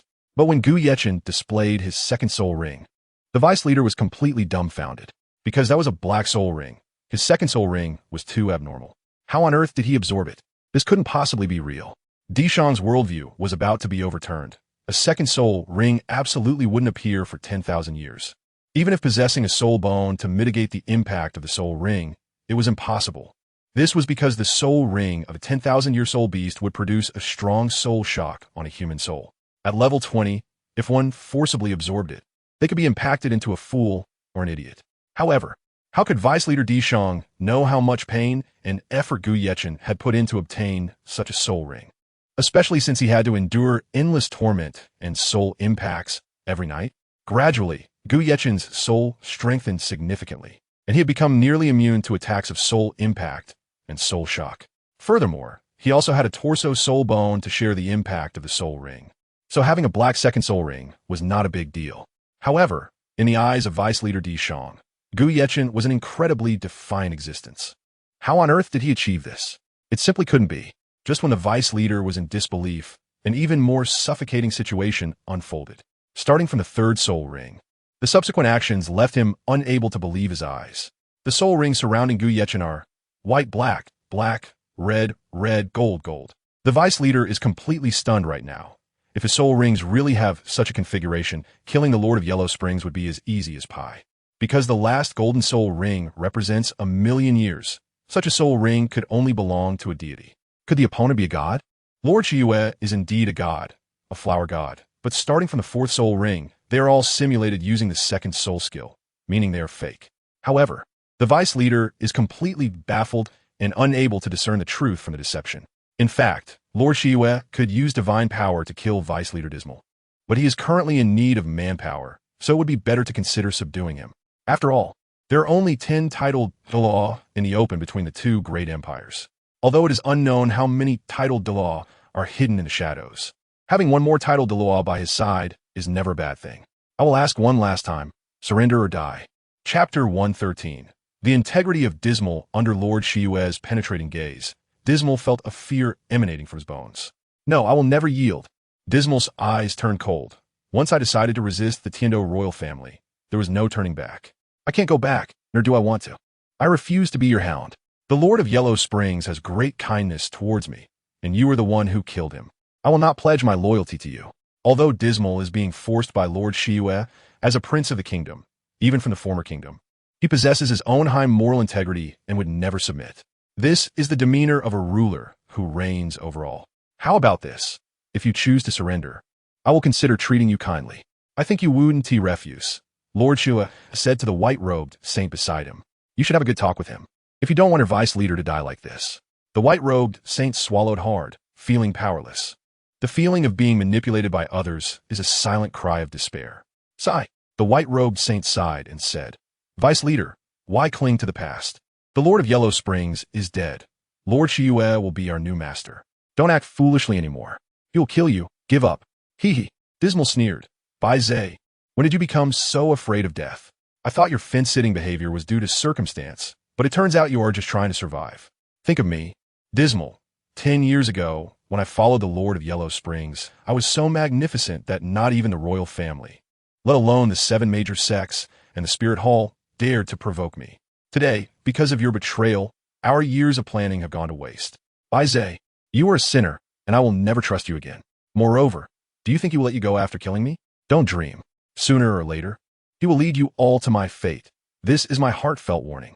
I, Dismal, have killed countless people and will not choose to yield out of fear of death. At this moment, Dismal has completely gone mad. He does not believe that all of this is real. There can't be that many gods in this world. And Gu Yechen is definitely not one of them. Dismal roared. Gu Yechen, I don't believe your soul rings are real. If you want me to yield, then kill me. Otherwise, I will not back down. 7th soul skill, martial soul, true body. Yeah. Dismal let out a furious roar that shook the entire Overlord restaurant. Humph. Stubborn fool. Lord Shiyue sneered. He had already given the other party enough face, yet they still insisted on resisting. To avoid disturbing the other diners in the Overlord restaurant, he could only use the simplest method to kill him. Vice leader, please don't provoke him anymore. I beg you stop. The white-robed saint, who has worked with the vice leader for many years, felt a bit of affection despite often being scolded. Originally, Bai Zhe thought the vice leader would choose to submit to Gu Yechen, but unexpectedly, he chose to resist. My lord, please spare him. Bai Zhe regretted bringing Gu Yechen here, but there is no remedy for regret. If you don't want to die, get out of my way. Lord Shiyue shook his body, and strong waves of energy pushed Bai Zhe aside. You did well. I will leave you with a complete corpse. After saying this, Lord Shiyue once again used divine power, causing everything around to freeze. Even the candle flames in the basement froze, as if they were frozen fire. The only ones who could move were Bai Zhe and Lord Shiyue. Bai Zhe was deliberately left to watch, to let him know that gods cannot be resisted. As expected, the vice leader didn't even have time to release his soul skill before being killed by Lord Shiyue. Moreover, it was the simplest method of killing. In Bai Zhe's eyes, Lord Shiyue merely touched the vice leader's forehead lightly, and he collapsed. After that, he could no longer get up, because his soul was stripped away. Once a human loses their soul, how can they still survive? Looking at the fallen Dismal, the white-robed saint felt a moment of pity. But he had no way to intervene. This is the world where the strong are respected. At the same time, he had witnessed Gu Yechen's strength firsthand. It only took one move. No, just half a move to resolve the vice leader who was a titled Douluo. It was terrifying.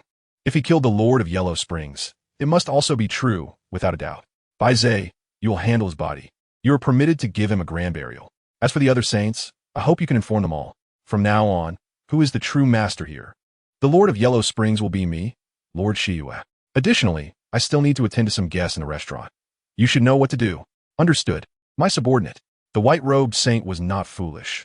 On the contrary, he was very clever, immediately kneeling on one knee and saying, I will obey your orders, my lord. In the private room of the Overlord restaurant, in the Jinjiao Pavilion, Yi Lingling asked Hong Chen, did you know from the beginning that he is not Gu Yechen? Yes. Hong Chen smiled. From the moment he subdued me, he acknowledged that he is a god. Why? Are you very envious of me for being able to be so close to him? Since he is not Yechen, I have no need to envy you at all. Yi Lingling replied, unhappily. In that case, the show must go on. Otherwise, your boyfriend will blame our flower god. Hong Chen pursed her lips. Yi Lingling nodded. Since today his birthday gift was given to me by Gu Yechen, I will not let him down. That's right. Let us go. Let us check out other tables. If needed, we can offer a few toasts since today's main character is you. That's fine. Yi Lingling nodded. Their table hardly ordered any drinks, so they naturally finished eating faster. At the other tables, they were probably already drunk beyond recognition. with some even still stuffing their faces. In the private room where the royal battle team is located. What do you think? What kind of background does Yi Lingling's boyfriend have? Oslo scratched the back of his head. What kind of background could he possibly have? There must be a powerful force backing him. Otherwise, he couldn't be so arrogant. He's simply an unfathomable character. The Shimo brothers also expressed their confusion. Last time I came here with my father, we only ordered a little over 10 dishes. But today they serve us more than 30, and some of it went to waste. It's really too extravagant. Can his background even be compared to our Captain Yu Tianheng? Yu Feng expressed some disdain. Even if the other party has a bit of money, compared to Yu Tianheng's background, he's utterly insignificant. It's worth noting that the blue electric Tyrannosaurus rex family belongs to the top 3 sects among the 7 major sections. Even the 2 imperial families and the Spirit Hall have to think twice before crossing them. And Yu Tianheng is the most promising future heir of the blue electric Tyrannosaurus rex family. How could Yi Lingling's boyfriend compare? It's simply self-degradation. Sigh, but we shouldn't speak ill of others. Yu Tianheng waved his hand. Today, Yi Lingling invited us out for dinner, which was already a great honor for us. So how could we slander her? Dugian nodded in agreement. Yes, although that guy's status is not as good as our Captain Tianheng. He did spend a lot on this meal. They speak with such arrogance, but they also have reasons to be proud. Even without family support, this group of people, as long as they have enough opportunity, could potentially become titled Douluo in the future. As for Yu Tianheng, he might even become a super Douluo. How could Yi Lingling's wealthy boyfriend be compared? What harm is there in praising others? Chapter 114. Yu Tianheng's doubt after leaving the private room. Han Shan went to greet the 3 demon emperors of Huangquan, while Yi Lingling first attended to Yun Yin and a few maidservants before finally arriving at the private room where the royal fighting team was located. Lingling, you're finally here. Upon seeing Yi Lingling arrive, Oslo touched his shiny hairstyle and complained. Sorry, I had a few maidservants to arrange for their meals and accommodations, Yi Lingling said. I don't think so. Did you sneak off to do something with your boyfriend? Oslo smiled mysteriously, implying that experienced drivers understand. Perhaps they just shared a secret kiss. Meanwhile, Yu Feng looked gloomy. His goddess had actually been taken away by someone else, which was infuriating. However, Yi Lingling shook her head helplessly. It's not what you think. No matter how it was, I was indeed late. Please don't mind it. This drink is my apology. With that, Yi Lingling downed the drink she had brought with her. Wow, so fierce. Oslo was startled by Yi Lingling's action because she was drinking straight liquor, not the sweet, sparkling champagne on their table. What? Want to give it a try? Yi Lingling shook the jug in her hand. Forget it, I'm still just a kid. Oslo quickly waved his hand, indicating that he hardly indulged in such things. You don't seem particularly happy today. Tell me, did that person bully you?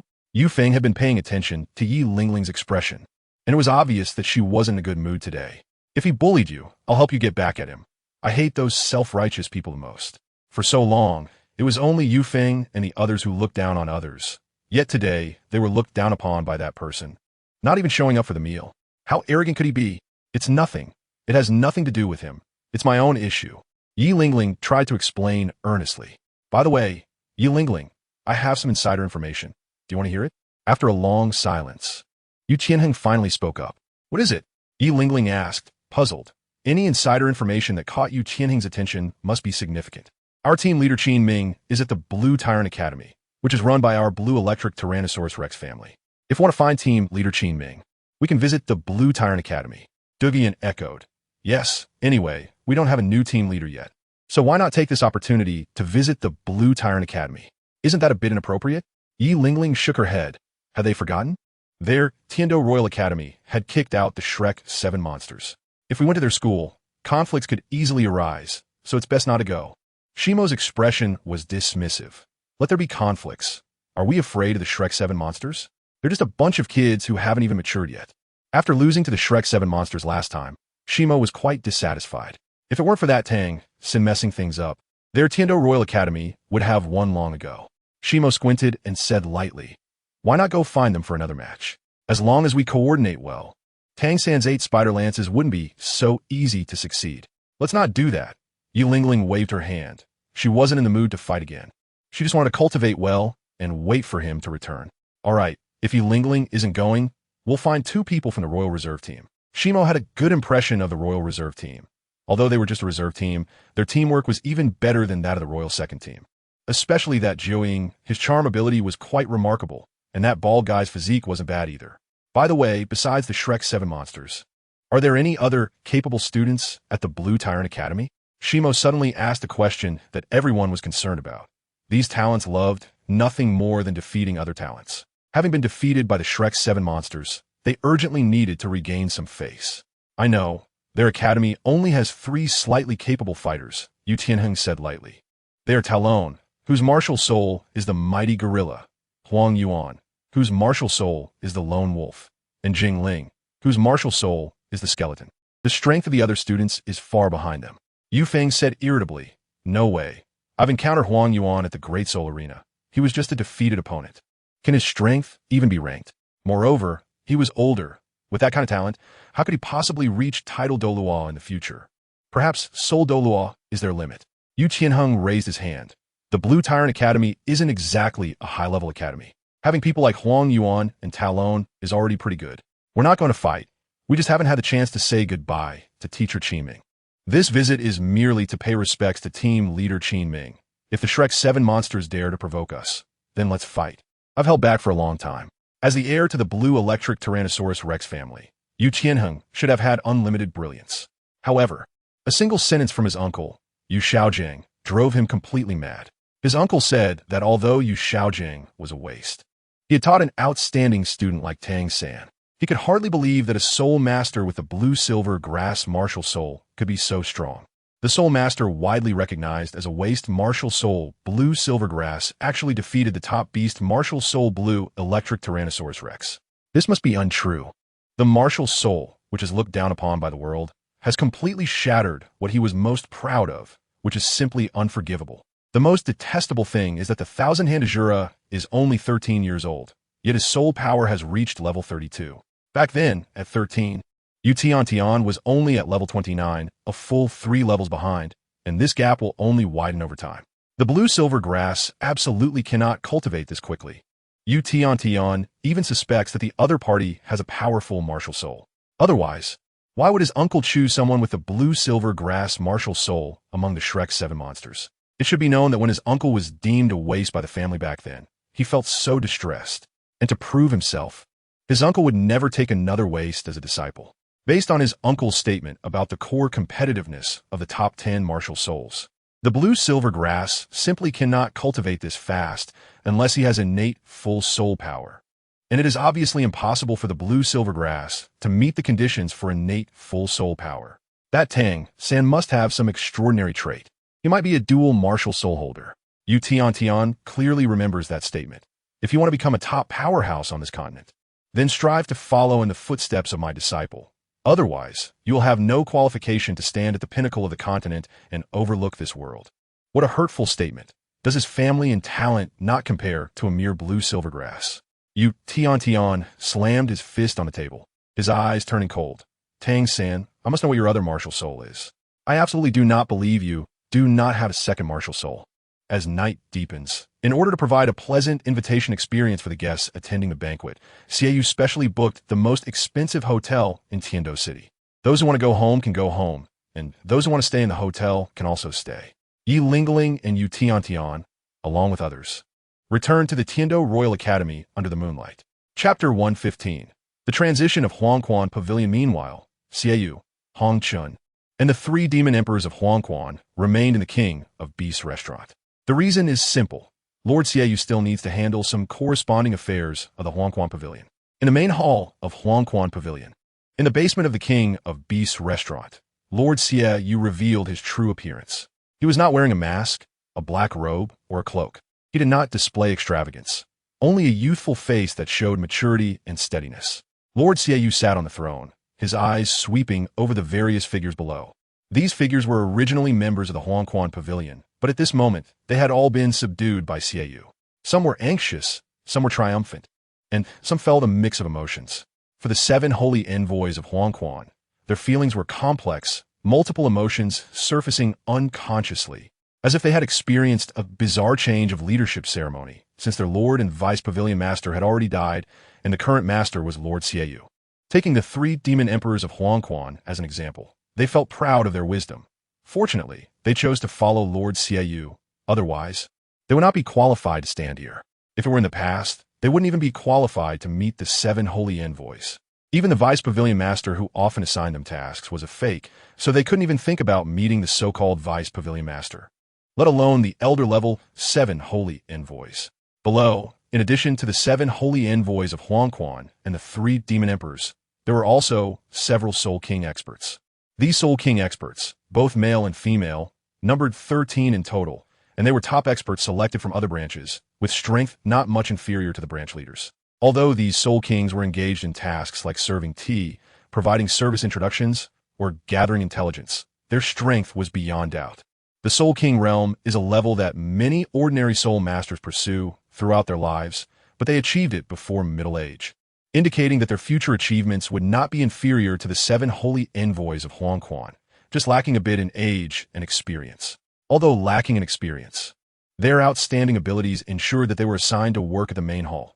Each of them possessed a specialized skill. These Soul Kings had a unified team name, the 13 Protectors. Among the 13 Protectors, some excelled in business management, some in theoretical guidance, some in crafting weapons and armor, and even some in alchemy. The 13 Protectors each possessed exceptional skills, capable of taking on 10 by themselves, and were the outstanding young generation within the Huangquan Pavilion. Looking at the kneeling figures below, Lord Xiaoyu narrowed his eyes and then asked Hong Chun, who was standing beside him, "Vice Pavilion Master, do you have any suggestions? Feel free to share. I have never been a leader before, and if you can persuade me, I will adopt your ideas and incorporate them into the pavilion rules." At this moment, Hong Chun had already been appointed by Lord Xiaoyu as the Vice Pavilion Master of Huangquan, as she had a knack for managing personnel, having grown up in such a managed environment. Moreover, after a month's interaction, Xiaoyu had fully recognized Hong Chun. Her charm and wisdom were unique. If the 7 holy envoys had the highest combat power, suitable to be the vanguard general, then Hong Chun's wisdom would place her at the level of a strategist. Hong Chun did not come from a military family, but she was naturally clever and adept at gauging opponents. Her viewpoint was that the first battle should be the last.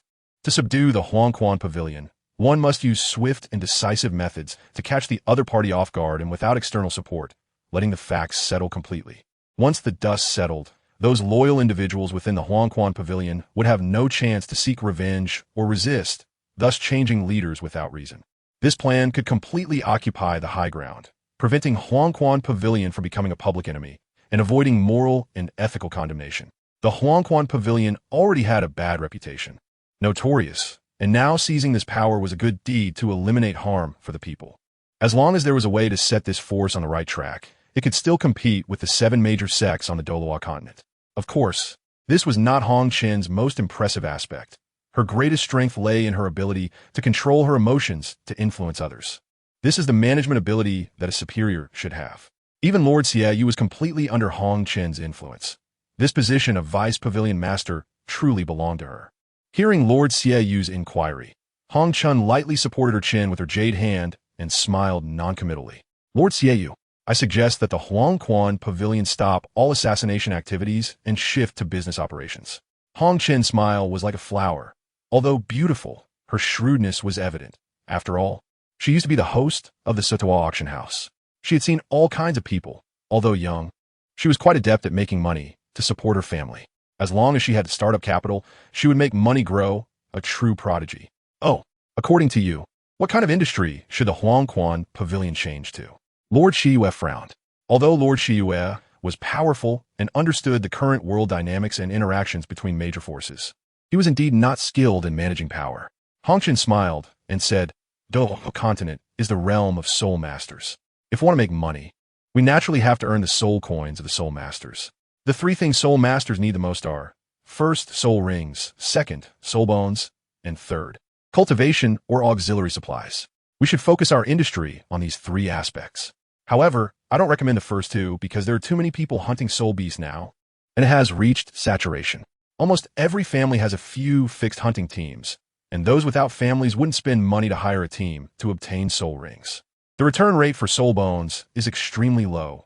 Without enough luck, you can't expect to obtain any part of soul bone, even the lowest and most incomplete 1,000-year soul bone. Therefore, business in this area is hard to do. We can start with the third aspect, such as ethereal medicinal herbs or special pills. Medicinal herbs? Pills. Lord Shiyue nodded. Indeed, you reminded me. Soul masters want to break through levels, besides self-cultivation. They can also consume herbs to achieve upgrades, but it still feels a bit far-fetched. The better the quality of the herbs, the better the effects. Ethereal-grade herbs can break through around levels 5 to 6. There are even divine-grade herbs that can allow one to break through 10 levels or more, but these herbs have extremely high requirements for their growing environment. Without a period of accumulation, you can't expect to cultivate them.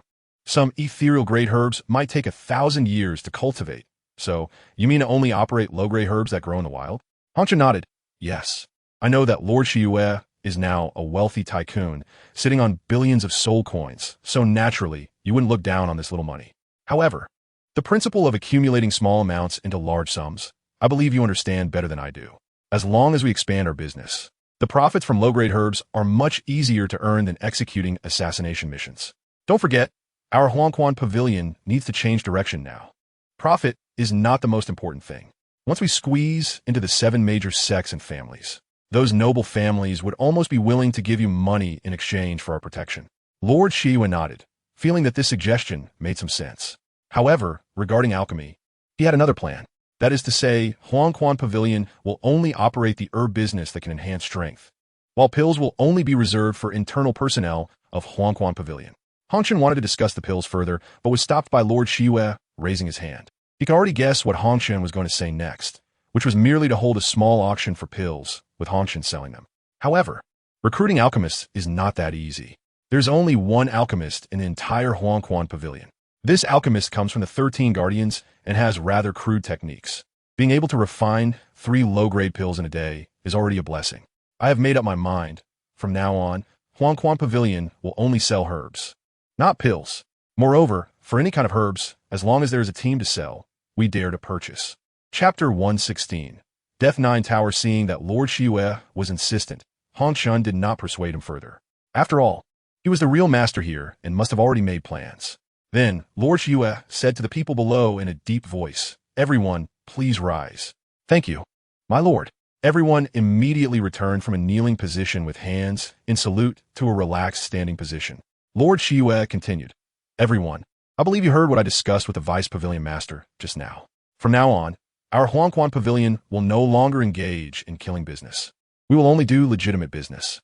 Of course, if any nearsighted forces dare to bully us, you need not hold back. Just deal with them as necessary. As long as it is not the Spirit Hall or the 7 major sect forces, you can strike first and then explain. Additionally, do not contact the 2 imperial royal families anymore. It's best to sever ties. Only then can Huangquan Pavilion transform from a ruthless organization into a legitimate industrial force.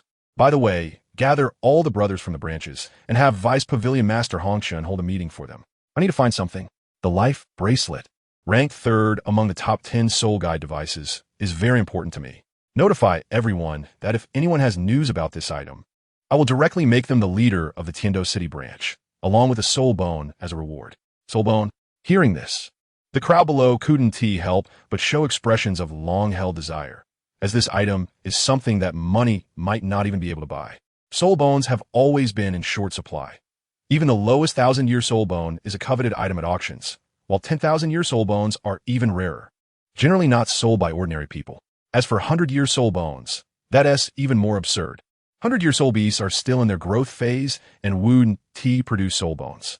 Only mature 1,000-year and even 10,000-year soul beasts have the possibility of producing soul bones. Upon hearing about the soul bone reward, everyone instantly became fervent, wishing they could be the one to find the life bracelet, even though they didn't know its purpose. "We will obey your lord's decree."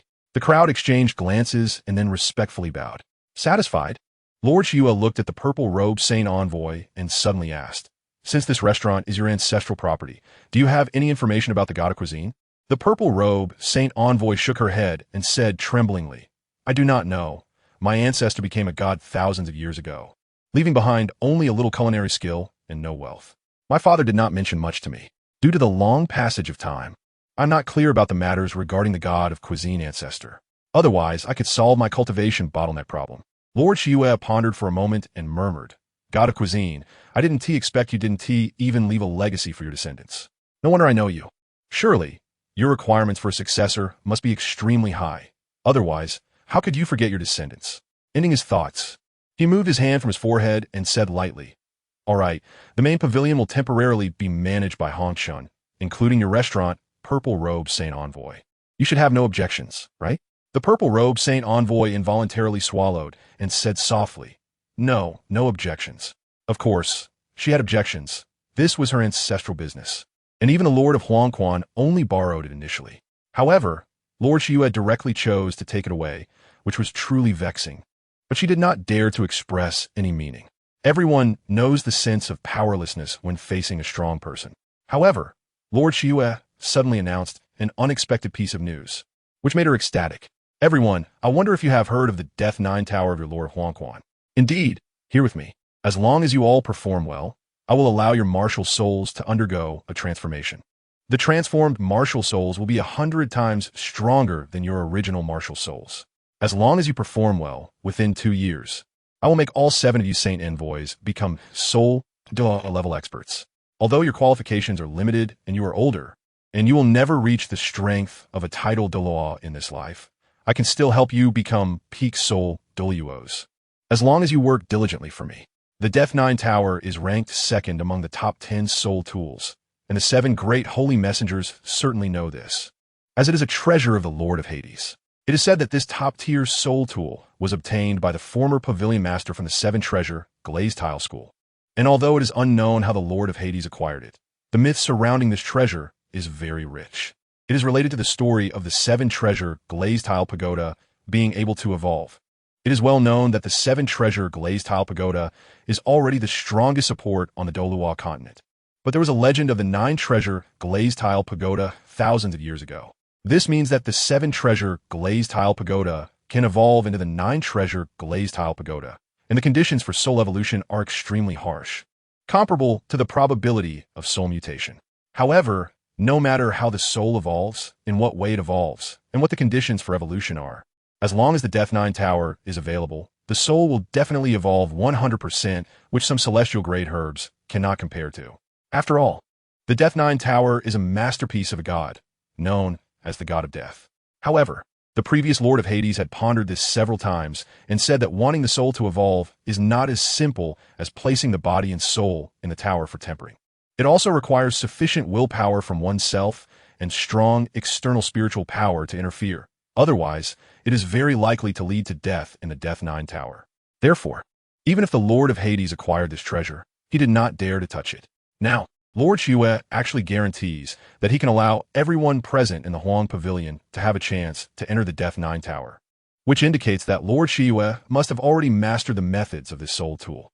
"My lord, is this true?" The Purple Robe Holy Messenger said excitedly. She is already past middle age, and the older she gets, the more difficult it is to cultivate. She fears that soul sage strength is her endpoint. However, if she is fortunate enough to enter the Death Nine Tower, then she has the hope of reaching the Soul Douluo realm, which is a goal every cultivator aspires to achieve.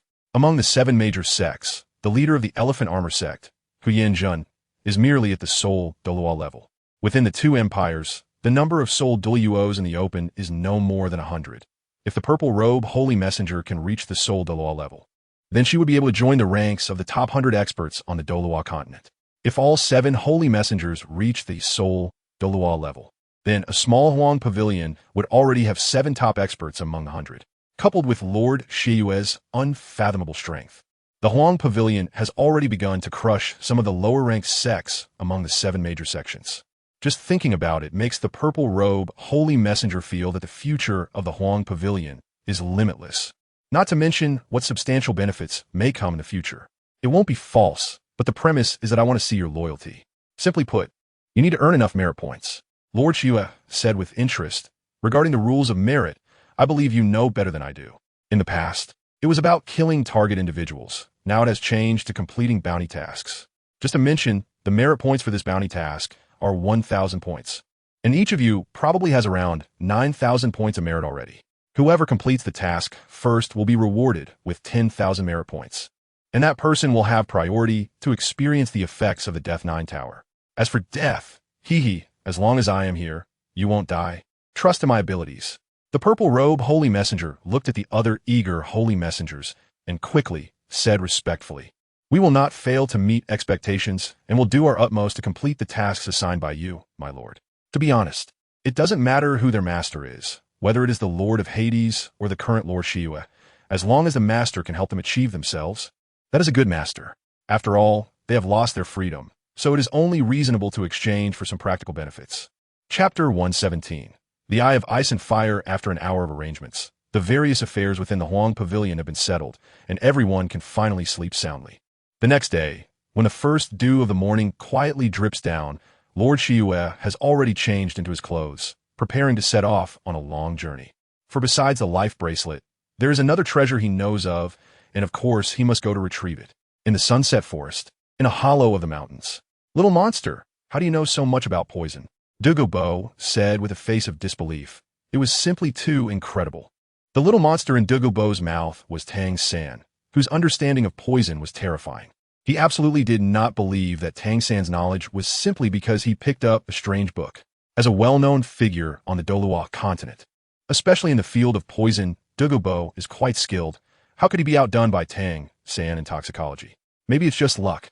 I have a natural feeling for using and detoxifying poison, Tang San replied. He could not share the story of his background from the Tang sect and could only fabricate lies to deceive Douluo. The implication was that he was a genius in the field of poison, and even though he was only 13 years old, whether Douluo believed it or not, they were evenly matched. Hearing this, Douluo's old face turned red. He, a titled Douluo who had studied poison for decades, was actually outdone by a young boy in using poison. Even the poison of his granddaughter, Douluo, he was unable to detoxify, which was quite embarrassing. Little monster, would you be willing to take me as your master? Douluo thought to himself, no matter how outstanding you are, as long as you are my disciple, you can never surpass me. This is not about surpassing in poison use, but surpassing in status, which could satisfy a bit of vanity. Tang San shook his head and smiled. Sorry, I won't take you as my master, but if you are willing to be my friend, I wouldn't mind. Douluo was furious upon hearing this. How could he become friends with a little brat?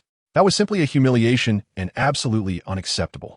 However, after a moment's thought, becoming friends with him wasn't impossible.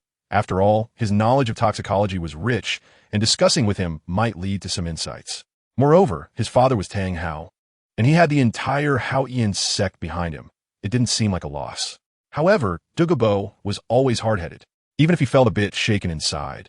He said with a false front, "Kid, don't think that just because you have mastered a bit of toxicology, you can act recklessly. I advise you not to try to negotiate with me. First, detoxify your body, then we'll talk.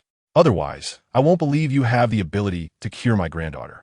Also, my green phosphor snake emperor pill is in your body, which contains half of my strength. If you dare to play tricks, I guarantee you will explode and die." Douluo has always been puzzled about why Tang San didn't let him watch when he was preparing the antidote. What if he added some dark ingredients to it? That would definitely go unnoticed. Douluo didn't quite trust this guy Tang San, so he preferred to extract the poison Dan from his own body to restrain Tang San. If he died, Tang San would have to die too. However, Tang San had long understood Douluo's personality. He cared deeply for his granddaughter and would never joke with her life. Douluo inherited her grandfather's martial soul, as well as the toxins in his body, which were inherited from the womb. If not treated in time, she might not live past her middle age, which was a dangerous hereditary condition. Thus, Tang San nonchalantly said, "If I die, then your granddaughter will have to pay the price too. You better think it through. If you could treat me a little better, I can offer you some free guidance on the theory of poisons." Douluo narrowed his eyes and coldly replied, "You little brat, what do you want this time?" Douluo knew that every time Tang San opened his mouth, he was looking to take something from him. Initially, Douluo had made a bet with Tang San that he would poison him 3 times, and if Tang San could detoxify himself, it would prove that he indeed had some skills. Later, due to Tang San's claim of not having the antidote herbs, Douluo had no choice but to let him enter his private estate, where he could freely select antidote herbs. To Douluo's surprise, Tang San ended up consuming 2 top-tier immortal herbs that grew in the ice and fire yin-yang ice. The 8-dimensional ice grass and the fiery apricot blossom were both immortal herbs and extremely poisonous, but Douluo never expected that these 2 items could actually be consumed. As a result, he inexplicably lost 2 top-tier immortal herbs. Not only that, during the bet, Douluo also lost his 9-section emerald to Tang San. This time, as soon as Tang San opened his mouth, Douluo knew he was probably looking for something again. Sure enough, Tang San said, "I need to refine a hidden weapon, the King of Hell Seal. If you can help me obtain the materials, I can not only teach you about toxicology, but also give you a mother-son deadly chasing soul pill to play with." Douluo didn't take the hidden weapon mentioned by Tang Sen seriously. He only cared about the toxicology book. All right, it's a deal. Douluo readily agreed, fearing that Tang Sen would change his mind. Since this book could make a 13-year-old boy so powerful, it must contain exciting content. After that, Douluo found the utensils he often used for medicine preparation and even specially lent out his copper cauldron used for poison refining. Sigh, little monster. Why do you enjoy taking advantage of me so much? Douluo said with annoyance. This is called mutual benefit, Tang Sen explained. Fine. Just quickly introduce me to that book you picked up, word by word, so it's not in vain for me to take care of you during this time. Douluo recalled their time together and realized that he hadn't just captured a genius. He had caught a little ancestor who required regular deliveries of food and water. Seeing Douluo's attitude was relatively sincere, Tang Sen nodded and said, Okay, since you're so sincere, I won't hide it. Just as Tang Sen was about to share some theoretical knowledge, Douluo's brows suddenly furrowed, as if he had encountered something significant. What's wrong, old monster? Tang Sen imitated Douluo's tone, calling him old monster because his personality was so changeable. One moment he wanted to kill him, and the next he wanted to ask him for advice after seeing his talent for poisons. Douluo lowered his voice and said solemnly, Someone has intruded, and they're very powerful. Douluo had set up a poison formation around this valley and had distributed a wisp of spiritual power to tightly connect with the formation. He could sense any slight movements. It took him 3 months just to set up the formation. Just now, a powerful force directly destroyed this poison formation with overwhelming strength. It could be described as collapsing at a touch. It was simply too powerful, and such strength was terrifying. Douluo spat out a mouthful of blood, clearly indicating that his wisp of spiritual power had been destroyed. Old monster, how did you get hurt? Tang Sen was quite puzzled.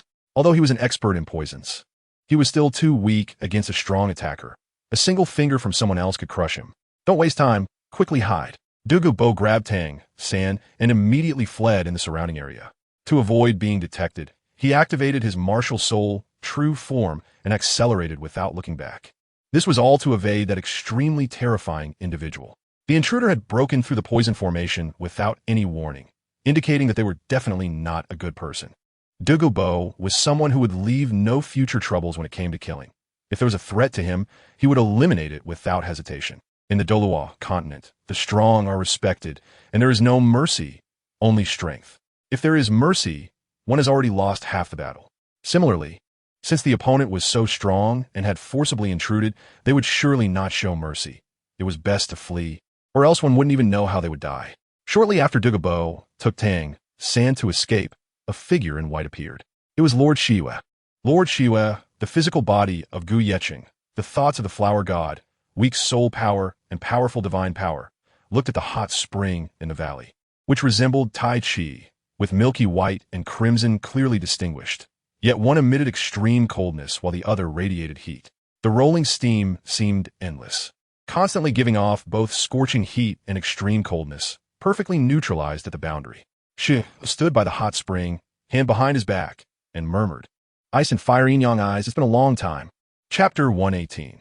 The yin-yang pearl of life and death. The ice and fire duality, I mentioned by Xiaoyu, is one of the 3 great treasure troves. A medicinal herb paradise.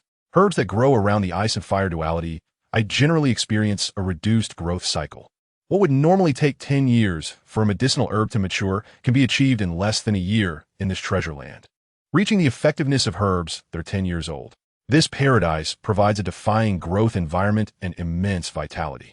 Originally, this land belonged to the flower goddess, who, after ascending to divinity, could not attend to it, only to find that it had become someone else's private domain. Looking at the patches of herbs before him, Xiaoyu nodded silently. Although this place had been harvested once, some herbs still reached 1,000 years of age. Coupled with the herb's unique properties, their value was no less than that of a 10,000-year-old blood ginseng. However, Xiaoyu only had eyes for a few precious celestial-grade herbs. The others were completely beneath his notice. After casually collecting several celestial-grade herbs, he unceremoniously jumped into the ice and fire duality eye, because there were even better treasures at the bottom of the spring, which pertained to divine-level willpower. Among the 3 prerequisites for experiencing torment, the head soul bone had already been collected, and the life bracelet was being investigated by his subordinates. Only divine-level willpower was lacking. This treasure just happened to allow Gu Yeqing to achieve divine-level willpower. However, the ice and fire duality I was fraught with dangers. necessitating the flower goddess's personal collection to ensure absolute safety. That was why he chose to seize Gu Yechen's thoughts. Otherwise, he could not complete this step on his own. Gazing at the fluctuating temperatures of the ice and fire spring, Seiyu did not feel fear, but rather a hint of joy. For this treasure trove had undergone millions of years of nurturing, and the treasure that could give rise to the ice and fire spring must be extraordinary. Previously, when he was still the titled flower goddess, he sensed that the emergence of this spiritual land must have a reason. Later, he speculated that there must be a spiritual object capable of absorbing the essence of heaven and earth, which, over time, qualified to form such a miraculous treasure like the ice and fire duality eye. The flower goddess conjectured that this spiritual object must be related to willpower. Otherwise, the ice and fire duality eye would not have taken millions of years to form. At that time, the flower goddess lacked the strength to explore the interior of the ice and fire duality eye. Now, with divine power, he could fully investigate. Then, Seiyu brushed his hair and smiled slightly. A golden light surged from within him, forming a luminous membrane that enveloped his entire body.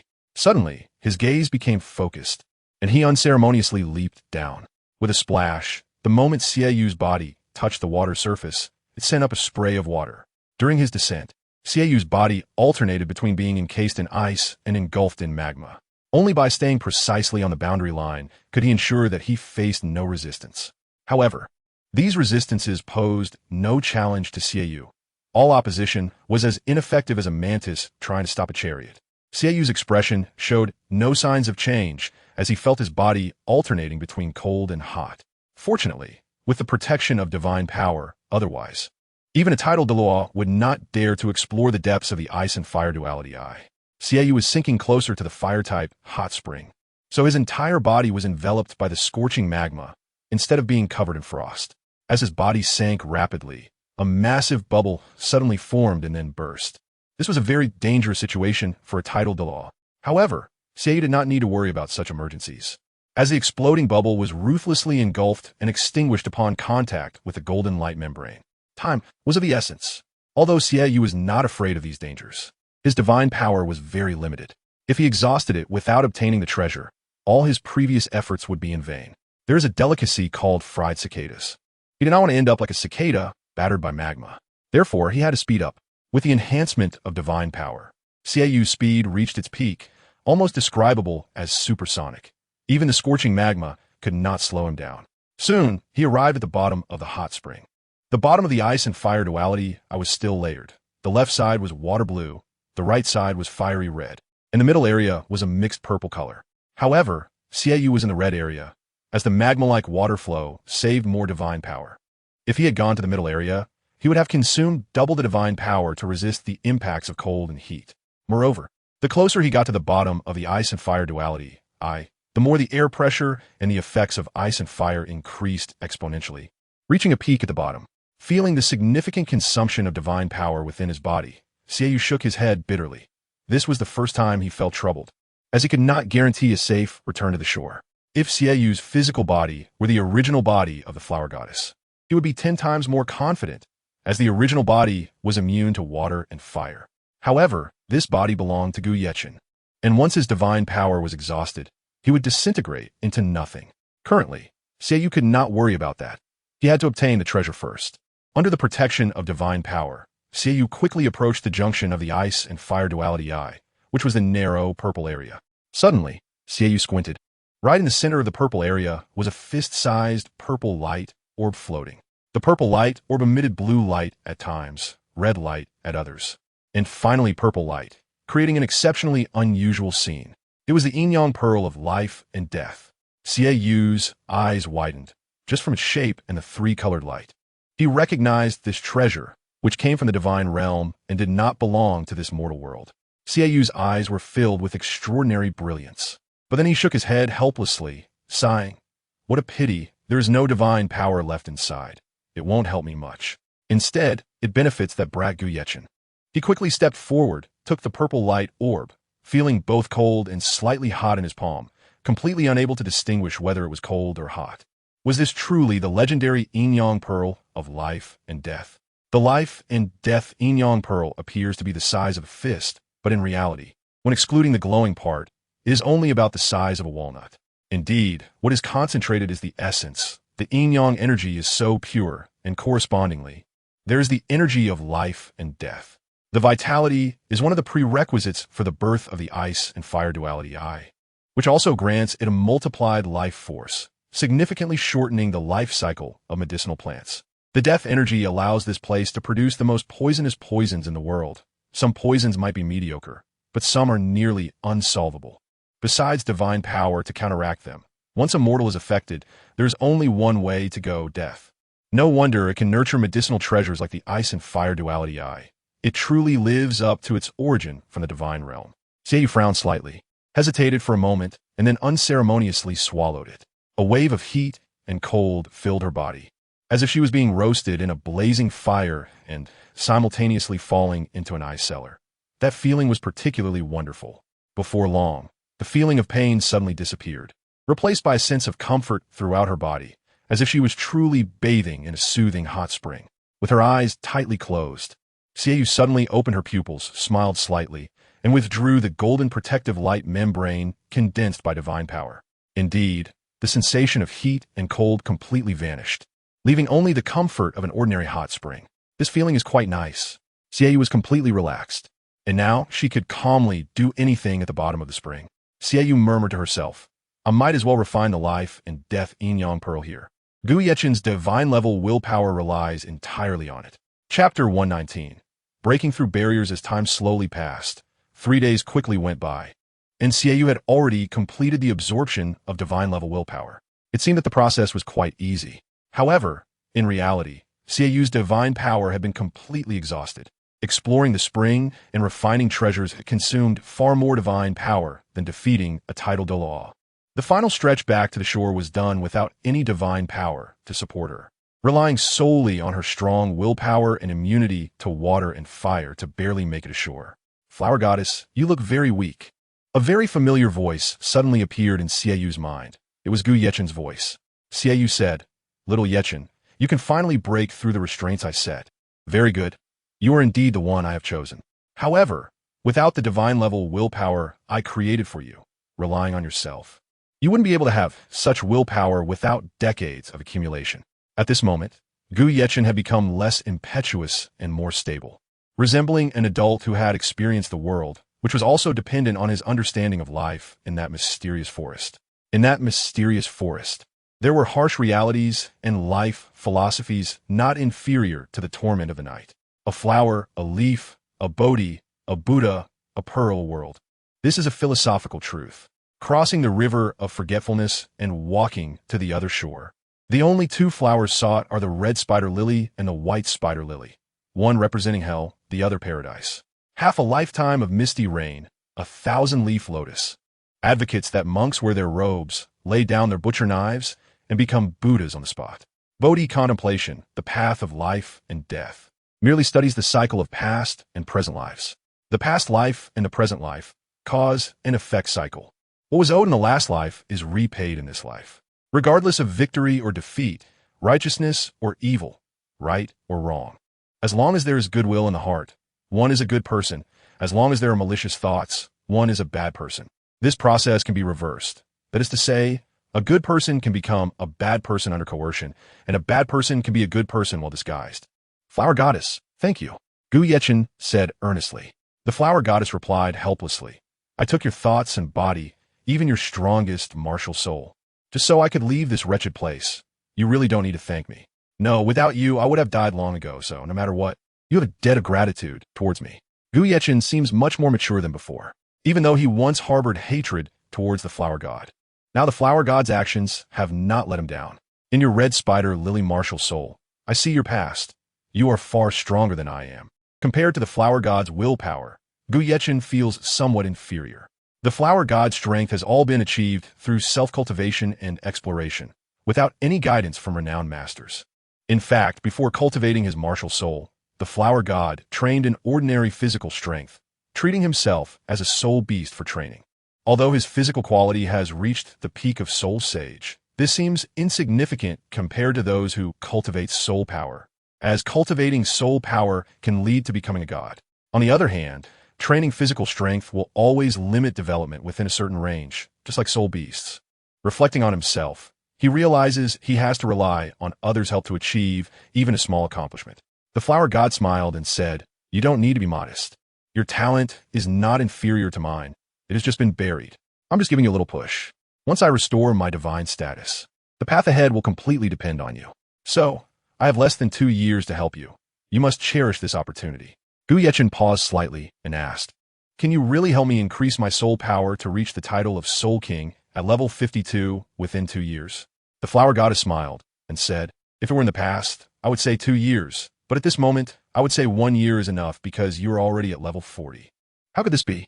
Gu Yechen had no discernible features, unable to sense his exact strength. However, the flower god was the most direct contact and had no reason to lie. "Because of the life and death yin-yang pearl," the flower god replied. "Even if this item no longer possesses divine power, since it can still nurture mortal-grade herbs, its value is no less than that of divine-grade herbs. It not only brings you divine-level willpower, but also enhances your soul power by 10 levels.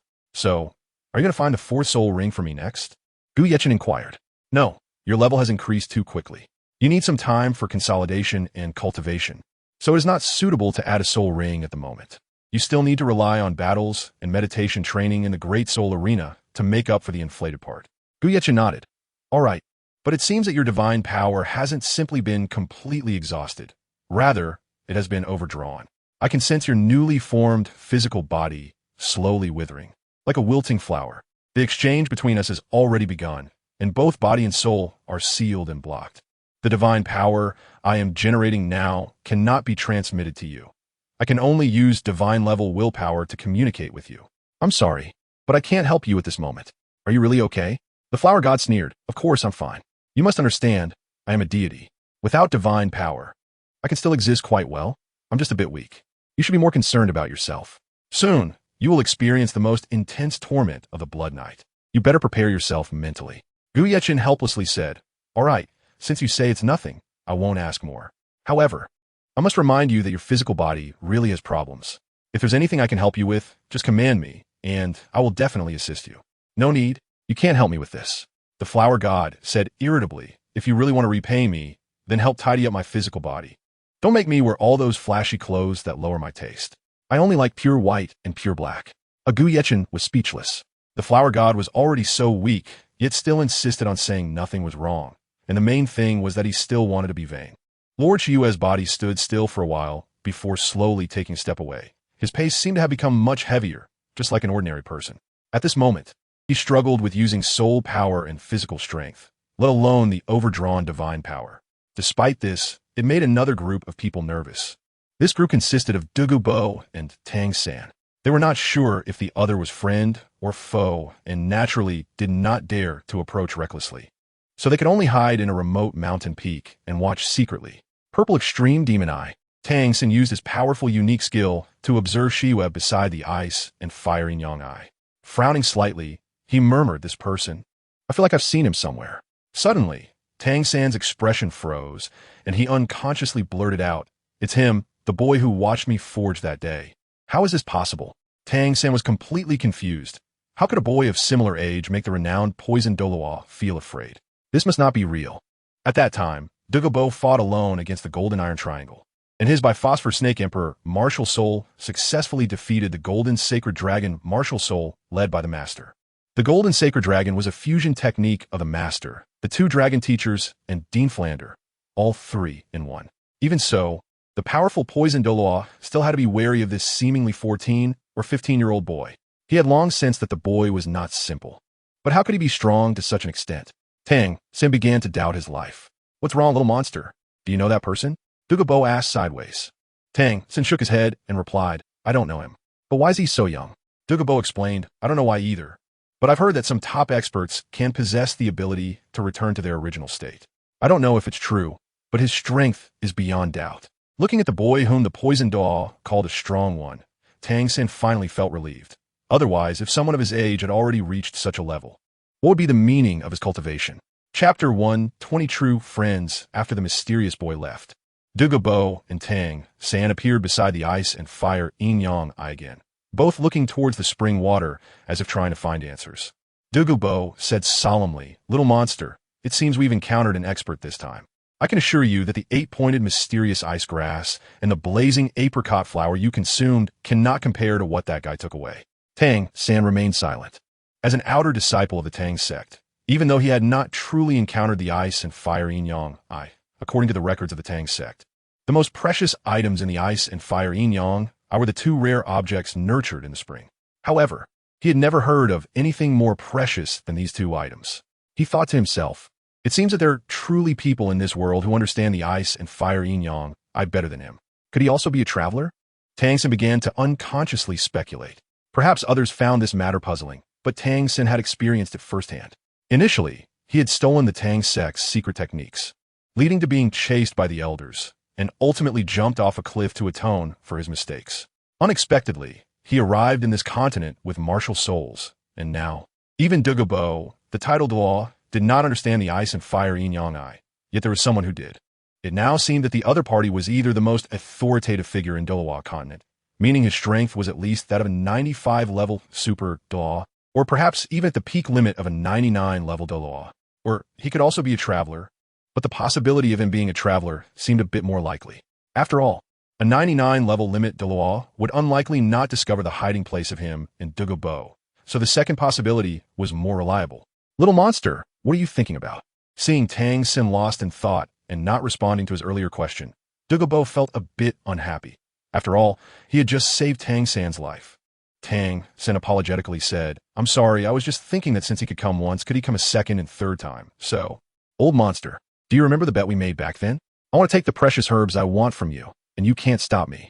Looking in the direction where the mysterious person left for a long time, Douluo instinctively said, willing to bet and lose, you can freely choose the herbs here.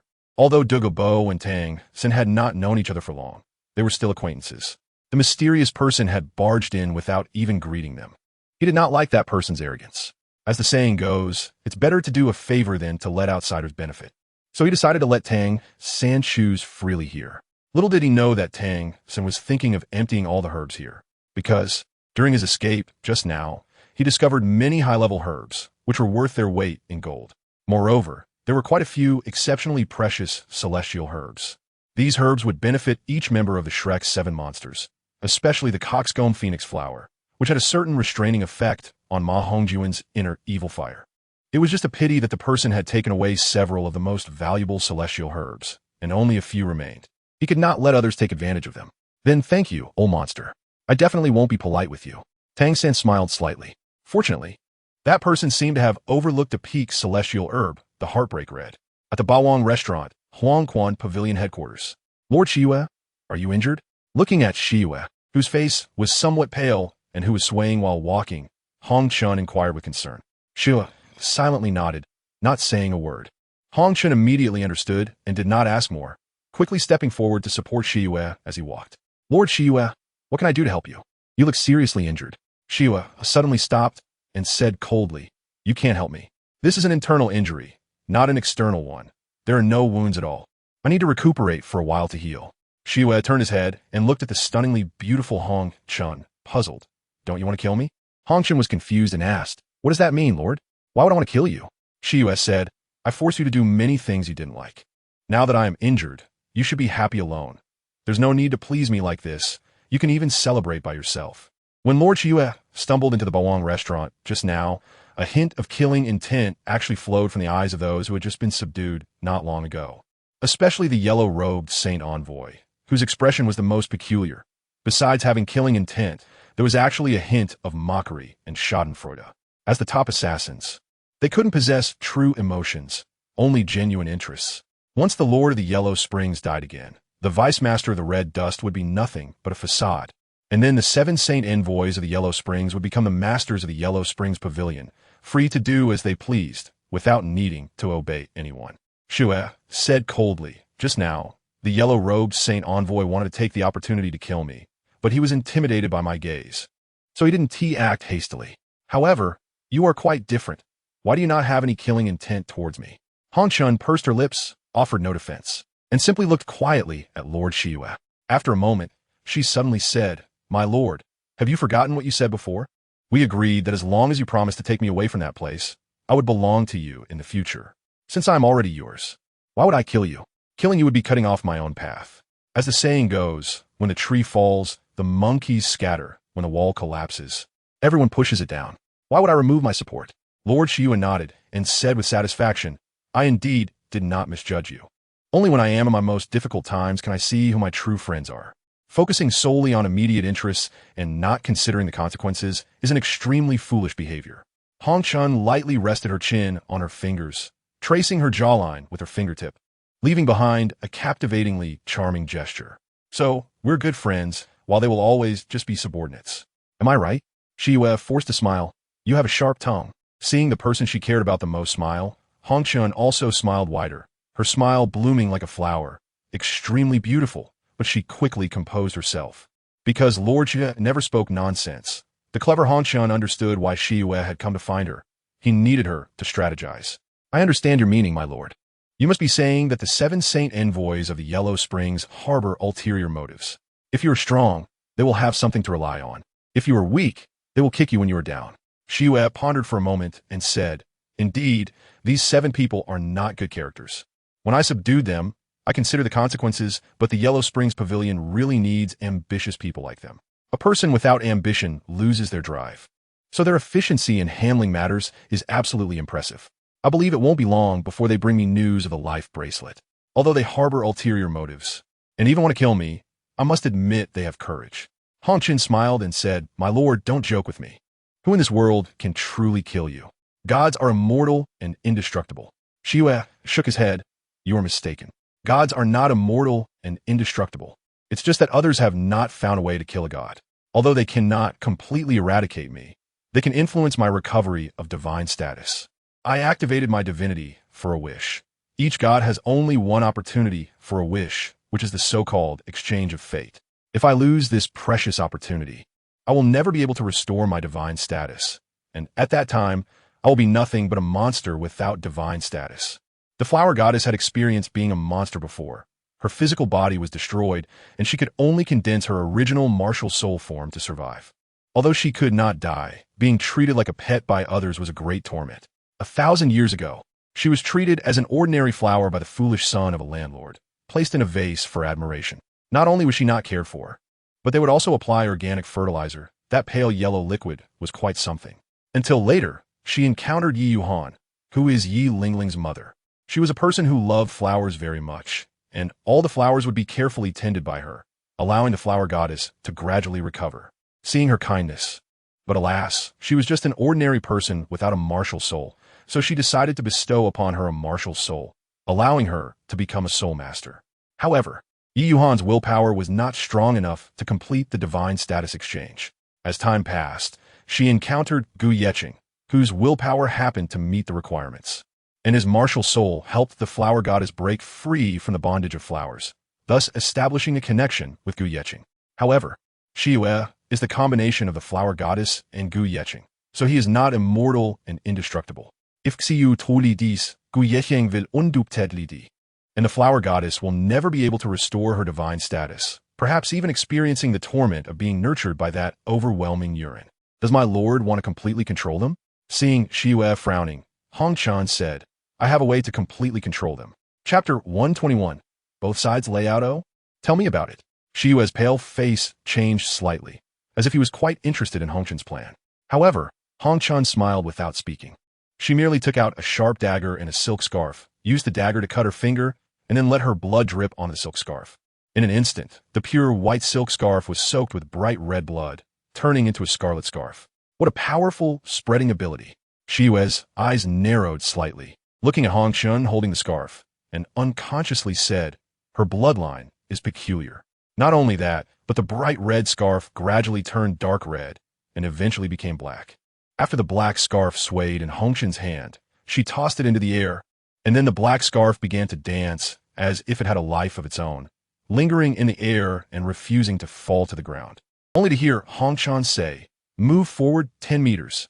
Sure enough, the black scarf seemed to have heard Hong Chun's words, immediately floating forward 10 meters. Flip 7 times to the left.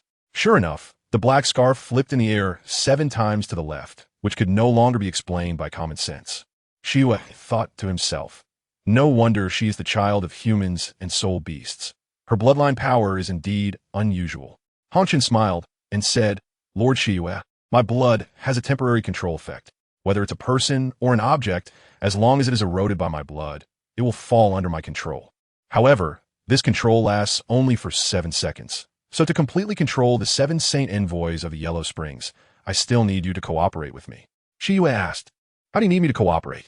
It seems that your bloodline power is not that formidable. Only 7 seconds of control over a body. The control ability of Hongxuan seems somewhat insignificant compared to Shiyue. If Shiyue's divine power were to fully recover, controlling a person for a lifetime would be possible. However, compared to ordinary soul masters, Hongxuan's bloodline ability stands out significantly. This ability is akin to the control skills of a control-type soul master. It is important to note that some control-type soul masters can merely limit others, while Hongxuan's ability allows for complete mastery, which is truly terrifying. This special bloodline ability also grants her the qualification to become a divine sacrifice. However, since the control lasts only 7 seconds, she cannot escape her fate.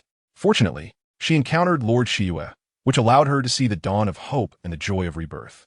Hongxuan pursed her lips and said, things do not happen more than 3 times. As long as this ability appears continuously on the same person 3 times, that person will unconsciously form the thought that they are completely controlled by others. If it appears 4 times, 5 times, or even more than 10 times, they will have lost the will to rebel and will have to pledge full loyalty in order to gain the freedom of not being controlled. We just need to tamper with the diet of the 7 saints of Huangquan, and they will be permanently under my control. Of course, the prerequisite is that the control time must exceed 1 day at least once, so that I can create the illusion of a whole day's control with the 7 seconds of control. This is the most crucial step. This will require your divine power to assist. Shiyue frowned and shook his head, but my divine power cannot be used at the moment. It needs some time to recuperate before it can be used again. Shiyue had been to many dangerous places, but the spring at the Eye of Ice and Fire had caused him great losses, consuming far more divine power than defeating a title Douluo. Hongxuan waved her hand and said, my lord need not worry. I will perform the control for the first 2 times to stabilize the 7 saints of Huangquan. And for the 3rd time, the most crucial one, it will be performed by you personally. That works. Shiyue nodded, quite satisfied. He felt that Hongxuan alone was worth more than 100,000 troops. Her wisdom was indeed underappreciated. Following this, Shiyue began to discuss the arrangements with Hongxuan. In the back room of the Overlord restaurant, a small meeting was held. The yellow-robed saint said, Boss Hong, it seems that the leader has suffered serious injuries. Should we take this opportunity to eliminate him and seize his 9 towers of death? After that, we can get rid of Deputy Master Hongxuan, and from then on, the Huangquan Pavilion will belong to us, the 7 saints of Huangquan. We will no longer have to act according to others' faces. The most despicable thing is that Lord Shiyue favors his own people. How can that girl Hongxuan deserve to be the deputy master? In terms of strength, only the 84th level Boss Hong is qualified. In terms of seniority, Boss Hong is even more senior than us. In terms of qualifications, that girl Hongxuan is nothing. She has no experience or connections. What right does she have to be the deputy master just because of her empty strategies? Does she have management skills? Has she ever killed anyone? Does she have the strength to intimidate others? She's just a little girl who relies on her tongue. I simply cannot accept that she directly became the deputy master, not only taking our overlord restaurant, but also diminishing our authority. Upon hearing this, the red-robed saint shook his head and said solemnly, have you forgotten what Bei said? The white-robed saint echoed, yes, I witnessed how Deputy Master Disha died. Lord Shiyue only used 1 move.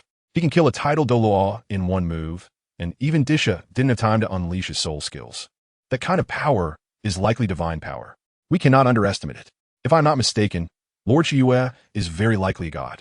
In the face of absolute power, we have no choice but to submit. Otherwise, we would have long since been corpses, and he simply chose not to hold us accountable. The yellow-robed saint expressed some dissatisfaction, arguing, that may not be the case. Beis, your words are somewhat exaggerated. Aside from you, no one else can prove the truth of this matter. Lord Shiyue is indeed very strong, but he is definitely not a god. I can say that with 100% certainty. If Lord Shiyue were truly a god, would he still care about the position of the Lord Huangquan? Moreover, have you ever seen a god who could be seriously injured? Even searching for the life bracelet still relies on our efforts. Do you think he is the legendary god? The white-robed saint was speechless and could not refute, for the legendary god is immortal and omnipotent. How could he not even find something? All right, let's stop discussing this. Let's hear the opinion of Seventh Sister.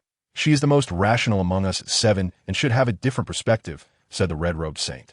Since Boss Hong had spoken, the purple-robed saint, referred to as Seven's sister, naturally could not pretend to be deaf and mute.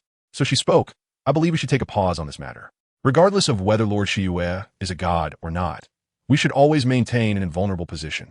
Based on what Bays described, Lord Shiyue possesses 2 special abilities, plus his own soul power, meaning he has at least 3 abilities: physical strength, soul power, and divine power.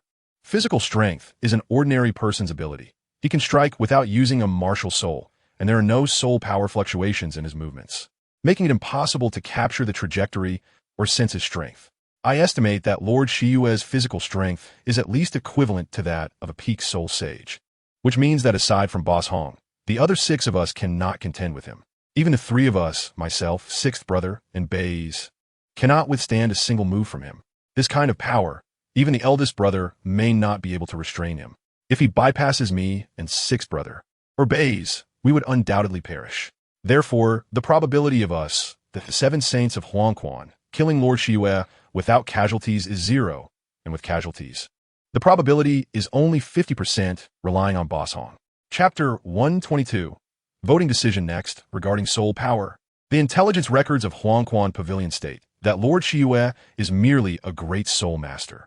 I have always found this hard to believe, and I cannot draw conclusions on why his soul power does not match his strength. However, one thing is certain. According to the death circumstances of the Huangquan 4 devils, Lord Shiyue's soul power title is definitely above that of a soul ancestor, and he is certainly not the great soul master you described. Of course, the strength at the soul ancestor level poses no threat to us, so our winning percentage is 100%. However, that kind of divine power capable of killing Deputy Master Disha is something none of the 7 saints can withstand. Our loss rate is 100%. The key issue is whether this divine power truly exists. If it is merely a trick, then we would be severely deceived. But if it's a false trick, then the deaths of the Lord of Huangquan and Deputy Master Disha cannot be explained. His injuries may also be a test of our loyalty. Therefore, I believe this matter should be considered carefully and should not be acted upon hastily. The yellow-robed saint curled his lip, looking somewhat disdainful. If we are timid and afraid, how can we achieve great deeds in the future? Big Brother Hong, Sister 7 is too cautious in her actions. She won't suggest we take action unless there's a 100 chance of winning. Opportunities are created by people. There's no such thing as a 100 win rate. Lord Shiyue is severely injured. This is our only chance. If we miss this, we may never encounter such an opportunity again. I believe this matter can succeed. The red-clothed saint pondered for a moment and said, "Then let's vote. Those in favor of taking the initiative, please raise your hands." Those who support Sister 7's cautious approach need not raise their hands. Upon hearing Big Brother Hong speak, everyone responded. In the end, the vote was exactly 3-3. The orange-clothed saint, the yellow-clothed saint, and the green-clothed saint advocated for an offensive approach, aiming to seize the opportunity to eliminate Lord Shiyue. The blue-clothed saint, the purple-clothed saint, and the white-clothed saint advocated for observation, suggesting that it would be best not to act rashly. Thus, the final decision fell on the red-clothed saint. As the leader of the 7 saints of the Yellow Springs, his vote held significant weight in determining their future fate and was crucial. The red-clothed saint looked at the personnel on both sides. Those advocating for battle were all strong individuals, all above level 77, and all had the strength to fight against peak soul saints. Meanwhile, those advocating for caution were all below level 75. The difference between soul saints and soul emperors or soul lords is a qualitative leap, especially influenced by the true form of their martial souls. Each level difference is like heaven and earth. Sister 7 and her group might not even be able to withstand a single attack from Lord Shiyue. Going would be a dead end for them. They have no need to seek death. Advocating for further observation is reasonable. However, whether it was the yellow-clothed saint's thoughts or Sister 7's purple-clothed saint's thoughts, they actually both wanted freedom. As long as there was a 100 win rate, they believed Sister 7 would choose to take the initiative without hesitation. I support Sister 7's view. The red-clothed saint finally expressed his stance. Having relied on his own strength to reach the level of Soul Douluo, the experiences he had gone through were extraordinary, and his thoughts were naturally more mature. He would definitely not act recklessly. Big Brother Hong, you can't be mistaken. The yellow-clothed saint expressed confusion. Lord Shiyue is severely injured. This is a once-in-a-lifetime opportunity. Moreover, Big Brother Hong is at the level of Soul Douluo. Among the seven, he should be the least afraid of Lord Shiyue. The red-clothed saint raised his hand to stop him, saying, "There's no use in saying more. I am not mistaken, nor am I afraid of Lord Shiyue.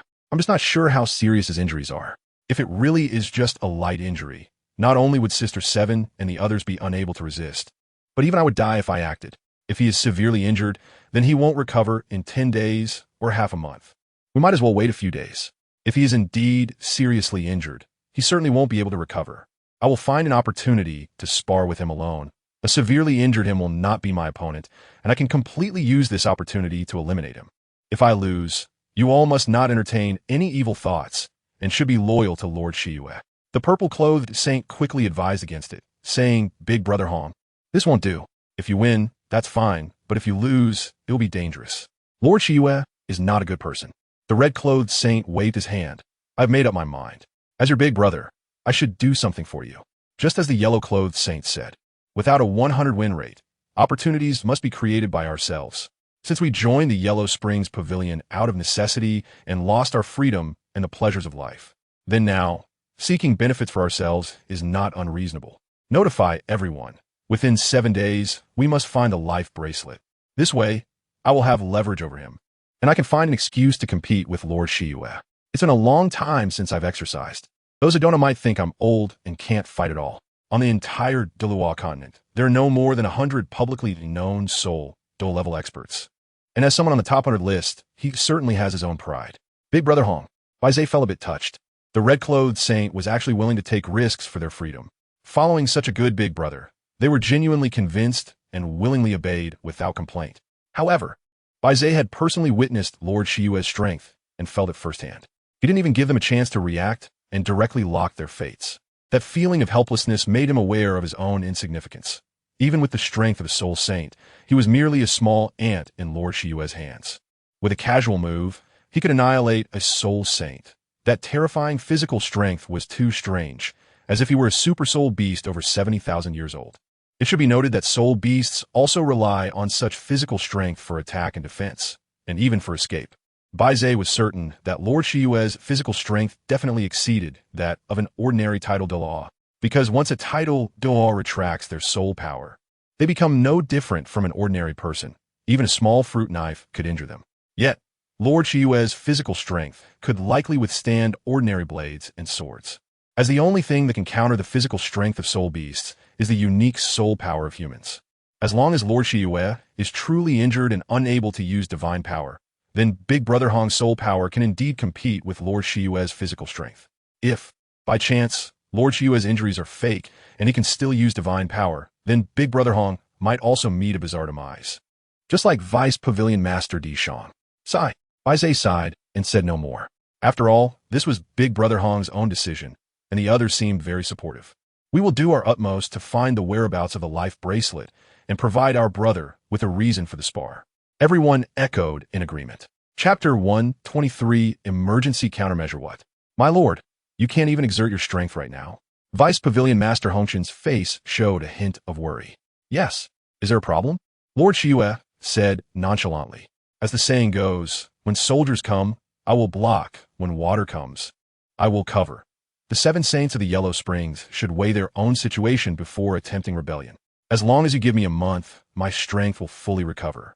Give me another 3 months, and the portion of divine power that has been depleted will gradually stabilize. Oh no, if any of them take action to test you, then your true strength will be completely exposed. Hongshan looked even more worried than Lord Shiyue. Based on our earlier understanding, Lord Shiyue's current combat power could be said to be negligible. The only soul power he could use was of a low level. And even if Lord Shiyue had a soul power of level 40, it posed no threat in front of the 7 saints of the Yellow Springs. Hongshan pursed her lips and said, "I'm afraid we can't wait for you to recover your strength. If I'm not mistaken, they will definitely take action within a week. And at that time, if there's no one to balance the 7 saints of the Yellow Springs, we might all be targeted." Seeing Hongshan's first signs of anxiety, Lord Shiyue smiled faintly, gently stroking Hongshan's hair and said, "I thought your intelligence was innate. Turns out you also have problems you can't solve." With Lord Shiyue's hand gently brushing her hair, Hongshan's cheeks flushed slightly, but she quickly reacted, shaking off Lord Shiyue's hand and asking, "My lord, do you have any insights?" Evil Moon's lips curled slightly as he said, "What I need are obedient subordinates. For those who do not listen, they can only ever be soldiers and never become generals. Therefore, I need to cultivate true confidence." Hongchen's eyes lit up as if she had guessed what Lord Evil Moon was thinking, and she incredulously said, "Are you referring to the 3 demonic emperors of the Yellow Springs?" "That's right.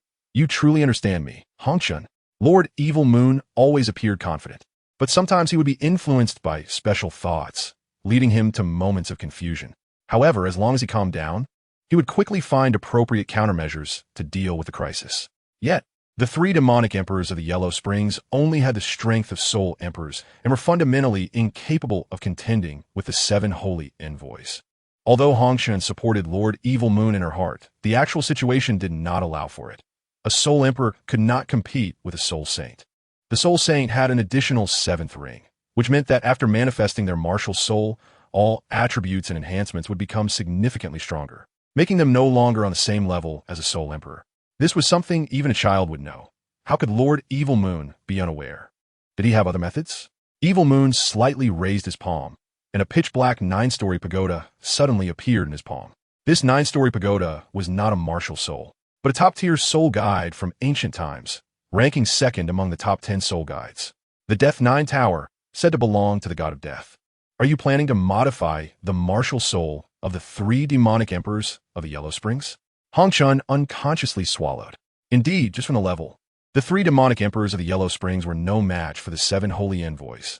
However, from another perspective, this conclusion might not hold. When a martial soul itself becomes extremely domineering, its original attributes can exceed ordinary martial souls by many times, equivalent to having an additional soul ring attached attribute. This is why mutated martial souls and top-tier martial souls always hold an advantage within the same level, and even when contending with those of higher levels, they remain unyielding. If the martial soul of the 3 demonic emperors of the Yellow Springs mutated into a top-tier martial soul, perhaps they could indeed compete with the 7 holy envoys of the Yellow Springs. As Hongchen spoke, she began to feel some admiration. He was indeed the man she admired. Lord Evil Moon waved his hand and said, "Actually, there's something you might not know. The most important condition to enter the Death 9 Tower is that one must at least be a soul saint. This is just the bare minimum. Those at the soul saint level face a life or death situation inside the tower. Under normal circumstances, the 3 demonic emperors of the Yellow Springs wouldn't even qualify to enter. You could say they would be doomed. Even if I were to recover my divine power, I couldn't save them because the god of death's strength surpasses mine. The Death 9 Tower he created is a world my divine power cannot invade. Everything must rely on them." Hongchen's expression became dazed. Her wisdom was unparalleled, but her experience was too shallow. She knew nothing about such ancient things. Then aren't the 3 demonic emperors of the Yellow Springs doomed? How can they achieve martial soul modification? Evil Moon smiled slightly. There is someone who can bypass the barriers within the tower to help the 3 demonic emperors of the Yellow Springs. Who is it? Hongchen asked, confused. A place like the Death 9 Tower, where even a former god felt powerless. What kind of person could break through such barriers? This seemed too unbelievable. Gu Yechen, a guy who refuses to accept his fate. Upon mentioning Gu Yechen, Evil Moon even felt a bit envious. This guy's abilities were simply incredible. Not to mention that his martial soul was exceptionally powerful. His willpower and fortune were unmatched. His fortune did not align with the heavenly path, but went against it, making his life full of hardships and obstacles. Surely, even the heavens did not want him to grow. Coincidentally, this was in line with the fortune of the god of death, allowing him to freely enter and exit the Death 9 Tower. Hongchen furrowed her brows and asked, "Isn't Gu Yechen sealed by you? How could he have the ability to help the 3 demonic emperors of the Yellow Springs?" Evil Moon laughed. "Because my fortune exchanged with Gu Yechen's, I experience his life while he experiences mine. In other words, the old me couldn't rely on divine power to enter the Death 9 Tower, but the current me can enter without worry. Just needing to add a bit of mental power to access the tower through meditation. To be honest, Gu Yechen's fortune is quite unfortunate. No wonder it's considered a reverse fortune. Ever since I obtained his fortune, I've felt my efficiency in handling matters has decreased significantly. I can't even use divine power to find a life ring, as if I've been cursed. Moreover, just now the holy envoy in yellow already showed intent to kill. If I hadn't used the head soul bone I recently absorbed to intimidate him, he might have already attacked. To think that I, a renowned flower god, would be threatened by a mere soul saint, and to deal with these soul saints, I even had to activate the top-tier soul guide created by the god of death. Hong Chun was speechless. According to what Lord Evil Moon said, didn't that mean Gu Yechen had no advantages at all? A reverse fortune was merely a blind cat stumbling upon a dead mouse, coincidentally aligning with the god of death. Without the help of the flower god, Gu Yechen would probably forever remain an ordinary commoner. Hong Chun had heard Lord Evil Moon speak of Gu Yechen's story before, a life filled with hardships and frost, destined to be an ordinary person, as only ordinary people could ensure his safety. Once he became strong, the heavens would not tolerate him, and countless disasters would swarm upon him. Lord, since his fortune does not align with the heavenly path, why do you still want to help him?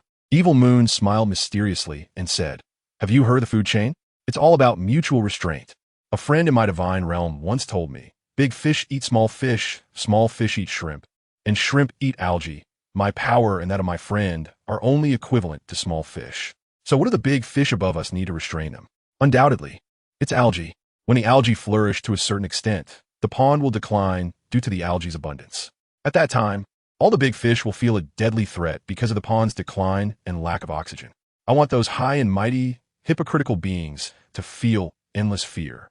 Of course, my goal in restoring my divine position is not to deal with small fish, but rather a big fish. Without my protection, the algae will inevitably perish. Once I become a big fish, I will leave the area where I originally lived. So, Hong Chun, please remember, your master is Gu Yechen, not me. I am happy to be friend with you, but I have my own mission and tasks. Although Hong Chun felt that Lord Evil Moon's words were layered with meaning, she did not inquire further. After all, truly understanding a person could often be achieved with just a glance. Hong Chun changed the topic, saying, Lord, you are truly talented. Compared to your wisdom, how dare I call myself a think tank? I am at most just someone who is good at thinking. The small is hidden in the wild. The medium is hidden in the city, and the great is hidden in the court. True wisdom is akin to foolishness. I can only claim to be at the level of the great hidden. And how could Hong Chun's cleverness dare to show off before you? It would be like a mayfly shaking a tree, overestimating my own abilities. I will maintain my distance from you. Being friends is quite good. At least the 7 holy envoys of the Yellow Springs don't even have the qualification to be friends with you, right? Xiaoyu helplessly shook his head, no longer paying attention. Wise people focus on the quality of conversation rather than the quantity. Suddenly, Xiaoyu thought of something and said, immediately summon the 3 demons of Huang Quan to me and tell them it's a merit mission. Completing it will earn them soul bones, specifically of the 10,000-year level. Understood. Hong Chun respectfully bowed. Chapter 124. Provoked as time flew by. On the 6th day, news about the life bracelet finally arrived. The genuine item had gone missing, but more than 10 replicas had appeared, mostly at the auction houses of the Tiando Empire. Notably, one of the replicas was still in Xiaoyu's possession, as it was collected from the master of Xuanjian's battle items. However, replicas could never compare to the genuine article.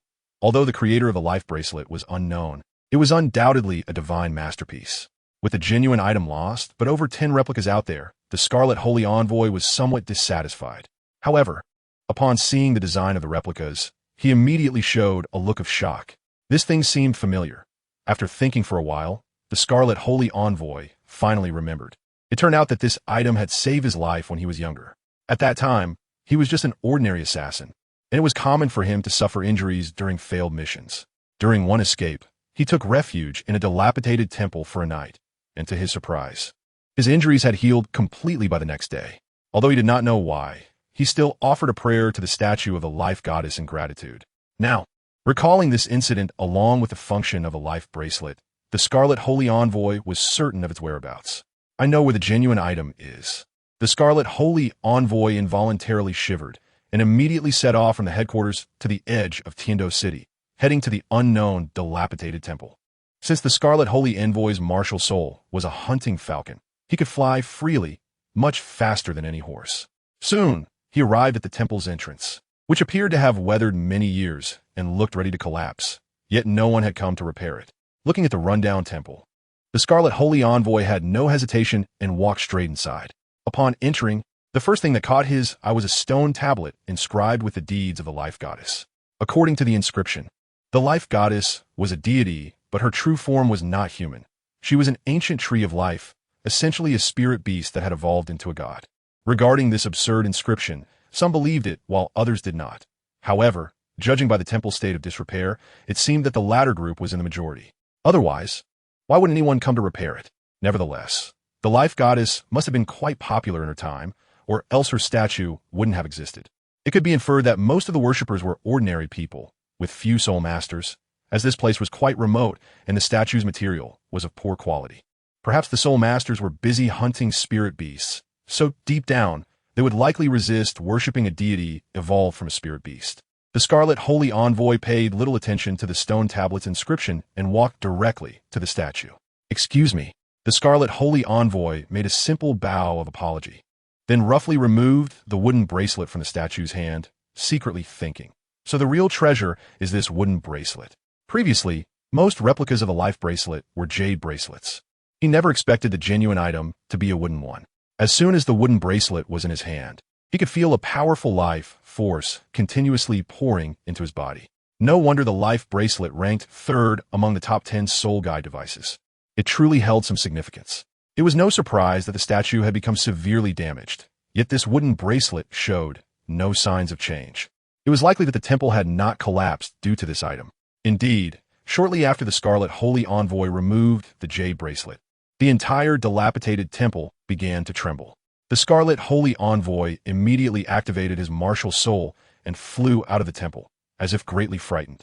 Before long, the temple completely collapsed. Not only that, but some easily rotting wood and stone began to slowly weather away, as if blown by the wind. Eventually, all the fragments of the temple and the rubble turned into weathered sand. What terrifying life force! The Scarlet Holy Envoy stared at the life bracelet in his hand. Without the support of this treasure, the temple would have likely collapsed tens of thousands of years ago. He even thought of flying far away. This treasure was not much inferior to the Death Nine Towers in Xieyu's hands. The abilities of the top 10 soul guide devices differed, and the fields they involved were naturally different. The rankings were based on their uses and significance, unrelated to the intrinsic value of the treasures themselves. If discussing combat capabilities, the fourth-ranked Domain Battle Shintian sword would undoubtedly take first place. However, if discussing saving lives and self-rescue, there was no better treasure than this third-ranked life bracelet. After hesitating for a moment, as the leader of the Seven Saints of Huangquan, he decided to return to his former companions. That is, he chose to submit this item and take the opportunity to test Xieyu's true strength. After preparing for so long, how could he let it all go to waste? Success or failure rested on this one move: to become a king or to be a bandit. No effort, no reward. After all, he was still eyeing the Death Nine Towers in Xieyu's hands. Upon returning to the Huangquan Pavilion, the Scarlet Holy Envoy found Hong Chun and reported the specific news about the life bracelet. "You found a life bracelet so quickly?" Xieyu, leaning against the throne, was genuinely surprised. It seemed the Scarlet Holy Envoy was quite capable. Hong Chun continued, "However, Hong Ying said he has admired you for a long time and wishes to spar with you, to prove himself worthy of his soul power cultivation. Efficient in action, yet with extreme ideas. He isn't qualified to spar with me." Xieyou expressed disdain, waving his hand and saying, "Go find Hong Wolf and come up with a reason for him to fight Hong Ying, saying that the premise for challenging me is to first defeat my guardian." Guardian? This was the first time Hong Chun had heard of this position. It hadn't existed before. Xieyou sneered.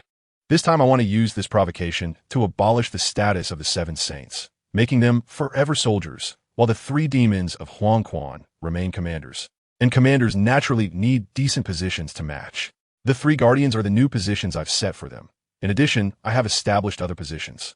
In short, I have completely stripped the Seven Saints of Huangquan of all their powers. After today, no one will listen to their orders anymore. I intend to isolate them. If they want to provoke me, this is their fate. If it weren't for the fact that I can't use divine power right now, I would have killed them immediately." In a private backyard of the Overlord restaurant, a crowd had gathered, seemingly preparing for a fight. The restaurant was closed for business today, and all operations related to the acquisition, transportation, and sale of medicinal materials had ceased, as all core personnel were gathered here. There were approximately 50 people present, with the main members from the headquarters and the leaders from various branches. This was all arranged by Hong Chun, as Evil Moon needed Red Wolf to establish his authority, and someone had to support him. If Red Wolf could defeat the red-clothed saint, then Hong Ying would no longer be worthy of his position. However, many were skeptical of Red Wolf, as they knew him well. He was merely the leader of the three demonic emperors of the Yellow Springs, with a soul power of only level 68. In contrast, Hong Ying, one of the 7 great saints, was an 84th level soul Douluo. Someone shouted, "Get lost, Red Wolf. You are not worthy to challenge the red-clothed saint." Clearly, this person sided with the 7 great saints, as their preparations over the past few days had not been in vain. Once someone chose a side, others quickly followed suit, leading to the formation of 2 factions, one led by Evil Moon, the conservative faction, and the other by the 7 great saints, the radical faction. It was evident that some were still dissatisfied with Evil Moon, especially after someone leaked the news of the leader's serious injury, causing the factional divisions to become even more blatant and based purely on personal opinions. The 7 great saints looked behind them at their 30-plus supporters and nodded in satisfaction, while Evil Moon had only about 20 people behind him, showing a clear numerical disadvantage. As Hong Ying's provocation echoed, the crowd began to stir. Someone behind Evil Moon retorted, "Soul power level does not represent strength. It's about capability." Hong Ying's expression turned cold, shocked that someone dared to speak for Red Wolf, clearly not taking him seriously. Suddenly, a layer of dark red light emanated from Hong Ying, surging towards that person with ferocious intent, instantly spreading a chilling, killing aura. How despicable! Using soul power pressure. The person was enveloped in the dark red light, seemingly trapped in an endless predicament. He displayed a painful expression, clutching his head and rolling on the ground as if countless ants were gnawing at his body. How dare you? Who is the true master here? Evil Moon could no longer hold back. A mere soul Douluo was being so arrogant. Seeing Evil Moon's anger, Hong Ying slightly restrained himself, but did not immediately stop releasing his soul power. He merely weakened the pressure. How bold! Does Evil Moon need to repeat himself? Deputy Leader Hong Chen scolded. "Humph." Hong Ying coldly snorted and said, "Evil Moon, I came to spar and exchange ideas with you.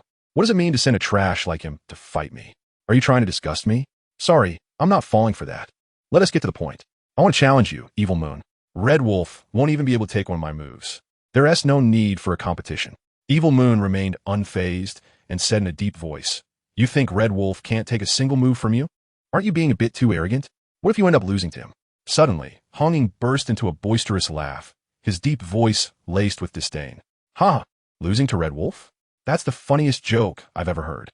Evil Moon, stop beating around the bush. Just say whether you accept the challenge." Holding the life bracelet, which was Evil Moon's leverage, he knew Evil Moon would be forced to accept. Evil Moon sneered, "I'll satisfy your request, but as I said, defeat Red Wolf first." Hearing this, Hong Ying felt a surge of anger. It seemed he had no choice but to fight Red Wolf. "Fine, I'll deal with him first. Then I'll come to consult you, Evil Moon." Hong Ying pretended to bow respectfully, then said to Red Wolf without any courtesy, "Kid, you didn't even have the right to see me before. You should feel honored to challenge me today." Red Wolf's face twitched slightly, as if recalling some painful past, feeling somewhat disheartened. However, as a top assassin, his mental resilience was still strong. He wiped the scar on his face and said, "The life of licking blood off a blade. I fear the red-clothed saint hasn't experienced that in a long time. How about today? I'll let you feel the sense of impending death. What do you say?" Hong Ying chuckled coldly. "Arrogant. You will pay for this. If you spar with me, one careless move could lead to death. Are you sure you want to fight on behalf of Evil Moon?" Red Wolf impatiently replied, "Enough with the nonsense." He then spread his palm, slowly stating, "Red Wolf, Martial Soul. Crimson Flame, Celestial Wolf, Assault System, 70 level 6 rings Soul Emperor. Please enlighten me." "What? You're 70 level?" Hong Ying was somewhat incredulous. All along, Red Wolf's information had been noted in the Yellow Springs Pavilion. It had even been tested a month ago. How could he suddenly gain 2 levels? This was impossible. The onlookers around were also left dumbfounded, wondering how he had trained to reach 70 level soul power. If he gained another soul ring, wouldn't he become a soul saint? Most of these spectators were at the Soul King and Soul Emperor level, naturally holding a certain reverence for soul saints. Hong Ying unconsciously glanced towards Evil Moon, since Red Wolf was brought in by him.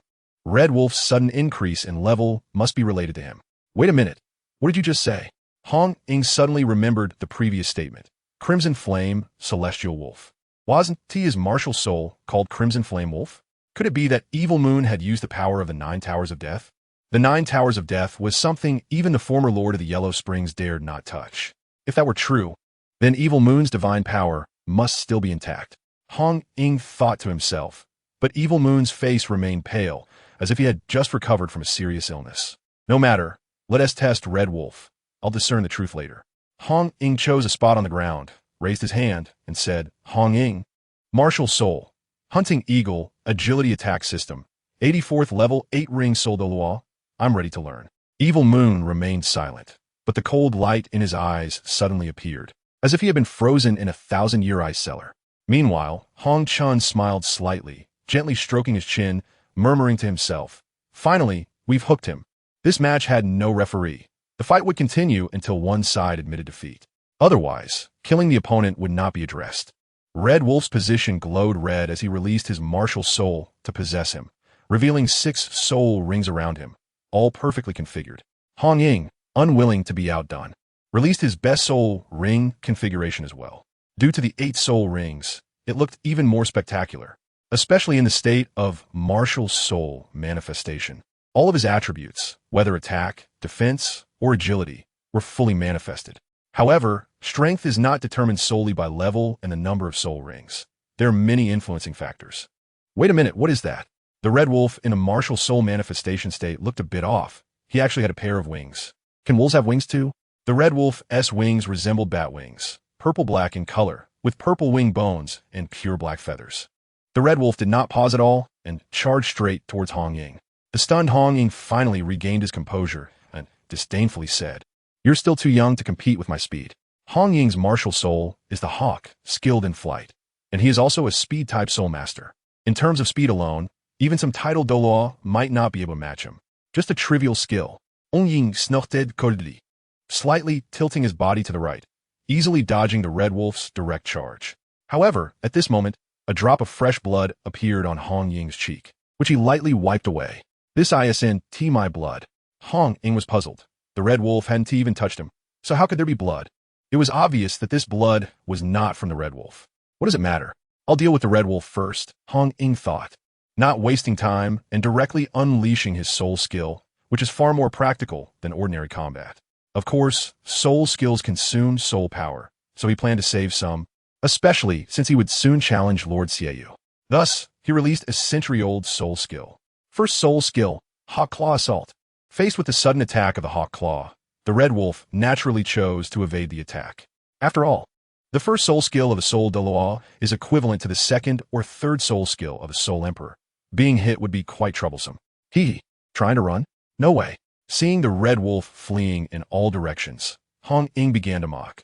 Weren't you just saying you wanted to challenge me? What's the matter? Are you scared now? Second soul skill, Hawkeye Lock. After the second soul ring of Hong Ying flashed, the Red Wolf felt something was wrong, as if it was being tracked by something, and had to stop and adopt a defensive posture. Second soul skill, Scarlet Flame Wolf Howl. A woo! A sudden wolf howl echoed, causing the surrounding air to ripple. Everyone felt their eardrums buzzing, as if they were about to burst. Boom! A loud noise followed. The Hawk Claw light not far in front of the Red Wolf suddenly shattered and then vanished. Damn, this guy. Hong Ying looked displeased. His first soul skill combined with his second soul skill was actually broken by the Red Wolf's second soul skill, which was simply unreasonable. Now let's see how you break this. Hong Ying planned to get serious. The Red Wolf didn't even have a 7th soul ring, only 6 soul skills. Hong Ying thought to himself, if he used his 6th soul skill of over 50,000 years, could the Red Wolf withstand his 30,000-year soul skill? If you can take this move, then you qualify to be my opponent. Otherwise, in my eyes, you're just trash. 6th soul skill, Falcon's 6 Phantoms. As Hong Ying's 6th soul ring lit up, suddenly 6 identical clones appeared around him, plus his main body, making a total of 7. The clones had different attack power compared to the main body, but all other attributes were identical. Their defense and speed were indistinguishable, making them nearly indistinguishable from the real thing. The clones had only half the attack power of the main body, but for a Soul Emperor like the Red Wolf, they still posed a threat. Whether from the clones or the main body, he would suffer heavy damage. The Red Wolf took a deep breath, then glanced at the wings behind him, murmuring, Next, it relies on you. My 6th soul skill can't withstand his 6th soul skill. After all, there is a gap of several tens of thousands of years. Scarlet Flame, Sky Wolf Wings Speed. Chapter 126. Unable to withstand a blow, don't waste your energy. Hong Ying's eyes revealed a playful glint. His 6th soul skill was not something just anyone could withstand. When he hunted soul beasts back then, he nearly lost his life. Fortunately, the soul skill he brought was unprecedentedly powerful. Without the amplification of the martial soul true body, It would indeed be like a mantis trying to stop a chariot. Hong Ying's sixth soul skill could be continuously released for 3 minutes, meaning his main body and clones could exist simultaneously for 3 minutes, equivalent to 7 against 1. His clones and main body coordinated exceptionally well, indicating they had practiced often. Whoosh, whoosh, whoosh, whoosh, whoosh. The 7 identical Hong Yings simultaneously lunged towards the position of the Red Wolf, sealing off all his escape routes. At this point, the Red Wolf was completely surrounded. The 4 Hong Yings on the ground and the 3 in the sky all attacked the central position of the Red Wolf, leaving him with no way to escape. The 7 clones could engage in prolonged battles or strong explosive combat, making them very practical. However, when the 7 Hong Yings collided, they generated a terrifying explosive force, raising clouds of smoke and dust. When the smoke cleared, only Hong Ying remained, brushing off the dust from his clothes and looking disdainfully at Lord Xiaoyu, saying, "My lord, your Red Wolf Guardian is probably dead beyond recognition." Lord Xiaoyu stepped forward and said, "I must admit you do have some skill, but you can't completely kill the Red Wolf yet." "My lord, what does this mean?" Hong Ying was confused. The soul skill he had just used was his strongest explosive soul skill, significantly stronger than his speed type 8 soul ring. It possessed absolute destructive power. But at this moment, Lord Xiaoyu said the Red Wolf wasn't dead. What was going on? He quickly looked around, and suddenly his eyes widened in shock. A shadow flew past in front of Lord Xiaoyu, and this shadow gradually revealed its true form. It was the Red Wolf. His wings. At this moment, Hong Ying finally understood what was happening. It turned out he had left earlier. The reason he had seemed to remain in place was an illusion.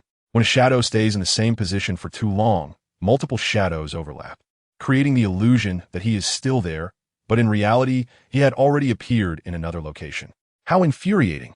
This principle was somewhat similar to Hong Ying's clones, but his speed was obviously a bit faster.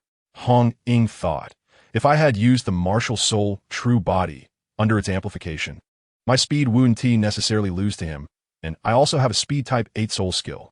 Just as Hong Ying was thinking of continuing to compete, unexpectedly, the Red Wolf knelt on one knee, bowed to Lord Xiaoyu, and didn't even glance at Hong Ying, as if everything had been planned.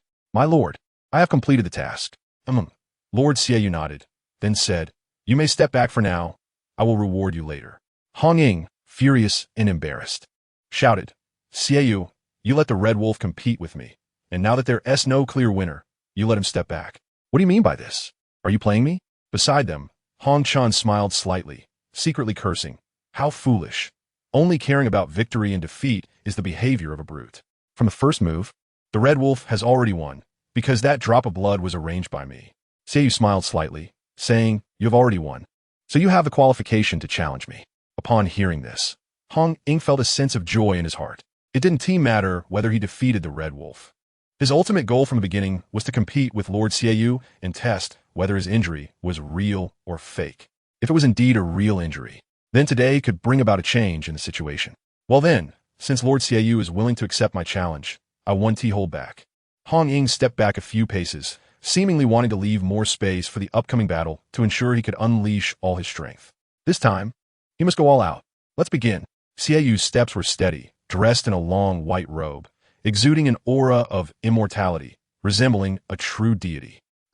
Hong Ying roared, and then he saw his entire body's muscles bulging, becoming exceptionally strong, with terrifying defensive capabilities. Especially the phantom of the Falcon martial soul behind him was rapidly expanding, appearing to be filled with explosive power. It was the true form of Hong Laoda's Falcon. The purple-robed holy envoy exclaimed involuntarily. Attack-type soul masters are best at hiding in the dark, and the enhancement from the martial soul's true form is assessed based on a percentage of their soul power level. The enhancement of a soul Saint at level 70 is certainly not as significant as that of an 80-level soul Douluo. In his previous battle with the Red Wolf, he used all his strength. Now, facing Lord Xiaoyu, he was displaying his best skills. Just as Hong Ying was about to attack, Xiaoyu spoke first. "Please wait a moment. What? Is Lord Xiaoyu afraid?" The state of Hong Ying's martial soul true form wouldn't last long, and he would be in a weakened state for a while afterward. So he couldn't let Lord Xiaoyu delay time. It had to be a quick battle. "Afraid? Not at all."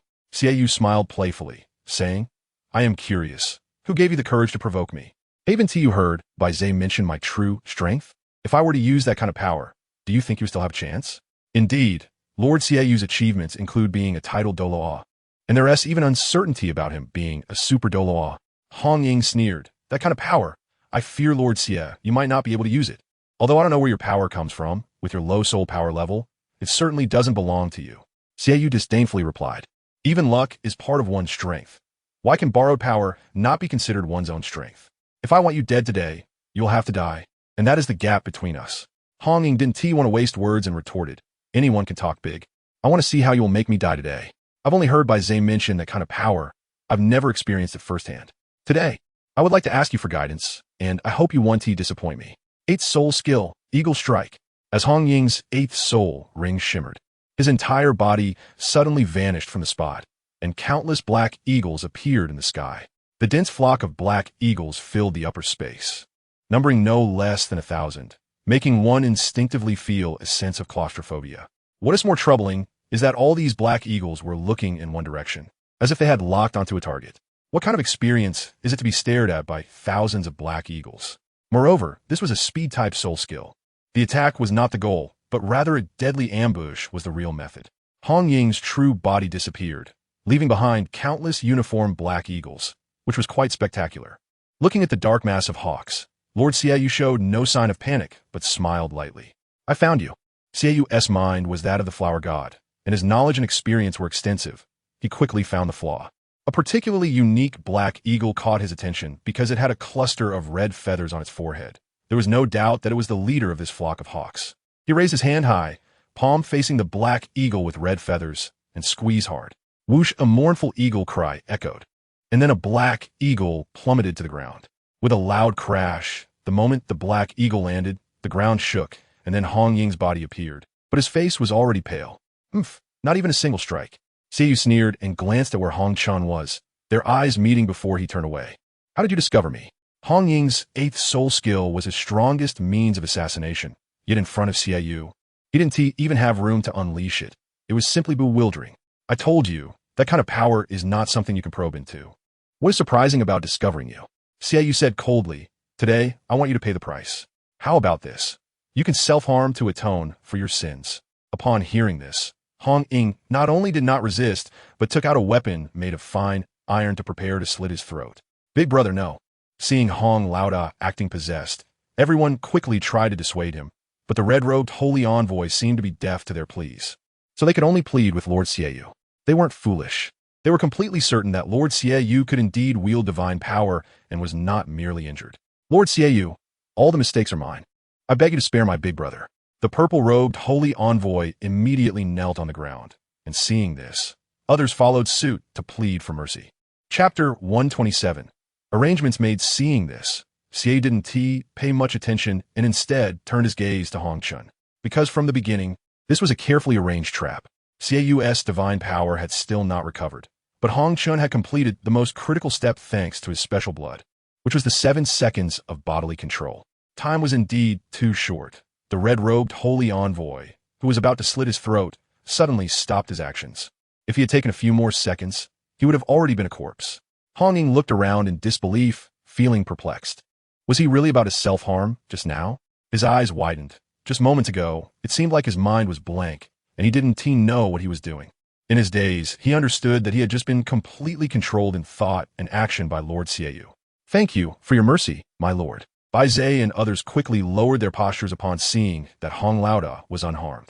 Lord Xieyou did not engage in pleasantries but said to Hong Ying, red-robed holy envoy, didn't you want to spar and communicate with me? So do you submit this time? Still in a daze, Hong Ying put away his weapon and raised his hand, saying, I submit. Thank you for not killing me, my lord. I, Hong Ying, indeed am not Lord Xieyu's opponent, and I retract what I said earlier. In that case, what do you mean by rallying the other 6 holy envoys and the leaders of more than 30 branches? Are you trying to force me to abdicate? Xieyou spoke with a clear and powerful voice, exuding authority. I would not dare. We have long admired you, my lord, and only wanted to witness your true strength. Hong Ying responded, trembling slightly. Now that I have seen the might of my lord, it is indeed divine power. I humbly bow down. Hong Ying also consciously took out the life bracelet he had collected and carefully handed it over, thinking he must make amends for his mistakes. However, The red-clothed saint's little scheme was not lost on Xiaoyu, who chose to see through it without exposing it, and thus gladly accepted the life bracelet.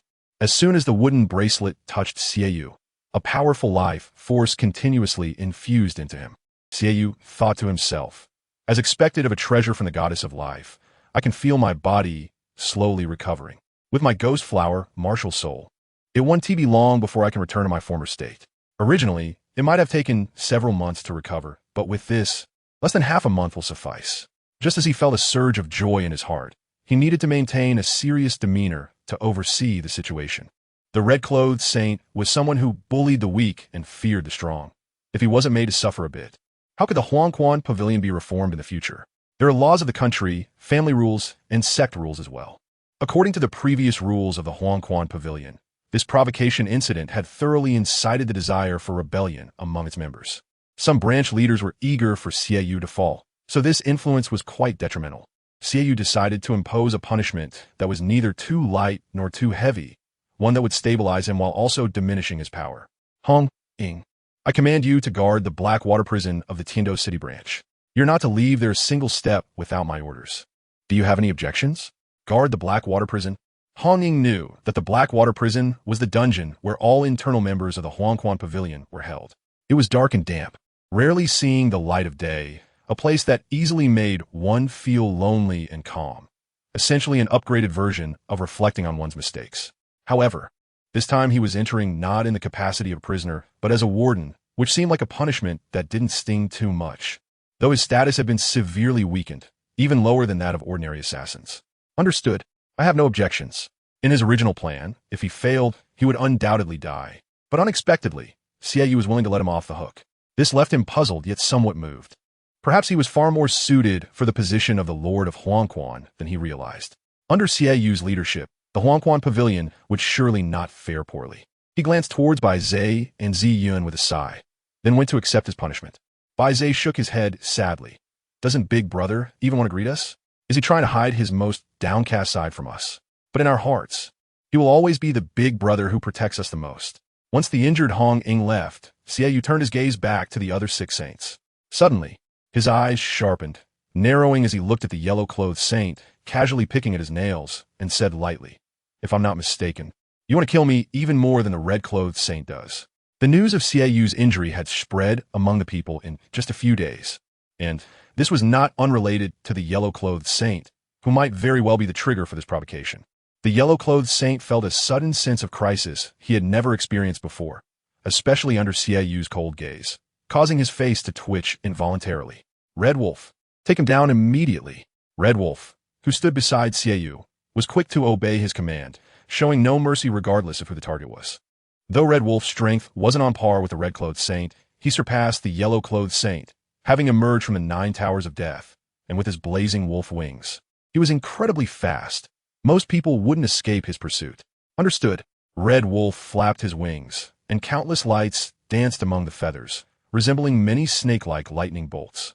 He stomped 1 foot on the ground, and then soared into the air, his wings becoming increasingly blurry, sharp as a blade. Run! I'll hold him off. The orange-clothed saint had owed the yellow-clothed saint a favor, so this time, he had to help him escape, regardless of Xiaoyu's divine power. This was a true brotherhood. With the orange-clothed saint's obstruction, Red Wolf's pursuit could not proceed, and surprisingly, the yellow-clothed saint managed to escape, an unexpected turn of events. You all go help. Xiaoyu signaled to the yellow wolf and green wolf on either side, indicating that the 3 demons of Huangquan should act simultaneously. If the yellow-clothed saint ran away, they would capture the orange-clothed saint instead. Since he was so eager to take the blame, it would be given to him. Before long, the orange-clothed saint was subdued by the 3 demons of Huangquan, his bruised and battered appearance somewhat comical yet tragic, as he was not the intended target. Very good. You have guts. Xiaoyu stared intently at the orange-clothed saint, slightly angry as he said, since you like to stab your friends in the back so much. I'll grant you that. However, don't blame me for not reminding you. You can risk your life for your friends, but your friends may not necessarily come back to save you. Red Wolf, lock him up at the Peep of Bone and then confine him in the secret room of the main hall. He can be released when he figures things out. Ziyun, Bai Zhe, and the others lowered their heads, exchanging glances without any action, their expressions resembling someone who had just eaten a large plate of dead flies. As for the rest of you saints, stay put in the boss restaurant as your cooks and assistants. From now on, don't meddle in the affairs of the Huangquan Pavilion. I will have other arrangements when I need you. Xiaoyu stated seriously. From today, the organizational structure of the Huangquan Pavilion, starting from myself, is as follows. Vice Pavilion Master, 3 Guardians, 13 Protectors, Branch Leaders, Special Assassins, Ordinary Assassins, Herbal Merchants, and Kitchen Staff. Oh, and the head of the Blackwater Prison. All right, I'm tired and need to rest first. Ongshen, I leave the arrangement of the branch leaders here to you. In 3 days, I hope to see all the work proceeding in an orderly manner. Hongshen respectfully replied, I will not disappoint you, my lord. 2 days will be enough, not 3. With Hongshen's assurance, Xiaoyu nodded. She was indeed very reliable. Xiaoyu tightly grasped the life bracelet, waiting for his divine power to recover sufficiently so that he could once again exchange it with Gu Yechen. Now that everything was safe and sound, and the 3 prerequisites for experiencing that special torment had also been collected, it was time for Gu Yechen to perform. Gu Yechen, are you ready? Chapter 128. Cherish and don't think since the evil moon handed over the affairs of the Yellow Spring Pavilion to Red Dust. He has not been checking on its development, because, sooner or later, Evil Moon will have to leave this place. He only occasionally holds elder-level meetings.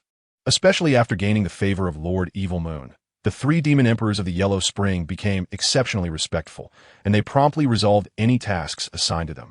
Therefore, Evil Moon could completely free up his hands to do other things, such as the Great Soul Arena. After nearly a month of recuperation, Evil Moon's condition has returned to its original state. Almost every day, he would visit the Great Soul Arena. Lord Evil Moon has 2 soul badges, one named Evil Moon and the other named Gu Yechen. Both of these soul badges have been upgraded to golden soul badges, making his name resound in the Great Soul Arena of Tiando City. Whenever people hear the names Gu Yechen and Evil Moon, they first think of the unparalleled genius with a perfect winning record, and then they instinctively place their bets. Every time Evil Moon participates in a match, he wears a different mask. When signing up under the name Evil Moon, he prefers to wear a white mask. When signing up under the name Gu Yechen, he likes to wear a colorful mask, as if distinguishing their respective styles. Moreover, people would not associate the 2 of them together at all. After obtaining the Golden Soul Badge, Evil Moon went to help Gu Yechen acquire his 4th spirit ring. After that, he chose to enter seclusion with Gu Yechen, as Gu Yechen needed to experience the ultimate form of torment, while Evil Moon would absorb the results of that experience. 1 year and 3 months later, snowflakes began to fall from the sky, creating a scene reminiscent of goose feathers, with a bone-chilling cold, as if something earth-shattering was about to happen. Snowflakes symbolize purity and romance, a heartfelt confession for lovers. At the same time, snowflakes also symbolize harvest and joy. A timely snowfall heralds a bountiful year, where all auspicious signs and good fortune will culminate in great abundance at specific moments. Furthermore, snowflakes can also symbolize harshness and irony, prompting those suffering from the cold, the heat, and adversity to awaken. As the saying goes, times create heroes, and heroes must have a place to wield their skills. It has been a long time since such heavy snow has been seen. The flower goddess gazed at the dancing snowflakes in front of her, becoming somewhat lost in thought, her dazed expression appearing somewhat comical. Are you really not planning to stay? Gu Yechen stepped forward and said seriously, No, you have your way of life, and I have mine. We are not the same kind of people at all. If fate allows, we will meet again. At this moment, the flower god had already become his true physical form, no longer borrowing Gu Yechen's body. Gu Yechen asked, When will we leave? The flower goddess replied, It's not too late to leave after I finish calculating the last divination for you. She examined the yin and yang, assessed the 5 elements, and observed the sun and moon in her palm. She measured the feng shui, investigated the 6 directions, and held the universe in her sleeve. The heavens sounded like thunder, clearly understanding this life and the previous one, with divine eyes like lightning, seeing through the immortal realm and the mortal world. All things in heaven and earth. The dog of straw knows not. The yin and yang, the 8 trigrams, life and death, are clear. Snow drifts for miles, the red-haired lurking. A general success comes at the cost of countless bones. The flower goddess raised her palm, receiving a blood-red goose feather snowflake, her pupils unconsciously narrowing. What's wrong? Gu Yechen hurriedly asked. The flower goddess shook her head and said lightly, Heavenly secrets cannot be leaked. I've already helped you a lot. From now on, it will be entirely up to you. Gu Yechen asked again, Is there anything you need me to do? I promise to help you complete it. This exchange not only increased my soul power by more than 20 levels, but also allowed me to experience your two kinds of special torment. To be honest, I really gain a lot. The flower goddess waved her hand and said, "You don't have to say that. I've personally experienced the second type of torment. If it weren't for your strong willpower, you would have probably died 1,000 times already." Upon hearing this, Gu Yeqing couldn't help but shiver. He wouldn't want to experience such a thing again, even if it killed him. It was simply too terrifying. First, it was worse than death. Then it was death that was worse than living, and then dying and coming back to life, only to die again, never at peace. In short, it would trap one in a vicious cycle, experiencing all the cruel things one shouldn't have to endure. Seeing Gu Yeqing's expression of lingering aftertaste, the flower goddess smiled and comforted him. "Don't worry. Been doing better than I was back then. At least you didn't come out with weak legs. I was paralyzed for several months. To be honest, I do have one thing I need to ask you, so please be sure to agree." Gu Yeqing nodded. "Please speak." The flower god took out a seal that looked like jade from her bosom and tossed it towards Gu Yeqing from distance. "Help me deliver this to her. I think it won't be of any use to you." Gu Yeqing casually caught the cold jade seal, his eyes narrowing as he couldn't help but mutter to himself. The number one of the top 10 soul artifacts, the soul-granting seal of the other shore. Why don't you just hand it over to her? Aren't you afraid I might keep this treasure for myself? The flower god smiled. "You won't. I have a good eye for people. Don't think that just because I couldn't win our previous arguments, I was letting you win. The only thing I ask of you is to protect her. No matter what mistake she makes, you must not kill her. This is my last request." Gu Yeqing guessed. "If I'm not mistaken, you really like her, right?" The flower goddess laughed and said, "That's right. You guessed correctly. However, gods and humans will ultimately be different, and I have my own mission to fulfill. So, what I can do for her is to ensure she lives well. She is my only friend besides you, and I don't want anything to happen to her. It's better if she forgets the soul mark from the other shore. Please take care of delivering it to her." Gu Yeqing's soul power was exceptionally strong. He felt that this treasure was sealed, and even if he were to keep it for himself, he wouldn't be able to find a way to break the seal. I was very curious about what secret was hidden inside this object, which could surpass the 9 towers of death and rank first among the top 10 soul-guiding artifacts. It certainly had capabilities beyond merely bestowing martial souls. The flower god shook her head with a smile, not wanting to explain too much, and prepared to leave. As everything was just fleeting, Gu Yeqing suddenly shouted, "Wait a minute, I have a question that has been bothering me for a long time, and I hope you can enlighten me."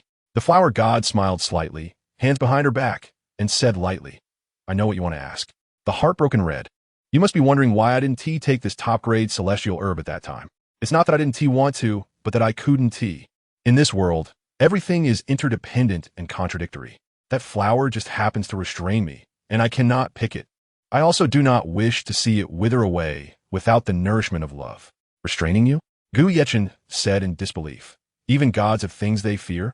"Of course." The flower god replied irritably. "For example, your martial soul.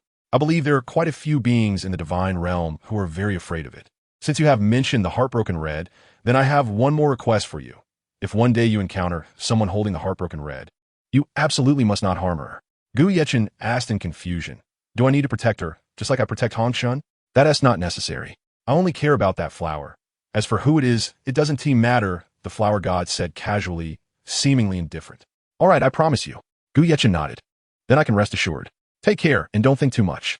The flower god lightly shifted her steps and rose into the air, a glow resembling a white lotus covering the area below his knees. The light grew brighter and slowly, the entire figure vanished, as if she had never been there. Chapter 129. Elite competition. After the flower god left, Gu Yeqing became the true master of the Yellow Springs Pavilion.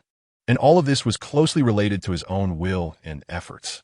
On this day, he found the 3 demon emperors of the Yellow Springs and expressed some heartfelt words. "The 3 guardians, I, Gu Yeqing, have returned. Are you willing to pledge loyalty to me? No need to hide, just speak freely." Upon hearing this, the 3 demon emperors immediately stiffened, stammering, "What does Lord Shiyuan mean by this? We are foolish and incompetent. However, as long as you command us, the 3 of US brothers will definitely complete the task and follow you to the death." Gu Yeqing shook his head bitterly.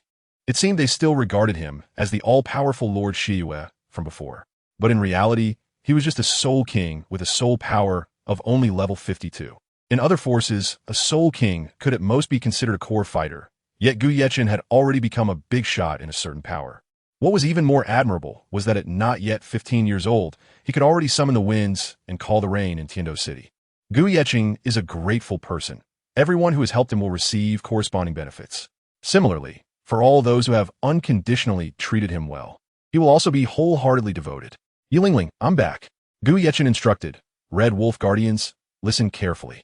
Within the Huangquan Pavilion, in addition to assisting Deputy Pavilion Master Hongqin, you must also ensure the safety of the Deputy Pavilion Master.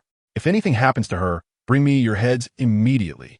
Gu Yeqing agreed to the two requests from the Flower God, with protecting the mortal realm being the most important one. The three demon emperors of the Yellow Spring Pavilion bowed and said in unison, "We accept the order. We will certainly live up to your expectations." The Red Wolf and others, having been promoted by Lord Shua, understand the importance of gratitude for their current status. Suddenly, Red Wolf couldn't help but ask, "But my lord, if that's the case, won't you have no generals to use by your side?" Since the downfall of the 7 saints of the Yellow Spring, the Yellow Spring Pavilion has been completely controlled by them, but there are very few true strong ones. The problem facing the Yellow Spring Pavilion now is the lack of formidable figures who can shake the world. Therefore, they still cannot come out of hiding and must continue to keep a low profile, otherwise they will inevitably face unforeseen calamities. Gu Yeqing waved his hand and said, "It's fine, the Huangquan Pavilion has already turned over a new leaf, and we're not going to compete with other forces, so there's no need to worry. As for the capable people, I have other arrangements." Gu Yeqing suddenly thought of his servant Li Yi. Li Yi was a person who valued loyalty and was honest. With proper cultivation, he would surely become a great talent in the future. Since Gu Yeqing wanted to find Li Yi and also wanted to see Yilingling, whom he hadn't seen for a long time. "All right, I need to go out for a while. I'll leave this place to you and Vice Master Hongqin. If there's nothing particularly important, then don't bother me." Red Wolf scratched his head and asked in confusion, "My lord, where are you going? If there are important matters in the Huangquan Pavilion, how shall we notify you?" Gu Yeqing smiled and said, "I'm still a student. Of course I have to go back to school. As for the contact method, I will leave a special mark. There will also be someone to notify you about the meeting point. I will arrange for someone to connect with you." The three guardians understood and respectfully retreated. After all, the Master's will was not something they could influence, and all they could do was obey. However, Gu Yeqing had been in a daze for more than a year, and the outside world was undergoing tremendous changes. The entire Tiando City was currently preparing for the Continental Advanced Soul Master Academy Elite Competition. At Shrek Academy, Master was explaining the rules of this competition to the Shrek 7 monsters. After all, rules can serve both limiting and utilizing functions. Ma Hongjun scratched his head, completely confused, and complained, "Oh no, I can't remember this." Master waved his hand and smiled. "As long as you little monsters win every match, the rules can be ignored. Winning all? I haven't experienced that for a long time," Oscar said longingly. "Oh, you seem to have some doubts about this team," Master said with a smile. Oscar defended, "Of course I believe in our team. We have no problem in team battles. But besides the preliminary rounds, there are also challenge matches. And one-on-one matches are my fatal flaw.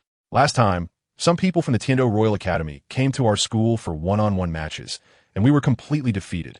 Even Big Brother Dai didn't gain any advantage, losing all 3 matches. Xiao Wu lost to Duge Yan. Big Brother Dai lost to Yu Qianheng. Ma Hongjun lost to Zue Wuqing. In team battles, we are indeed flawless, but in individual duels, we are still lacking a bit." Oscar encouraged. "Besides, they're all older than us. Losing isn't too embarrassing." "Don't talk nonsense. That's because Tang Sin wasn't at the academy at that time. If Xiao Sin hadn't been at Duge Bo's place, we would have guaranteed victory," Dai Mubai explained. "As long as Tang San can restrain Yu Qianheng, and I deal with Zue Wuqing, then even if Xiao Wu loses in the end, it doesn't matter. We can still easily defeat those people. Moreover, we have become very strong now. Don't forget, we consumed the heavenly herbs gifted by Xiao Sin not long ago. Our progress is not something our peers can compare to. Even those older than us can't. The championship will ultimately belong to us." As the Prince of the Star Luo Empire, Dai Mubai's perspective and awareness were very clear. At the same time, the Star Luo Empire was the strongest empire, and surpassing others was their innate mission and characteristic. Even if they lost once, they absolutely could not lose a second or even a third time. This Continental Soul Master Elite competition was crucial for his destiny. Winning meant taking control of his life. Losing meant living forever in the shadow of Davis, never admitting defeat. Hearing Dai Mubai's impassioned voice, Xiao Wu and Ning Rongrong couldn't help but clap their hands. Zhu Zhuqing's icy face also showed a faint smile, indicating her agreement. Because Zhu Zhuqing's fate was also controlled by her sister, and she had even faced assassination because of it. Tang San encouraged, "We will definitely win the championship." Seeing the various expressions on the faces of the Shrek 7 monsters, Master smiled mysteriously, as if he hadn't seen such fighting spirit for a long time. Especially after the Shrek 7 monsters met Teacher Long, their natural instincts had been suppressed. Ma Hongjun even regarded the furious Lu Erlong as an idol, thinking she was too crazy, too violent, and too cruel, simply invincible. Master had just spaced out for a moment, but after regaining his thoughts, he said, "In the preliminary rounds, only 3 of you little monsters need to participate. Don't reveal too much strength easily in the preliminaries. For this, I have found a few helpers for you, whom I believe you have all seen in the academy. That there is Tai Long. You remember him well, right? His grandpa Titan has visited the academy. Flinder, let them come over for a self-introduction so that I can facilitate the upcoming training. I hope to see them develop a simple tacit understanding with the Shrek 7 monsters in a few days." Chapter 130. Cool uniforms seeing the 4 new members. Tang Sen nodded. Tai Long, as a 35th level attack type soul master, could definitely serve as a frontline fighter. Master said that the Shrek 7 monsters could temporarily only have 7 participants. Jingling and Huang Yuan could act as secondary main fighters, while Jiang Zhu could perfectly replace Ning Rongrong in battle. Tang Sen suddenly looked at Ma Hongjun and said, "Fatty, this time you need to conserve your strength as a trump card. The main fighters will be me, Xiao Wu, and Mu Bai." "Hey, Fatty, what are you staring at?" Oscar noticed that Fatty's eyes were fixated on Jiang Zhu, constantly swallowing, as if he were a hungry wolf, and began to cover his mouth and chuckle. "You guy, how dare you mock me?" Ma Hongjun immediately became unhappy, and Oscar was always trying to hit on Ning Rongrong.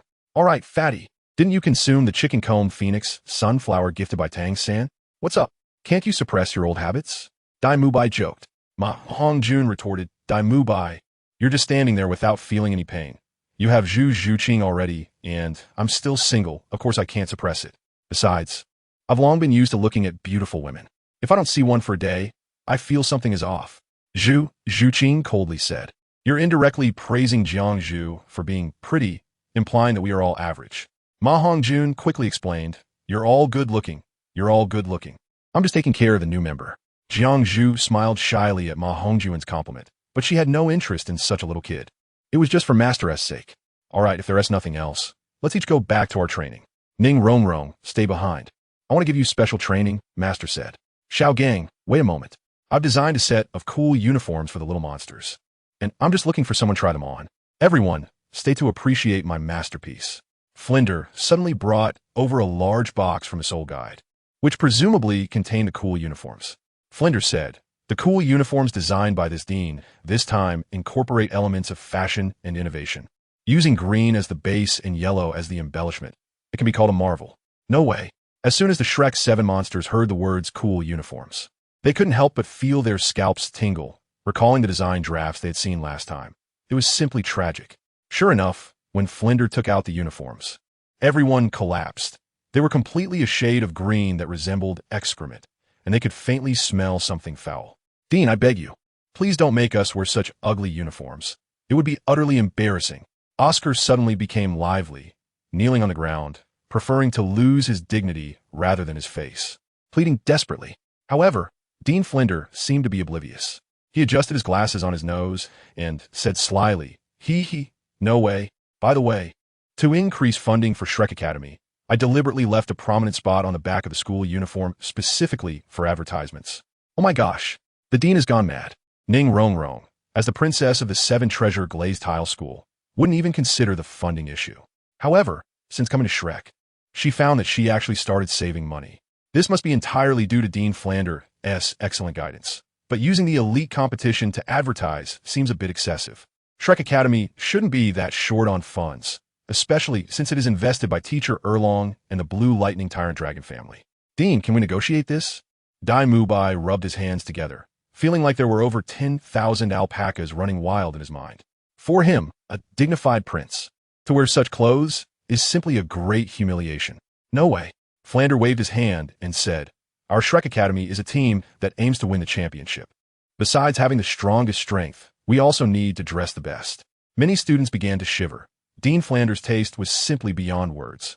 "Oh well, Mubai, come over and try it on first to set an example." Flander pointed at Dai Mubai, clearly having made him do this often. Mubai knew that discussing with Dean Flander was useless, so he simply turned his gaze to Master, hoping he would help. Master's words are much more useful than the Shrek's 7 monsters. However, Master wiped the cold sweat from his forehead and said helplessly, "This is also a kind of test. A journey of the heart. You will understand this later." A journey of the heart? Li scratched his head, looking at the person in front of him dressed in fiery red, who was Gu Yeqing. "Yes, I went to a very distant place to cultivate, which is why I left you behind."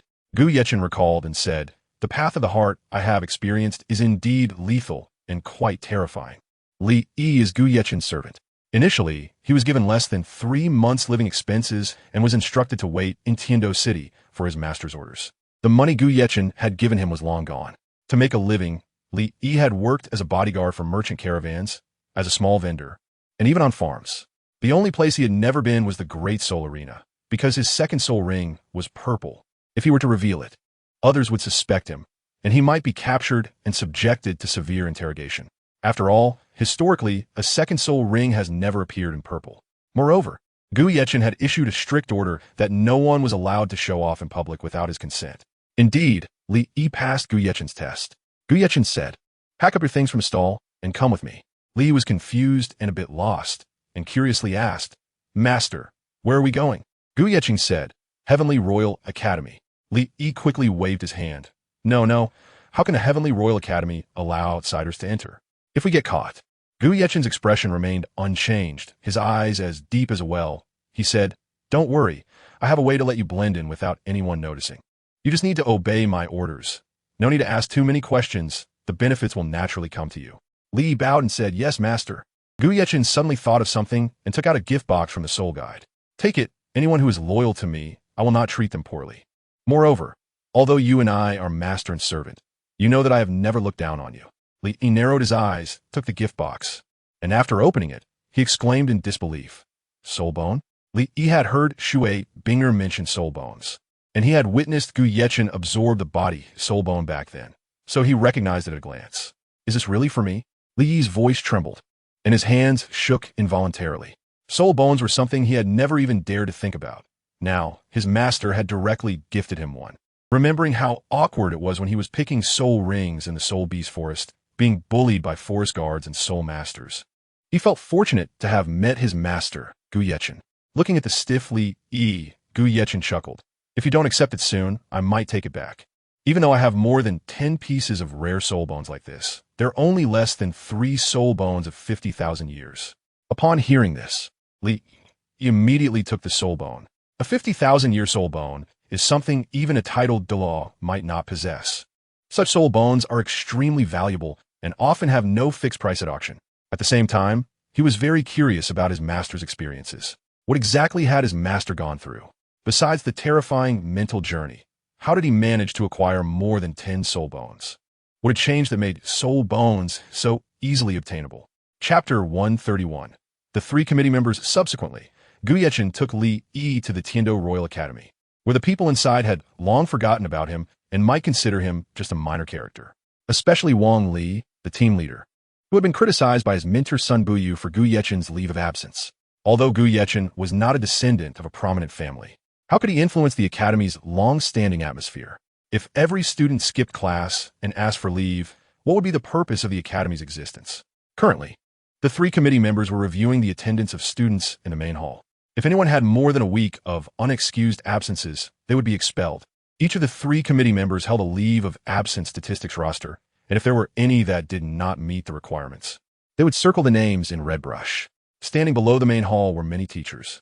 The faculty strength of Tiando Royal Academy is undoubtedly impressive, with 2 special grade teachers, and as many as 8 Tiando grade teachers, as well as dozens of Tianji and Tianwei grade teachers.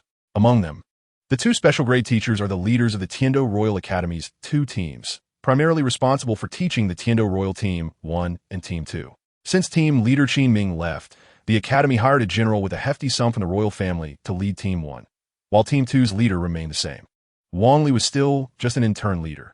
After all, the Royal Reserve Team had no qualifications to participate in matches and serve as substitutes in emergencies. However, Gu Yeqing was a thorn in the side of the Royal Reserve Team, not only skipping training, but also going missing. At this moment, Wang Li was extremely nervous, fully prepared to be criticized. He lowered his head, cautiously glancing at the three committee members in the main hall, unsure of their expressions. When the three committee members saw Gu Yechen's name on the leave list, their faces turned exceptionally grim, filled with disappointment, shaking their heads in helplessness, expressing deep regret. Indeed, a week of unexcused absences would warrant expulsion. What about someone who had been absent for over a year? The committee member in the middle was named Meng Xinji. With a martial spirit of Black Demon and an 86th level control system battle soul Douluo. Alas, I can't believe we still have such a student in our academy. It's our management oversight. The plump committee member was named by Baoshan, with a martial spirit of Heavenly Star Furnace and an 85th level defense system battle soul Douluo. Hearing Meng Xinji's self-blame, Bai Baoshan waved his hand, defending, this cannot be entirely blamed on our academy. The student himself has problems. Yes, our academy has such a good simulated training environment, yet the students do not know how to make full use of it. The person speaking was named Jilin, the third committee member, an 83rd level control system tool soul Douluo. Moreover, our Royal Academy serves the Empire. Some important matters require entering the palace for discussions. We simply do not have time to handle trivial matters in the academy. Who would have thought that even a small matter could develop into this, impacting our school's reputation? As the #1 academy in the Tiando Empire, there are not only casualties from fights, but also attendance issues. The three committee members rarely attended collective meetings, but now they were all present, indicating the seriousness of the situation. Bai Baoshan said, Meng Chief, I think we should expel Gu Yechen and also kick Wang Li out. We don't need teachers who conceal the true situation of students. As the chief of the committee, Meng Xinji's words carried weight. He first stroked his beard, pondered for a moment, and then looked at Wang Li, asking, do you have anything to say? If your reasons are suitable, I will consider retaining your intern leader status. Upon hearing Meng Xinji's words, Wang Li finally shifted from his nervous demeanor. After all, he truly saw special grade teachers as his dream and regarded leading students to participate in elite competitions as a lifelong honor. Wang Li spoke, I have something to say. Initially, I also thought Gu Yechen was not capable of much. However, on that day, in his eyes when he asked for leave, I saw a hint of determination and the extraordinary. I believe he will definitely return to the academy. Otherwise, he would have no reason to ask me for leave and could have just left directly. Moreover, I can assure you that when he returns, he will definitely shock everyone. In the future, the title Douluo position will undoubtedly have a place for him. He is an extraordinary talent. Bai Baoshan suddenly laughed out loud after hearing this. Wang Li, are you saying that Gu Yechen will emerge like Tang San, who was brought to prominence by the Golden Iron Triangle a year ago? Don't talk nonsense. There aren't that many astonishing talents. Do you think everyone can become a title Douluo? How foolish. Meng Xinji frowned, signaling Bai Baoshan not to interrupt and let Wang Li continue. Seeing Meng Xinji's gesture, Wang Li boldly continued. I believe Gu Yechen's martial spirit is definitely not a small red flower, but a highly destructive martial spirit. It's just that no one on this continent knows it yet.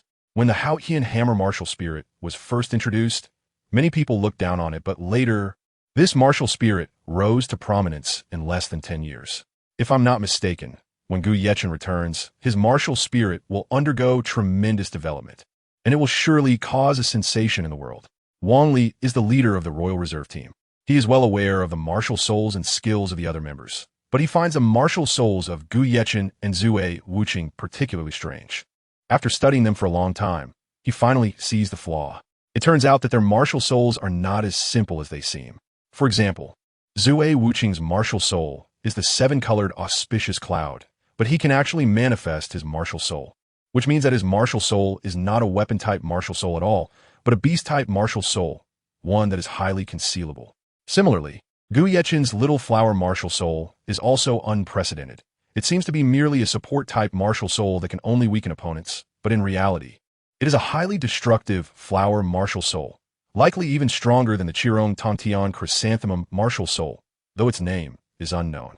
After extensive research and searching through ancient texts, Wang Li found relevant clues. 1,000 years ago, there was a deity whose name is unknown, but everyone called him the flower god because he controlled and sensed all flower-type martial souls. To this end, he even created a soul engineering device that could bestow flower martial souls upon humans, the Other Shore Soul Grant Seal. Although this soul engineering device does not possess divine power and is not as powerful as legendary artifacts, it can change one's destiny. For an ordinary person, possessing this item guarantees that their fate will not be ordinary. In other words, Wang Li suspects that this item is in Gu Yechen's hands, so he cannot allow the Royal Academy to lose such a talented individual. This is why he has repeatedly concealed the matter of Gu Yechen's skipping classes. Ha ha ha. What a joke. The third seat, Jeline, arrogantly said, skipping classes for over a year and then coming back to create a sensation. Are you telling me a story? Regardless of whether this is true or not, he has violated the Academy's rules, which is indisputable. If everyone followed his example, coming and going as they please, wouldn't all our Academy's rules become mere decorations? As for Gu Yechen being a genius, I don't see what the big deal is. Our Academy is not lacking in geniuses. We have sent countless geniuses to the Heaven Do Empire, and there are even several titled Douluo among them. We cannot turn a blind eye just because he is a genius. If that were the case, what do we need the three of us as teaching committee members for? We might as well let him do it. Bai Baoshan, the second seat, nodded. Yes, rules cannot be broken, especially since whether Gu Yechen can grow is still a question. Meng Xinji sighed deeply and said after a moment, forget it. Let him be expelled. I just hope our Academy does not miss another genius like this. The genius in Meng Xinji's eyes refers to someone who can reach level 95 or above, a Super Douluo. After all, the Heaven Do Royal Academy has never produced a Super Douluo. The last one, Tang San, left a deep impression on him at a young age. He had an external spirit bone and might reach Super Douluo in the future. As for you, Wang Li, you will have your internship team leader position revoked and join the ranks of the low-level teachers. Sigh. Wang Li shook his head in helplessness and could only clasp his hands in thanks. Thank you for dealing with this lightly, teaching committee. Chapter 132. Hollow Insect Needle. Just as everyone was discussing the disciplinary issues of the Heaven Do Royal Academy, an old man with pale hair barged into the hall. This man is the librarian of the Heaven Do Library, known as Teacher Huang by the students and Old Huang by the teachers. Looking at the old man in a state of panic, Meng Xinji asked, Old Huang, what on earth happened? Why are you so flustered? Old Huang gasped and said, Someone has broken into the underworld divine hall. What? How is that possible? Meng Xinji was stunned, unable to believe it. The underworld divine hall is not a place just anyone can enter. Even if Old Huang were not guarding it personally, no one would dare to intrude. The underworld divine hall is more like a closed, transparent space, surrounded by a barrier wrapped in divine power. Since ancient times, no one has ever been able to open the underworld divine hall. It is said to be a place of deities, not to mention title Douluo. Even a level 95 Super Douluo or a peak Douluo at level 99 would have no way in. Now, someone has actually gotten inside. It seems the legendary rumors are true. Meng Xinji murmured. What is meant to come will eventually come. There is no escaping it. Bai Baoshan asked sideways. Could it be? Jeline nodded and said loudly. That's right, I think it just happens to match the ancient saying circulating. The clouds are high and the wind is cold. The lonely star falls at night. The begonia remains. The death scythe does not emerge. The fox demon seizes the key. The underworld emperor appears in the world. The angel descends. Chaos reigns. 3,000 white hairs. Blood stains Zhongzhou. The demon man, Qi Chun slaughters all beings. Continuous calamities. Smoke and flames arise. The unicorn steps on auspiciousness. Disasters are 100-fold. Bai Baoshan pondered. These words are indeed true. It is said that there is a key hidden in the underworld divine hall, a key that can open the gates of hell. Although the other prophecies are somewhat vague, the second sentence mentioning the underworld emperor is easy to explain. That is the underworld emperor who struck fear in people's hearts 500 years ago. Could be that he really did not die. Now that the fox demon has seized the key, how far can the underworld emperor in hell be? Meng Xinji's expression suddenly froze, and he shouted, Not good. Hurry to stop them. If the secrets of the underworld divine hall are revealed, the entire world will fall into disaster, and people will be in deep waters and suffering. This deity has been silent for who knows how long.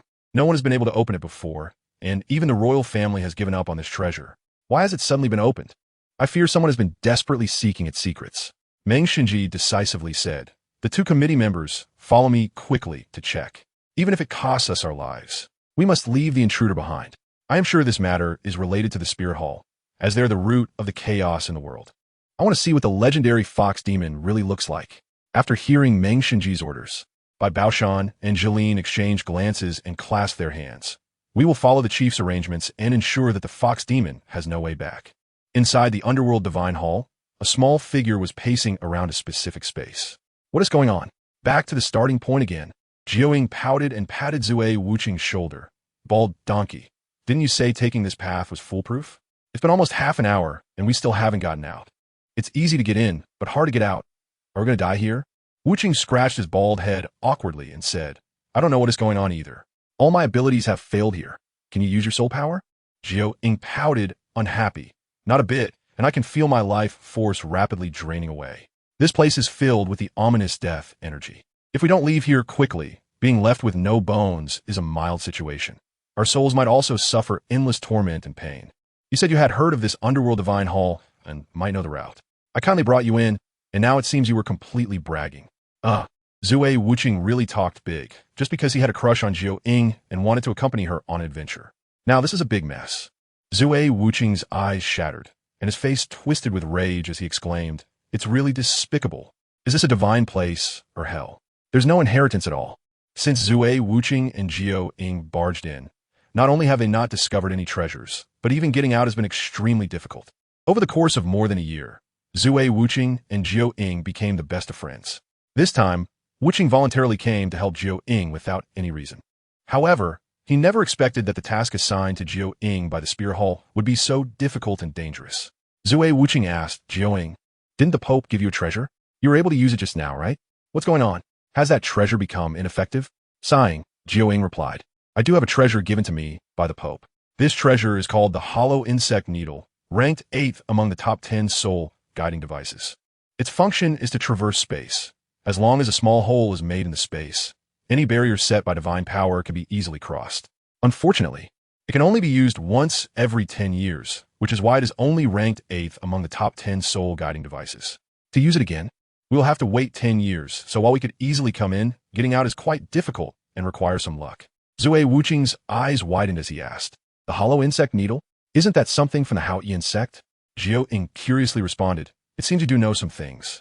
Not only about the existence of the underworld divine hall, but also that this is something from the Hao Yi sect. The hollow insect needle is indeed a treasure within the Hao Yi sect.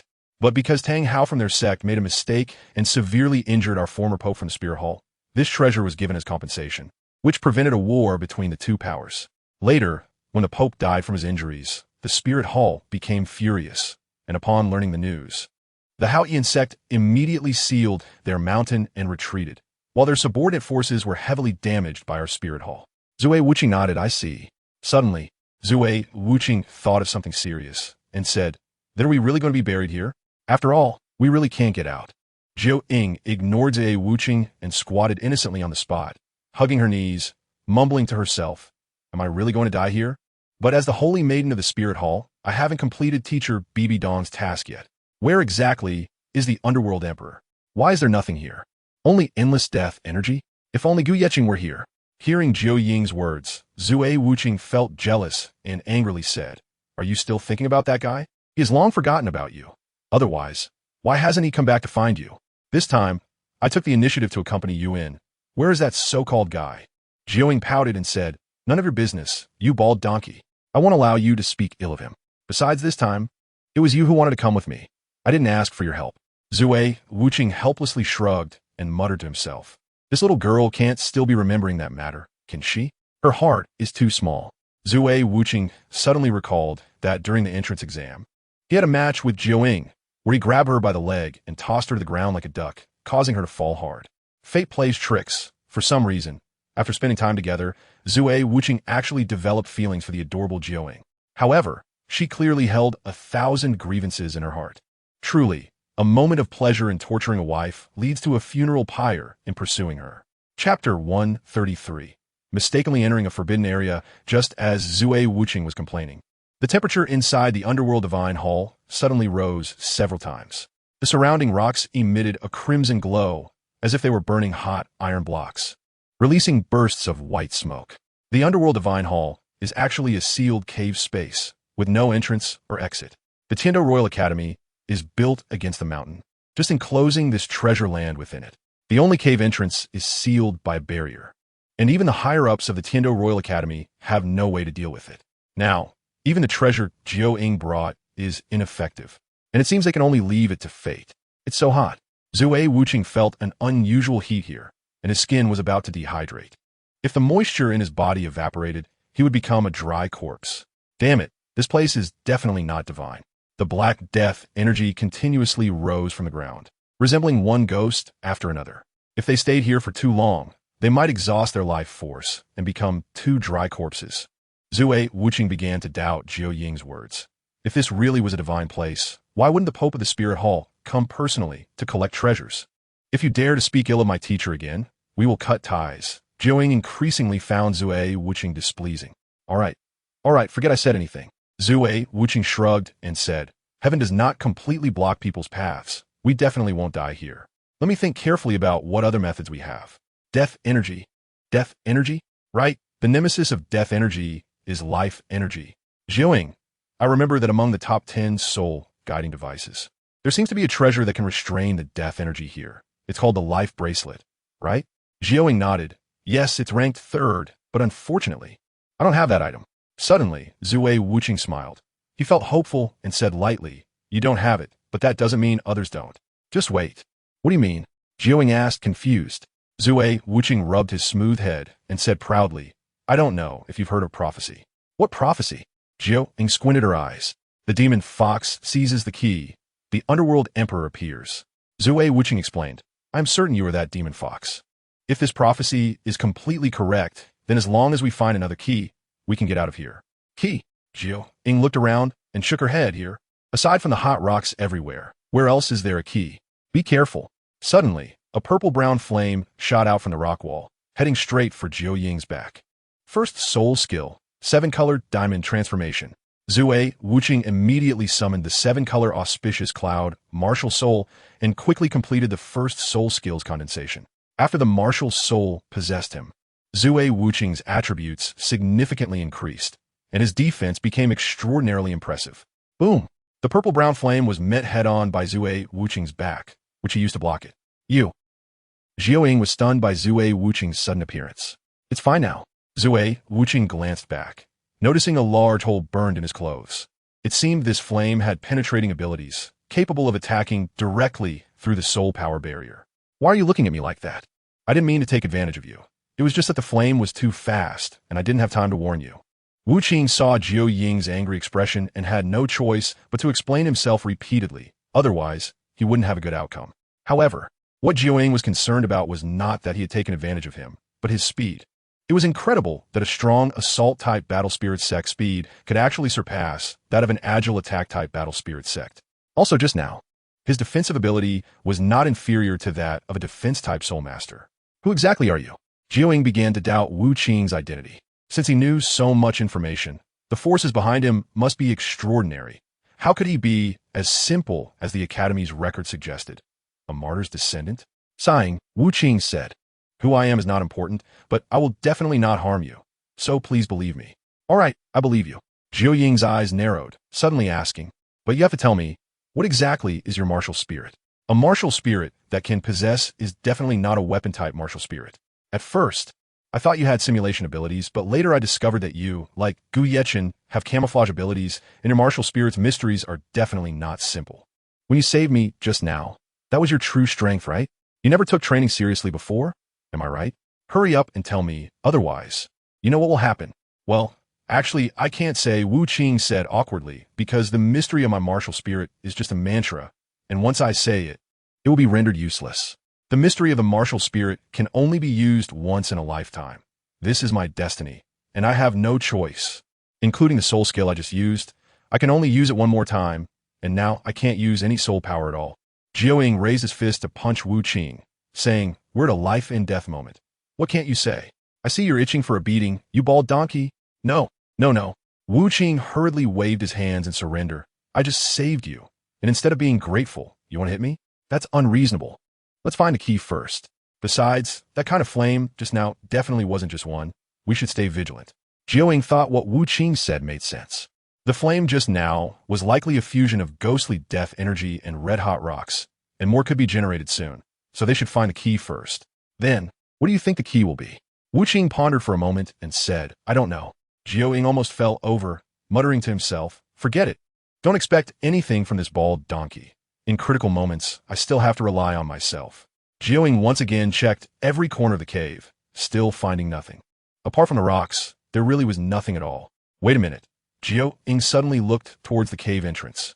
where the barrier's light membrane was swaying back and forth, as if something was entering this space. But what could that be? Master, this is Li Yi. Having followed Gu Yechen to the Tiando Royal Academy, found Gu Yechen's original dormitory. Unfortunately, his roommate was not there, so he had to break in. This is my dormitory, Gu Yechen said casually. He glanced at the door lock that had been kicked to pieces, and Li Yi swallowed hard. What terrifying explosive power! Even without using soul power, he could reach this level. But, Master, how could you not even have a key? Isn't that a bit much? If it weren't for Li Yi's unconditional trust in Gu Yechen, he might have thought that Gu Yechen was the kind of arrogant person who liked to barge into others' homes. Indeed, you reminded me. Gu Yechen silently nodded. He should have a key to this dormitory, after all. He couldn't just keep kicking the door, could he? How many doors would that be? So, he returned to the dormitory door, took out the life bracelet, and used the life force of this treasure to repair the door lock. Li Yi widened his eyes and said in disbelief, Master, this thing is just too damn powerful. Gu Yechen said, as long as it exists, I can keep you alive. Its vitality is unprecedented. Gu Yechen was speaking when he suddenly felt something was off and murmured to himself, not good. Who has intruded into my Death 9 tower? Master, what are you talking about? Li was completely confused and didn't understand what Gu Yechen meant by the Death 9 tower.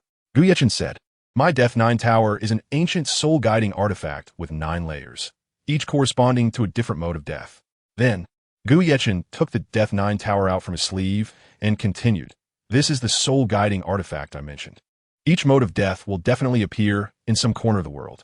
In other words, the 9 modes of death within this tower correspond to the 9 forbidden zones on the Douluo continent. It seems that the first layer of the Death 9 tower has lit up, indicating that the first forbidden zone has been breached. Li Yi was greatly astonished, staring at the pitch-black 9-layered iron tower, stammering, then are they doomed? No, the first layer is the weakest. They won't die just yet, Gu Yechen said, squinting. Damn, why are there so many corpses? Jiao Ying discovered that the corpses had all come through a transparent barrier, which was unbelievable. The transparent opening suddenly surged like flowing water, and at the same time, those who had previously entered here were refined into corpses. These corpses then became the killers of the Death Forbidden Zone. Everyone who intruded would become their prey until they were all eliminated. There were hundreds of corpses, looking extremely terrifying, all with their mouths wide open. Oh no, our soul power has been sealed.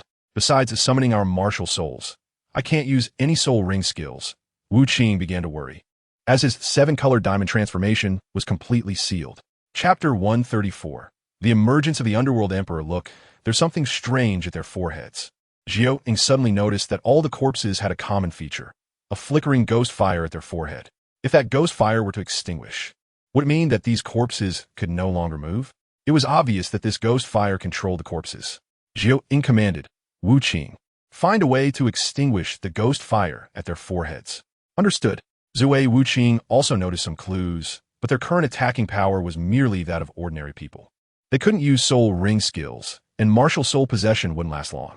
Zue Wu Qing charged forward, deciding to grab a corpse for research. However, just as he was about to touch the corpse, he felt his soul suddenly shake, as if the corpse added a mental disturbance on top of physical attacks. Seeing Wu Qing stagger, frozen in place, Jiao Ying hurriedly shouted, Hey bald donkey, what are you doing? Hurry up and act. It wasn't long after Jiao Ying spoke that the corpses surged towards Wu Qing like a tide. In an instant, the wave of corpses overwhelmed Zue Wu Qing and launched a fierce attack on him. Some corpses stretched out their arms like red, opening their huge mouths to bite at Zue Wu Qing's arms, as if they wanted to chew him to death. Crack! However, one of the corpses found that several of its teeth were directly shattered and fell to the ground. Soon, the sound of teeth breaking continued, as if they had bitten into something hard like steel. Humph, even though I can't use my soul power, the indestructible body I've trained for so many years is not something you flesh and blood beings can devour. Get lost, Zue Wu Qing roared, causing all the corpses that were biting him to be shaken away. Some corpses that were about to bite and pull suddenly stopped, their continuous movements becoming jerky, as if their vitality had been restrained. Jiao Ying knew about Zue Wu Qing's abilities. His physical strength was very strong, and even his raw strength surpassed that of some with soul power. Speaking of which, during the entrance exam, Gu Yechen had used the Hell Red Lotus Martial Soul to mimic Zue Wu Qing's physique, and Zue Wu Qing had mocked him for it. Now, this physique was like a fish in water when facing the corpses. Unfortunately, Jiu Ying's physique was too weak. If she didn't use soul power for defense, she would be no different from an ordinary civilian, and even a small fruit knife could be fatal. Zue Wuqing turned back and said, Jiu Ying, be careful. I'm drawing aggro. I absolutely cannot let these corpses get to you. Then, Zue Wuqing chose a corpse, preparing to twist its neck to see if the ghost fire would extinguish. However, just as he did, the corpse emitted a mental shock, causing Zue Wuqing to feel dizzy for a second. Damn, another strong control-type skill. How boring. Zue Wuqing began to carefully examine these corpses. What if other corpses also emit similar control effects? 1 second each, then hundreds of them could mean hundreds of seconds. That would be a control to death. Although Zue Wuqing was not afraid of these corpses, there was also the death energy spreading in the air, as well as the mysterious flames born from that death energy. No way, here it comes again. With a whoosh, a purple-brown flame burst out from the stone wall, forcing Zue Wuqing to turn and dodge. Unfortunately, it hit his ragged back right on target. The same spot was hit twice. The probability of that was incredibly low, yet Zue Wuqing's luck was just that bad. If he hadn't dodged, it would have been fine, but he dodged right into it. Moreover, this time the power was much stronger than before, as if it was stacking up. Jiu Ying looked at Zue Wuqing's back and noticed that the skin had begun to curl, emitting a burnt smell. Zue Wuqing, who had never been injured, was truly hurt. Jiu Ying's eyes widened in disbelief, and she asked with concern, Zue Wuqing, you're hurt. Are you okay? Zue Wuqing self-deprecatingly replied, I thought you never cared about me. It turns out I still hold a little status in your heart. With this sentence, I feel like this trip to the underworld wasn't in vain.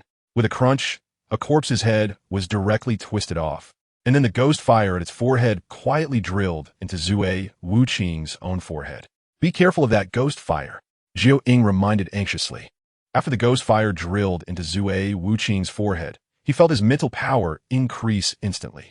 Moreover, a particularly refreshing sensation arose, as if his martial soul had been refined. Don't worry, Zue Wuqing explained, I know what this ghost fire is.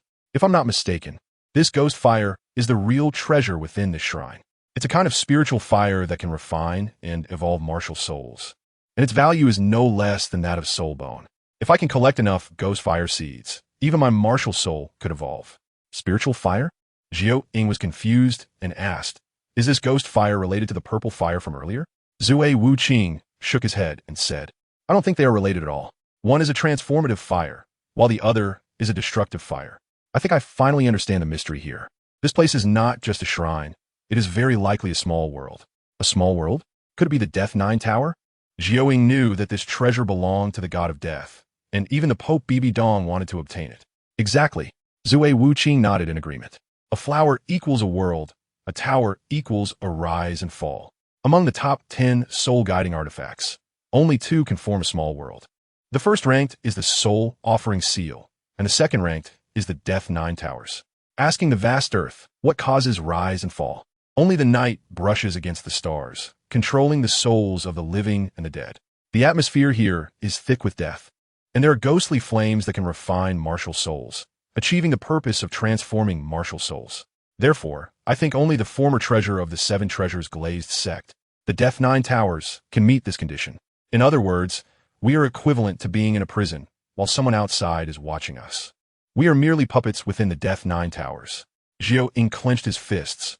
Even Teacher Bibi Dong was misled. The person who released this information must have ulterior motives.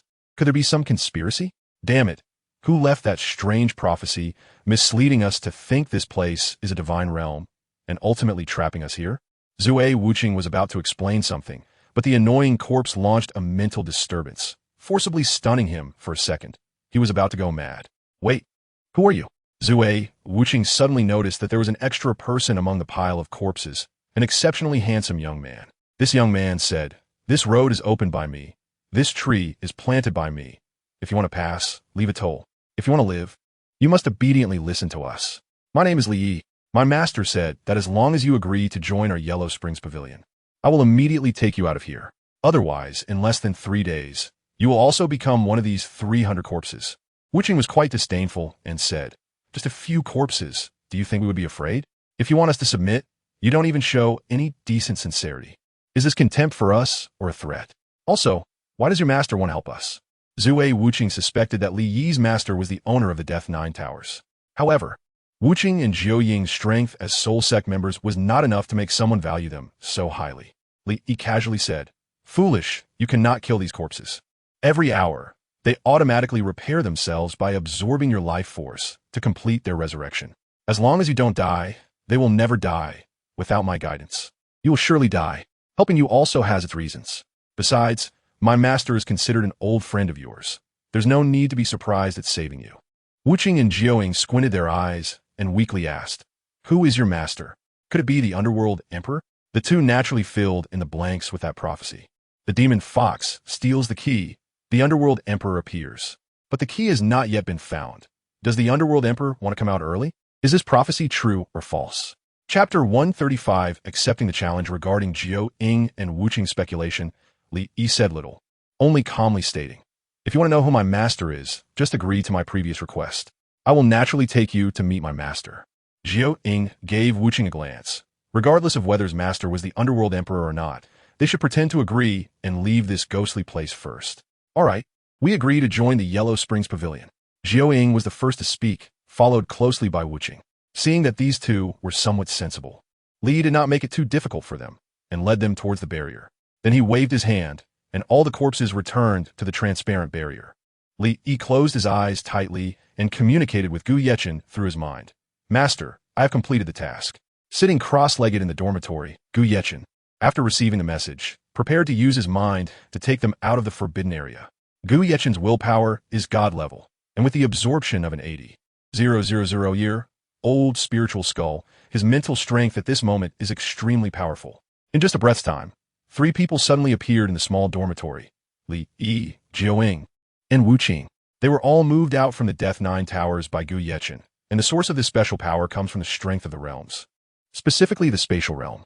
In other words, although Gu Yechen only has a soul power of level 52, he possesses 2 types of realm powers.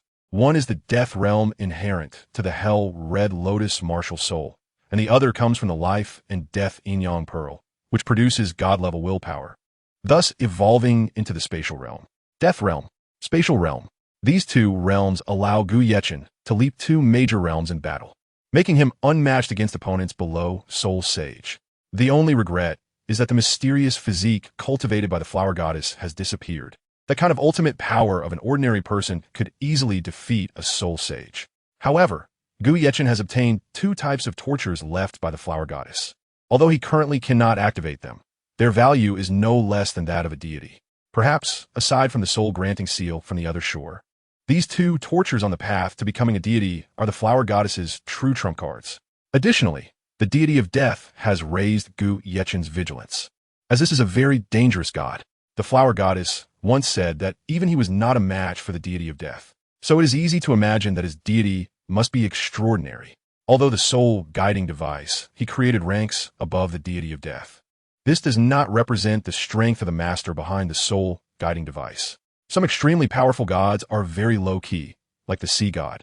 The sea god's trident has already surpassed the ranking of the first other shore soul granting seal. Even the sea god's casually made vast sea sphere can rank 7th. If he were to seriously create it, it would not be lower than the flower goddess's results. Therefore, one cannot just look at the surface. The flower goddess mentioned that the sea god, war god, deity of death, and Azura god are all somewhat stronger than the original flower goddess. Hence, their deities would appear exceptionally important, and if there is an opportunity, they must be seized. Even if they cannot be obtained, it doesn't matter, as Gu Yechen has already reached the conditions for self-deification. The only issue is that this process is slightly lengthy. While Gu Yechen was deep in thought, Li Yi raised his hand and said, "Master, they are coming." Gu Yechen came back to his senses, looking at the 2 familiar figures in the dormitory, and smiled. "You too, long time no see, hope you've been well." At this moment, Jiuying and Zue Wuqing were dumbfounded, hardly believing this was real. Gu Yechen, how could he possibly be the Underworld Emperor? Was there really such a weak Underworld Emperor? Jiuying weakly asked, "You are Gu Yechen?" Jiuying had always been unwilling to admit that the person before him was the Underworld Emperor. Could there really be 2 people in the world who looked exactly alike?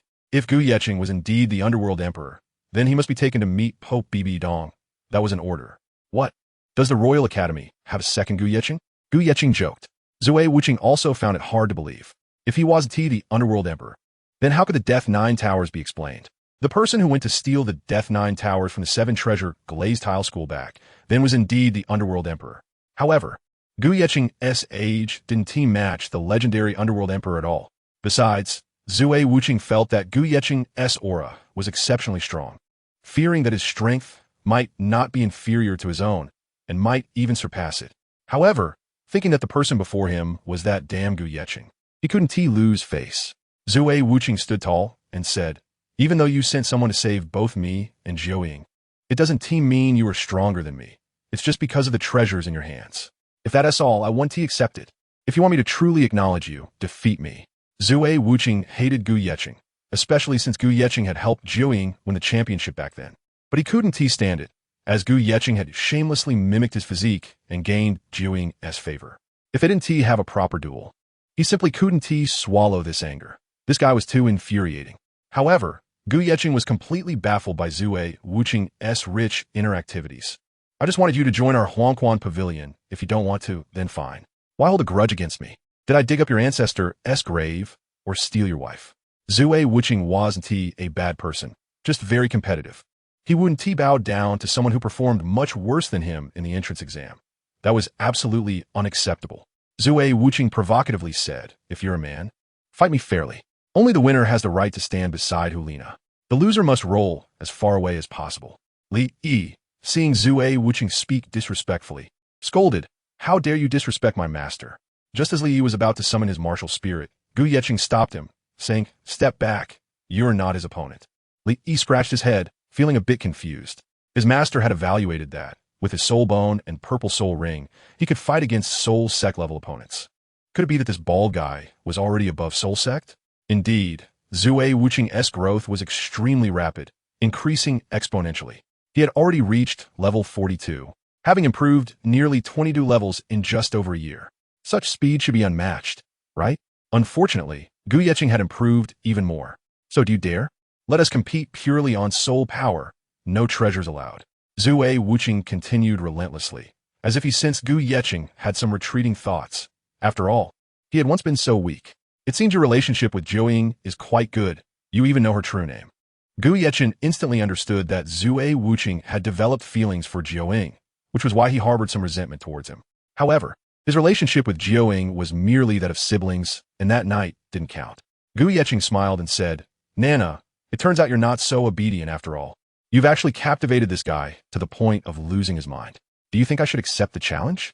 Jiuying, who is Hulaina, put away her childlike disguise and said in a mature tone, "What a pity. Even if I were to be more charming, you would still only like that woman.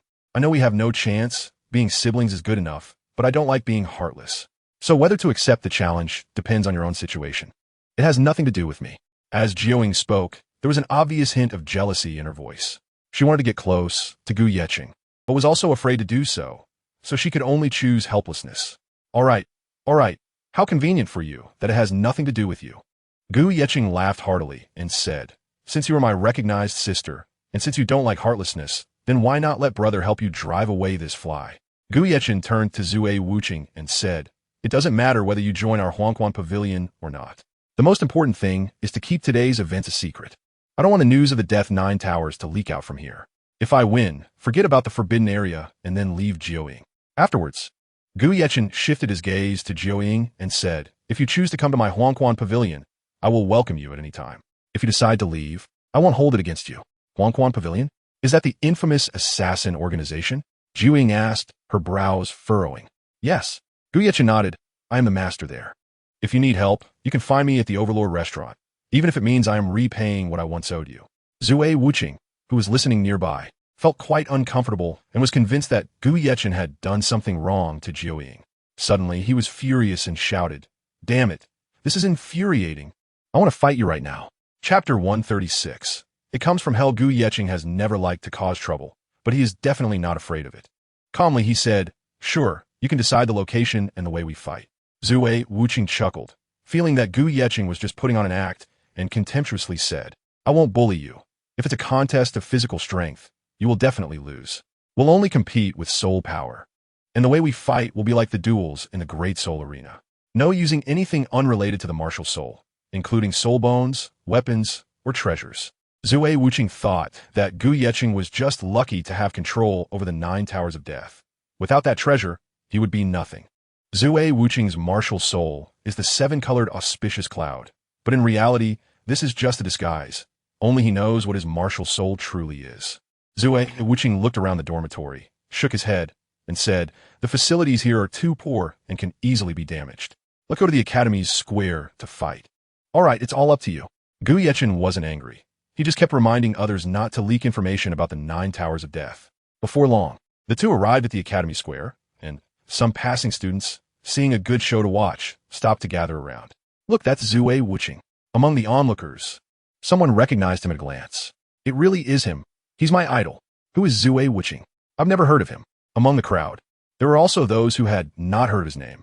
After all, his favorite idol was Yu Tianheng from the Blue Electric Tyrannosaurus family, who was essentially the president of the student council. No student at the Royal Academy was unaware of him, as he was the top student there. "You don't know this?" Zue Wuqing is the only student in the history of our Royal Academy to have ever skipped grades.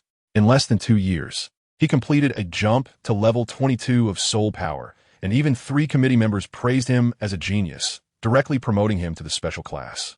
It is said that the battle teams for the competition at the Tiando Royal Academy were preparing to arrange a position for Zue Wuqing, and he was rumored to be made the captain of the Royal Second Team. "Oh, I remember now. He's from the Royal Reserve Team." At the end of last year, the Reserve Team had a match against the Royal Second Team, and I was there. The strengths of both sides were evenly matched, and it was a very intense situation. It was Zue Wuqing who used that mysterious physique and ultimately turned the tide, defeating the Royal Second Team. His performance was highly regarded by special teachers and the 3 committee members. The onlookers expressed their envy. Of course, Zue Wuqing was too ruthless. He didn't leave any face for the Royal Second Team. When both sides had little soul power left, he single-handedly challenged 7 of them, ultimately capturing their captain alive. That's so ruthless. Yeah, I bet the captain of the Royal Second Team still has psychological scars from that. Look, the 3 committee members are gathering all the teachers for a meeting. They might be confirming Zue Wuqing as the captain of the Royal Second Team. Hearing the discussions, Zue Wuqing didn't get angry. Instead, he felt a sense of pride. In contrast, Gu Yeqing was met with blank stares. No one recognized him, and they even doubted whether he was a student of this school. In fact, Gu Yeqing had already been expelled from the academy. He no longer belonged to this school. However, the expulsion notice had not yet been issued because the 3 committee members were still foolishly stuck in the library's storage, trying to capture the prophesied fox spirit, unaware that the fox spirit had already escaped. "Is that Gu Yeqing?" Among the crowd, a sneaky-looking person recognized him and wondered aloud. He disappeared from the academy for over a year. Shouldn't he have died? Without saying a word, this person immediately stepped forward, preparing to inform Qin Shou. Gu Yeqing didn't pay much attention to the crowd. He simply advised them to keep their distance to avoid accidentally getting hurt. Seeing Gu Yeqing warning others to stay safe while completely disregarding himself made Zue Wuqing furious. Thus, Zue Wuqing struck a pose and spoke first. "Stop with the pretense. Let's just fight." Zue Wuqing shouted, "Martial Soul Possession." Zue Wuqing, Martial Soul 7-Colored Clouds, Level 42 Assault-Type Battle Spirit Master. Please enlighten me. Facing Zue Wuqing's aggressive challenge, Gu Yeqing became somewhat impatient and responded, "Gu Yeqing, Martial Soul Little Red Flower, Level 52 Support-Type Battle Spirit King. I accept your challenge." The onlooking crowd widened their eyes in disbelief as they looked at Gu Yeqing because they had never heard of a support-type soul master being able to fight. This was simply too unscientific and too unconventional. Moreover, Level 52 had already reached the standards set by the teachers at the Royal Academy. Was there such a student? Could he be a new teacher? But his age didn't seem to match that at all. The onlooker's worldview was completely overturned. "What? You actually have Level 52? Stop lying." Zue Wuqing had already worked hard and diligently. How could he be 10 levels behind Gu Yeqing? That shouldn't be the case. He must be trying to scare him. Zue Wuqing took a step forward, quickly approaching, and reached out his arm to test Gu Yeqing's skills. If he truly was level 52, even as a support-type soul master, he shouldn't be too slow. Otherwise, Gu Yeqing would have a hard time surviving. As Zue Wuqing attempted to pat his shoulder, Gu Yeqing moved about a foot to the right, just avoiding the strike, and then darted to the side. Zue Wuqing felt that Gu Yeqing had some skills. It was not easy for a support-type soul master to dodge an attack from an assault-type soul master, but he was an exception. Zue Wuqing tried several more times, all of which Gu Yeqing easily dodged, which completely enraged Zue Wuqing. Can you stop dodging around like a monkey? If you're a man, fight me face to face. Don't do what you did last time. Zue Wuqing's last battle with Gu Yechen was due to the incident with the 9 infants. Although both of them fell to the ground, that didn't mean they had fought to a draw. Gu Yechen naturally had his reasons for not fighting head-on. He needed to set up an energy field. Gu Yechen's martial soul is the Hell Red Lotus. The strength of this martial soul lies not in its attack, but in its ability to weaken and imitate. As long as the energy field is arranged, he can dominate everything within a radius of 10 miles. Gu Yechen ignored Zue Wuqing's mockery and continued to dodge, but his martial soul quietly began to spread through the ground. After a moment, the Hell Red Lotus energy field was formed. Gu Yechen stopped and smiled. You've been chasing me for so long. Are you ready to switch roles? Zue Wuqing huffed. Are you finally going to stop running? I really doubt you're not a rabbit. I know you were secretly using your abilities just now, but we agreed that I wouldn't use my physical strength, so you can't mimic my physique either. You can only use your soul power to battle me. As for your weakening ability, it's completely ineffective against me because my martial soul has a built-in purification function. Control-type soul masters can't do anything to me, let alone a support-type soul master like you. Gu Yechen smiled gently and said, let's give it a try. However, I must remind you, if you don't use your first soul skill, you won't even be able to block my most ordinary move. The 7-color diamond transformation is your main skill. Although it's just a yellow soul ring, your martial soul's essence must be contained within it. Upon hearing Gu Yecheng's words, Zue Wuqing's face showed fear for the first time. You can actually see through my soul skills, and you even know their functions clearly. Zue Wuqing's mouth twitched uncontrollably as he realized. The saying goes, know yourself and know your enemy, and you will never be defeated, but he didn't even know what Gu Yecheng's soul skills were. Zue Wuqing was certain that his martial soul not only had the ability to weaken and imitate, but also had the ability to explore. Damn it, what exactly is your martial soul? Zue Wuqing absolutely did not believe that such a small red flower could be so powerful. Which fool from the Spirit Hall registered such a pathetic martial soul name for him? Gu Yechen said, Hell's Red Lotus, a flower that comes from hell. Only blooms in hell, and I've been there. A hell filled with fear and despair. Gu Yecheng had once been tormented by the night to the point of being utterly broken. That kind of pain was worse than death, and almost no one could comprehend the stories he had endured, because all who had experienced it had become gods. The flower god was one of them. Chapter 137. Hell's Underworld, a martial soul from hell? Zue Wuqing thought this might be a bit far-fetched, but Gu Yecheng was indeed a cautious opponent. Well, since you insist, I'll satisfy your request. I really want to see how powerful your Hell Red Lotus is. I'm looking forward to it, Zue Wuqing muttered to himself. Even if this martial soul is peculiar, it is ultimately just an auxiliary-type martial soul. Can it compare to my unique martial soul? Since Gu Yecheng already knew the functions of his various soul rings, he decided not to hide anymore and directly revealed his soul rings for everyone to see clearly. Soul rings, yellow, purple, black. When the onlookers saw Zue Wuqing's 4th soul ring, they all displayed expressions of astonishment. A black 4th ring? This completely shattered the highest limit for soul ring absorption. In other words, Zue Wuqing was a one-of-a-kind genius, even surpassing Yu Tianheng. A black soul ring represents a soul ring produced by a 10,000-year soul beast. Without an exceptionally strong will, even with the help of a soul bone, one would easily absorb it. The soul shot from a 10,000-year soul ring is not simple. Just as the students were amazed by Zue Wuqing's 4th soul ring, Gu Yecheng's soul rings left them speechless. If Zue Wuqing's soul rings brought astonishment to the students, then Gu Yecheng brought them fear because it was extremely unscientific and rigorous. White, black, black, black, black. Such brilliant black soul rings surrounded Gu Yecheng, as if they were soul-harvesting messengers from hell. This was the true color of Gu Yecheng's soul rings. Gu Yechen can also change the color of his soul rings, either to achieve the best soul ring configuration or to have a uniform configuration of red soul rings. However, this time, he wants to prove himself through his true strength. He no longer wants to cheat, he no longer wants to enjoy a life of fleeing, and he no longer wants to be a pawn on someone else's chessboard. Not only did the onlooking students find it absurd, but even Zue Wuqing showed signs of panic. Indeed, it would be difficult to contend with the Black Soul Ring without using his first soul skill to transform.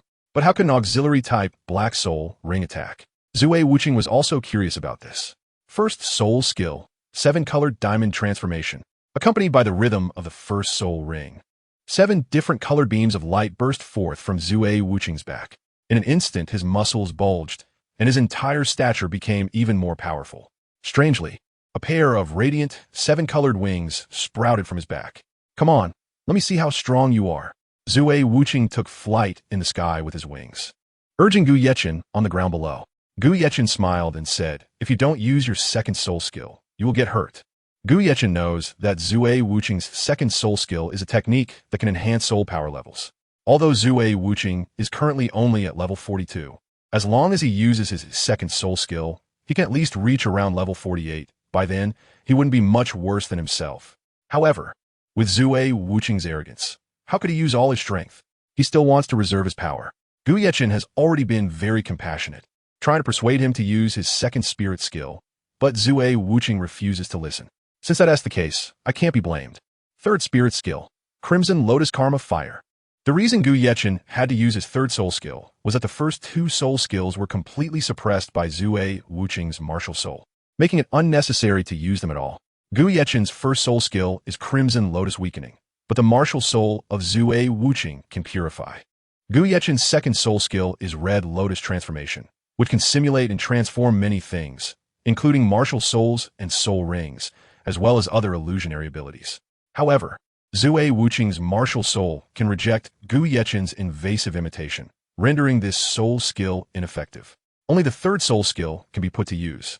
This soul skill is purely an attack-type skill. Some may wonder how an auxiliary martial soul could possess an attack soul skill. However, with the ability of the Flower God, it has indeed helped Gu Yechen achieve this. This is a soul ring extracted from a 10,000-year fire-type soul beast, which, after being tempered in hell, ultimately formed a pure attack-type soul skill. The moment Gu Yechen activated his third soul skill, a torrent of fiery aura began to approach Zue Wuqing. Seeing the rapidly approaching lotus flames, Zue Wuqing started to panic because that kind of flame was very familiar. It was the destructive fire from the 9 Towers of Death, a purplish-brown flame. However, the center of this fire lotus was crimson red, and it was feared that its power would be even more formidable. Zue Wuqing had no time to use his second soul skill to enhance his soul power and could only resort to an instant activation skill. Instant activation skills can be triggered instantly without the need for condensation, and they are quite difficult to obtain. Third soul skill, Cloud Barrier. This is a mist barrier formed by the gathering of white water vapor, which can block any physical attacks, and also has a weakening effect on magical attacks. Gu Yechen noticed that the Red Lotus Karma Fire significantly weakened its flames as it approached the white mist. When the two energies touched, the Red Lotus Karma Fire was instantly divided into many parts. As a result, each small part lost much of its power, and some of the flames were reflected and refracted by the white mist. Only a very few weak Red Lotus Karma fires managed to penetrate the white mist and strike Zue Wuqing. With a soft thud, Zue Wuqing was thrown back over 10 meters in the air, nearly falling from the high altitude. Zue Wuqing said seriously, "What terrifying fire lotus." Gu Yechen also regarded him with a hint of admiration. Being able to withstand his attack at just level 42 was impressive. If they were of the same level, the outcome was still uncertain. He was a good seedling, and his martial soul must be very strong. Zue Wuqing looked at his chest, still shaken by the terrifying flames. Because the flames had a corrosive effect, he could feel a sting in his chest. If it weren't for his robust physique, he might have already had a blood hole corroded in his chest. Very well. I must admit you are powerful. You qualify to be my opponent. Zue Wuqing decided to get serious. Since entering the academy, no one had ever forced him to use his full strength. Gu Yechen was the first. Second soul skill, Soul Power Enhancement.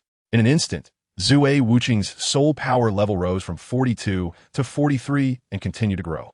44, 45, 48. It stopped only when his soul power reached 49. Zue Wuqing looked at Gu Yechen and said, "My 7-colored auspicious cloud martial soul can increase my second soul skill by up to 7 levels. I have never increased by 7 levels before, but today, to defeat you, I will hold nothing back. So, take my attack and give it a try." Fourth soul skill, Sunlight Shining. The mist around Zue Wuqing receded, and a small golden sun slowly rose. Using a fourth soul skill with 42 levels of soul power surely couldn't compare to a fourth soul skill at 49 levels. This attack was his strongest strike.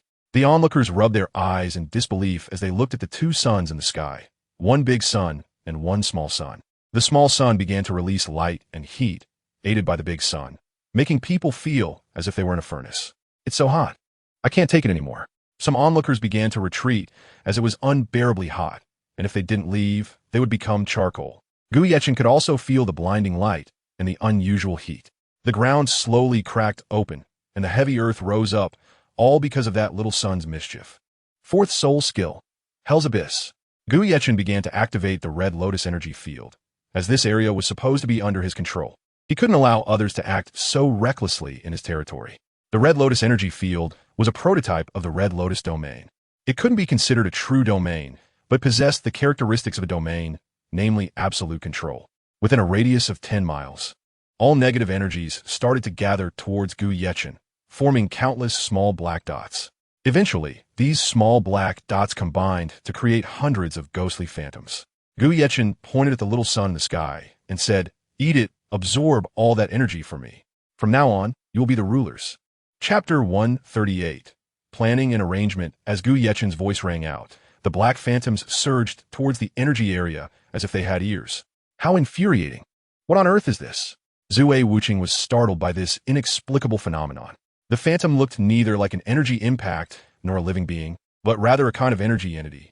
Before long, his fourth soul skill became increasingly weak, like a languid patient. The solar mass soul skill grew dimmer. The black phantoms were happily consuming, cheering and leaping about, and a soul skill released by Zue Wuqing was inexplicably devoured. Stop. I admit defeat. Zue Wuqing wasn't foolish. He had completely figured out Gu Yechen's capabilities by now. Zue Wuqing was puzzled. How had this guy become so strong after only a year away from the academy? Come back, my little cuties. The black phantoms returned to Gu Yechen's side like obedient children.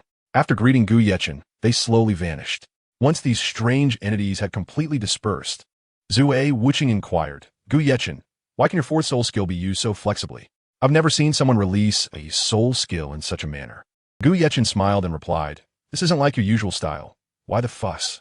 I haven't even fully unleashed the second phase of my fourth soul skill, and you've already admitted defeat. If you saw my fifth soul skill, you'd be even more devastated.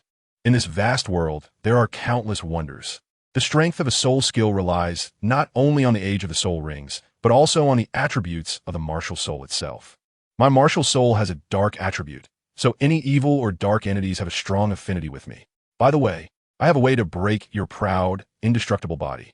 Gu Yechen thought to himself, if he could put Zue Wuqing into the torment of the night bestowed by the flower god, experiencing the same tortures, the feeling of being unable to seek death would surely be something he would never forget in his lifetime. The key to an indestructible body lies primarily in one's ability to meditate.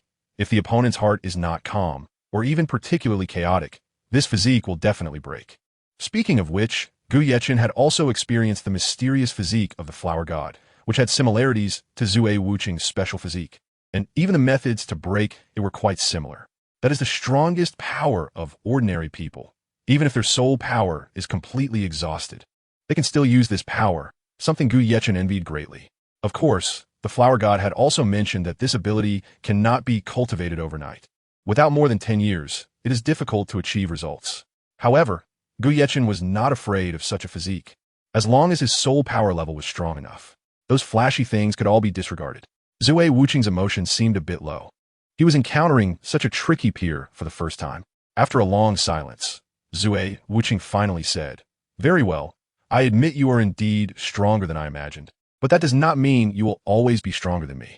When we meet next time, I will definitely make you convinced. Furthermore, I want to clarify once again. My surrender is not because I cannot defeat you, but because I have a mission. If I use the second transformation of the 7-colored diamond transformation, I believe you'll go all out. Oh, by the way, my first soul skill has 3 transformations, and each transformation brings a different function." After saying that, Zue Wuqing sighed helplessly. It seemed that he had always been too proud in the past, never considering Gu Yechen as a rival. It is only now that Gu Yechen has made him realize that there are always people better than oneself and skies beyond the sky. Looking at Jiuing, Zue Wuqing smiled bitterly and said, "I know you have never liked me. The person you like has always been that guy. However, I want to tell you that I am not much worse than that guy. When I return this time, I will definitely practice hard, and when you meet me again, you will discover a brand new me." Zue Wuqing did not ramble on. He simply turned silently. A figure both lonely and desolate emerged, with steps so heavy and helpless. He had to leave this royal academy according to their previous agreement. Where are you going? Jiao Ying shouted loudly. Home. That is where I truly belong. Zue Wuqing did not look back or stop his forward steps. He just raised his hand high and waved it vigorously. Goodbye, Hulaina. And you, Gu Yechen. Zue Wuqing knew that Jiao Ying was from the Spirit Hall, and his purpose for coming to the Royal Academy was to investigate the Dark Emperor incident. Now it seemed that although the Dark Emperor was not Gu Yechen, he had a 99% connection with him. Otherwise, how could the Death Nine Towers be in his hands? At the same time, Gu Yechen was able to increase his soul power so much in just 1 year, which must be related to the Death Nine Towers given by the Dark Emperor. Since the investigation direction was correct, he should return to report on the mission, and he also looked forward to the next meeting. Sir, this person seems very strange. Li Yi stepped forward and said, I always feel he has some secret that everyone is unaware of. Oh. Gu Yechen smiled and said, Even you noticed it? Tell me, what exactly is strange about him? Li Yi shook his head. I can't say for sure, but I just feel that his thoughts are somewhat different from others. Gu Yechen smiled slightly, saying nothing more, while also recalling a little girl from many years ago. The aura was exactly the same. At that time, Gu Yechen was weak and lacked knowledge, so he did not recognize the identity of that little girl. However, when he encountered Zue Wuqing again, that familiar feeling returned. By now, he was no longer an ignorant youth. With his extensive knowledge of martial souls and strong mental power, Zue Wuqing's identity had long been exposed. A person with a cultivation level not below 100,000 years. To be honest, Gu Yechen did not intend to treat him as an enemy, but after all, he was not human in the past, and Gu Yechen could not feel at ease leaving him by Hulaina's side. Most importantly, he met the ideal conditions in Gu Yechen's mind. Li Yi, you go to the boss restaurant and inform a person named Bai Zhe. Just tell him that the master has a task for him, to investigate Zue Wuqing thoroughly. If he can complete this task, I will consider returning the shares of the boss restaurant to him and restoring his position as a saint. Gu Yechen had mentioned the Huangquan Pavilion to Li Yi, but Li Yi did not know Gu Yechen's identity. When he learned that the master was actually the master of Huangquan Pavilion, he was completely at a loss for words. A master of Huangquan who was not yet 16 years old? That was too frightening. Naturally, Li Yi did not dare to be negligent and quickly bowed. At the same time, he wondered how Gu Yechen managed to conquer such a notorious evil force in just 1 year. No wonder the master had so many precious soul bones. Although some of them were only low-level 1,000-year soul bones, they were still better than having no soul bones at all. How did the master achieve all of this? Perhaps only Gu Yechen knew the reason. He had exchanged all of this for his most precious martial soul, and he didn't know when his own scythe martial soul would fully recover. The flower god had mentioned that to restore a martial soul, one would need to obtain the soul bones of a 100,000-year soul beast for nurturing. Moreover, these soul bones could not be ordinary 100,000-year soul bones. They had to be from a soul beast that had already transformed into human form. Such soul bones contained a kind of regenerative substance, which was the reason why soul beasts could take form and produce martial souls. As long as this substance was present in the bone marrow, Gu Yechen's withered martial soul could gradually recover. Within the academy, he certainly could not hunt soul beasts indiscriminately, but outside the academy, it was a possibility worth considering. The entire world was hunting soul beasts, and Gu Yechen did not feel that he was doing anything wrong. Perhaps some people would oppose it, but that could not stop his desire to become stronger. Chapter 139. The Troublemaking Master. Gu Yechen turned to look at Jiao Ying and stepped forward, saying, I wasn't joking before. You really can join our Huangquan Pavilion. Jiao Ying remained silent, shook his head, and after a moment, said, No, actually we're the same kind of people. Your invitation is just like when I invited you to join our Spear Hall.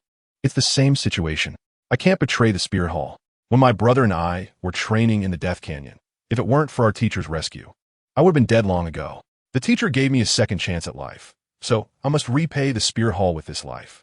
Thank you for your invitation, and I would also like to extend one to you. You are the owner of the 9 Towers of Death, which means you are the new generation of the Underworld Emperor. My teacher wants to meet you. Please come with me to the Spirit Hall. Consider it helping me complete a task. I promise you will be in no danger. My teacher is really very kind. Gu Yechen awkwardly scratched his head and said, Hey, we agreed not to leak today's events. Why are you bringing it up? However, my mission. Jiao Ying always felt that the mission should come first, and didn't think much about other things. Spirit Hall. Gu Yechen sighed and shook his head. Let me tell you a story. In the city of Notting, there lived a very simple little boy who dreamed of joining the Spirit Hall, as it was the paradise for all soul masters. At the age of 6, he began extensive training to join the Spirit Hall. Although he didn't know if this training would be useful, His heart yearned for the profession of a soul master. Hearing that training helped awaken soul power, he ran around every day, panting heavily, followed by practicing push-ups, barehandedly hitting sandbags, and so on. He discovered that his arm strength was extraordinary. No playmate could compete with him in arm wrestling. Even children a few years older than him would lose to him in arm wrestling. The boy was very happy. He even felt a bit proud because he was the strongest. He eagerly believed that his martial soul must be very powerful. Otherwise, it would be impossible for him to have such strength, and even 10-year-old children were no match for him. However, while the idea was beautiful, reality was cruel, and unsurprisingly, he was eliminated. A trash martial soul, a scythe. After that, he went through a long period of life until one day he saw a glimmer of hope. The last straw in the darkness. As time passed, the boy had grown into a young man, and he realized that besides hard work and diligence, luck and opportunity were also very important. The young man felt that his opportunity was not in the spirit hall at all. No wonder he was buried like this. It turned out that he had chosen the wrong direction. That scythe martial soul was not worthless. It was just that others did not recognize its value. Good horses are common, but good trainers are rare. Later, he sold his most precious thing, his martial soul, to a mysterious man in white. After the exchange, the young man smiled, even though the other party was not necessarily a good person. However, some things cannot be appreciated by everyone. Jiuying helplessly shrugged his shoulders. This story seemed to have nothing to do with Gu Yechen joining the spirit hall. What a strange story. But it doesn't conflict with your visit to our spirit hall. It's not about making you join the spirit hall. It's just an invitation to be our guest. By the way, teacher Bibi Dong said it was an invitation. Gu Yechen smiled bitterly and said, I'm telling you this story not because I think the spirit hall is bad, nor to say that diligence and hard work aren't important, but to express that the spirit hall is not my final destination. My opportunities aren't there. Besides, do you really think I can return safely after going there? Don't be foolish. The Nine Death Tower is not something ordinary. If you still see me as your brother, forget about today's events. And when it comes to the Pope, don't say too much. If you don't want to see me die, just say you've never seen the Underworld Emperor. Also, give me back the key to my dormitory. It's been a while, and I still haven't officially opened the dorm door. I don't want to kick it open. Jiuying chuckled, and the tense atmosphere eased significantly with Gu Yechen's jest. Jiuying took out the key, but hesitated to hand it over, smiling. No, I want to keep it as a memento. If your dorm is locked, you can come to mine. It's not like you haven't been there before. Well, do as you please. Gu Yechen replied, speechlessly. Then he waved his hand. You leave the academy first. I need to entrust you with that matter. It's very important to me. Don't worry, master. Li responded. In the plaza of the Tiando Royal Academy, a sharp-nosed man pushed aside the students blocking the way and shouted, Get out of the way. Don't you have eyes? Don't you see who is coming? Hearing the voice, many students turned their attention to the person in the middle. Upon seeing him, they instinctively moved aside. Clearly, they were used to being bullied by him, and their submissive expressions betrayed them. It turned out to be the boss, Qin Shou. Sorry. It's our fault for being too engrossed in our discussion and not noticing your arrival. We really should be punished for being so blind. Sorry for blocking your way. Boss, the students quickly apologized, admitting their mistake. Well, at least you're somewhat clever. Qin Shou nodded silently, then coldly said, Next time, keep your eyes open. Don't act like blind people. Beside him, Gigi echoed, Exactly. It's dangerous to go out without using your brain. Forget it, seeing them so foolish. I don't feel like bullying them anymore. Let us go find Gu Yechen. Qin Shou raised his neck arrogantly and waved. Hey, all right. Gigi responded with a grin, then turned and shouted, If we didn't have other matters to handle, you'd all be on the ground. Watching the backs of Qin Shou and Gigi leave, some students began to curse. What a bunch of jerks. Can't even walk without being blind, and they still blame us. Don't they know to go around? Shut up. Be careful they hear you. What is there to fear? These people are too self-important. They only know how to bully us. Have you ever seen them bully Yu Tianheng and Prince Xuebing? Sai, who told us we're lowly. No, we're not lowly. How many people in the Tiando Royal Academy are lowly? We just lack strength. If we all reached the Spirit Ancestor title, would he still dare to bully us? It's because we're great spirit masters that Qin Shou dares to step on us. Shoo, lower your voice. Do you want to die? Don't you know how ruthless he is? There are rumors that Qin Shou has broken many people's arms, and that one guy's gone missing for no reason. What? He is so domineering that he won't let anyone speak? What can he do to me in the academy? Hey, you there. Gigi turned around and glared at the few who had been talking. Who the hell is talking bad about our boss Qin Shou behind his back? If you dare to say Qin Shou shits, then you must have the guts to spar with me. Gigi roared, Get out here. Oh no. I told you not to say that. The few were terrified and quickly took a step back. Gigi was a spirit sovereign, far beyond what they great spirit masters could compare to. As others stepped back, one person boldly stepped forward as if he had the guts to stand out. It was you who said that.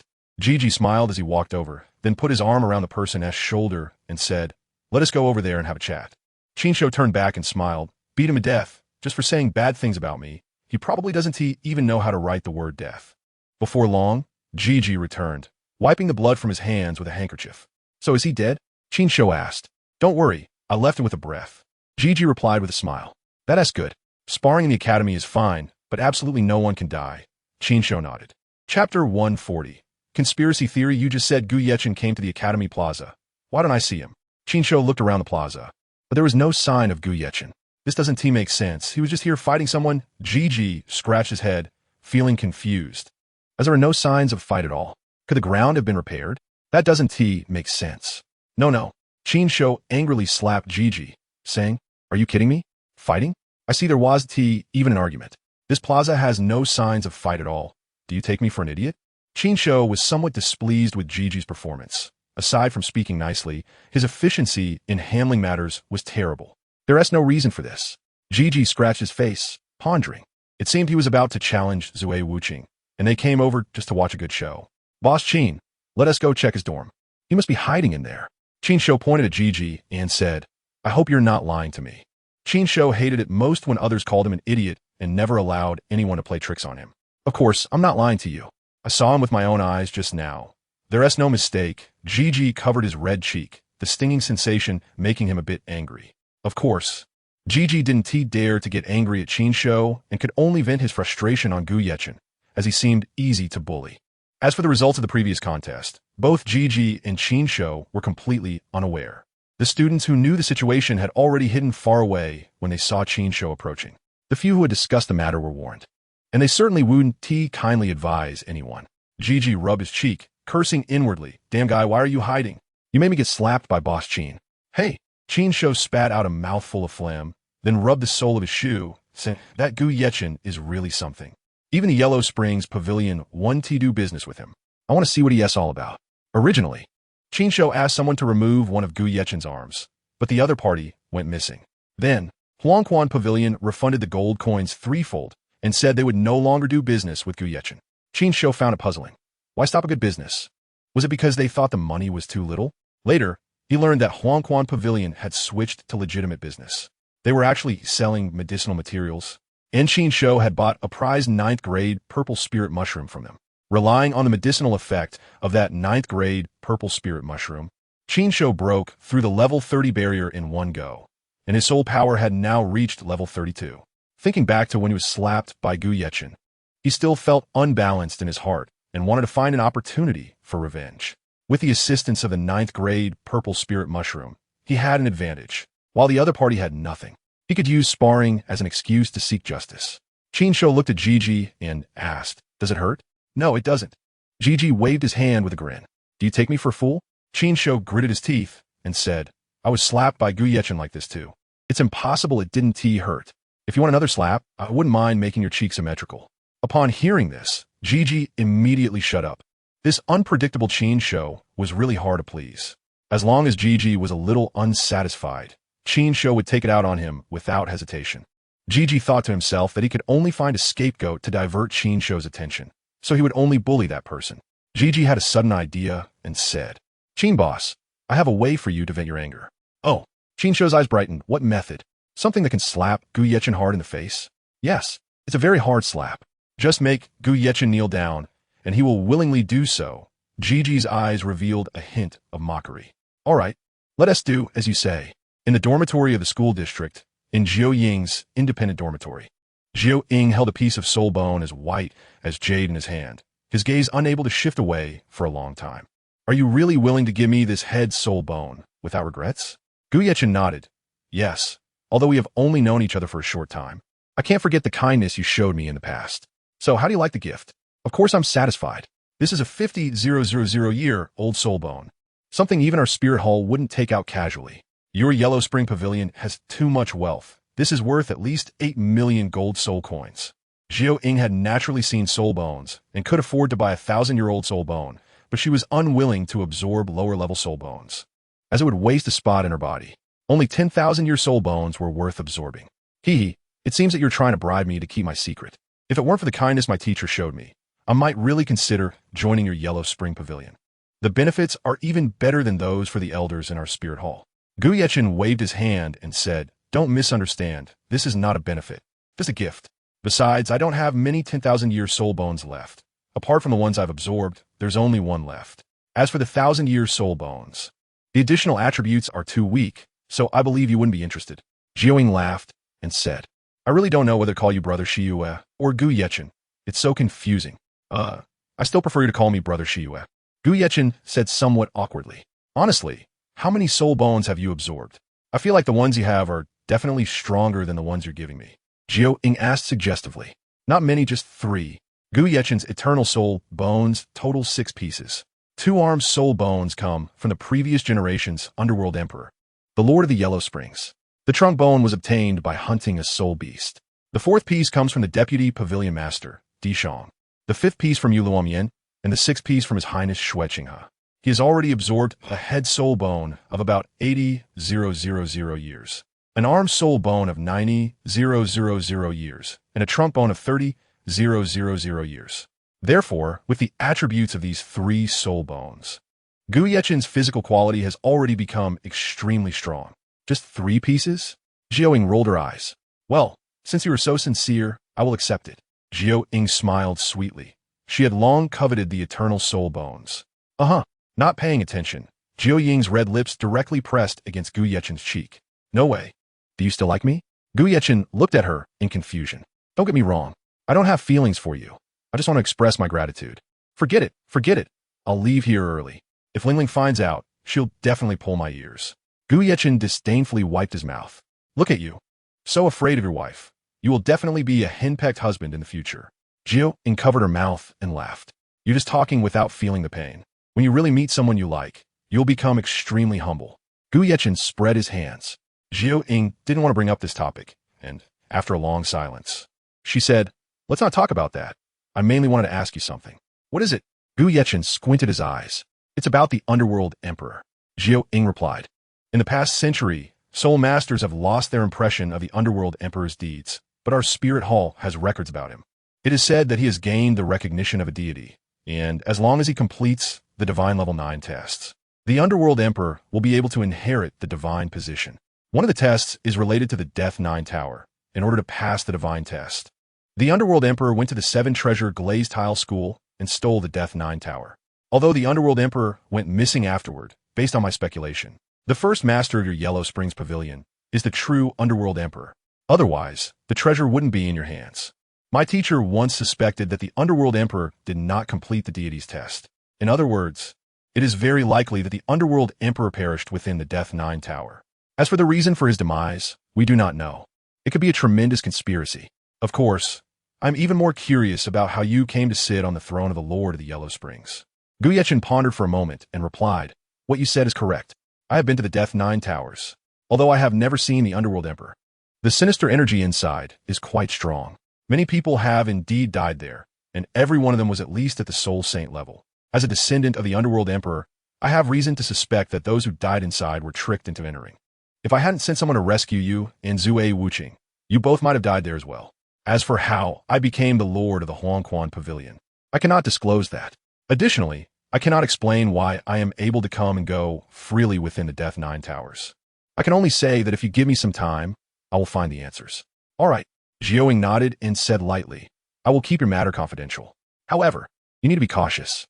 After I return this time, my teacher will definitely send the elders Gui Mei and Yu Guan to investigate this matter. Don't worry. I know how to handle it." Gu Yechen said.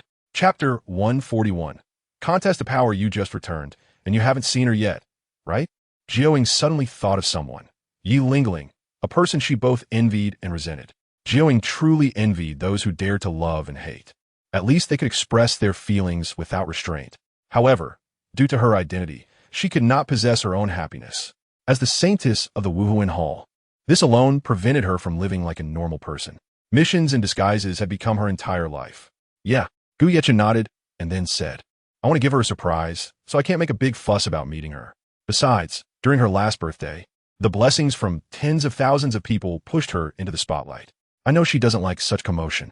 Nowadays, I'm afraid everyone in the academy knows her. And naturally, I have also become the focus of discussion and attention among the students.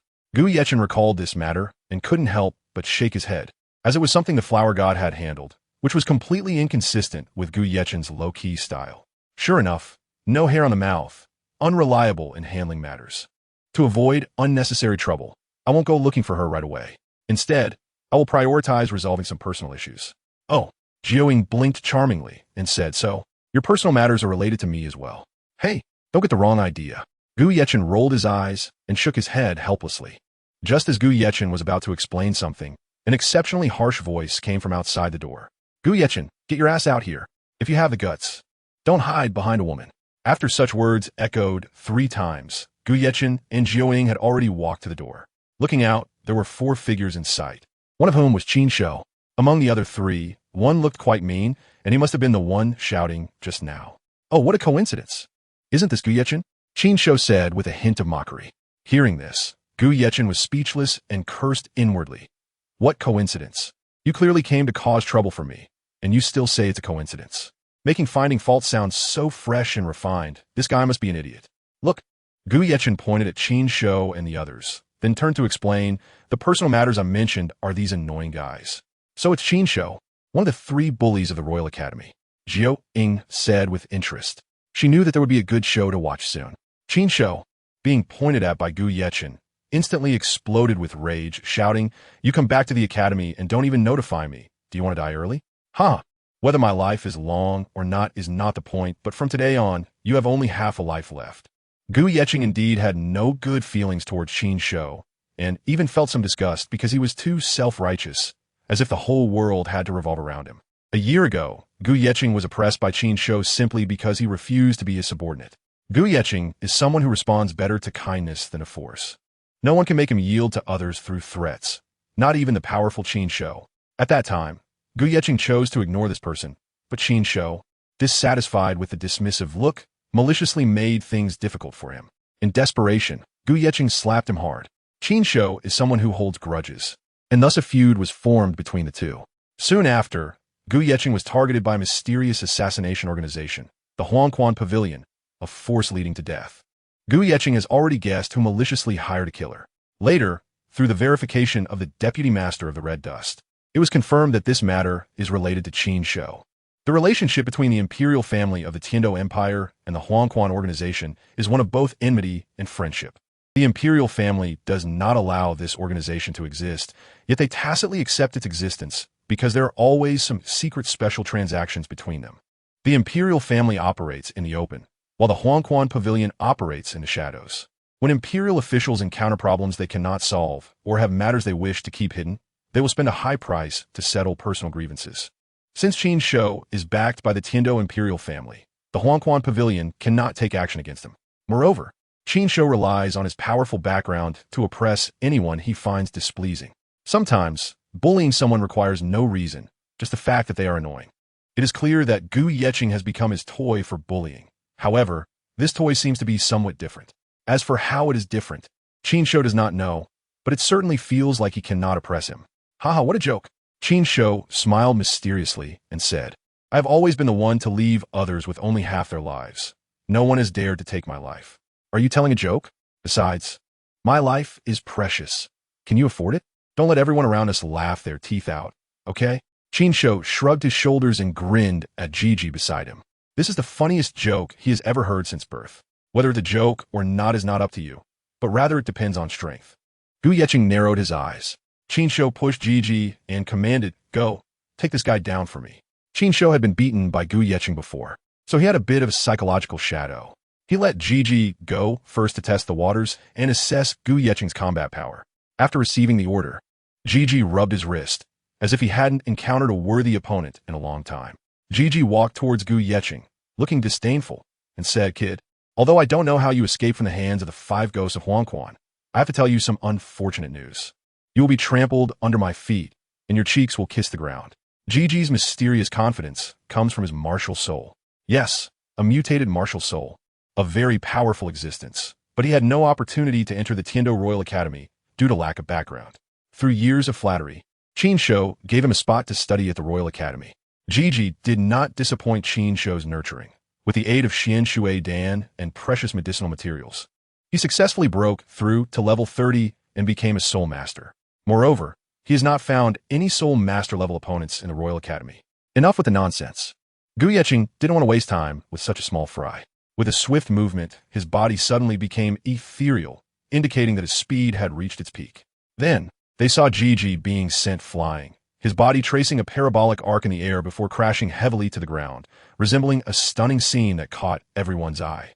All the onlookers were dumbfounded. They never expected that such speed and strength could be achieved without activating a martial soul. At this moment, Qin Shou began to panic. Gu Yeqing was much stronger than he had imagined. Jiji rubbed his sore back and struggled to get up, looking incredulously at Qin Shou as if waiting for his cue. It must be an illusion. It has to be an illusion. Qin Shou couldn't believe this was real. Could someone reach such a level without activating their martial soul? Was this the strength of an ordinary person? Qin Shou signaled to Jiji, seemingly urging him to give it his all. He wanted to see what Gu Yeqing was capable of. Martial soul manifestation.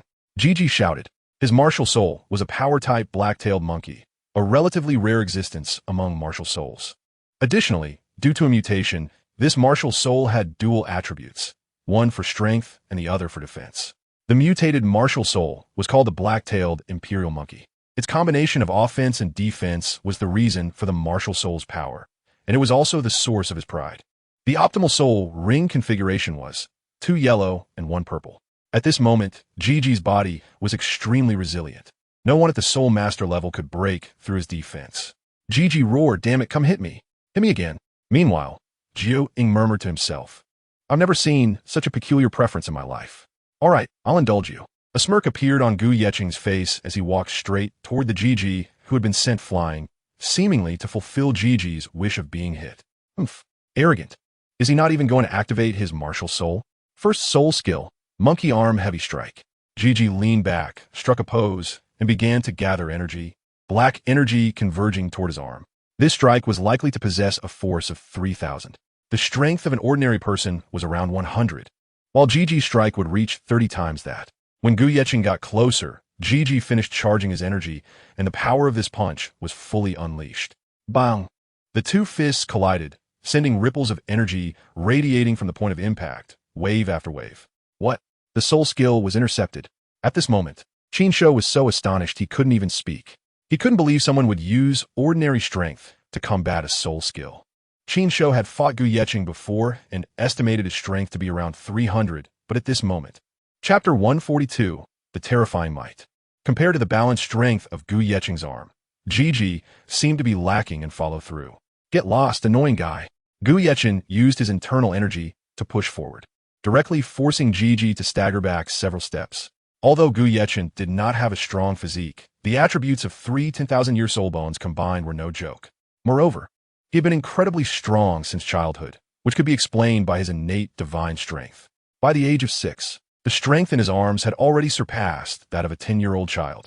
Jiji was pushed back by his overwhelming force, unable to stabilize his body, until he fell flat on his back, finally stopping there.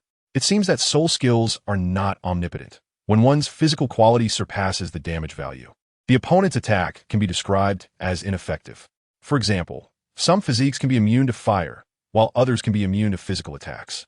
The emotionless, indestructible body of Zue Wuqing is an example of physical immunity. To injure him, one must rely on energy-based attacks. When facing someone whose soul power level is far inferior to Gu Yeqing's, he is essentially immune to physical damage. Perhaps only a soul king-level individual using soul skills could make him feel threatened. Jiji was facing a mountain that he could never shake. After getting up again, he licked the blood from his mouth, and his eyes grew fiery. Getting hurt was actually interesting. Looking at Gu Yeqing was like discovering a treasure. It had been a long time since he had gone all out. Jiji, what are you doing? Stop playing around and use that move quickly, and this swiftly. Qin Shou felt a bit frustrated. He had invested a lot in Jiji, including various herbs and pills, to cultivate someone who could rival the elite class students. In the Tiando Royal Academy, aside from Yu Tianheng and Yi Lingling, Qin Shou and Jiji were among the strongest of their batch. They were even comparable to the members of the Royal Second Team. However, they did not join that battle team because they looked down on its status. Qinshuo's shout caught Gu Yechen's attention. He glanced at that extremely annoying guy, thinking, does this guy really want to see me make a fool of myself? It seems that as long as I fail, he will be particularly happy. If that's the case, I absolutely cannot let him have his way. It is said that bullying can become addictive. If one compromises once, they will often come looking for trouble. It would be better to let him suffer a bit. So he knows his own limits. The Huangquan Pavilion behind Gu Yechen does not dare to directly confront the royal family of the Heavenly Fight Empire for the time being. However, Gu Yechen dares to do so in a personal capacity, as very few people know his true identity. The high-ranking officials and dukes of the empire only know that the Huangquan Pavilion has a new owner, seemingly called Lord Shiyue, who is very mysterious. Upon taking office, he abolished the assassination system of the organization. A killer organization thus disappeared from the power rankings. And even the imperial royal family dismantled this power organization without losing a single soldier. In fact, Lord Shiyue is Gu Yechen. Gigi coughed lightly, rubbing his damaged organs, feeling both excited and fearful. The excitement comes from the fact that there will be plenty of fun now. The fear comes from the possibility of danger. Gu Yechen is just an auxiliary soul master, yet his strength is surprisingly formidable. Gigi has heard that auxiliary soul masters of the level of Soul Daw are incredibly weak in front of Soul Emperor level battle soul masters. Unexpectedly, Gu Yechen can actually compete with him in strength. This is simply unbelievable. Gigi grinned wickedly and said, Gu Yechen, our battle isn't over yet. Come again. Don't get too complacent. This time, let's see if you still need to use your soul skills. The 3 soul rings surrounding Gigi began to move rhythmically in an erratic manner, as if they were about to fuse. It's the ring fusion technique. Qinshuo suddenly felt overjoyed. This is a very special method that can only be mastered by top-tier geniuses. Indeed, Gigi's martial soul is a mutated martial soul that has fortunately mutated in a positive direction. The so-called ring fusion technique allows multiple soul ring functions to stack, thereby creating extremely powerful skills. It is similar to the martial soul fusion technique, both generating unmatched power through fusion. However, the martial soul fusion technique requires multiple people to perform, while the ring fusion technique only requires one person. From a certain perspective, the martial soul fusion technique can combat across 2 major realms, and similarly, the ring fusion technique can do so as long as the soul rings themselves are strong enough. Combining them can achieve cross-realm combat. Gu Yechen noticed that Gigi's soul rings had detached from his body and were neatly arranged above his head. The 2 yellow and 1 purple soul rings were shaking wildly, especially the purple one, which seemed to want to devour the 2 surrounding yellow rings. Sure enough, the purple soul ring was absorbing the yellow ones. Before long, the fusion of the rings ended, and the final color of the soul ring turned out to be black. As everyone knows, a black soul ring represents 10,000 years. So the power of this fusion ring was at least equivalent to the 4th soul skill released by a soul master, or possibly the 5th soul skill released by a soul king. Gu Yechen. Gigi had already started to go mad. No one could humiliate him repeatedly. He was a genius with a mutated martial soul. How could he be bullied by an auxiliary soul master? A gigantic black soul ring was shaking in the sky, and the surrounding air began to thin, heralding the explosive power about to emerge. 10,000 June power. At this moment, Gigi swung a heavy punch toward Gu Yechen's position, and the black soul ring in midair transformed into a massive black fist. This enormous fist looked at least as big as a teaching building. The black giant fist fell from the sky, terrifying in its might. This was Gigi's strongest attack, and also his only attack, because after the fusion of the rings, the consumption of soul power was immense, and he didn't have enough level to launch a second such attack. Looking at the terrifying force in the sky, even Jiao Ying felt a hint of threat. If Gu Yechen didn't use his soul skill soon, he might be killed.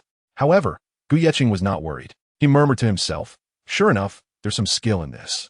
He actually fused all the soul rings together to unleash it. Why didn't I think of this method? Such an attack was both domineering and fierce. Gu Yechen wanted to avoid its sharpness, but the word fear was not in his dictionary. He decided to confront it head-on. As the black giant fist approached, Gu Yechen's eyes suddenly focused, raising one arm to the sky and saying, then you can also taste my punch. Roar. A roar like that of a titan giant ape erupted, forming a massive energy arm.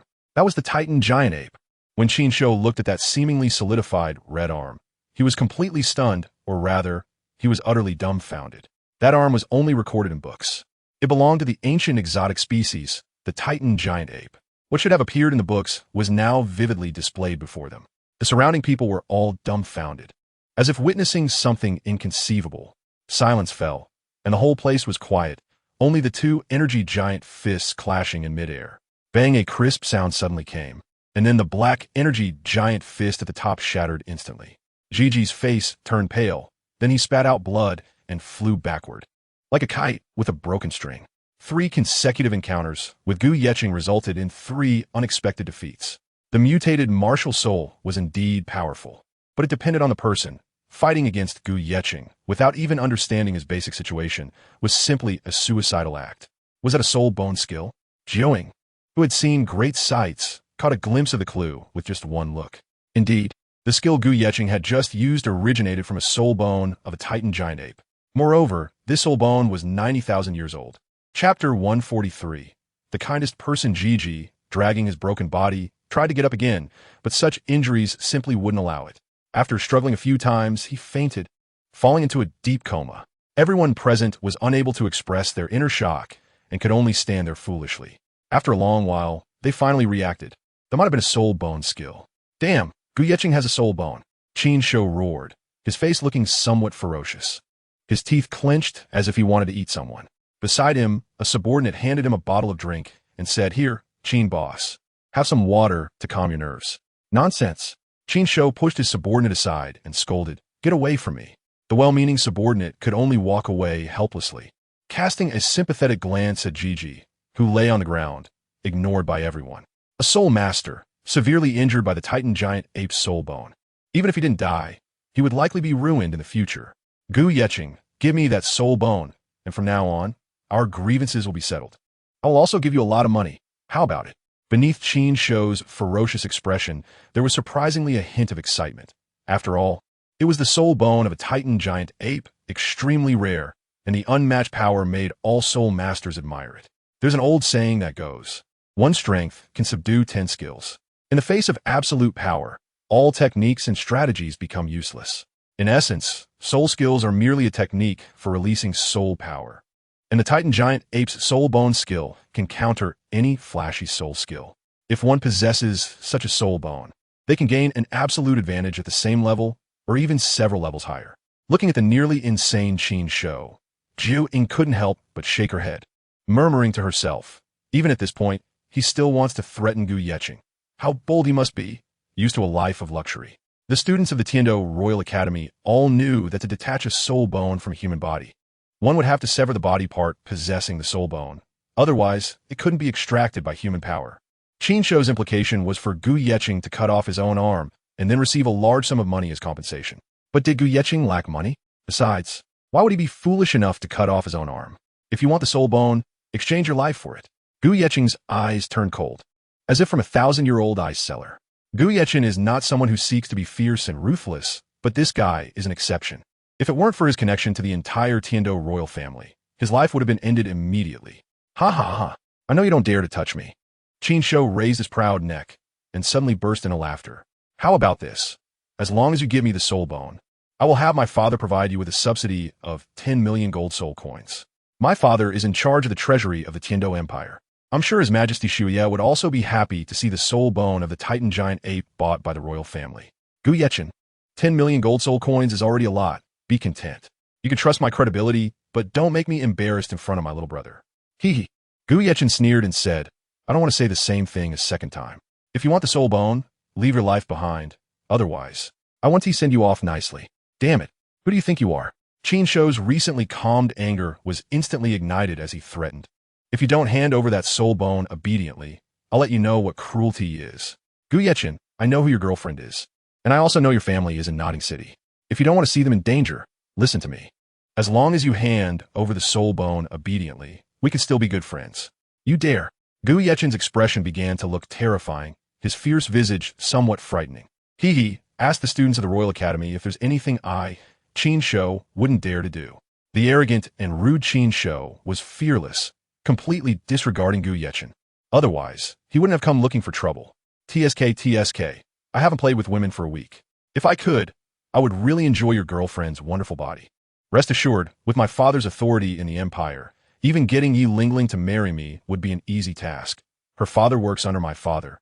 You can imagine. Before Qin Shou could finish speaking, Gu Yechen's figure suddenly appeared in front of him.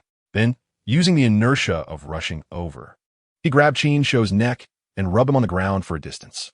Watching the two glide simultaneously, Jiao Ying muttered to himself, "You shouldn't have mentioned Yi Lingling in front of him. He really will kill you."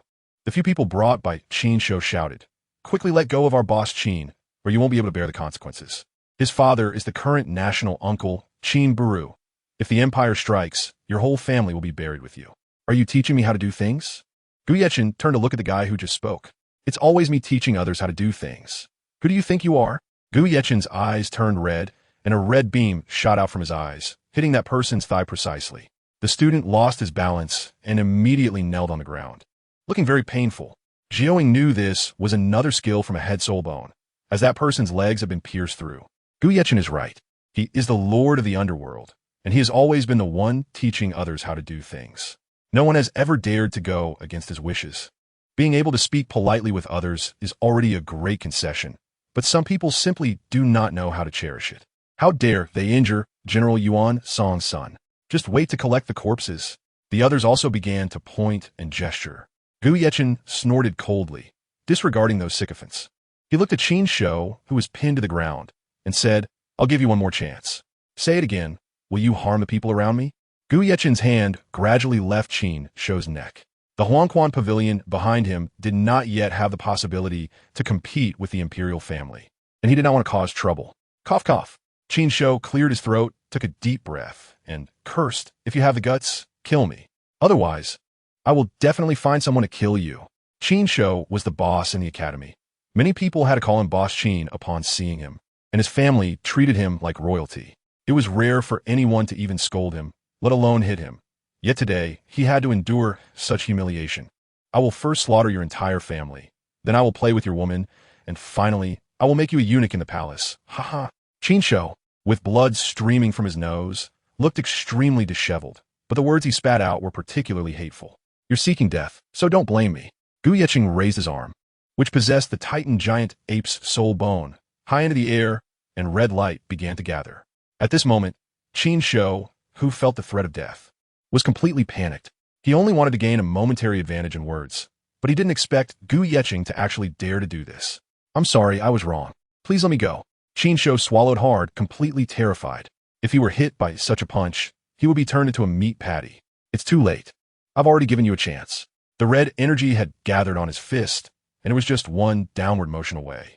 Suddenly, Gu Yechen turned his head and stared foolishly at the graceful figure not far away. The girl with long hair cascading down her shoulders spoke in a sweet voice. "Yechen, let him go. Lingling, how did you get here?" Gu Yechen quickly withdrew the energy from his arm, gazing intently at his girlfriend whom he hadn't seen for nearly 2 years. "Let him go first. I believe he won't dare to do it again next time. Green Lily has already told me the truth. It was she who brought me here," Yi Lingling advised. Gu Yechen glanced at the woman next to Yi Lingling, the very person who had shouted for her classmates to run back then. Although Gu Yechen wasn't very familiar with her, he still had a good impression of her. "You're lucky." Gu Yechen looked at Qin Shou slowly getting up. Since it was Lingling who pleaded for him, he would let him go. Lingling didn't like bloodshed, nor did she like a fierce and intimidating version of himself. He slowly got up, walked to Yi Lingling's side, glanced at the pot hose, and asked, "Why did you bring her here?" Gu Yechen is not foolish. How could Green Loach know that Qin Shou and he were here, unless she and Qin Shou were in cahoots? Otherwise, she wouldn't have found this place. Green Loach replied, "He is the strongest soul master in the Royal Academy, capable of controlling his healing to any extent. Even the teachers are not as good as her. I initially wanted her to come save you, but I didn't expect that you not only have no problems, but are also this powerful. It seems I was overthinking it. Don't blame her. It was my own decision to come." Yi Lingling shook Gu Yechen's arm. "For Lingling's sake, I won't blame you, but why are you helping Qin Shou? You seemed to dislike him before," Gu Yechen asked. "I can't help it. I'm his woman now." Green Loach shrugged helplessly, indicating that Qin Shou had successfully pursued her. "All right, I forgive him, but you have to keep him in check and not let him cause trouble everywhere. If he is not careful, it could cost him his life." "Thank you." Green Loach bowed apologetically. Then she quickly ran to Qin Shou's side. Without blaming Lingling, he pinched her petite nose and said, "You, still so kind. Let's go." Suddenly, Gu Yechen looked back and found that Jiao Ying had disappeared, and there was no sign of life in that house. It seemed she had already left. She just left like that? While Gu Yechen was talking, Jiao Ying had very consciously left. "What are you looking for?" Yi Lingling asked, looking at Gu Yechen, who was scanning the surroundings with suspicion. "Nothing." Gu Yechen shook his head. Chapter 144. Expulsion notice. All the way, Gu Yechen was always linked by Yi Lingling's arm, and a bright smile was always on his lips. The two didn't exchange much conversation, but there was a feeling of great tacit understanding. Lingling was the first to speak. "Why aren't you talking? Still as tight-lipped as ever?" Gu Yechen pondered for a long time before saying, "I don't know what to say." Indeed, Yi Lingling was his first love, and he felt a bit shy in front of the person he liked the most. Even when interacting with Jiao Ying, he wasn't this restrained, as if Lingling had him completely under her control. "I knew you were back because your eyes didn't lie to me." Yi Lingling understood that Gu Yechen at this moment was not the same as the former Lord Shiyue. "You've lost a lot of weight." Gu Yechen stopped in his tracks, holding Lingling's delicate little hand. Instead of feeling the softness as if it were boneless, he felt the frailty of skin clinging to bone. Gu Yechen's eyes turned slightly red. He had no ability to protect the woman he loved back then. "From today onwards, I promise you that no one will ever take you away from me again. At the same time, no one can trample on me. Anyone who harms my loved ones will be hunted down, no matter how far away they are." Yi Lingling tapped Gu Yechen's forehead and laughed. "Look at you, talking nonsense again. I haven't been taken away by anyone. It's you who was taken over by the flower god. And besides, never mind that. By the way, how did you break free from his control?" Gu Yechen said nonchalantly, "It's just a transaction. He didn't intend to harm me. Moreover, he has already left this world and will no longer control my thoughts." Yi Lingling exclaimed excitedly, "Really? That's great. I don't have to worry about you leaving me anymore. I thought you would be under control for the rest of your life." "Yes, it's true." Gu Yechen nodded. As she confirmed that the Gu Yechen in front of her was the man she loved, Yi Lingling suddenly rushed into his arms and began to cry. "It's been so long. You haven't come to see me. It's been almost 2 years. Do you know I've been thinking about you every day?" At that moment, Lingling nestled against Gu Yechen's shoulder, pounding on his not-so-solid chest. "It's okay. We will never be apart again, forever." Gu Yechen looked at his girlfriend, who was like a little cat in his arms, and gently stroked her soft hair. "Umph, you annoying Yechen. Come with me. I'll show you my achievements." Yi Lingling suddenly changed her tone, lifted her head, and her moist, beautiful eyes sparkled exceptionally. Then, she grabbed Gu Yechen and rushed toward her dormitory, as if there was some surprise waiting. Hey, are you going to drag me to your dormitory? It's broad daylight. Isn't that a bit inconvenient?" Gu Yechen chuckled. "Inconvenient, my foot. What are you thinking?" Yi Lingling rolled her eyes at him. After a moment, she stamped her foot and said, "It's still your fault for getting into trouble, always making me clean up the mess. The ones you bought last time are all living in my dormitory. I don't even have time to cultivate anymore." Gu Yechen scratched his head awkwardly and said, I'm really sorry. I originally thought of having them take care of you, but I didn't expect that you would be the one taking care of them instead. By the way, they should have their own opinions now, right? I can rest assured about your training. You'll know when you get there." Yi Lingling did not answer Gu Yechen's question, but pulled him to jog a little faster. Academy Bulletin Board. According to the discussion by the Education Committee regarding student absenteeism and the presence of external students, and in light of the actual situation at the Tiando Royal Academy, our institution has decided, for external students, expulsion regulations will be enforced. For those who have a total of 1 month of absenteeism, expulsion will be applied. This notice is issued to deter similar actions. Below is the list of expelled individuals. Please inform each other and notify them to leave. Otherwise, our institution will take mandatory measures, and any injuries sustained will be at their own risk. Gu Yechen, Zhang Jiahui, and Wang Taizhu. Seeing such announcements, Qin Shou was overjoyed, thinking, "I can't beat you, but can I drive you away? Ha ha ha. Truly heaven helps me." LVLV slapped Qin Shou on the shoulder and said seriously, "Do you still want to cause trouble? When you pursued me back then, you promised not to bully your classmate casually. Moreover, this Gu Yechen is not simple. You should stop messing around." Qin Shou threw away the tissue stuffed in his nose, touched the bloodstains in his nose, and suddenly changed his expression, scolding, "You old hag, if it weren't for you ruining our plan, would I be caught by Gu Yechen? If you had followed my instructions and put the fragrant powder in Yi Lingling's room, she would have been mine by now, and Gu Yechen would be kneeling on the ground, calling me grandpa, begging me to let go of his woman. What a good thing, all ruined because of your kindness." LVLV narrowed her eyes. "Isn't that how you got me?" You want me to harm others? Absolutely not. Unless I'm dead. Slap Qin Shou slapped her and scolded. You still have a nerve to argue? You dare to talk back after doing something wrong. Be careful I kick you out and find another woman. You dare. LVLV covered her swollen face and said, Hee hee, Yuan Lang, do you think we dare to? Qin Shou glanced at Yuan Lang, who was sitting in a wheelchair beside him, as if waiting for his answer. Of course we dare. When we were out partying, you weren't even around. Big sister-in-law. Don't be silly. Having a legitimate wife is already good enough. Still thinking about monopolizing? Yuan Lang laukit hatili. Thinking LVLV was too silly. Calling her big sister-in-law was out of respect for Qin Gu. Otherwise, he wouldn't even bother with her. LVLV squinted her eyes, suddenly smiled, and said, Yuan Lang, you're already like this, still thinking about women. Is that thing even functional? Bang! The armrest of the wheelchair was instantly crushed by Yuan Lang. Looking at his paralyzed lower body, he coldly said, Big sister-in-law, don't go too far with your words. Also, I must find the best healing soul master. I will definitely not become a useless person, and I absolutely want to let Gu Yeqing go. Brother Qin Shou, please help me. Qin Shou looked at the paralyzed Yuan Lang and couldn't help but shake his head, being pierced by the soul bone technique and hitting the artery. Healing soul masters can only seal the wound to stop the bleeding, but internal injuries cannot be healed, and he might be in a wheelchair for life. Don't worry. I will have my family take action to seek justice for you. I have long coveted the soul bone of the Titan giant ape. And this kid has more than one high-level soul bone. I'm afraid the soul bone on his head is not simple either. LVLV wanted to stop him, but was slapped again by Qin Shou, who scolded, Don't interfere with my business. After I deal with Gu Yeqing, I'll deal with you. Yuan Lang, please come with me to the education committee to report. Your legs can't be wasted for nothing.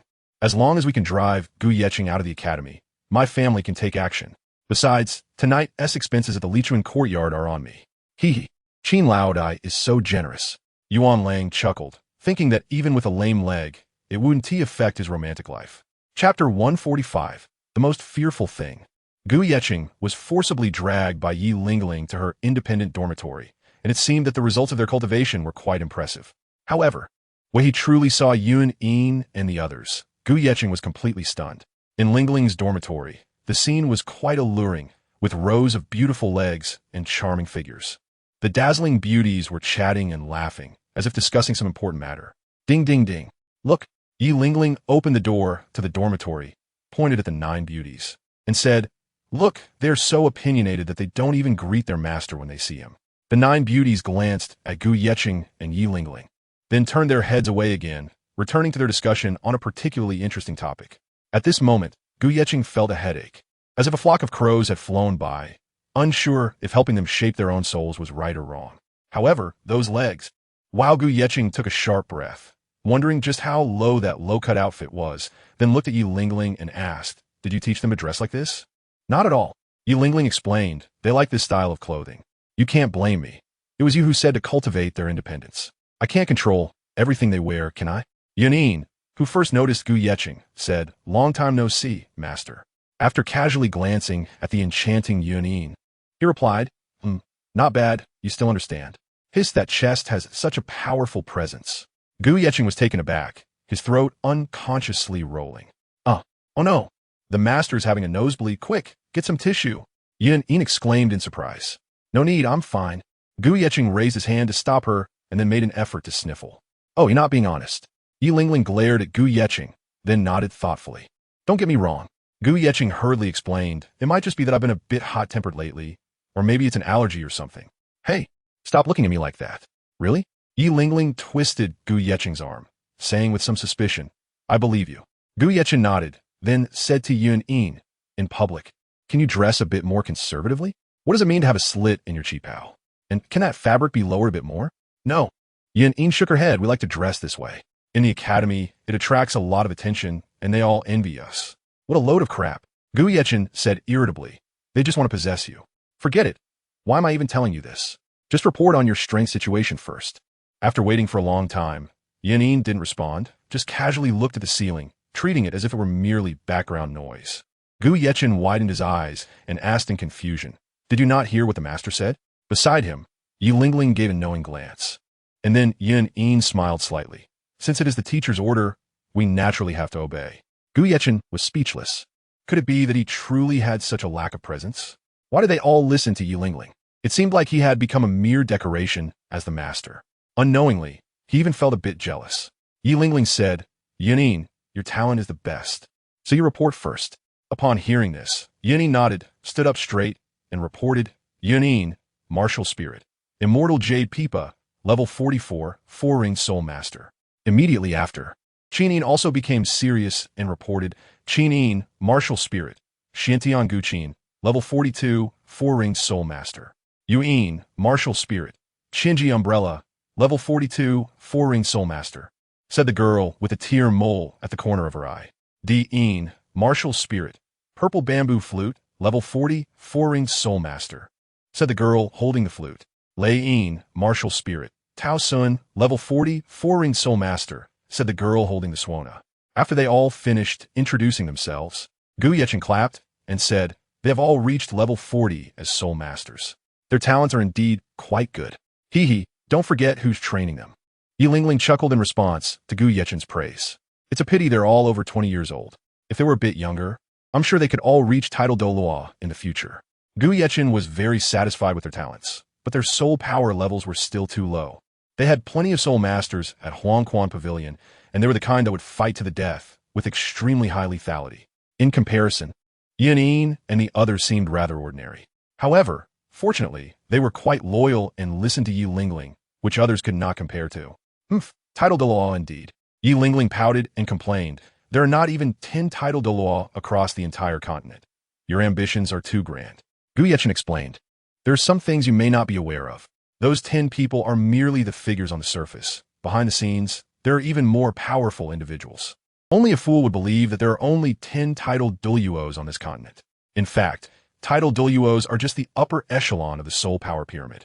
Above them, there are 95 super Douluos and 99 limit Douluos, and there are even peak Douluos, demigods, who are close to godhood. Gu Yechen had once received guidance from the flower goddess, and the intelligence agency of the Yellow Springs Pavilion had also gathered a lot of information.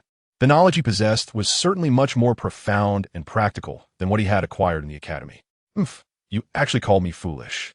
I don't want to talk to you anymore. Yi Lingling was upset to hear Gu Yechen criticize her and make fun of her shallow knowledge. Hey, is that how you get angry? Gu Yechen helplessly shrugged his shoulders, then quickly ran over and hugged her tightly, saying, all right, I was wrong. I shouldn't have contradicted you. Yunin and the others are really amazing. Even if they can't become title Douluo, they still have hope for the Soul Sage title, especially with Yunyin's talent. Achieving Soul Douluo shouldn't be a big problem. Such talent can already rival the 3 committee members of our academy. Also, in terms of skills, I am definitely not your match. You are a talented woman, after all. Since they're all taught by you, their skills must be top-notch as well. I can't deny that. Yi Lingling said unhappily, big liar, but I like it. All right, I forgive you. Gu Yechen finally breathed a sigh of relief, thinking, finally past this hurdle. Yunin, hurry up and show your talent to your former master. Hearing Gu Yechen's praise, Yi Lingling started to show off again, wanting to flaunt her talents. Clearly, she could rely on her looks, but she preferred to showcase her skills. No, please, I'm begging you. Gu Yechen slapped his forehead, sigh, knowing that I can appreciate such talents, yet still forcing me to listen to the performance. Gu Yechen was indeed clueless about music. Yet Yi Lingling insisted on playing a piece, as if to mock his lack of culture. What a sin. Yin played a piece of Pipa Xing for her master, hoping he would listen attentively. The master dismounted and sat on the boat, raising his wine cup, wanting to drink without music, unable to enjoy drunkenness. He sorrowfully prepared to part.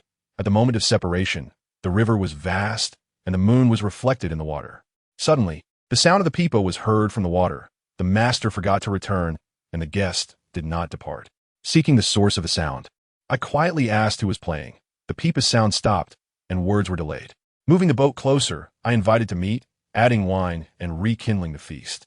After calling 1,000 times, she finally appeared, still holding the pipa half-covered over her face. Turning the axis and plucking the strings, there were a few sounds. Before the melody formed, emotions arose. Each string concealed thoughts, as if expressing a lifetime of unfulfilled aspirations. With lowered brows, she played continuously, expressing countless matters in her heart. Stop! Gu Yechen quickly raised his hand to stop her. Lingling, please don't bully me for not understanding music, okay? Every time I hear the pipa, I get goosebumps. I wanted you to learn from me, but you refused, saying that enhancing soul power is the true path.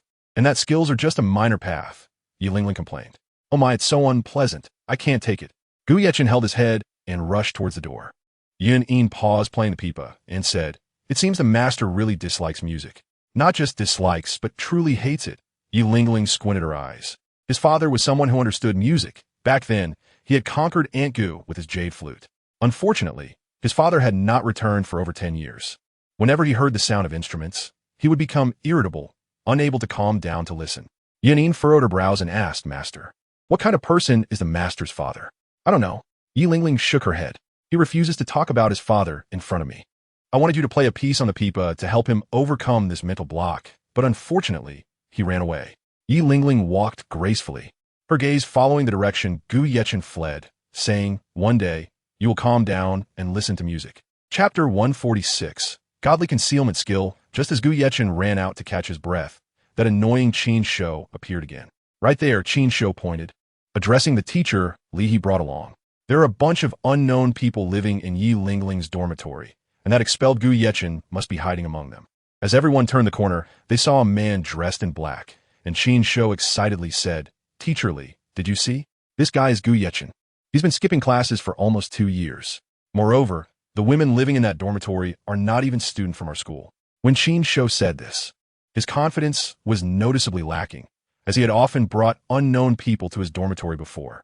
For instance, Ho Jiji had previously lived in his dormitory, only to join the Royal Academy just in time for this year's entrance exam.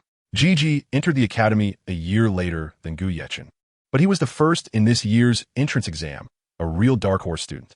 After all, a mutated martial soul is no joke. It's just a pity that such a first-place student has already been rendered useless and is currently in a deep coma, and Qin Shou also planned to abandon him. Losing a beloved subordinate, combined with the humiliation from earlier, how could the proud Qin Shou swallow this anger? Compared to Qin Shou's fury, a trace of gloom flickered in Gu Yechen's eyes. "Just now, I should have killed you." Gu Yechen clenched his fists, thinking, this guy really is disgusting. I've already let him off, and yet he still wants to provoke my bottom line. How much does he want to be dealt with? Ha ha ha, Gu Yechen, aren't you so impressive? Teacher Li is right here. Try to touch me again, and I guarantee you'll be picking up your teeth off the ground. By the way, let me give you some good news. You have been expelled from the Royal Academy. That means you can no longer stay in our academy. I'm here to clean up trash like you. If you try to resist, the consequences are on you. Meanwhile, Teacher Li declared loudly, expelling non-students is the result of a meeting held by the 3 members of the Education Committee today, and if you resist, don't blame me for being heartless. Gu Yechen asked, Teacher Li, is there a deadline set by the academy? To be honest, Gu Yechen didn't care much about the Royal Academy. He only cared about Yi Lingling. If he could stay with her a few more days, he would. Actually, there isn't. But the Education Committee has instructed us to clear out non-enrolled students as soon as possible, Teacher Li replied. Ha! The announcement was just released today, and now I'm being kicked out. Is there some special arrangement between you and Qin Shou? Gu Yechen asked, puzzled. You're talking nonsense. I'm just doing my job impartially. How could I collude with a student? Teacher Li's face twitched slightly as he said fiercely, "Then please allow me to say goodbye to Yi Lingling." Gu Yechen was quite calm about being expelled. He just needed to inform Yi Lingling. Goodbye? Get out of here immediately. This is not a place for you. Qin Shou cursed. Speaking in such a manner made him feel much more at ease. Qin Shou acted recklessly and even made a throat-cutting gesture towards Gu Yechen in a provocative manner. This guy. Gu Yechen looked at Teacher Li, seemingly waiting to hear what he would say. If even a farewell was not allowed, he was indeed in cahoots with Qin Shou. Teacher Li said, seeing one person clean up another, the one inside I will naturally handle. There's no need for you to say goodbye or anything. Hey, spit. Qin Shou spat a mouthful of yellow phlegm on the ground, then rubbed it with his shoe, laughing. Gu Yechen, you're just a mouthful of sticky phlegm on the ground. I can trample you however I want. Seeking death. Gu Yechen's eyes narrowed, and 2 red laser beams shot towards Qin Shou's chest. Soul Light Shield.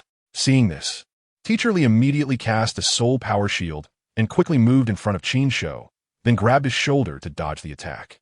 Just as the 2 of them moved away, the shield shattered with a loud bang. The 2 red beams continued unabated, crashing into the ground and leaving 2 deep craters. Head Soul Bone Technique. As a Soul Sage, Teacher Li naturally had deep research on soul bones. Level 72 Agile Attack System. Soul Sage? Gu Yechen, relying on his Hell Red Lotus Martial Soul, quickly assessed Teacher Li's specific strength. The power of a soul sage was indeed beyond what Gu Yeqing could withstand, even with his soul bone. This was because the opponent's martial soul avatar could compensate for the advantages brought by his soul bone. And the key was that his soul power level was far surpassed by the other party. Teacher Li narrowed his eyes. As Qin Shou said, "You have a high-level soul bone hidden on you." Teacher Li knew that high-level soul bones generally refer to those over 10,000 years old. No genius would be willing to absorb low-level soul bones of 1,000 years. The reason why geniuses are called geniuses, aside from their extraordinary talent, is that they must also use the best. This is also why Qin Shou and others do not have soul bones. There are only 6 positions in the human body that can absorb soul bones. If one absorbs a 1,000-year soul bone and one day encounters a 10,000-year soul bone, then there would be no opportunity to remove it again, unless one resorts to self-mutilation. Moreover, the power of Gu Yeqing's soul bone must be that of a 10,000-year soul bone. Otherwise, it would be impossible to break through the protective shield cast by a soul sage, which is indeed remarkable. I didn't expect you, at such a young age, to have such good luck. Although Teacher Li wasn't sure if this was an inherited soul bone, he had to admit he was envious. "What? Do you want to snatch it from me?" Gu Yeqing said irritably. "No, I just think it's necessary to give you a warning. You seem to want to kill Qin Shou just now. If I hadn't intervened, he would have been dead. Since you're no longer a student of our academy, you will not enjoy the protection privileges of the academy, and yet you just thought about how to harm someone from the academy. Therefore, as a teacher of the academy, I must give you a serious punishment. Don't worry, I just want to spar with you." As soon as the words left his mouth, Teacher Li's gaze turned fierce, and a grim expression spread across his entire face. "Martial soul avatar!" Teacher Li roared skyward. A phantom resembling a cheetah suddenly appeared behind him, and his muscles bulged, resembling a leopard as well. "I can't believe this. How can one directly unleash their martial soul avatar during a spar? Clearly, you just want to beat me up." Gu Yeqing felt that this teacher had clearly accepted benefits from Qin Shou and was deliberately targeting him. His eyes narrowed as he said, "Sorry, I won't be accompanying you any longer." Before Teacher Li could unleash his soul technique, Gu Yeqing suddenly disappeared from the spot, as if he had never been there at all. Where did Gu Yeqing go? Teacher Li, in his martial soul true form, looked around. "I don't know this kid. Could he possibly have a third soul bone?" Qin Shou unconsciously swallowed hard. This soul bone technique clearly had an invisibility function. Quick, he must be heading to Yi Lingling's dormitory. Qin Shou suddenly noticed that the door to Yi Lingling's dormitory had been opened, so he reminded Teacher Li, "Hurry and block him. Don't let him escape. If we don't beat him down, how can we justify what happened to Yuan Lang's legs?" "Teacher Li, Yuan Lang's father has promoted you. Don't forget your roots." Chapter 147. Royal Second Team got it. "No need for you to teach me," Teacher Li said, panting and in a bad mood. "Gu Yeqing, what happened outside?" In just a short while, Gu Yeqing ran back in from outside, and Yi Lingling and the others naturally heard the commotion outside. "There's no time to explain. Come with me quickly." Gu Yeqing held Yun Yin's hand with his left hand and Yi Lingling's hand with his right hand, then commanded, "Everyone hold hands, one pulling another. I'll take you all away from here." The others were puzzled, but Yi Lingling trusted Gu Yeqing and ordered, "Yuan, Qinin, hurry, do as he says." "Yes, sir." Everyone held hands, and from a distance, they looked like a string of candied hawthorns. Gu Yeqing closed his eyes and then suddenly opened them wide. At that moment, all their bodies became transparent, just like the surrounding air. This skill is called divine concealment, derived from the trunk soul bone of a mysterious beast. It is a type of auxiliary soul bone that does not possess any attacking capability. However, its ability to imitate and disguise is outstanding. Combined with Gu Yeqing's second soul skill, Crimson Lotus Transformation, they were currently mimicking the air, allowing them to move invisibly without any surprise. Even the flower god had once used this skill. The advantage of divine concealment is that it allows for long-term invisibility, while the downside is that speaking and touching objects can easily reveal their location. "How amazing," Yin said unconsciously. "Don't speak, others can hear you," Gu Yeqing commanded in an unquestionable tone. "Oh," Yin obediently nodded. "Follow my footsteps." Gu Yeqing slowly moved with Yi Lingling and Yun. Before long, Qin Shou, Teacher Li, and others rushed into the dormitory. Teacher Li looked around and, seeing no one, said solemnly, "Gu Yeqing, you don't have to hide anymore. Let's talk this over. The academy has its rules, and as a teacher, how could I possibly take action against you? Come out quickly." Gu Yeqing secretly cursed. "What do you mean by talking nicely?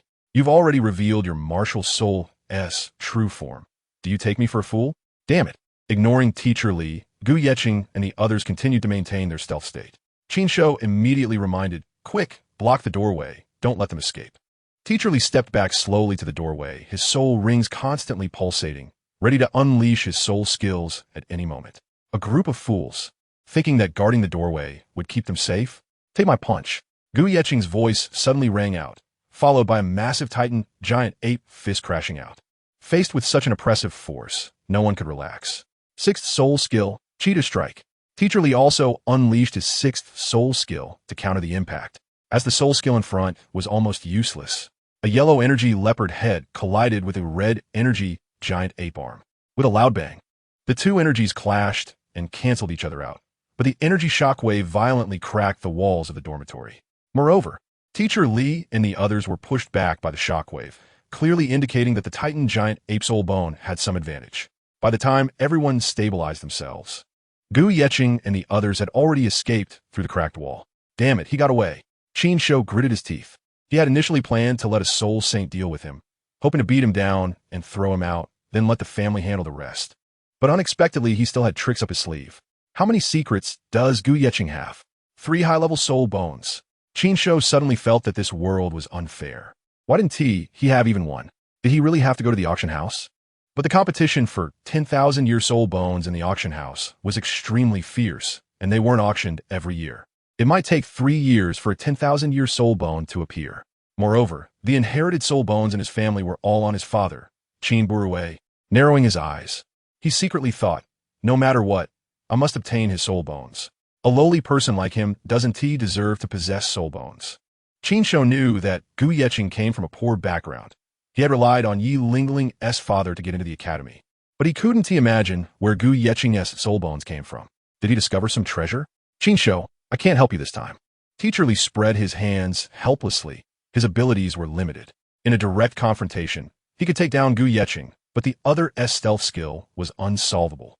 No matter, my ultimate goal is to make him leave the academy. Qin Shou waved his hand. Thanks, Teacher Li, I'll handle the rest. All right. The Elite Soul Master competition of the entire continent will be held the day after tomorrow. I need to arrange some tactics for the members of the Royal Second Team. The Academy's cleanup will be handled by someone else. I'll leave first.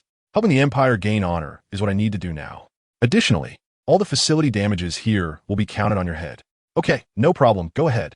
Qin Shou's eyes narrowed, secretly thinking, if my family's people take action, you all will die. No one can withstand the Qin family's guards. After leaving the dormitory, Teacher Li suddenly frowned, rubbed his somewhat dizzy forehead, and cursed. This kid really packs a punch. He made me feel dizzy. If he were a member of the second team, then our Royal Second Team would definitely make it to the finals. It's a pity he doesn't know what's good for him. Not only was he expelled by the 3 committee members, but he also offended young Master Qin Shou. What a waste of such a good talent. Teacher Li wasn't inherently bad, but he had been tainted by a lot of bureaucratic influence. Mutual protection among officials became a tool for climbing up. And without the support of Yuan Lang's father, how could he have achieved the status of a special-level teacher? Before long, Teacher Li arrived at the training location of the Royal Second Team members. Teacher Li, why are you so late today? We've all been waiting for you to assign us tasks. Kai Xiang suddenly stepped forward and said. Kai Xiang was originally a member of the Royal Reserve Team and was in the same class as Gu Yeqing. As the elite competition approached, all reserve team members were substitutes for the Royal First Team and Royal Second Team. Zhu Xing, Gong Long, Wan Ba, and Yu Xiao were assigned to the Royal First Team as substitutes. Zhu Weiqing, Gu Zizhen, Gai Xiang, and Duo were assigned to the Royal Second Team as substitutes. These substitutes were prepared for the next elite competition for the Royal First Team. Team leader Wang Li was also doing his utmost to coach. However, it seemed he had neglected Gu Yeqing, and Gu Yeqing had never participated in Wang Li's training sessions, which was indeed regrettable. Not long ago, the members of the Royal Reserve Team had already been assigned to the first and second teams. Among the members of the second team, led by Teacher Li, there were a total of 16 members, including both main team and substitutes. Unless something unexpected happened, Zue Wuqing would serve as the captain of the Royal Second Team. In response to Kai Xiang's inquiry, Teacher Li replied indifferently, I was delayed by some minor matters. By the way, where did Zue Wuqing go? After looking around for a while, he still hadn't seen this strong guy. His physique was top-notch, and he was more than qualified to be the captain. Kai Xiang replied, it seems he left the academy. He looked like he had suffered some kind of blow. Kaixiang recalled that 2 hours ago, Zue Wuqing had only said one sentence. Everyone, I'm leaving. Don't miss me too much. I want to go to a place where I can truly become stronger. What I learned in the academy is just superficial. The members of the second team were puzzled, feeling that Zue Wuqing's state of mind was a bit off. He must have suffered some special blow. What is going on? Another one ran away. Teacher Li expressed his speechlessness. They had only taken 4 members from the reserve team. It was fine that Gu Yeqing was expelled. But what was Zue Wuqing running away for? Did he say where he was going? Kaixiang shook his head. He didn't say, but he probably won't come back, as his dorm room is empty. These students, do they even have any sense of rules left? Coming and going as they please, thinking they're so great? Teacher Li snorted coldly and said boldly, don't think that just because we're missing 2 people, our royal second team won't be able to do it. With my brilliant leadership, we can still bring honor to the empire. To be honest, Teacher Li had mixed feelings about the student Zue Wuqing. He loved his talent, but hated his lack of awareness. Of course, there was also that expelled Gu Yeqing. Kaixiang rubbed his nose and reminded Teacher Li about that captain position. I already know you. Teacher Li glared at Kaixiang, shaking his head helplessly. Forget it. The captain position is yours. I believe you'll be more outstanding than Zue Wuqing. Also, don't call me Teacher Li anymore. Although you were once Wang Li's student, he has already been expelled for the captain position. So, I am your true captain now. For now on, please call me Captain Li Bao. Duo, do you think I'm right? Captain Li Bao turned his head and asked seriously. You are indeed our true captain. Wang Li was just a teacher who taught us. Duo responded without hesitation. Behind a large tree, Wang Li pressed closely against the trunk, his eyes tightly closed, muttering to himself. Was he just a teacher who taught you? The effort Wang Li had put into them had already surpassed his own. Sighing, he said, alas, I'd better practice alone. There's no need to lead any battle team. Chapter 148. Break up happiness after Gu Yeqing led everyone to escape from the academy. They paused in a dense forest. Gu Yeqing looked at Yi Lingling and pondered for a moment before saying, quit school. You can't learn anything in school. Only practice is the sole criterion for testing truth. As long as your own strength is strong enough, even teachers can't teach you much. Come with me. I can teach you everything you want to learn, and as long as you want, we can get married anytime. Yi Lingling shook her head. But the Continental Soul Master Elite competition is about to begin. As a member of the Tianzhou Royal team, I can't back out at the last minute. Moreover, my father works under the Snow Knight Emperor, and if I anger him, it will be very troublesome. Troublesome? I'm not afraid of trouble. Gu Yeqing squinted his eyes and said coldly, I am no longer the ant that anyone can bully at will. Whoever dares to harm your family, I will take their life. Trust me, I have that ability. Yi Lingling shook her head again and said helplessly, I know you fear nothing. But what is the meaning of our existence? What is the purpose of our cultivation, if not to prove ourselves? I don't want to regret missing the Continental Academy Elite competition this time. You know how important good opponents and family honor are to a soul master. I want to fight against the geniuses of the Spirit Hall, regardless of the outcome. Of course, I still can't let go of the fact that I lost to the Shrek 7 monsters last time. If I have a chance, I hope to win back that match. You have to know I was once a genius too. Family honor? The title of genius? Gu Yeqing was taken aback, his eyes blank as he coldly said, is this really that important? Is the elite competition more important than me? Yeqing, this is a different matter altogether. Please don't conflate them. Yi Lingling felt that Gu Yeqing was lacking in romantic understanding and would get angry at the slightest provocation. How is it not a different matter? Do you know how much I have sacrificed for you? I used to be so insignificant, and to be worthy of you, I endured so much suffering in hell. How could you possibly understand? Yi Lingling cried out, although I don't know how much you have suffered. I really can't stand your temper. You always act on your own, never listening to my opinions or views. And how could you know what I have endured for you? For over a year, I have thought about you every moment, but the more I think of you, the less you appear before me, as if you have evaporated from this world. Whenever I see other couples being affectionate, I think of you, but you always have that aloof demeanor, never willing to reach out to me. Most of the time, it's me who reaches out to you. To distract myself from thinking about you, I chose to fall into despair. I turned to alcohol, thinking it could soothe my sorrows, but I never expected that drinking would only deepen my troubles. Therefore, I shifted my focus to improving my strength. Life shouldn't only revolve around love. There should also be family and friendship. I can't bear to part with the members of the Royal Academy team. So please, stop being unreasonable. Don't bring up dropping out again. And as for marriage, let us at least wait until I graduate to discuss it. Gu Yeqing began to feel disappointed in Yi Lingling. He had put in so much effort, Yet all he received in return was someone else's unreasonable outburst. You can't have both fish and bear's paw, so you chose the bear's paw, right? Yi Lingling had a gentle personality, but this time, she also lost her temper for the first time, feeling that Gu Yeqing was always giving her a cold shoulder, which was extremely unpleasant. However, she didn't realize that the more one cares for and likes someone, the higher the expectations and standards they will have. At the age of 18, one is still in a naive and youthful stage, so their considerations are naturally not very comprehensive, often deciding their thoughts based on their emotions. Yi Lingling snapped. So what if it is? Don't forget, your martial soul was given to you by my mother. Huh. Gu Yeqing replied coldly with a smile. Young lady. After all, you are still a young lady. They say a girl 3 years older than you is like a golden brick. This golden brick I am not worthy of.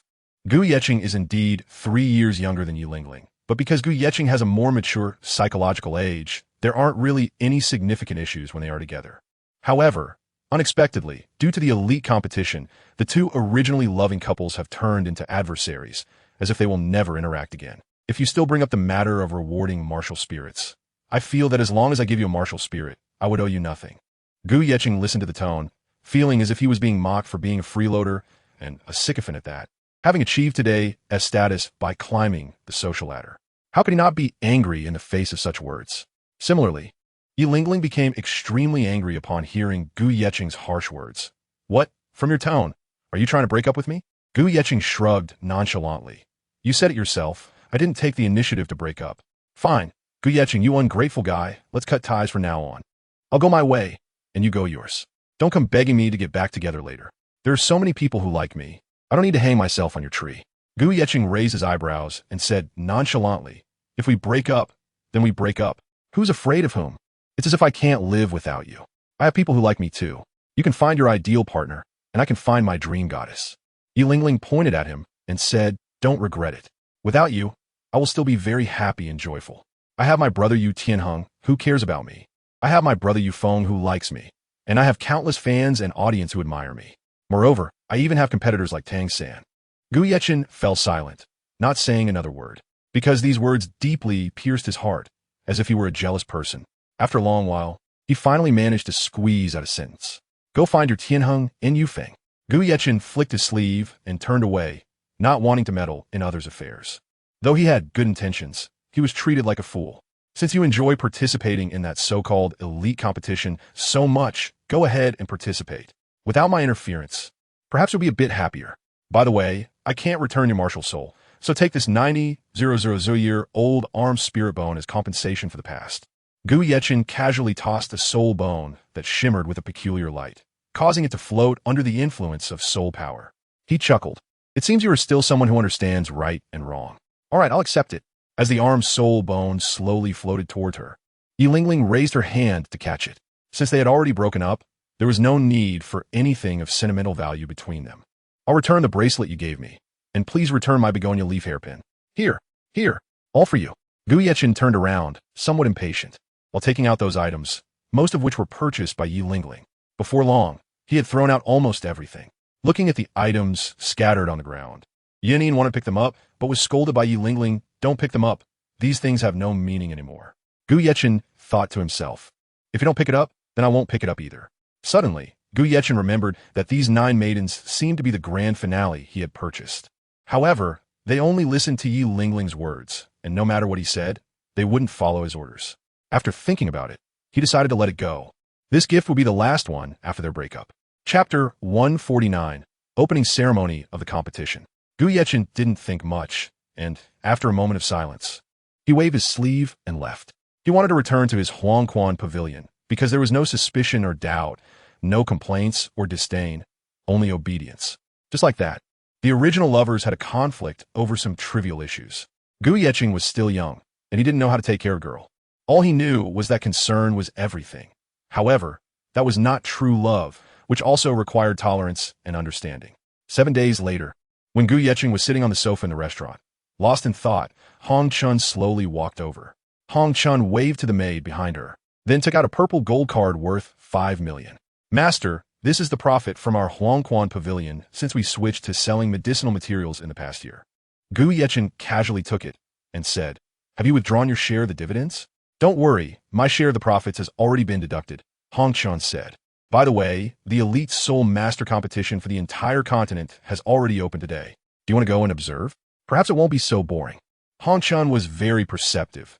She knew what Gu Yechen was thinking at that moment, definitely thinking of Yi Lingling, because Hong Chun had also experienced a painful and unforgettable period. That was the time when Hong Chun was with the Flower God. She was truly happy, even though she had never seen the Flower God's true form. However, she was satisfied because it was the purest of feelings. Unfortunately, Gu Yechen was not him. Gu Yechen disdainfully said, "What's so interesting about the fights between Soul Lords and the Soul Sect? It's just the preliminaries. Some weaker teams probably don't even have a few members at the Soul Sect level. Gu Yechen has already reached the level of Soul King. If he were to watch battles at the Soul Master level, it would be quite boring. Master, you may not know, but we have received reliable information that the Shrek 7 monsters have very powerful combat abilities, and among their team, Tang San is particularly strange. As if he is not from this world." Hong Chen heard the Flower God mention Tang San when he helped Gu Yechen obtain divine-level willpower. The Flower God had already noticed that person, but he didn't pay much attention at the time. Only after reflecting did he realize it. The Flower God mentioned to Hong Chen that Tang San carries the destiny and fortune, being a favored child of heaven and earth. Either one should befriend him or kill him before he grows. It's Tang San again.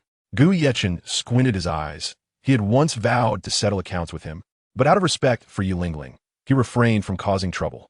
That's right, Tang San almost single-handedly led an entire team. Hong Chun casually twirled a strand of hair. Speaking with great interest, I specifically investigated Tang San. He once led the Shrek members to heavily injure a team with all members above level 40 in the territory of the Sylvis Kingdom. I think they were called the Fierce God Squad. Now, almost all members of the Fierce God Squad have been rendered useless, pierced through vital areas by crossbow bolts. Crossbow bolts? Gu Yechen raised an eyebrow, puzzled, and asked, "What kind of crossbow bolts have such lethal power? They can actually kill experts at the Soul Zone level?" "Yes, it's exactly this kind of crossbow bolt in my hand." Hong Chun lightly raised her jade hand, a slight smile on her lips, and joy flashed in her eyes. Gu Yechen glanced lightly. This crossbow arrow must be equipped with excellent gear to be effective. Otherwise, it would be unable to break through the Soul Master's soul skill defense. It seems that this Tang San is not simple at all. Gu Yechen asked again, "What do you want to do?"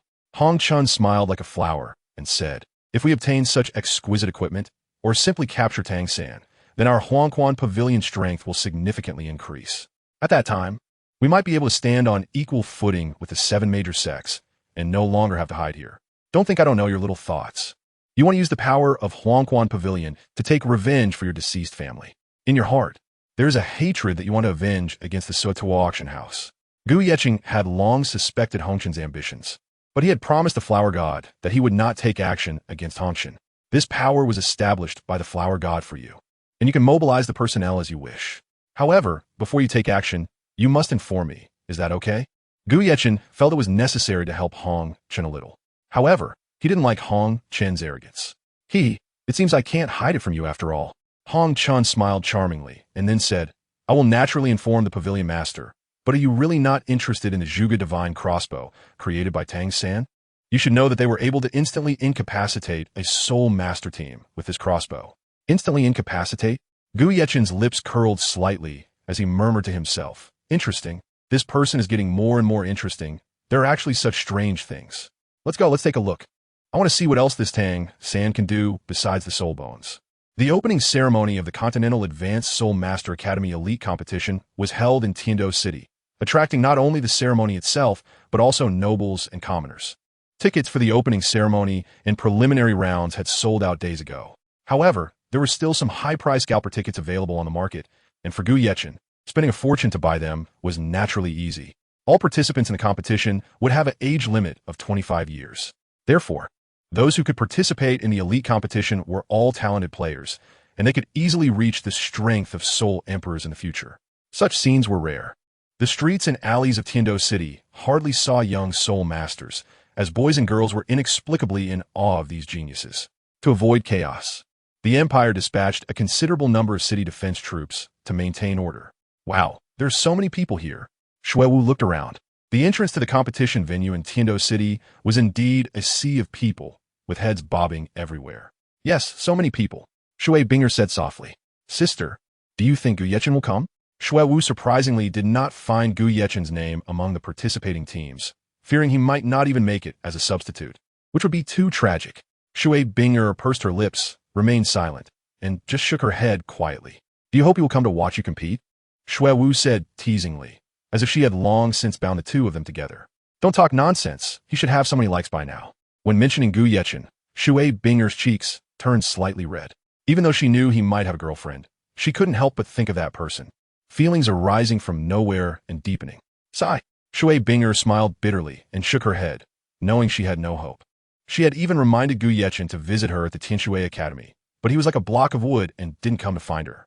The opening ceremony is over. Let's go inside the Great Soul Arena, Shui Binger reminded. Okay, sister. Shui Wu, who usually followed Shui Binger closely, did so unconditionally, mainly because Shui Binger had saved her life. Just as the two took a couple of steps, they heard some amusing comments. And Shui Binger and Shui Wu both covered their faces and laughed. A man in a uniform with the Purple Star Academy emblem laughed heartily. Look, what academy is that? Wearing shit green uniforms. Did they fall into a latrine? Ugh, it stinks. Chapter 150. The Holy Envoy in Yellow Sigh. This is really embarrassing. Oscar awkwardly covered his face with his hands and looked around, then helplessly lowered his head. Similarly, Ma Hongjun quickened his pace, fearing others would look at him. Sighing inwardly, Dean Flander, your taste is too poor. Exactly. I prefer normal clothes, even patched ones I can accept. Ning Rongrong has plenty of money. She could easily sponsor Shrek Academy. But Dean Flander's temper is too strange. He refuses to accept sponsorship fees, saying he wants to give the Soul Masters of the Tiando Empire a surprise. Surprising it is, but a bit excessive. It's a big forest. There are all kinds of birds. Someone passing by chuckled. Which academy are they from? I don't know. I've never seen them before. They might be from some rubbish academy. The crowd pointed in disgust. Hey, look at that fat guy. He looks just like a ball. Haha, it's hilarious. Who are you calling a ball? Ma Hongjuan's anger flared up upon hearing the ridicule. Let's go. Don't mind that fat loser. The two pushed and shoved their way out. Sigh. I will never wear this uniform again. It seriously affects my shining image. Ma Hongjun almost cried out in despair. We should at least discuss with the dean about removing the sponsorship advertisement wording. Right, exactly. Xiao nodded vigorously. Makes sense. Everyone agreed. At that moment, two familiar figures appeared, Dean Flander and the Master. What are you doing in such a remote place? Dean Flander chuckled. He seemed a bit embarrassed, as he had also been laughed at, so he quickly took off that exquisite uniform and changed into everyday clothes. Be more spirited. We are going to win the championship. This little setback is nothing. Hearing Dean Flander's words, the Shrek 7 monsters were left speechless. All right, everyone hurry to the Great Soul Arena. Just when the Shrek 7 monsters thought there would be no trouble, a very piercing voice rang out. You all think you can win the championship. Dream on. Don't you have any self-awareness? It was someone from the Tsanghui Academy. The crowd suddenly noticed the direction of the voice, very familiar with those who spoke. Zhao Wujia's deputy dean had even specifically beaten up a teacher from Tsanghui Academy. There's always been some enmity between the two academies. So someone from Tsanghui Academy said, when did a toad become so shameless? It really does look like a toad, ugly and thinking beautiful thoughts. That person noticed Ma Hongjun and even covered his mouth to stifle a laugh. Where did this group of little white dogs come from? Tang Xin stepped forward angrily and said, if you want to fight, I'm in. As long as Tang Xin took the lead. The other members of Shrek Academy all stepped forward, cracking their knuckles with popping sounds. Come if you dare. Who is afraid of whom? The people from Tsanghui Academy were equally unyielding. What are you doing? Suddenly, a middle-aged man in a purple tight-fitting outfit appeared on the high platform like a ghost. The middle-aged man had his hands behind his back, and his cloak fluttered in the wind. If one looked closely, they would see a strange mark on his forehead resembling a birthmark. Look, the owner of the little white dogs has arrived. Ma Ongjun pointed, looking at the fearless little fat man in front of him. The middle-aged man shot a fierce glare at Ma Hongjun. Ma Hongjun trembled all over, feeling an overwhelming pressure from deep within. What a powerful aura. Who is this person? Tang Xin also noticed him. He had just used the purple extreme magic eye to probe and found that the man's cultivation was not low. His name is Shernyan. His martial soul is the residual dream, and his personality is vengeful and ruthless. I didn't expect this old guy to go to Tsanghui Academy. Dean Flander adjusted his glasses and said, it seems this time Tsanghui Academy is not simple. You all need to be mentally prepared. Shernyan glanced at Dean Flander and the master with disdain, then waved his sleeve dismissively towards his team, saying, let us go. Watching them leave, Tang Sin couldn't help but blurt out, "Residual dream, martial soul? What kind of martial soul is that? Could it be an illusion?" "That's right, it's indeed an illusion." The master's face still bore the stubble of sighs, but his thoughts were incredibly clear. The residual dream, this martial soul, was quite troublesome. Even those stronger than him were unwilling to fight him because the illusion was basically the strongest form of mental control. Once caught in it, one could only wait for death. Dean Flender also reminded them, "You must be very cautious of this person as he kills without a blink, and for your safety, try not to go out. Otherwise, there will be a risk to your lives." "Even Dean Flender isn't his opponent?" Tang Sin began to inquire. "Yes, alone. I can't take him down. Back when we, the Golden Iron Triangle, roamed the continent together, his reputation was already loud." Flender recalled with some trepidation his experiences during his training on the continent. Even more qualified than Dean Flender, then what is his identity? Dai Mubai, as a prince of the Star Luo Empire, had never heard of a powerful figure named Shinian, so he must be extremely low-key. The Underworld Pavilion. "I wonder if you have heard of this force?"